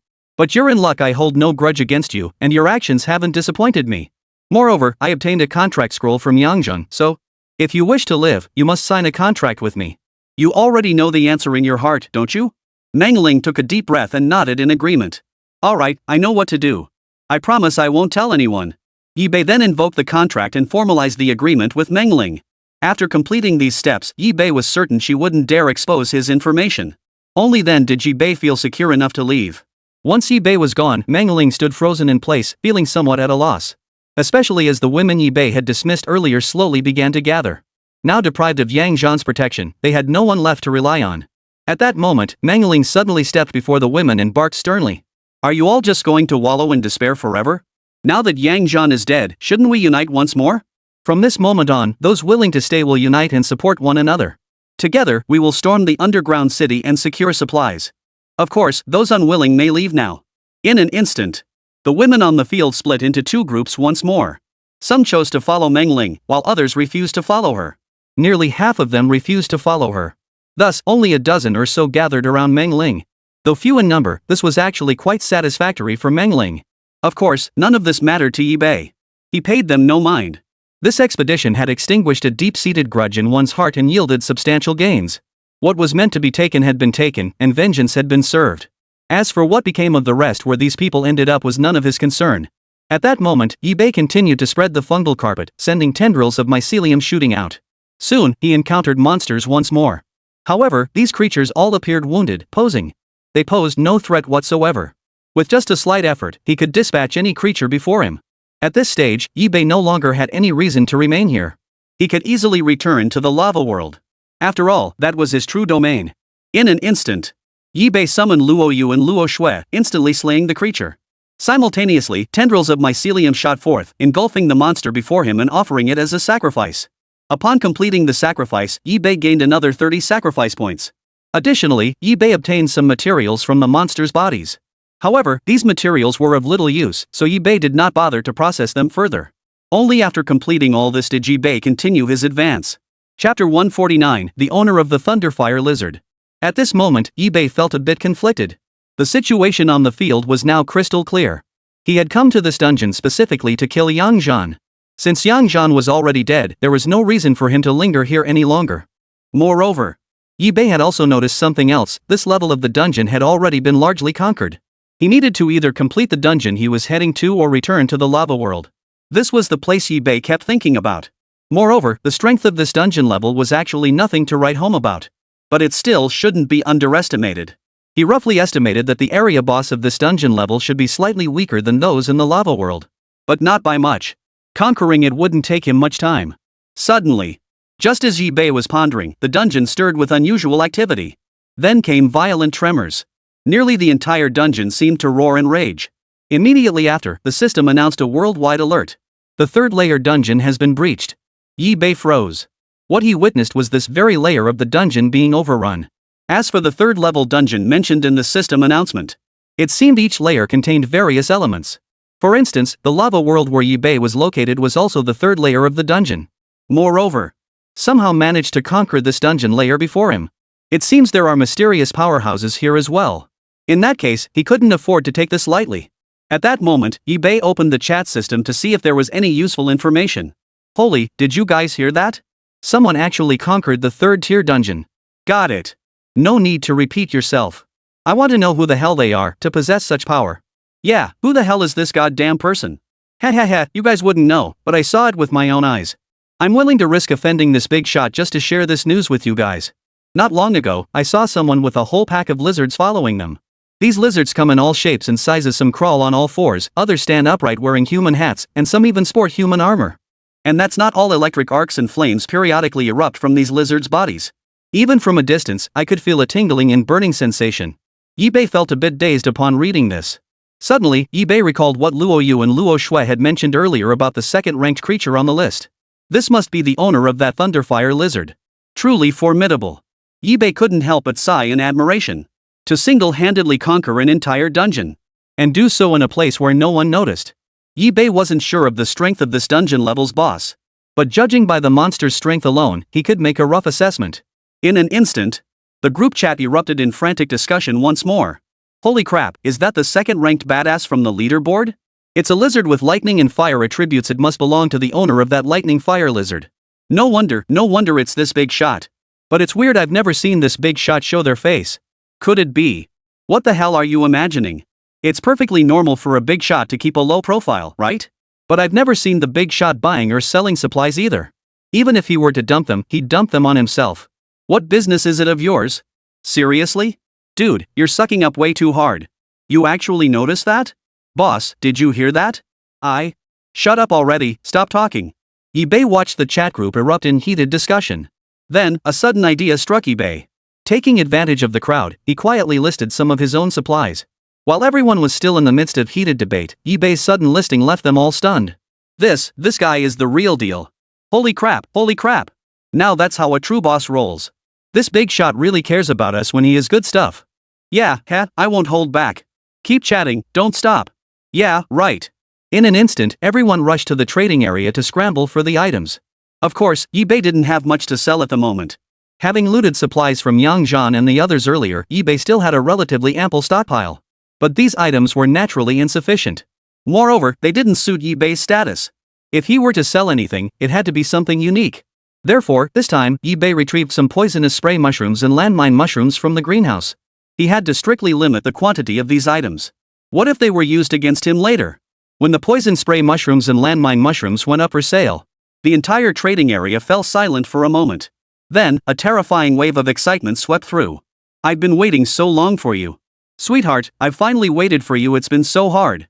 Finally, you're here, wait, save some for me. Holy crap, how fast are your fingers? How many years single did it take to get that speed? Ahem. At that moment, Yi Bei cleared his throat softly and posted a message in the trading zone. Ahem, to celebrate someone conquering the dungeon, I'm offering everyone a special perk. From this moment on, all items will be discounted by 10%. Before he could finish, the group erupted in outrage. What the hell? Holy, you're a ING genius. Swindler. What's the difference between 9.9% off and no discount at all? Are you buying or not? Don't fight over it, I'll take them all. Pfft, like you deserve it? Soon, all the supplies Yi Bei had put up for sale were completely sold out. Afterward, Yi Bei exited the chat group and refocused his attention on the dungeon before him. Now that this level of the dungeon had been conquered, Yibei had no choice but to retreat, resume slaying monsters in the lava world, and ultimately challenge the area boss within the lava world. Patches of fungal carpet spread frantically, rushing toward the direction Yibei had come from.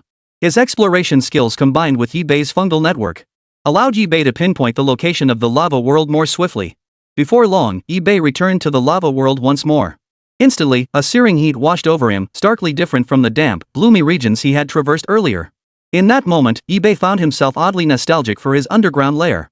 Fortunately, Yibei possessed strong fire resistance here. With almost no hindrance, the fungal carpet spread, continuing along the previous path. Pressing forward. Chapter 150, Sulfur Crystal Lizard. Patch after patch of fungal carpet spread, aided by Yibei's exploration and the fungal network's capabilities. It wasn't long before Yibei encountered new monsters once more. Yibei activated the system to examine the creature's details. Sulfur Crystal Lizard, a 1.5-meter-long terrestrial reptile with a shell composed of sulfur crystal scales. A terrifying creature combining offensive and defensive capabilities. The moment Yibei saw the sulfur crystal lizard, his entire body tensed.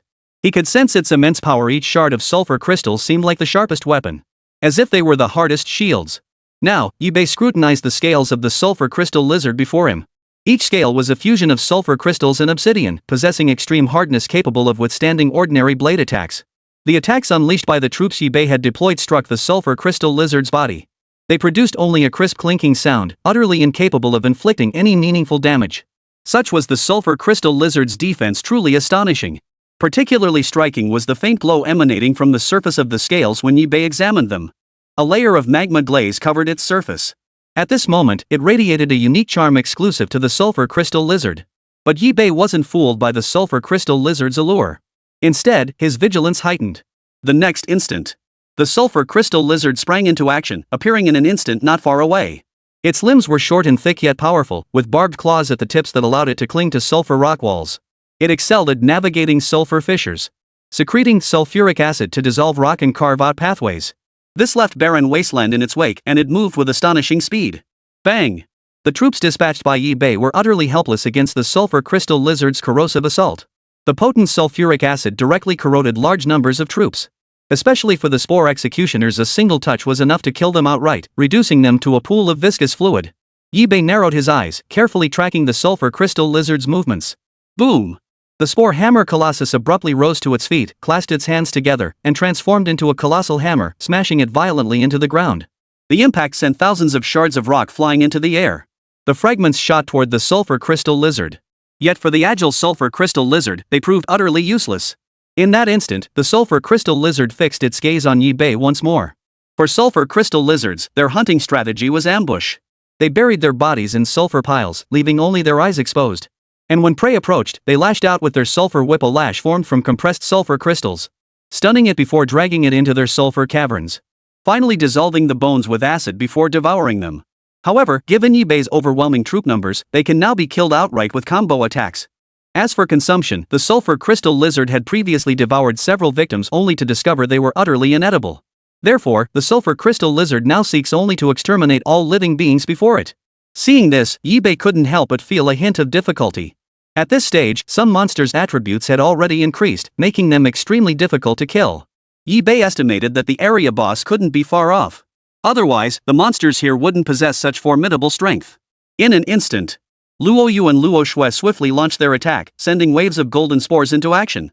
The sulfur crystal lizards moved with blinding speed, rendering the Spore Hammer Colossus largely ineffective.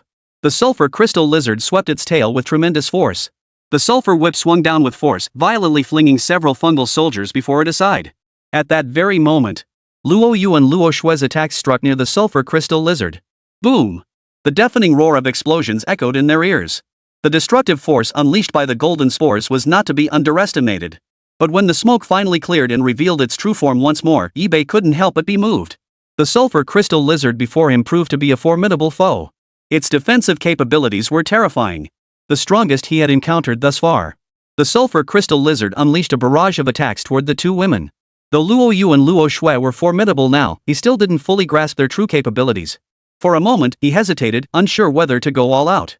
Suddenly, the Spore Hammer Colossus charged forward, its massive hammer smashing wildly against the sulfur crystal lizard's body. Unnoticed by anyone, a multitude of landmine mushrooms detonated simultaneously. The terrifying explosive force instantly blasted a massive crater in the ground. The combination of the two caught the sulfur crystal lizard completely off guard, pressing the advantage. Yi-Bei continued to deploy his troops. Countless landmine mushrooms lay buried underground, waiting for the sulfur crystal lizards to step into them. Simultaneously, the exploding mosquitoes and suicide bombers unleashed their own terrifying power. A series of violent explosions erupted one after another, unleashing waves of relentless bombardment. This left the sulfur crystal lizards no chance to react, as they were subjected to relentless assaults. Soon, the assault initiated by Yi-Bei bore fruit. Before him, the sulfur crystal lizard's body lay utterly shattered. Fragments of sulfur crystal scattered wildly, drifting through the air. Witnessing this scene, Luoyu and Luo Shui approached, their golden fungal filaments coiling around it. In the end, the sulfur crystal lizard was completely consumed by Luoyu and Luo Shui. Yi-Bei stepped forward, summoning his fungal carpet. Strands of mycelium shot forth, engulfing the sulfur crystal lizard lying on the ground. Congratulations, host, for sacrificing the sulfur crystal lizard. You have gained 30 sacrifice points. At that moment, Yi-Bei opened the system interface to check his attribute panel. Yi-Bei. Territory, Mother Fungus of all things. Level, LV13. Sacrifice points, 810. Troop types, 80 Spore Executioners, 20 Martyr Exploders, 20 Spore Sac Projectors, 25 Destroyers, 20 Explosive Mosquitoes, 30 Shadow Mushroom Hunters, 20 Spore Hammer Colossi, 20 Shapers. Modified units, 1 Abyssal Prison Shark, 1 Shadow Weaver Spider, 1 Sakura Blossom Mecha Girl. Human modified units, Luoyu, Luo Shui high-grade modified units. Skills, Mycelium Blanket, Fungal Network, Assimilation, Flame, Purification, Hold, Toxin, Underwater Breathing, Fountain of Life, Modified Fungal Soldier, Extraction, Neural Parasite, Freeze. Passive skills, Sovereign's Aura, Infinite Evolution, Poison Resistance, Fire Resistance, Glorious Evolution, Bone Corroding Symbiosis. Building skills, Mycelium Swamp, Greenhouse. Greenhouse units, Venom Spitter, Landmine Mushroom, Healing Mushroom unlocked. Currently available troop types, 7 viewable. Meanwhile, Yi-Bei assessed the unit's capabilities. Sakura Blossom. Level, LV42. HP, 188,955. Quality, Elite. Attack, 926.8. Defense, 824.4. Spirit, 1089.6. Skills, Lightning Speed, Mech Transformation. Suddenly, Yi-Bei gained a new perception. He sensed that the man who had been assimilated by the fungal carpet earlier seemed to be named Su Hui. Su Hui was not far from him. Through faint perception, he could sense multiple people around him, though the exact number remained unclear. Chapter 151, The Veteran Traveler. But Yi-Bei didn't interfere. Having already resolved to let go of everything, he certainly wouldn't suddenly step forward now. So the path ahead would be one Su Hui had to walk alone. Besides, it seemed Su Hui was doing quite well for himself. After that, Yi-Bei continued slaying monsters for sacrifices. After completing these tasks, he pressed forward toward the horizon. Fungal carpet spread out in patches, complementing Yi-Bei's innate exploration abilities and the fungal network. At that moment, a distress call suddenly echoed through the chat group. Even Yi-Bei couldn't help but feel curious. When he clicked to view the message, he discovered it was from those people in the ice world earlier.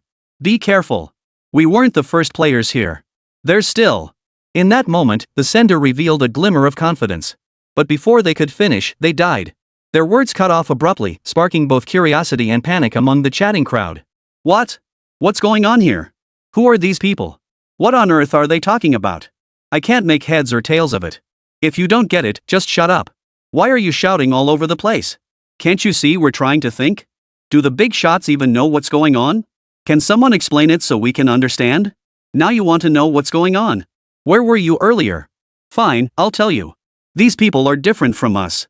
They're being transported to an underground dungeon called the Ice World. As for the exact location, I don't know either. But I can confirm it's definitely not far from us. Ideally, it might be 1 or 2 dungeons away. Of course, it could also be right nearby. For a moment, whether they understood or not, everyone grew tense upon hearing these words. This was a bombshell. For them, it might be a completely new endeavor and experience. As for the meaning behind what they said, I believe everyone should have grasped it by now. This was also the very hypothesis I dared not imagine before. So it's true. I never imagined that before us, players had actually traveled into the dungeon. This is a real pickle. Almost everyone wore a look of deep concern. It must be said, this was truly devastating news. Since everyone had arrived at the same time, many believed that even if there were differences, they'd be minimal, no significant gap in strength. But what if some had arrived much earlier? Who knows what power they might have amassed? What if some had already become titans within the dungeon? How could they possibly compete? Are we just supposed to let these veterans trample us? They've fought hard to reach their current standing, there's no way they'd stand by and let others take their achievements. No, I refuse to accept this.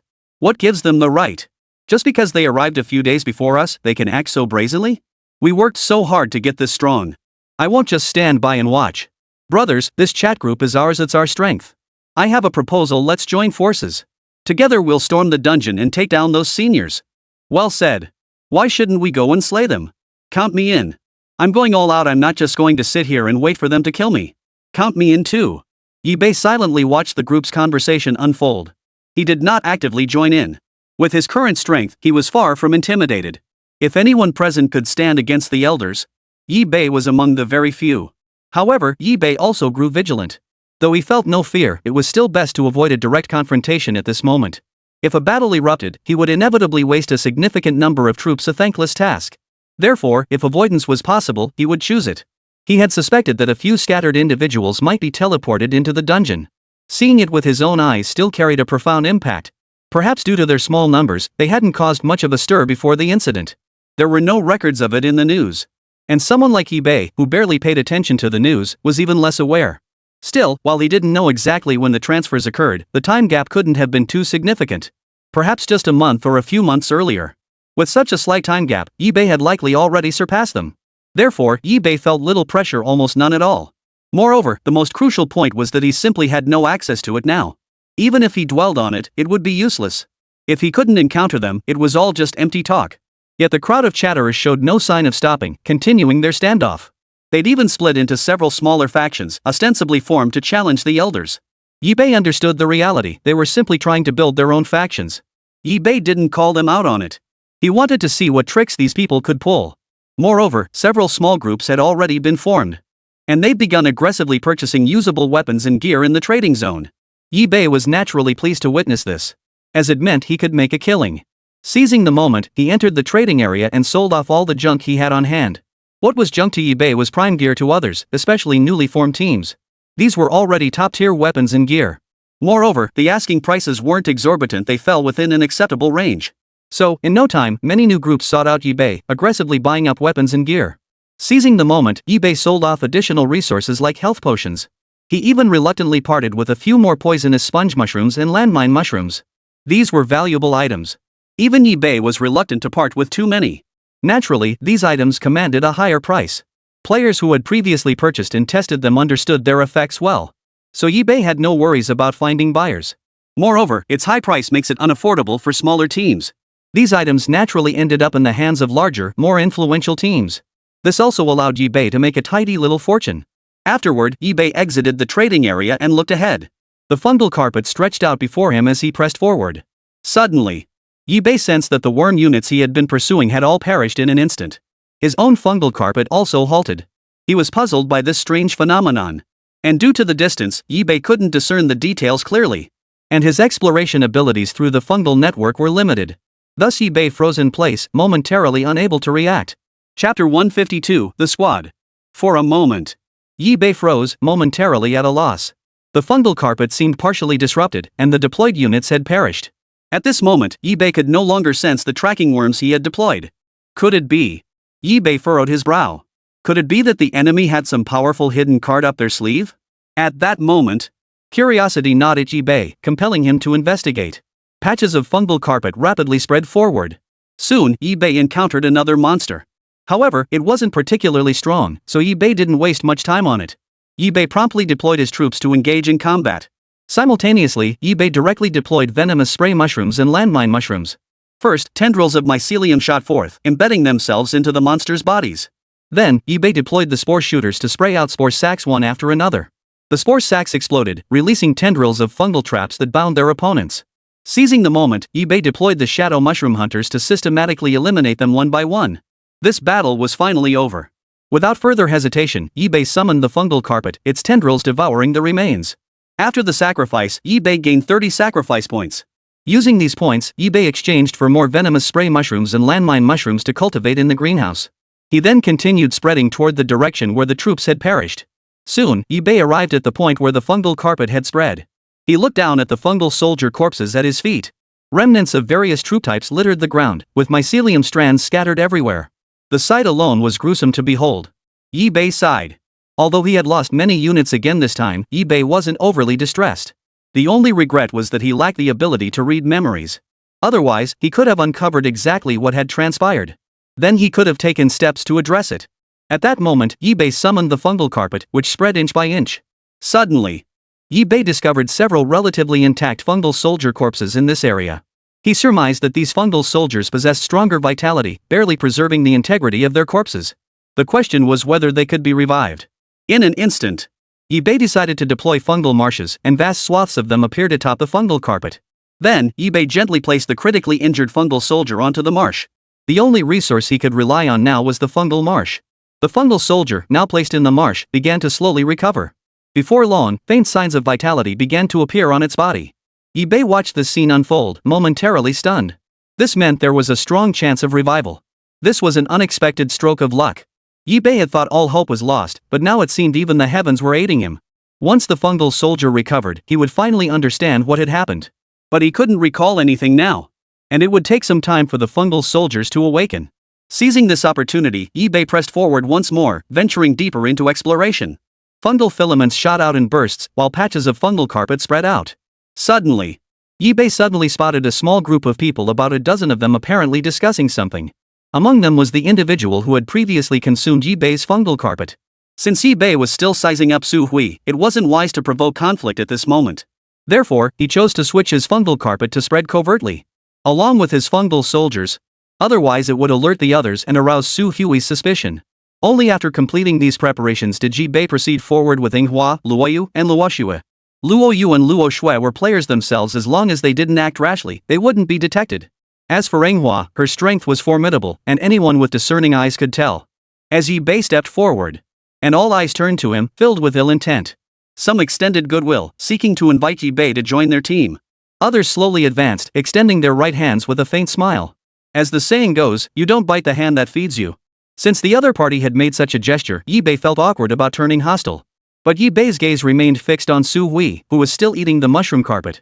At that moment, someone in the team informed Yi Bei. Oh, him? Su Hui fused with some terrifying entity due to an accident, which is why he's become so incredibly powerful. Then, drawing on past experience, someone advised Yi Bei. If you encounter danger in the dungeon, you can actually try utilizing your surroundings. That way, your chances of survival will be a bit higher. Truthfully, this secret shouldn't be shared lightly, but since we hit it off right away, I see no harm in telling you. Yi Bei nodded in agreement. Truthfully, the advice wasn't bad at all. For ordinary players, it was indeed a highly useful dungeon survival technique. But for him, it wasn't something worth learning. What kind of strength did he possess? He didn't need any of these fancy tricks. When in doubt, just tell my fungal soldiers. After that, Yi Bei took a moment to observe the few people before him. First was Leng Jun, the one who invited him to join, apparently the leader of this small team. When the others saw the sakura flower behind Yi Bei, they assumed his unit was a mecha girl. Instantly, envy spread through the group. This was an extremely rare monster, one they had never encountered before meeting Yi Bei. But if it could be tamed by someone, didn't that mean they could obtain mecha girls too? Yet seeing Yi Bei had only one mecha girl and no other units, it seemed likely he had encountered some peril that caused him to lose all his other units. Only his mecha girl, whose strength was still passable, remained. One by one, the others began urging Yi Bei. You have no other units left. Join us. At least this way, we can watch each other's backs. However, Yi Bei refused. Others might not understand, but didn't Yi Bei know better than anyone? If these people weren't after his sakura blossom, would they even let him join? At that moment, displeasure flashed across someone's face. Yi Bei possessed only one troop type, and his true strength remained unknown. To them, it was clearly just posturing. Leng Jun stepped forward to mediate. Enough arguing. I say you join us for now. As for whether you stay or leave later, that's entirely up to you. Yi Bei pondered for a moment. At this point, refusing again would only invite suspicion. So Yi Bei decided to join them for now. Naturally, the two sisters would join as well. Seeing this, some voiced discontent. While they had no objection to Yi Bei joining, after all, he had a mecha girl. But Luoyu and Luoxue didn't have a single unit type. What gave them the right to join? How dare you? If they can join, it means they hold me, Lang, in high regard. I naturally welcome them. Yi Bei watched the scene unfold with keen interest. He observed the number of people joining. From what he could see, though the numbers weren't small, the variety of troop types was actually quite limited. Counting the mecha girl and the mushroom-eating guy, there were only 25 soldiers in total. At that moment, someone suddenly shouted. Monsters spotted ahead. At the cry, panic swept through the group, and they began fumbling about in a flustered state. Chapter 153, The Ember Spider. The moment Yibei and the others heard the news, their entire bodies tensed. Especially Lang Jun, tension surged through him. In an instant, everyone activated their systems to examine the monster's attributes. Ember Spider, flying arachnid creature with a 4-meter wingspan. A fearsome predator of the lava world. Yibei stared at the Ember Spider's attribute panel, his vigilance heightening. Though it didn't seem too difficult for Yibei to handle. The problem was, in his current state, he was utterly unable to act. His only recourse was the Sakura Blossom unit, and he was reluctant to reveal its true capabilities. This was the most difficult part. The only course left was to analyze the Ember Spider's traits to uncover its weaknesses. At that moment, Yibei stared at the Ember Spider before him. Suddenly, Yibei noticed the Ember Spider's wings. Composed of ember membrane, a translucent molten membrane with purple flames flickering at its edges. Their abdomens secreted ember silk. These fibers, formed from cooled magma, could be woven into a fire net. In an instant, this fiery net shot swiftly toward the group. The group frowned. They scrambled to evade it and engage in combat. However, since the group's unit seemed underpowered, the player had to take action personally. As for Yibei's Sakura Blossom, he only struck it symbolically a few times, unable to exert full force. Thus, Yibei found himself wielding a battered shovel in the fray. Had Yibei not been bolstered by the fungal carpet, this battle would have been far more grueling. He observed that the Ember Spider's hunting prowess was truly exceptional. Their hunting strategy was known as fire web hunting. They deploy fiery webs along the prey's inevitable path, in this case, hidden from the group's sight. Once prey touched the web, the silk threads would melt the creature's body with intense heat.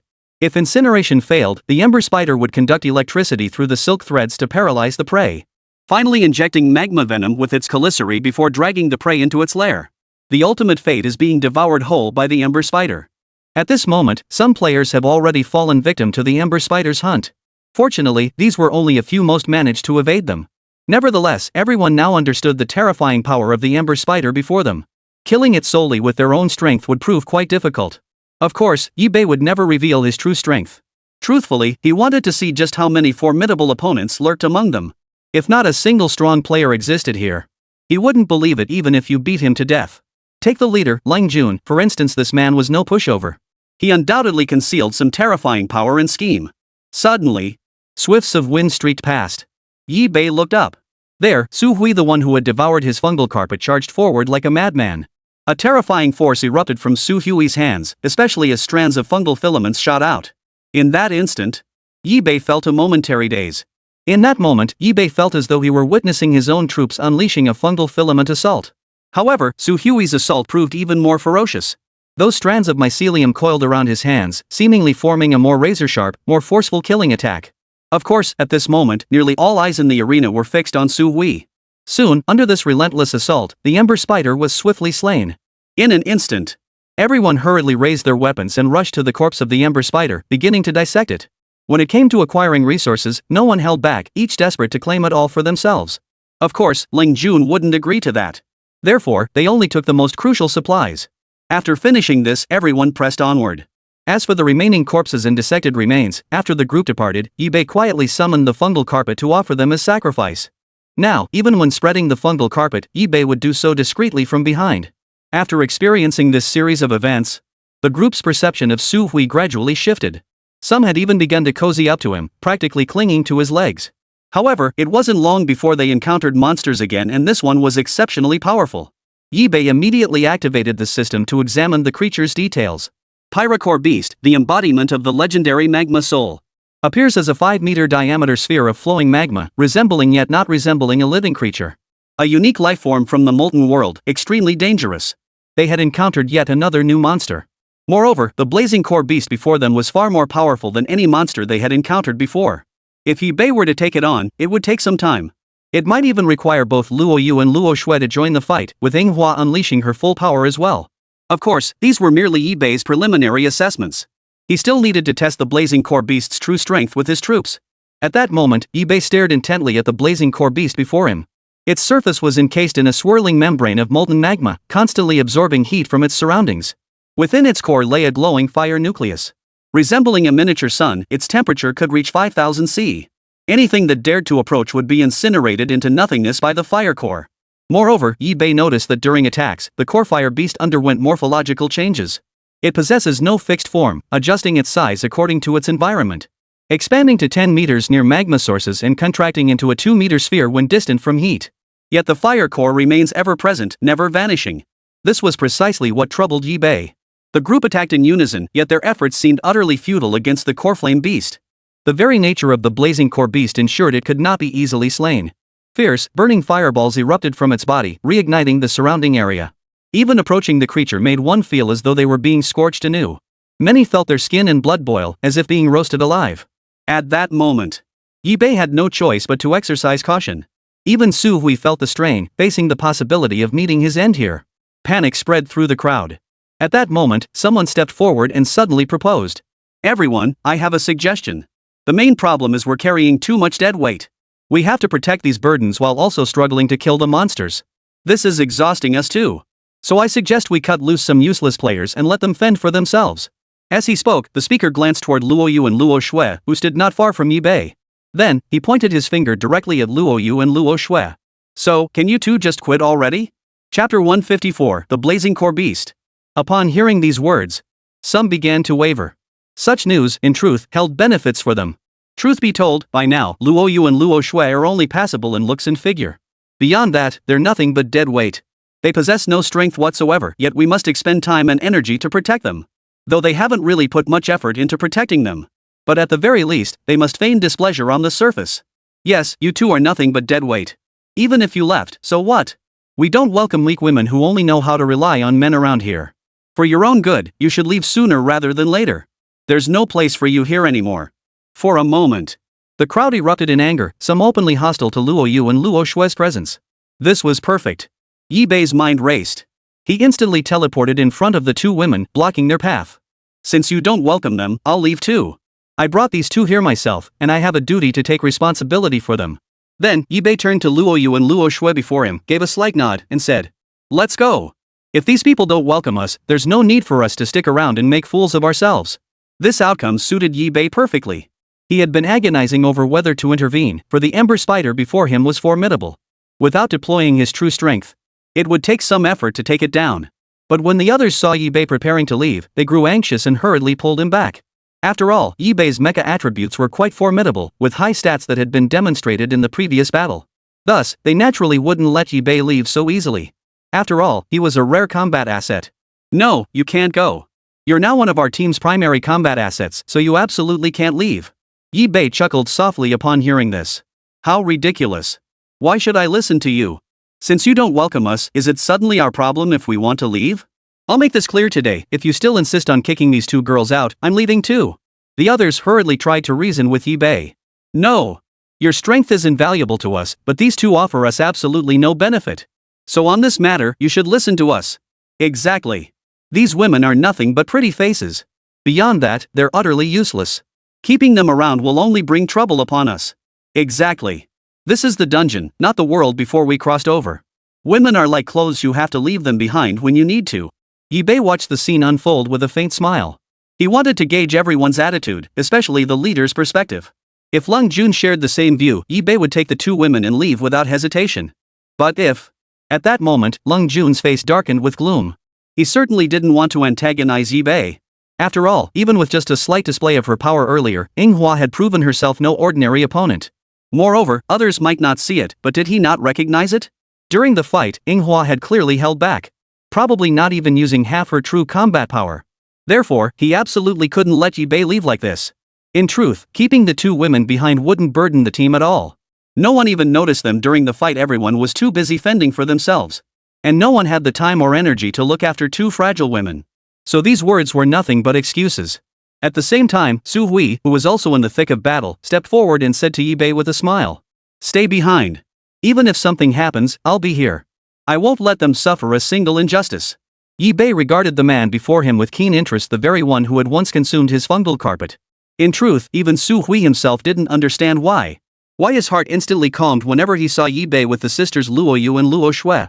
It was as if he'd found an anchor within himself, compelling him to linger around these three. Yes, I was negligent before.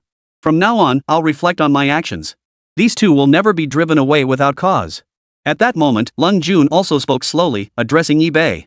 Finally, Yi-Bei glanced at Luo Yu and Luo Shui before nodding slowly. Alright, but this is a one-time exception. And so, Yibei reluctantly rejoined the small team. At that moment, everyone turned their gaze back to the blazing core beast before them. Throughout their conversation, the blazing core beast continued its relentless assault on the other units. Some players had already lost all their units to the blazing core beast. Moreover, it seemed the very presence of the blazing core beast was causing the area to grow increasingly scorching. Seeing this, Su-hui stepped in once more. But even with his strength, he found himself struggling against the blazing core beast's ferocious attacks. After all, he had only consumed some of Yibei's fungal carpet and hadn't undergone significant enhancement, so there was still a considerable gap in power between them. If Yibei were to intervene, he could eliminate them. Moreover, the blazing core beast before them was already somewhat wounded, making it easier to fight. However, even if Yibei chose to intervene, he needed to pick the right moment. Just as Yibei pondered, the blazing core beast suddenly turned its gaze toward the sisters Luoyu and Luo Shui in the distance. In an instant, the blazing core beast transformed into a fiery orb and charged toward them at breakneck speed. Seeing this, Yibei's heart skipped a beat. He could reveal his other units, but if Luoyu and Luo Shui were exposed too, that would be a whole different story. Especially since Luoyu and Luo Shui's abilities were so strikingly similar to Su-hui's, what would he think? Moreover, even if Yibei exposed himself, he would only reveal units that didn't fire mycelium. Like the shadow mushroom hunters and such. Suddenly, a figure flashed before Luoyu and Luo Shui, none other than Su-hui. Filaments of mycelium shot out from Su-hui's hands, weaving into a small defensive net. Simultaneously, Su-hui raised both hands in front of him, shielding Luoyu and Luo Shui from the attack. Boom! A deafening explosion echoed as Su-hui's body was sent flying sideways. Blood gushed forth like water, flowing freely as if it cost nothing. The sight alone was horrifying. Seeing this, the crowd realized even the strongest had met this fate. It seemed all was lost. In an instant, the entire group fell into chaos, some already clutching their heads and weeping. But Yibei narrowed his eyes, a murderous intent gathering within him. At that moment, he shed all pretense. He summoned the shadow mushroom hunter and plunged the crimson blaze dagger deep into the blazing core beast's body. Combined with its previous injuries, this blow proved fatal. Meanwhile, Luoyu and Luo Shui struck covertly from the shadows. Golden spores surged through the blazing core beast's body. Boom! A crisp explosion echoed, drawing everyone's gaze to the blazing core beast. Yet, the blazing core beast lay utterly lifeless. Only a fiery core remained. At that moment, the entire arena erupted. Chapter 155, The Earth Core Colossus. The entire arena fell silent. After a long while, the crowd slowly came to their senses. Seeing the fire core now in Yibei's possession, their eyes betrayed a peculiar expression. To say they weren't envious would be a lie. Such a precious treasure had long stirred thoughts of seizing it for themselves. But there was nothing they could do. With their strength, they simply couldn't hope to compete. For a moment, envy filled the air. At that moment, the man who had earlier tried to drive away the sisters glared fiercely and couldn't help but complain to Yibei. If you possessed such power, why didn't you reveal it sooner? Our troop losses could have been minimized. Speak. Did you do this deliberately? What are your true intentions? I say, you did this on purpose. Are you a spy sent by another team? Swish, swish, swish. At that moment, all eyes turned sharply toward Yibei. Upon reflection, it seemed genuinely plausible now. Yet to Yibei, these accusations were utterly tedious. Ignoring the crowd's accusations, Yibei approached Su-hui. He retrieved a health potion from his system backpack, gently feeding it to Su-hui. In an instant, a surge of pure energy erupted from Su-hui's body. And when Yibei looked again, he saw the injured parts of Su-hui gradually being restored by the potion. When the others saw the healing potion in Yibei's hand, their minds began to wander with ulterior motives, but they managed to restrain themselves. Still reeling from the shock and panic of witnessing Yibei's troops' formidable power earlier. For a moment, they watched this unfold before their eyes without intervening. Since none of you welcome me, then I, Yi, shall not linger any longer. Otherwise, it would seem as though I'm the one at fault. Let's go. With that, Yibei departed alongside Luoyu and Luo Shui, his gaze unwavering as if he'd made up his mind. Halt! Suddenly, Leng Jun called out to Yibei, forcing a smile. Brother Yi, wait. This was my rashness. I sincerely apologize. But since we've crossed paths, this is a rare karmic connection to meet a master like you in the dungeon.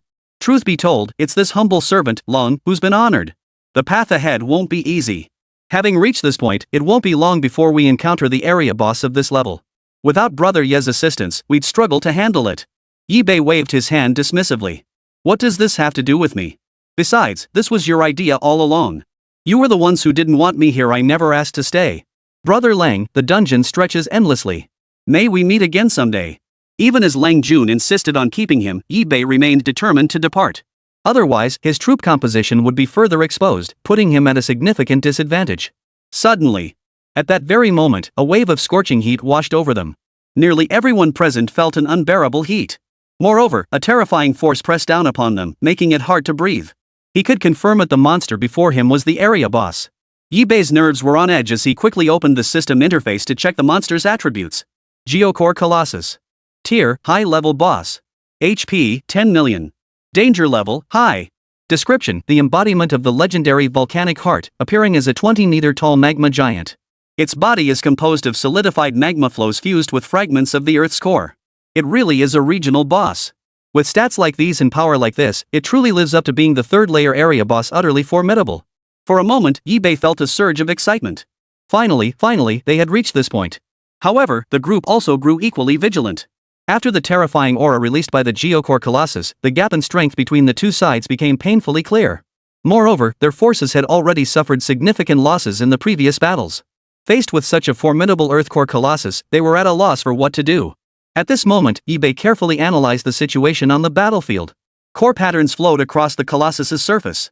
As if representing the very core of its life force, these patterns would surge with immense power whenever activated. Moreover, Yibei noticed something else. The Earthcore Colossus possessed no fixed consciousness, being entirely controlled by the energy of the subterranean magma chamber. When magma was active, it would rampage and destroy. When the magma stagnated, it would fall into slumber, its body gradually cooling to form new volcanic rock landscapes. Thus, the entire core Colossus seemed bound to this layer of the lava world. Yibei was facing the most dangerous creature in the entire lava world, the most terrifying area boss. Even deploying all other troop types alongside the Shadow Mushroom Hunters would be insufficient to defeat it. Defeating the core Colossus before him would take considerable time. Moreover, many units might perish in the process. But Yibei still needed a little time to gather his troops. However, at that very moment, a terrifying aura of ferocity suddenly erupted from Leng Jun's body. His aura surged rapidly. Leng Jun's gaze first fell upon Su Hui. In his eyes, Su Hui posed the greatest threat present. Without hesitation, he launched a fierce attack against Su Hui first. But he had clearly underestimated Su Hui's strength. Killing Su Hui in the first strike was unrealistic. This heavy blow could only inflict severe injuries at best. Add to that the life potion Yibei had fed him earlier. Seeing his attack had little effect, Leng Jun shifted his focus to the others. At that moment, an ancient aura emanated from Leng Jun's body. Yibei recognized this aura well. It was the very soul force he had encountered before. Instantly, Yibei narrowed his eyes, understanding exactly what Leng Jun was doing. He was hunting players to enhance his soul power and bolster his strength. At that moment, Leng Jun turned to face Yibei, his expression hardening with malice. I was planning to stay hidden a little longer, but I never expected you to be such a useless piece of trash. Looks like that's all you've got. The next instant, Leng Jun lunged forward, moving like a soul itself, swiftly closing in on Yibei. Then die. Boom. Golden fungal filaments shot forth in rapid succession. Even in his ethereal form, Yibei could still inflict severe wounds. How could this be? Leng Jun's pupils suddenly contracted. Before him stood two women of unparalleled beauty, none other than Luo Yu and Luo Shui. It's you two. You're not ordinary players. Yibei chuckled lightly. Now you know, but it's too late. In that instant, the Spore Hammer Colossus materialized. Clasping its hands together, it transformed into a colossal hammer and brought it crashing down with brutal force. Boom! Leng Jun was still reeling from the sister's formidable power, unaware that death was slowly closing in. By the time Leng Jun sensed the danger, it was already too late. The Spore Hammer descended with a thunderous crash. Thud! After a deafening roar, only a crystal-clear soul crystal remained on the battlefield. Chapter 156, Sacrificing the Earthcore Colossus. After Yibei picked up the soul crystal from the ground, he did not immediately absorb it. At this moment, due to Leng Jun's condition, only Yibei, Luo Yu, Luo Shui, and Su Hui remained on the field. As for Su Hui, he lay gravely wounded, once again slipping into unconsciousness. Thus, Yibei summoned all his troops to this location, ready to give it his all against the regional boss before him. The Earthcore Colossus's power was arguably the strongest boss he had encountered thus far. Especially terrifying were its attributes, a staggering 10 million HP. In an instant, Yibei stared at the 20-meter-tall rock colossus before him. Just looking at it was overwhelming. Suddenly, the core colossus unleashed a ferocious attack, its massive fist hurtling toward him at blinding speed. This rock fist, encased in thick magma, crashed down with a thunderous roar. Seeing this, Yibei immediately ordered his troops to evade. Not a single unit present would survive this blow. Boom! The impact echoed like a volcanic eruption, its force overwhelming and ferocious. Yibei looked up, and the area struck by the Geocore Colossus appeared as though drenched in fiery crimson pigment. The already scorching lava now bore a distinct, searing scar. Whoosh! Yibei couldn't help but suck in a sharp breath. This power was terrifying. Truly worthy of being the area boss of the third layer of the dungeon. Yibei glanced at the exploding mosquitoes and sacrificial exploders nearby. Whoosh, whoosh, whoosh. Spore sacs shot out again, creating a brief barrier. But some spore sacs were incinerated into nothingness by the raging flames surrounding the Geocore Colossus before they could even reach it. Fortunately, the sheer volume of spore sacs launched meant some still managed to land on the core Colossus. But the Colossus's immense frame proved too vast to be effectively restrained. Fortunately, that wasn't Yibei's objective anyway. While the core Colossus was preoccupied with the spore sacs, Yibei's explosive mosquitoes and suicide bombers quietly approached from behind. Boom! Boom! Boom! A series of violent explosions dealt the first damage to the core Colossus. However, Yibei didn't expect these explosive units to kill the area boss. Before the smoke had even cleared, the operations division launched another fierce assault. Shadow mushroom hunters silently approached the Earth Core Colossus from behind, while Crimson Blaze daggers plunged fiercely into its defenses. Yet before the core Colossus, even the Crimson Blades seemed to lose their edge, their sharpness dulled. Yibei immediately ordered the Shadow mushroom hunters to retreat. Some were a split second too late. The Geocore Colossus reached out, its palm engulfed in molten lava, incinerating the Shadow mushroom hunters on contact. Yibei's heart sank. Faced with this situation, he was powerless to do anything but sigh inwardly. Then, Yibei launched another fierce assault. The Spore Hammer Colossus's massive form thundered to its feet. Its hands clasped together, transforming into a colossal hammer that smashed down upon its own body. At that moment, even the core Colossus could not help but take notice. Although the Spore Hammer Colossus's body was slightly smaller overall than that of the core Colossus, the sheer numbers of Spore Hammer Colossi amassed together formed a formidable force not to be underestimated. Boom! Almost all the Spore Hammer Colossi immediately surrounded the core Colossus. Their transformed giant hammers pounded relentlessly against the core Colossus's body. Suddenly, the core giant stomped its foot violently. The ground cracked like a turtle's shell, massive fissures splitting open from the center. Streams of molten lava erupted from the fissures. In that instant, a volcanic earthquake erupted. Yibei and the others felt the tremors from the ground and instantly grew tense. It seemed they had to finish this quickly. At that moment, Luo Yu, Luo Shui, and Yinghua all sprang into action. Yinghua transformed directly, transforming into her mecha form, which greatly enhanced her speed, attack, and defense. Waves of energy surged from her body. Simultaneously, Luo Yu and Luo Shui launched fierce assaults, firing rapid volleys of golden spores. Some spores detonated directly upon the Colossus's body. By now, Yibei had deployed nearly all his units, yet the effect remained negligible. He had even secretly planted landmine mushrooms and poison spray mushrooms. Even so, it would still take considerable effort to defeat the Earth Core Colossus. Just as Yibei was fretting over the situation, Luo Yu and Luo Shui, observing the scene, nodded silently. A golden light erupted from both of them, growing ever more sacred and elusive. A golden spore flower slowly coalesced in their hands. Hoo-oo! Luo Yu gently blew a breath, sending the spore flower drifting from her hand.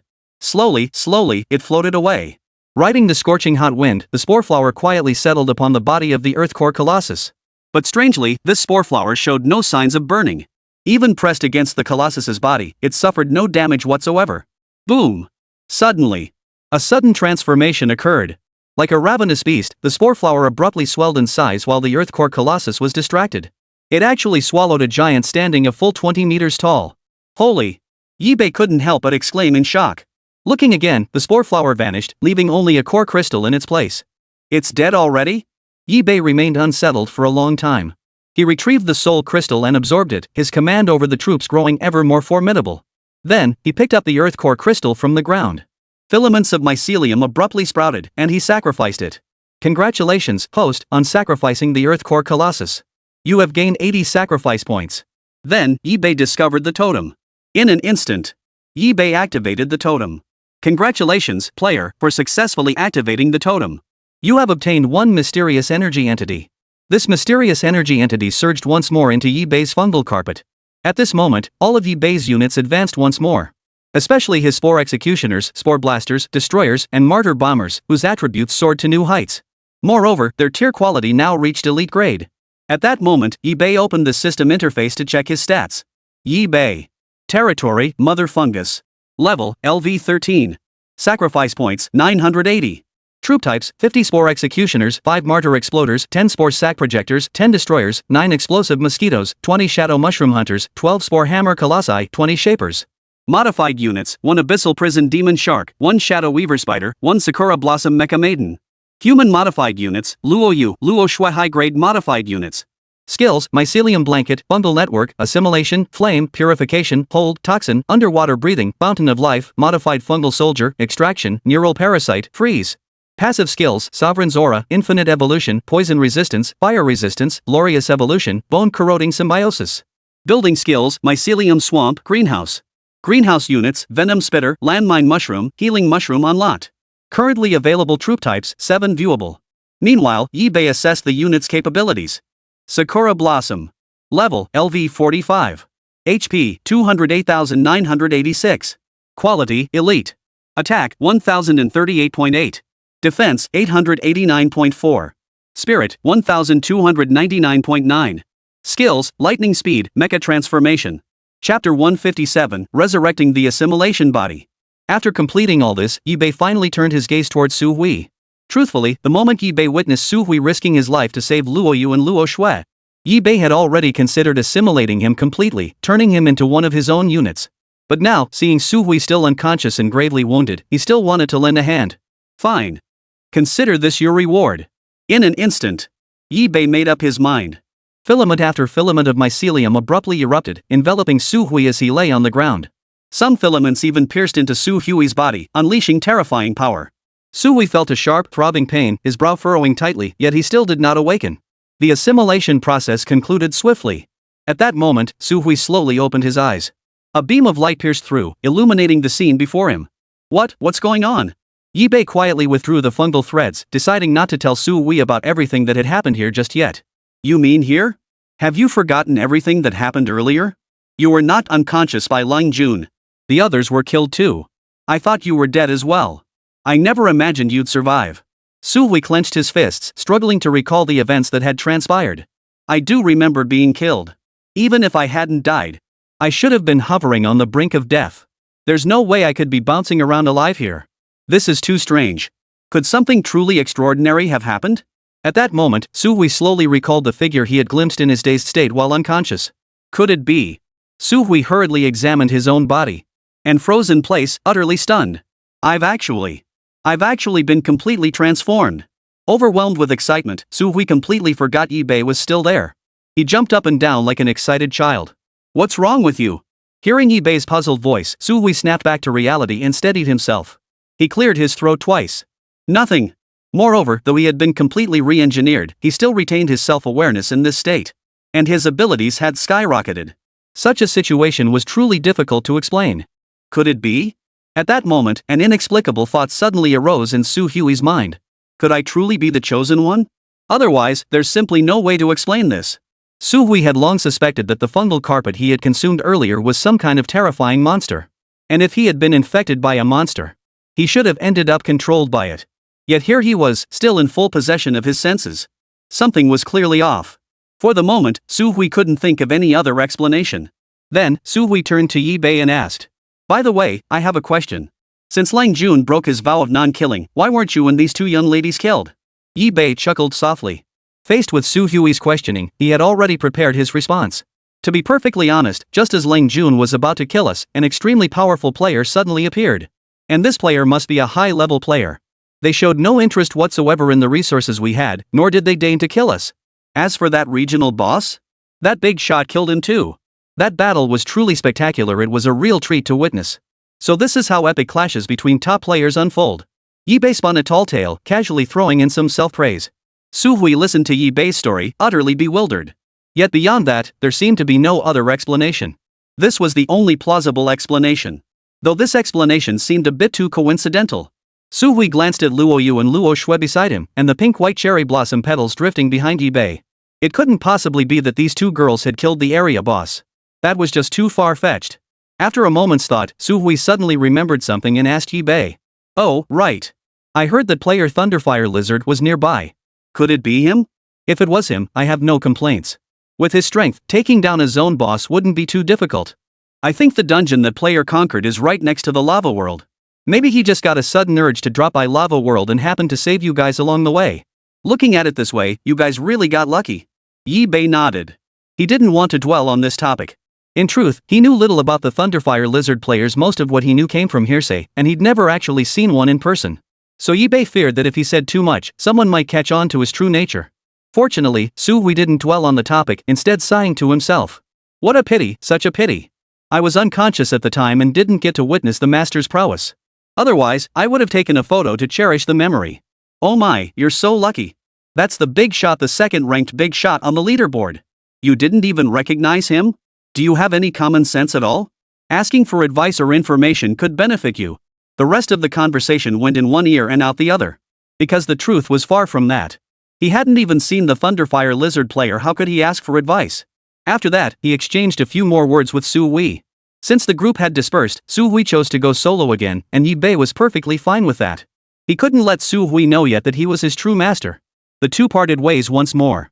Yibei, accompanied by Luo Yu and Luo Shui, pressed onward. At an altar tucked away in a corner of the dungeon, a figure slowly coalesced. Damn it!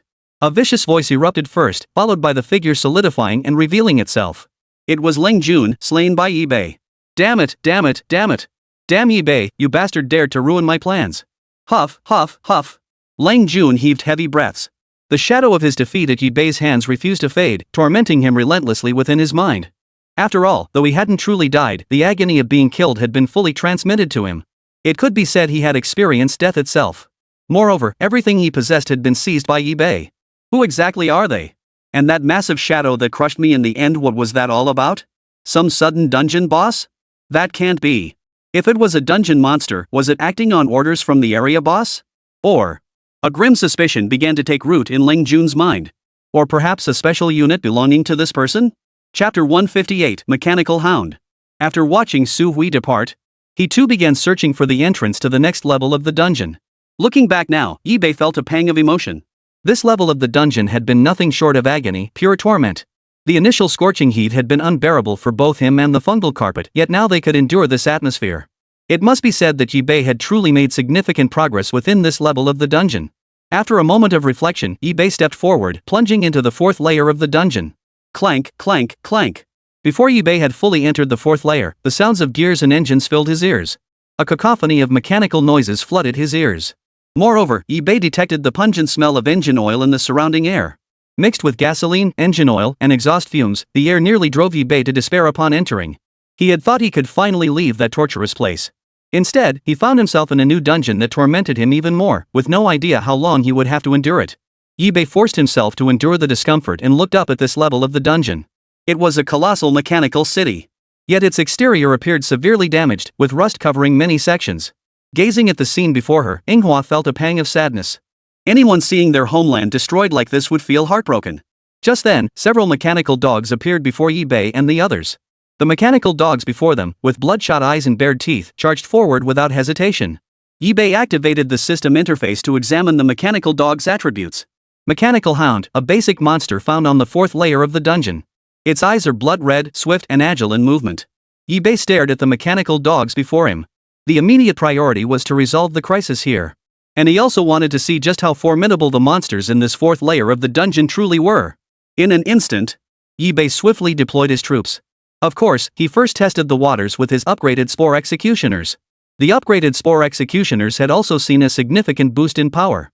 But Yibei knew full well that the monsters in this dungeon layer were equally formidable.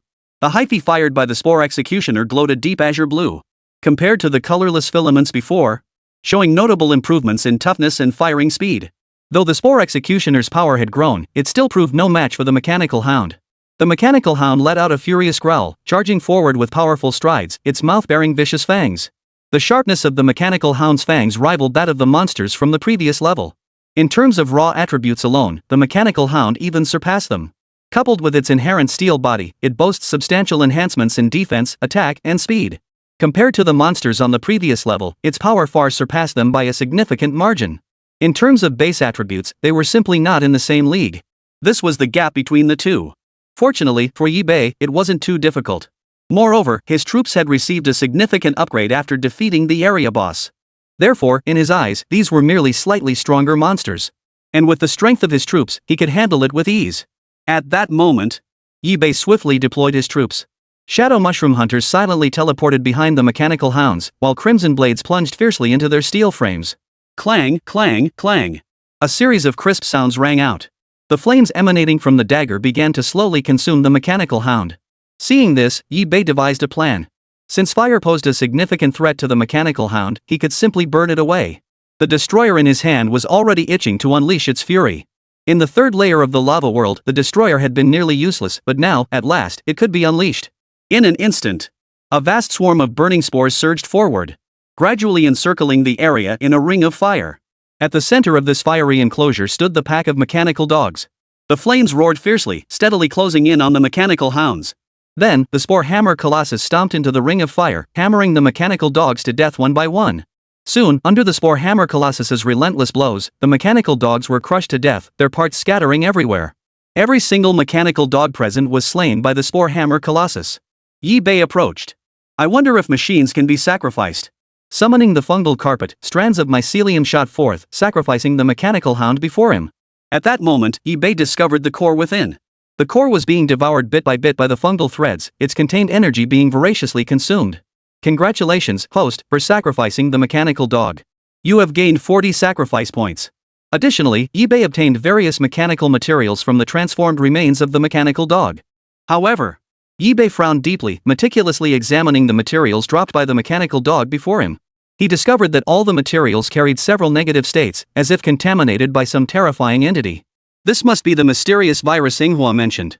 His gaze shifted to Manhwa beside him as he asked softly, "Is this the virus?" Manhwa gave a slight nod. Yes, it's this virus that's corrupting this world, destroying an entire layer of the dungeon. As she spoke, Sakurahua visibly trembled, as if bearing immense pressure. Seeing this, Yi-Bei chose not to pursue the topic further. Instead, he shifted his gaze to the mechanical dog's corpse and quipped with a smile. Do you guys have this form too? Sakurahua shook her head. Of course not. Though we both belong to the mechanical race, we are not of the same lineage. I come from the Mecha clan. The armored clan is further divided into mech men and mech maidens. The mech men are tasked with repelling external threats and defending our homeland. They possess greater offensive capabilities but have also suffered more severe contamination. By now, the effects are irreversible. The mecha maidens primarily handle logistics, transportation, and social duties. Their inherent nature holds little aggression. Even if contaminated by the virus, there remains a chance for salvation. Yi-Bei pondered for a moment. He couldn't just find any random mech clan member on the street and start modifying them with mycelium. How could this be undone? Could it be done through programming? But he wasn't trained in that field. Even if he were. The technological level of his world before the compared to the towering steel metropolis before him was worlds apart. Sakura seemed to sense Yi-Bei's hesitation. She extended her pale pink hand and pointed toward a distant skyscraper. Actually, all life among the mechanical clan originates from the energy tower. Yi-Bei followed her gesture and gazed into the distance. Perched atop the mechanical city stood a crooked tower, blurred and indistinct. Yet he could discern a faint glow emanating from its summit as if guiding the way. At that moment, Yi-Bei led his troops, along with Luo Yu, Luo Shui, and Sakura, toward the energy tower. Chapter 159, The Gear Monster. The mechanical city must be entered from within. Breaching it from the outside would trigger the city's residual defense systems. And what Yi-Bei knew least about was the city's capabilities. What if this underground level harbored formidable defense systems? Accidentally triggering them could lead to unpredictable consequences. Therefore, he could not take that risk. Guided by Sakura, Yi-Bei successfully entered the first level of the mechanical city. From afar, the entire first level resembled a mechanical version of a slum. At this moment, Sakura began explaining the situation. The mechanical tribe in the slums are born without transformation modules, unable to change form. Whatever they look like at birth is how they'll remain for life. To gain the ability to transform, they must receive it from other mechanical beings or stumble upon some extraordinary opportunity. The primary function of the slums is to handle the city's foundational logic maintenance and external repairs. But after the virus outbreak, many mechanics from the slums abandoned their original mission. What we're witnessing now is the result of those mechanical beings failing to properly maintain the city. Yi-Bei listened, yet felt little emotion. After all, he wasn't one of them and knew little of their internal rules and expectations. But he was certain this virus hadn't appeared in the city by accident. And it had struck with precision. As Yi-Bei pondered this, a distant cry of human voices suddenly echoed from afar. Humans?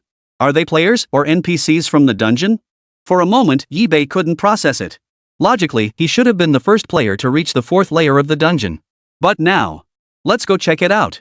In an instant, Yi-Bei led Luo Yu, Luo Shui, and Manhwa toward the commotion. Soon, Yi-Bei witnessed the scene before him. A figure hung suspended in midair, the rope swaying back and forth. The rope had dug deep into the neck, leaving it bright red and gruesome to behold. Another had an iron rod piercing through their chest, blood spilling everywhere. Their entire ribcage was crushed, blood froth spilling from their mouth as they lay on the verge of death. Another was strapped to a mechanical platform, the steady hum of an electric saw echoing as it slowly dismembered the body piece by piece. On the ground lay several corpses, some already beginning to rot. Even Yibei couldn't help but flinch at the sight. At that moment, those suspended in the air and those bound to the mechanical platform were screaming wildly. Some seemingly driven mad, wailing uncontrollably as they desperately begged for mercy. "Don't kill me! Don't kill me! I saw nothing, I know nothing, just let me go. Ha ha ha, even if you kill me, what difference does it make? In the end, you'll still get nothing, absolutely nothing. Ah! My arm, ah! No, I know I'm wrong, spare my life." But these pleas for mercy seemed utterly laughable to the mechanical tribe. Their eyes burned with madness, their mouths twisted into eerie, grating laughter. Parts, collect, parts. Hearing the mechanical tribe's words, the crowd shuddered in terror and burst into tears. "Brothers, please spare me. The parts on my body are useless to you. What's on me is flesh and blood, not iron scraps, it bleeds. Once they're torn off, they can never be put back." But no matter what they said, the situation showed no sign of changing. "We truly came here by accident, brothers. Even if you kill us, you won't gain anything." Yet the mechanical tribe only cackled derisively, repeating their mantra. "Parts, collect, parts." At that moment, before the mechanical platform, the mechanic clan's arms had been detached and replaced with razor-sharp chainsaws. Squeak, squeak, squeak. The whirring sound of the saws lingered in the air. The next moment, the mechanical tribe's eyes seemed devoid of light as they stared at the human bound to the mechanical platform, muttering frantically words like parts and collect. The person bound to the mechanical platform turned deathly pale in an instant. This was worse than being beaten to death outright. Such torture was unbearable for anyone. Especially when the chainsaw was about to descend upon their body, every second of torment felt like an eternity. Yibei watched this scene unfold without making a rash move. As he observed the tortured human, doubt began to creep into his mind. By all accounts, he should have been the first human player to reach the fourth floor of the dungeon. Yet the situation before him was baffling.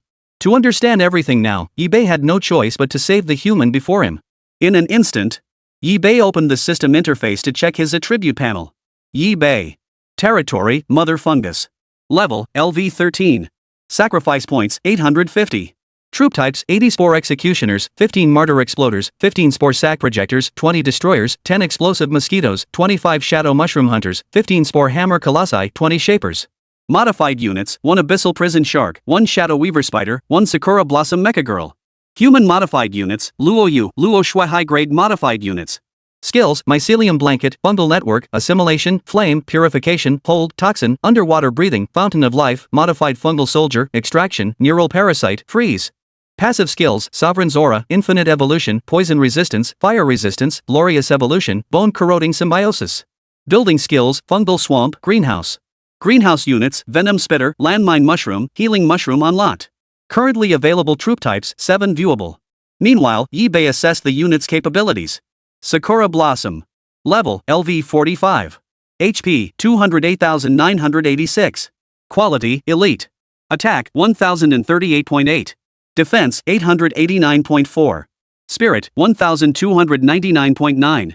Skills, Lightning Speed, Mech Transformation. At that moment, Yibei examined the information of the mechanical monster before him. Gear monster, composed of interconnected gears, excels at assembly and disassembly, capable of unleashing massive attacks by activating its gears. In the next instant, Yibei deployed his troops and launched a fierce assault. The Spore Executioners charged forward as the vanguard. Some Spore Executioners had even gone berserk, transforming into mycelium raigers, firing streams of crimson blood mixed with azure mycelium. Simultaneously, Yibei deployed Shadow Mushroom Hunters and Destroyers for high-intensity damage output. Boom!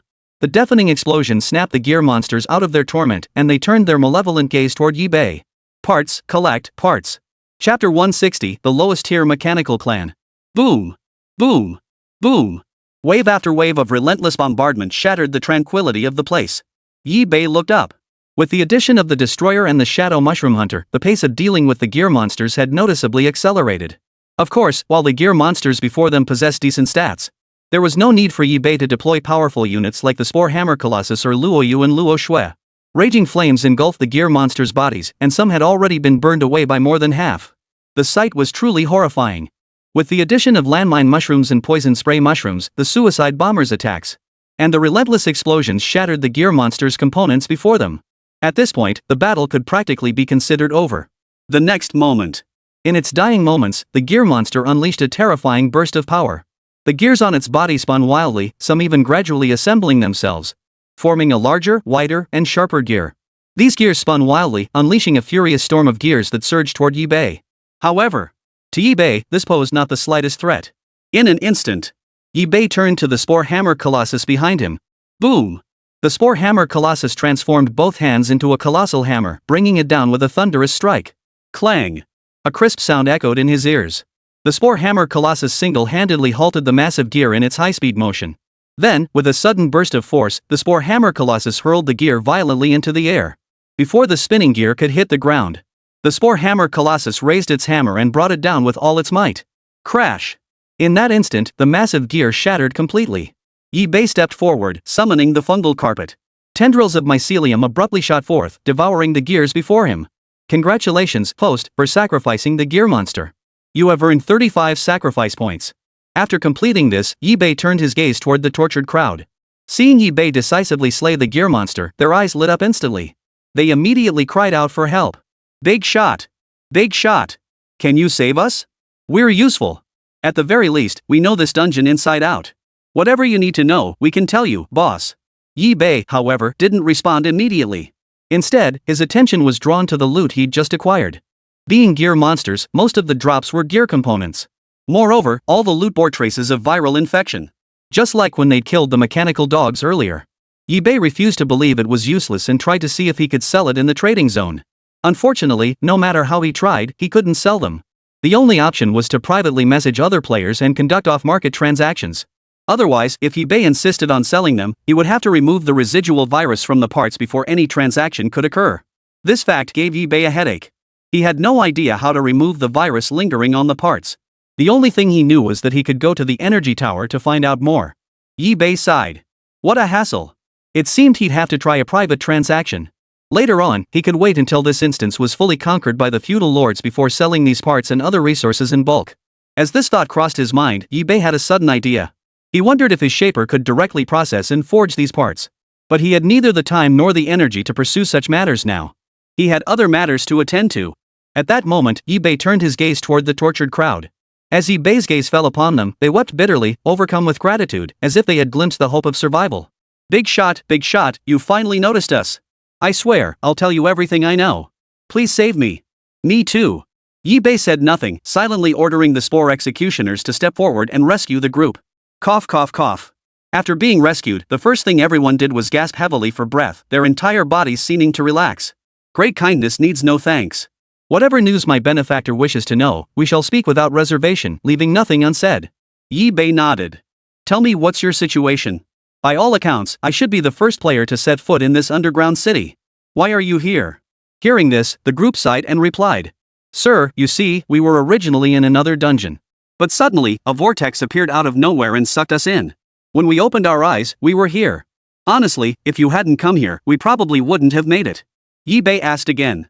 So when did you arrive at this level of the dungeon? Someone spoke up, their voice faint due to severe injuries. We were suddenly teleported here just a few hours ago. To be honest, we don't know much either. Yi-Bei pondered for a moment, his gaze fixed on the group with a peculiar look. If that was indeed the case, then it should be around the same time he entered the mechanical city. It must have been his entry into the mechanical city that triggered some mechanism within it, causing these individuals to be teleported in. Yi-Bei then turned his gaze back to the group. Since there's nothing else to discuss, you should leave this level of the dungeon. It's still far too dangerous for you here. But? The group stammered, hesitation etched on their faces, as if they had something to say. Just as Yi-Bei was about to ask what was wrong. Suddenly, a commotion erupted in the distance. A large group of mechanical creatures approached. They were other mechanical tribes drawn by the commotion of the recent battle. In an instant, these mechanical tribesmen charged forward with savage ferocity. Yi-Bei narrowed his eyes and swiftly deployed his troops into battle formations. Boom! Boom! Boom! Unit after unit was dispatched to engage the mechanical monsters. Massive amounts of mycelium, countless spore sacs, and innumerable burning spores rained down upon the mechanical creatures' bodies. It must be said, these mechanical monsters were indeed formidable. Even these non-transforming, low-tier mechanical creatures possessed formidable stats. Not to mention their surprisingly high intelligence. Were it not for the virus that robbed them of reason and consciousness, they would be far more formidable foes. The Spore Hammer Colossus joined the fray, smashing down blow after blow, shattering the mechanical monsters before it. Scattered parts flew in all directions, littering the surrounding area. Yibei didn't even glance at them. His gaze remained fixed on the mechanical tribe engaged in fierce combat ahead. Soon, every last mechanical creature was slain by Yibei. He summoned the fungal carpet, whose tendrils devoured the remains, offering them as sacrifice. Chapter 161, Chainsaw Monster. After sacrificing the monster before him, Yibei gained another 30 sacrifice points. Simultaneously, he collected the mechanical parts dropped by the enemies. However, Yibei had no immediate use for this loot, as he could only sell them after purging the virus. After all, even Yibei didn't know how to use or what purpose the infected parts served. Even if he listed them in the trading zone, no one would be foolish enough to buy them. After sending the others on their way, Yibei pressed forward. Soon, a completely new type of monster appeared before him. Yibei immediately opened the system interface to examine the attributes of the mechanical type monster before him. Chainsaw monster, torso encircled by a massive chainsaw. Shreds targets with high-speed rotating blades. Chainsaw is extendable, covering medium to close range attacks. Gazing at the chainsaw monster ahead, Yibei instantly grew wary. The massive chainsaw coiled around its body was a sight to behold, unsettling enough to send shivers down one's spine. The next moment, Yibei swiftly deployed his troops to continue the fight. One by one, his units grabbed hold of the chainsaw monster's blade and strained to pry it upward. Yet to the chainsaw monster, these efforts seemed laughable. The chainsaw monsters violently twisted their bodies, spinning back and forth at an astonishing speed. In an instant, the chainsaws on its body sprouted sharp teeth. Even the slightest touch. Some Spore Executioners' bodies seemed to be violently sliced apart. Yibei urgently ordered the Spore Executioners to retreat, but it was already too late. A thick chainsaw tore into the body of one of Yibei's troops, severing even the mycelium coiled within. The spore blasters unleashed a torrent of spore sacs, while the destroyers fired a barrage of flaming spores. Many of the burning spores ignited rapidly, beginning to incinerate the surrounding chainsaw monsters. But at that moment, Yibei noticed something: the flames actually did little damage to the chainsaw monsters. He then shifted his focus to the Spore Hammer Colossus. Although other troop types had seen considerable improvements, it was still difficult to suppress them with just a handful of units. Suddenly, the Spore Hammer Colossus rose to its feet. Its massive frame took a step forward, instantly seizing the chainsaw monster's weapon. A wave of intense pain surged through it, yet the Spore Hammer Colossus seemed impervious to the agony, its eyes fixed on the chainsaw monster with savage intensity. The next instant, the Spore Hammer Colossus yanked the chainsaw monster toward it with tremendous force. Then, the other Spore Hammer Colossi struck down with all their might, clasping their hands together to form a colossal hammer. Boom! This strike from the Spore Hammer Colossus proved decisive, sending the chainsaw monster flying backward with tremendous force. Seeing this, Yibei felt a glimmer of hope. But then, a swarm of chainsaw monsters appeared one after another. They whipped out chainsaws one by one. The attacks came from a distance and were extremely powerful. Even when striking the Spore Hammer Colossus's body, they left visible gashes. Scarlet gashes appeared one after another. At that moment, Yibei turned his attention to the martyr bombers and the exploding mosquitoes. After their attributes had been enhanced, their explosive capabilities had also been greatly strengthened. Though he hadn't yet tested the combined destructive force of their explosions, he suspected they could offer considerable assistance. In an instant, Yibei swiftly deployed his troops to provide cover. Shadow mushroom hunters silently approached the chainsaw monsters from behind, driving crimson blades deep into their backs. But the defensive capabilities of the mechanical race were nothing short of astonishing. Every member of this race possessed steel-plated bodies. If it were anyone else, they would be cautiously dealing with the mechanical tribe. But Yibei had no need for such caution. This was his confidence, the strength he possessed. He could deploy numerous units to obstruct its vision. After the crimson blaze dagger pierced the chainsaw monster's body, its form remained largely unchanged. Yet one could clearly see the steel on its back glowing crimson, as if scorched by raging flames. At that moment, the martyr bombers and exploding mosquitoes swarmed around the chainsaw monster. In Yibei's vision, both creatures' bodies began to slowly swell. Looking again, a sudden burst of white light seemed poised to devour the entire area. Boom! Boom! Boom! The deafening sound shattered the tranquility of the place completely. When the white light faded, Yibei looked up again. Nearly half of the chainsaw monster's body had been blown to pieces. Of course, those caught directly at the epicenter of the blast were obliterated instantly, leaving not even a single piece behind. Yibei didn't pause. Instead, he ordered his units to press their advantage and intensify the assault. In that moment, Yibei's forces launched another frenzied assault. Filament after filament of mycelium, spore sac after spore sac. Soon, under the relentless barrage of Yibei's forces, the chainsaw monsters were utterly annihilated. He summoned the fungal carpet, its tendrils shooting forth to engulf the chainsaw monsters before him. Congratulations, host, for sacrificing the chainsaw monster. You have gained 50 sacrifice points. Yibei hurriedly opened the system interface to check his attribute panel. Yibei. Territory, Mother Fungus. Level, LV 13. Sacrifice points, 900. Troop types, 80 Spore Executioners, 5 Martyr Exploders, 15 Spore Sac Projectors, 20 Destroyers, 5 Explosive Mosquitoes, 25 Shadow Mushroom Hunters, 15 Spore Hammer Colossi, 20 Shapers. Modified units, 1 Abyssal Prison Shark, 1 Shadow Weaver Spider, 1 Sakura Blossom Mecha Girl. Human modified units, Luo Yu, Luo Shui High Grade modified units. Skills, Mycelium Blanket, Fungal Network, Assimilation, Flame, Purification, Hold, Toxin, Underwater Breathing, Fountain of Life, Modified Fungal Soldier, Extraction, Neural Parasite, Freeze. Passive skills, Sovereign's Aura, Infinite Evolution, Poison Resistance, Fire Resistance, Glorious Evolution, Bone Corroding Symbiosis. Building skills, Mycelium Swamp, Greenhouse. Greenhouse units, Venom Spitter, Landmine Mushroom, Healing Mushroom unlocked. Currently available troop types, 7 viewable. Meanwhile, eBay assessed the unit's capabilities. Sakura Blossom. Level, LV 45. HP, 208,986. Quality, Elite. Attack, 1038.8. Defense, 889.4. Spirit, 1299.9. Skills, Lightning Speed, Mech Transformation. After sacrificing the chainsaw monster, a core was discovered within its body. This core was saturated with a peculiar energy. After eBay sacrificed the core, this unique energy surged into the fungal carpet. In that instant, the fungal carpet's capabilities were enhanced once more. In fact, slaying a single similar monster now equaled the power of defeating 10 ordinary ones. Chapter 162, Bearing Beast. Afterward, Yi Bei and his companions pressed onward. After eliminating that wave of monsters, Yi Bei did not pause. Soon, they encountered more creatures from the mechanical city. Yi Bei opened the system interface to examine the monster's attributes. Bearing Beast, giant ball bearings protrude from its joints. As it moves, the bearings spin at high speeds, spraying metal shards to disrupt vision.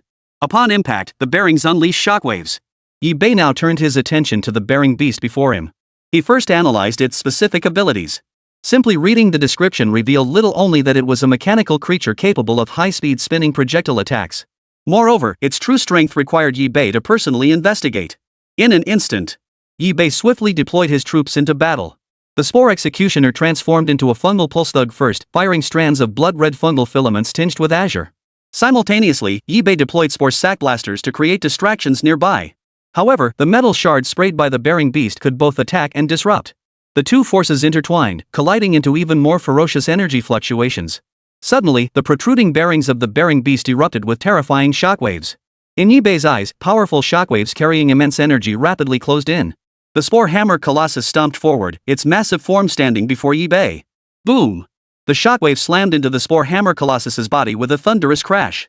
The immense force of the impact actually sent the Spore Hammer Colossus reeling back several steps. Now that's something. Yi Bei murmured with interest. However, despite the Bearing Beast's formidable strength, Yi Bei considered it merely adequate. After all, his strongest trump cards hadn't even entered the fray yet. If Luo Yu, Luo Shui, and Ing Hua entered the fray, that would be a true swift victory. For now, Yi Bei needed to assess the situation in the mechanical city and gauge the mechanical clan's overall strength to make an informed judgment. He couldn't afford to rely solely on his strongest units and neglect the others. He needed to consider multiple factors. But if he discovered something, then such caution would be unnecessary. In an instant, Yi Bei fixed his gaze upon Luo Yu and Luo Shui. The two women instantly understood Yi Bei's intent. Whoosh, whoosh, whoosh. Golden fungal filaments shot forth, enveloping the Bearing Beast before them. Moreover, the two women, now enhanced. Their combat prowess saw a significant boost. Most notably, their offensive capabilities surged. The moment the golden filaments erupted, they completely enveloped the Bearing Beast. And the Bearing Beast couldn't break free. This was the current power of the two women. The golden filaments formed a transparent barrier, binding the Bearing Beast tightly. Meanwhile, Luo Yu and Luo Shui did not cease their assault, instead scattering golden spores across the Bearing Beast's body. Boom! Explosions shattered the silence of the area. At that moment, Yi Bei watched as the massive bearings on the Bearing Beast's body were shattered by wave after wave of golden spores. Golden particles clung to the bearings, showcasing their terrifying power. Of course, this was far from over. Seizing the opportunity, the Spore Hammer Colossus charged forward with fierce courage. Clasping its hands together, it transformed into a colossal hammer and smashed it down viciously onto the Bearing Beast's body. Boom! The deafening explosion snapped everyone present back to reality. Yi Bei looked again. The Bearing Beast lay utterly dead. Summoning the fungal carpet, tendrils of mycelium spread out, consuming the Bearing Beast before them. Congratulations, host, for sacrificing the Bearing Beast. You have gained 35 sacrifice points. Additionally, Yi Bei obtained materials dropped by the Bearing Beast. though they still bore traces of the peculiar virus. eBay still had no solution. For now, he would hoard them. When the time came, he could purge the virus and sell them in bulk. He had no doubt buyers would emerge. As more people arrived, they would uncover additional parts and inevitably discover the secrets of this place. Therefore, buyers would certainly emerge potentially in large numbers seeking to study the technology and machinery of this place. But that wouldn't be eBay's concern. After cleaning up the area, eBay controlled the fungal carpet and continued moving forward. At that moment, Sakura Hua addressed eBay. The elevator to the next level of the mechanical city should be up ahead, but I'm not sure if it's operational right now. So if it's out of order, we might be in a bit of trouble. eBay sighed softly. Let's go check it out first. Then, eBay pressed onward toward the next elevator location. The only way to reach the upper level was via elevator. If it was damaged and unusable, that would be a real problem.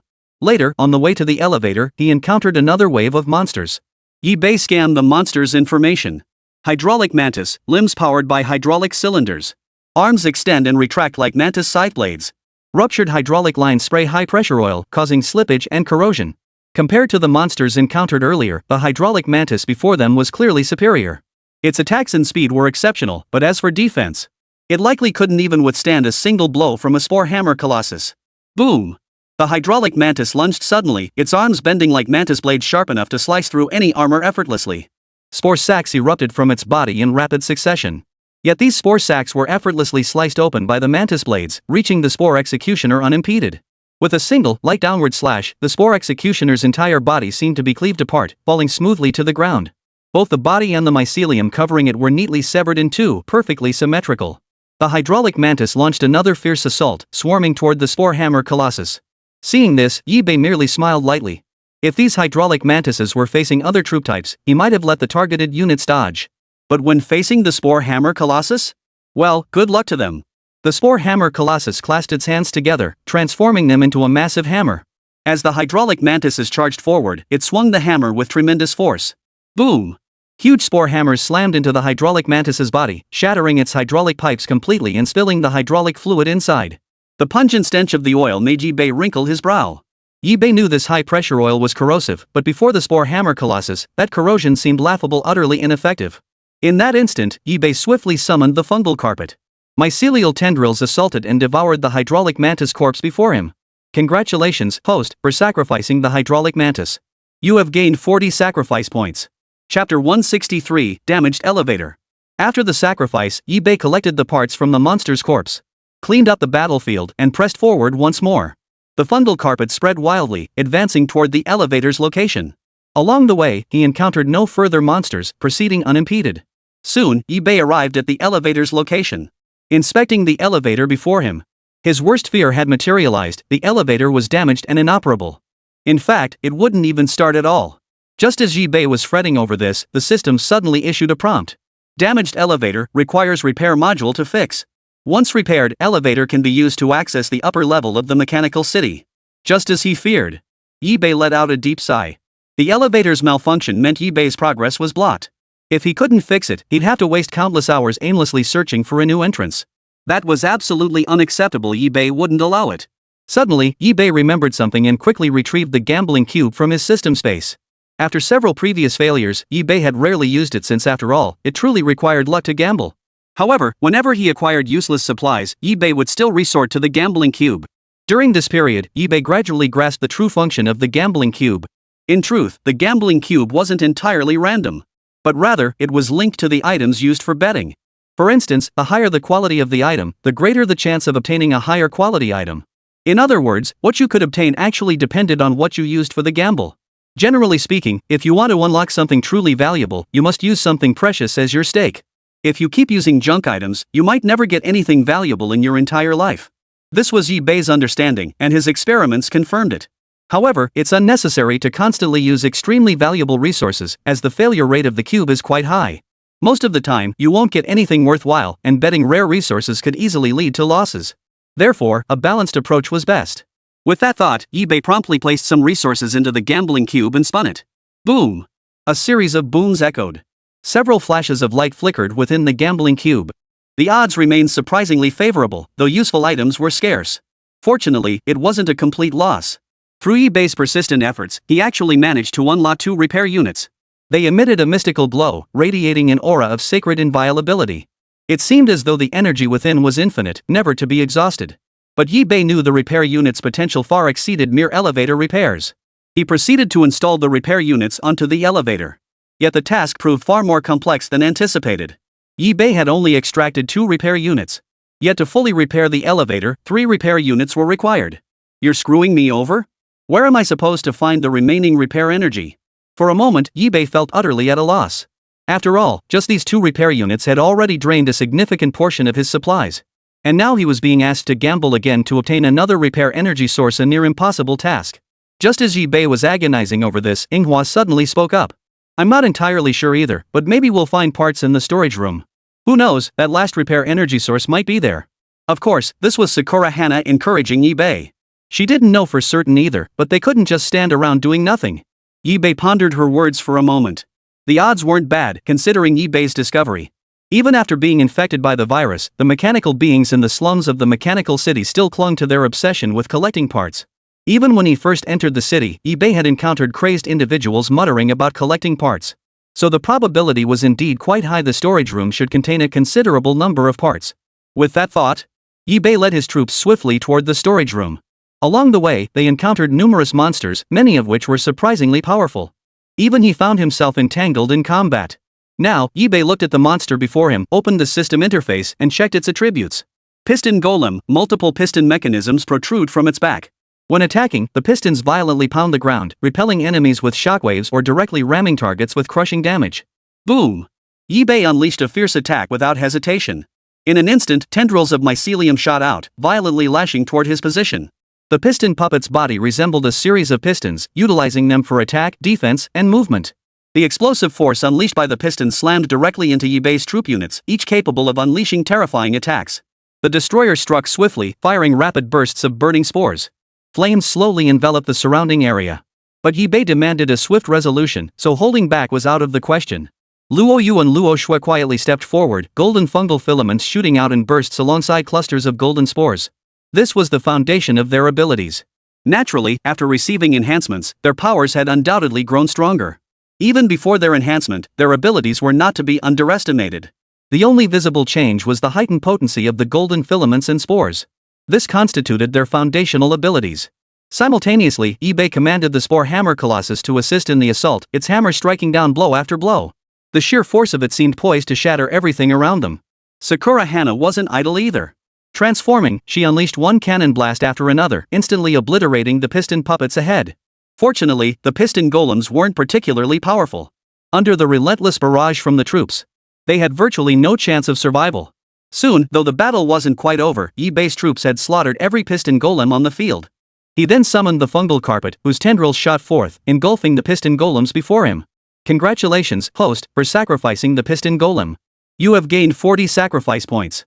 After completing these actions, Yi Bei continued his advance. Finally, Yi Bei reached the storage room entrance. But upon reaching this location, Yi Bei froze once more.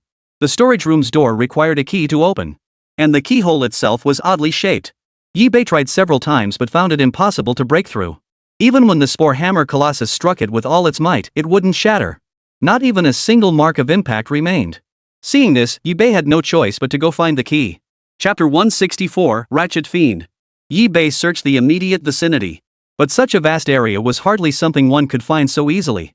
For a moment, Yi Bei was at a loss. Fortunately, he had a direction to pursue.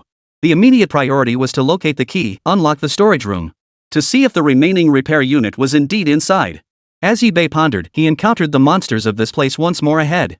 He opened the system interface to examine the creature's details. Ratchet Fiend, equipped with ratchet devices on both arms, capable of clamping onto enemy limbs and continuously twisting, causing fractures, dislocations, or releasing ratchet blades rotating cuts. In an instant, Yi Bei swiftly deployed other troop types to engage. The battle erupted instantly. The Ratchet Fiend unleashed terrifying power. The lethal force generated by its ratchet mechanisms, sufficient to torture even monsters with astonishing defense to death. This time, Yi Bei had no intention of giving the Ratchet Fiend any chance. He immediately deployed the Spore Hammer Colossus, which began pounding down blow after blow. Simultaneously, Yi Bei deployed Shadow Mushroom Hunters to provide flanking cover. The Crimson Blaze Dagger plunged fiercely into the Ratchet Demon's body, though the damage proved negligible against the Ratchet Fiend's resilience. Seizing the moment, the destroyer joined the fray, engulfing the nearby ratchet fiend in a sea of burning spores. Luo Yu and Luo Shui also joined the fray in time. The immediate priority was to finish this quickly. There was no time to waste. The golden mycelium and golden spores inflicted considerable damage upon the ratchet fiend. With the two women joining the fray, the battle was all but over. At that moment, the spines covering the ratchet demon's body were shattered, its components scattering everywhere, leaving it looking utterly defeated. Seeing this, Yibei intensified his assault, unleashing a furious barrage upon the ratchet demon's body. Soon, the battle came to an end. Yibei promptly summoned the fungal carpet to sacrifice the spiked-wheel demon before him. Congratulations, host, on sacrificing the ratchet demon. You have gained 40 sacrifice points. As for the spoils Yibei obtained, they remained as before, tainted by a peculiar virus, rendering them unusable. It could be said that if he hadn't stockpiled substantial supplies during his previous journey through the lava world, he might not have survived. He had now expended a vast amount of supplies without any replenishment. But Yibei didn't care. His current stockpile remained ample, leaving him without a shred of worry. In an instant, Yibei once again pulled out the gambling cube and began his reckless gamble. What if Yibei actually won this time? But naturally, he didn't win. It was still that pitiful thing. With no other choice, Yibei could only continue searching. At that moment, Yibei opened the system interface to check his attribute panel. Yibei. Territory, Mother Fungus. Level, LV13. Sacrifice points, 1120. Troop types, 100 Spore Executioners, 25 Martyr Exploders, 25 Spore Sac Projectors, 20 Destroyers, 15 Explosive Mosquitoes, 25 Shadow Mushroom Hunters, 25 Spore Hammer Colossi, 20 Shapers. Modified units, 1 Abyssal Prison Demon Shark, 1 Shadow Weaver Spider, 1 Sakura Blossom Mecha Girl. Human modified units, Luo Yu, Luo Shui high-grade modified units.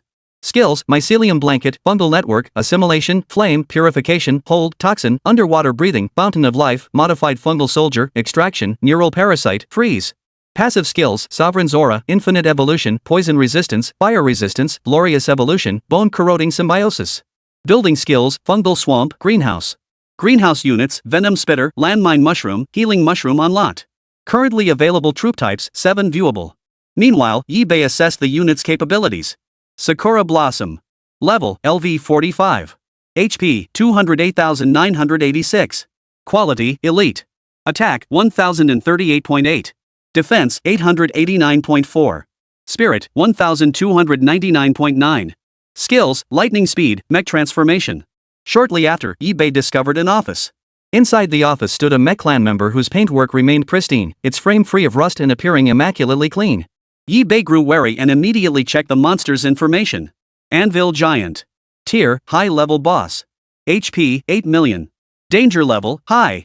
Description, entire body covered in thickened steel plates, extremely high defense. Attacks by smashing down an iron anvil, ground shockwave effects surrounding area. Weakness, welded seams at joints. When Yibei saw the Anvil Giant's stats, he couldn't help but gasp in astonishment. Compared to the ordinary monsters encountered before, the Anvil Giant before him was clearly a massive step up. This was a boss-level monster in this area. Of course, Yibei noticed more than just this.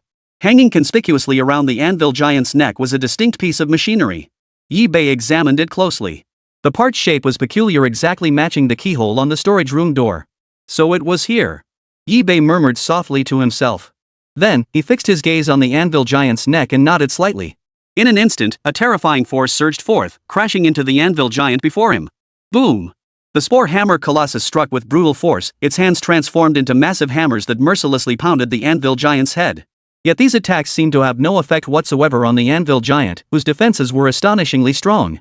Like a solid iron shell. Yibei gritted his teeth inwardly. Even the Spore Hammer Colossus's power couldn't inflict any damage. Yibei didn't even see a single dent. Immediately after, Yibei dispatched Luo Yu and Luo Shui, even sending out Inghua. Yet it seemed utterly ineffective. Yibei understood that none of the three had unleashed their true power, otherwise, they could have handled it with ease. Sure enough, though Luo Yu and Luo Shui were sweating cold beads on their foreheads, they hadn't exerted their full strength. Don't waste time. We need to finish this quickly. Yibei's words caused the two women to frown. Though they wished to conceal their true strength, Yibei's demand left them no choice but to abandon their pretense. In that instant, dazzling golden light erupted from their bodies. Boom! The beam struck the iron Anvil Giant's body, halting its descent mid-air. From afar, the massive anvil seemed suspended mid-air. The next instant. Boom! Golden light erupted violently, completely engulfing the area it had enveloped. Looking again, the Anvil Giant was reduced to a pile of parts and a massive anvil.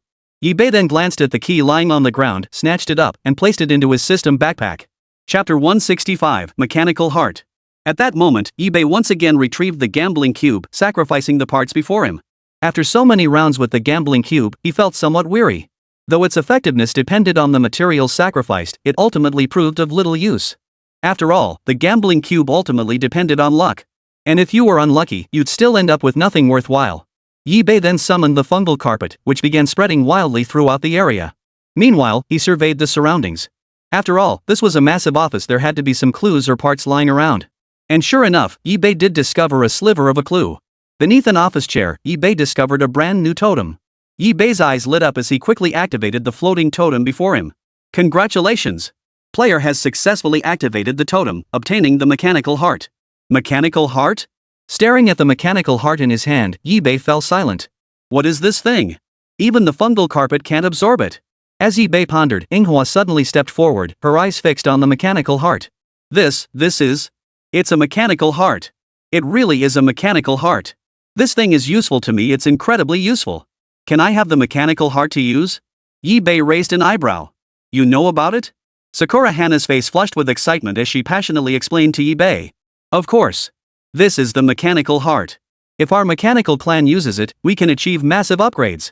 After using it, my strength will surge dramatically. Any monsters we encounter from now on, leave them to me. Without hesitation, Yi-Bei handed the mechanical heart to Sakura. To Yi-Bei, Sakura Hua was also one of his units. If her strength increased, he certainly had no objections. Boom! The moment Sakura received the mechanical heart, it seemed to fuse into her body.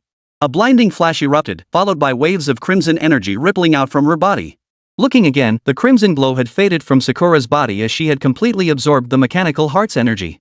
Suddenly, large-caliber 8-barrel machine guns appeared on both of Sakura's arms, capable of freely retracting into her body and deploying outward. Especially under Yi-Bei's gaze, Sakura effortlessly shifted forms, sometimes a pale pink mecha maiden, other times a ferocious mecha warrior. This spectacle left Yi-Bei in awe. Truly worthy of the mecha clan, her innate talent was formidable indeed. And under Yi-Bei's modifications, that talent had been fully unleashed. Under these circumstances, Sakura's future accomplishments would undoubtedly be extraordinary. After another thorough scan revealed nothing, Yi-Bei spurred his horse back to the storage room at full gallop. But the previous battle had once again drawn a massive horde of monsters. Their sheer numbers gradually blocked Yi-Bei and his companion's path. He immediately turned his attention to the monster before him, opening the system to examine its attributes. Molten steel spider, body composed of liquid steel with an extremely low melting point, melts and deforms upon contact with high temperatures. Capable of spraying molten steel which solidifies to bind enemies. Can reshape its body after cooling. Staring at the molten steel spider before him, Yi-Bei launched his attack without hesitation. With so many molten steel spiders on the field, Yi-Bei didn't want to waste too much time. Therefore, at that moment, nearly all his units launched their attacks simultaneously, firing tendrils of mycelium in rapid succession. Simultaneously, Luo Yu and Luo Shui sprang into action, unleashing golden fungal threads once more. Suddenly, the molten steel spider's movement accelerated, vanishing before Yi-Bei's eyes, its form completely lost from sight. Where did it go? Yi-Bei narrowed his eyes, scrutinizing the area ahead. Whoosh, whoosh, whoosh. A series of whistling sounds pierced the air. Yi-Bei followed the noise with his gaze. The molten steel spider had appeared before Luo Yu and Luo Shui at some unknown moment. Recognizing the two, Yi-Bei's expression turned peculiar. Had the molten steel spider chosen any other unit, it might have succeeded. But it had singled out the two most troublesome, the most terrifying opponents. Yi-Bei chuckled softly. He wanted to see what Luo Yu and Luo Shui would do next. Leaving it to these two, he didn't need to worry at all. A casual move would easily subdue it. Luo Yu lifted her head first, slowly raising her arm and waving it lightly. The next instant, a terrifying force swept through the air, as if a colossal hand had violently hurled the molten steel spider before them. Then, golden spores coalesced in Luo Yu and Luo Shui's hands. Countless golden spores slammed into the molten steel spider's body. Instantly, blazing golden flames erupted, burning wildly. The temperature of these flames was terrifyingly high, easily capable of melting the molten steel spider's body. The molten steel spider's body itself was forged from segments of steel. At that moment, the molten steel spider spewed a torrent of steel wires from its mouth, rapidly firing them toward Yi-Bei. Yet to Yi-Bei, these steel wires posed no threat whatsoever. Fungal filaments shot forth, intertwining with the steel threads streaking through the air. Even the spore sacs landed on the steel wires. Yi-Bei also noted that the binding power of the steel threads fired by the molten steel spider was exceptional. Upon striking their target, they rapidly solidified. Escaping them required immense strength. Ordinary troops might well be unable to break free. In an instant, the golden flames unleashed by Luo Yu and Luo Shui gradually melted the molten steel spider, rendering it irreparably shattered. At that moment, the molten steel spider was utterly immobilized. Even the steel threaded it spat out had turned into a viscous slime, dripping from its mouth and falling onto its chest. Seeing this, Ibe clearly understood the situation. The destroyer spewed forth burning spores, complementing the golden spores unleashed by Luo Yu and the others. It must be said, Luo Yu and Luo Shui possessed immense power. Seizing this opportunity, Manhwa attempted to use her newly acquired skill. The 8-barrel machine gun unleashed relentless fire, firing shot after shot. Bullets struck the molten steel spider's body one after another. And even through the sea of flames, Yibei could see the bullet holes pockmarking its armor. Soon, under the relentless assault from Yibei's combined forces, even the molten steel spiders could not withstand the onslaught. In the end, it was Sakura Hana who delivered the final blow, eliminating every molten steel spider present. Yibei approached the corpses, summoning his fungal carpet. Tendrils of mycelium spread, slowly engulfing the fallen bodies. Congratulations, host, for sacrificing the molten steel spider. You have gained 45 sacrifice points. At the same time, Yibei also obtained several components. After stowing away the spoils of war, Yibei pressed onward toward the storage room, the true priority. However, the journey ahead was destined to be anything but peaceful.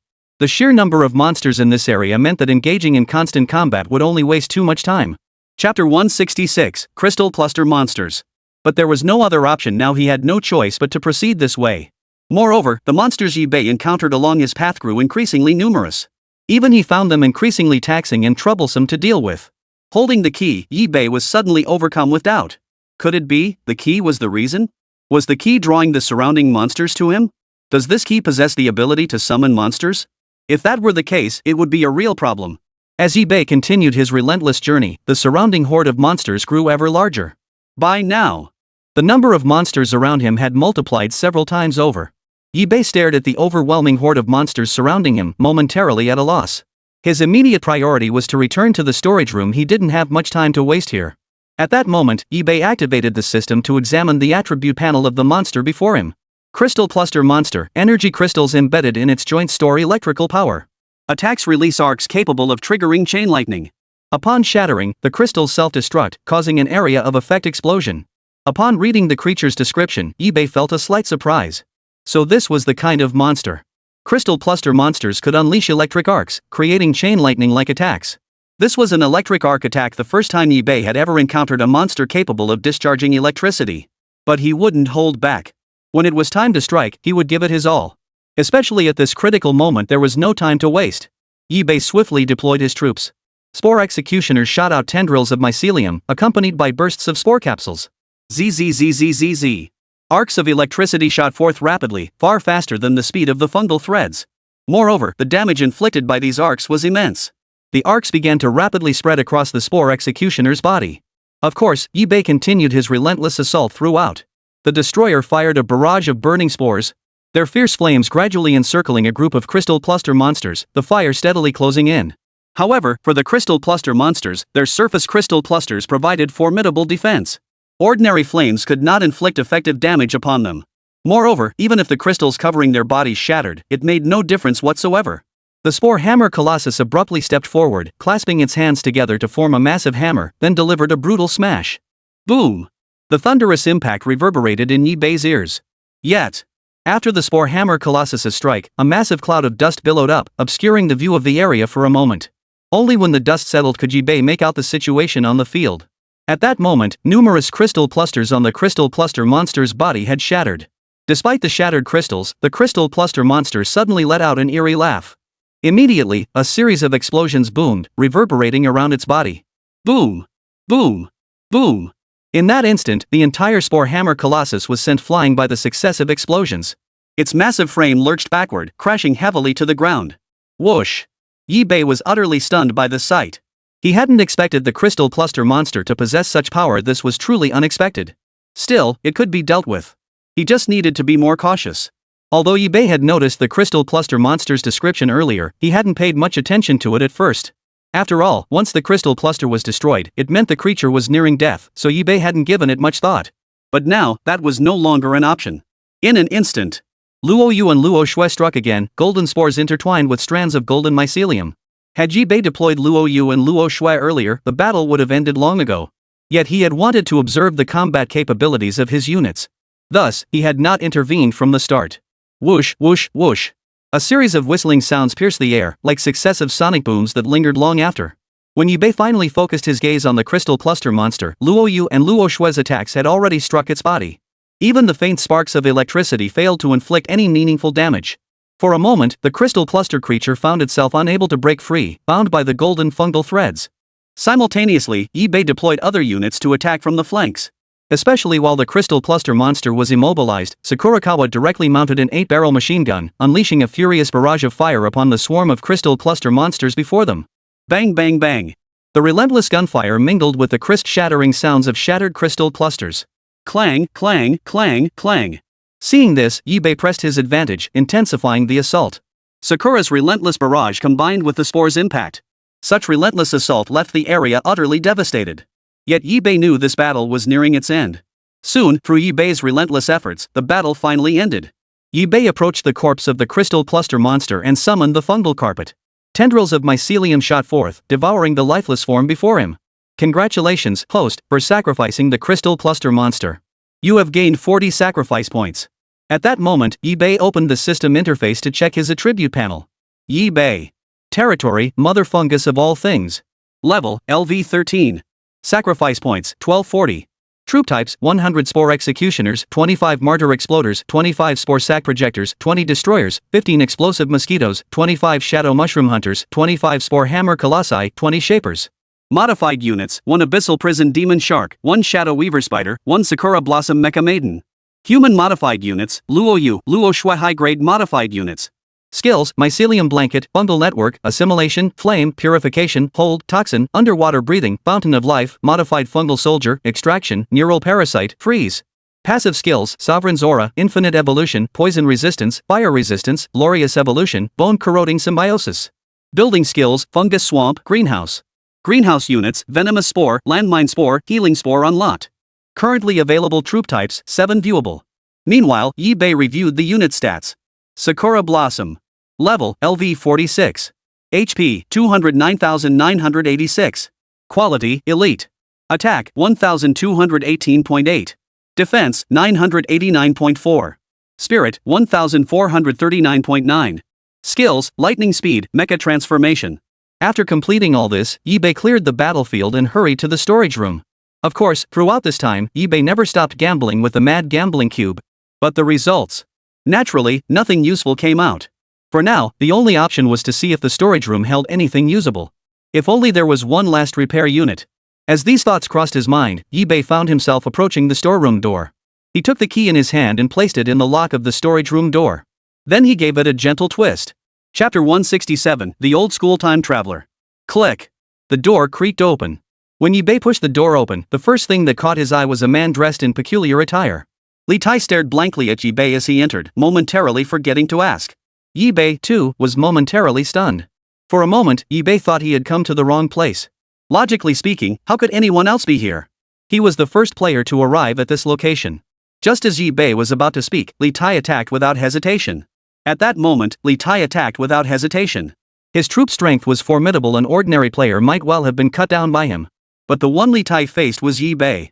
In an instant, Yibei maneuvered against his opponent, attempting to extract information. With strength like this, could you be one of the first wave of crossers? Li Tai chuckled lightly upon hearing this. I don't know if I'm among the first wave of crossers, but I arrived before you did. Then, Li Tai launched another fierce attack, showing no mercy whatsoever, aiming squarely to kill Yibei. I see. It seems you know some significant information. Yibei murmured softly. He raised his arm and waved it lightly. Instantly, a large group of troops swarmed in, surrounding the area. Charge! In an instant, Li Tai could feel the ground trembling beneath his feet. When Li Tai saw Yibei's troops, his pupils suddenly contracted, and a wave of fear washed over him. With the strength of his own troops, he stood no chance against Yibei's forces. There must be some misunderstanding between us. Perhaps we should withdraw our forces and discuss this calmly. Look, with such a formidable force at your disposal, surely you wouldn't bother with a mere novice like me. Yibei sneered repeatedly. Misunderstanding? If there's a misunderstanding, then let's settle it down there. Boom! Boom!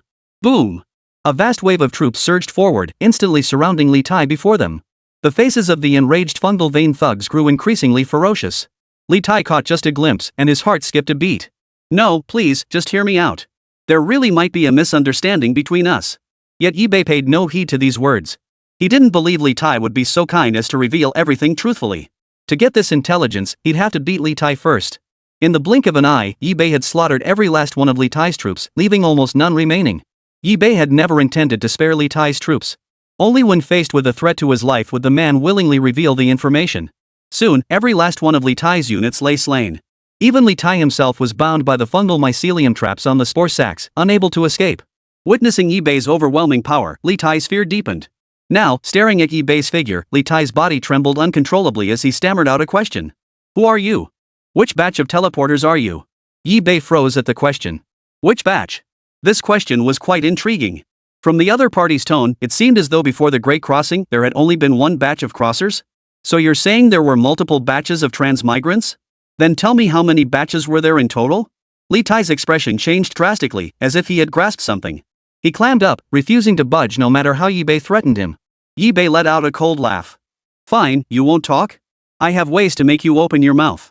This clue is useless to me anyway. Even if you don't tell me, someone else will. So keeping you alive serves no purpose. I'll just kill you outright. But Li Tai was determined not to speak. Yi-Bei acted, subjecting Li Tai to the most torturous methods. Fungal filaments pierced Li Tai's flesh, penetrating his body from within yet unable to kill him. Yet the agony they inflicted was beyond what most could endure. Li Tai screamed in agony, his cries growing louder and louder. He finally broke down, pleading in agony.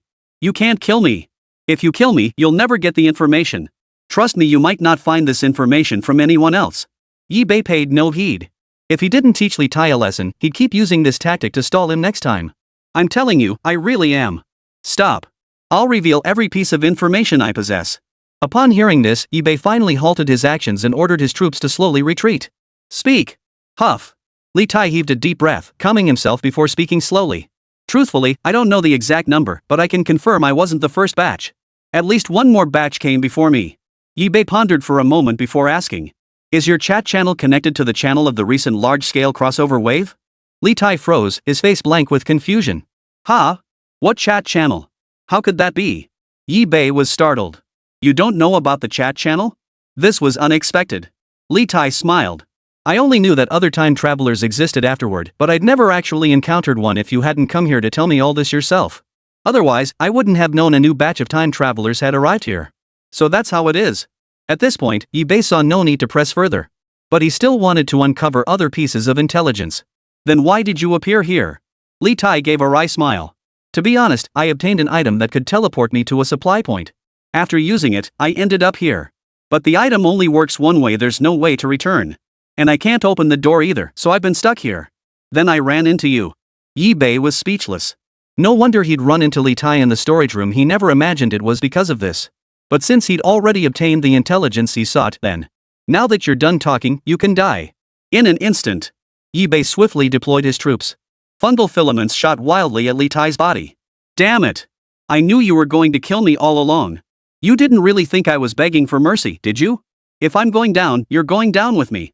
Suddenly, a strange device appeared in Li Tai's hand. No one knew when it had materialized. Li Tai clenched it tightly. Beep, beep, beep. Boom! Explosions erupted one after another. Yi-Bei couldn't dodge in time and hurriedly positioned the Spore Hammer Colossus in front of him. However, at such close range, even the Spore Hammer Colossus couldn't withstand the blast. 2/3 of its entire body was blown apart by the device.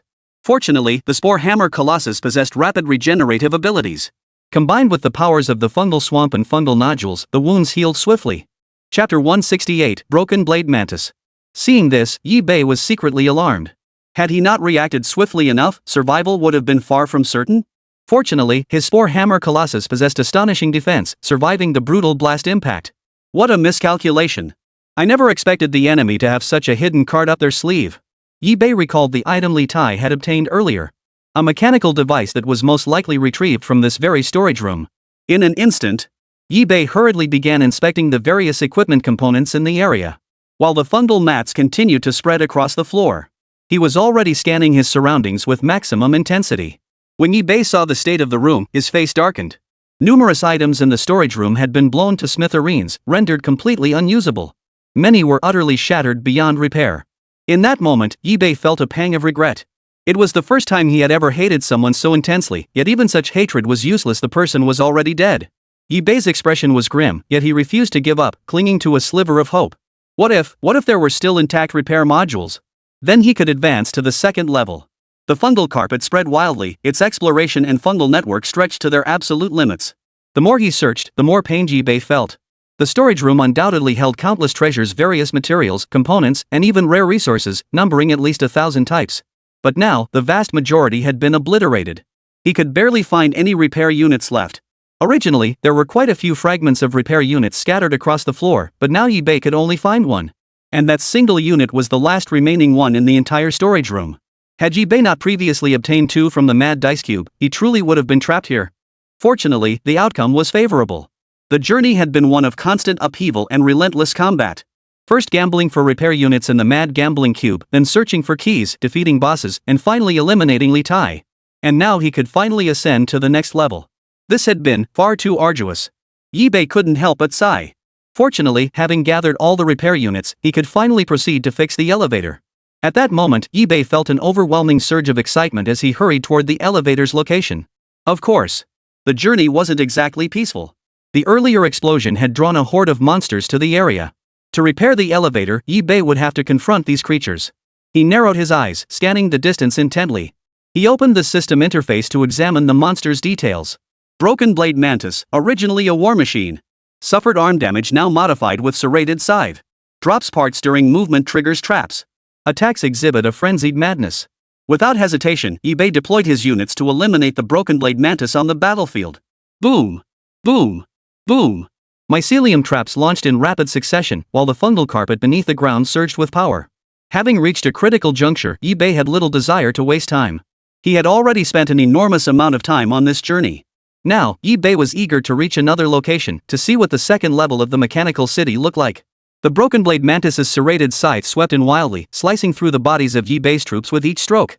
Whoosh, whoosh, whoosh. Golden fungal filaments shot forth.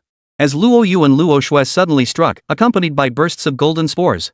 Every attack landed on the Broken Blade Mantis's body, unleashing terrifying power. If these were Spore Executioners or Spore Sac projectors, the Broken Blade Mantis could sever their attacks. But against these two, the Broken Blade Mantis was utterly helpless. The golden filaments and spores seemed sacred and untouchable, possessing some mystical power. The Broken Blade Mantis's serrated scythe slashed wildly, yet it still had no effect. However, Luo Yu and Luo Shui did not seem to be exerting their full strength. While the mycelium and spores caused no significant damage, the Broken Blade Mantis itself remained largely unaffected. A delicate equilibrium had been established. Seeing this, Yibei had no choice but to continue deploying troops to attack. Boom! Boom! Boom! The destroyers swiftly fired off burning spores, engulfing the Broken Blade Mantis in roaring flames. Moreover, Yibei secretly planted landmine mushrooms in the ground. As the bladed mantis advanced through the flames, it stumbled directly onto the landmines, triggering every single one. Boom! Boom! Boom! The deafening explosions echoed around him, lingering in his ears long after they ended. Yibei hurriedly looked up. After enduring wave after wave of explosions, the Broken Blade Mantis on the battlefield was nearly on its last legs. But it was not yet completely dead. Seeing this, Yibei delivered another fatal blow. Finally, after Yibei's relentless battle, the Broken Blade Mantis met its end. Even the fragments of parts on the Broken Blade Mantis were shattered, looking rather pitiful. But this was a world of survival of the fittest, and Yibei felt no pity for these creatures. Yibei summoned the fungal carpet, its tendrils spreading out to engulf the Broken Blade Mantis before him. Congratulations, host, on sacrificing the Broken Blade Mantis. You have gained 40 sacrifice points. After completing the sacrifice, Yibei opened the system interface to check his attributes. Yibei. Territory, Mother Fungus of all things. Level, LV 13. Sacrifice points, 1440. Troop types, 100 Spore Executioners, 25 Martyr Exploders, 25 Spore Sac Projectors, 20 Destroyers, 15 Explosive Mosquitoes, 25 Shadow Mushroom Hunters, 25 Spore Hammer Colossi, 20 Shapers. Modified units, 1 Abyssal Prison Demon Shark, 1 Shadow Weaver Spider, 1 Sakura Blossom Mecha Maiden. Human modified units, Luo Yu, Luo Shui high-grade modified units. Skills, Mycelium Blanket, Fungal Network, Assimilation, Flame, Purification, Hold, Toxin, Underwater Breathing, Fountain of Life, Modified Fungal Soldier, Extraction, Neural Parasite, Freeze. Passive skills, Sovereign's Aura, Infinite Evolution, Poison Resistance, Fire Resistance, Glorious Evolution, Bone Corroding Symbiosis. Building skills, Fungal Swamp, Greenhouse. Greenhouse units, Venom Spitter, Landmine Mushroom, Healing Mushroom on lot. Currently available troop types, 7 viewable. Meanwhile, Yibei assessed the unit's capabilities. Sakura Blossom. Level, LV 46. HP, 209,986. Quality, Elite. Attack, 1218.8. Defense, 989.4. Spirit, 1439.9. Skills, Lightning Speed, Mech Transformation. After completing these tasks, Ibe cleared the battlefield and headed back toward the elevator. Before long, Ibe returned to the elevator and slowly retrieved the repair unit from his system backpack. Chapter 169, The City Breaker. At this moment, 2 repair units were already present at the elevator's location. These were the 2 repair units Ibe had previously obtained from the gambling cube. Only one more repair unit was needed to complete the elevator's restoration. Ibe pressed lightly, attaching the final repair unit to the elevator. Boom! Boom! Boom! Boom! Once all 3 repair units were in place, the elevator began its restoration process. A series of eerie red flashes erupted, blindingly bright, forcing Ibe to shut his eyes. When the glow faded, Ibe looked again. The elevator now radiated power, glowing brightly. Repair countdown, 30 minutes. Once the repair period concluded, the elevator would be operational again. All Ibe needed to do now was wait patiently. However, this final wait was destined to be anything but peaceful. The intense noise erupting during the elevator repair shattered the tranquility of this place once more. Hordes of monsters surged forward once more, and amidst their ranks, a terrifying aura could be sensed approaching. In an instant, Ibe scanned the distance, his vigilance heightening. He quickly opened the system interface to examine the information of the monster before him. City Breaker. Tier, High-level boss. HP, 10 million. Danger level, High. Description, massive in size, equipped with giant sledgehammers on both arms capable of shattering city walls' heavy armor. Movement causes the ground to crack, creating traps. Vulnerable to damage to the hydraulic rods in its legs, rendering it immobile if severed. In an instant, cold sweat trickled down Ibe's forehead. The strength of the breaker before him was undeniably formidable. Its sheer size alone, coupled with its status as a high-level boss, made it a formidable foe. Truth be told, if Ibe encountered it under normal circumstances, he might even get a sudden urge to challenge it. But now was a critical moment. Behind him lay the elevator. If it were being repaired and accidentally smashed by the boss, Ibe would be unable to reach the upper mechanical city. Therefore, in this battle, Ibe had to not only prevent the enemy from approaching the elevator but also strategize how to defeat the boss. This battle was naturally agonizing for Ibe. Yet he had no choice but to face it. At that moment, Ibe stared at the city breaker before him, suddenly filled with hesitation. But the breaker wouldn't give Ibe much time. Its massive frame charged wildly toward Ibe. Damn it! Ibe gritted his teeth. His gaze swept over the Spore Hammer Colossus, who instantly understood and struck without hesitation. Its hands clasped together, transforming into a colossal hammer, it smashed viciously into the city breaker's body. Boom! The deafening sound reverberated violently around them, even causing Ibe to feel a slight ringing in his ears. Yet, Ibe saw not a single scratch on the city breaker's form. Not even a single scratch marred its surface, which remained as smooth and unyielding as ever. Moreover, the breaker launched its own assault. Its attack method was also hammer-based.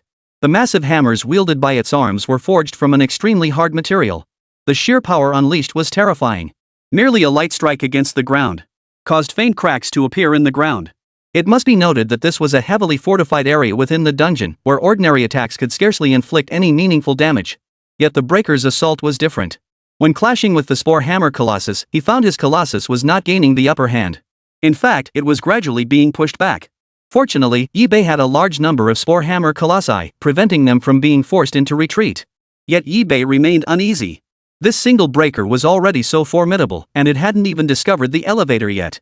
If the breaker targeted the elevator, who knew if it could withstand the assault? Beside the city breaker swarmed numerous other mechanical city monsters. While less threatening compared to the city breaker, that didn't mean they posed no threat. Ibe's other units, Spore Executioners, Spore Blasters, and Demolishers, were all deployed to deal with the lesser foes. His primary focus remained on confronting the city breaker before him. Luo Yu, Luo Shui, and Inghua had also joined the fray. Otherwise, his limited troop types alone would be utterly overwhelmed by the monsters here. Even so, their efforts seemed to yield little tangible effect. In this situation, Ibe seemed to be overwhelmed. The Spore Hammer Giants were only held at bay because of their sheer numbers and Ibe's timely reinforcements. But continuing this stalemate indefinitely was no solution. Suddenly, Ibe's heart skipped a beat. Following the breaker's gaze, he saw its eyes fixed intently on the elevator's location. His worst fear had materialized. If the city breaker insisted on destroying the elevator, he wasn't entirely sure he could stop him. Huff! Ibe took a deep breath. At this moment, he could only pin all his hopes on the Spore Hammer Colossus. Luo Yu and Luo Shui were busy dealing with the remaining monsters, while Ling Hua was equally overwhelmed, slashing through the mechanical city creatures before her. The situation was almost balanced, yet the monsters seemed endless, surging forward relentlessly. Even though Luo Yu and Luo Shui unleashed terrifying finishing moves, the relentless waves of monsters proved overwhelming, even for the two of them. In an instant, the Spore Hammer Colossi delivered brutal blows, while the remaining ones pushed back the breakers, preventing them from closing in. But the breaker's very nature was to relentlessly breach walls and advance forward. The harder the Spore Hammer Colossi pushed, the more it fueled the breaker's fighting spirit, driving it to push the Spore Hammer Colossi before it with even greater ferocity. Boom! Battle after battle seemed to be slowly draining Yibei's patience. At that moment, Yibei erupted completely. Fierce martyr exploders and exploding mosquitoes swarmed forth, nearly every unit type deployed. Combined with every landmine mushroom, they detonated simultaneously upon the breaker's body. Boom! Boom! Boom! Yibei never imagined that the sound of these explosions could be so melodious and pleasing to the ear, as if it were the last shred of redemption. When Yibei looked again, the breaker's entire body had been utterly shattered. Finally, it's over. Yibei swiftly summoned the fungal carpet. Tendrils of mycelium shot forth, engulfing the remnants of the city breaker before him. Congratulations, host, for sacrificing the city breaker. You have earned 100 sacrifice points. Chapter 170, Bone Steel Beast. With the breaker's demise, the remaining monsters' morale plummeted. They were all slaughtered by the somewhat frenzied Luo Yu and Luo Shui. After sacrificing all the corpses present, Yibei gained a substantial amount of sacrifice points. However, Yibei's losses in troop units were equally staggering. Fortunately, Yibei had achieved his objective, preventing the monsters from destroying the elevator. After the battle concluded, the elevator repair countdown gradually reached its end. Ding! A series of chimes reached Yibei's ears. The elevator before him was now fully restored, transforming into a passageway connecting to the next level. Finally, Yibei was overcome with emotion. Only he knew the hardships he had endured along the way. Fortunately, the outcome was favorable, not disappointing Yibei. In an instant, Yibei stood upon the elevator. Boom! A deafening roar made Yibei frown involuntarily. Glancing again, he saw the protective barriers around the elevator had activated. The remaining monsters were completely blocked outside, unable to enter. Fortunately, Yibei had eliminated the breaker beforehand. Otherwise, the elevator's defenses might not have been enough to hold them back. Fortunately, he could now take the elevator directly to the upper level of the mechanical city. Whoosh! A flash of light swept past. When Yibei opened his eyes again, he had arrived at a new level. Inghua stepped forward and addressed Yibei. This is the second level of the mechanical city, the Commoner District. The inhabitants here are all commoner mechanical tribes. Their strength far surpasses that of the slum district's mechanical tribes. The rust on commoner machines is minimal, and their paintwork remains intact, quite unlike the machines in the slums. If the mechanics from the slums are like scrap metal from a junkyard, then the mechanics here are like the sturdy iron goods you'd find in everyday use. They're the stronger sort, but not overwhelmingly so. Yibei understood immediately upon hearing this. In plain terms, the mechanical tribes in the commoner district possessed strength, but not overwhelmingly so. They posed little threat to Yibei. Upon stepping into this level, Yibei sensed something faintly amiss.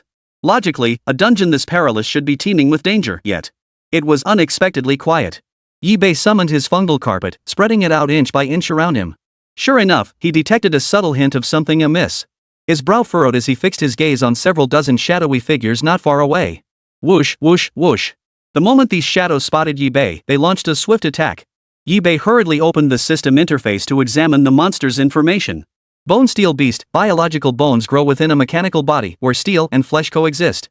The skeletal structure can autonomously repair mechanical damage, with severed limbs regenerating within 3 minutes. Retains biological traits, striking vulnerable points triggers rage.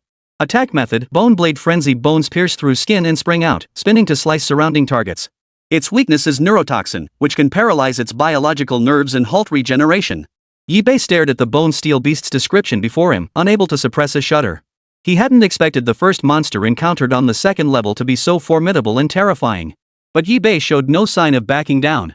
Seeing this as an opportunity to gauge his current strength and the intensity of the monsters on the second layer. With that thought, Yibei swiftly deployed his troops into battle, unleashing a terrifying surge of power. He looked up and saw that, at some point, the Bone Steel Beast had appeared before him. So fast! Yibei couldn't help but exclaim. A massive bone spike now loomed less than a meter away, yet Yibei showed no sign of panic. The Spore Hammer Colossus abruptly seized the bone spike and hurled it violently aside.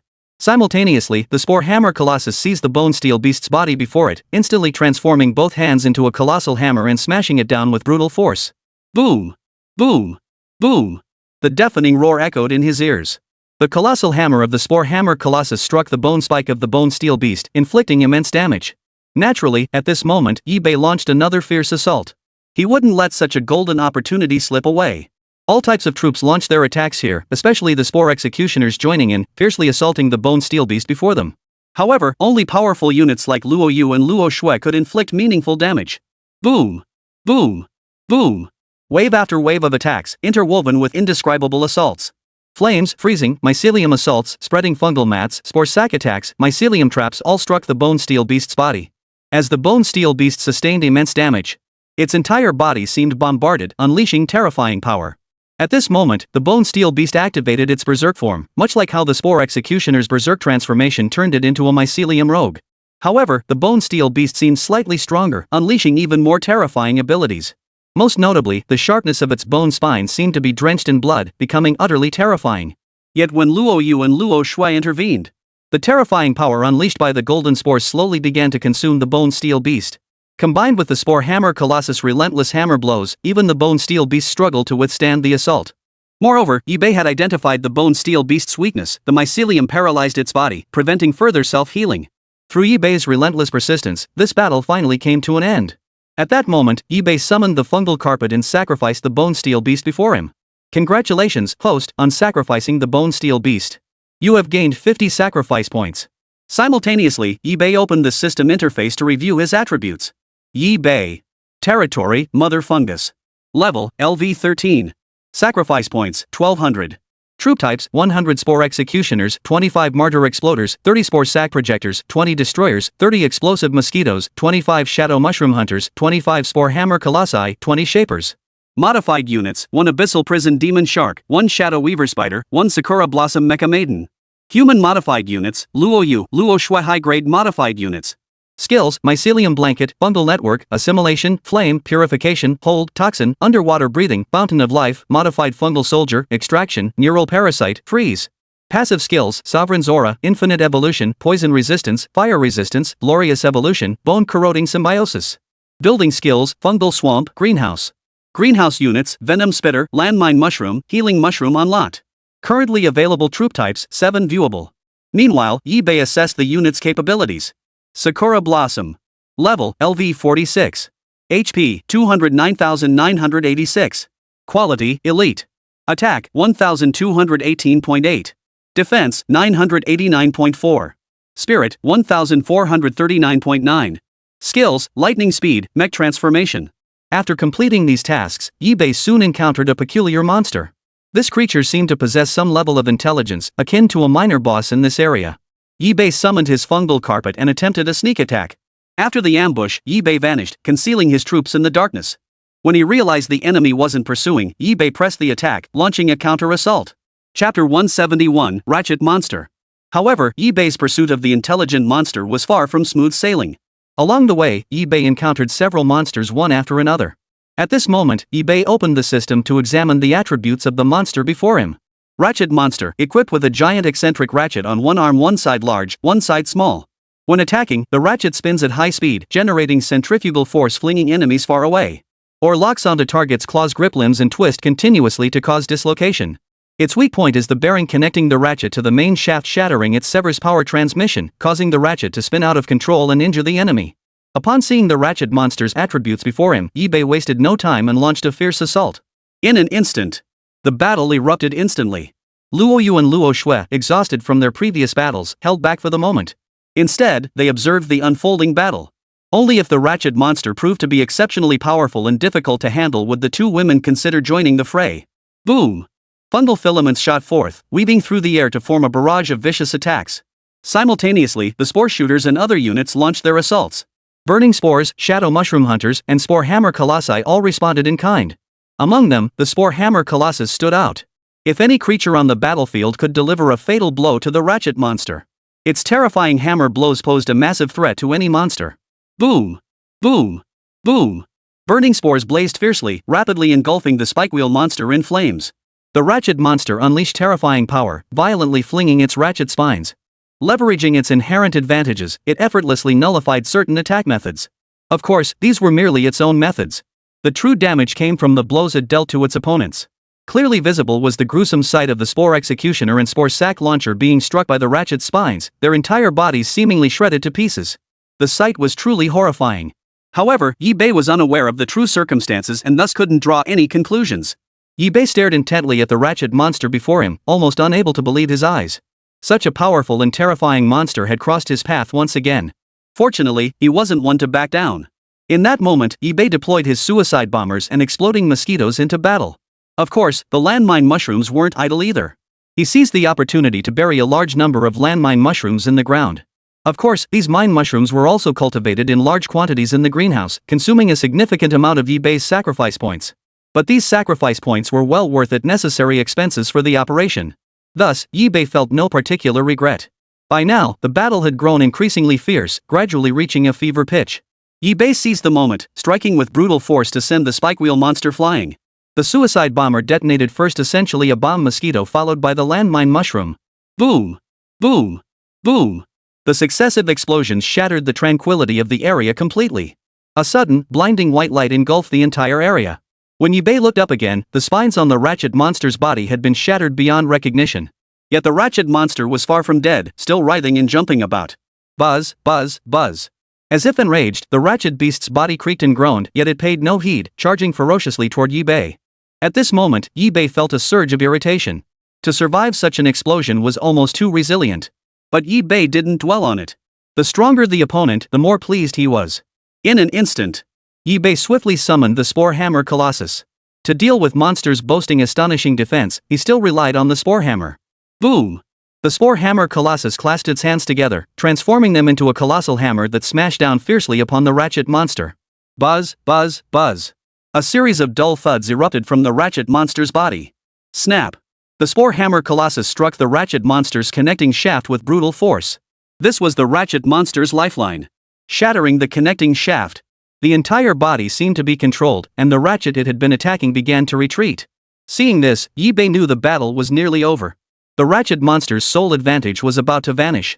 Seizing the moment, Yi-Bei struck swiftly, capitalizing on the ratchet monster's vulnerability to intensify his assault. Boom! Boom! Boom! Boom! In that instant, Yi-Bei immediately deployed Sakura Flower into battle. Sakura Hua instantly transformed, her massive rifle mounted atop her frame. Bullets flew like rain, unleashed with reckless abandon as she unleashed a furious barrage. As Yi-Bei understood, the bullets fired by Sakura Hua could automatically replenish themselves. After all, as a member of the Mecha clan, possessing such fundamental abilities was only natural. This was one reason Yi-Bei felt relatively at ease with Sakura. Moreover, this was the mechanical city, essentially Sakura's home turf. Prior to this, Yi-Bei had also obtained the mechanical heart, enabling Sakura to undergo further enhancement and evolutionary upgrades. Thus, Yi-Bei harbored no worries about her combat prowess plateauing. As long as they continued to acquire more mechanical hearts or similar artifacts, Sakura's power would steadily increase. At that moment, Manhwa unleashed a furious barrage of fire, mercilessly slaughtering the ratchet monsters before her. Under Sakura's relentless assault and the support of the other units, the ratchet monster before them was gradually nearing its end. The Spore Hammer Colossus continued its relentless hammering, shattering the ratchet monster's last shred of hope. Under the combined pressure, the ratchet beast could no longer endure. With a thunderous crash, it finally collapsed, utterly defeated. Seeing this, Yi-Bei slowly approached, summoning the fungal carpet. Tendrils of mycelium spread out, enveloping the spikewheel monster before him. Congratulations, host, for sacrificing the ratchet monster. You have gained 40 sacrifice points. Of course, this battle yielded rewards beyond the sacrifice points, a wealth of component fragments. Particularly valuable were the ratchet gears from its body. These were prime materials, though still contaminated with viruses, rendering them unusable for now. Yi-Bei still hadn't found any suckers willing to buy them individually. Thus, Yi-Bei accumulated a large stockpile of parts and materials, though they remained unusable. Once Yi-Bei finished clearing out the enemy units, he could sell them all at once. After completing this, he cleaned up the area and continued pursuing the intelligent mechanical being. He observed that this mechanical being possessed a certain level of intelligence not insignificant and likely operated under some form of control system. Otherwise, Yi-Bei couldn't fathom how the mechanical race could possess such wisdom. It was precisely this trait that had caught Yi-Bei's attention and driven him to pursue it all the way here. Perhaps he might actually uncover some terrifying secret from this intelligent mechanical being. Gradually, Yi-Bei located the intelligent mechanical tribe and discovered they were hiding within a chamber. Chapter 172, The Steam Colossus. Creak. Yi-Bei pushed the door open forcefully, but he didn't step inside himself. Instead, he deployed his troops to scout ahead. When he confirmed the area was clear, Yibei stepped inside once more. Only then did Yibei clearly see the monster before him. Yet, the intelligent creature spotted Yibei and immediately prepared to flee. Seeing this, Yibei naturally wouldn't let it escape so easily. Swiftly, Yibei launched another fierce assault. Filamentous strands shot out like arrows, rapidly piercing toward the creature. Simultaneously, Yibei opened the system interface to examine the monster's details.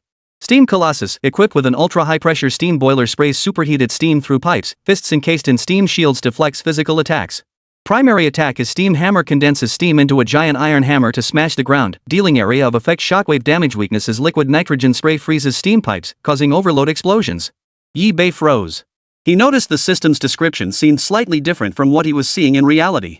The monster before him was clearly just a common slum-level mechanical race. In plain terms, its capabilities fell far short of even a civilian district standard, let alone possessing the intelligence of a true mechanical tribe. This felt off. Moreover, the steam colossus described by the system bore no resemblance to the creature before him, which appeared no larger than an ordinary human. But Yibei couldn't figure it out immediately, so he ordered his troops to continue the assault. Yibei speculated this might be some unique specimen harboring terrifying latent potential ready to erupt, though it hadn't awakened yet. As Yibei pondered this, the monster he pursued suddenly shifted its aura dramatically. A terrifying force swept through the area, engulfing everything in its path. Yibei looked on as only to see the intelligent monster's body heat up, then rapidly begin to melt. Immediately following this, waves of steam began to appear on the battlefield. A thick fog of vapor completely engulfed the area, obscuring his vision so completely that he could no longer see ahead. Taking advantage of the thick vapor, the intelligent leader abruptly moved to a control lever and gently pulled it. Boom! A deafening roar shattered the shifting battle. Troops near the creature were crushed by a terrifying force. Only when the steam cleared did Yibei grasp the situation. Before him stood a colossal mecha, billowing thick steam as if it were a gigantic steam giant. Only now did Yibei grasp the meaning of the steam colossus described in the system. So that's what it is. Only by piloting the mechanical suit could one truly experience the steam colossus's original form and power. Though Yibei had intended to delay the steam colossus momentarily while piloting it, the unique circumstances made it impossible for him to gauge the steam colossus's position, leading to his failure. But it didn't matter. Even mounted in the mech, transformed into the steam colossus, it still couldn't be stopped. At best, it was merely slightly stronger, not beyond his ability to handle. With this thought, Yibei instantly launched another fierce assault, one even more terrifying and overwhelming than before. Mycelium shot forth, accompanied by clusters of spore sacs and even some burning spores. Yet these were merely inconsequential attacks, serving only to hinder progress. To truly slay the steam colossus, Yibei would need to deploy units like the Spore Hammer Colossus for a decisive strike. At that moment, the Spore Hammer Colossus made the first move. The two colossi were similar in size, though to be precise, the steam colossus was slightly larger. Fortunately, the Spore Hammer Colossus's massive bulk allowed it to momentarily block the advancing steam colossus. But this was not a long-term solution. The Spore Hammer Colossus struck fiercely, pounding the terrifying steam colossus before it. Yet these attacks seemed pitifully weak against the steam colossus. In that instant, the steam colossus transformed into a colossal steam hammer, smashing down with equal force upon the Spore Hammer Colossus's body. Boom! Instantly, the collision of two terrifying forces sent nearby troops flying. Even the Spore Hammer Colossus, directly facing the steam colossus, had half its body smashed to pieces. Fortunately, the Spore Hammer Colossus possessed rapid regenerative abilities. Tendrils of mycelium shot out, swiftly repairing its damaged form. However, this particular Spore Hammer Colossus was temporarily unable to continue the fight. Fortunately, the Spore Hammer Colossi were numerous. Only by swarming the steam colossus in great numbers could they barely contain it. At that moment, Yibei immediately ordered Luo Yu and Luo Shui to attack together, their golden hyphae intertwined with golden spores. Boom! Boom! Boom! Explosions shattered the silence of the area. The terrifying steam erupting from the steam colossus also obstructed visibility, impairing Yibei's judgment. Even while controlling the fungal carpet, Yibei's exploration abilities combined with the fungal network allowed him to roughly gauge the steam colossus's position. Though somewhat inefficient, it still allowed him to maneuver around the steam colossus. Sakura Hana joined the fray, clutching a machine gun and unleashing a furious barrage of fire at the steam colossus. Bullets flew wildly in all directions. Yet they seemed to have no effect whatsoever on the steam colossus. Especially now, they proved utterly useless. Luo Yu and Luo Shui exchanged a glance, staring at the terrifying steam colossus before them, and took a deep breath. The next instant, a golden light erupted from within, crashing heavily toward the steam colossus. Boom! The golden light vanished without a trace the instant the two women released it. When they looked again, it had already appeared upon the steam colossus. The golden light engulfed the steam colossus before them. At that moment, nearly all the assaults were blocked by the golden light. Within it, the steam colossus. Like a lamb awaiting slaughter, consumed by a predator from higher up the food chain. When Yibei looked again, the steam colossus had been completely devoured. The entire steam colossus appeared as though exposed and destroyed by some terrifying existence. Its entire body resembled nothing more than a heap of scrap metal. Yibei knew clearly that the steam colossus was utterly destroyed, swept away by terrifying power. Boom! In that instant, the entire steam colossus exploded, the blast radiating outward with frenzied intensity from its core. Yibei swiftly dodged the blast using the Shadow Mushroom Hunter. Only after the steam colossus had completely exploded did Yibei slowly step forward. At that moment, Yibei summoned his fungal carpet. Tendrils of mycelium shot forth, sacrificing the steam colossus before him. Chapter 173, The Sky Splitter. Congratulations, host, on sacrificing the steam colossus. You have earned 50 sacrifice points. Additionally, Yibei discovered a mechanical core within the steam colossus. It could be said that the mechanical core was the very foundation providing energy to the steam colossus. Upon obtaining the mechanical core, Yibei handed it to Manhwa without hesitation. Since this item is useful to you, take it. Enhancing your own strength benefits us all. Manhwa said nothing, but nodded solemnly. At this point, words were less effective than the direct action of combat. Taking the mechanical heart from Yibei's hand, Manhwa absorbed it without hesitation. Buzz, buzz, buzz. A wave of pale pink light flared across the surface of Sakura's body. When the light faded, Yibei looked again. Behind her now appeared a jet-propelled organ capable of brief flight. Seeing this, Yibei couldn't help but feel a surge of excitement. It could be said that with this jet-propelled flying ability, Sakura's speed and offensive capabilities had been greatly enhanced. Following the explosion of the steam colossus, a blood-red totem remained on the battlefield. In an instant, Yibei immediately stepped forward and activated the totem before him. Congratulations! Player has activated the totem, gaining. Suddenly, a colossal mechanical beast materialized. This unexpected turn of events left Yibei momentarily stunned. What the hell? He had merely activated a totem. How could this happen? It seemed to be spiraling out of control. Could it be that totems not only yield supplies but also summon monsters? For a moment, Yibei sensed something was terribly wrong. But there was no other option now. He had to find a way to eliminate the monster before him. Fortunately, the mechanical tribe before him wasn't real. It was merely a powerful illusion of the mechanical tribe. Yibei quickly opened the system interface to examine the phantom's attributes. Riftbreaker. Tier, high level boss. HP, 8.5 million. Danger level, high. Description, body covered in space warping devices, leaves afterimages when moving. Attacks briefly tear open space, creating mini black holes to pull in enemies. Weakness, space stabilizer neutralizes warping effects, exposing its true location. As the Riftbreaker charged, the surrounding space fractured, propelling it instantly before Yibei. Luo Yu and Luo Shui appeared beside Yibei just in time. Golden fungal filaments shot forth, combining with her power to block the Riftbreaker's strike. Boom! Their clash shattered the surrounding space, and a black hole abruptly appeared, devouring everything nearby. Seeing this, Luo Yu and Luo Shui both struck out, spraying golden spores. Of course, that wasn't the main focus. In truth, Yibei was more eager to witness the enhanced power of Sakura after her upgrade. Equipped with the projectile system, Sakura began to rise slowly into the air. Mounted on Sakura's body were 8 machine guns, which began firing relentlessly at the Riftbreaker before them. Under their relentless assault, the Riftbreaker grew increasingly frenzied, the surrounding space cracking apart bit by bit. Boom! Boom! Boom! It must be said, the Skybreaker's power was indeed formidable. And this was merely its phantom form, not the true Voidbreaker. If the illusion was this formidable, who knew how terrifying the real Voidbreaker would be? Fortunately, Yibei was focused solely on the situation at hand. To him, the Skybreaker before him was formidable, but not beyond handling. The Spore Hammer Colossus charged forward, clasping its hands together to form massive hammers. It swung them viciously at the Riftbreaker before it. Under the barrage of attacks, the Riftbreaker could no longer hold its ground. Its phantom form shattered into streaks of afterimages. It ultimately vanished completely. Yibei stepped forward, summoning his fungal carpet. Tendrils of mycelium shot forth, engulfing the Voidbreaker before him. Congratulations, host, for sacrificing the Riftbreaker. You have gained 50 sacrifice points. Of course, after the Voidbreaker's demise, Yibei also obtained a vial of golden liquid. Evolution Potion enhances unit attributes upon use and grants evolutionary effects. Yibei's eyes lit up. This was a valuable find. Without a moment's hesitation, Yibei applied it directly to his fungal carpet. Buzz, buzz, buzz. A series of muffled groans echoed around Yibei's ears. Now, Yibei looked at the fungal carpet once more. And it began to radiate a golden glow, emanating from within and spreading outward. By now, the fungal carpet had completely transformed into a golden hue. However, after the golden glow faded, the radiance on the fungal carpet gradually retreated inward, returning to its previous state, showing no discernible change. Yet what had truly transpired remained known only to eBay. Within his perception, the inner core of the fungal carpet had completely turned golden, its outwardly ordinary appearance merely a disguise. Moreover, the fungal carpet's mycelium properties had increased fivefold, and its troop types had received corresponding feedback, achieving a tremendous enhancement. eBay opened his system interface to examine his stats. eBay. Territory, Mother Fungus. Level, LV 13. Sacrifice points, 1400. Troop types, 100 Spore Executioners, 25 Martyr Exploders, 30 Spore Sac Projectors, 20 Destroyers, 30 Explosive Mosquitoes, 25 Shadow Mushroom Hunters, 25 Spore Hammer Colossi, 20 Shapers.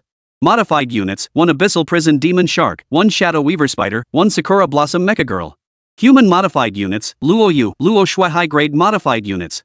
Skills, Mycelium Blanket, Fungal Network, Assimilation, Flame, Purification, Hold, Toxin, Underwater Breathing, Fountain of Life, Modified Fungal Soldier, Extraction, Neural Parasite, Freeze. Passive skills, Sovereign's Aura, Infinite Evolution, Poison Resistance, Fire Resistance, Glorious Evolution, Bone Corroding Symbiosis. Building skills, Mycelium Swamp, Greenhouse. Greenhouse units, Venom Spitter, Landmine Mushroom, Healing Mushroom unlocked. Currently available troop types, 7 viewable. Meanwhile, eBay assessed the unit's capabilities. Sakura Blossom. Level, LV 48. HP, 229,986. Quality, Elite. Attack, 1,548.8. Defense, 1,289.4. Spirit, 1,678.9. Skills, Lightning Speed, Mecha Transformation. After completing all this, eBay continued exploring the area. Soon after, he discovered a key. Holding the key in his hand, eBay looked at Manhwa with a hint of exasperation and asked, "Is it just that you Mech-clan folks are so fond of using keys?" Sakura Hua felt a bit awkward upon hearing this, but she didn't deny it because it was indeed true. eBay held the key, opened the system interface, and examined it. 3 keys can form a compass pointing to treasure. At that moment, eBay suddenly understood. It seemed this key was actually a higher-level treasure map, merely stored in the form of a key. Chapter 174, The Winch Beast. With a clear objective now, eBay naturally set out to investigate. First, he searched the immediate vicinity, hoping to find another key. However, while the idea was sound, reality proved harsh. After a thorough search of the area, eBay found nothing. He reluctantly abandoned the search. Looks like there's only one key here. eBay felt a slight pang of regret, but he wasn't overly disappointed. After all, having even one key here was already quite fortunate. Then, eBay suddenly remembered something. He pulled out the gambling cube from his system backpack. He dumped all the materials he had obtained earlier into the gambling cube in one go. Buzz, buzz, buzz. The gambling cube erupted with a series of booming sounds. Yet despite the grand spectacle, it proved largely useless. The items it produced were mostly junk, utterly useless. Sure enough, anything relying on luck was never his forte. Perhaps his inherent fortune was poor, compounded by the heavy karmic debt he'd accumulated here. Moreover, the gambling cube itself was far too random, making it virtually impossible to get anything worthwhile. Thus, eBay felt little disappointment. Failure was the norm. Realizing this, eBay left the room and continued upward, rushing toward the elevator entrance for the next level. The elevator entrances were positioned differently on each floor. To reach the energy tower, eBay would need to take multiple elevators. Since eBay himself wasn't sure, and Sakura Hana had never been to the energy tower either, she couldn't provide clear guidance. The mechanical clan's class divisions were starkly defined, each tier forming an insurmountable barrier. Thus, eBay now needed to enter the upper levels of the mechanical city and locate the remaining keys to uncover the treasure. If it existed, it must have a purpose. At least that was eBay's conviction. eBay pressed forward, traversing expanses of fungal carpet that swiftly spread out before them. Soon, mechanical monsters blocked the group's path. eBay activated his system interface to examine the monster's attribute panel. Winch Beast, equipped with dual differential gearing on its back ears on opposite sides rotate at different speeds, each arm connected to a steel cable winch. Attack method, differential strangle. One winch tightens to pull the target closer while the other winch spins to cut the cable, creating a strangulation trap. During movement, the differential drives alternating leg sprints extremely fast, unpredictable trajectory. Weakness, the differential's clutch destruction causes both arms' winches to pull in opposite directions, self-destructing the arms. eBay watched the winch beast before him, his vigilance immediately heightened. It must be said, this winch beast possessed formidable capabilities in attack, speed, and defense. It could be said this winch beast was a true all-around warrior, a mechanical monster capable of integrating offense and defense. In an instant, eBay swiftly deployed his units to engage the enemy. In the blink of an eye, combat erupted. Fungal filaments shot forth in rapid succession, accompanied by bursts of spore capsules, launching a feint attack. Previously, confronting this winch beast might have posed a challenge, but after using the evolution serum, the outcome was far from certain. In that instant, the terrifying power unleashed by eBay instantly engulfed the winch beast's body. With a thunderous crash, the tranquility of the area was shattered. The spore hammer colossus struck suddenly, hammering blow after hammer blow down onto the winch beast before it. Of course, the winch beast was no pushover either. The winches on its body could inflict devastating damage. As it clashed with the spore hammer colossus, the winches on its body spun wildly. Their surfaces razor-sharp, easily slicing through the spore hammer colossus's arms. In an instant, the two engaged in battle once more. Luo Yu and Luo Shui joined the fray, golden spores and mycelium erupting and scattering through the air. Having been enhanced, Luo Yu and Luo Shui's golden mycelium and spores possessed formidable power. Even as the winch beast slashed wildly, it couldn't withstand the sheer volume of mycelium. This terrifying assault struck the winch beast's body, shattering several of its components. Boom! Boom! Boom! Instantly, the differential stranglehold activated. One winch tightened, pulling the target closer, while the other winch spun, slicing through steel cables to form a strangulation trap. This dual-pronged assault proved devastatingly effective. Even eBay momentarily struggled to devise a countermeasure against the winch beast. Fortunately, eBay commanded a large and powerful force, preventing him from falling behind. But even eBay was momentarily at a loss for how to deal with the winch beast before him. Especially when moving, the differential gear drove its legs to alternate sprints, generating extreme speed and unpredictable trajectories. It was precisely this blinding attack speed that had allowed the winch beast to gain the upper hand initially. Fortunately, eBay now harnessed the exploration capabilities of the fungal carpet, combined with the fungal network. And the speed unleashed by the shadow mushroom hunter, he could now match the winch beast's speed. At this moment, eBay continued his fierce assault, with the shadow mushroom hunter providing support from the sidelines. With these units supporting him, the tide of battle gradually shifted in eBay's favor. Moreover, he had the fungal swamp providing additional support. Any injured units were immediately sent into the swamp for swift recovery. Even if the fungal swamp couldn't keep up, life potions were available for recovery. In short, eBay could employ a series of methods to restore his troops, minimizing their losses. This was eBay's strategic approach, the fastest, most cost-effective path to victory. Otherwise, he would have to sacrifice more troops to win. That's why eBay currently has no reason to rush things, allowing him to appear so leisurely. Soon, the winch beast before him was utterly destroyed. Its entire mechanical body shattered piece by piece, leaving not a single intact section. Fortunately, these were merely components that could be reassembled. eBay summoned his fungal carpet. Tendrils of mycelium spread out, engulfing the winch beast before him. Congratulations, host, for sacrificing the winch beast. You have gained 50 sacrifice points. Beyond that, it was just a bunch of unnecessary parts, at least, parts eBay didn't need right now. Next, eBay retrieved the gambling cube, sacrificing the missing materials. Unfortunately, he still didn't roll anything worthwhile. After clearing the battlefield, eBay pressed forward, the fungal carpet spreading behind him. Before long, eBay reached the elevator leading to the next level. Near the elevator, however, stood a mechanical being resembling the knights of a kingdom straight out of a novel. Its appearance was imposing, and the faint aura emanating from its body was enough to attest to its formidable power. The mechanical knight sat at the elevator entrance, seemingly waiting for eBay's arrival all along. Chapter 175, Ancient Battle Puppet. Buzz. The night machine seemed to notice eBay. Suddenly, its eyes flashed with a bright red light. eBay instantly grew wary. It was clear the knight before him possessed formidable strength, and what he now saw might be its damaged state. In an instant, eBay quickly opened the system interface to examine the monster's attributes. Ancient War Golem, constructed from the wreckage of ancient war machines, its rusted arms still wield massive war spears inflicting armor-piercing damage. Its chest houses a rogue war AI shouts battle cries to intimidate enemies. Attack method, battle cry charge AI-driven high-speed charge, knocking targets back. Weakness, severing the AI core requires destroying the bronze chip within the chest cavity. However, eBay did not rush into action. Instead, he observed the situation unfolding before him. He recognized that the ancient war golem before him possessed a degree of intelligence and was immensely powerful.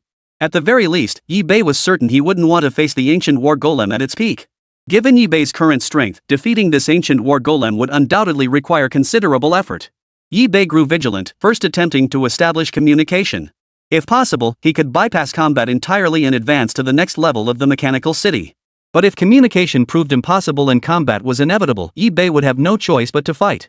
Just as eBay opened his mouth, the ancient war puppet attacked without warning, muttering to itself. Guard, eliminate all outsiders. eBay frowned and immediately dispatched his troops to engage the enemy. As expected, this battle cannot be avoided. eBay sighed softly. Though engaging the ancient war golem would consume considerable time and potentially result in significant troop losses. But this battle was now unavoidable. The next moment, the two sides clashed. A terrifying assault swept over, enveloping the ancient war golem's present. What met the eye was a sky filled with rapidly shooting fungal filaments, accompanied by countless spores. Yet the ancient war golems paid no heed to Yibei's attack combination. Whoosh, whoosh, whoosh. The ancient war golem abruptly drew the spear from its back and thrust it forward with brutal force. Clang! The Spore Hammer Colossus struck with brutal force, deflecting the terrifying blow unleashed by the ancient war golem. But the Spore Hammer Colossus suffered greatly as well, its body struck viciously by the spear, its entire form shattered. All that remained was the Spore Hammer Colossus's willpower. Immediately after, Yibei swiftly deployed dozens of large fungal pits across the fungal carpet to aid in restoring the troops' stamina. Simultaneously, he positioned several large life potions nearby to provide supplementary healing. Only with this dual protection did Yibei feel at ease. Unlike the previous battle, this opponent proved far too formidable, and Yibei was struggling to keep up. That's why he had to deploy the fungal swamps to assist his troops in battle. Of course, this wasn't the end. Taking advantage of the troops' bombardment phase, Yibei abruptly cultivated large quantities of poison spit mushrooms and landmine mushrooms within the greenhouse. These two mushroom types proved remarkably effective under Yibei's command. Especially the landmine mushrooms paired with the martyr blasters and exploding mosquitoes, their combined power was formidable. This could serve as Yibei's trump card. Now, Yibei launched another fierce assault. With these trump cards in hand, he possessed considerable confidence.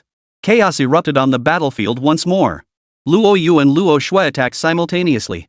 The golden mycelium combined with golden spores unleashed a force that was equally formidable. Simultaneously, Yibei orchestrated the suicide bombers and explosive mosquitoes to execute their explosive assaults together. Of course, other units provided feint support. The ancient battle golem seemed to grow frenzied during the battle, lunging to strike at anything it saw. As if determined to prevent anyone from approaching the elevator and ascending to the upper mechanical city. Such a monster was truly worthy of respect. But Yibei had to reach the next level, so he had no choice but to eliminate the ancient war golem. Boom! Boom! Boom! As the explosions echoed, Yibei knew this battle was nearing its end. Already battered and bruised by other units, Yibei's explosive units now unleashed even greater destructive power thanks to his enhanced abilities. As the dust settled, Yibei once again scanned the distant battlefield. The ancient war golem, its body mangled and clinging to life by a thread, wore an expression of bitter resignation. Its lips still murmured, "Guard! Drive out the enemy." Yibei sighed and, gritting his teeth, delivered the final blow. Truthfully, it hadn't done anything wrong, only its stance differed from his own. With this thought, Yibei summoned his fungal carpet. Tendrils of mycelium shot forth, engulfing the ancient war golem before him. Congratulations, host, for sacrificing the ancient war golem. You have gained 40 sacrifice points. Additionally, Yibei retrieved a key from the ancient war golem. Yibei let out a surprised gasp. He hadn't expected to find the second key so quickly. After stowing the key away, Yibei entered the elevator without hesitation. The elevator was well maintained, forming a stark contrast to the previous level. In an instant, Yibei thought of the ancient battle golem. Without its death-defying spirit, the elevator could never have been maintained in such a state. Though Gujan Kuei was also infected and had lost some self-awareness, he still managed to maintain the elevator's safety. It was clear that Gujan Kuei regarded protecting the elevator as his life's mission. At this thought, Yibei couldn't help but feel a deep sense of admiration. Indeed, there was a reason behind Gujan Kuei's formidable strength. A sudden flash of white light filled the elevator. When Yibei opened his eyes again, he found himself on the third level. The moment he reached the third level, Yibei heard a chaotic buzzing sound ringing in his ears. Various projectiles and attacks whizzed past him. It appeared chaotic and undisciplined, as if it had become a battlefield. Moreover, Yibei observed the mechanical race on the third level. Every single one was equipped with heavy firepower, a level of armament that dwarfed anything he'd seen on the previous two floors. Yibei was secretly startled. He hadn't expected the third level to be this chaotic. He had anticipated this area might be a battlefield, but never imagined it would be the very epicenter of the conflict. Or was this merely the tip of the iceberg? If so, then the waters of the mechanical city ran deep indeed. But Yibei remained undaunted. Since he was here, he would make the best of it. Suddenly, Yibei looked up and saw humans. To be precise, humans clad in rags. Players? Or local NPCs? Instantly, Yibei grew wary, studying the humans before him. They appeared to be. They were likely another traveler who had arrived at the dungeon earlier. He was mounted on a mechanical being, directing its attack. Chapter 176, Spring Cheetah. Suddenly, the human riding the mechanical creature spotted Yibei. At that moment, Wei Guang's expression shifted slightly. Then, as if remembering something, he flashed a meaningful smile. Charge! Wei Guang casually pointed his finger, directing it toward Yibei before him. In an instant, every mechanical creature in the area surged forward, charging toward Yibei. Yibei's expression turned pale with shock. He hadn't actually intended to waste too much time here. But since the enemy had initiated hostilities, Yibei had no choice but to accept the challenge. Otherwise, they would never allow him to roam freely on the third layer. In an instant, Yibei swiftly deployed his troops, launching a fierce assault as tendrils of mycelium shot forth. Simultaneously, Yibei opened the system interface to examine the enemy monster's details. Spring Cheetah, compression springs installed in all limb joints stored energy during inactivity, released during attacks. Torso covered in shock-absorbing armor reduces landing impact. Attacks with spring charge velocity surges upon spring release, knocking targets away. Curl springs when attacked rebounds damage, immune to light attacks. Weak point, the spring's locking pin destroy it to cause the spring to go haywire and attack itself. Even Yibei was taken aback by the Spring Cheetah's stats before him. It was incredibly formidable. Yibei immediately deployed his troops to confront the Spring Cheetah. Spore pods rapidly shot forth, blocking the Spring Cheetah's ferocious assault. Other units joined the fray as well. Of course, Yibei was still more concerned about the human riding the mechanical creature. Yet, with the Spring Cheetah demanding his full attention, Yibei failed to detect the man's whereabouts.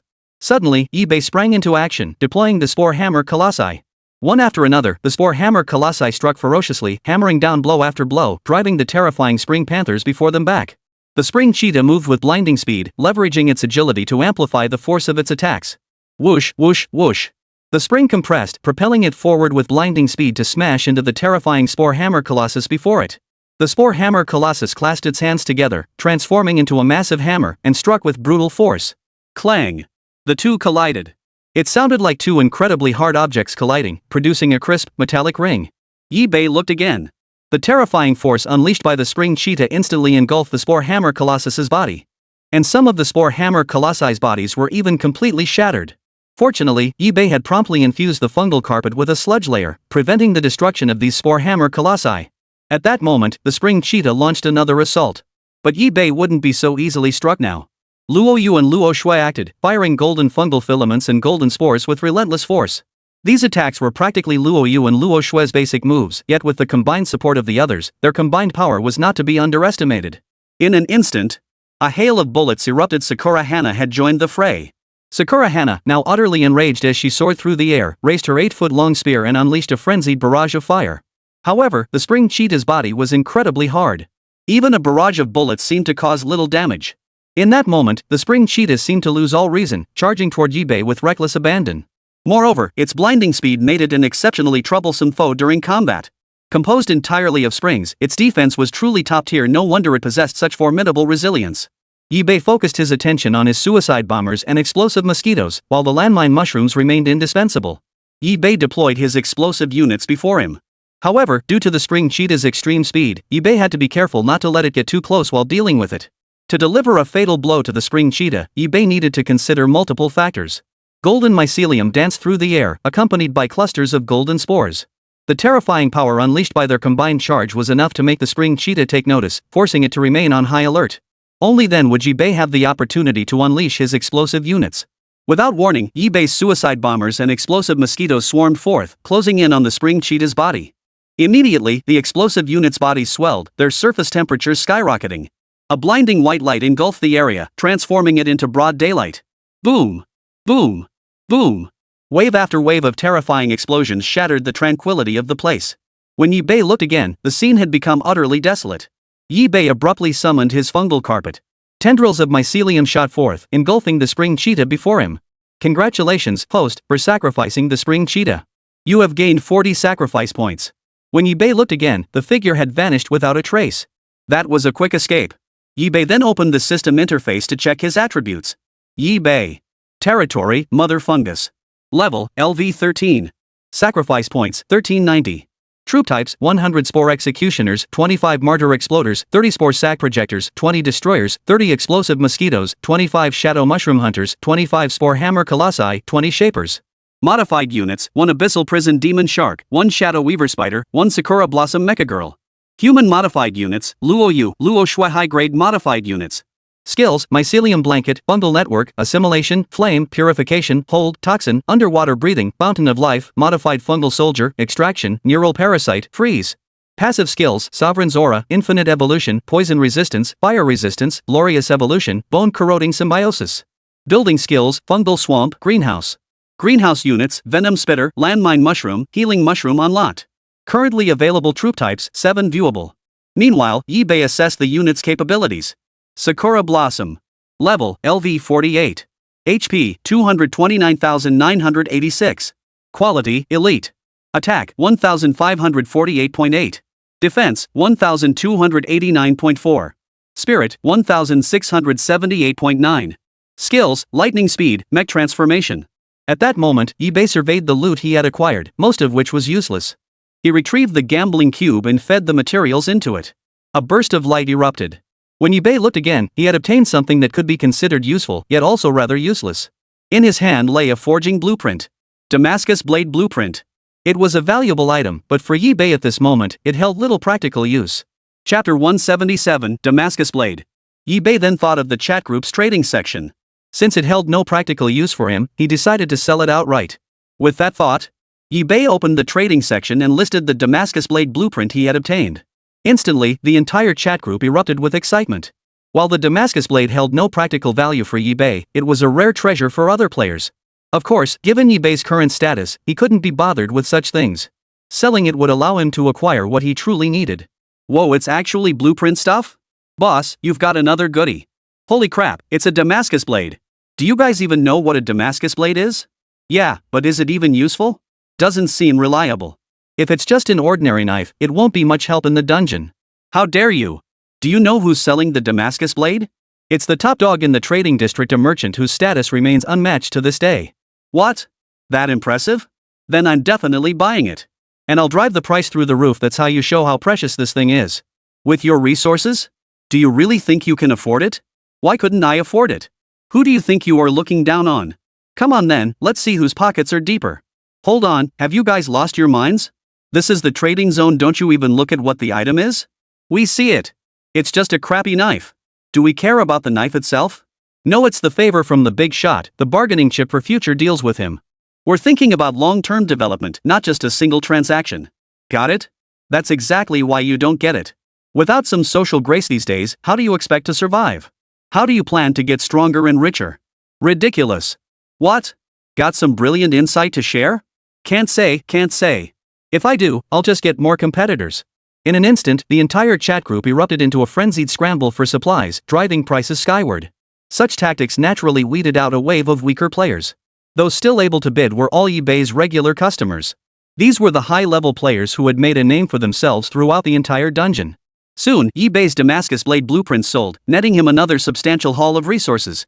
However, eBay didn't actually need these resources. With the increased quantity, he could simply attempt gambling with the Mad Cube multiple times. But eBay's luck seemed to have run out. In the following rounds, he couldn't gamble for anything worthwhile. This time, he was genuinely convinced. Things involving luck were definitely not his forte.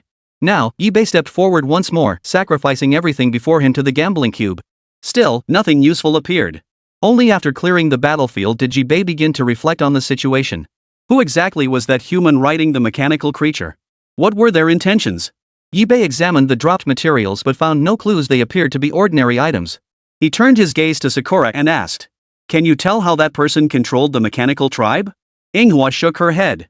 She too had no idea how the other person had managed it. eBay recalled the scene. It seemed as though the man appeared to be using the machines rather than truly controlling them. This probably isn't as simple as it seems.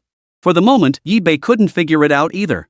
Since he couldn't make sense of it, he'd just have to deal with it personally when he encountered them again. If they didn't speak, that was easy enough, just beat them up. In that moment, eBay's mind went blank. With no answers forthcoming, there was nothing left but to press on. At that moment, Sakura stood beside eBay, explaining the surroundings. This is the third level of the mechanical city. Similarly, the third level boasts the largest spatial area in the entire city, and that's where I come from. As for the levels above the third, that's where the so-called energy tower stands. eBay nodded, then turned to ask Sakura. How does one reach the energy tower? Sakura continued. The third level is home to 8 major races. Besides the machine men and machine maidens, there are also the Beast Armor clan, the Armament clan. Each leader of these 8 races possesses a key.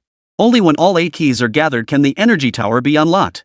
Moreover, these 8 leaders are extremely powerful. However, due to the sudden virus outbreak, some leaders have perished. Honestly, I'm not entirely certain where all these keys are now. At this point, Sakura visibly grew awkward, seemingly reluctant to tell eBay.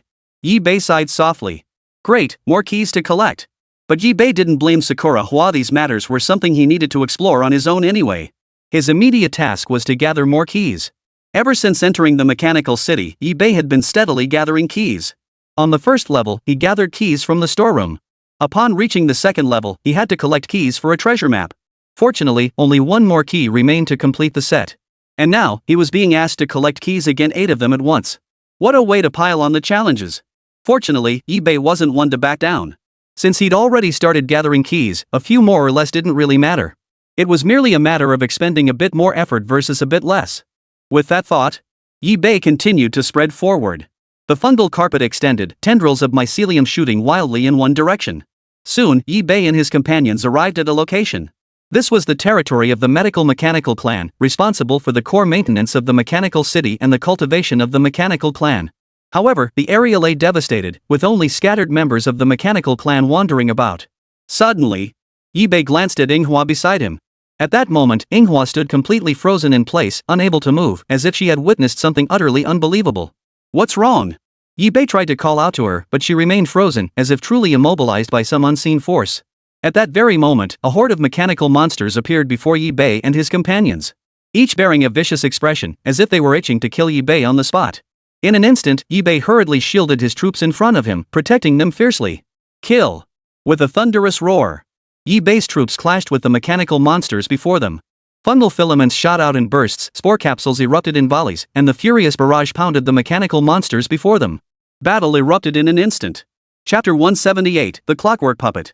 Meanwhile, Wei Guang rode the mechanical creature to a certain location in stealth. Before Wei Guang sat an ordinary-looking middle-aged man with a hideous expression and a startling scar across his face.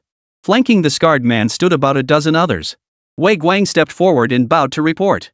Reporting, the monsters on this level of the mechanical city remain unchanged, but it seems the guardian of the second level has been slain. This is why uninvited guests have managed to infiltrate. Moreover, I can no longer sense the presence of those mechanical monsters. The scarred man waved his hand dismissively. Never mind. I'm already aware of these matters. Then, with a sweeping gesture of his large hand, a massive light screen suddenly materialized before the group. The screen displayed the battle between Yi-Bei and the mechanical creatures. Wei Guang knew someone had killed the mechanical tribe monster he controlled, but he never imagined Yi-Bei could be this formidable. This strong? In Wei Guang's eyes, the units Yi-Bei commanded were systematically eliminating the opposing mechanical clan one by one. After a moment's hesitation, Wei Guang looked at the scarred man ahead and volunteered. Boss, let me handle this. I'll kill him and bring back his head. The scarred man waved him off. No rush. Since he's managed to pass all those trials and make it here, it means he's after the keys too. Our objectives align, we both seek the keys. It's wiser to wait until he gathers them all. Then we'll reap the rewards like a fisherman catching the last fish. It saves time and effort and avoids wasting unnecessary manpower. Hearing this, the others couldn't help but praise the idea. Brilliant. Absolutely brilliant. The mantis stalks the cicada, unaware of the sparrow behind. Ha ha ha. The boss truly lives up to his name. Utterly brilliant. At that moment, Yi-Bei remained focused on confronting the terrifying mechanical monster before him.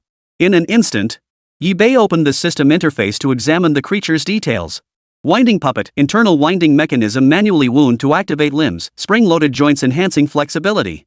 Attack method, winding mechanism, rapid strike. Winding mechanism drives rapid punching combos with piercing damage. Limbs stiffen upon winding mechanism failure, only slow movement possible.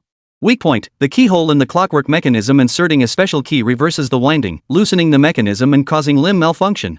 In an instant, Yi-Bei engaged it in combat. The terrifying force unleashed by the clockwork puppet, the explosive power of each chain, could be easily subdued. Now, Yi-Bei began unleashing a barrage of fierce attacks. Mycelium shot forth in bursts, accompanied by terrifying spore sacs.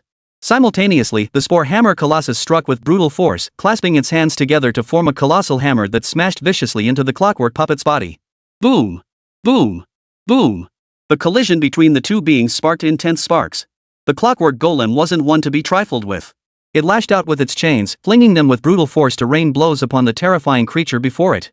But standing before the clockwork puppet was none other than the spore hammer colossus. With its colossal frame and terrifying force sweeping across the area, only relentless, ferocious attacks remained. The spore hammer colossus's massive hammer smashed down upon its body, causing the chains covering the entire clockwork puppet to visibly loosen. And Yi-Bei's assault didn't stop there.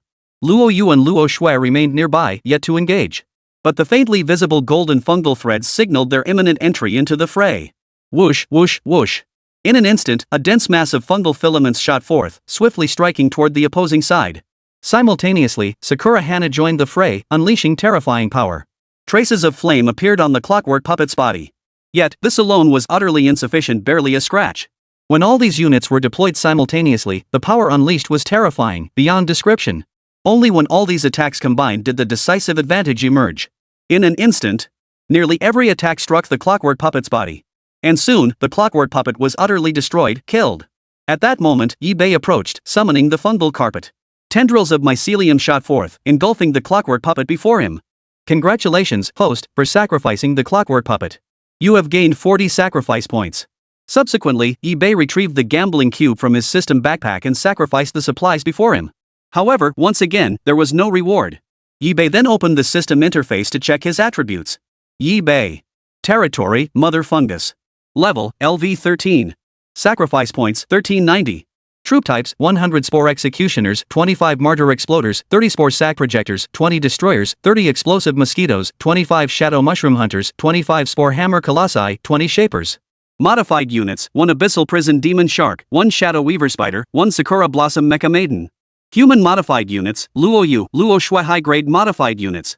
Skills, Mycelium Blanket, Fungal Network, Assimilation, Flame, Purification, Hold, Toxin, Underwater Breathing, Fountain of Life, Modified Fungal Soldier, Extraction, Neural Parasite, Freeze. Passive skills, Sovereign's Aura, Infinite Evolution, Poison Resistance, Fire Resistance, Glorious Evolution, Bone Corroding Symbiosis. Building skills, Mycelium Swamp, Greenhouse. Greenhouse units, Venom Spitter, Landmine Mushroom, Healing Mushroom unlocked. Currently available troop types, 7 viewable. Meanwhile, Yi-Bei assessed the unit's capabilities. Sakura Blossom. Level, LV 48. HP, 229,986. Quality, Elite. Attack, 1,548.8. Defense, 1,289.4. Spirit, 1,678.9. Skills, Lightning Speed, Mecha Transformation. After clearing this area, Yi-Bei proceeded to the next territory. Soon, Yi-Bei and his group encountered an entirely new species. Cyborg Clan. The Cyborg Clan possesses a single collective consciousness. All mechanical entities within the race serve as self-manufactured vessels for this consciousness. However, the cybernetic clan was deserted. The computer housing their core consciousness had been destroyed. Yi-Bei summoned the fungal carpet, whose tendrils shot out like arrows, spreading wildly across the surroundings. Simultaneously, the exploration and fungal network frantically scanned the area. Soon, Yi-Bei detected something useful and even acquired a mechanical sphere. It contained a projection of the Jie clan's consciousness.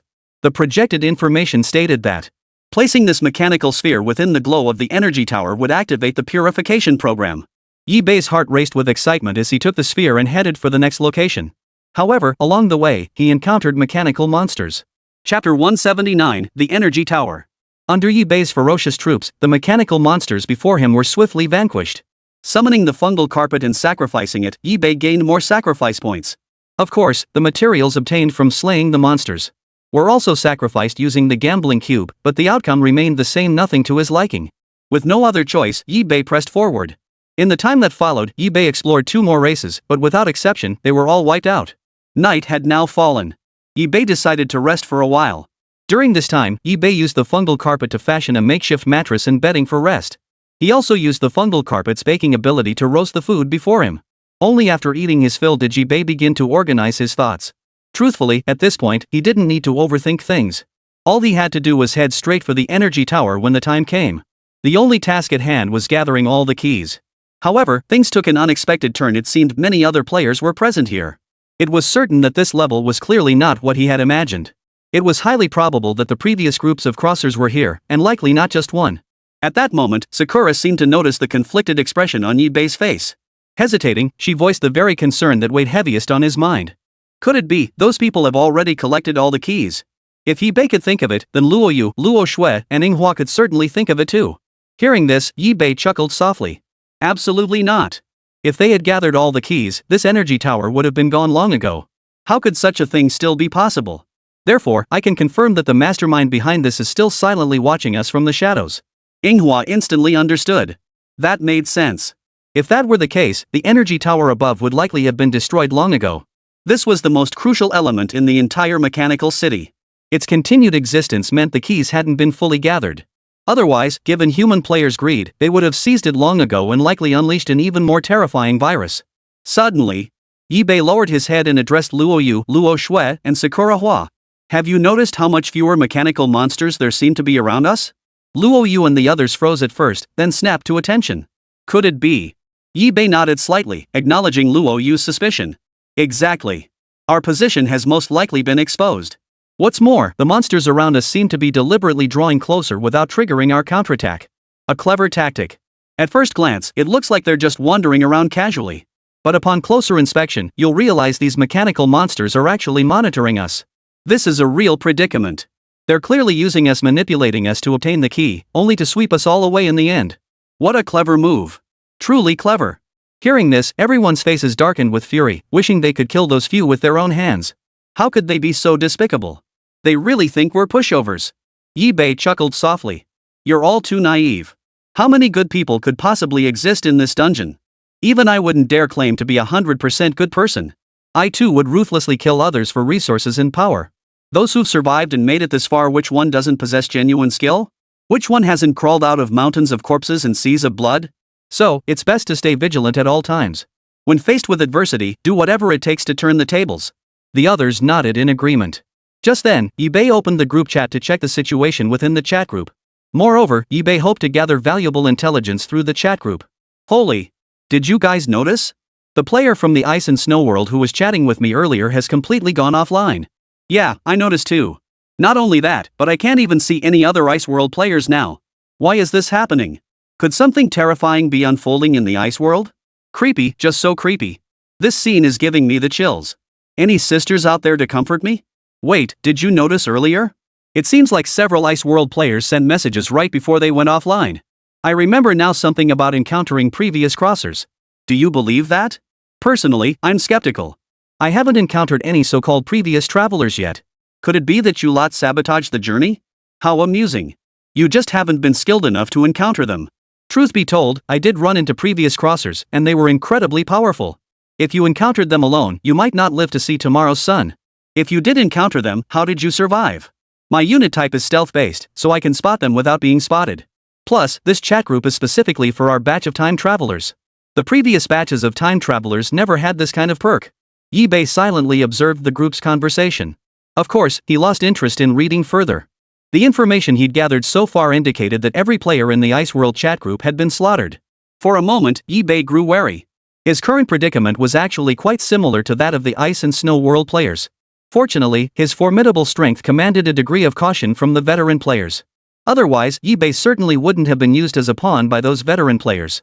Moreover, the deeper he ventured, the more veteran players Yibei encountered, and naturally, the more he came into contact with the earlier waves of crossers. Yet Yibei was also consumed by questions. Especially, when exactly had these transmigrants arrived, and what purpose had brought them to this dungeon? Among these travelers, there were undoubtedly formidable monsters, some powerful enough to dominate this entire level of the dungeon. Yet judging by the situation, they seemed unwilling to leave this place. Why hadn't they ventured to the next level of the dungeon, or even deeper? Why did they remain here? Could it be they were deterred by something outside, perhaps more terrifying monsters lurking below? Or could it be that they are plotting something, playing a grand game? Or, perhaps they too are following orders from someone, tasked with completing a mission here before continuing their descent. The situation here was far too complex, so Yibei didn't delve deeper. Because these matters were, in truth, of little consequence to him. Chapter 180, Sawing Centipedes. Early the next morning. After preparing himself, Yibei pressed onward. This time, his target was the Armament clan. Of course, the journey was far from smooth sailing. Along the way, he encountered numerous monsters. These creatures were not controlled by players but were directly infected by the virus, turning them into mindless mechanical monsters. These creatures possessed formidable strength and were driven solely by combat instincts, making them far more troublesome to fight. At that moment, Yibei opened the system interface to examine the attributes of the monster before him. Saw Centipede, its body consists of dozens of chain segments, each equipped with a cam-driven reciprocating saw teeth featuring barbed hooks. Attack method, saw wave advance alternating saw blade cuts generated by segment extension contraction, forming a wave like a salt. When moving, saw blades scrape the ground, sparking on metal surfaces interfering with vision. Its weak point is the lubrication groove in the segments. Injecting lubricant causes the segments to slip out of control, disrupting its attack rhythm. In an instant, Yibei launched a fierce assault against the saw centipede before him. Mycelium shoots forth in strands, accompanied by spore capsules and even the burner's incendiary spores. The 3 attacks pounded relentlessly. Yet the effect was dismal, barely qualifying as damage, merely a slight hindrance. In an instant, a terrifying force surged forth once more, charging madly toward Yi-Bei. Yi-Bei frowned and immediately deployed his troops for defense. Especially when the Spore Hammer Colossus appeared before him, its towering form forcefully blocked the Saw Centipede's assault. Boom! The Saw Centipede's body lashed out like a barrage of chains, capable of effortlessly shredding the flesh of ordinary monsters. Yet the Spore Hammer Colossus was no ordinary monster, it was Yi-Bei's ace unit. In an instant, Yi-Bei immediately ordered his troops to launch another fierce assault. At this stage, having witnessed the Saw Centipede's formidable power, Yi-Bei saw no need to continue testing its strength. At this moment, Yi-Bei deployed every last unit at his command. Boom! Boom! Boom! In that instant, Yi-Bei unleashed all his remaining troops. Vast quantities of mycelium, spore sacs, and spores poured forth. The scene resembled a torrential rain curtain, with terrifying meteors streaking across the sky. The moment the Saw Centipede's body touched these fungal threads and spore sacs, it could have been utterly annihilated. Yet the Saw Centipede's segmented chain-like body could sever itself and successfully reconnect, transforming into a fresh wave of scythe-like blades. Buzz, buzz, buzz. Wave after wave of blade energy launched a frenzied, terrifying assault. The released blade waves effortlessly severed the fungal filaments before them, completely decapitating all spore sacs, ultimately becoming the remnants of defeat. Yet Yi-Bei's lips curved into a faint smile, as if he had accomplished something monumental. Suddenly, a wave of dread welled up from the depths of his being, slowly engulfing the Saw Centipede before him. Looking again, the entire Saw Centipede's body began to tremble. Before the Saw Centipede, a massive swarm of suicide bombers, explosive mosquitoes, and landmine mushrooms detonated simultaneously. A blinding white light engulfed the area. Boom! Boom! Boom! As the blinding light gradually faded, obscuring the original landscape, Yi-Bei finally gained a clear view of the battlefield. By now, the entire body of the Saw Centipede had been utterly shattered. Each chain had snapped cleanly apart. Yi-Bei stared at the gruesome scene before him. The sight was pitiful, and he knew exactly what had happened without needing to be told. In that moment, Yi-Bei summoned his fungal carpet. Tendrils of mycelium spread out, engulfing the Saw Centipede before him. Congratulations, host, for sacrificing the Saw Centipede. You have obtained 40 sacrifice points. Yi-Bei hurriedly retrieved the gambling cube from his system backpack and sacrificed the materials obtained from slaying the monster. Still, he didn't obtain anything he truly desired. Yi-Bei then opened the system interface to check his attributes. Yi-Bei. Territory, Mother Fungus. Level, LV13. Sacrifice points, 1390. Troop types, 100 Spore Executioners, 25 Martyr Exploders, 30 Spore Sac Projectors, 20 Destroyers, 30 Explosive Mosquitoes, 25 Shadow Mushroom Hunters, 25 Spore Hammer Colossi, 20 Shapers. Modified units, Abyssal Prison Demon Shark 1, Shadow Weaver Spider 1, Sakura Blossom Mecha Maiden. Human modified units, Luo Yu, Luo Shui High Grade modified units. Skills, Mycelium Blanket, Fungal Network, Assimilation, Flames, Purification, Hold, Toxin, Underwater Breathing, Fountain of Life, Modified Fungal Soldier, Extraction, Neural Parasite, Freeze. Passive skills, Sovereign's Aura, Infinite Evolution, Poison Resistance, Fire Resistance, Glorious Evolution, Bone Corroding Symbiosis. Building skills, Mycelium Swamp, Greenhouse. Greenhouse units, Venom Spitter, Landmine Mushroom, Healing Mushroom unlocked. Currently available units, 7 viewable. Meanwhile, Yi-Bei assessed the unit's capabilities. Sakura Blossom. Level, LV48. HP, 229,986. Quality, Elite. Attack, 1,548.8. Defense, 1,289.4. Spirit, 1,678.9. Skills, Lightning Speed, Mech Transformation. After clearing the battlefield, Yi-Bei summoned his fungal carpet and pressed forward. Shortly thereafter, Yi-Bei encountered a few scattered members of the Armament Clan. He opened the system interface to examine the monster's attributes. Weapon Clan, a race whose bodies are composed of various war weapons such as AK-47s, rocket launchers, and artillery shells. The scattered Armament Clan members before Yi-Bei were not particularly powerful, possessing only basic abilities. Most were ordinary AKs, and even rocket launchers were rare. The moment they spotted Yi-Bei, all present Weapon Clan members attacked simultaneously, unleashing a barrage of bullets and rockets. Seeing this, Yi-Bei frowned and immediately ordered the fungal carpet to defend. Yet these defenses seemed insufficient against the relentless barrage of fire from the weapon-type creatures. Luo Yu and Luo Yu arrived just in time, their golden mycelium and spores barely holding back the Armament Clan's onslaught. Simultaneously, Yi-Bei unleashed a barrage of various troop types. The Shadow Mushroom Hunters also unleashed terrifying attacks.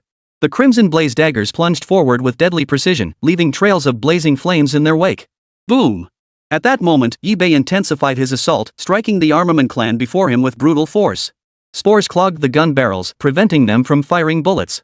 Combined with Sakura's innate abilities, he unleashed a furious barrage upon the armament clan before him. In the end, Ibe successfully eliminated the armament clan before him. Fungal Carpet Sacrifice. Congratulations, host, for sacrificing the armament clan. You have earned 40 sacrifice points. Simultaneously, Ibe retrieved the gambling cube and sacrificed it. After completing these actions, Ibe gradually made his way to the camp. Chapter 181, The Armament Clan. Ibe summoned the fungal carpet.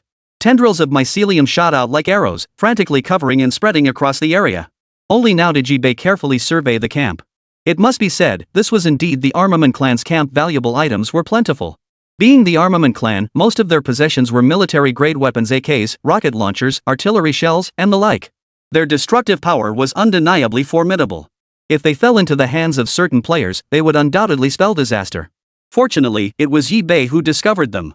This way, he could fully utilize their potential. Alternatively, should Sakura need these materials for future evolutions, Ibe could sacrifice them all.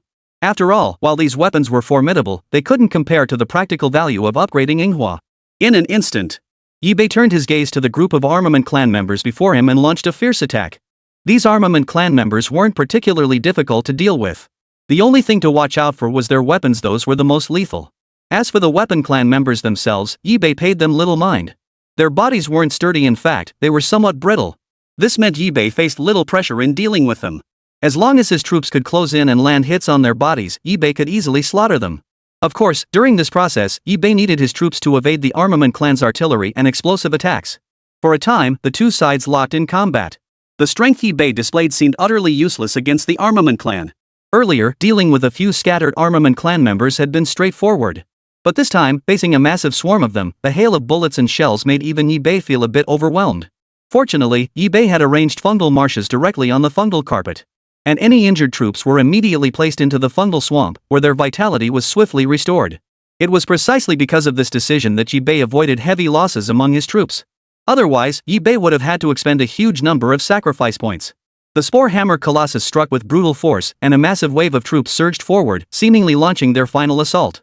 Though these mechanized clans were troublesome, none were truly formidable. Yet Ibe couldn't shake a nagging feeling the truly formidable armament clan members hadn't appeared yet. Soon, under Ibe's relentless assault, the vast majority of the armament clan before him were utterly routed. Of course, the battle had been arduous, with heavy casualties, yet their core combat strength remained largely intact. Especially Ibe's attacks and the strategies he devised. In his view, they were all exceptionally well executed. Moreover, neither Manhwa nor Luoyu and Luoshue had been deployed in this battle. Thus, Ibe believed he had made no mistakes. This was precisely what led to the armament clan's collapse. At that moment, Ibe summoned the fungal carpet. Tendrils of mycelium shot forth, engulfing the armament clan before him. Congratulations, host, for sacrificing the armament clan. You have gained 50 sacrifice points. Next, Ibe retrieved the gambling cube and sacrificed the scattered parts of the armament clan lying on the ground. Buzz, buzz, buzz. The gambling cube hummed as it devoured the parts before it, its surface glowing with a dazzling white light. Of course, there was still nothing useful. Afterward, Ibe continued his exploration. The entire camp was vast, and the number of armament clan members present was considerable. What Ibe had encountered was merely a portion of the camp. But now, Ibe found himself unable to muster a smile. Gazing at the massive armament clan leader before him, his mood grew heavy. At that moment, Ibe activated the system to examine the information of the armament clan before him. Gear Colossus, equipped with a massive gear wheel on each shoulder featuring spiral protrusions on the surface. The center of each wheel connects to a generator which generates power during rotation to fuel other abilities. Attack method, Wheel Crush accelerates the wheel before slamming it into the target, causing lacerations with the spiral protrusions. Generates electromagnetic pulses during power generation, interferes with electronic devices. Weak point, the spokes of the wheels breaking them reduces rotational speed and attack range. Of course, the Wheel Colossus can also utilize all weaponry and equipment within the camp. Beyond that, the sheer force unleashed by the Wheel Colossus itself is terrifying. Unlike other armored beasts, the Wheel Colossus possesses immense inherent hardness, rendering direct attacks on its body ineffective. Thus, Ibe had no choice but to seek another approach. In an instant, the two once again engaged in a fierce clash. At that moment, a terrifying force swept over him completely. Ibe looked up to see the revolving Colossus charging forward first, its body beginning to spin in an eerie manner. Yet, through this very rotation, it bizarrely deflected the attacks unleashed by Ibe's troops back at them. Simultaneously, as it spun, the Wheel Colossus began emitting faint threads of lightning energy, though this power remained relatively weak. Against the highly resistant fungal soldiers, it was naturally of little use. Suddenly, Ibe seemed to notice something, his gaze locking onto the spokes of the Colossus's wheel. It was precisely these spokes that were doing the work during the Colossus's high-speed rotation. While other armament clan members fought using weapons like AKs, the wheel Colossus wielded lightning. These instantaneous bolts could disrupt other weapon clans, but against enemies, their effectiveness was less pronounced. Yet their destructive potential remained formidable. At this moment, Ibe had naturally caught on to the pattern, frantically deploying strategies to showcase his terrifying power. Luo Yu and Luo Shui made their entrance, golden mycelium strands intertwined with streaks of golden spores. Boom! Meanwhile, Sakura Hana refused to be outdone, unleashing a relentless assault. Bullets streamed from Sakura's machine guns, rapidly striking the Colossus's body. Spore Hammer Colossi and other units joined the fray, proving remarkably effective. In an instant, the entire battlefield erupted into a fierce, chaotic clash.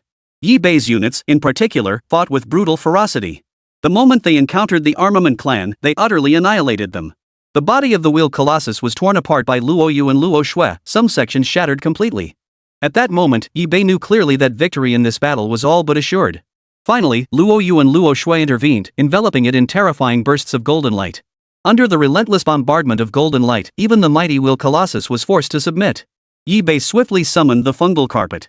Tendrils of mycelium spread out, engulfing both the wheel Colossus and the armament clan before him. Congratulations, host, for sacrificing the wheel Colossus. You have gained 50 sacrifice points. After slaying the wheel Colossus, Yi-Bei cleaned up the battlefield. Being a member of the armament clan, the resources it dropped were naturally incredibly rich. Chapter 182, The Flying Wheel Ghost. After defeating the wheel Colossus, Yi-Bei discovered a totem. Without a moment's hesitation, Yi-Bei activated the totem before him. The moment Yi-Bei activated the totem, a dazzling radiance seemed to rise throughout the entire camp. Combined with the already devastated landscape, this intensified Yi-Bei's sense of impending danger. He had previously drawn unfavorable outcomes from totems before, especially when he had encountered similar totem monsters. These totem monsters were exceptionally formidable, displaying terrifying power. Therefore, Yi-Bei was not particularly eager to encounter a totem monster. But when the light before him finally dissipated, Yi-Bei gained a clear view of the scene unfolding. Sure enough, after the totem activated, a brand new mechanical monster appeared before Yi-Bei. Yet, precisely because it had been summoned by the totem, its power was amplified, and the abilities it displayed were even more terrifying.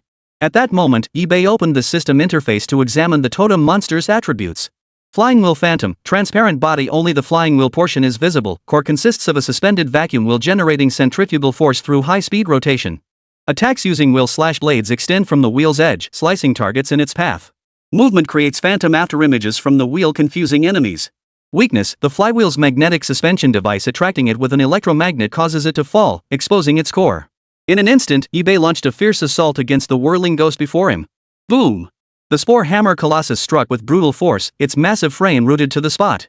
The spinning wheel phantom before him was a colossal wheel itself, its power naturally terrifying. Moreover, the phantom's very essence was a spinning wheel. Its displayed power and attack methods manifested entirely in the form of a spinning wheel. The sheer power unleashed by its spinning blades was sufficient to intercept every attack from Yi-Bei's troops. At this moment, tendrils of mycelium shot forth in bursts, synchronized with the spore sac projectiles from the spore sac projectors, unleashing a barrage of spore attacks. Nearly all attacks from Yi-Bei's standard troops struck the flywheel ghost's body. Yet these assaults seemed utterly ineffective. The sharpness of the spinning blades reached a terrifying level, and what's more, this blade attack was under its own control. For a time, Yi-Bei found himself utterly helpless against the flying wheel ghost. Moreover, as the flying wheel ghost moved, it unleashed bursts of spinning wheel after spinning wheel, scattering rapidly.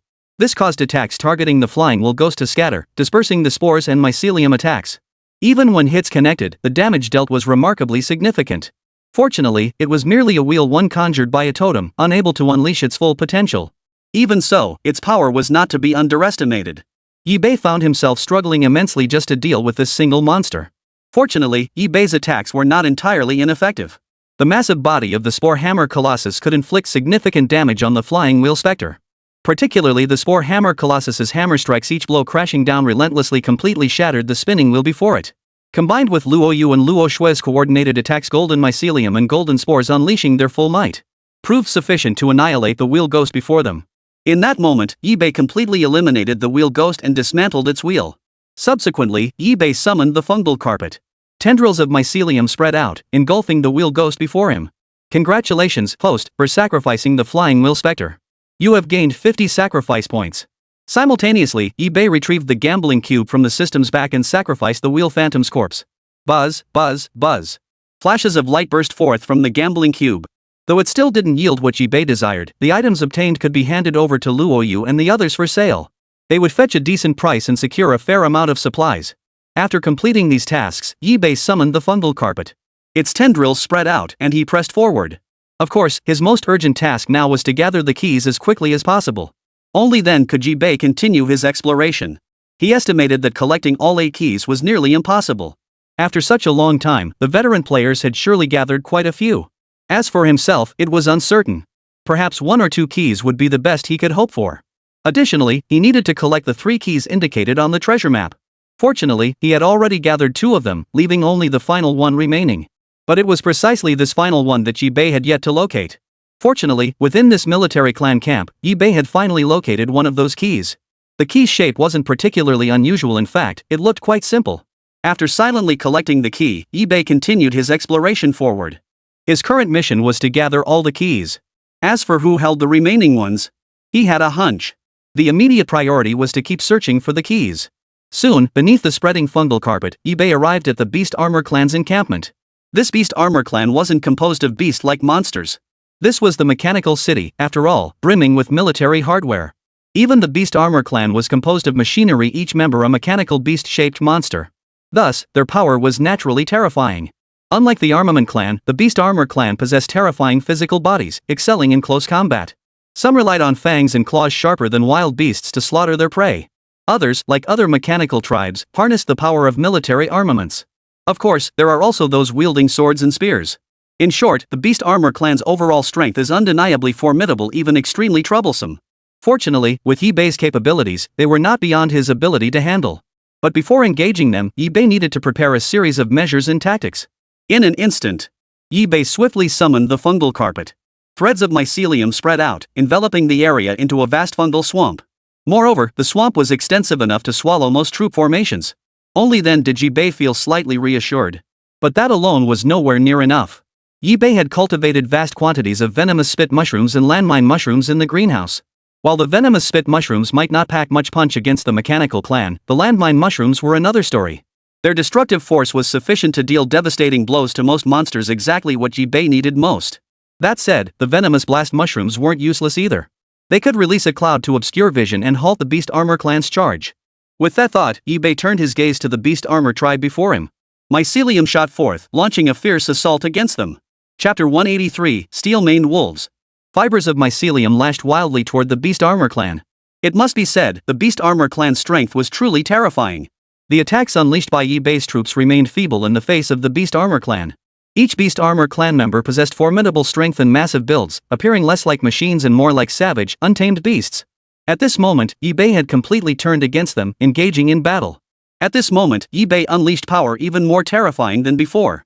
Without hesitation, the Spore Hammer Colossus clasped its hands together, transforming into a colossal hammer that crashed down with devastating force. Boom! The Beast Armor clan refused to be outdone. Their mechanical bodies seemed to swell, intercepting the terrifying assault before them. This scene made Jibei momentarily doubt his own eyes. Are these even mechanical beings anymore? Then Jibei witnessed an even more terrifying spectacle. The Beast Armor clan before him began shifting back and forth between humanoid and beast forms. In their humanoid form, their strength might not match that of their beastly state. But in human form, their speed, force control, and agility were all enhanced.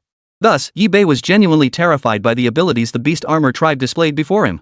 Jibei activated the system to examine the monster's attributes. Steel-maned wolf, slender and wolf-like in build, its fur covered in dark silver alloy scales. A retractable steel mane grows from its neck, housing microblades. Its limbs feature hydraulically driven claws, chrome-plated tips, razor-sharp like daggers. Its tail functions as a propeller-like thruster, aiding high-speed movement. Upon seeing the steel-maned wolf's attributes, Jibei couldn't help but be startled. Of course, his mind was more occupied with strategizing how to deal with the creature before him. This was merely a fraction of the Beast Armor clan. Above it lay even more terrifying members of the clan. The Spore Hammer Colossus cleared the path ahead, pounding the ground with each swing of its hammer. However, in human form, the steel-maned wolf could evade attacks with greater agility. In its beast form, it could deliver devastating blows more easily, unleashing attacks with far greater destructive power. The power unleashed by the steel-maned wolf in its humanoid form at this moment was equally formidable. The steel bristles covering its body grew sharper, as if a single flick could unleash its terrifying ferocity. Gripping its steel mane, the steel-maned wolf lunged forward with a fierce thrust. Some units didn't even have time to react before their strength was utterly crushed. A steel spike pierced through the fungal soldier's body, and the mycelium couldn't seal the wound in time. Fortunately, Ibe promptly recalled it and placed it in the fungal marsh. Units within the fungal marsh recovered at a visible pace. Unless the injuries were too severe, most could be saved. Soon, several wounded units had their wounds healed and rejoined the fray.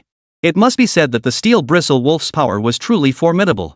Its ability to shift effortlessly between beast and humanoid forms, leaving Ibe utterly unable to counter it, forced to constantly monitor its movements. However, this predicament was easily broken once Luoyu, Luo Shui, and Inghua entered the fray.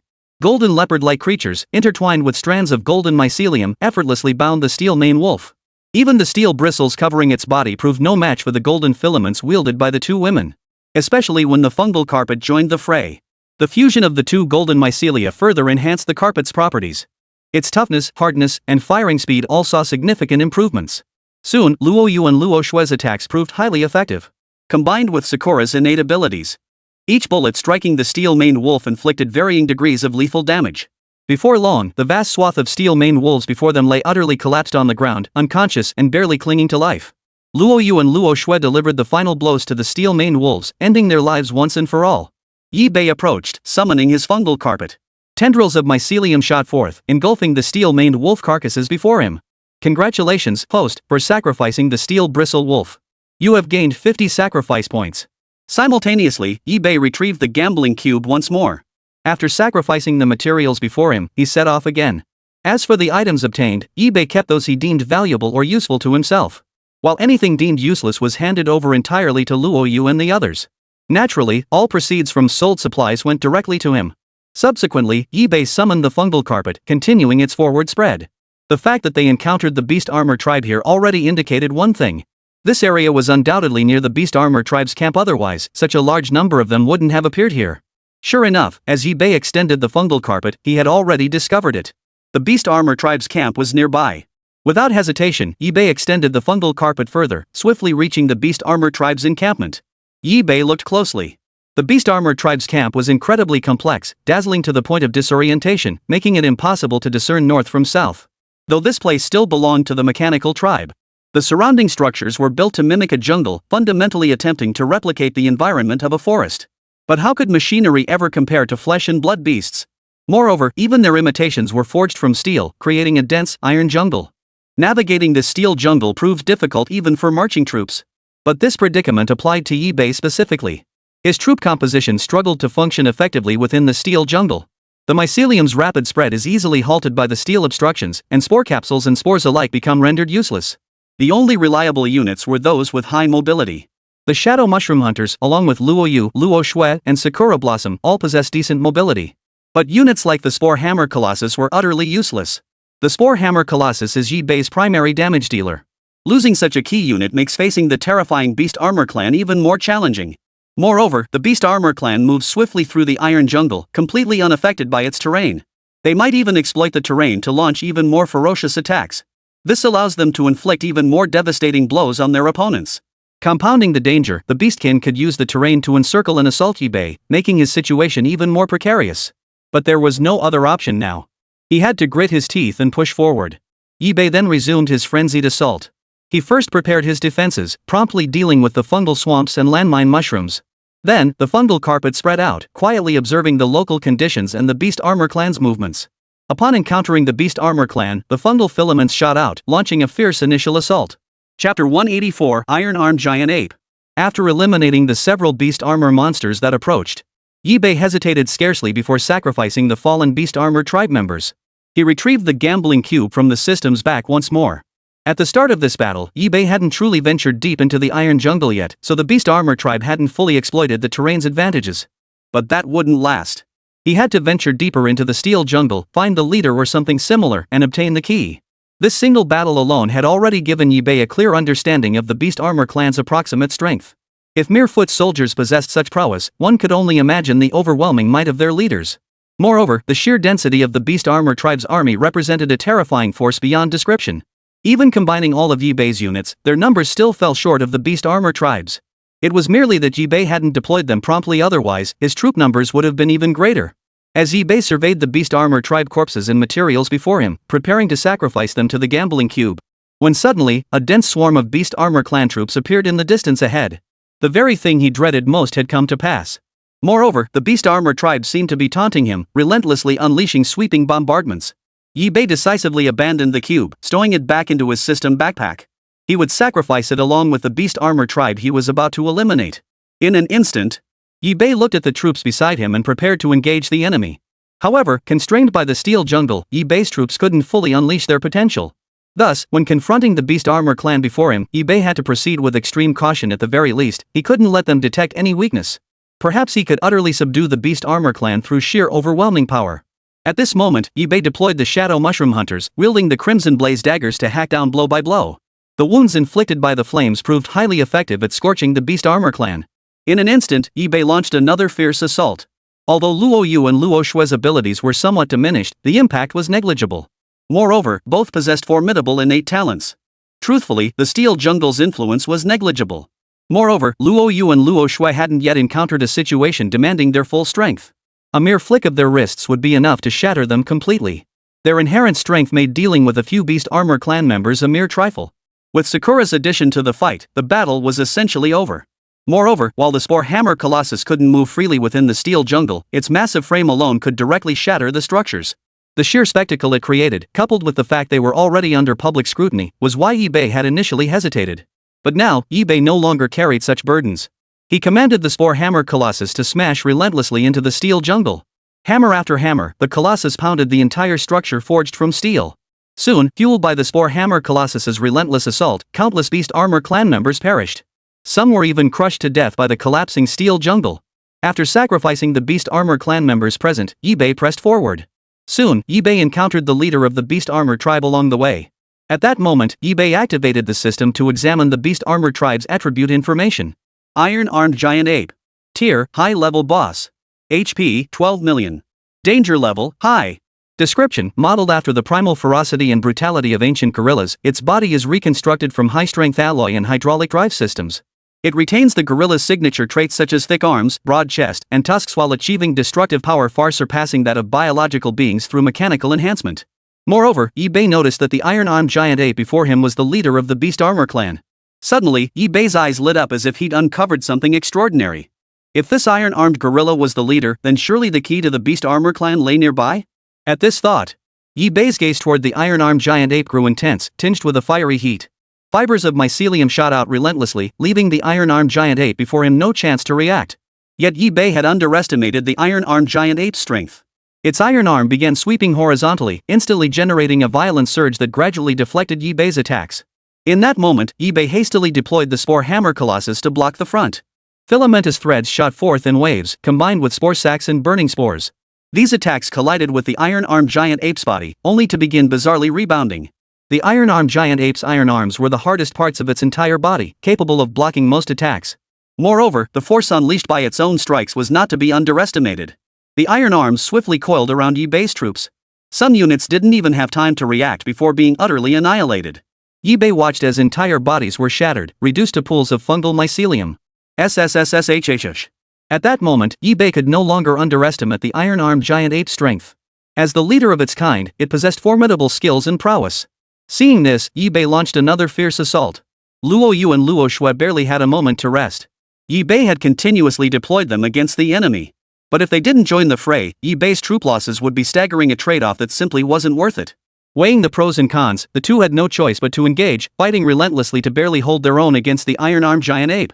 But the real trouble lay beyond the iron-armed giant ape itself, the swarm of beast armor clan warriors surrounding it. This formidable force was far beyond what a few troop types alone could handle. Fortunately, with the combined might of Bei's entire army, bolstered by the landmine mushrooms and poison spray mushrooms, the damage inflicted upon the iron-armed giant ape was substantial. Moreover, Sakura Hana herself possessed formidable strength. The synergy of these three forces, combined with the Spore Hammer Colossus periodically shattering massive steel structures, severely disrupted the entire beast armor clan. Soon, the iron-armed giant ape present was barely clinging to life, its body swaying unsteadily. The next moment, its massive frame collapsed completely. Bei summoned the fungal carpet, whose tendrils shot forth and devoured the fallen iron-armed giant ape. Congratulations, host, for sacrificing the iron-armed giant ape. You have gained 60 sacrifice points. Afterward, Bei searched the area thoroughly but found nothing, certainly not the key he sought. Nothing? Could someone have taken it? At that moment, Manhwa suddenly remembered something and said to Bei. Legend has it the Beast Armor Clan has another leader, one who commands the Flying Beast Armor Clan. Flying? Yibei murmured to himself before resuming the spread of the fungal carpet, beginning his exploration. Suddenly, one of Yibei's deployed units perished. Based on the location of the death, he extended the fungal carpet, utilizing its exploration capabilities, and the fungal network revealed the nest of the iron birds before him. Previously, within the steel jungle, the steel bird's nest had been difficult to locate. Now that Yibei had found it, he naturally wouldn't let it slip away. In an instant, Yibei deployed his troops and launched a fierce assault. Chapter 185, Swiftwing Iron Falcon. Mycelium shot forth, complemented by wave after wave of spore sac attacks. At this moment, every ounce of Yibei's abilities was being unleashed. The steel bird's wings were exceptionally hard, capable of stirring turbulent waves in the clouds as it soared through the air. Forged from steel itself, the iron bird possessed remarkable lightness, enabling swift aerial maneuvers. If its body were excessively heavy, flight would be impossible, let alone swift maneuvering. Moreover, its steel wings were razor-sharp, capable of effortlessly slicing through many hard objects. For a moment, Yibei gained no advantage from this. The mushroom spores shot forth, yet before the steel wings, they seemed like a laughable thing. Even the slightest touch would cleave the entire filament cleanly in two, leaving a smooth, neat cut. Seeing this, Yibei instantly grew wary. Truth be told, the steel bird's individual strength wasn't particularly formidable. Yet its true danger lay in its mastery of group combat. And it possessed something truly terrifying: the leader of the entire camp. Fortunately, he hadn't encountered the leader yet. That was the real reason Yibei could catch his breath. In an instant, Yibei launched another fierce assault, firing out tendrils of mycelium that swiftly blocked the advancing steel birds. At this moment, the colossal body of the Spore Hammer Colossus seemed unable to fully exert its power. Fortunately, Yibei still had Sakura Hana at his disposal. She possessed innate flight capabilities, and the jet suit allowed her to hover in the air. Bullets pelted the steel bird's body, unleashing terrifying shockwaves. Moreover, he still had the exploding mosquitoes at his disposal. Releasing wave after wave of them unleashed terrifying explosive force that instantly engulfed the steel bird's body. Boom! Simultaneously, Yibei's other attack showed no sign of stopping, instead unleashing wave after wave of terrifying assaults. To Yibei, this battle seemed nearly over before it began. But the true threat wasn't these steel birds. From afar, Yibei could sense a terrifying aura creeping closer. After sacrificing the steel birds he had slain on the battlefield, Yibei retrieved the gambling cube and continued his desperate gamble. Suddenly, a towering shadow enveloped the area, casting an eerie and terrifying aura. Yibei abruptly activated the system to examine the information of the massive shadow before him. Swiftwing Iron Falcon. Tier, High-Level Boss. HP, 15 million. Danger Level, High. Description: symbolizes aerial supremacy among the Mechanical Beast clan. Its design seamlessly blends the agility of birds of prey with mechanical brutality, centered on combat styles of high-speed assaults and precision strikes. The final boss has finally appeared. Yibei's eyes flashed with determination, showing no fear in the face of this terrifying boss. Buzz. Suddenly, the Swiftwing Iron Falcon soaring through the sky let out a piercing cry. The Swiftwing Iron Falcon dove from the sky, folding its wings to reduce drag as its engines roared at full throttle, emitting a piercing screech. After locking onto its target, its massive claws struck viciously. But Yibei's Spore Hammer Colossus was no pushover. Unfazed, it clasped its hands together, transforming into a colossal hammer that came crashing down. Boom! At that moment, Yibei's other units mobilized, launching a fierce barrage of attacks. Of course, Yibei had promptly replenished the units lost in the previous battle, ensuring combat strength remained consistent. The injured units were promptly sent to the fungal marshes for recovery. Various attacks struck the Swiftwing Iron Falcon's body. Yet they seemed utterly ineffective. The Swiftwing Iron Falcon's massive steel frame served as its ultimate defense. Of course, Yibei had no effective counter at this moment, forced to slowly probe for the Swiftwing Iron Falcon's weak points. Boom! Boom! Boom! Mycelium, spore sacs, and burning spores all played their roles. Luo Yu and Luo Shui were also testing the Swiftwing Iron Falcon's capabilities. After all, it was the ultimate boss of this area, possessing indescribably terrifying power. Thus, while engaging it, Yibei observed its movements with keen attention. Suddenly, the Swiftwing Iron Falcon launched another fierce assault. Hovering above its target, the Swiftwing Iron Falcon activated its high-frequency vibrator in its beak, emitting a piercing buzz. Then plunged vertically at breakneck speed, striking the target with the tip of its beak. Yibei watched this unfold, his brow furrowing as he acted swiftly. A protective web formed from countless mycelial strands, mycelial traps released by numerous spore sacs, and the Spore Hammer Colossus straining to block the attack. Yet these defenses seemed utterly powerless against that terrifying strike. Molten Steel Beak Strike. This explosive strike unleashed by the Swiftwing Iron Falcon inflicted devastating damage upon its foe. Looking again, nearly all defensive measures were obliterated in an instant. Even the Spore Hammer Colossus's body was utterly shattered. Yibei could no longer sense the presence of these colossi. This meant the Spore Hammer colossi had been killed. This fact left Yibei stunned, even sending a chill down his spine. After all, the Spore Hammer Colossus represented his top-tier combat strength, practically the cornerstone of his offensive capabilities. After all, Luo Yu and Luo Shui were only two individuals, incapable of mass production. The Spore Hammer Colossi, however, were tangible entities that Yibei could exchange for using sacrifice points. And now, his elite unit had been annihilated. While he had experienced Spore Hammer Colossi being killed before, never had the casualties been so numerous. For a moment, Yibei felt a surge of impatience. He took a deep breath and ordered Luo Yu and Luo Shui to launch their most powerful offensive. At this moment, Luo Yu and Luo Shui understood the gravity of the situation. They would not act rashly, their expressions turning solemn. Instantly, a terrifying and intense power surged forth from both their bodies. The next moment, the swift-wing Iron Falcon's body was enveloped by a golden light. And this golden light possessed tracking capabilities.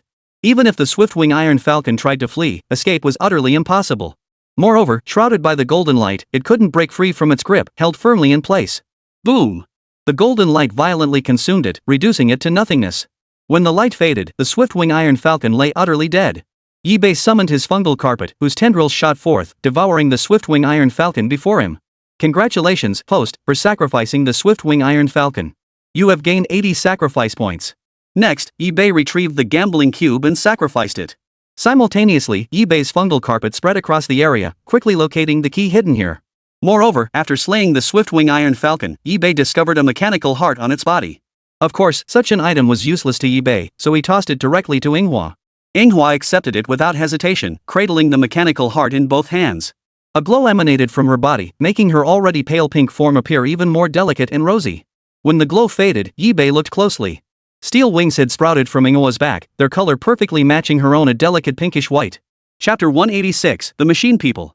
After completing these tasks, Yibei pressed forward. Filaments of mycelium shot out, rapidly spreading forward. Through these battles, Yibei had gradually discerned a pattern.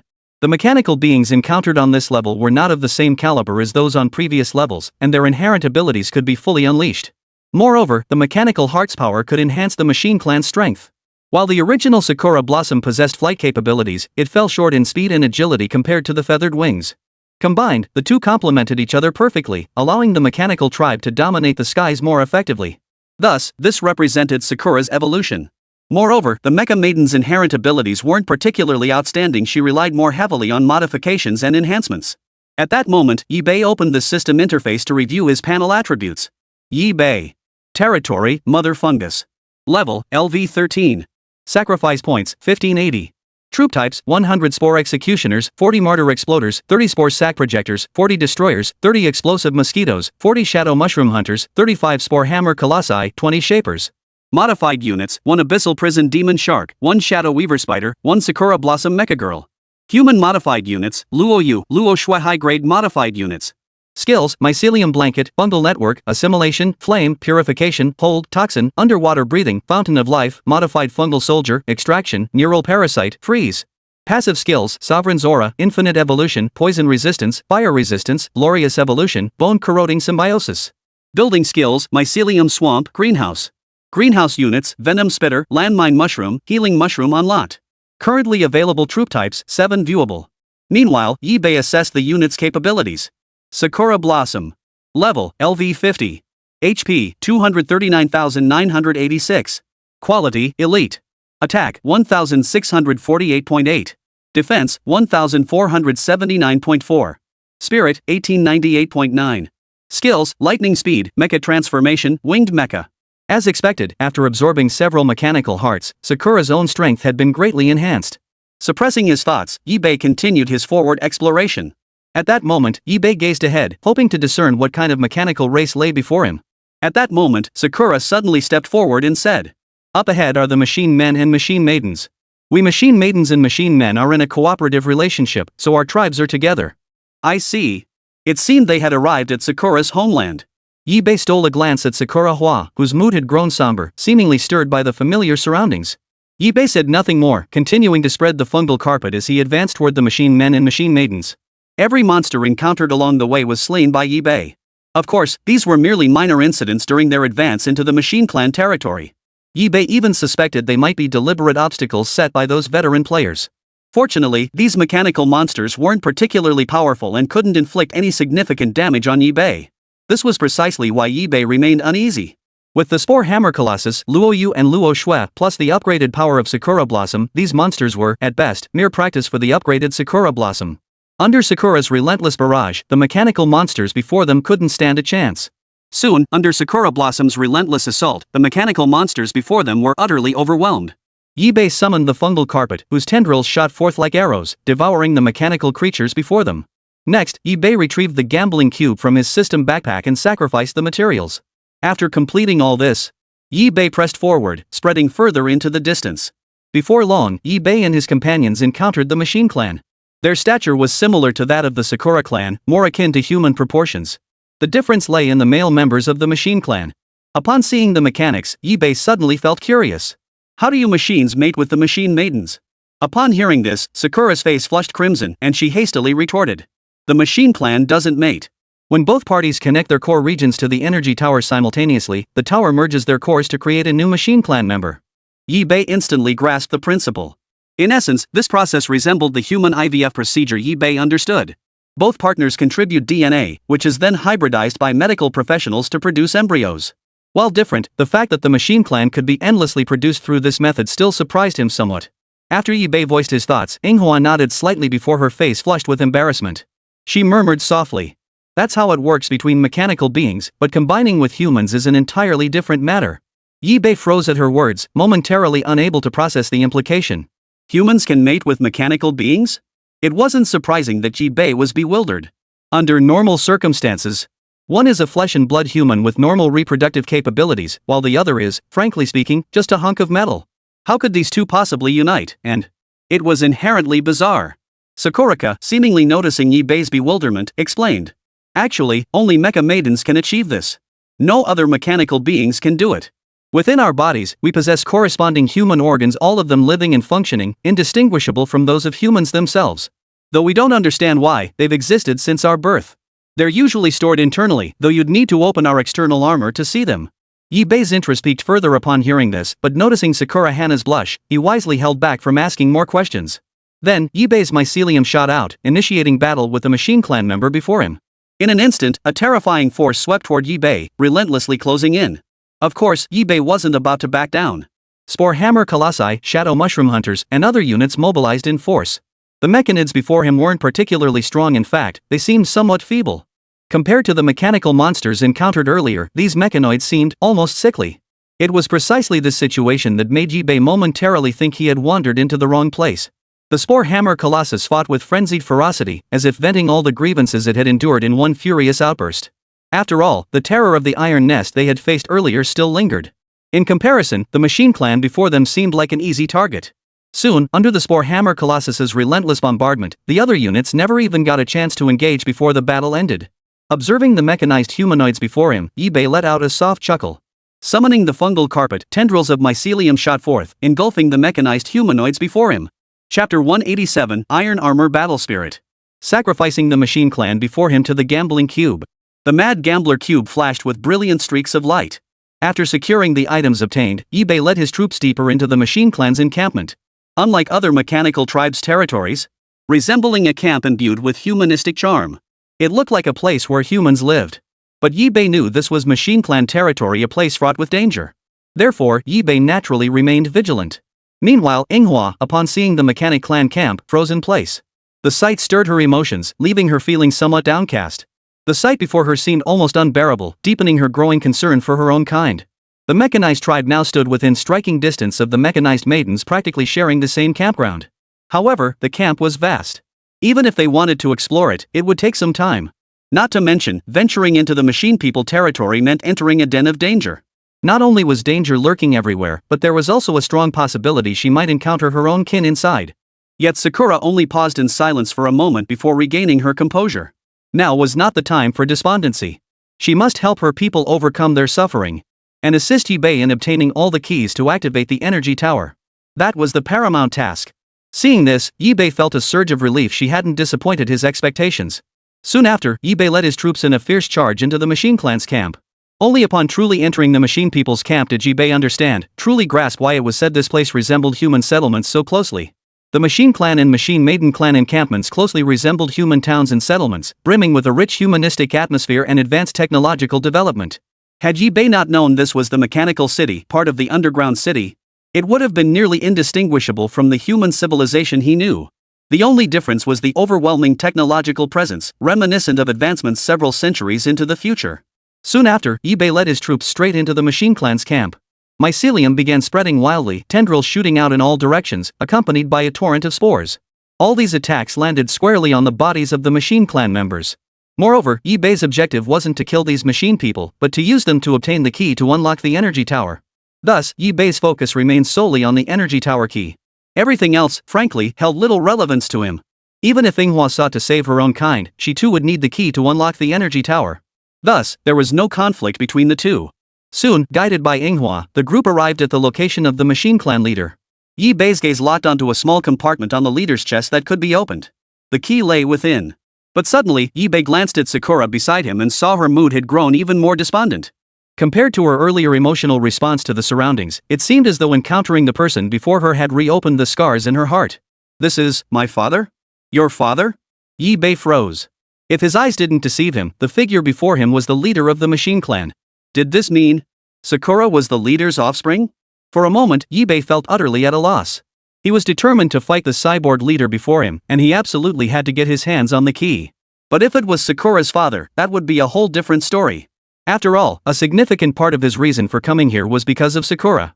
Moreover, he needed to pass through the Mechanical City to enter the next dungeon. This was unavoidable. Suddenly, Yi Bei realized something and hurriedly asked, "What about your mother?" "My mother is the leader of the Machine Maidens." Yi Bei was secretly astonished. "You're actually the offspring of two leaders." He recalled his earlier encounter with Manhwa. Back then, he hadn't noticed her innate talent. He had subconsciously assumed it was his modifications that had triggered the transformation of her innate abilities. Now it was clear, it was Sakura's innate power that had successfully transformed her into a towering mecha maiden.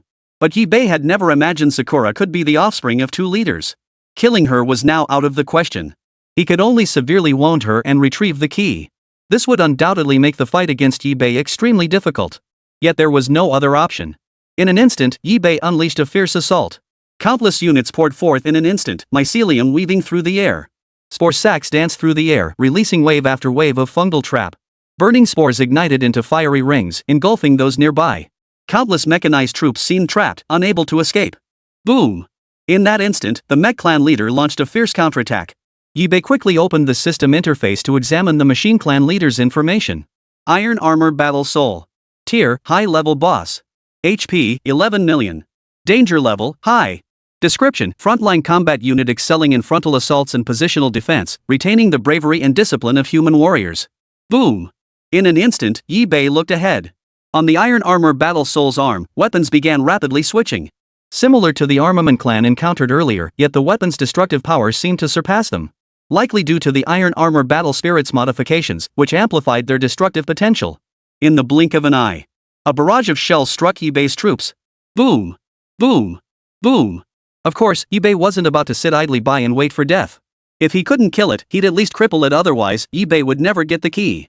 The Spore Hammer Colossus struck ruthlessly, clasping its hands together to form a colossal hammer, pounding down blow after blow. Boom! The clash began, but within moments, the Iron Armor Battle Spirit found itself at a disadvantage. In terms of raw strength, it simply couldn't match the robust Spore Hammer Colossus. But Yi Bei sensed something was terribly off. This level of strength didn't quite match what you'd expect from the leader of the Machine Clan. Yet for the moment, Yi Bei couldn't pinpoint what it was. It felt as though something crucial had been forgotten. Suddenly, a deafening roar erupted. When the Iron Armor Battle Soul was severely wounded by the Spore Hammer Colossus's relentless assault, its entire body emitted an intense crimson glow. As if sounding an alarm, began to flash frantically. Looking again, the Iron Armor Battle Spirit was now seated inside the mecha. The entire situation instantly grew tense. Chapter 188, Mechanical Heart. Yi Bei narrowed his eyes and began retreating rapidly. He knew he'd forgotten something important. It was the mecha. It wasn't surprising Yi Bei had forgotten, since Sakura Hua rarely summoned the mecha in front of him anymore.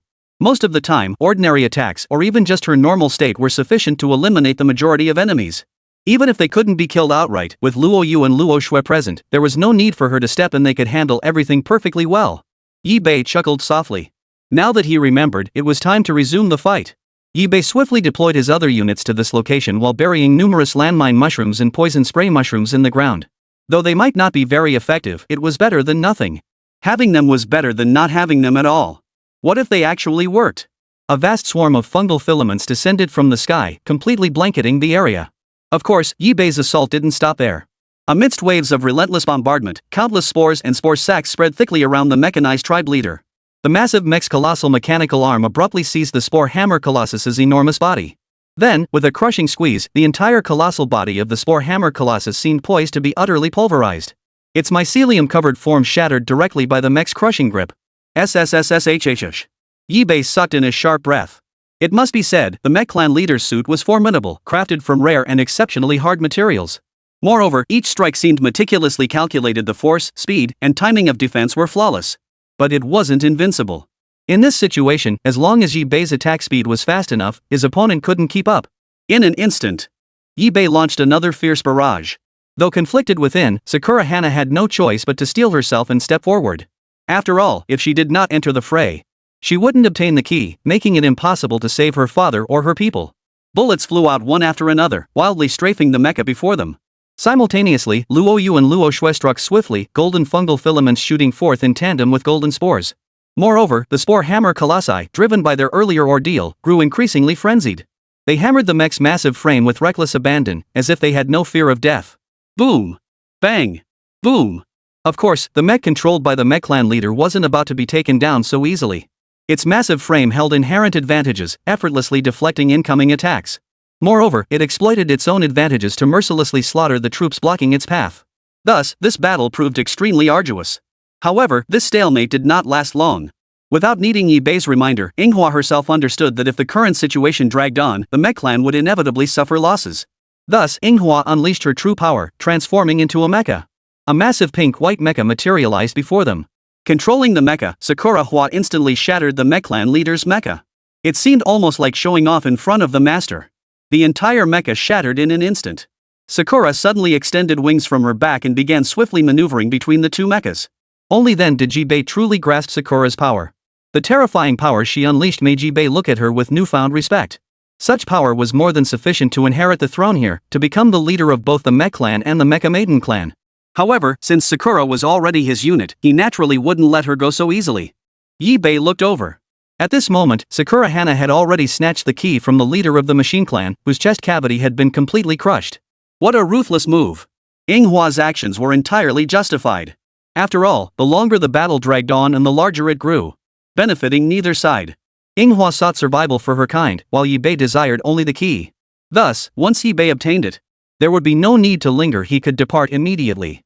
But Yibei wasn't about to withdraw. Instead, he intended to press forward and seize the key from the Mecha Maiden clan. Fortunately, the mecha was already destroyed. Though the leader remained alive, a leader without their mecha was practically as good as dead. Yibei produced the gambling cube and sacrificed the scrap metal before him. Then, Yibei discovered a totem at this location. In an instant, Yibei activated the totem. A burst of light illuminated the area. Congratulations! Player has successfully activated the totem and obtained the mechanical heart. Yibei looked over. It was a golden mechanical heart with blue streaks of light. Useless to him, Yibei decided to hand it over to Manhwa. Manhwa naturally accepted it without hesitation. After all, this mechanical heart could be considered something she had personally obtained. Since other units couldn't use it, it could only be given to her. Manhwa absorbed the mechanical heart into her hand. Instantly, a terrifying power surged through her body. When the light faded, Sakura had undergone a full body equipment quality evolution and gained new attributes. At that moment, Yibei opened the system interface to check his attribute panel. Yibei. Territory, Mother Fungus. Level, LV13. Sacrifice points, 1680. Troop types, 100 Spore Executioners, 40 Martyr Exploders, 30 Spore Sac Projectors, 40 Destroyers, 30 Explosive Mosquitoes, 40 Shadow Mushroom Hunters, 35 Spore Hammer Colossi, 20 Shapers. Modified units, 1 Abyssal Prison Demon Shark, 1 Shadow Weaver Spider, 1 Sakura Blossom Mecha Girl. Human modified units, Luoyu, Luoxue high-grade modified units. Skills, Mycelium Blanket, Fungal Network, Assimilation, Flame, Purification, Hold, Toxin, Underwater Breathing, Fountain of Life, Modified Fungal Soldier, Extraction, Neural Parasite, Freeze. Passive skills, Sovereign's Aura, Infinite Evolution, Poison Resistance, Fire Resistance, Glorious Evolution, Bone Corroding Symbiosis. Building skills, Mycelium Swamp, Greenhouse. Greenhouse units, Venom Spitter, Landmine Mushroom, Healing Mushroom unlocked. Currently available troop types, 7 viewable. Meanwhile, eBay assessed the unit's capabilities. Sakura Blossom. Level, LV 56. HP, 278,994. Quality, Elite. Attack, 2048.1. Defense, 1689.4. Spirit, 2378.8. Skills, Lightning Speed, Mecha Transformation, Winged Mecha. Special Attribute, Sakura. Sakura can release infinitely accumulating paralysis toxins and grant infinitely accumulating group buffs to allies. The Sakura attribute differs from standard attributes. It functions as a support type attribute. It is an exceptionally useful attribute. Similar to support skills. After reviewing this information and clearing the battlefield, eBay summoned the Fungal Carpet and continued advancing. Subsequently, eBay and his companions entered the Mecha Maiden clan territory. Soon, hordes of Mecha Maidens charged madly toward eBay. Chapter 189, The Mecha Maiden Clan. eBay hadn't anticipated being overwhelmed by a swarm of Mecha Maidens immediately upon entering their territory. But eBay wasn't about to show mercy. Even though these Mecha Maidens appeared somewhat delicate and some were exceptionally cute and beautiful, eBay swiftly summoned his troops, firing tendrils of mycelium that bound the Mecha Maidens before him. The only saving grace was that these Mecha Maidens weren't particularly powerful. Even the Spore Executioners could handle them with ease. At this moment, the Spore Projectors proved remarkably effective. As they released their fungal traps, shooting out strands of mycelium that instantly bound the mecha girls charging toward them. The filaments coiled upward from the feet, wrapping themselves around the thighs in tight spirals before slowly ascending. Finally, they enveloped the entire bodies. It must be said, this sight alone was enough to make one's blood boil. For at first glance, the mecha girls bore no difference from human women, and each possessed her own unique charm. Thus, they appeared even more captivating than human women, evoking a sense of guilt mixed with peculiar pleasure. Moreover, it satisfies boys' passion for Gundam and mecha. It could be said that acquiring a mecha girl meant possessing a near-perfect woman while simultaneously owning a Gundam mecha. How many men could resist? Thus, at first, eBay harbored considerable affection for the mecha girls. Most importantly, Sakura was right beside him. So no matter how unreasonable he might be, he had to pay attention to his own unit. Moreover, he didn't want to see such a beautiful species destroyed, let alone kill them himself. That's why eBay used mycelium to bind the Mecha Maiden. But the mecha girl seemed uncooperative, struggling frantically as if ready to die with dignity. Glaring at eBay with a hatred that seemed to want to tear him limb from limb. eBay sighed inwardly. After all, he couldn't truly kill these mecha girls. Frankly, these mecha girls were just a bunch of naive innocents, utterly devoid of any combat capability. Is it a bit flimsy? Should I reinforce it a little more? Upon hearing this, Sakura gently replied. Actually, that's unnecessary. Our mecha girls can detach our own limbs. eBay instantly understood. Without hesitation, he hurried over to the mecha girls. Working alongside other units, they began disassembling the mecha girls' limbs. This prevented them from breaking free from the mycelium's bonds. In that moment, nearly all the mecha maidens restrained by eBay had their limbs dismantled. But before long, a massive wave of mecha maidens surged forward once more. To put it plainly, the mecha girls he had bound with mycelium were merely the most basic and weakest batch. The approaching mecha girl squad possessed far greater strength, unleashing a torrent of firepower. Bullets whizzed through the air in rapid succession. eBay hastily deployed fungal threads to block the onslaught, while other units simultaneously launched fierce counterattacks. A torrent of fungal threads and spores shot forth, colliding with the incoming bullets. At that moment, the Spore Hammer Colossus abruptly stepped forward, using its massive frame to block all incoming attacks. Of course, the other units weren't idle either, launching fierce assaults in droves. Especially Sakura Hana. If she wished to liberate her kind, she would have to pay a price. Naturally, since they were her own kind, she did not unleash overwhelming attacks at first. Most attacks were neither too heavy nor too light, ensuring they neither killed their kin nor completely incapacitated them. Moreover, Luo Yu and Luo Shui arrived in time, playing a significant role. Their abilities proved particularly formidable in certain aspects. Golden mycelium intertwined with golden spores, combined with their paralyzing effect, could immobilize opponents with ease. For the mecha girls, this presented a rare and effective winning strategy. Otherwise, eBay couldn't possibly kill that many mecha girls. Soon, a massive army of mecha girls descended, a squad of high-caliber, combat-ready units dispatched for this mission. eBay focused his gaze, and Sakura noticed as well, promptly informing him. While the machine men are slightly stronger and more skilled in combat, we machine maidens specialize in internal affairs, managing matters within the camp. But we mecha maidens also have combat personnel for logistics and maintenance. So demonstrating this level of capability is perfectly natural. If we encounter such enemies again and still choose to knock them unconscious instead of killing them, we risk losing a significant number of units. This time, don't hold back because of my feelings. When action is needed, take it. Yi-Bei nodded. He certainly wouldn't hold back. If the opposing mecha girl was truly formidable, he wouldn't hold back. After all, unleashing full force against a worthy adversary was a sign of respect.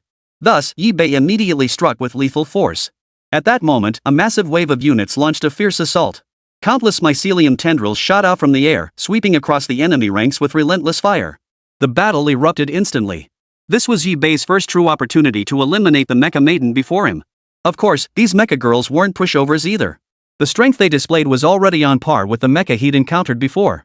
However, in terms of speed, the mecha girls held the advantage. After all, most of these mecha girls were based on motorcycles or sports cars, so the combat prowess of the majority of them was actually quite mediocre. Yet in terms of speed, they were far beyond the reach of the mechs. After Sakura Hua made her appearance, a large number of mecha girls were drawn to her figure. In a moment of distraction, they even glimpsed the faint outline of their leader. Sakura was equally conflicted inside, but for the sake of the key, she had to help Yi-Bei seize it. Only then could she truly save her kind. That was why Sakura acted this way. Otherwise, she truly didn't know what else to do. In an instant, waves of troops surged forward, unleashing terrifying power. Yet Yi-Bei remained resolute. If he could suppress them, then suppress them. After all, they were of the same race as Sakura. If he truly had to kill them, Sakura herself would harbor resentment. Moreover, Manhwa was Yi-Bei's strongest trump card. Losing her would leave him heartbroken for a long time.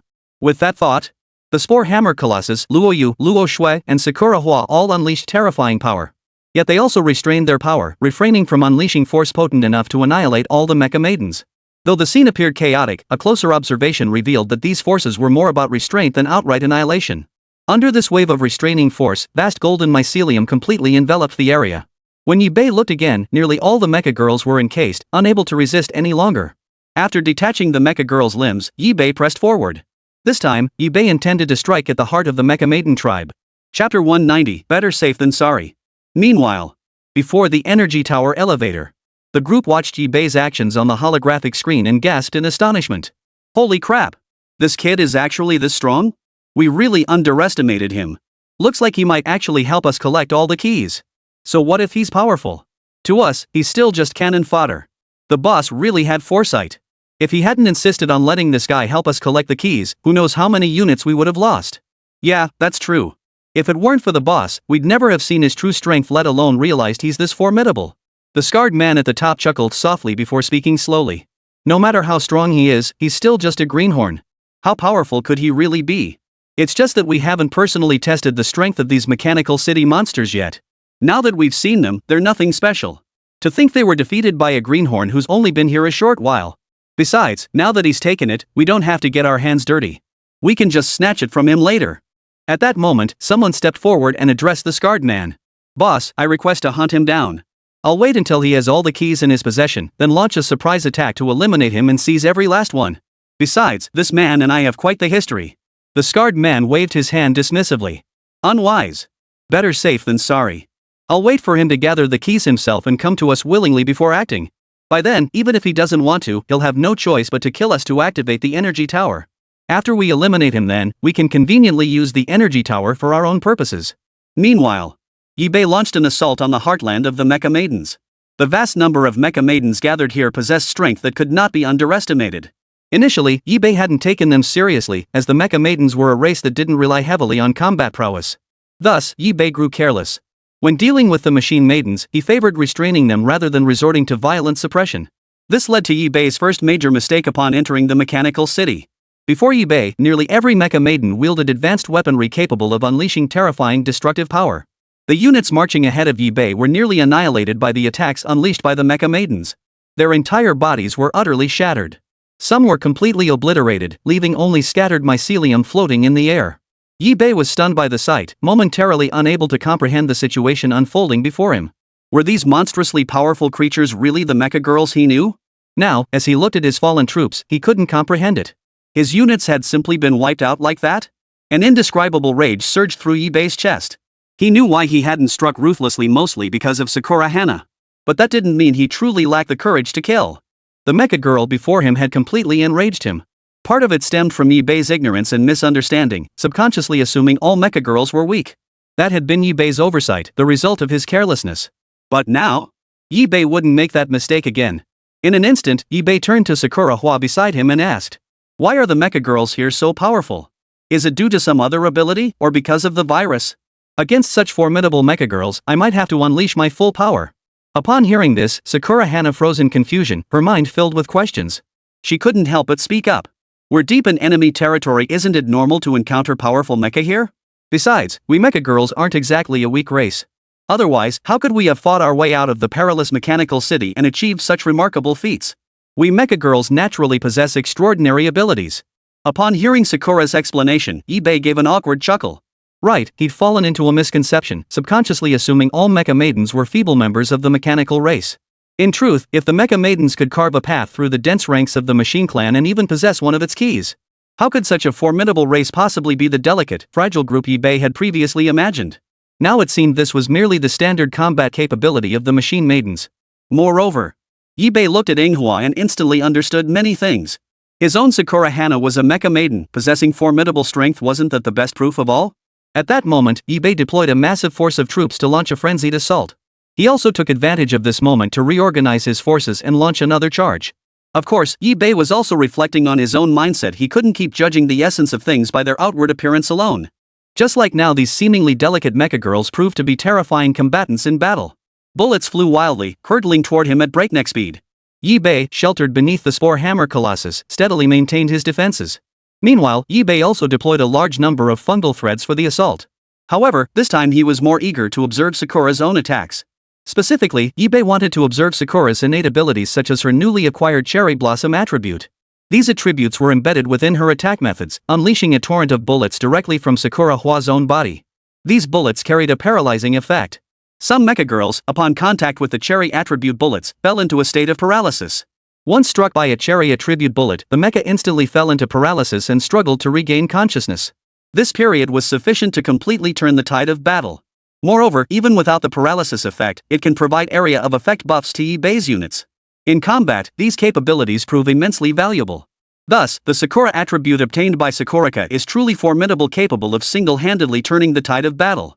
With Sakura's addition, the tide of battle instantly shifted in Ibe's favor, and his troops suffered no further losses. Moreover, Luo Yu and Luo Shui promptly joined the fray, unleashing their inherent abilities. In an instant, the mecha maidens were forced into retreat. Facing Ibe's overwhelming firepower, they were visibly beginning to lose ground. Suddenly, Ibe led his forces in another fierce charge, their speed growing ever more ferocious. Chapter 191, Mecha Girl Boss. The moment Ibe charged forward, the battle was effectively over. This battle held no suspense whatsoever.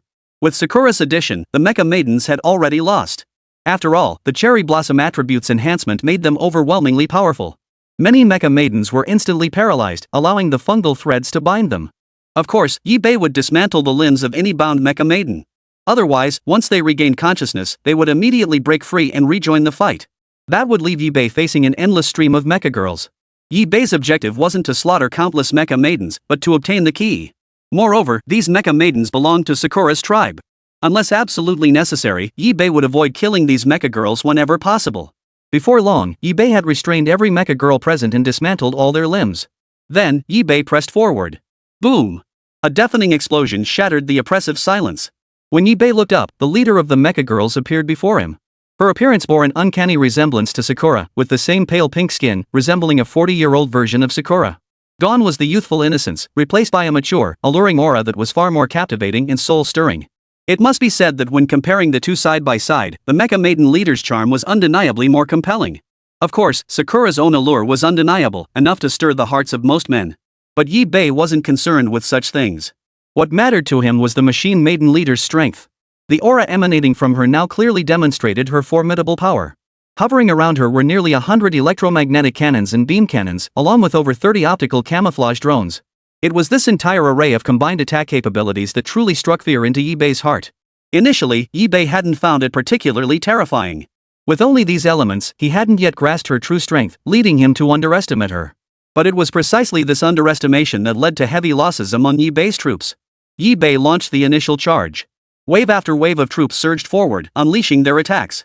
Vast tendrils of mycelium swept across the battlefield, completely engulfing the area. Of course, the other units also joined the fray. Facing her own mother, Sakura initially hesitated, delaying her own attack. Luo Yu and Luo Shui only engaged in probing attacks during the initial phase, holding back their full strength. The other units, lacking significant strength, could only deliver limited effective attacks. Yet it was precisely this situation that left Yibei stunned. The terrifying attacks unleashed by the Mecha Maiden leader were systematically dismantling Yibei's forces piece by piece. Even Yibei hadn't anticipated the Mecha Maiden leader being this formidable. The power it displayed was nothing short of terrifying.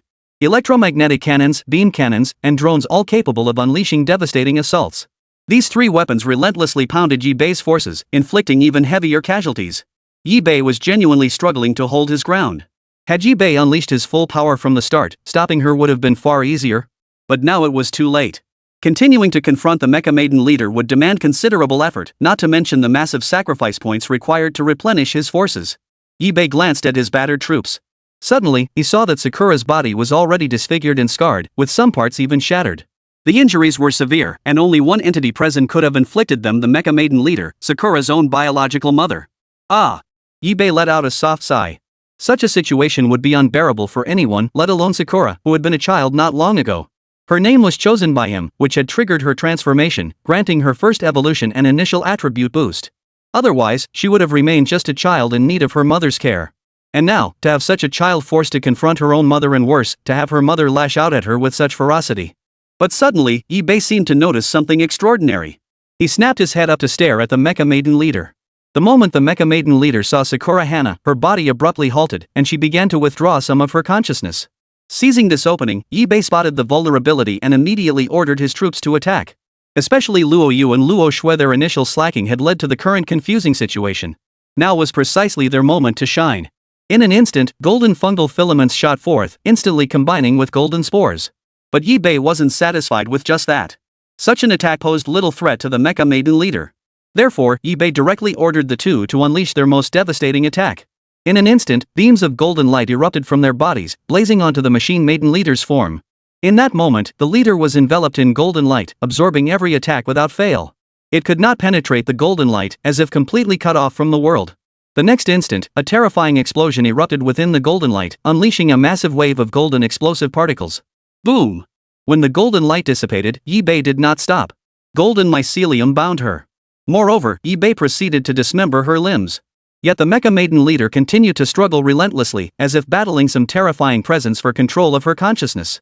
At that moment, the Mecha Maiden leader snapped back to clarity. Without a word, she fixed Sakura Hana with a piercing gaze before activating her self-destruct mechanism. Boom! A blinding white light engulfed the area. When Yibei looked again, a core lay on the ground, the very core device of the Mecha Maiden leader.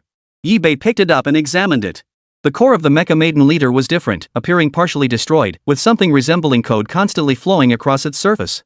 Sakura felt low, but now wasn't the time for sentimentality. This is essentially like a mechanical heart. Could you hand it over to me? Without hesitation, Yibei handed it directly to Manhwa. As Sakura held it, a surge of code flowed into her body, carrying a warmth reminiscent of her mother's embrace. In that instant, Sakura underwent another evolution. Yibei opened Sakura's interface to review the details. The upgraded Sakura could now autonomously modify itself to deploy 2 electromagnetic cannons, 2 beam cannons, and 3 optical camouflage drones.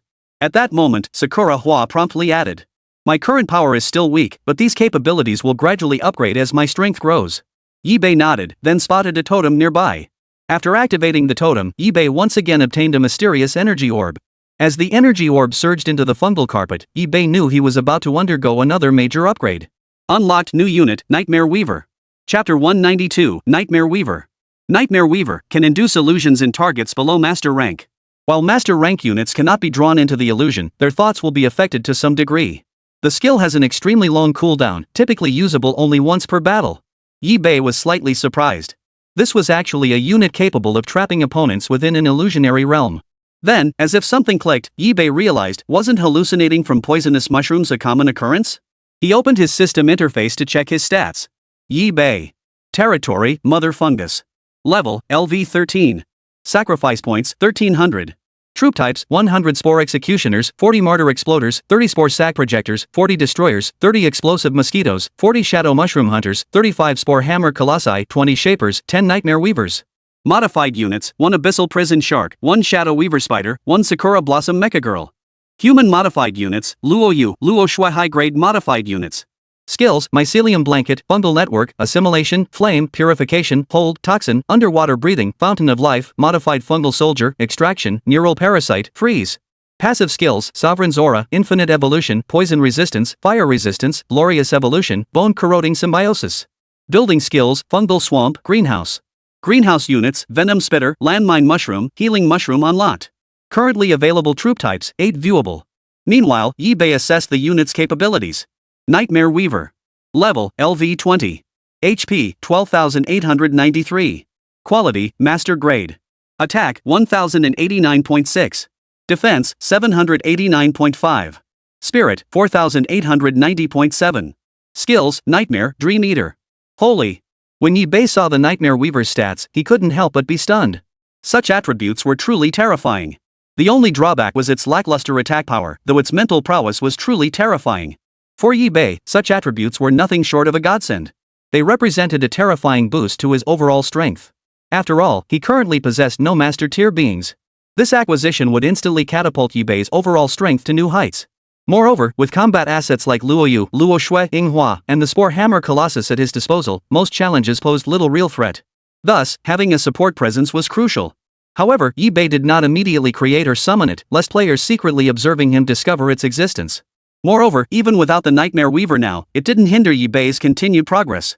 After gathering all the keys in this area, eBay took out the keys in his hand. Jingle jingle. The keys suddenly emitted a series of strange vibrations, and a faint glow emanated from their surfaces. eBay followed the direction indicated by the keys, directing his gaze toward it. The direction of the energy tower? It seemed the remaining keys were near the energy tower, otherwise, nothing else made sense. According to eBay's own speculation, those veteran players must be lying in wait for him near the energy tower. In that case, eBay glanced at the Nightmare Weaver in his hand, a faint smile curling his lips. If he had been afraid before, eBay now felt nothing but laughter bubbling up inside him. Thus, eBay advanced without hesitation. After all, he'd eventually reach the energy tower anyway. Since all the keys were left there, he might as well claim them all at once. But eBay was also pondering something else. This was, after all, the territory of the Sakura clan, the place where she had lived her entire life. Her kin and loved ones resided here. Now that he had the keys from this place, it wasn't absolutely necessary to kill her. Yet staying here might not be safe either. After all, those players watching his back might harbor ulterior motives. After much deliberation, eBay decided to station some troops here to guard the area, hoping to calm Sakura's restless heart. He, eBay, led the remaining troops toward the energy tower. Shortly after eBay departed, he encountered mechanical monsters once more. However, the monsters before him seemed familiar, various types he had encountered before. With eBay's current strength, he could easily eliminate these monsters. The only problem was the sheer number of monsters before him. The current situation was actually ideal for eBay to deploy the Nightmare Weaver in combat. But since eBay wanted to keep it hidden to catch those veteran players off guard, he had to hold back for a while longer. Fortunately, dealing with the monsters before him posed little challenge. Before him stood familiar foes, clockwork puppets, flying wheel specters, ratchet monsters, and the like. Their true strength wasn't as formidable as before, or perhaps it was due to eBay's enhanced troop attributes, rendering the current monsters practically powerless. At first, eBay fired strands of fungal filaments to test the mechanical monster's strength, only to discover it was unnecessary. He could simply strike without hesitation. A vast expanse of spore sacs and burning spores encircled the area. Raging flames roasted the mechanical monsters on the field. Some mechanical monsters unleashed every trick in their arsenal, yet it proved futile. They couldn't breach the defenses before them. Even when a Spore Hammer Colossus was later deployed to block the path, it wasn't immediately destroyed. The scene resembled an adult toying with children. Certain units, driven by the need to vent their earlier humiliation and resentment, struck ruthlessly, executing their foes outright. Take the Shadow Mushroom Hunters, for instance. They had been utterly useless throughout the preceding battles. In fact, its utility fell short of even the Spore Shooters. The Spore Shooter could at least release spore pods, accompanied by mycelium traps. For the Binding Mech Maidens, this proved crucial. Thus, the Shadow Mushroom Hunter's current fury was understandable. Relying solely on the Shadow Mushroom Hunter was utterly insufficient to kill it. Ultimately, it took the combined assault of the Spore Hammer Colossus and Luo Shui to fell the monster before them. At that moment, eBay summoned the Fungal Carpet. Tendrils of mycelium shot forth, devouring the mechanical monster's corpse. Then, eBay retrieved the gambling cube from his system backpack and sacrificed the materials before him. Chapter 193, The Final Showdown Part 1. After clearing the battlefield, eBay rushed without pause toward the vicinity of the energy tower. As eBay approached the energy tower, a sudden barrage of attacks struck down upon him. Whoosh, whoosh, whoosh. A series of whistling sounds pierced the air, lingering around his ears. When Yi-Bei looked up again, he froze in place, seemingly unable to process what he saw. The scene before him left Yi-Bei somewhat stunned. Of course, the swarm of mechanical monsters seemed terrifying. They all gasped and rushed forward. So that's how it is. Yi-Bei sighed softly. He turned his gaze back to the battlefield.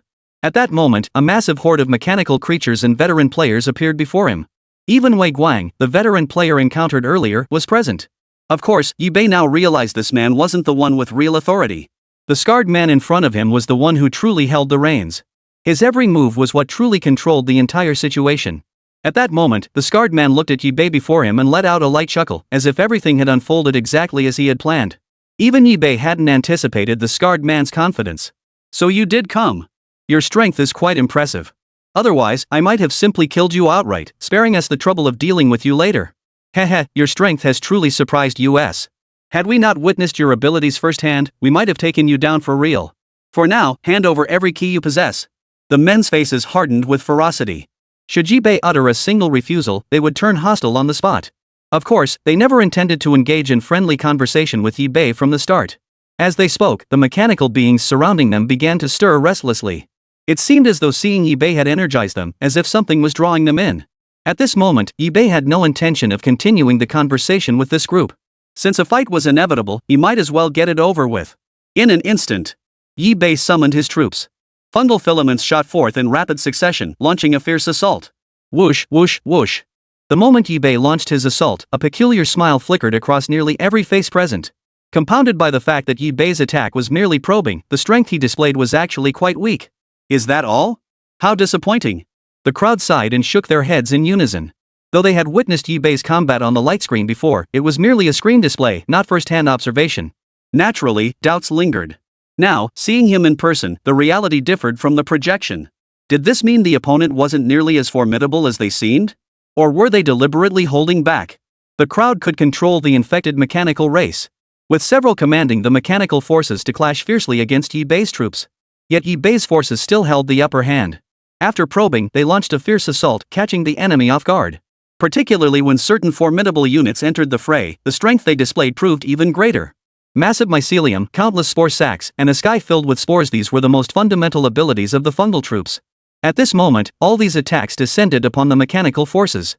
Though the damage inflicted might not be substantial, it was sufficient to immobilize them, thereby creating openings for other, more formidable units to advance. Thus, they were not useless, but rather a force that could be further harnessed.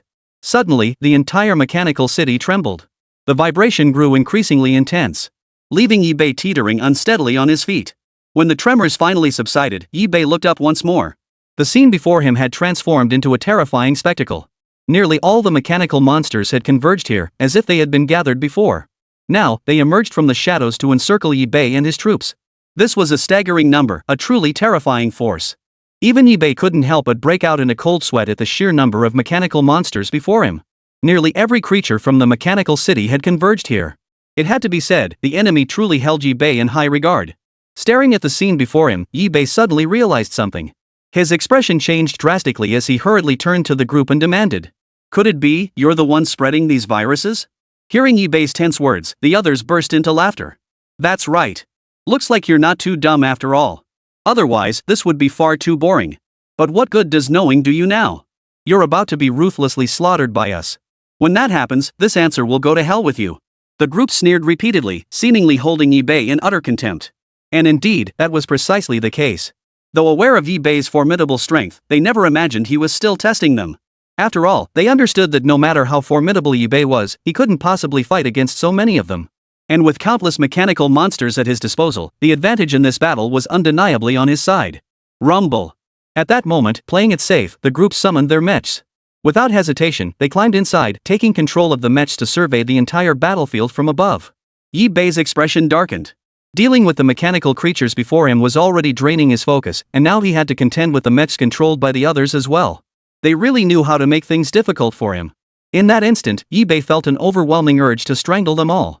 But to do that, he had to capture them alive. Boom! Hordes of mechanical monsters charged forward, locking onto Yi-Bei as their target. Countless streams of firepower erupted from all directions, obscuring Yi-Bei's view of the monsters ahead. Yi-Bei deployed his fungal troops. Tendrils of mycelium shot out, intercepting the initial attacks of the mechanical monsters. The bulk of the firepower, however, was intercepted directly by units like the Spore Hammer Colossus. The destroyer's burning spores, masses of spore sacs, and countless fungal filaments scattered through the air, creating a dazzling spectacle. Yet beneath this beauty lay a terrifying intent. Without hesitation, every attack struck the mechanical hordes. Boom! Even more devastatingly, these assaults included exploding mosquitoes and suicide bombers. The explosive force generated by these two was sufficient to inflict massive destruction upon the entire mechanized clan. Moreover, with the mechanized clan's monsters densely packed together, detonating them all at once would yield a devastating effect. Chapter 194, The Final Showdown Part 2. The battle intensified. Yi Bei was struggling to maintain control over the battlefield, so he allowed certain units to operate freely in some areas, accepting losses as necessary. Other units could simply fill the gaps. Besides, it was now safe to reveal certain things. After all, nearly everyone was already present here. He was confident no other players were still watching their battle from the sidelines. At that moment, Yi Bei charged forward once more. Tendrils of mycelium shot out, clashing with the mechanical monsters across the field. Only after finishing this did Yi Bei turn his attention to the mecha. The other mechanical creatures were manageable mere monsters. Once he collected all the keys and activated the energy tower, purification would be complete. Thus, Yi Bei didn't need to kill the mechanical creatures, though he couldn't anyway. All he could do was stall. First, he had to destroy the mechs of the few opponents before him. Moreover, Yi Bei needed to keep an eye on the surrounding mechanical monsters. Otherwise, he would attract a large number of them to harass him. That would make dealing with the mechs in front of him even more difficult. But Yi Bei knew the remaining keys were surely in these few people's hands. Otherwise the keys wouldn't have led him here. There was little else to say. What remained was simply to take action. In that split second, Yi Bei charged once more. He deployed some of his troops to distract the mechanical monsters, while the rest were directed to confront the mecha before them. Though a significant portion of the mechanical tribe remained unchecked, this was the only option now. After all, he was facing the entire mechanical horde. With his current troop numbers, he was vastly outnumbered. Boom! A deafening explosion shattered the silence. An indescribable oppressive aura filled the battlefield. Yet Yi Bei felt no fear within. His vast forces surged forward relentlessly. Luo Yu, Luo Shui, and Manhwa all joined the fray, each leveraging their unique strengths. The Spore Hammer Colossus, undaunted, struck directly. Clasping its hands together, it transformed into a massive hammer and brought it crashing down. However, such an attack inflicted minimal damage on the mecha, and the group even found it somewhat laughable. Compounding the difficulty, the constant harassment from surrounding mechanical monsters made the battle increasingly arduous.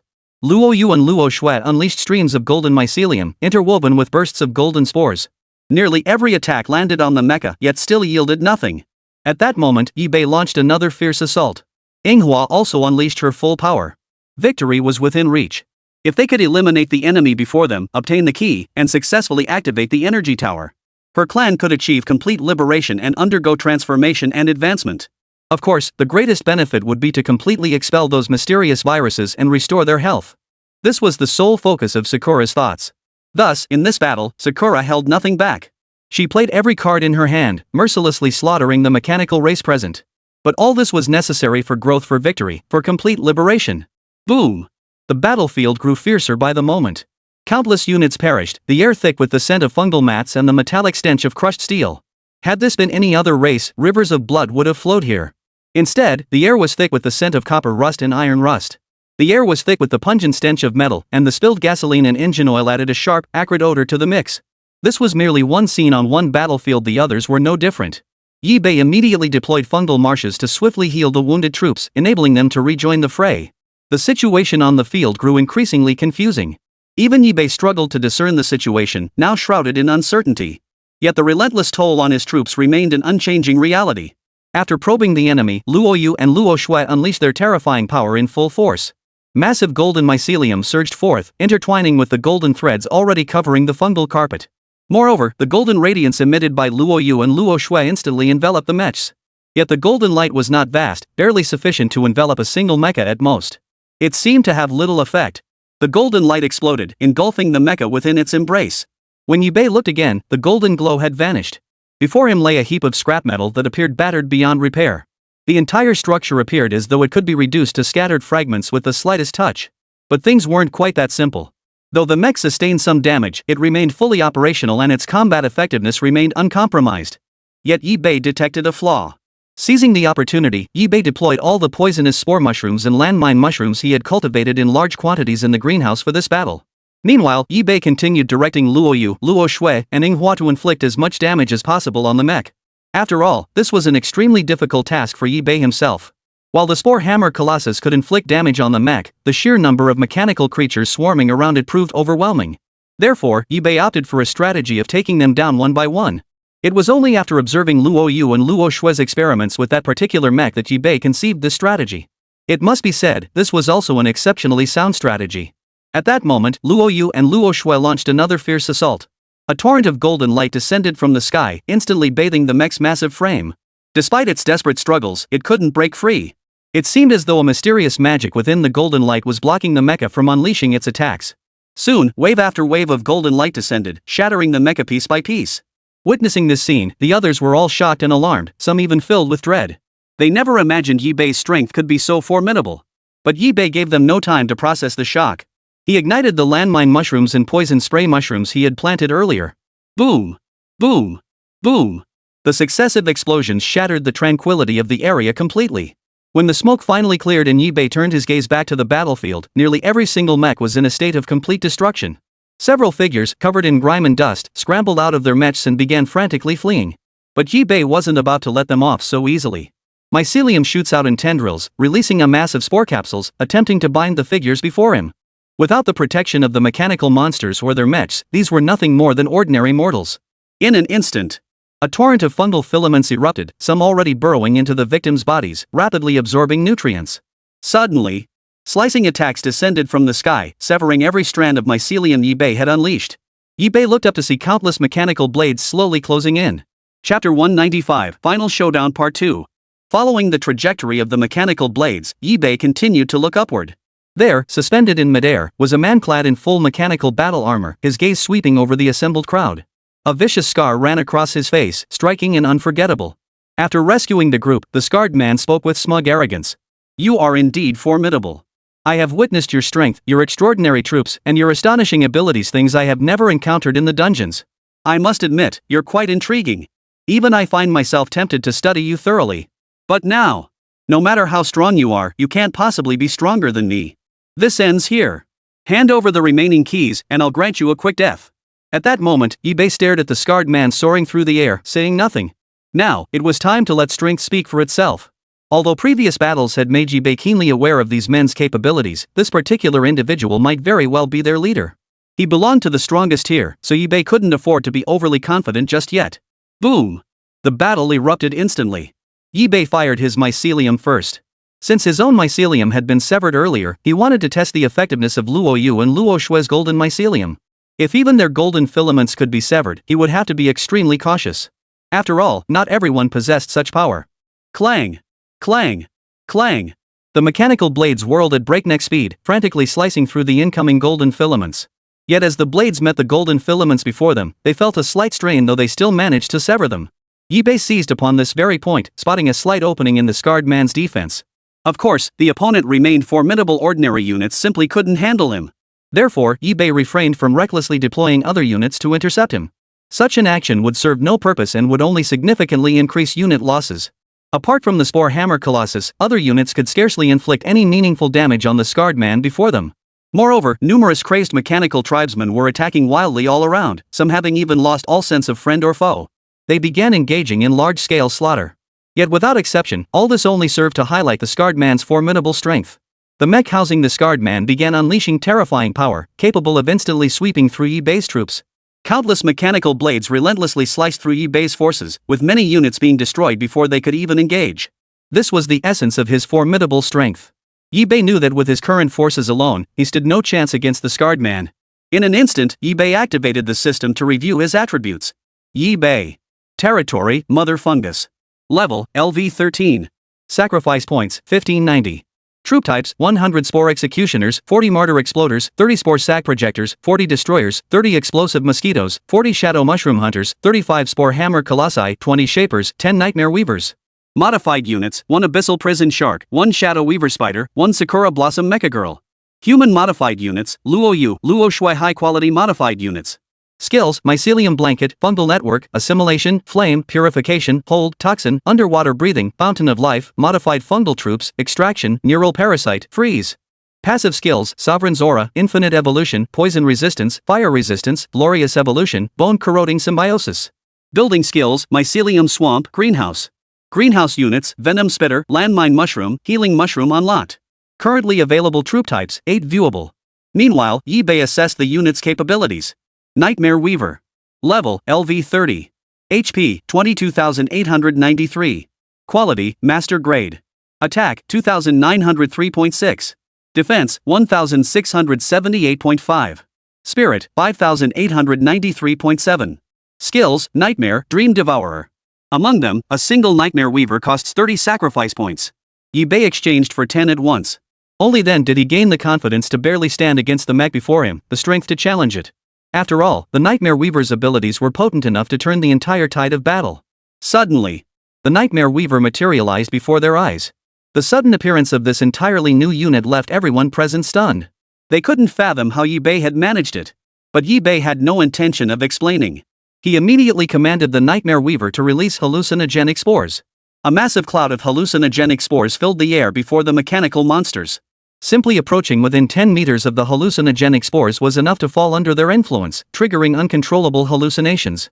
Even some veteran players on the field, after inhaling the spores, were momentarily controlled. In an instant, eBay could control the players' every move, even directing them to perform specific actions. Without a moment's hesitation, eBay used the Nightmare Weaver to control the players and command the mechanical creatures. After all, these mechanical tribesmen were under the control of the veteran players before him. Thus, eBay's control was indirect. Chaos erupted instantly, leaving eBay momentarily unable to distinguish friend from foe. But eBay didn't care. Accidental kills didn't matter, they weren't his units anyway. The scarred man watched this unfold, his rage boiling over. Yet he also felt a chill run down his spine. Witnessing the Nightmare Weaver's power had left him utterly shaken. That power was simply terrifying. The scarred man hastily withdrew his authority. The mechanical tribe was directly under his command, while these players merely held permissions he had granted them. Now, the scarred man reclaimed his authority over the mechanical tribe. Suddenly, the scarred man let out a muffled groan, his breathing becoming erratic.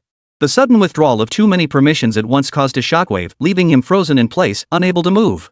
eBay seized this golden opportunity to launch another fierce assault. With the Nightmare Weaver's support, the remaining units fought with astonishing effectiveness. Soon, under eBay's relentless assault, the scarred man finally showed a weakness. eBay's relentless assault finally shattered the battle armor. The mechanical armor covering his body shattered mercilessly under eBay's blows, and the mechanical blades protruding from it snapped clean off. The scarred man winced in pain at the sight. The rage burning within his chest demanded he crush eBay, humiliate him. Only then could he wash away today's disgrace. Without another word, the scarred man summoned his mech. Seeing this, eBay cursed under his breath. So you've all got second forms, huh? Moreover, the scarred man's mecha was more terrifying and powerful than any other mecha present. In an instant, eBay launched another fierce assault, engaging the scarred man in battle. Chapter 196, The Leader of the Intelligent Machines. Of course, eBay wasn't acting recklessly. He had read the scarred man's condition. Having previously relinquished control over the mechanized clan, the scarred man was still feeling somewhat uncomfortable. His condition within the mech was far from optimal. Seizing this opportune moment, eBay launched a relentless barrage of attacks, bombarding the mech relentlessly. However, the mech before him was the strongest eBay had ever encountered, and in combat prowess, it was equally the most formidable. In eBay's estimation, the combined strength of all his opponents still fell short of the scarred man's power. This fact became clear to him during the fight. Soon, eBay launched a fierce assault mid-flight, firing tendrils of mycelium interwoven with spore capsules. Boom! Following the deafening explosion, other units joined the fray.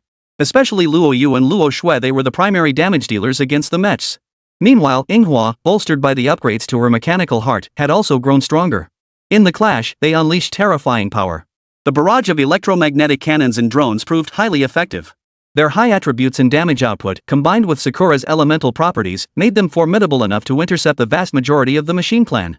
Combined with the Nightmare Weaver's inherent hallucinogenic abilities, she could manipulate most mechanical monsters and players present. However, being mechanical creatures, they are largely immune to the hallucinogenic spores. Players, on the other hand, are not so fortunate. Thus, the Nightmare Weaver's influence on players remains substantial. At this moment, the scarred man gradually regained his senses. Witnessing the scene before him, he grew furious and began a rampage of slaughter.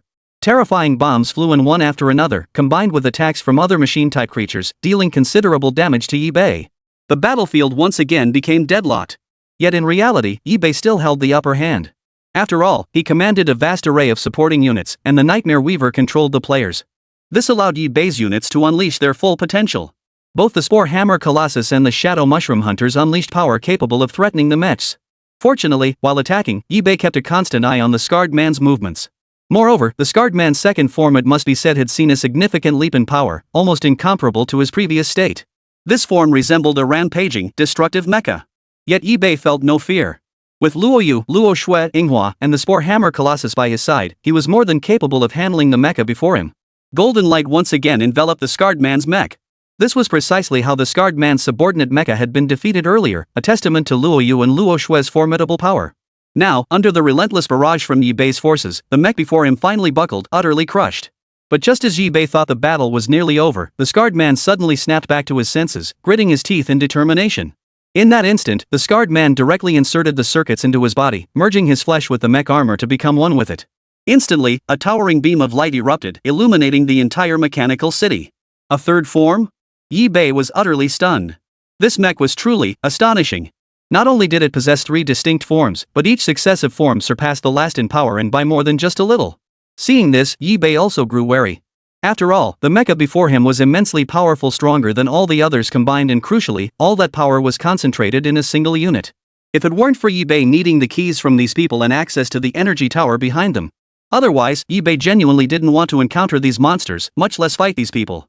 After all, the losses would be staggering for Yi-Bei. Yi-Bei took a deep breath. Then fixed his gaze ahead with unwavering resolve. He summoned his troops and pressed the attack. At this moment, he no longer wished to hold back. Yi-Bei produced all the landmine mushrooms he had left. Though he'd used up many before, only a small portion remained, now better than nothing. Moreover, Yi-Bei had exchanged sacrifice points for a large number of martyr exploders and explosive mosquitoes. These were all crucial units. Now, Yi-Bei launched another fierce assault. Mycelium tendrils shot out relentlessly, while Spore Hammer Colossi and other units charged forward to slaughter the enemy. Amidst the fierce clash, Yi-Bei's units suffered repeated losses, gaining no advantage whatsoever. Even the Spore Hammer Colossus was easily crushed, its massive body shattered completely. Fortunately, the Nightmare Weaver was also utilizing its abilities. Though the Scarred Man inside his mech remained unaffected, these effects were undeniably real. Veteran players had already been ensnared, plunging into deep, dreamlike states. Moreover, the Nightmare Weaver's demonstrated power was utterly terrifying. Combined with the actions of Luoyu, Luo Shui, and Manhwa, the power unleashed was enough to strike fear into the hearts of most of the mechanical race present.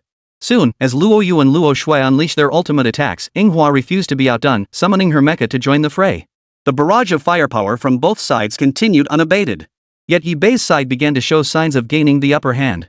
The golden light rings unleashed by Luoyu and Luo Shui instantly enveloped the Scarred Man's mecha, voraciously devouring it. Boom! When Yi-Bei looked again, the Scarred Man's mecha lay utterly shattered before him, seemingly along with the man himself. Seizing this opportunity, Yi-Bei's killing intent surged. He fixed his gaze on the remaining mechanical clan members and their subordinates. A torrent of fungal filaments erupted violently, surging toward them. The Scarred Man's subordinates, witnessing this scene, were naturally thrown into panic. But Yi-Bei gave them no chance to react, unleashing brutal force. The spore-laden filaments, combined with the spore sacs, were more than enough to trap them. Incidentally, the mycelium violently embedded itself into their bodies, relentlessly absorbing nutrients and parasitizing them, inflicting brutal torment. The other minions were naturally terrified. They scattered in panic, but how could these powerless men possibly stand against Yi-Bei? The Shadow Mushroom Hunter struck silently, swiftly closing in on the fleeing man with the scarred face. His crimson blaze dagger struck with deadly precision. Fiery gashes appeared across the corpses of these men. At this moment, Yi-Bei, having collected all the keys, approached the elevator. Yi-Bei inserted the keys, which automatically embedded themselves. The elevator activated, emitting a series of strange noises.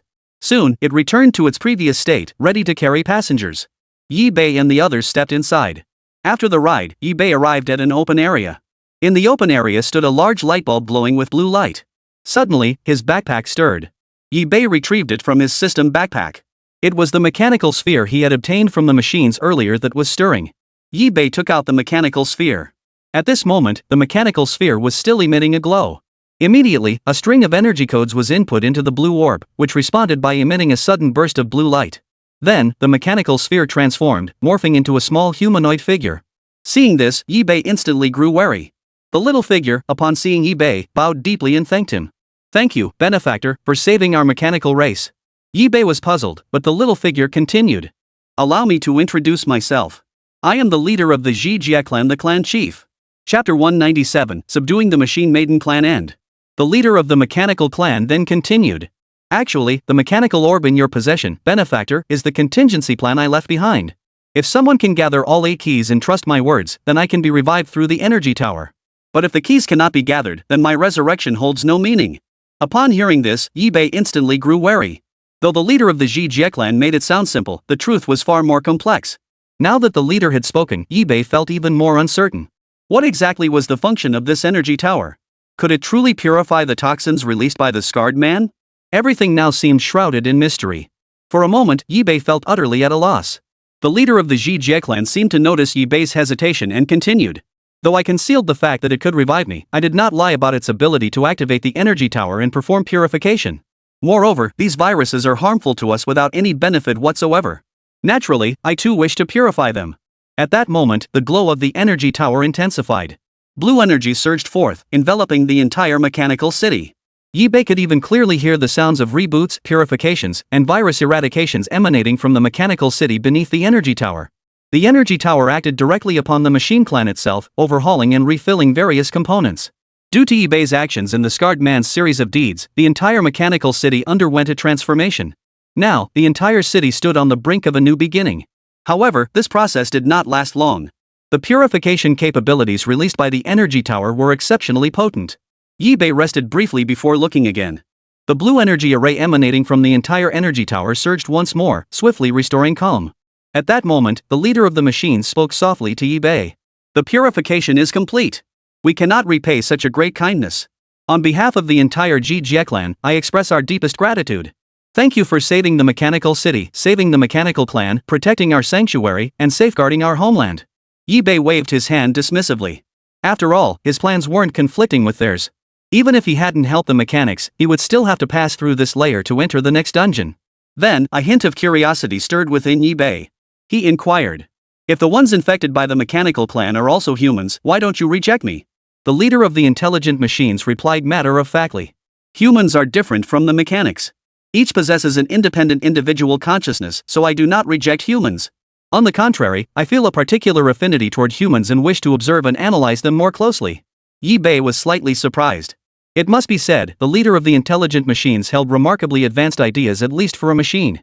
This thought struck Yibei as somewhat unsettling. Yibei then inquired again. Do you know the purpose of those individuals? Upon hearing this, the leader of the Jie clan hesitated for a moment, as if wrestling with some internal conflict. After a brief pause, however, it decided to tell Yibei. Truth be told, I do know their purpose. They are after the energy tower to steal the energy tower from the mechanical city. In human terms, the energy tower is actually a high-grade material. Material? Yibei froze, completely taken aback by this revelation. He immediately activated the system to examine the information on the energy tower before him. But in the very next instant, a blinding flash of light suddenly struck Yibei's eyes, nearly blinding him. On the system interface, a colorful light flickered. A kaleidoscope of colors filled his vision, and Yibei could barely make out the description of the energy tower amidst the chaos.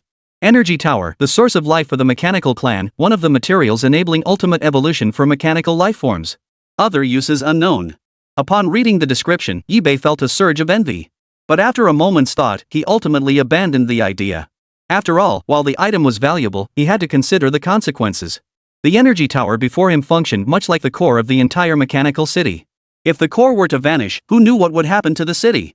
It might collapse entirely, bringing the entire underground city down with it. Therefore, rash action was unwise. Moreover, the energy tower was far too large to fit into Yibei's system backpack. Beyond purification, he currently had no immediate use for it. Even if he wanted to use it for Sakura's ultimate evolution, her current level and attributes simply weren't sufficient. The leader of the machines breathed a sigh of relief upon seeing Yibei abandon his plan for the energy tower. As long as the energy tower remained untouched. After all, Yibei was a hero to the entire machine city, and with his formidable strength, a fight might not go their way. Subsequently, Yibei and the leader of the intelligent machines took the elevator down. The mechanical race no longer appeared violent, but instead seemed utterly dazed. Yibei was naturally puzzled by this situation. True to their reputation as the most intelligent among the machines, the leader of the intelligent machines immediately sensed Yibei's confusion and explained. This is due to the forced virus removal. Stored information was directly transferred. After the cleanup is complete, the remaining undeleted information will be reintroduced to the corresponding individuals. Upon hearing this, Yibei suddenly understood. Though the energy tower lacked self-awareness, its capabilities were formidable. Yi-Bei had been profoundly shocked by its capabilities after witnessing its power. Unfortunately, such a formidable resource could only be observed, not acquired. Fortunately, others couldn't access it either. Shortly thereafter, Yi-Bei parted ways with the leader of the machines. Having just been reborn in this place, the machines' leader naturally needed to rebuild their faction. Yi-Bei and his companions returned to the territory of the Mecha Maidens. When Yi-Bei and his companions looked around, the scene before them left them gasping in astonishment. By now, numerous Mecha Maidens had awakened, only to find their limbs dismantled and bound by strands of fungal filaments. They were filled with rage and shame. Then, upon seeing the hideously ugly fungal soldiers, they were terrified and immediately began to resist.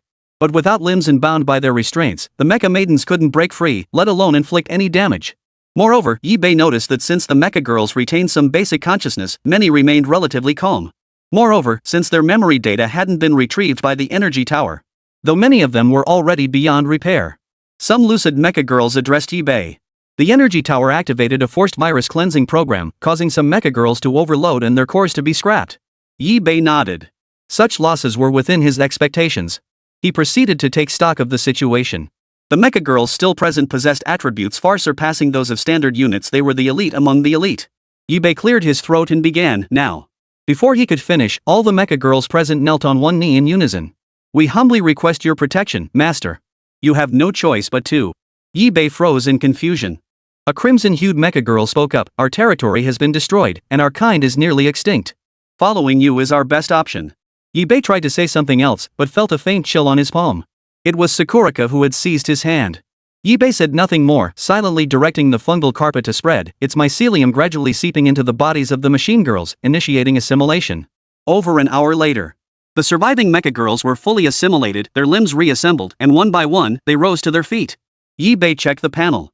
Unit types: Spore Executioners 100, Mecha Maidens 42, Martyr Exploders 40, Spore Sac Projectors 30, Destroyers 40, Explosive Mosquitoes 30, Shadow Mushroom Hunters 40, Spore Hammer Colossi 35, Shapers 20, Nightmare Weavers 10.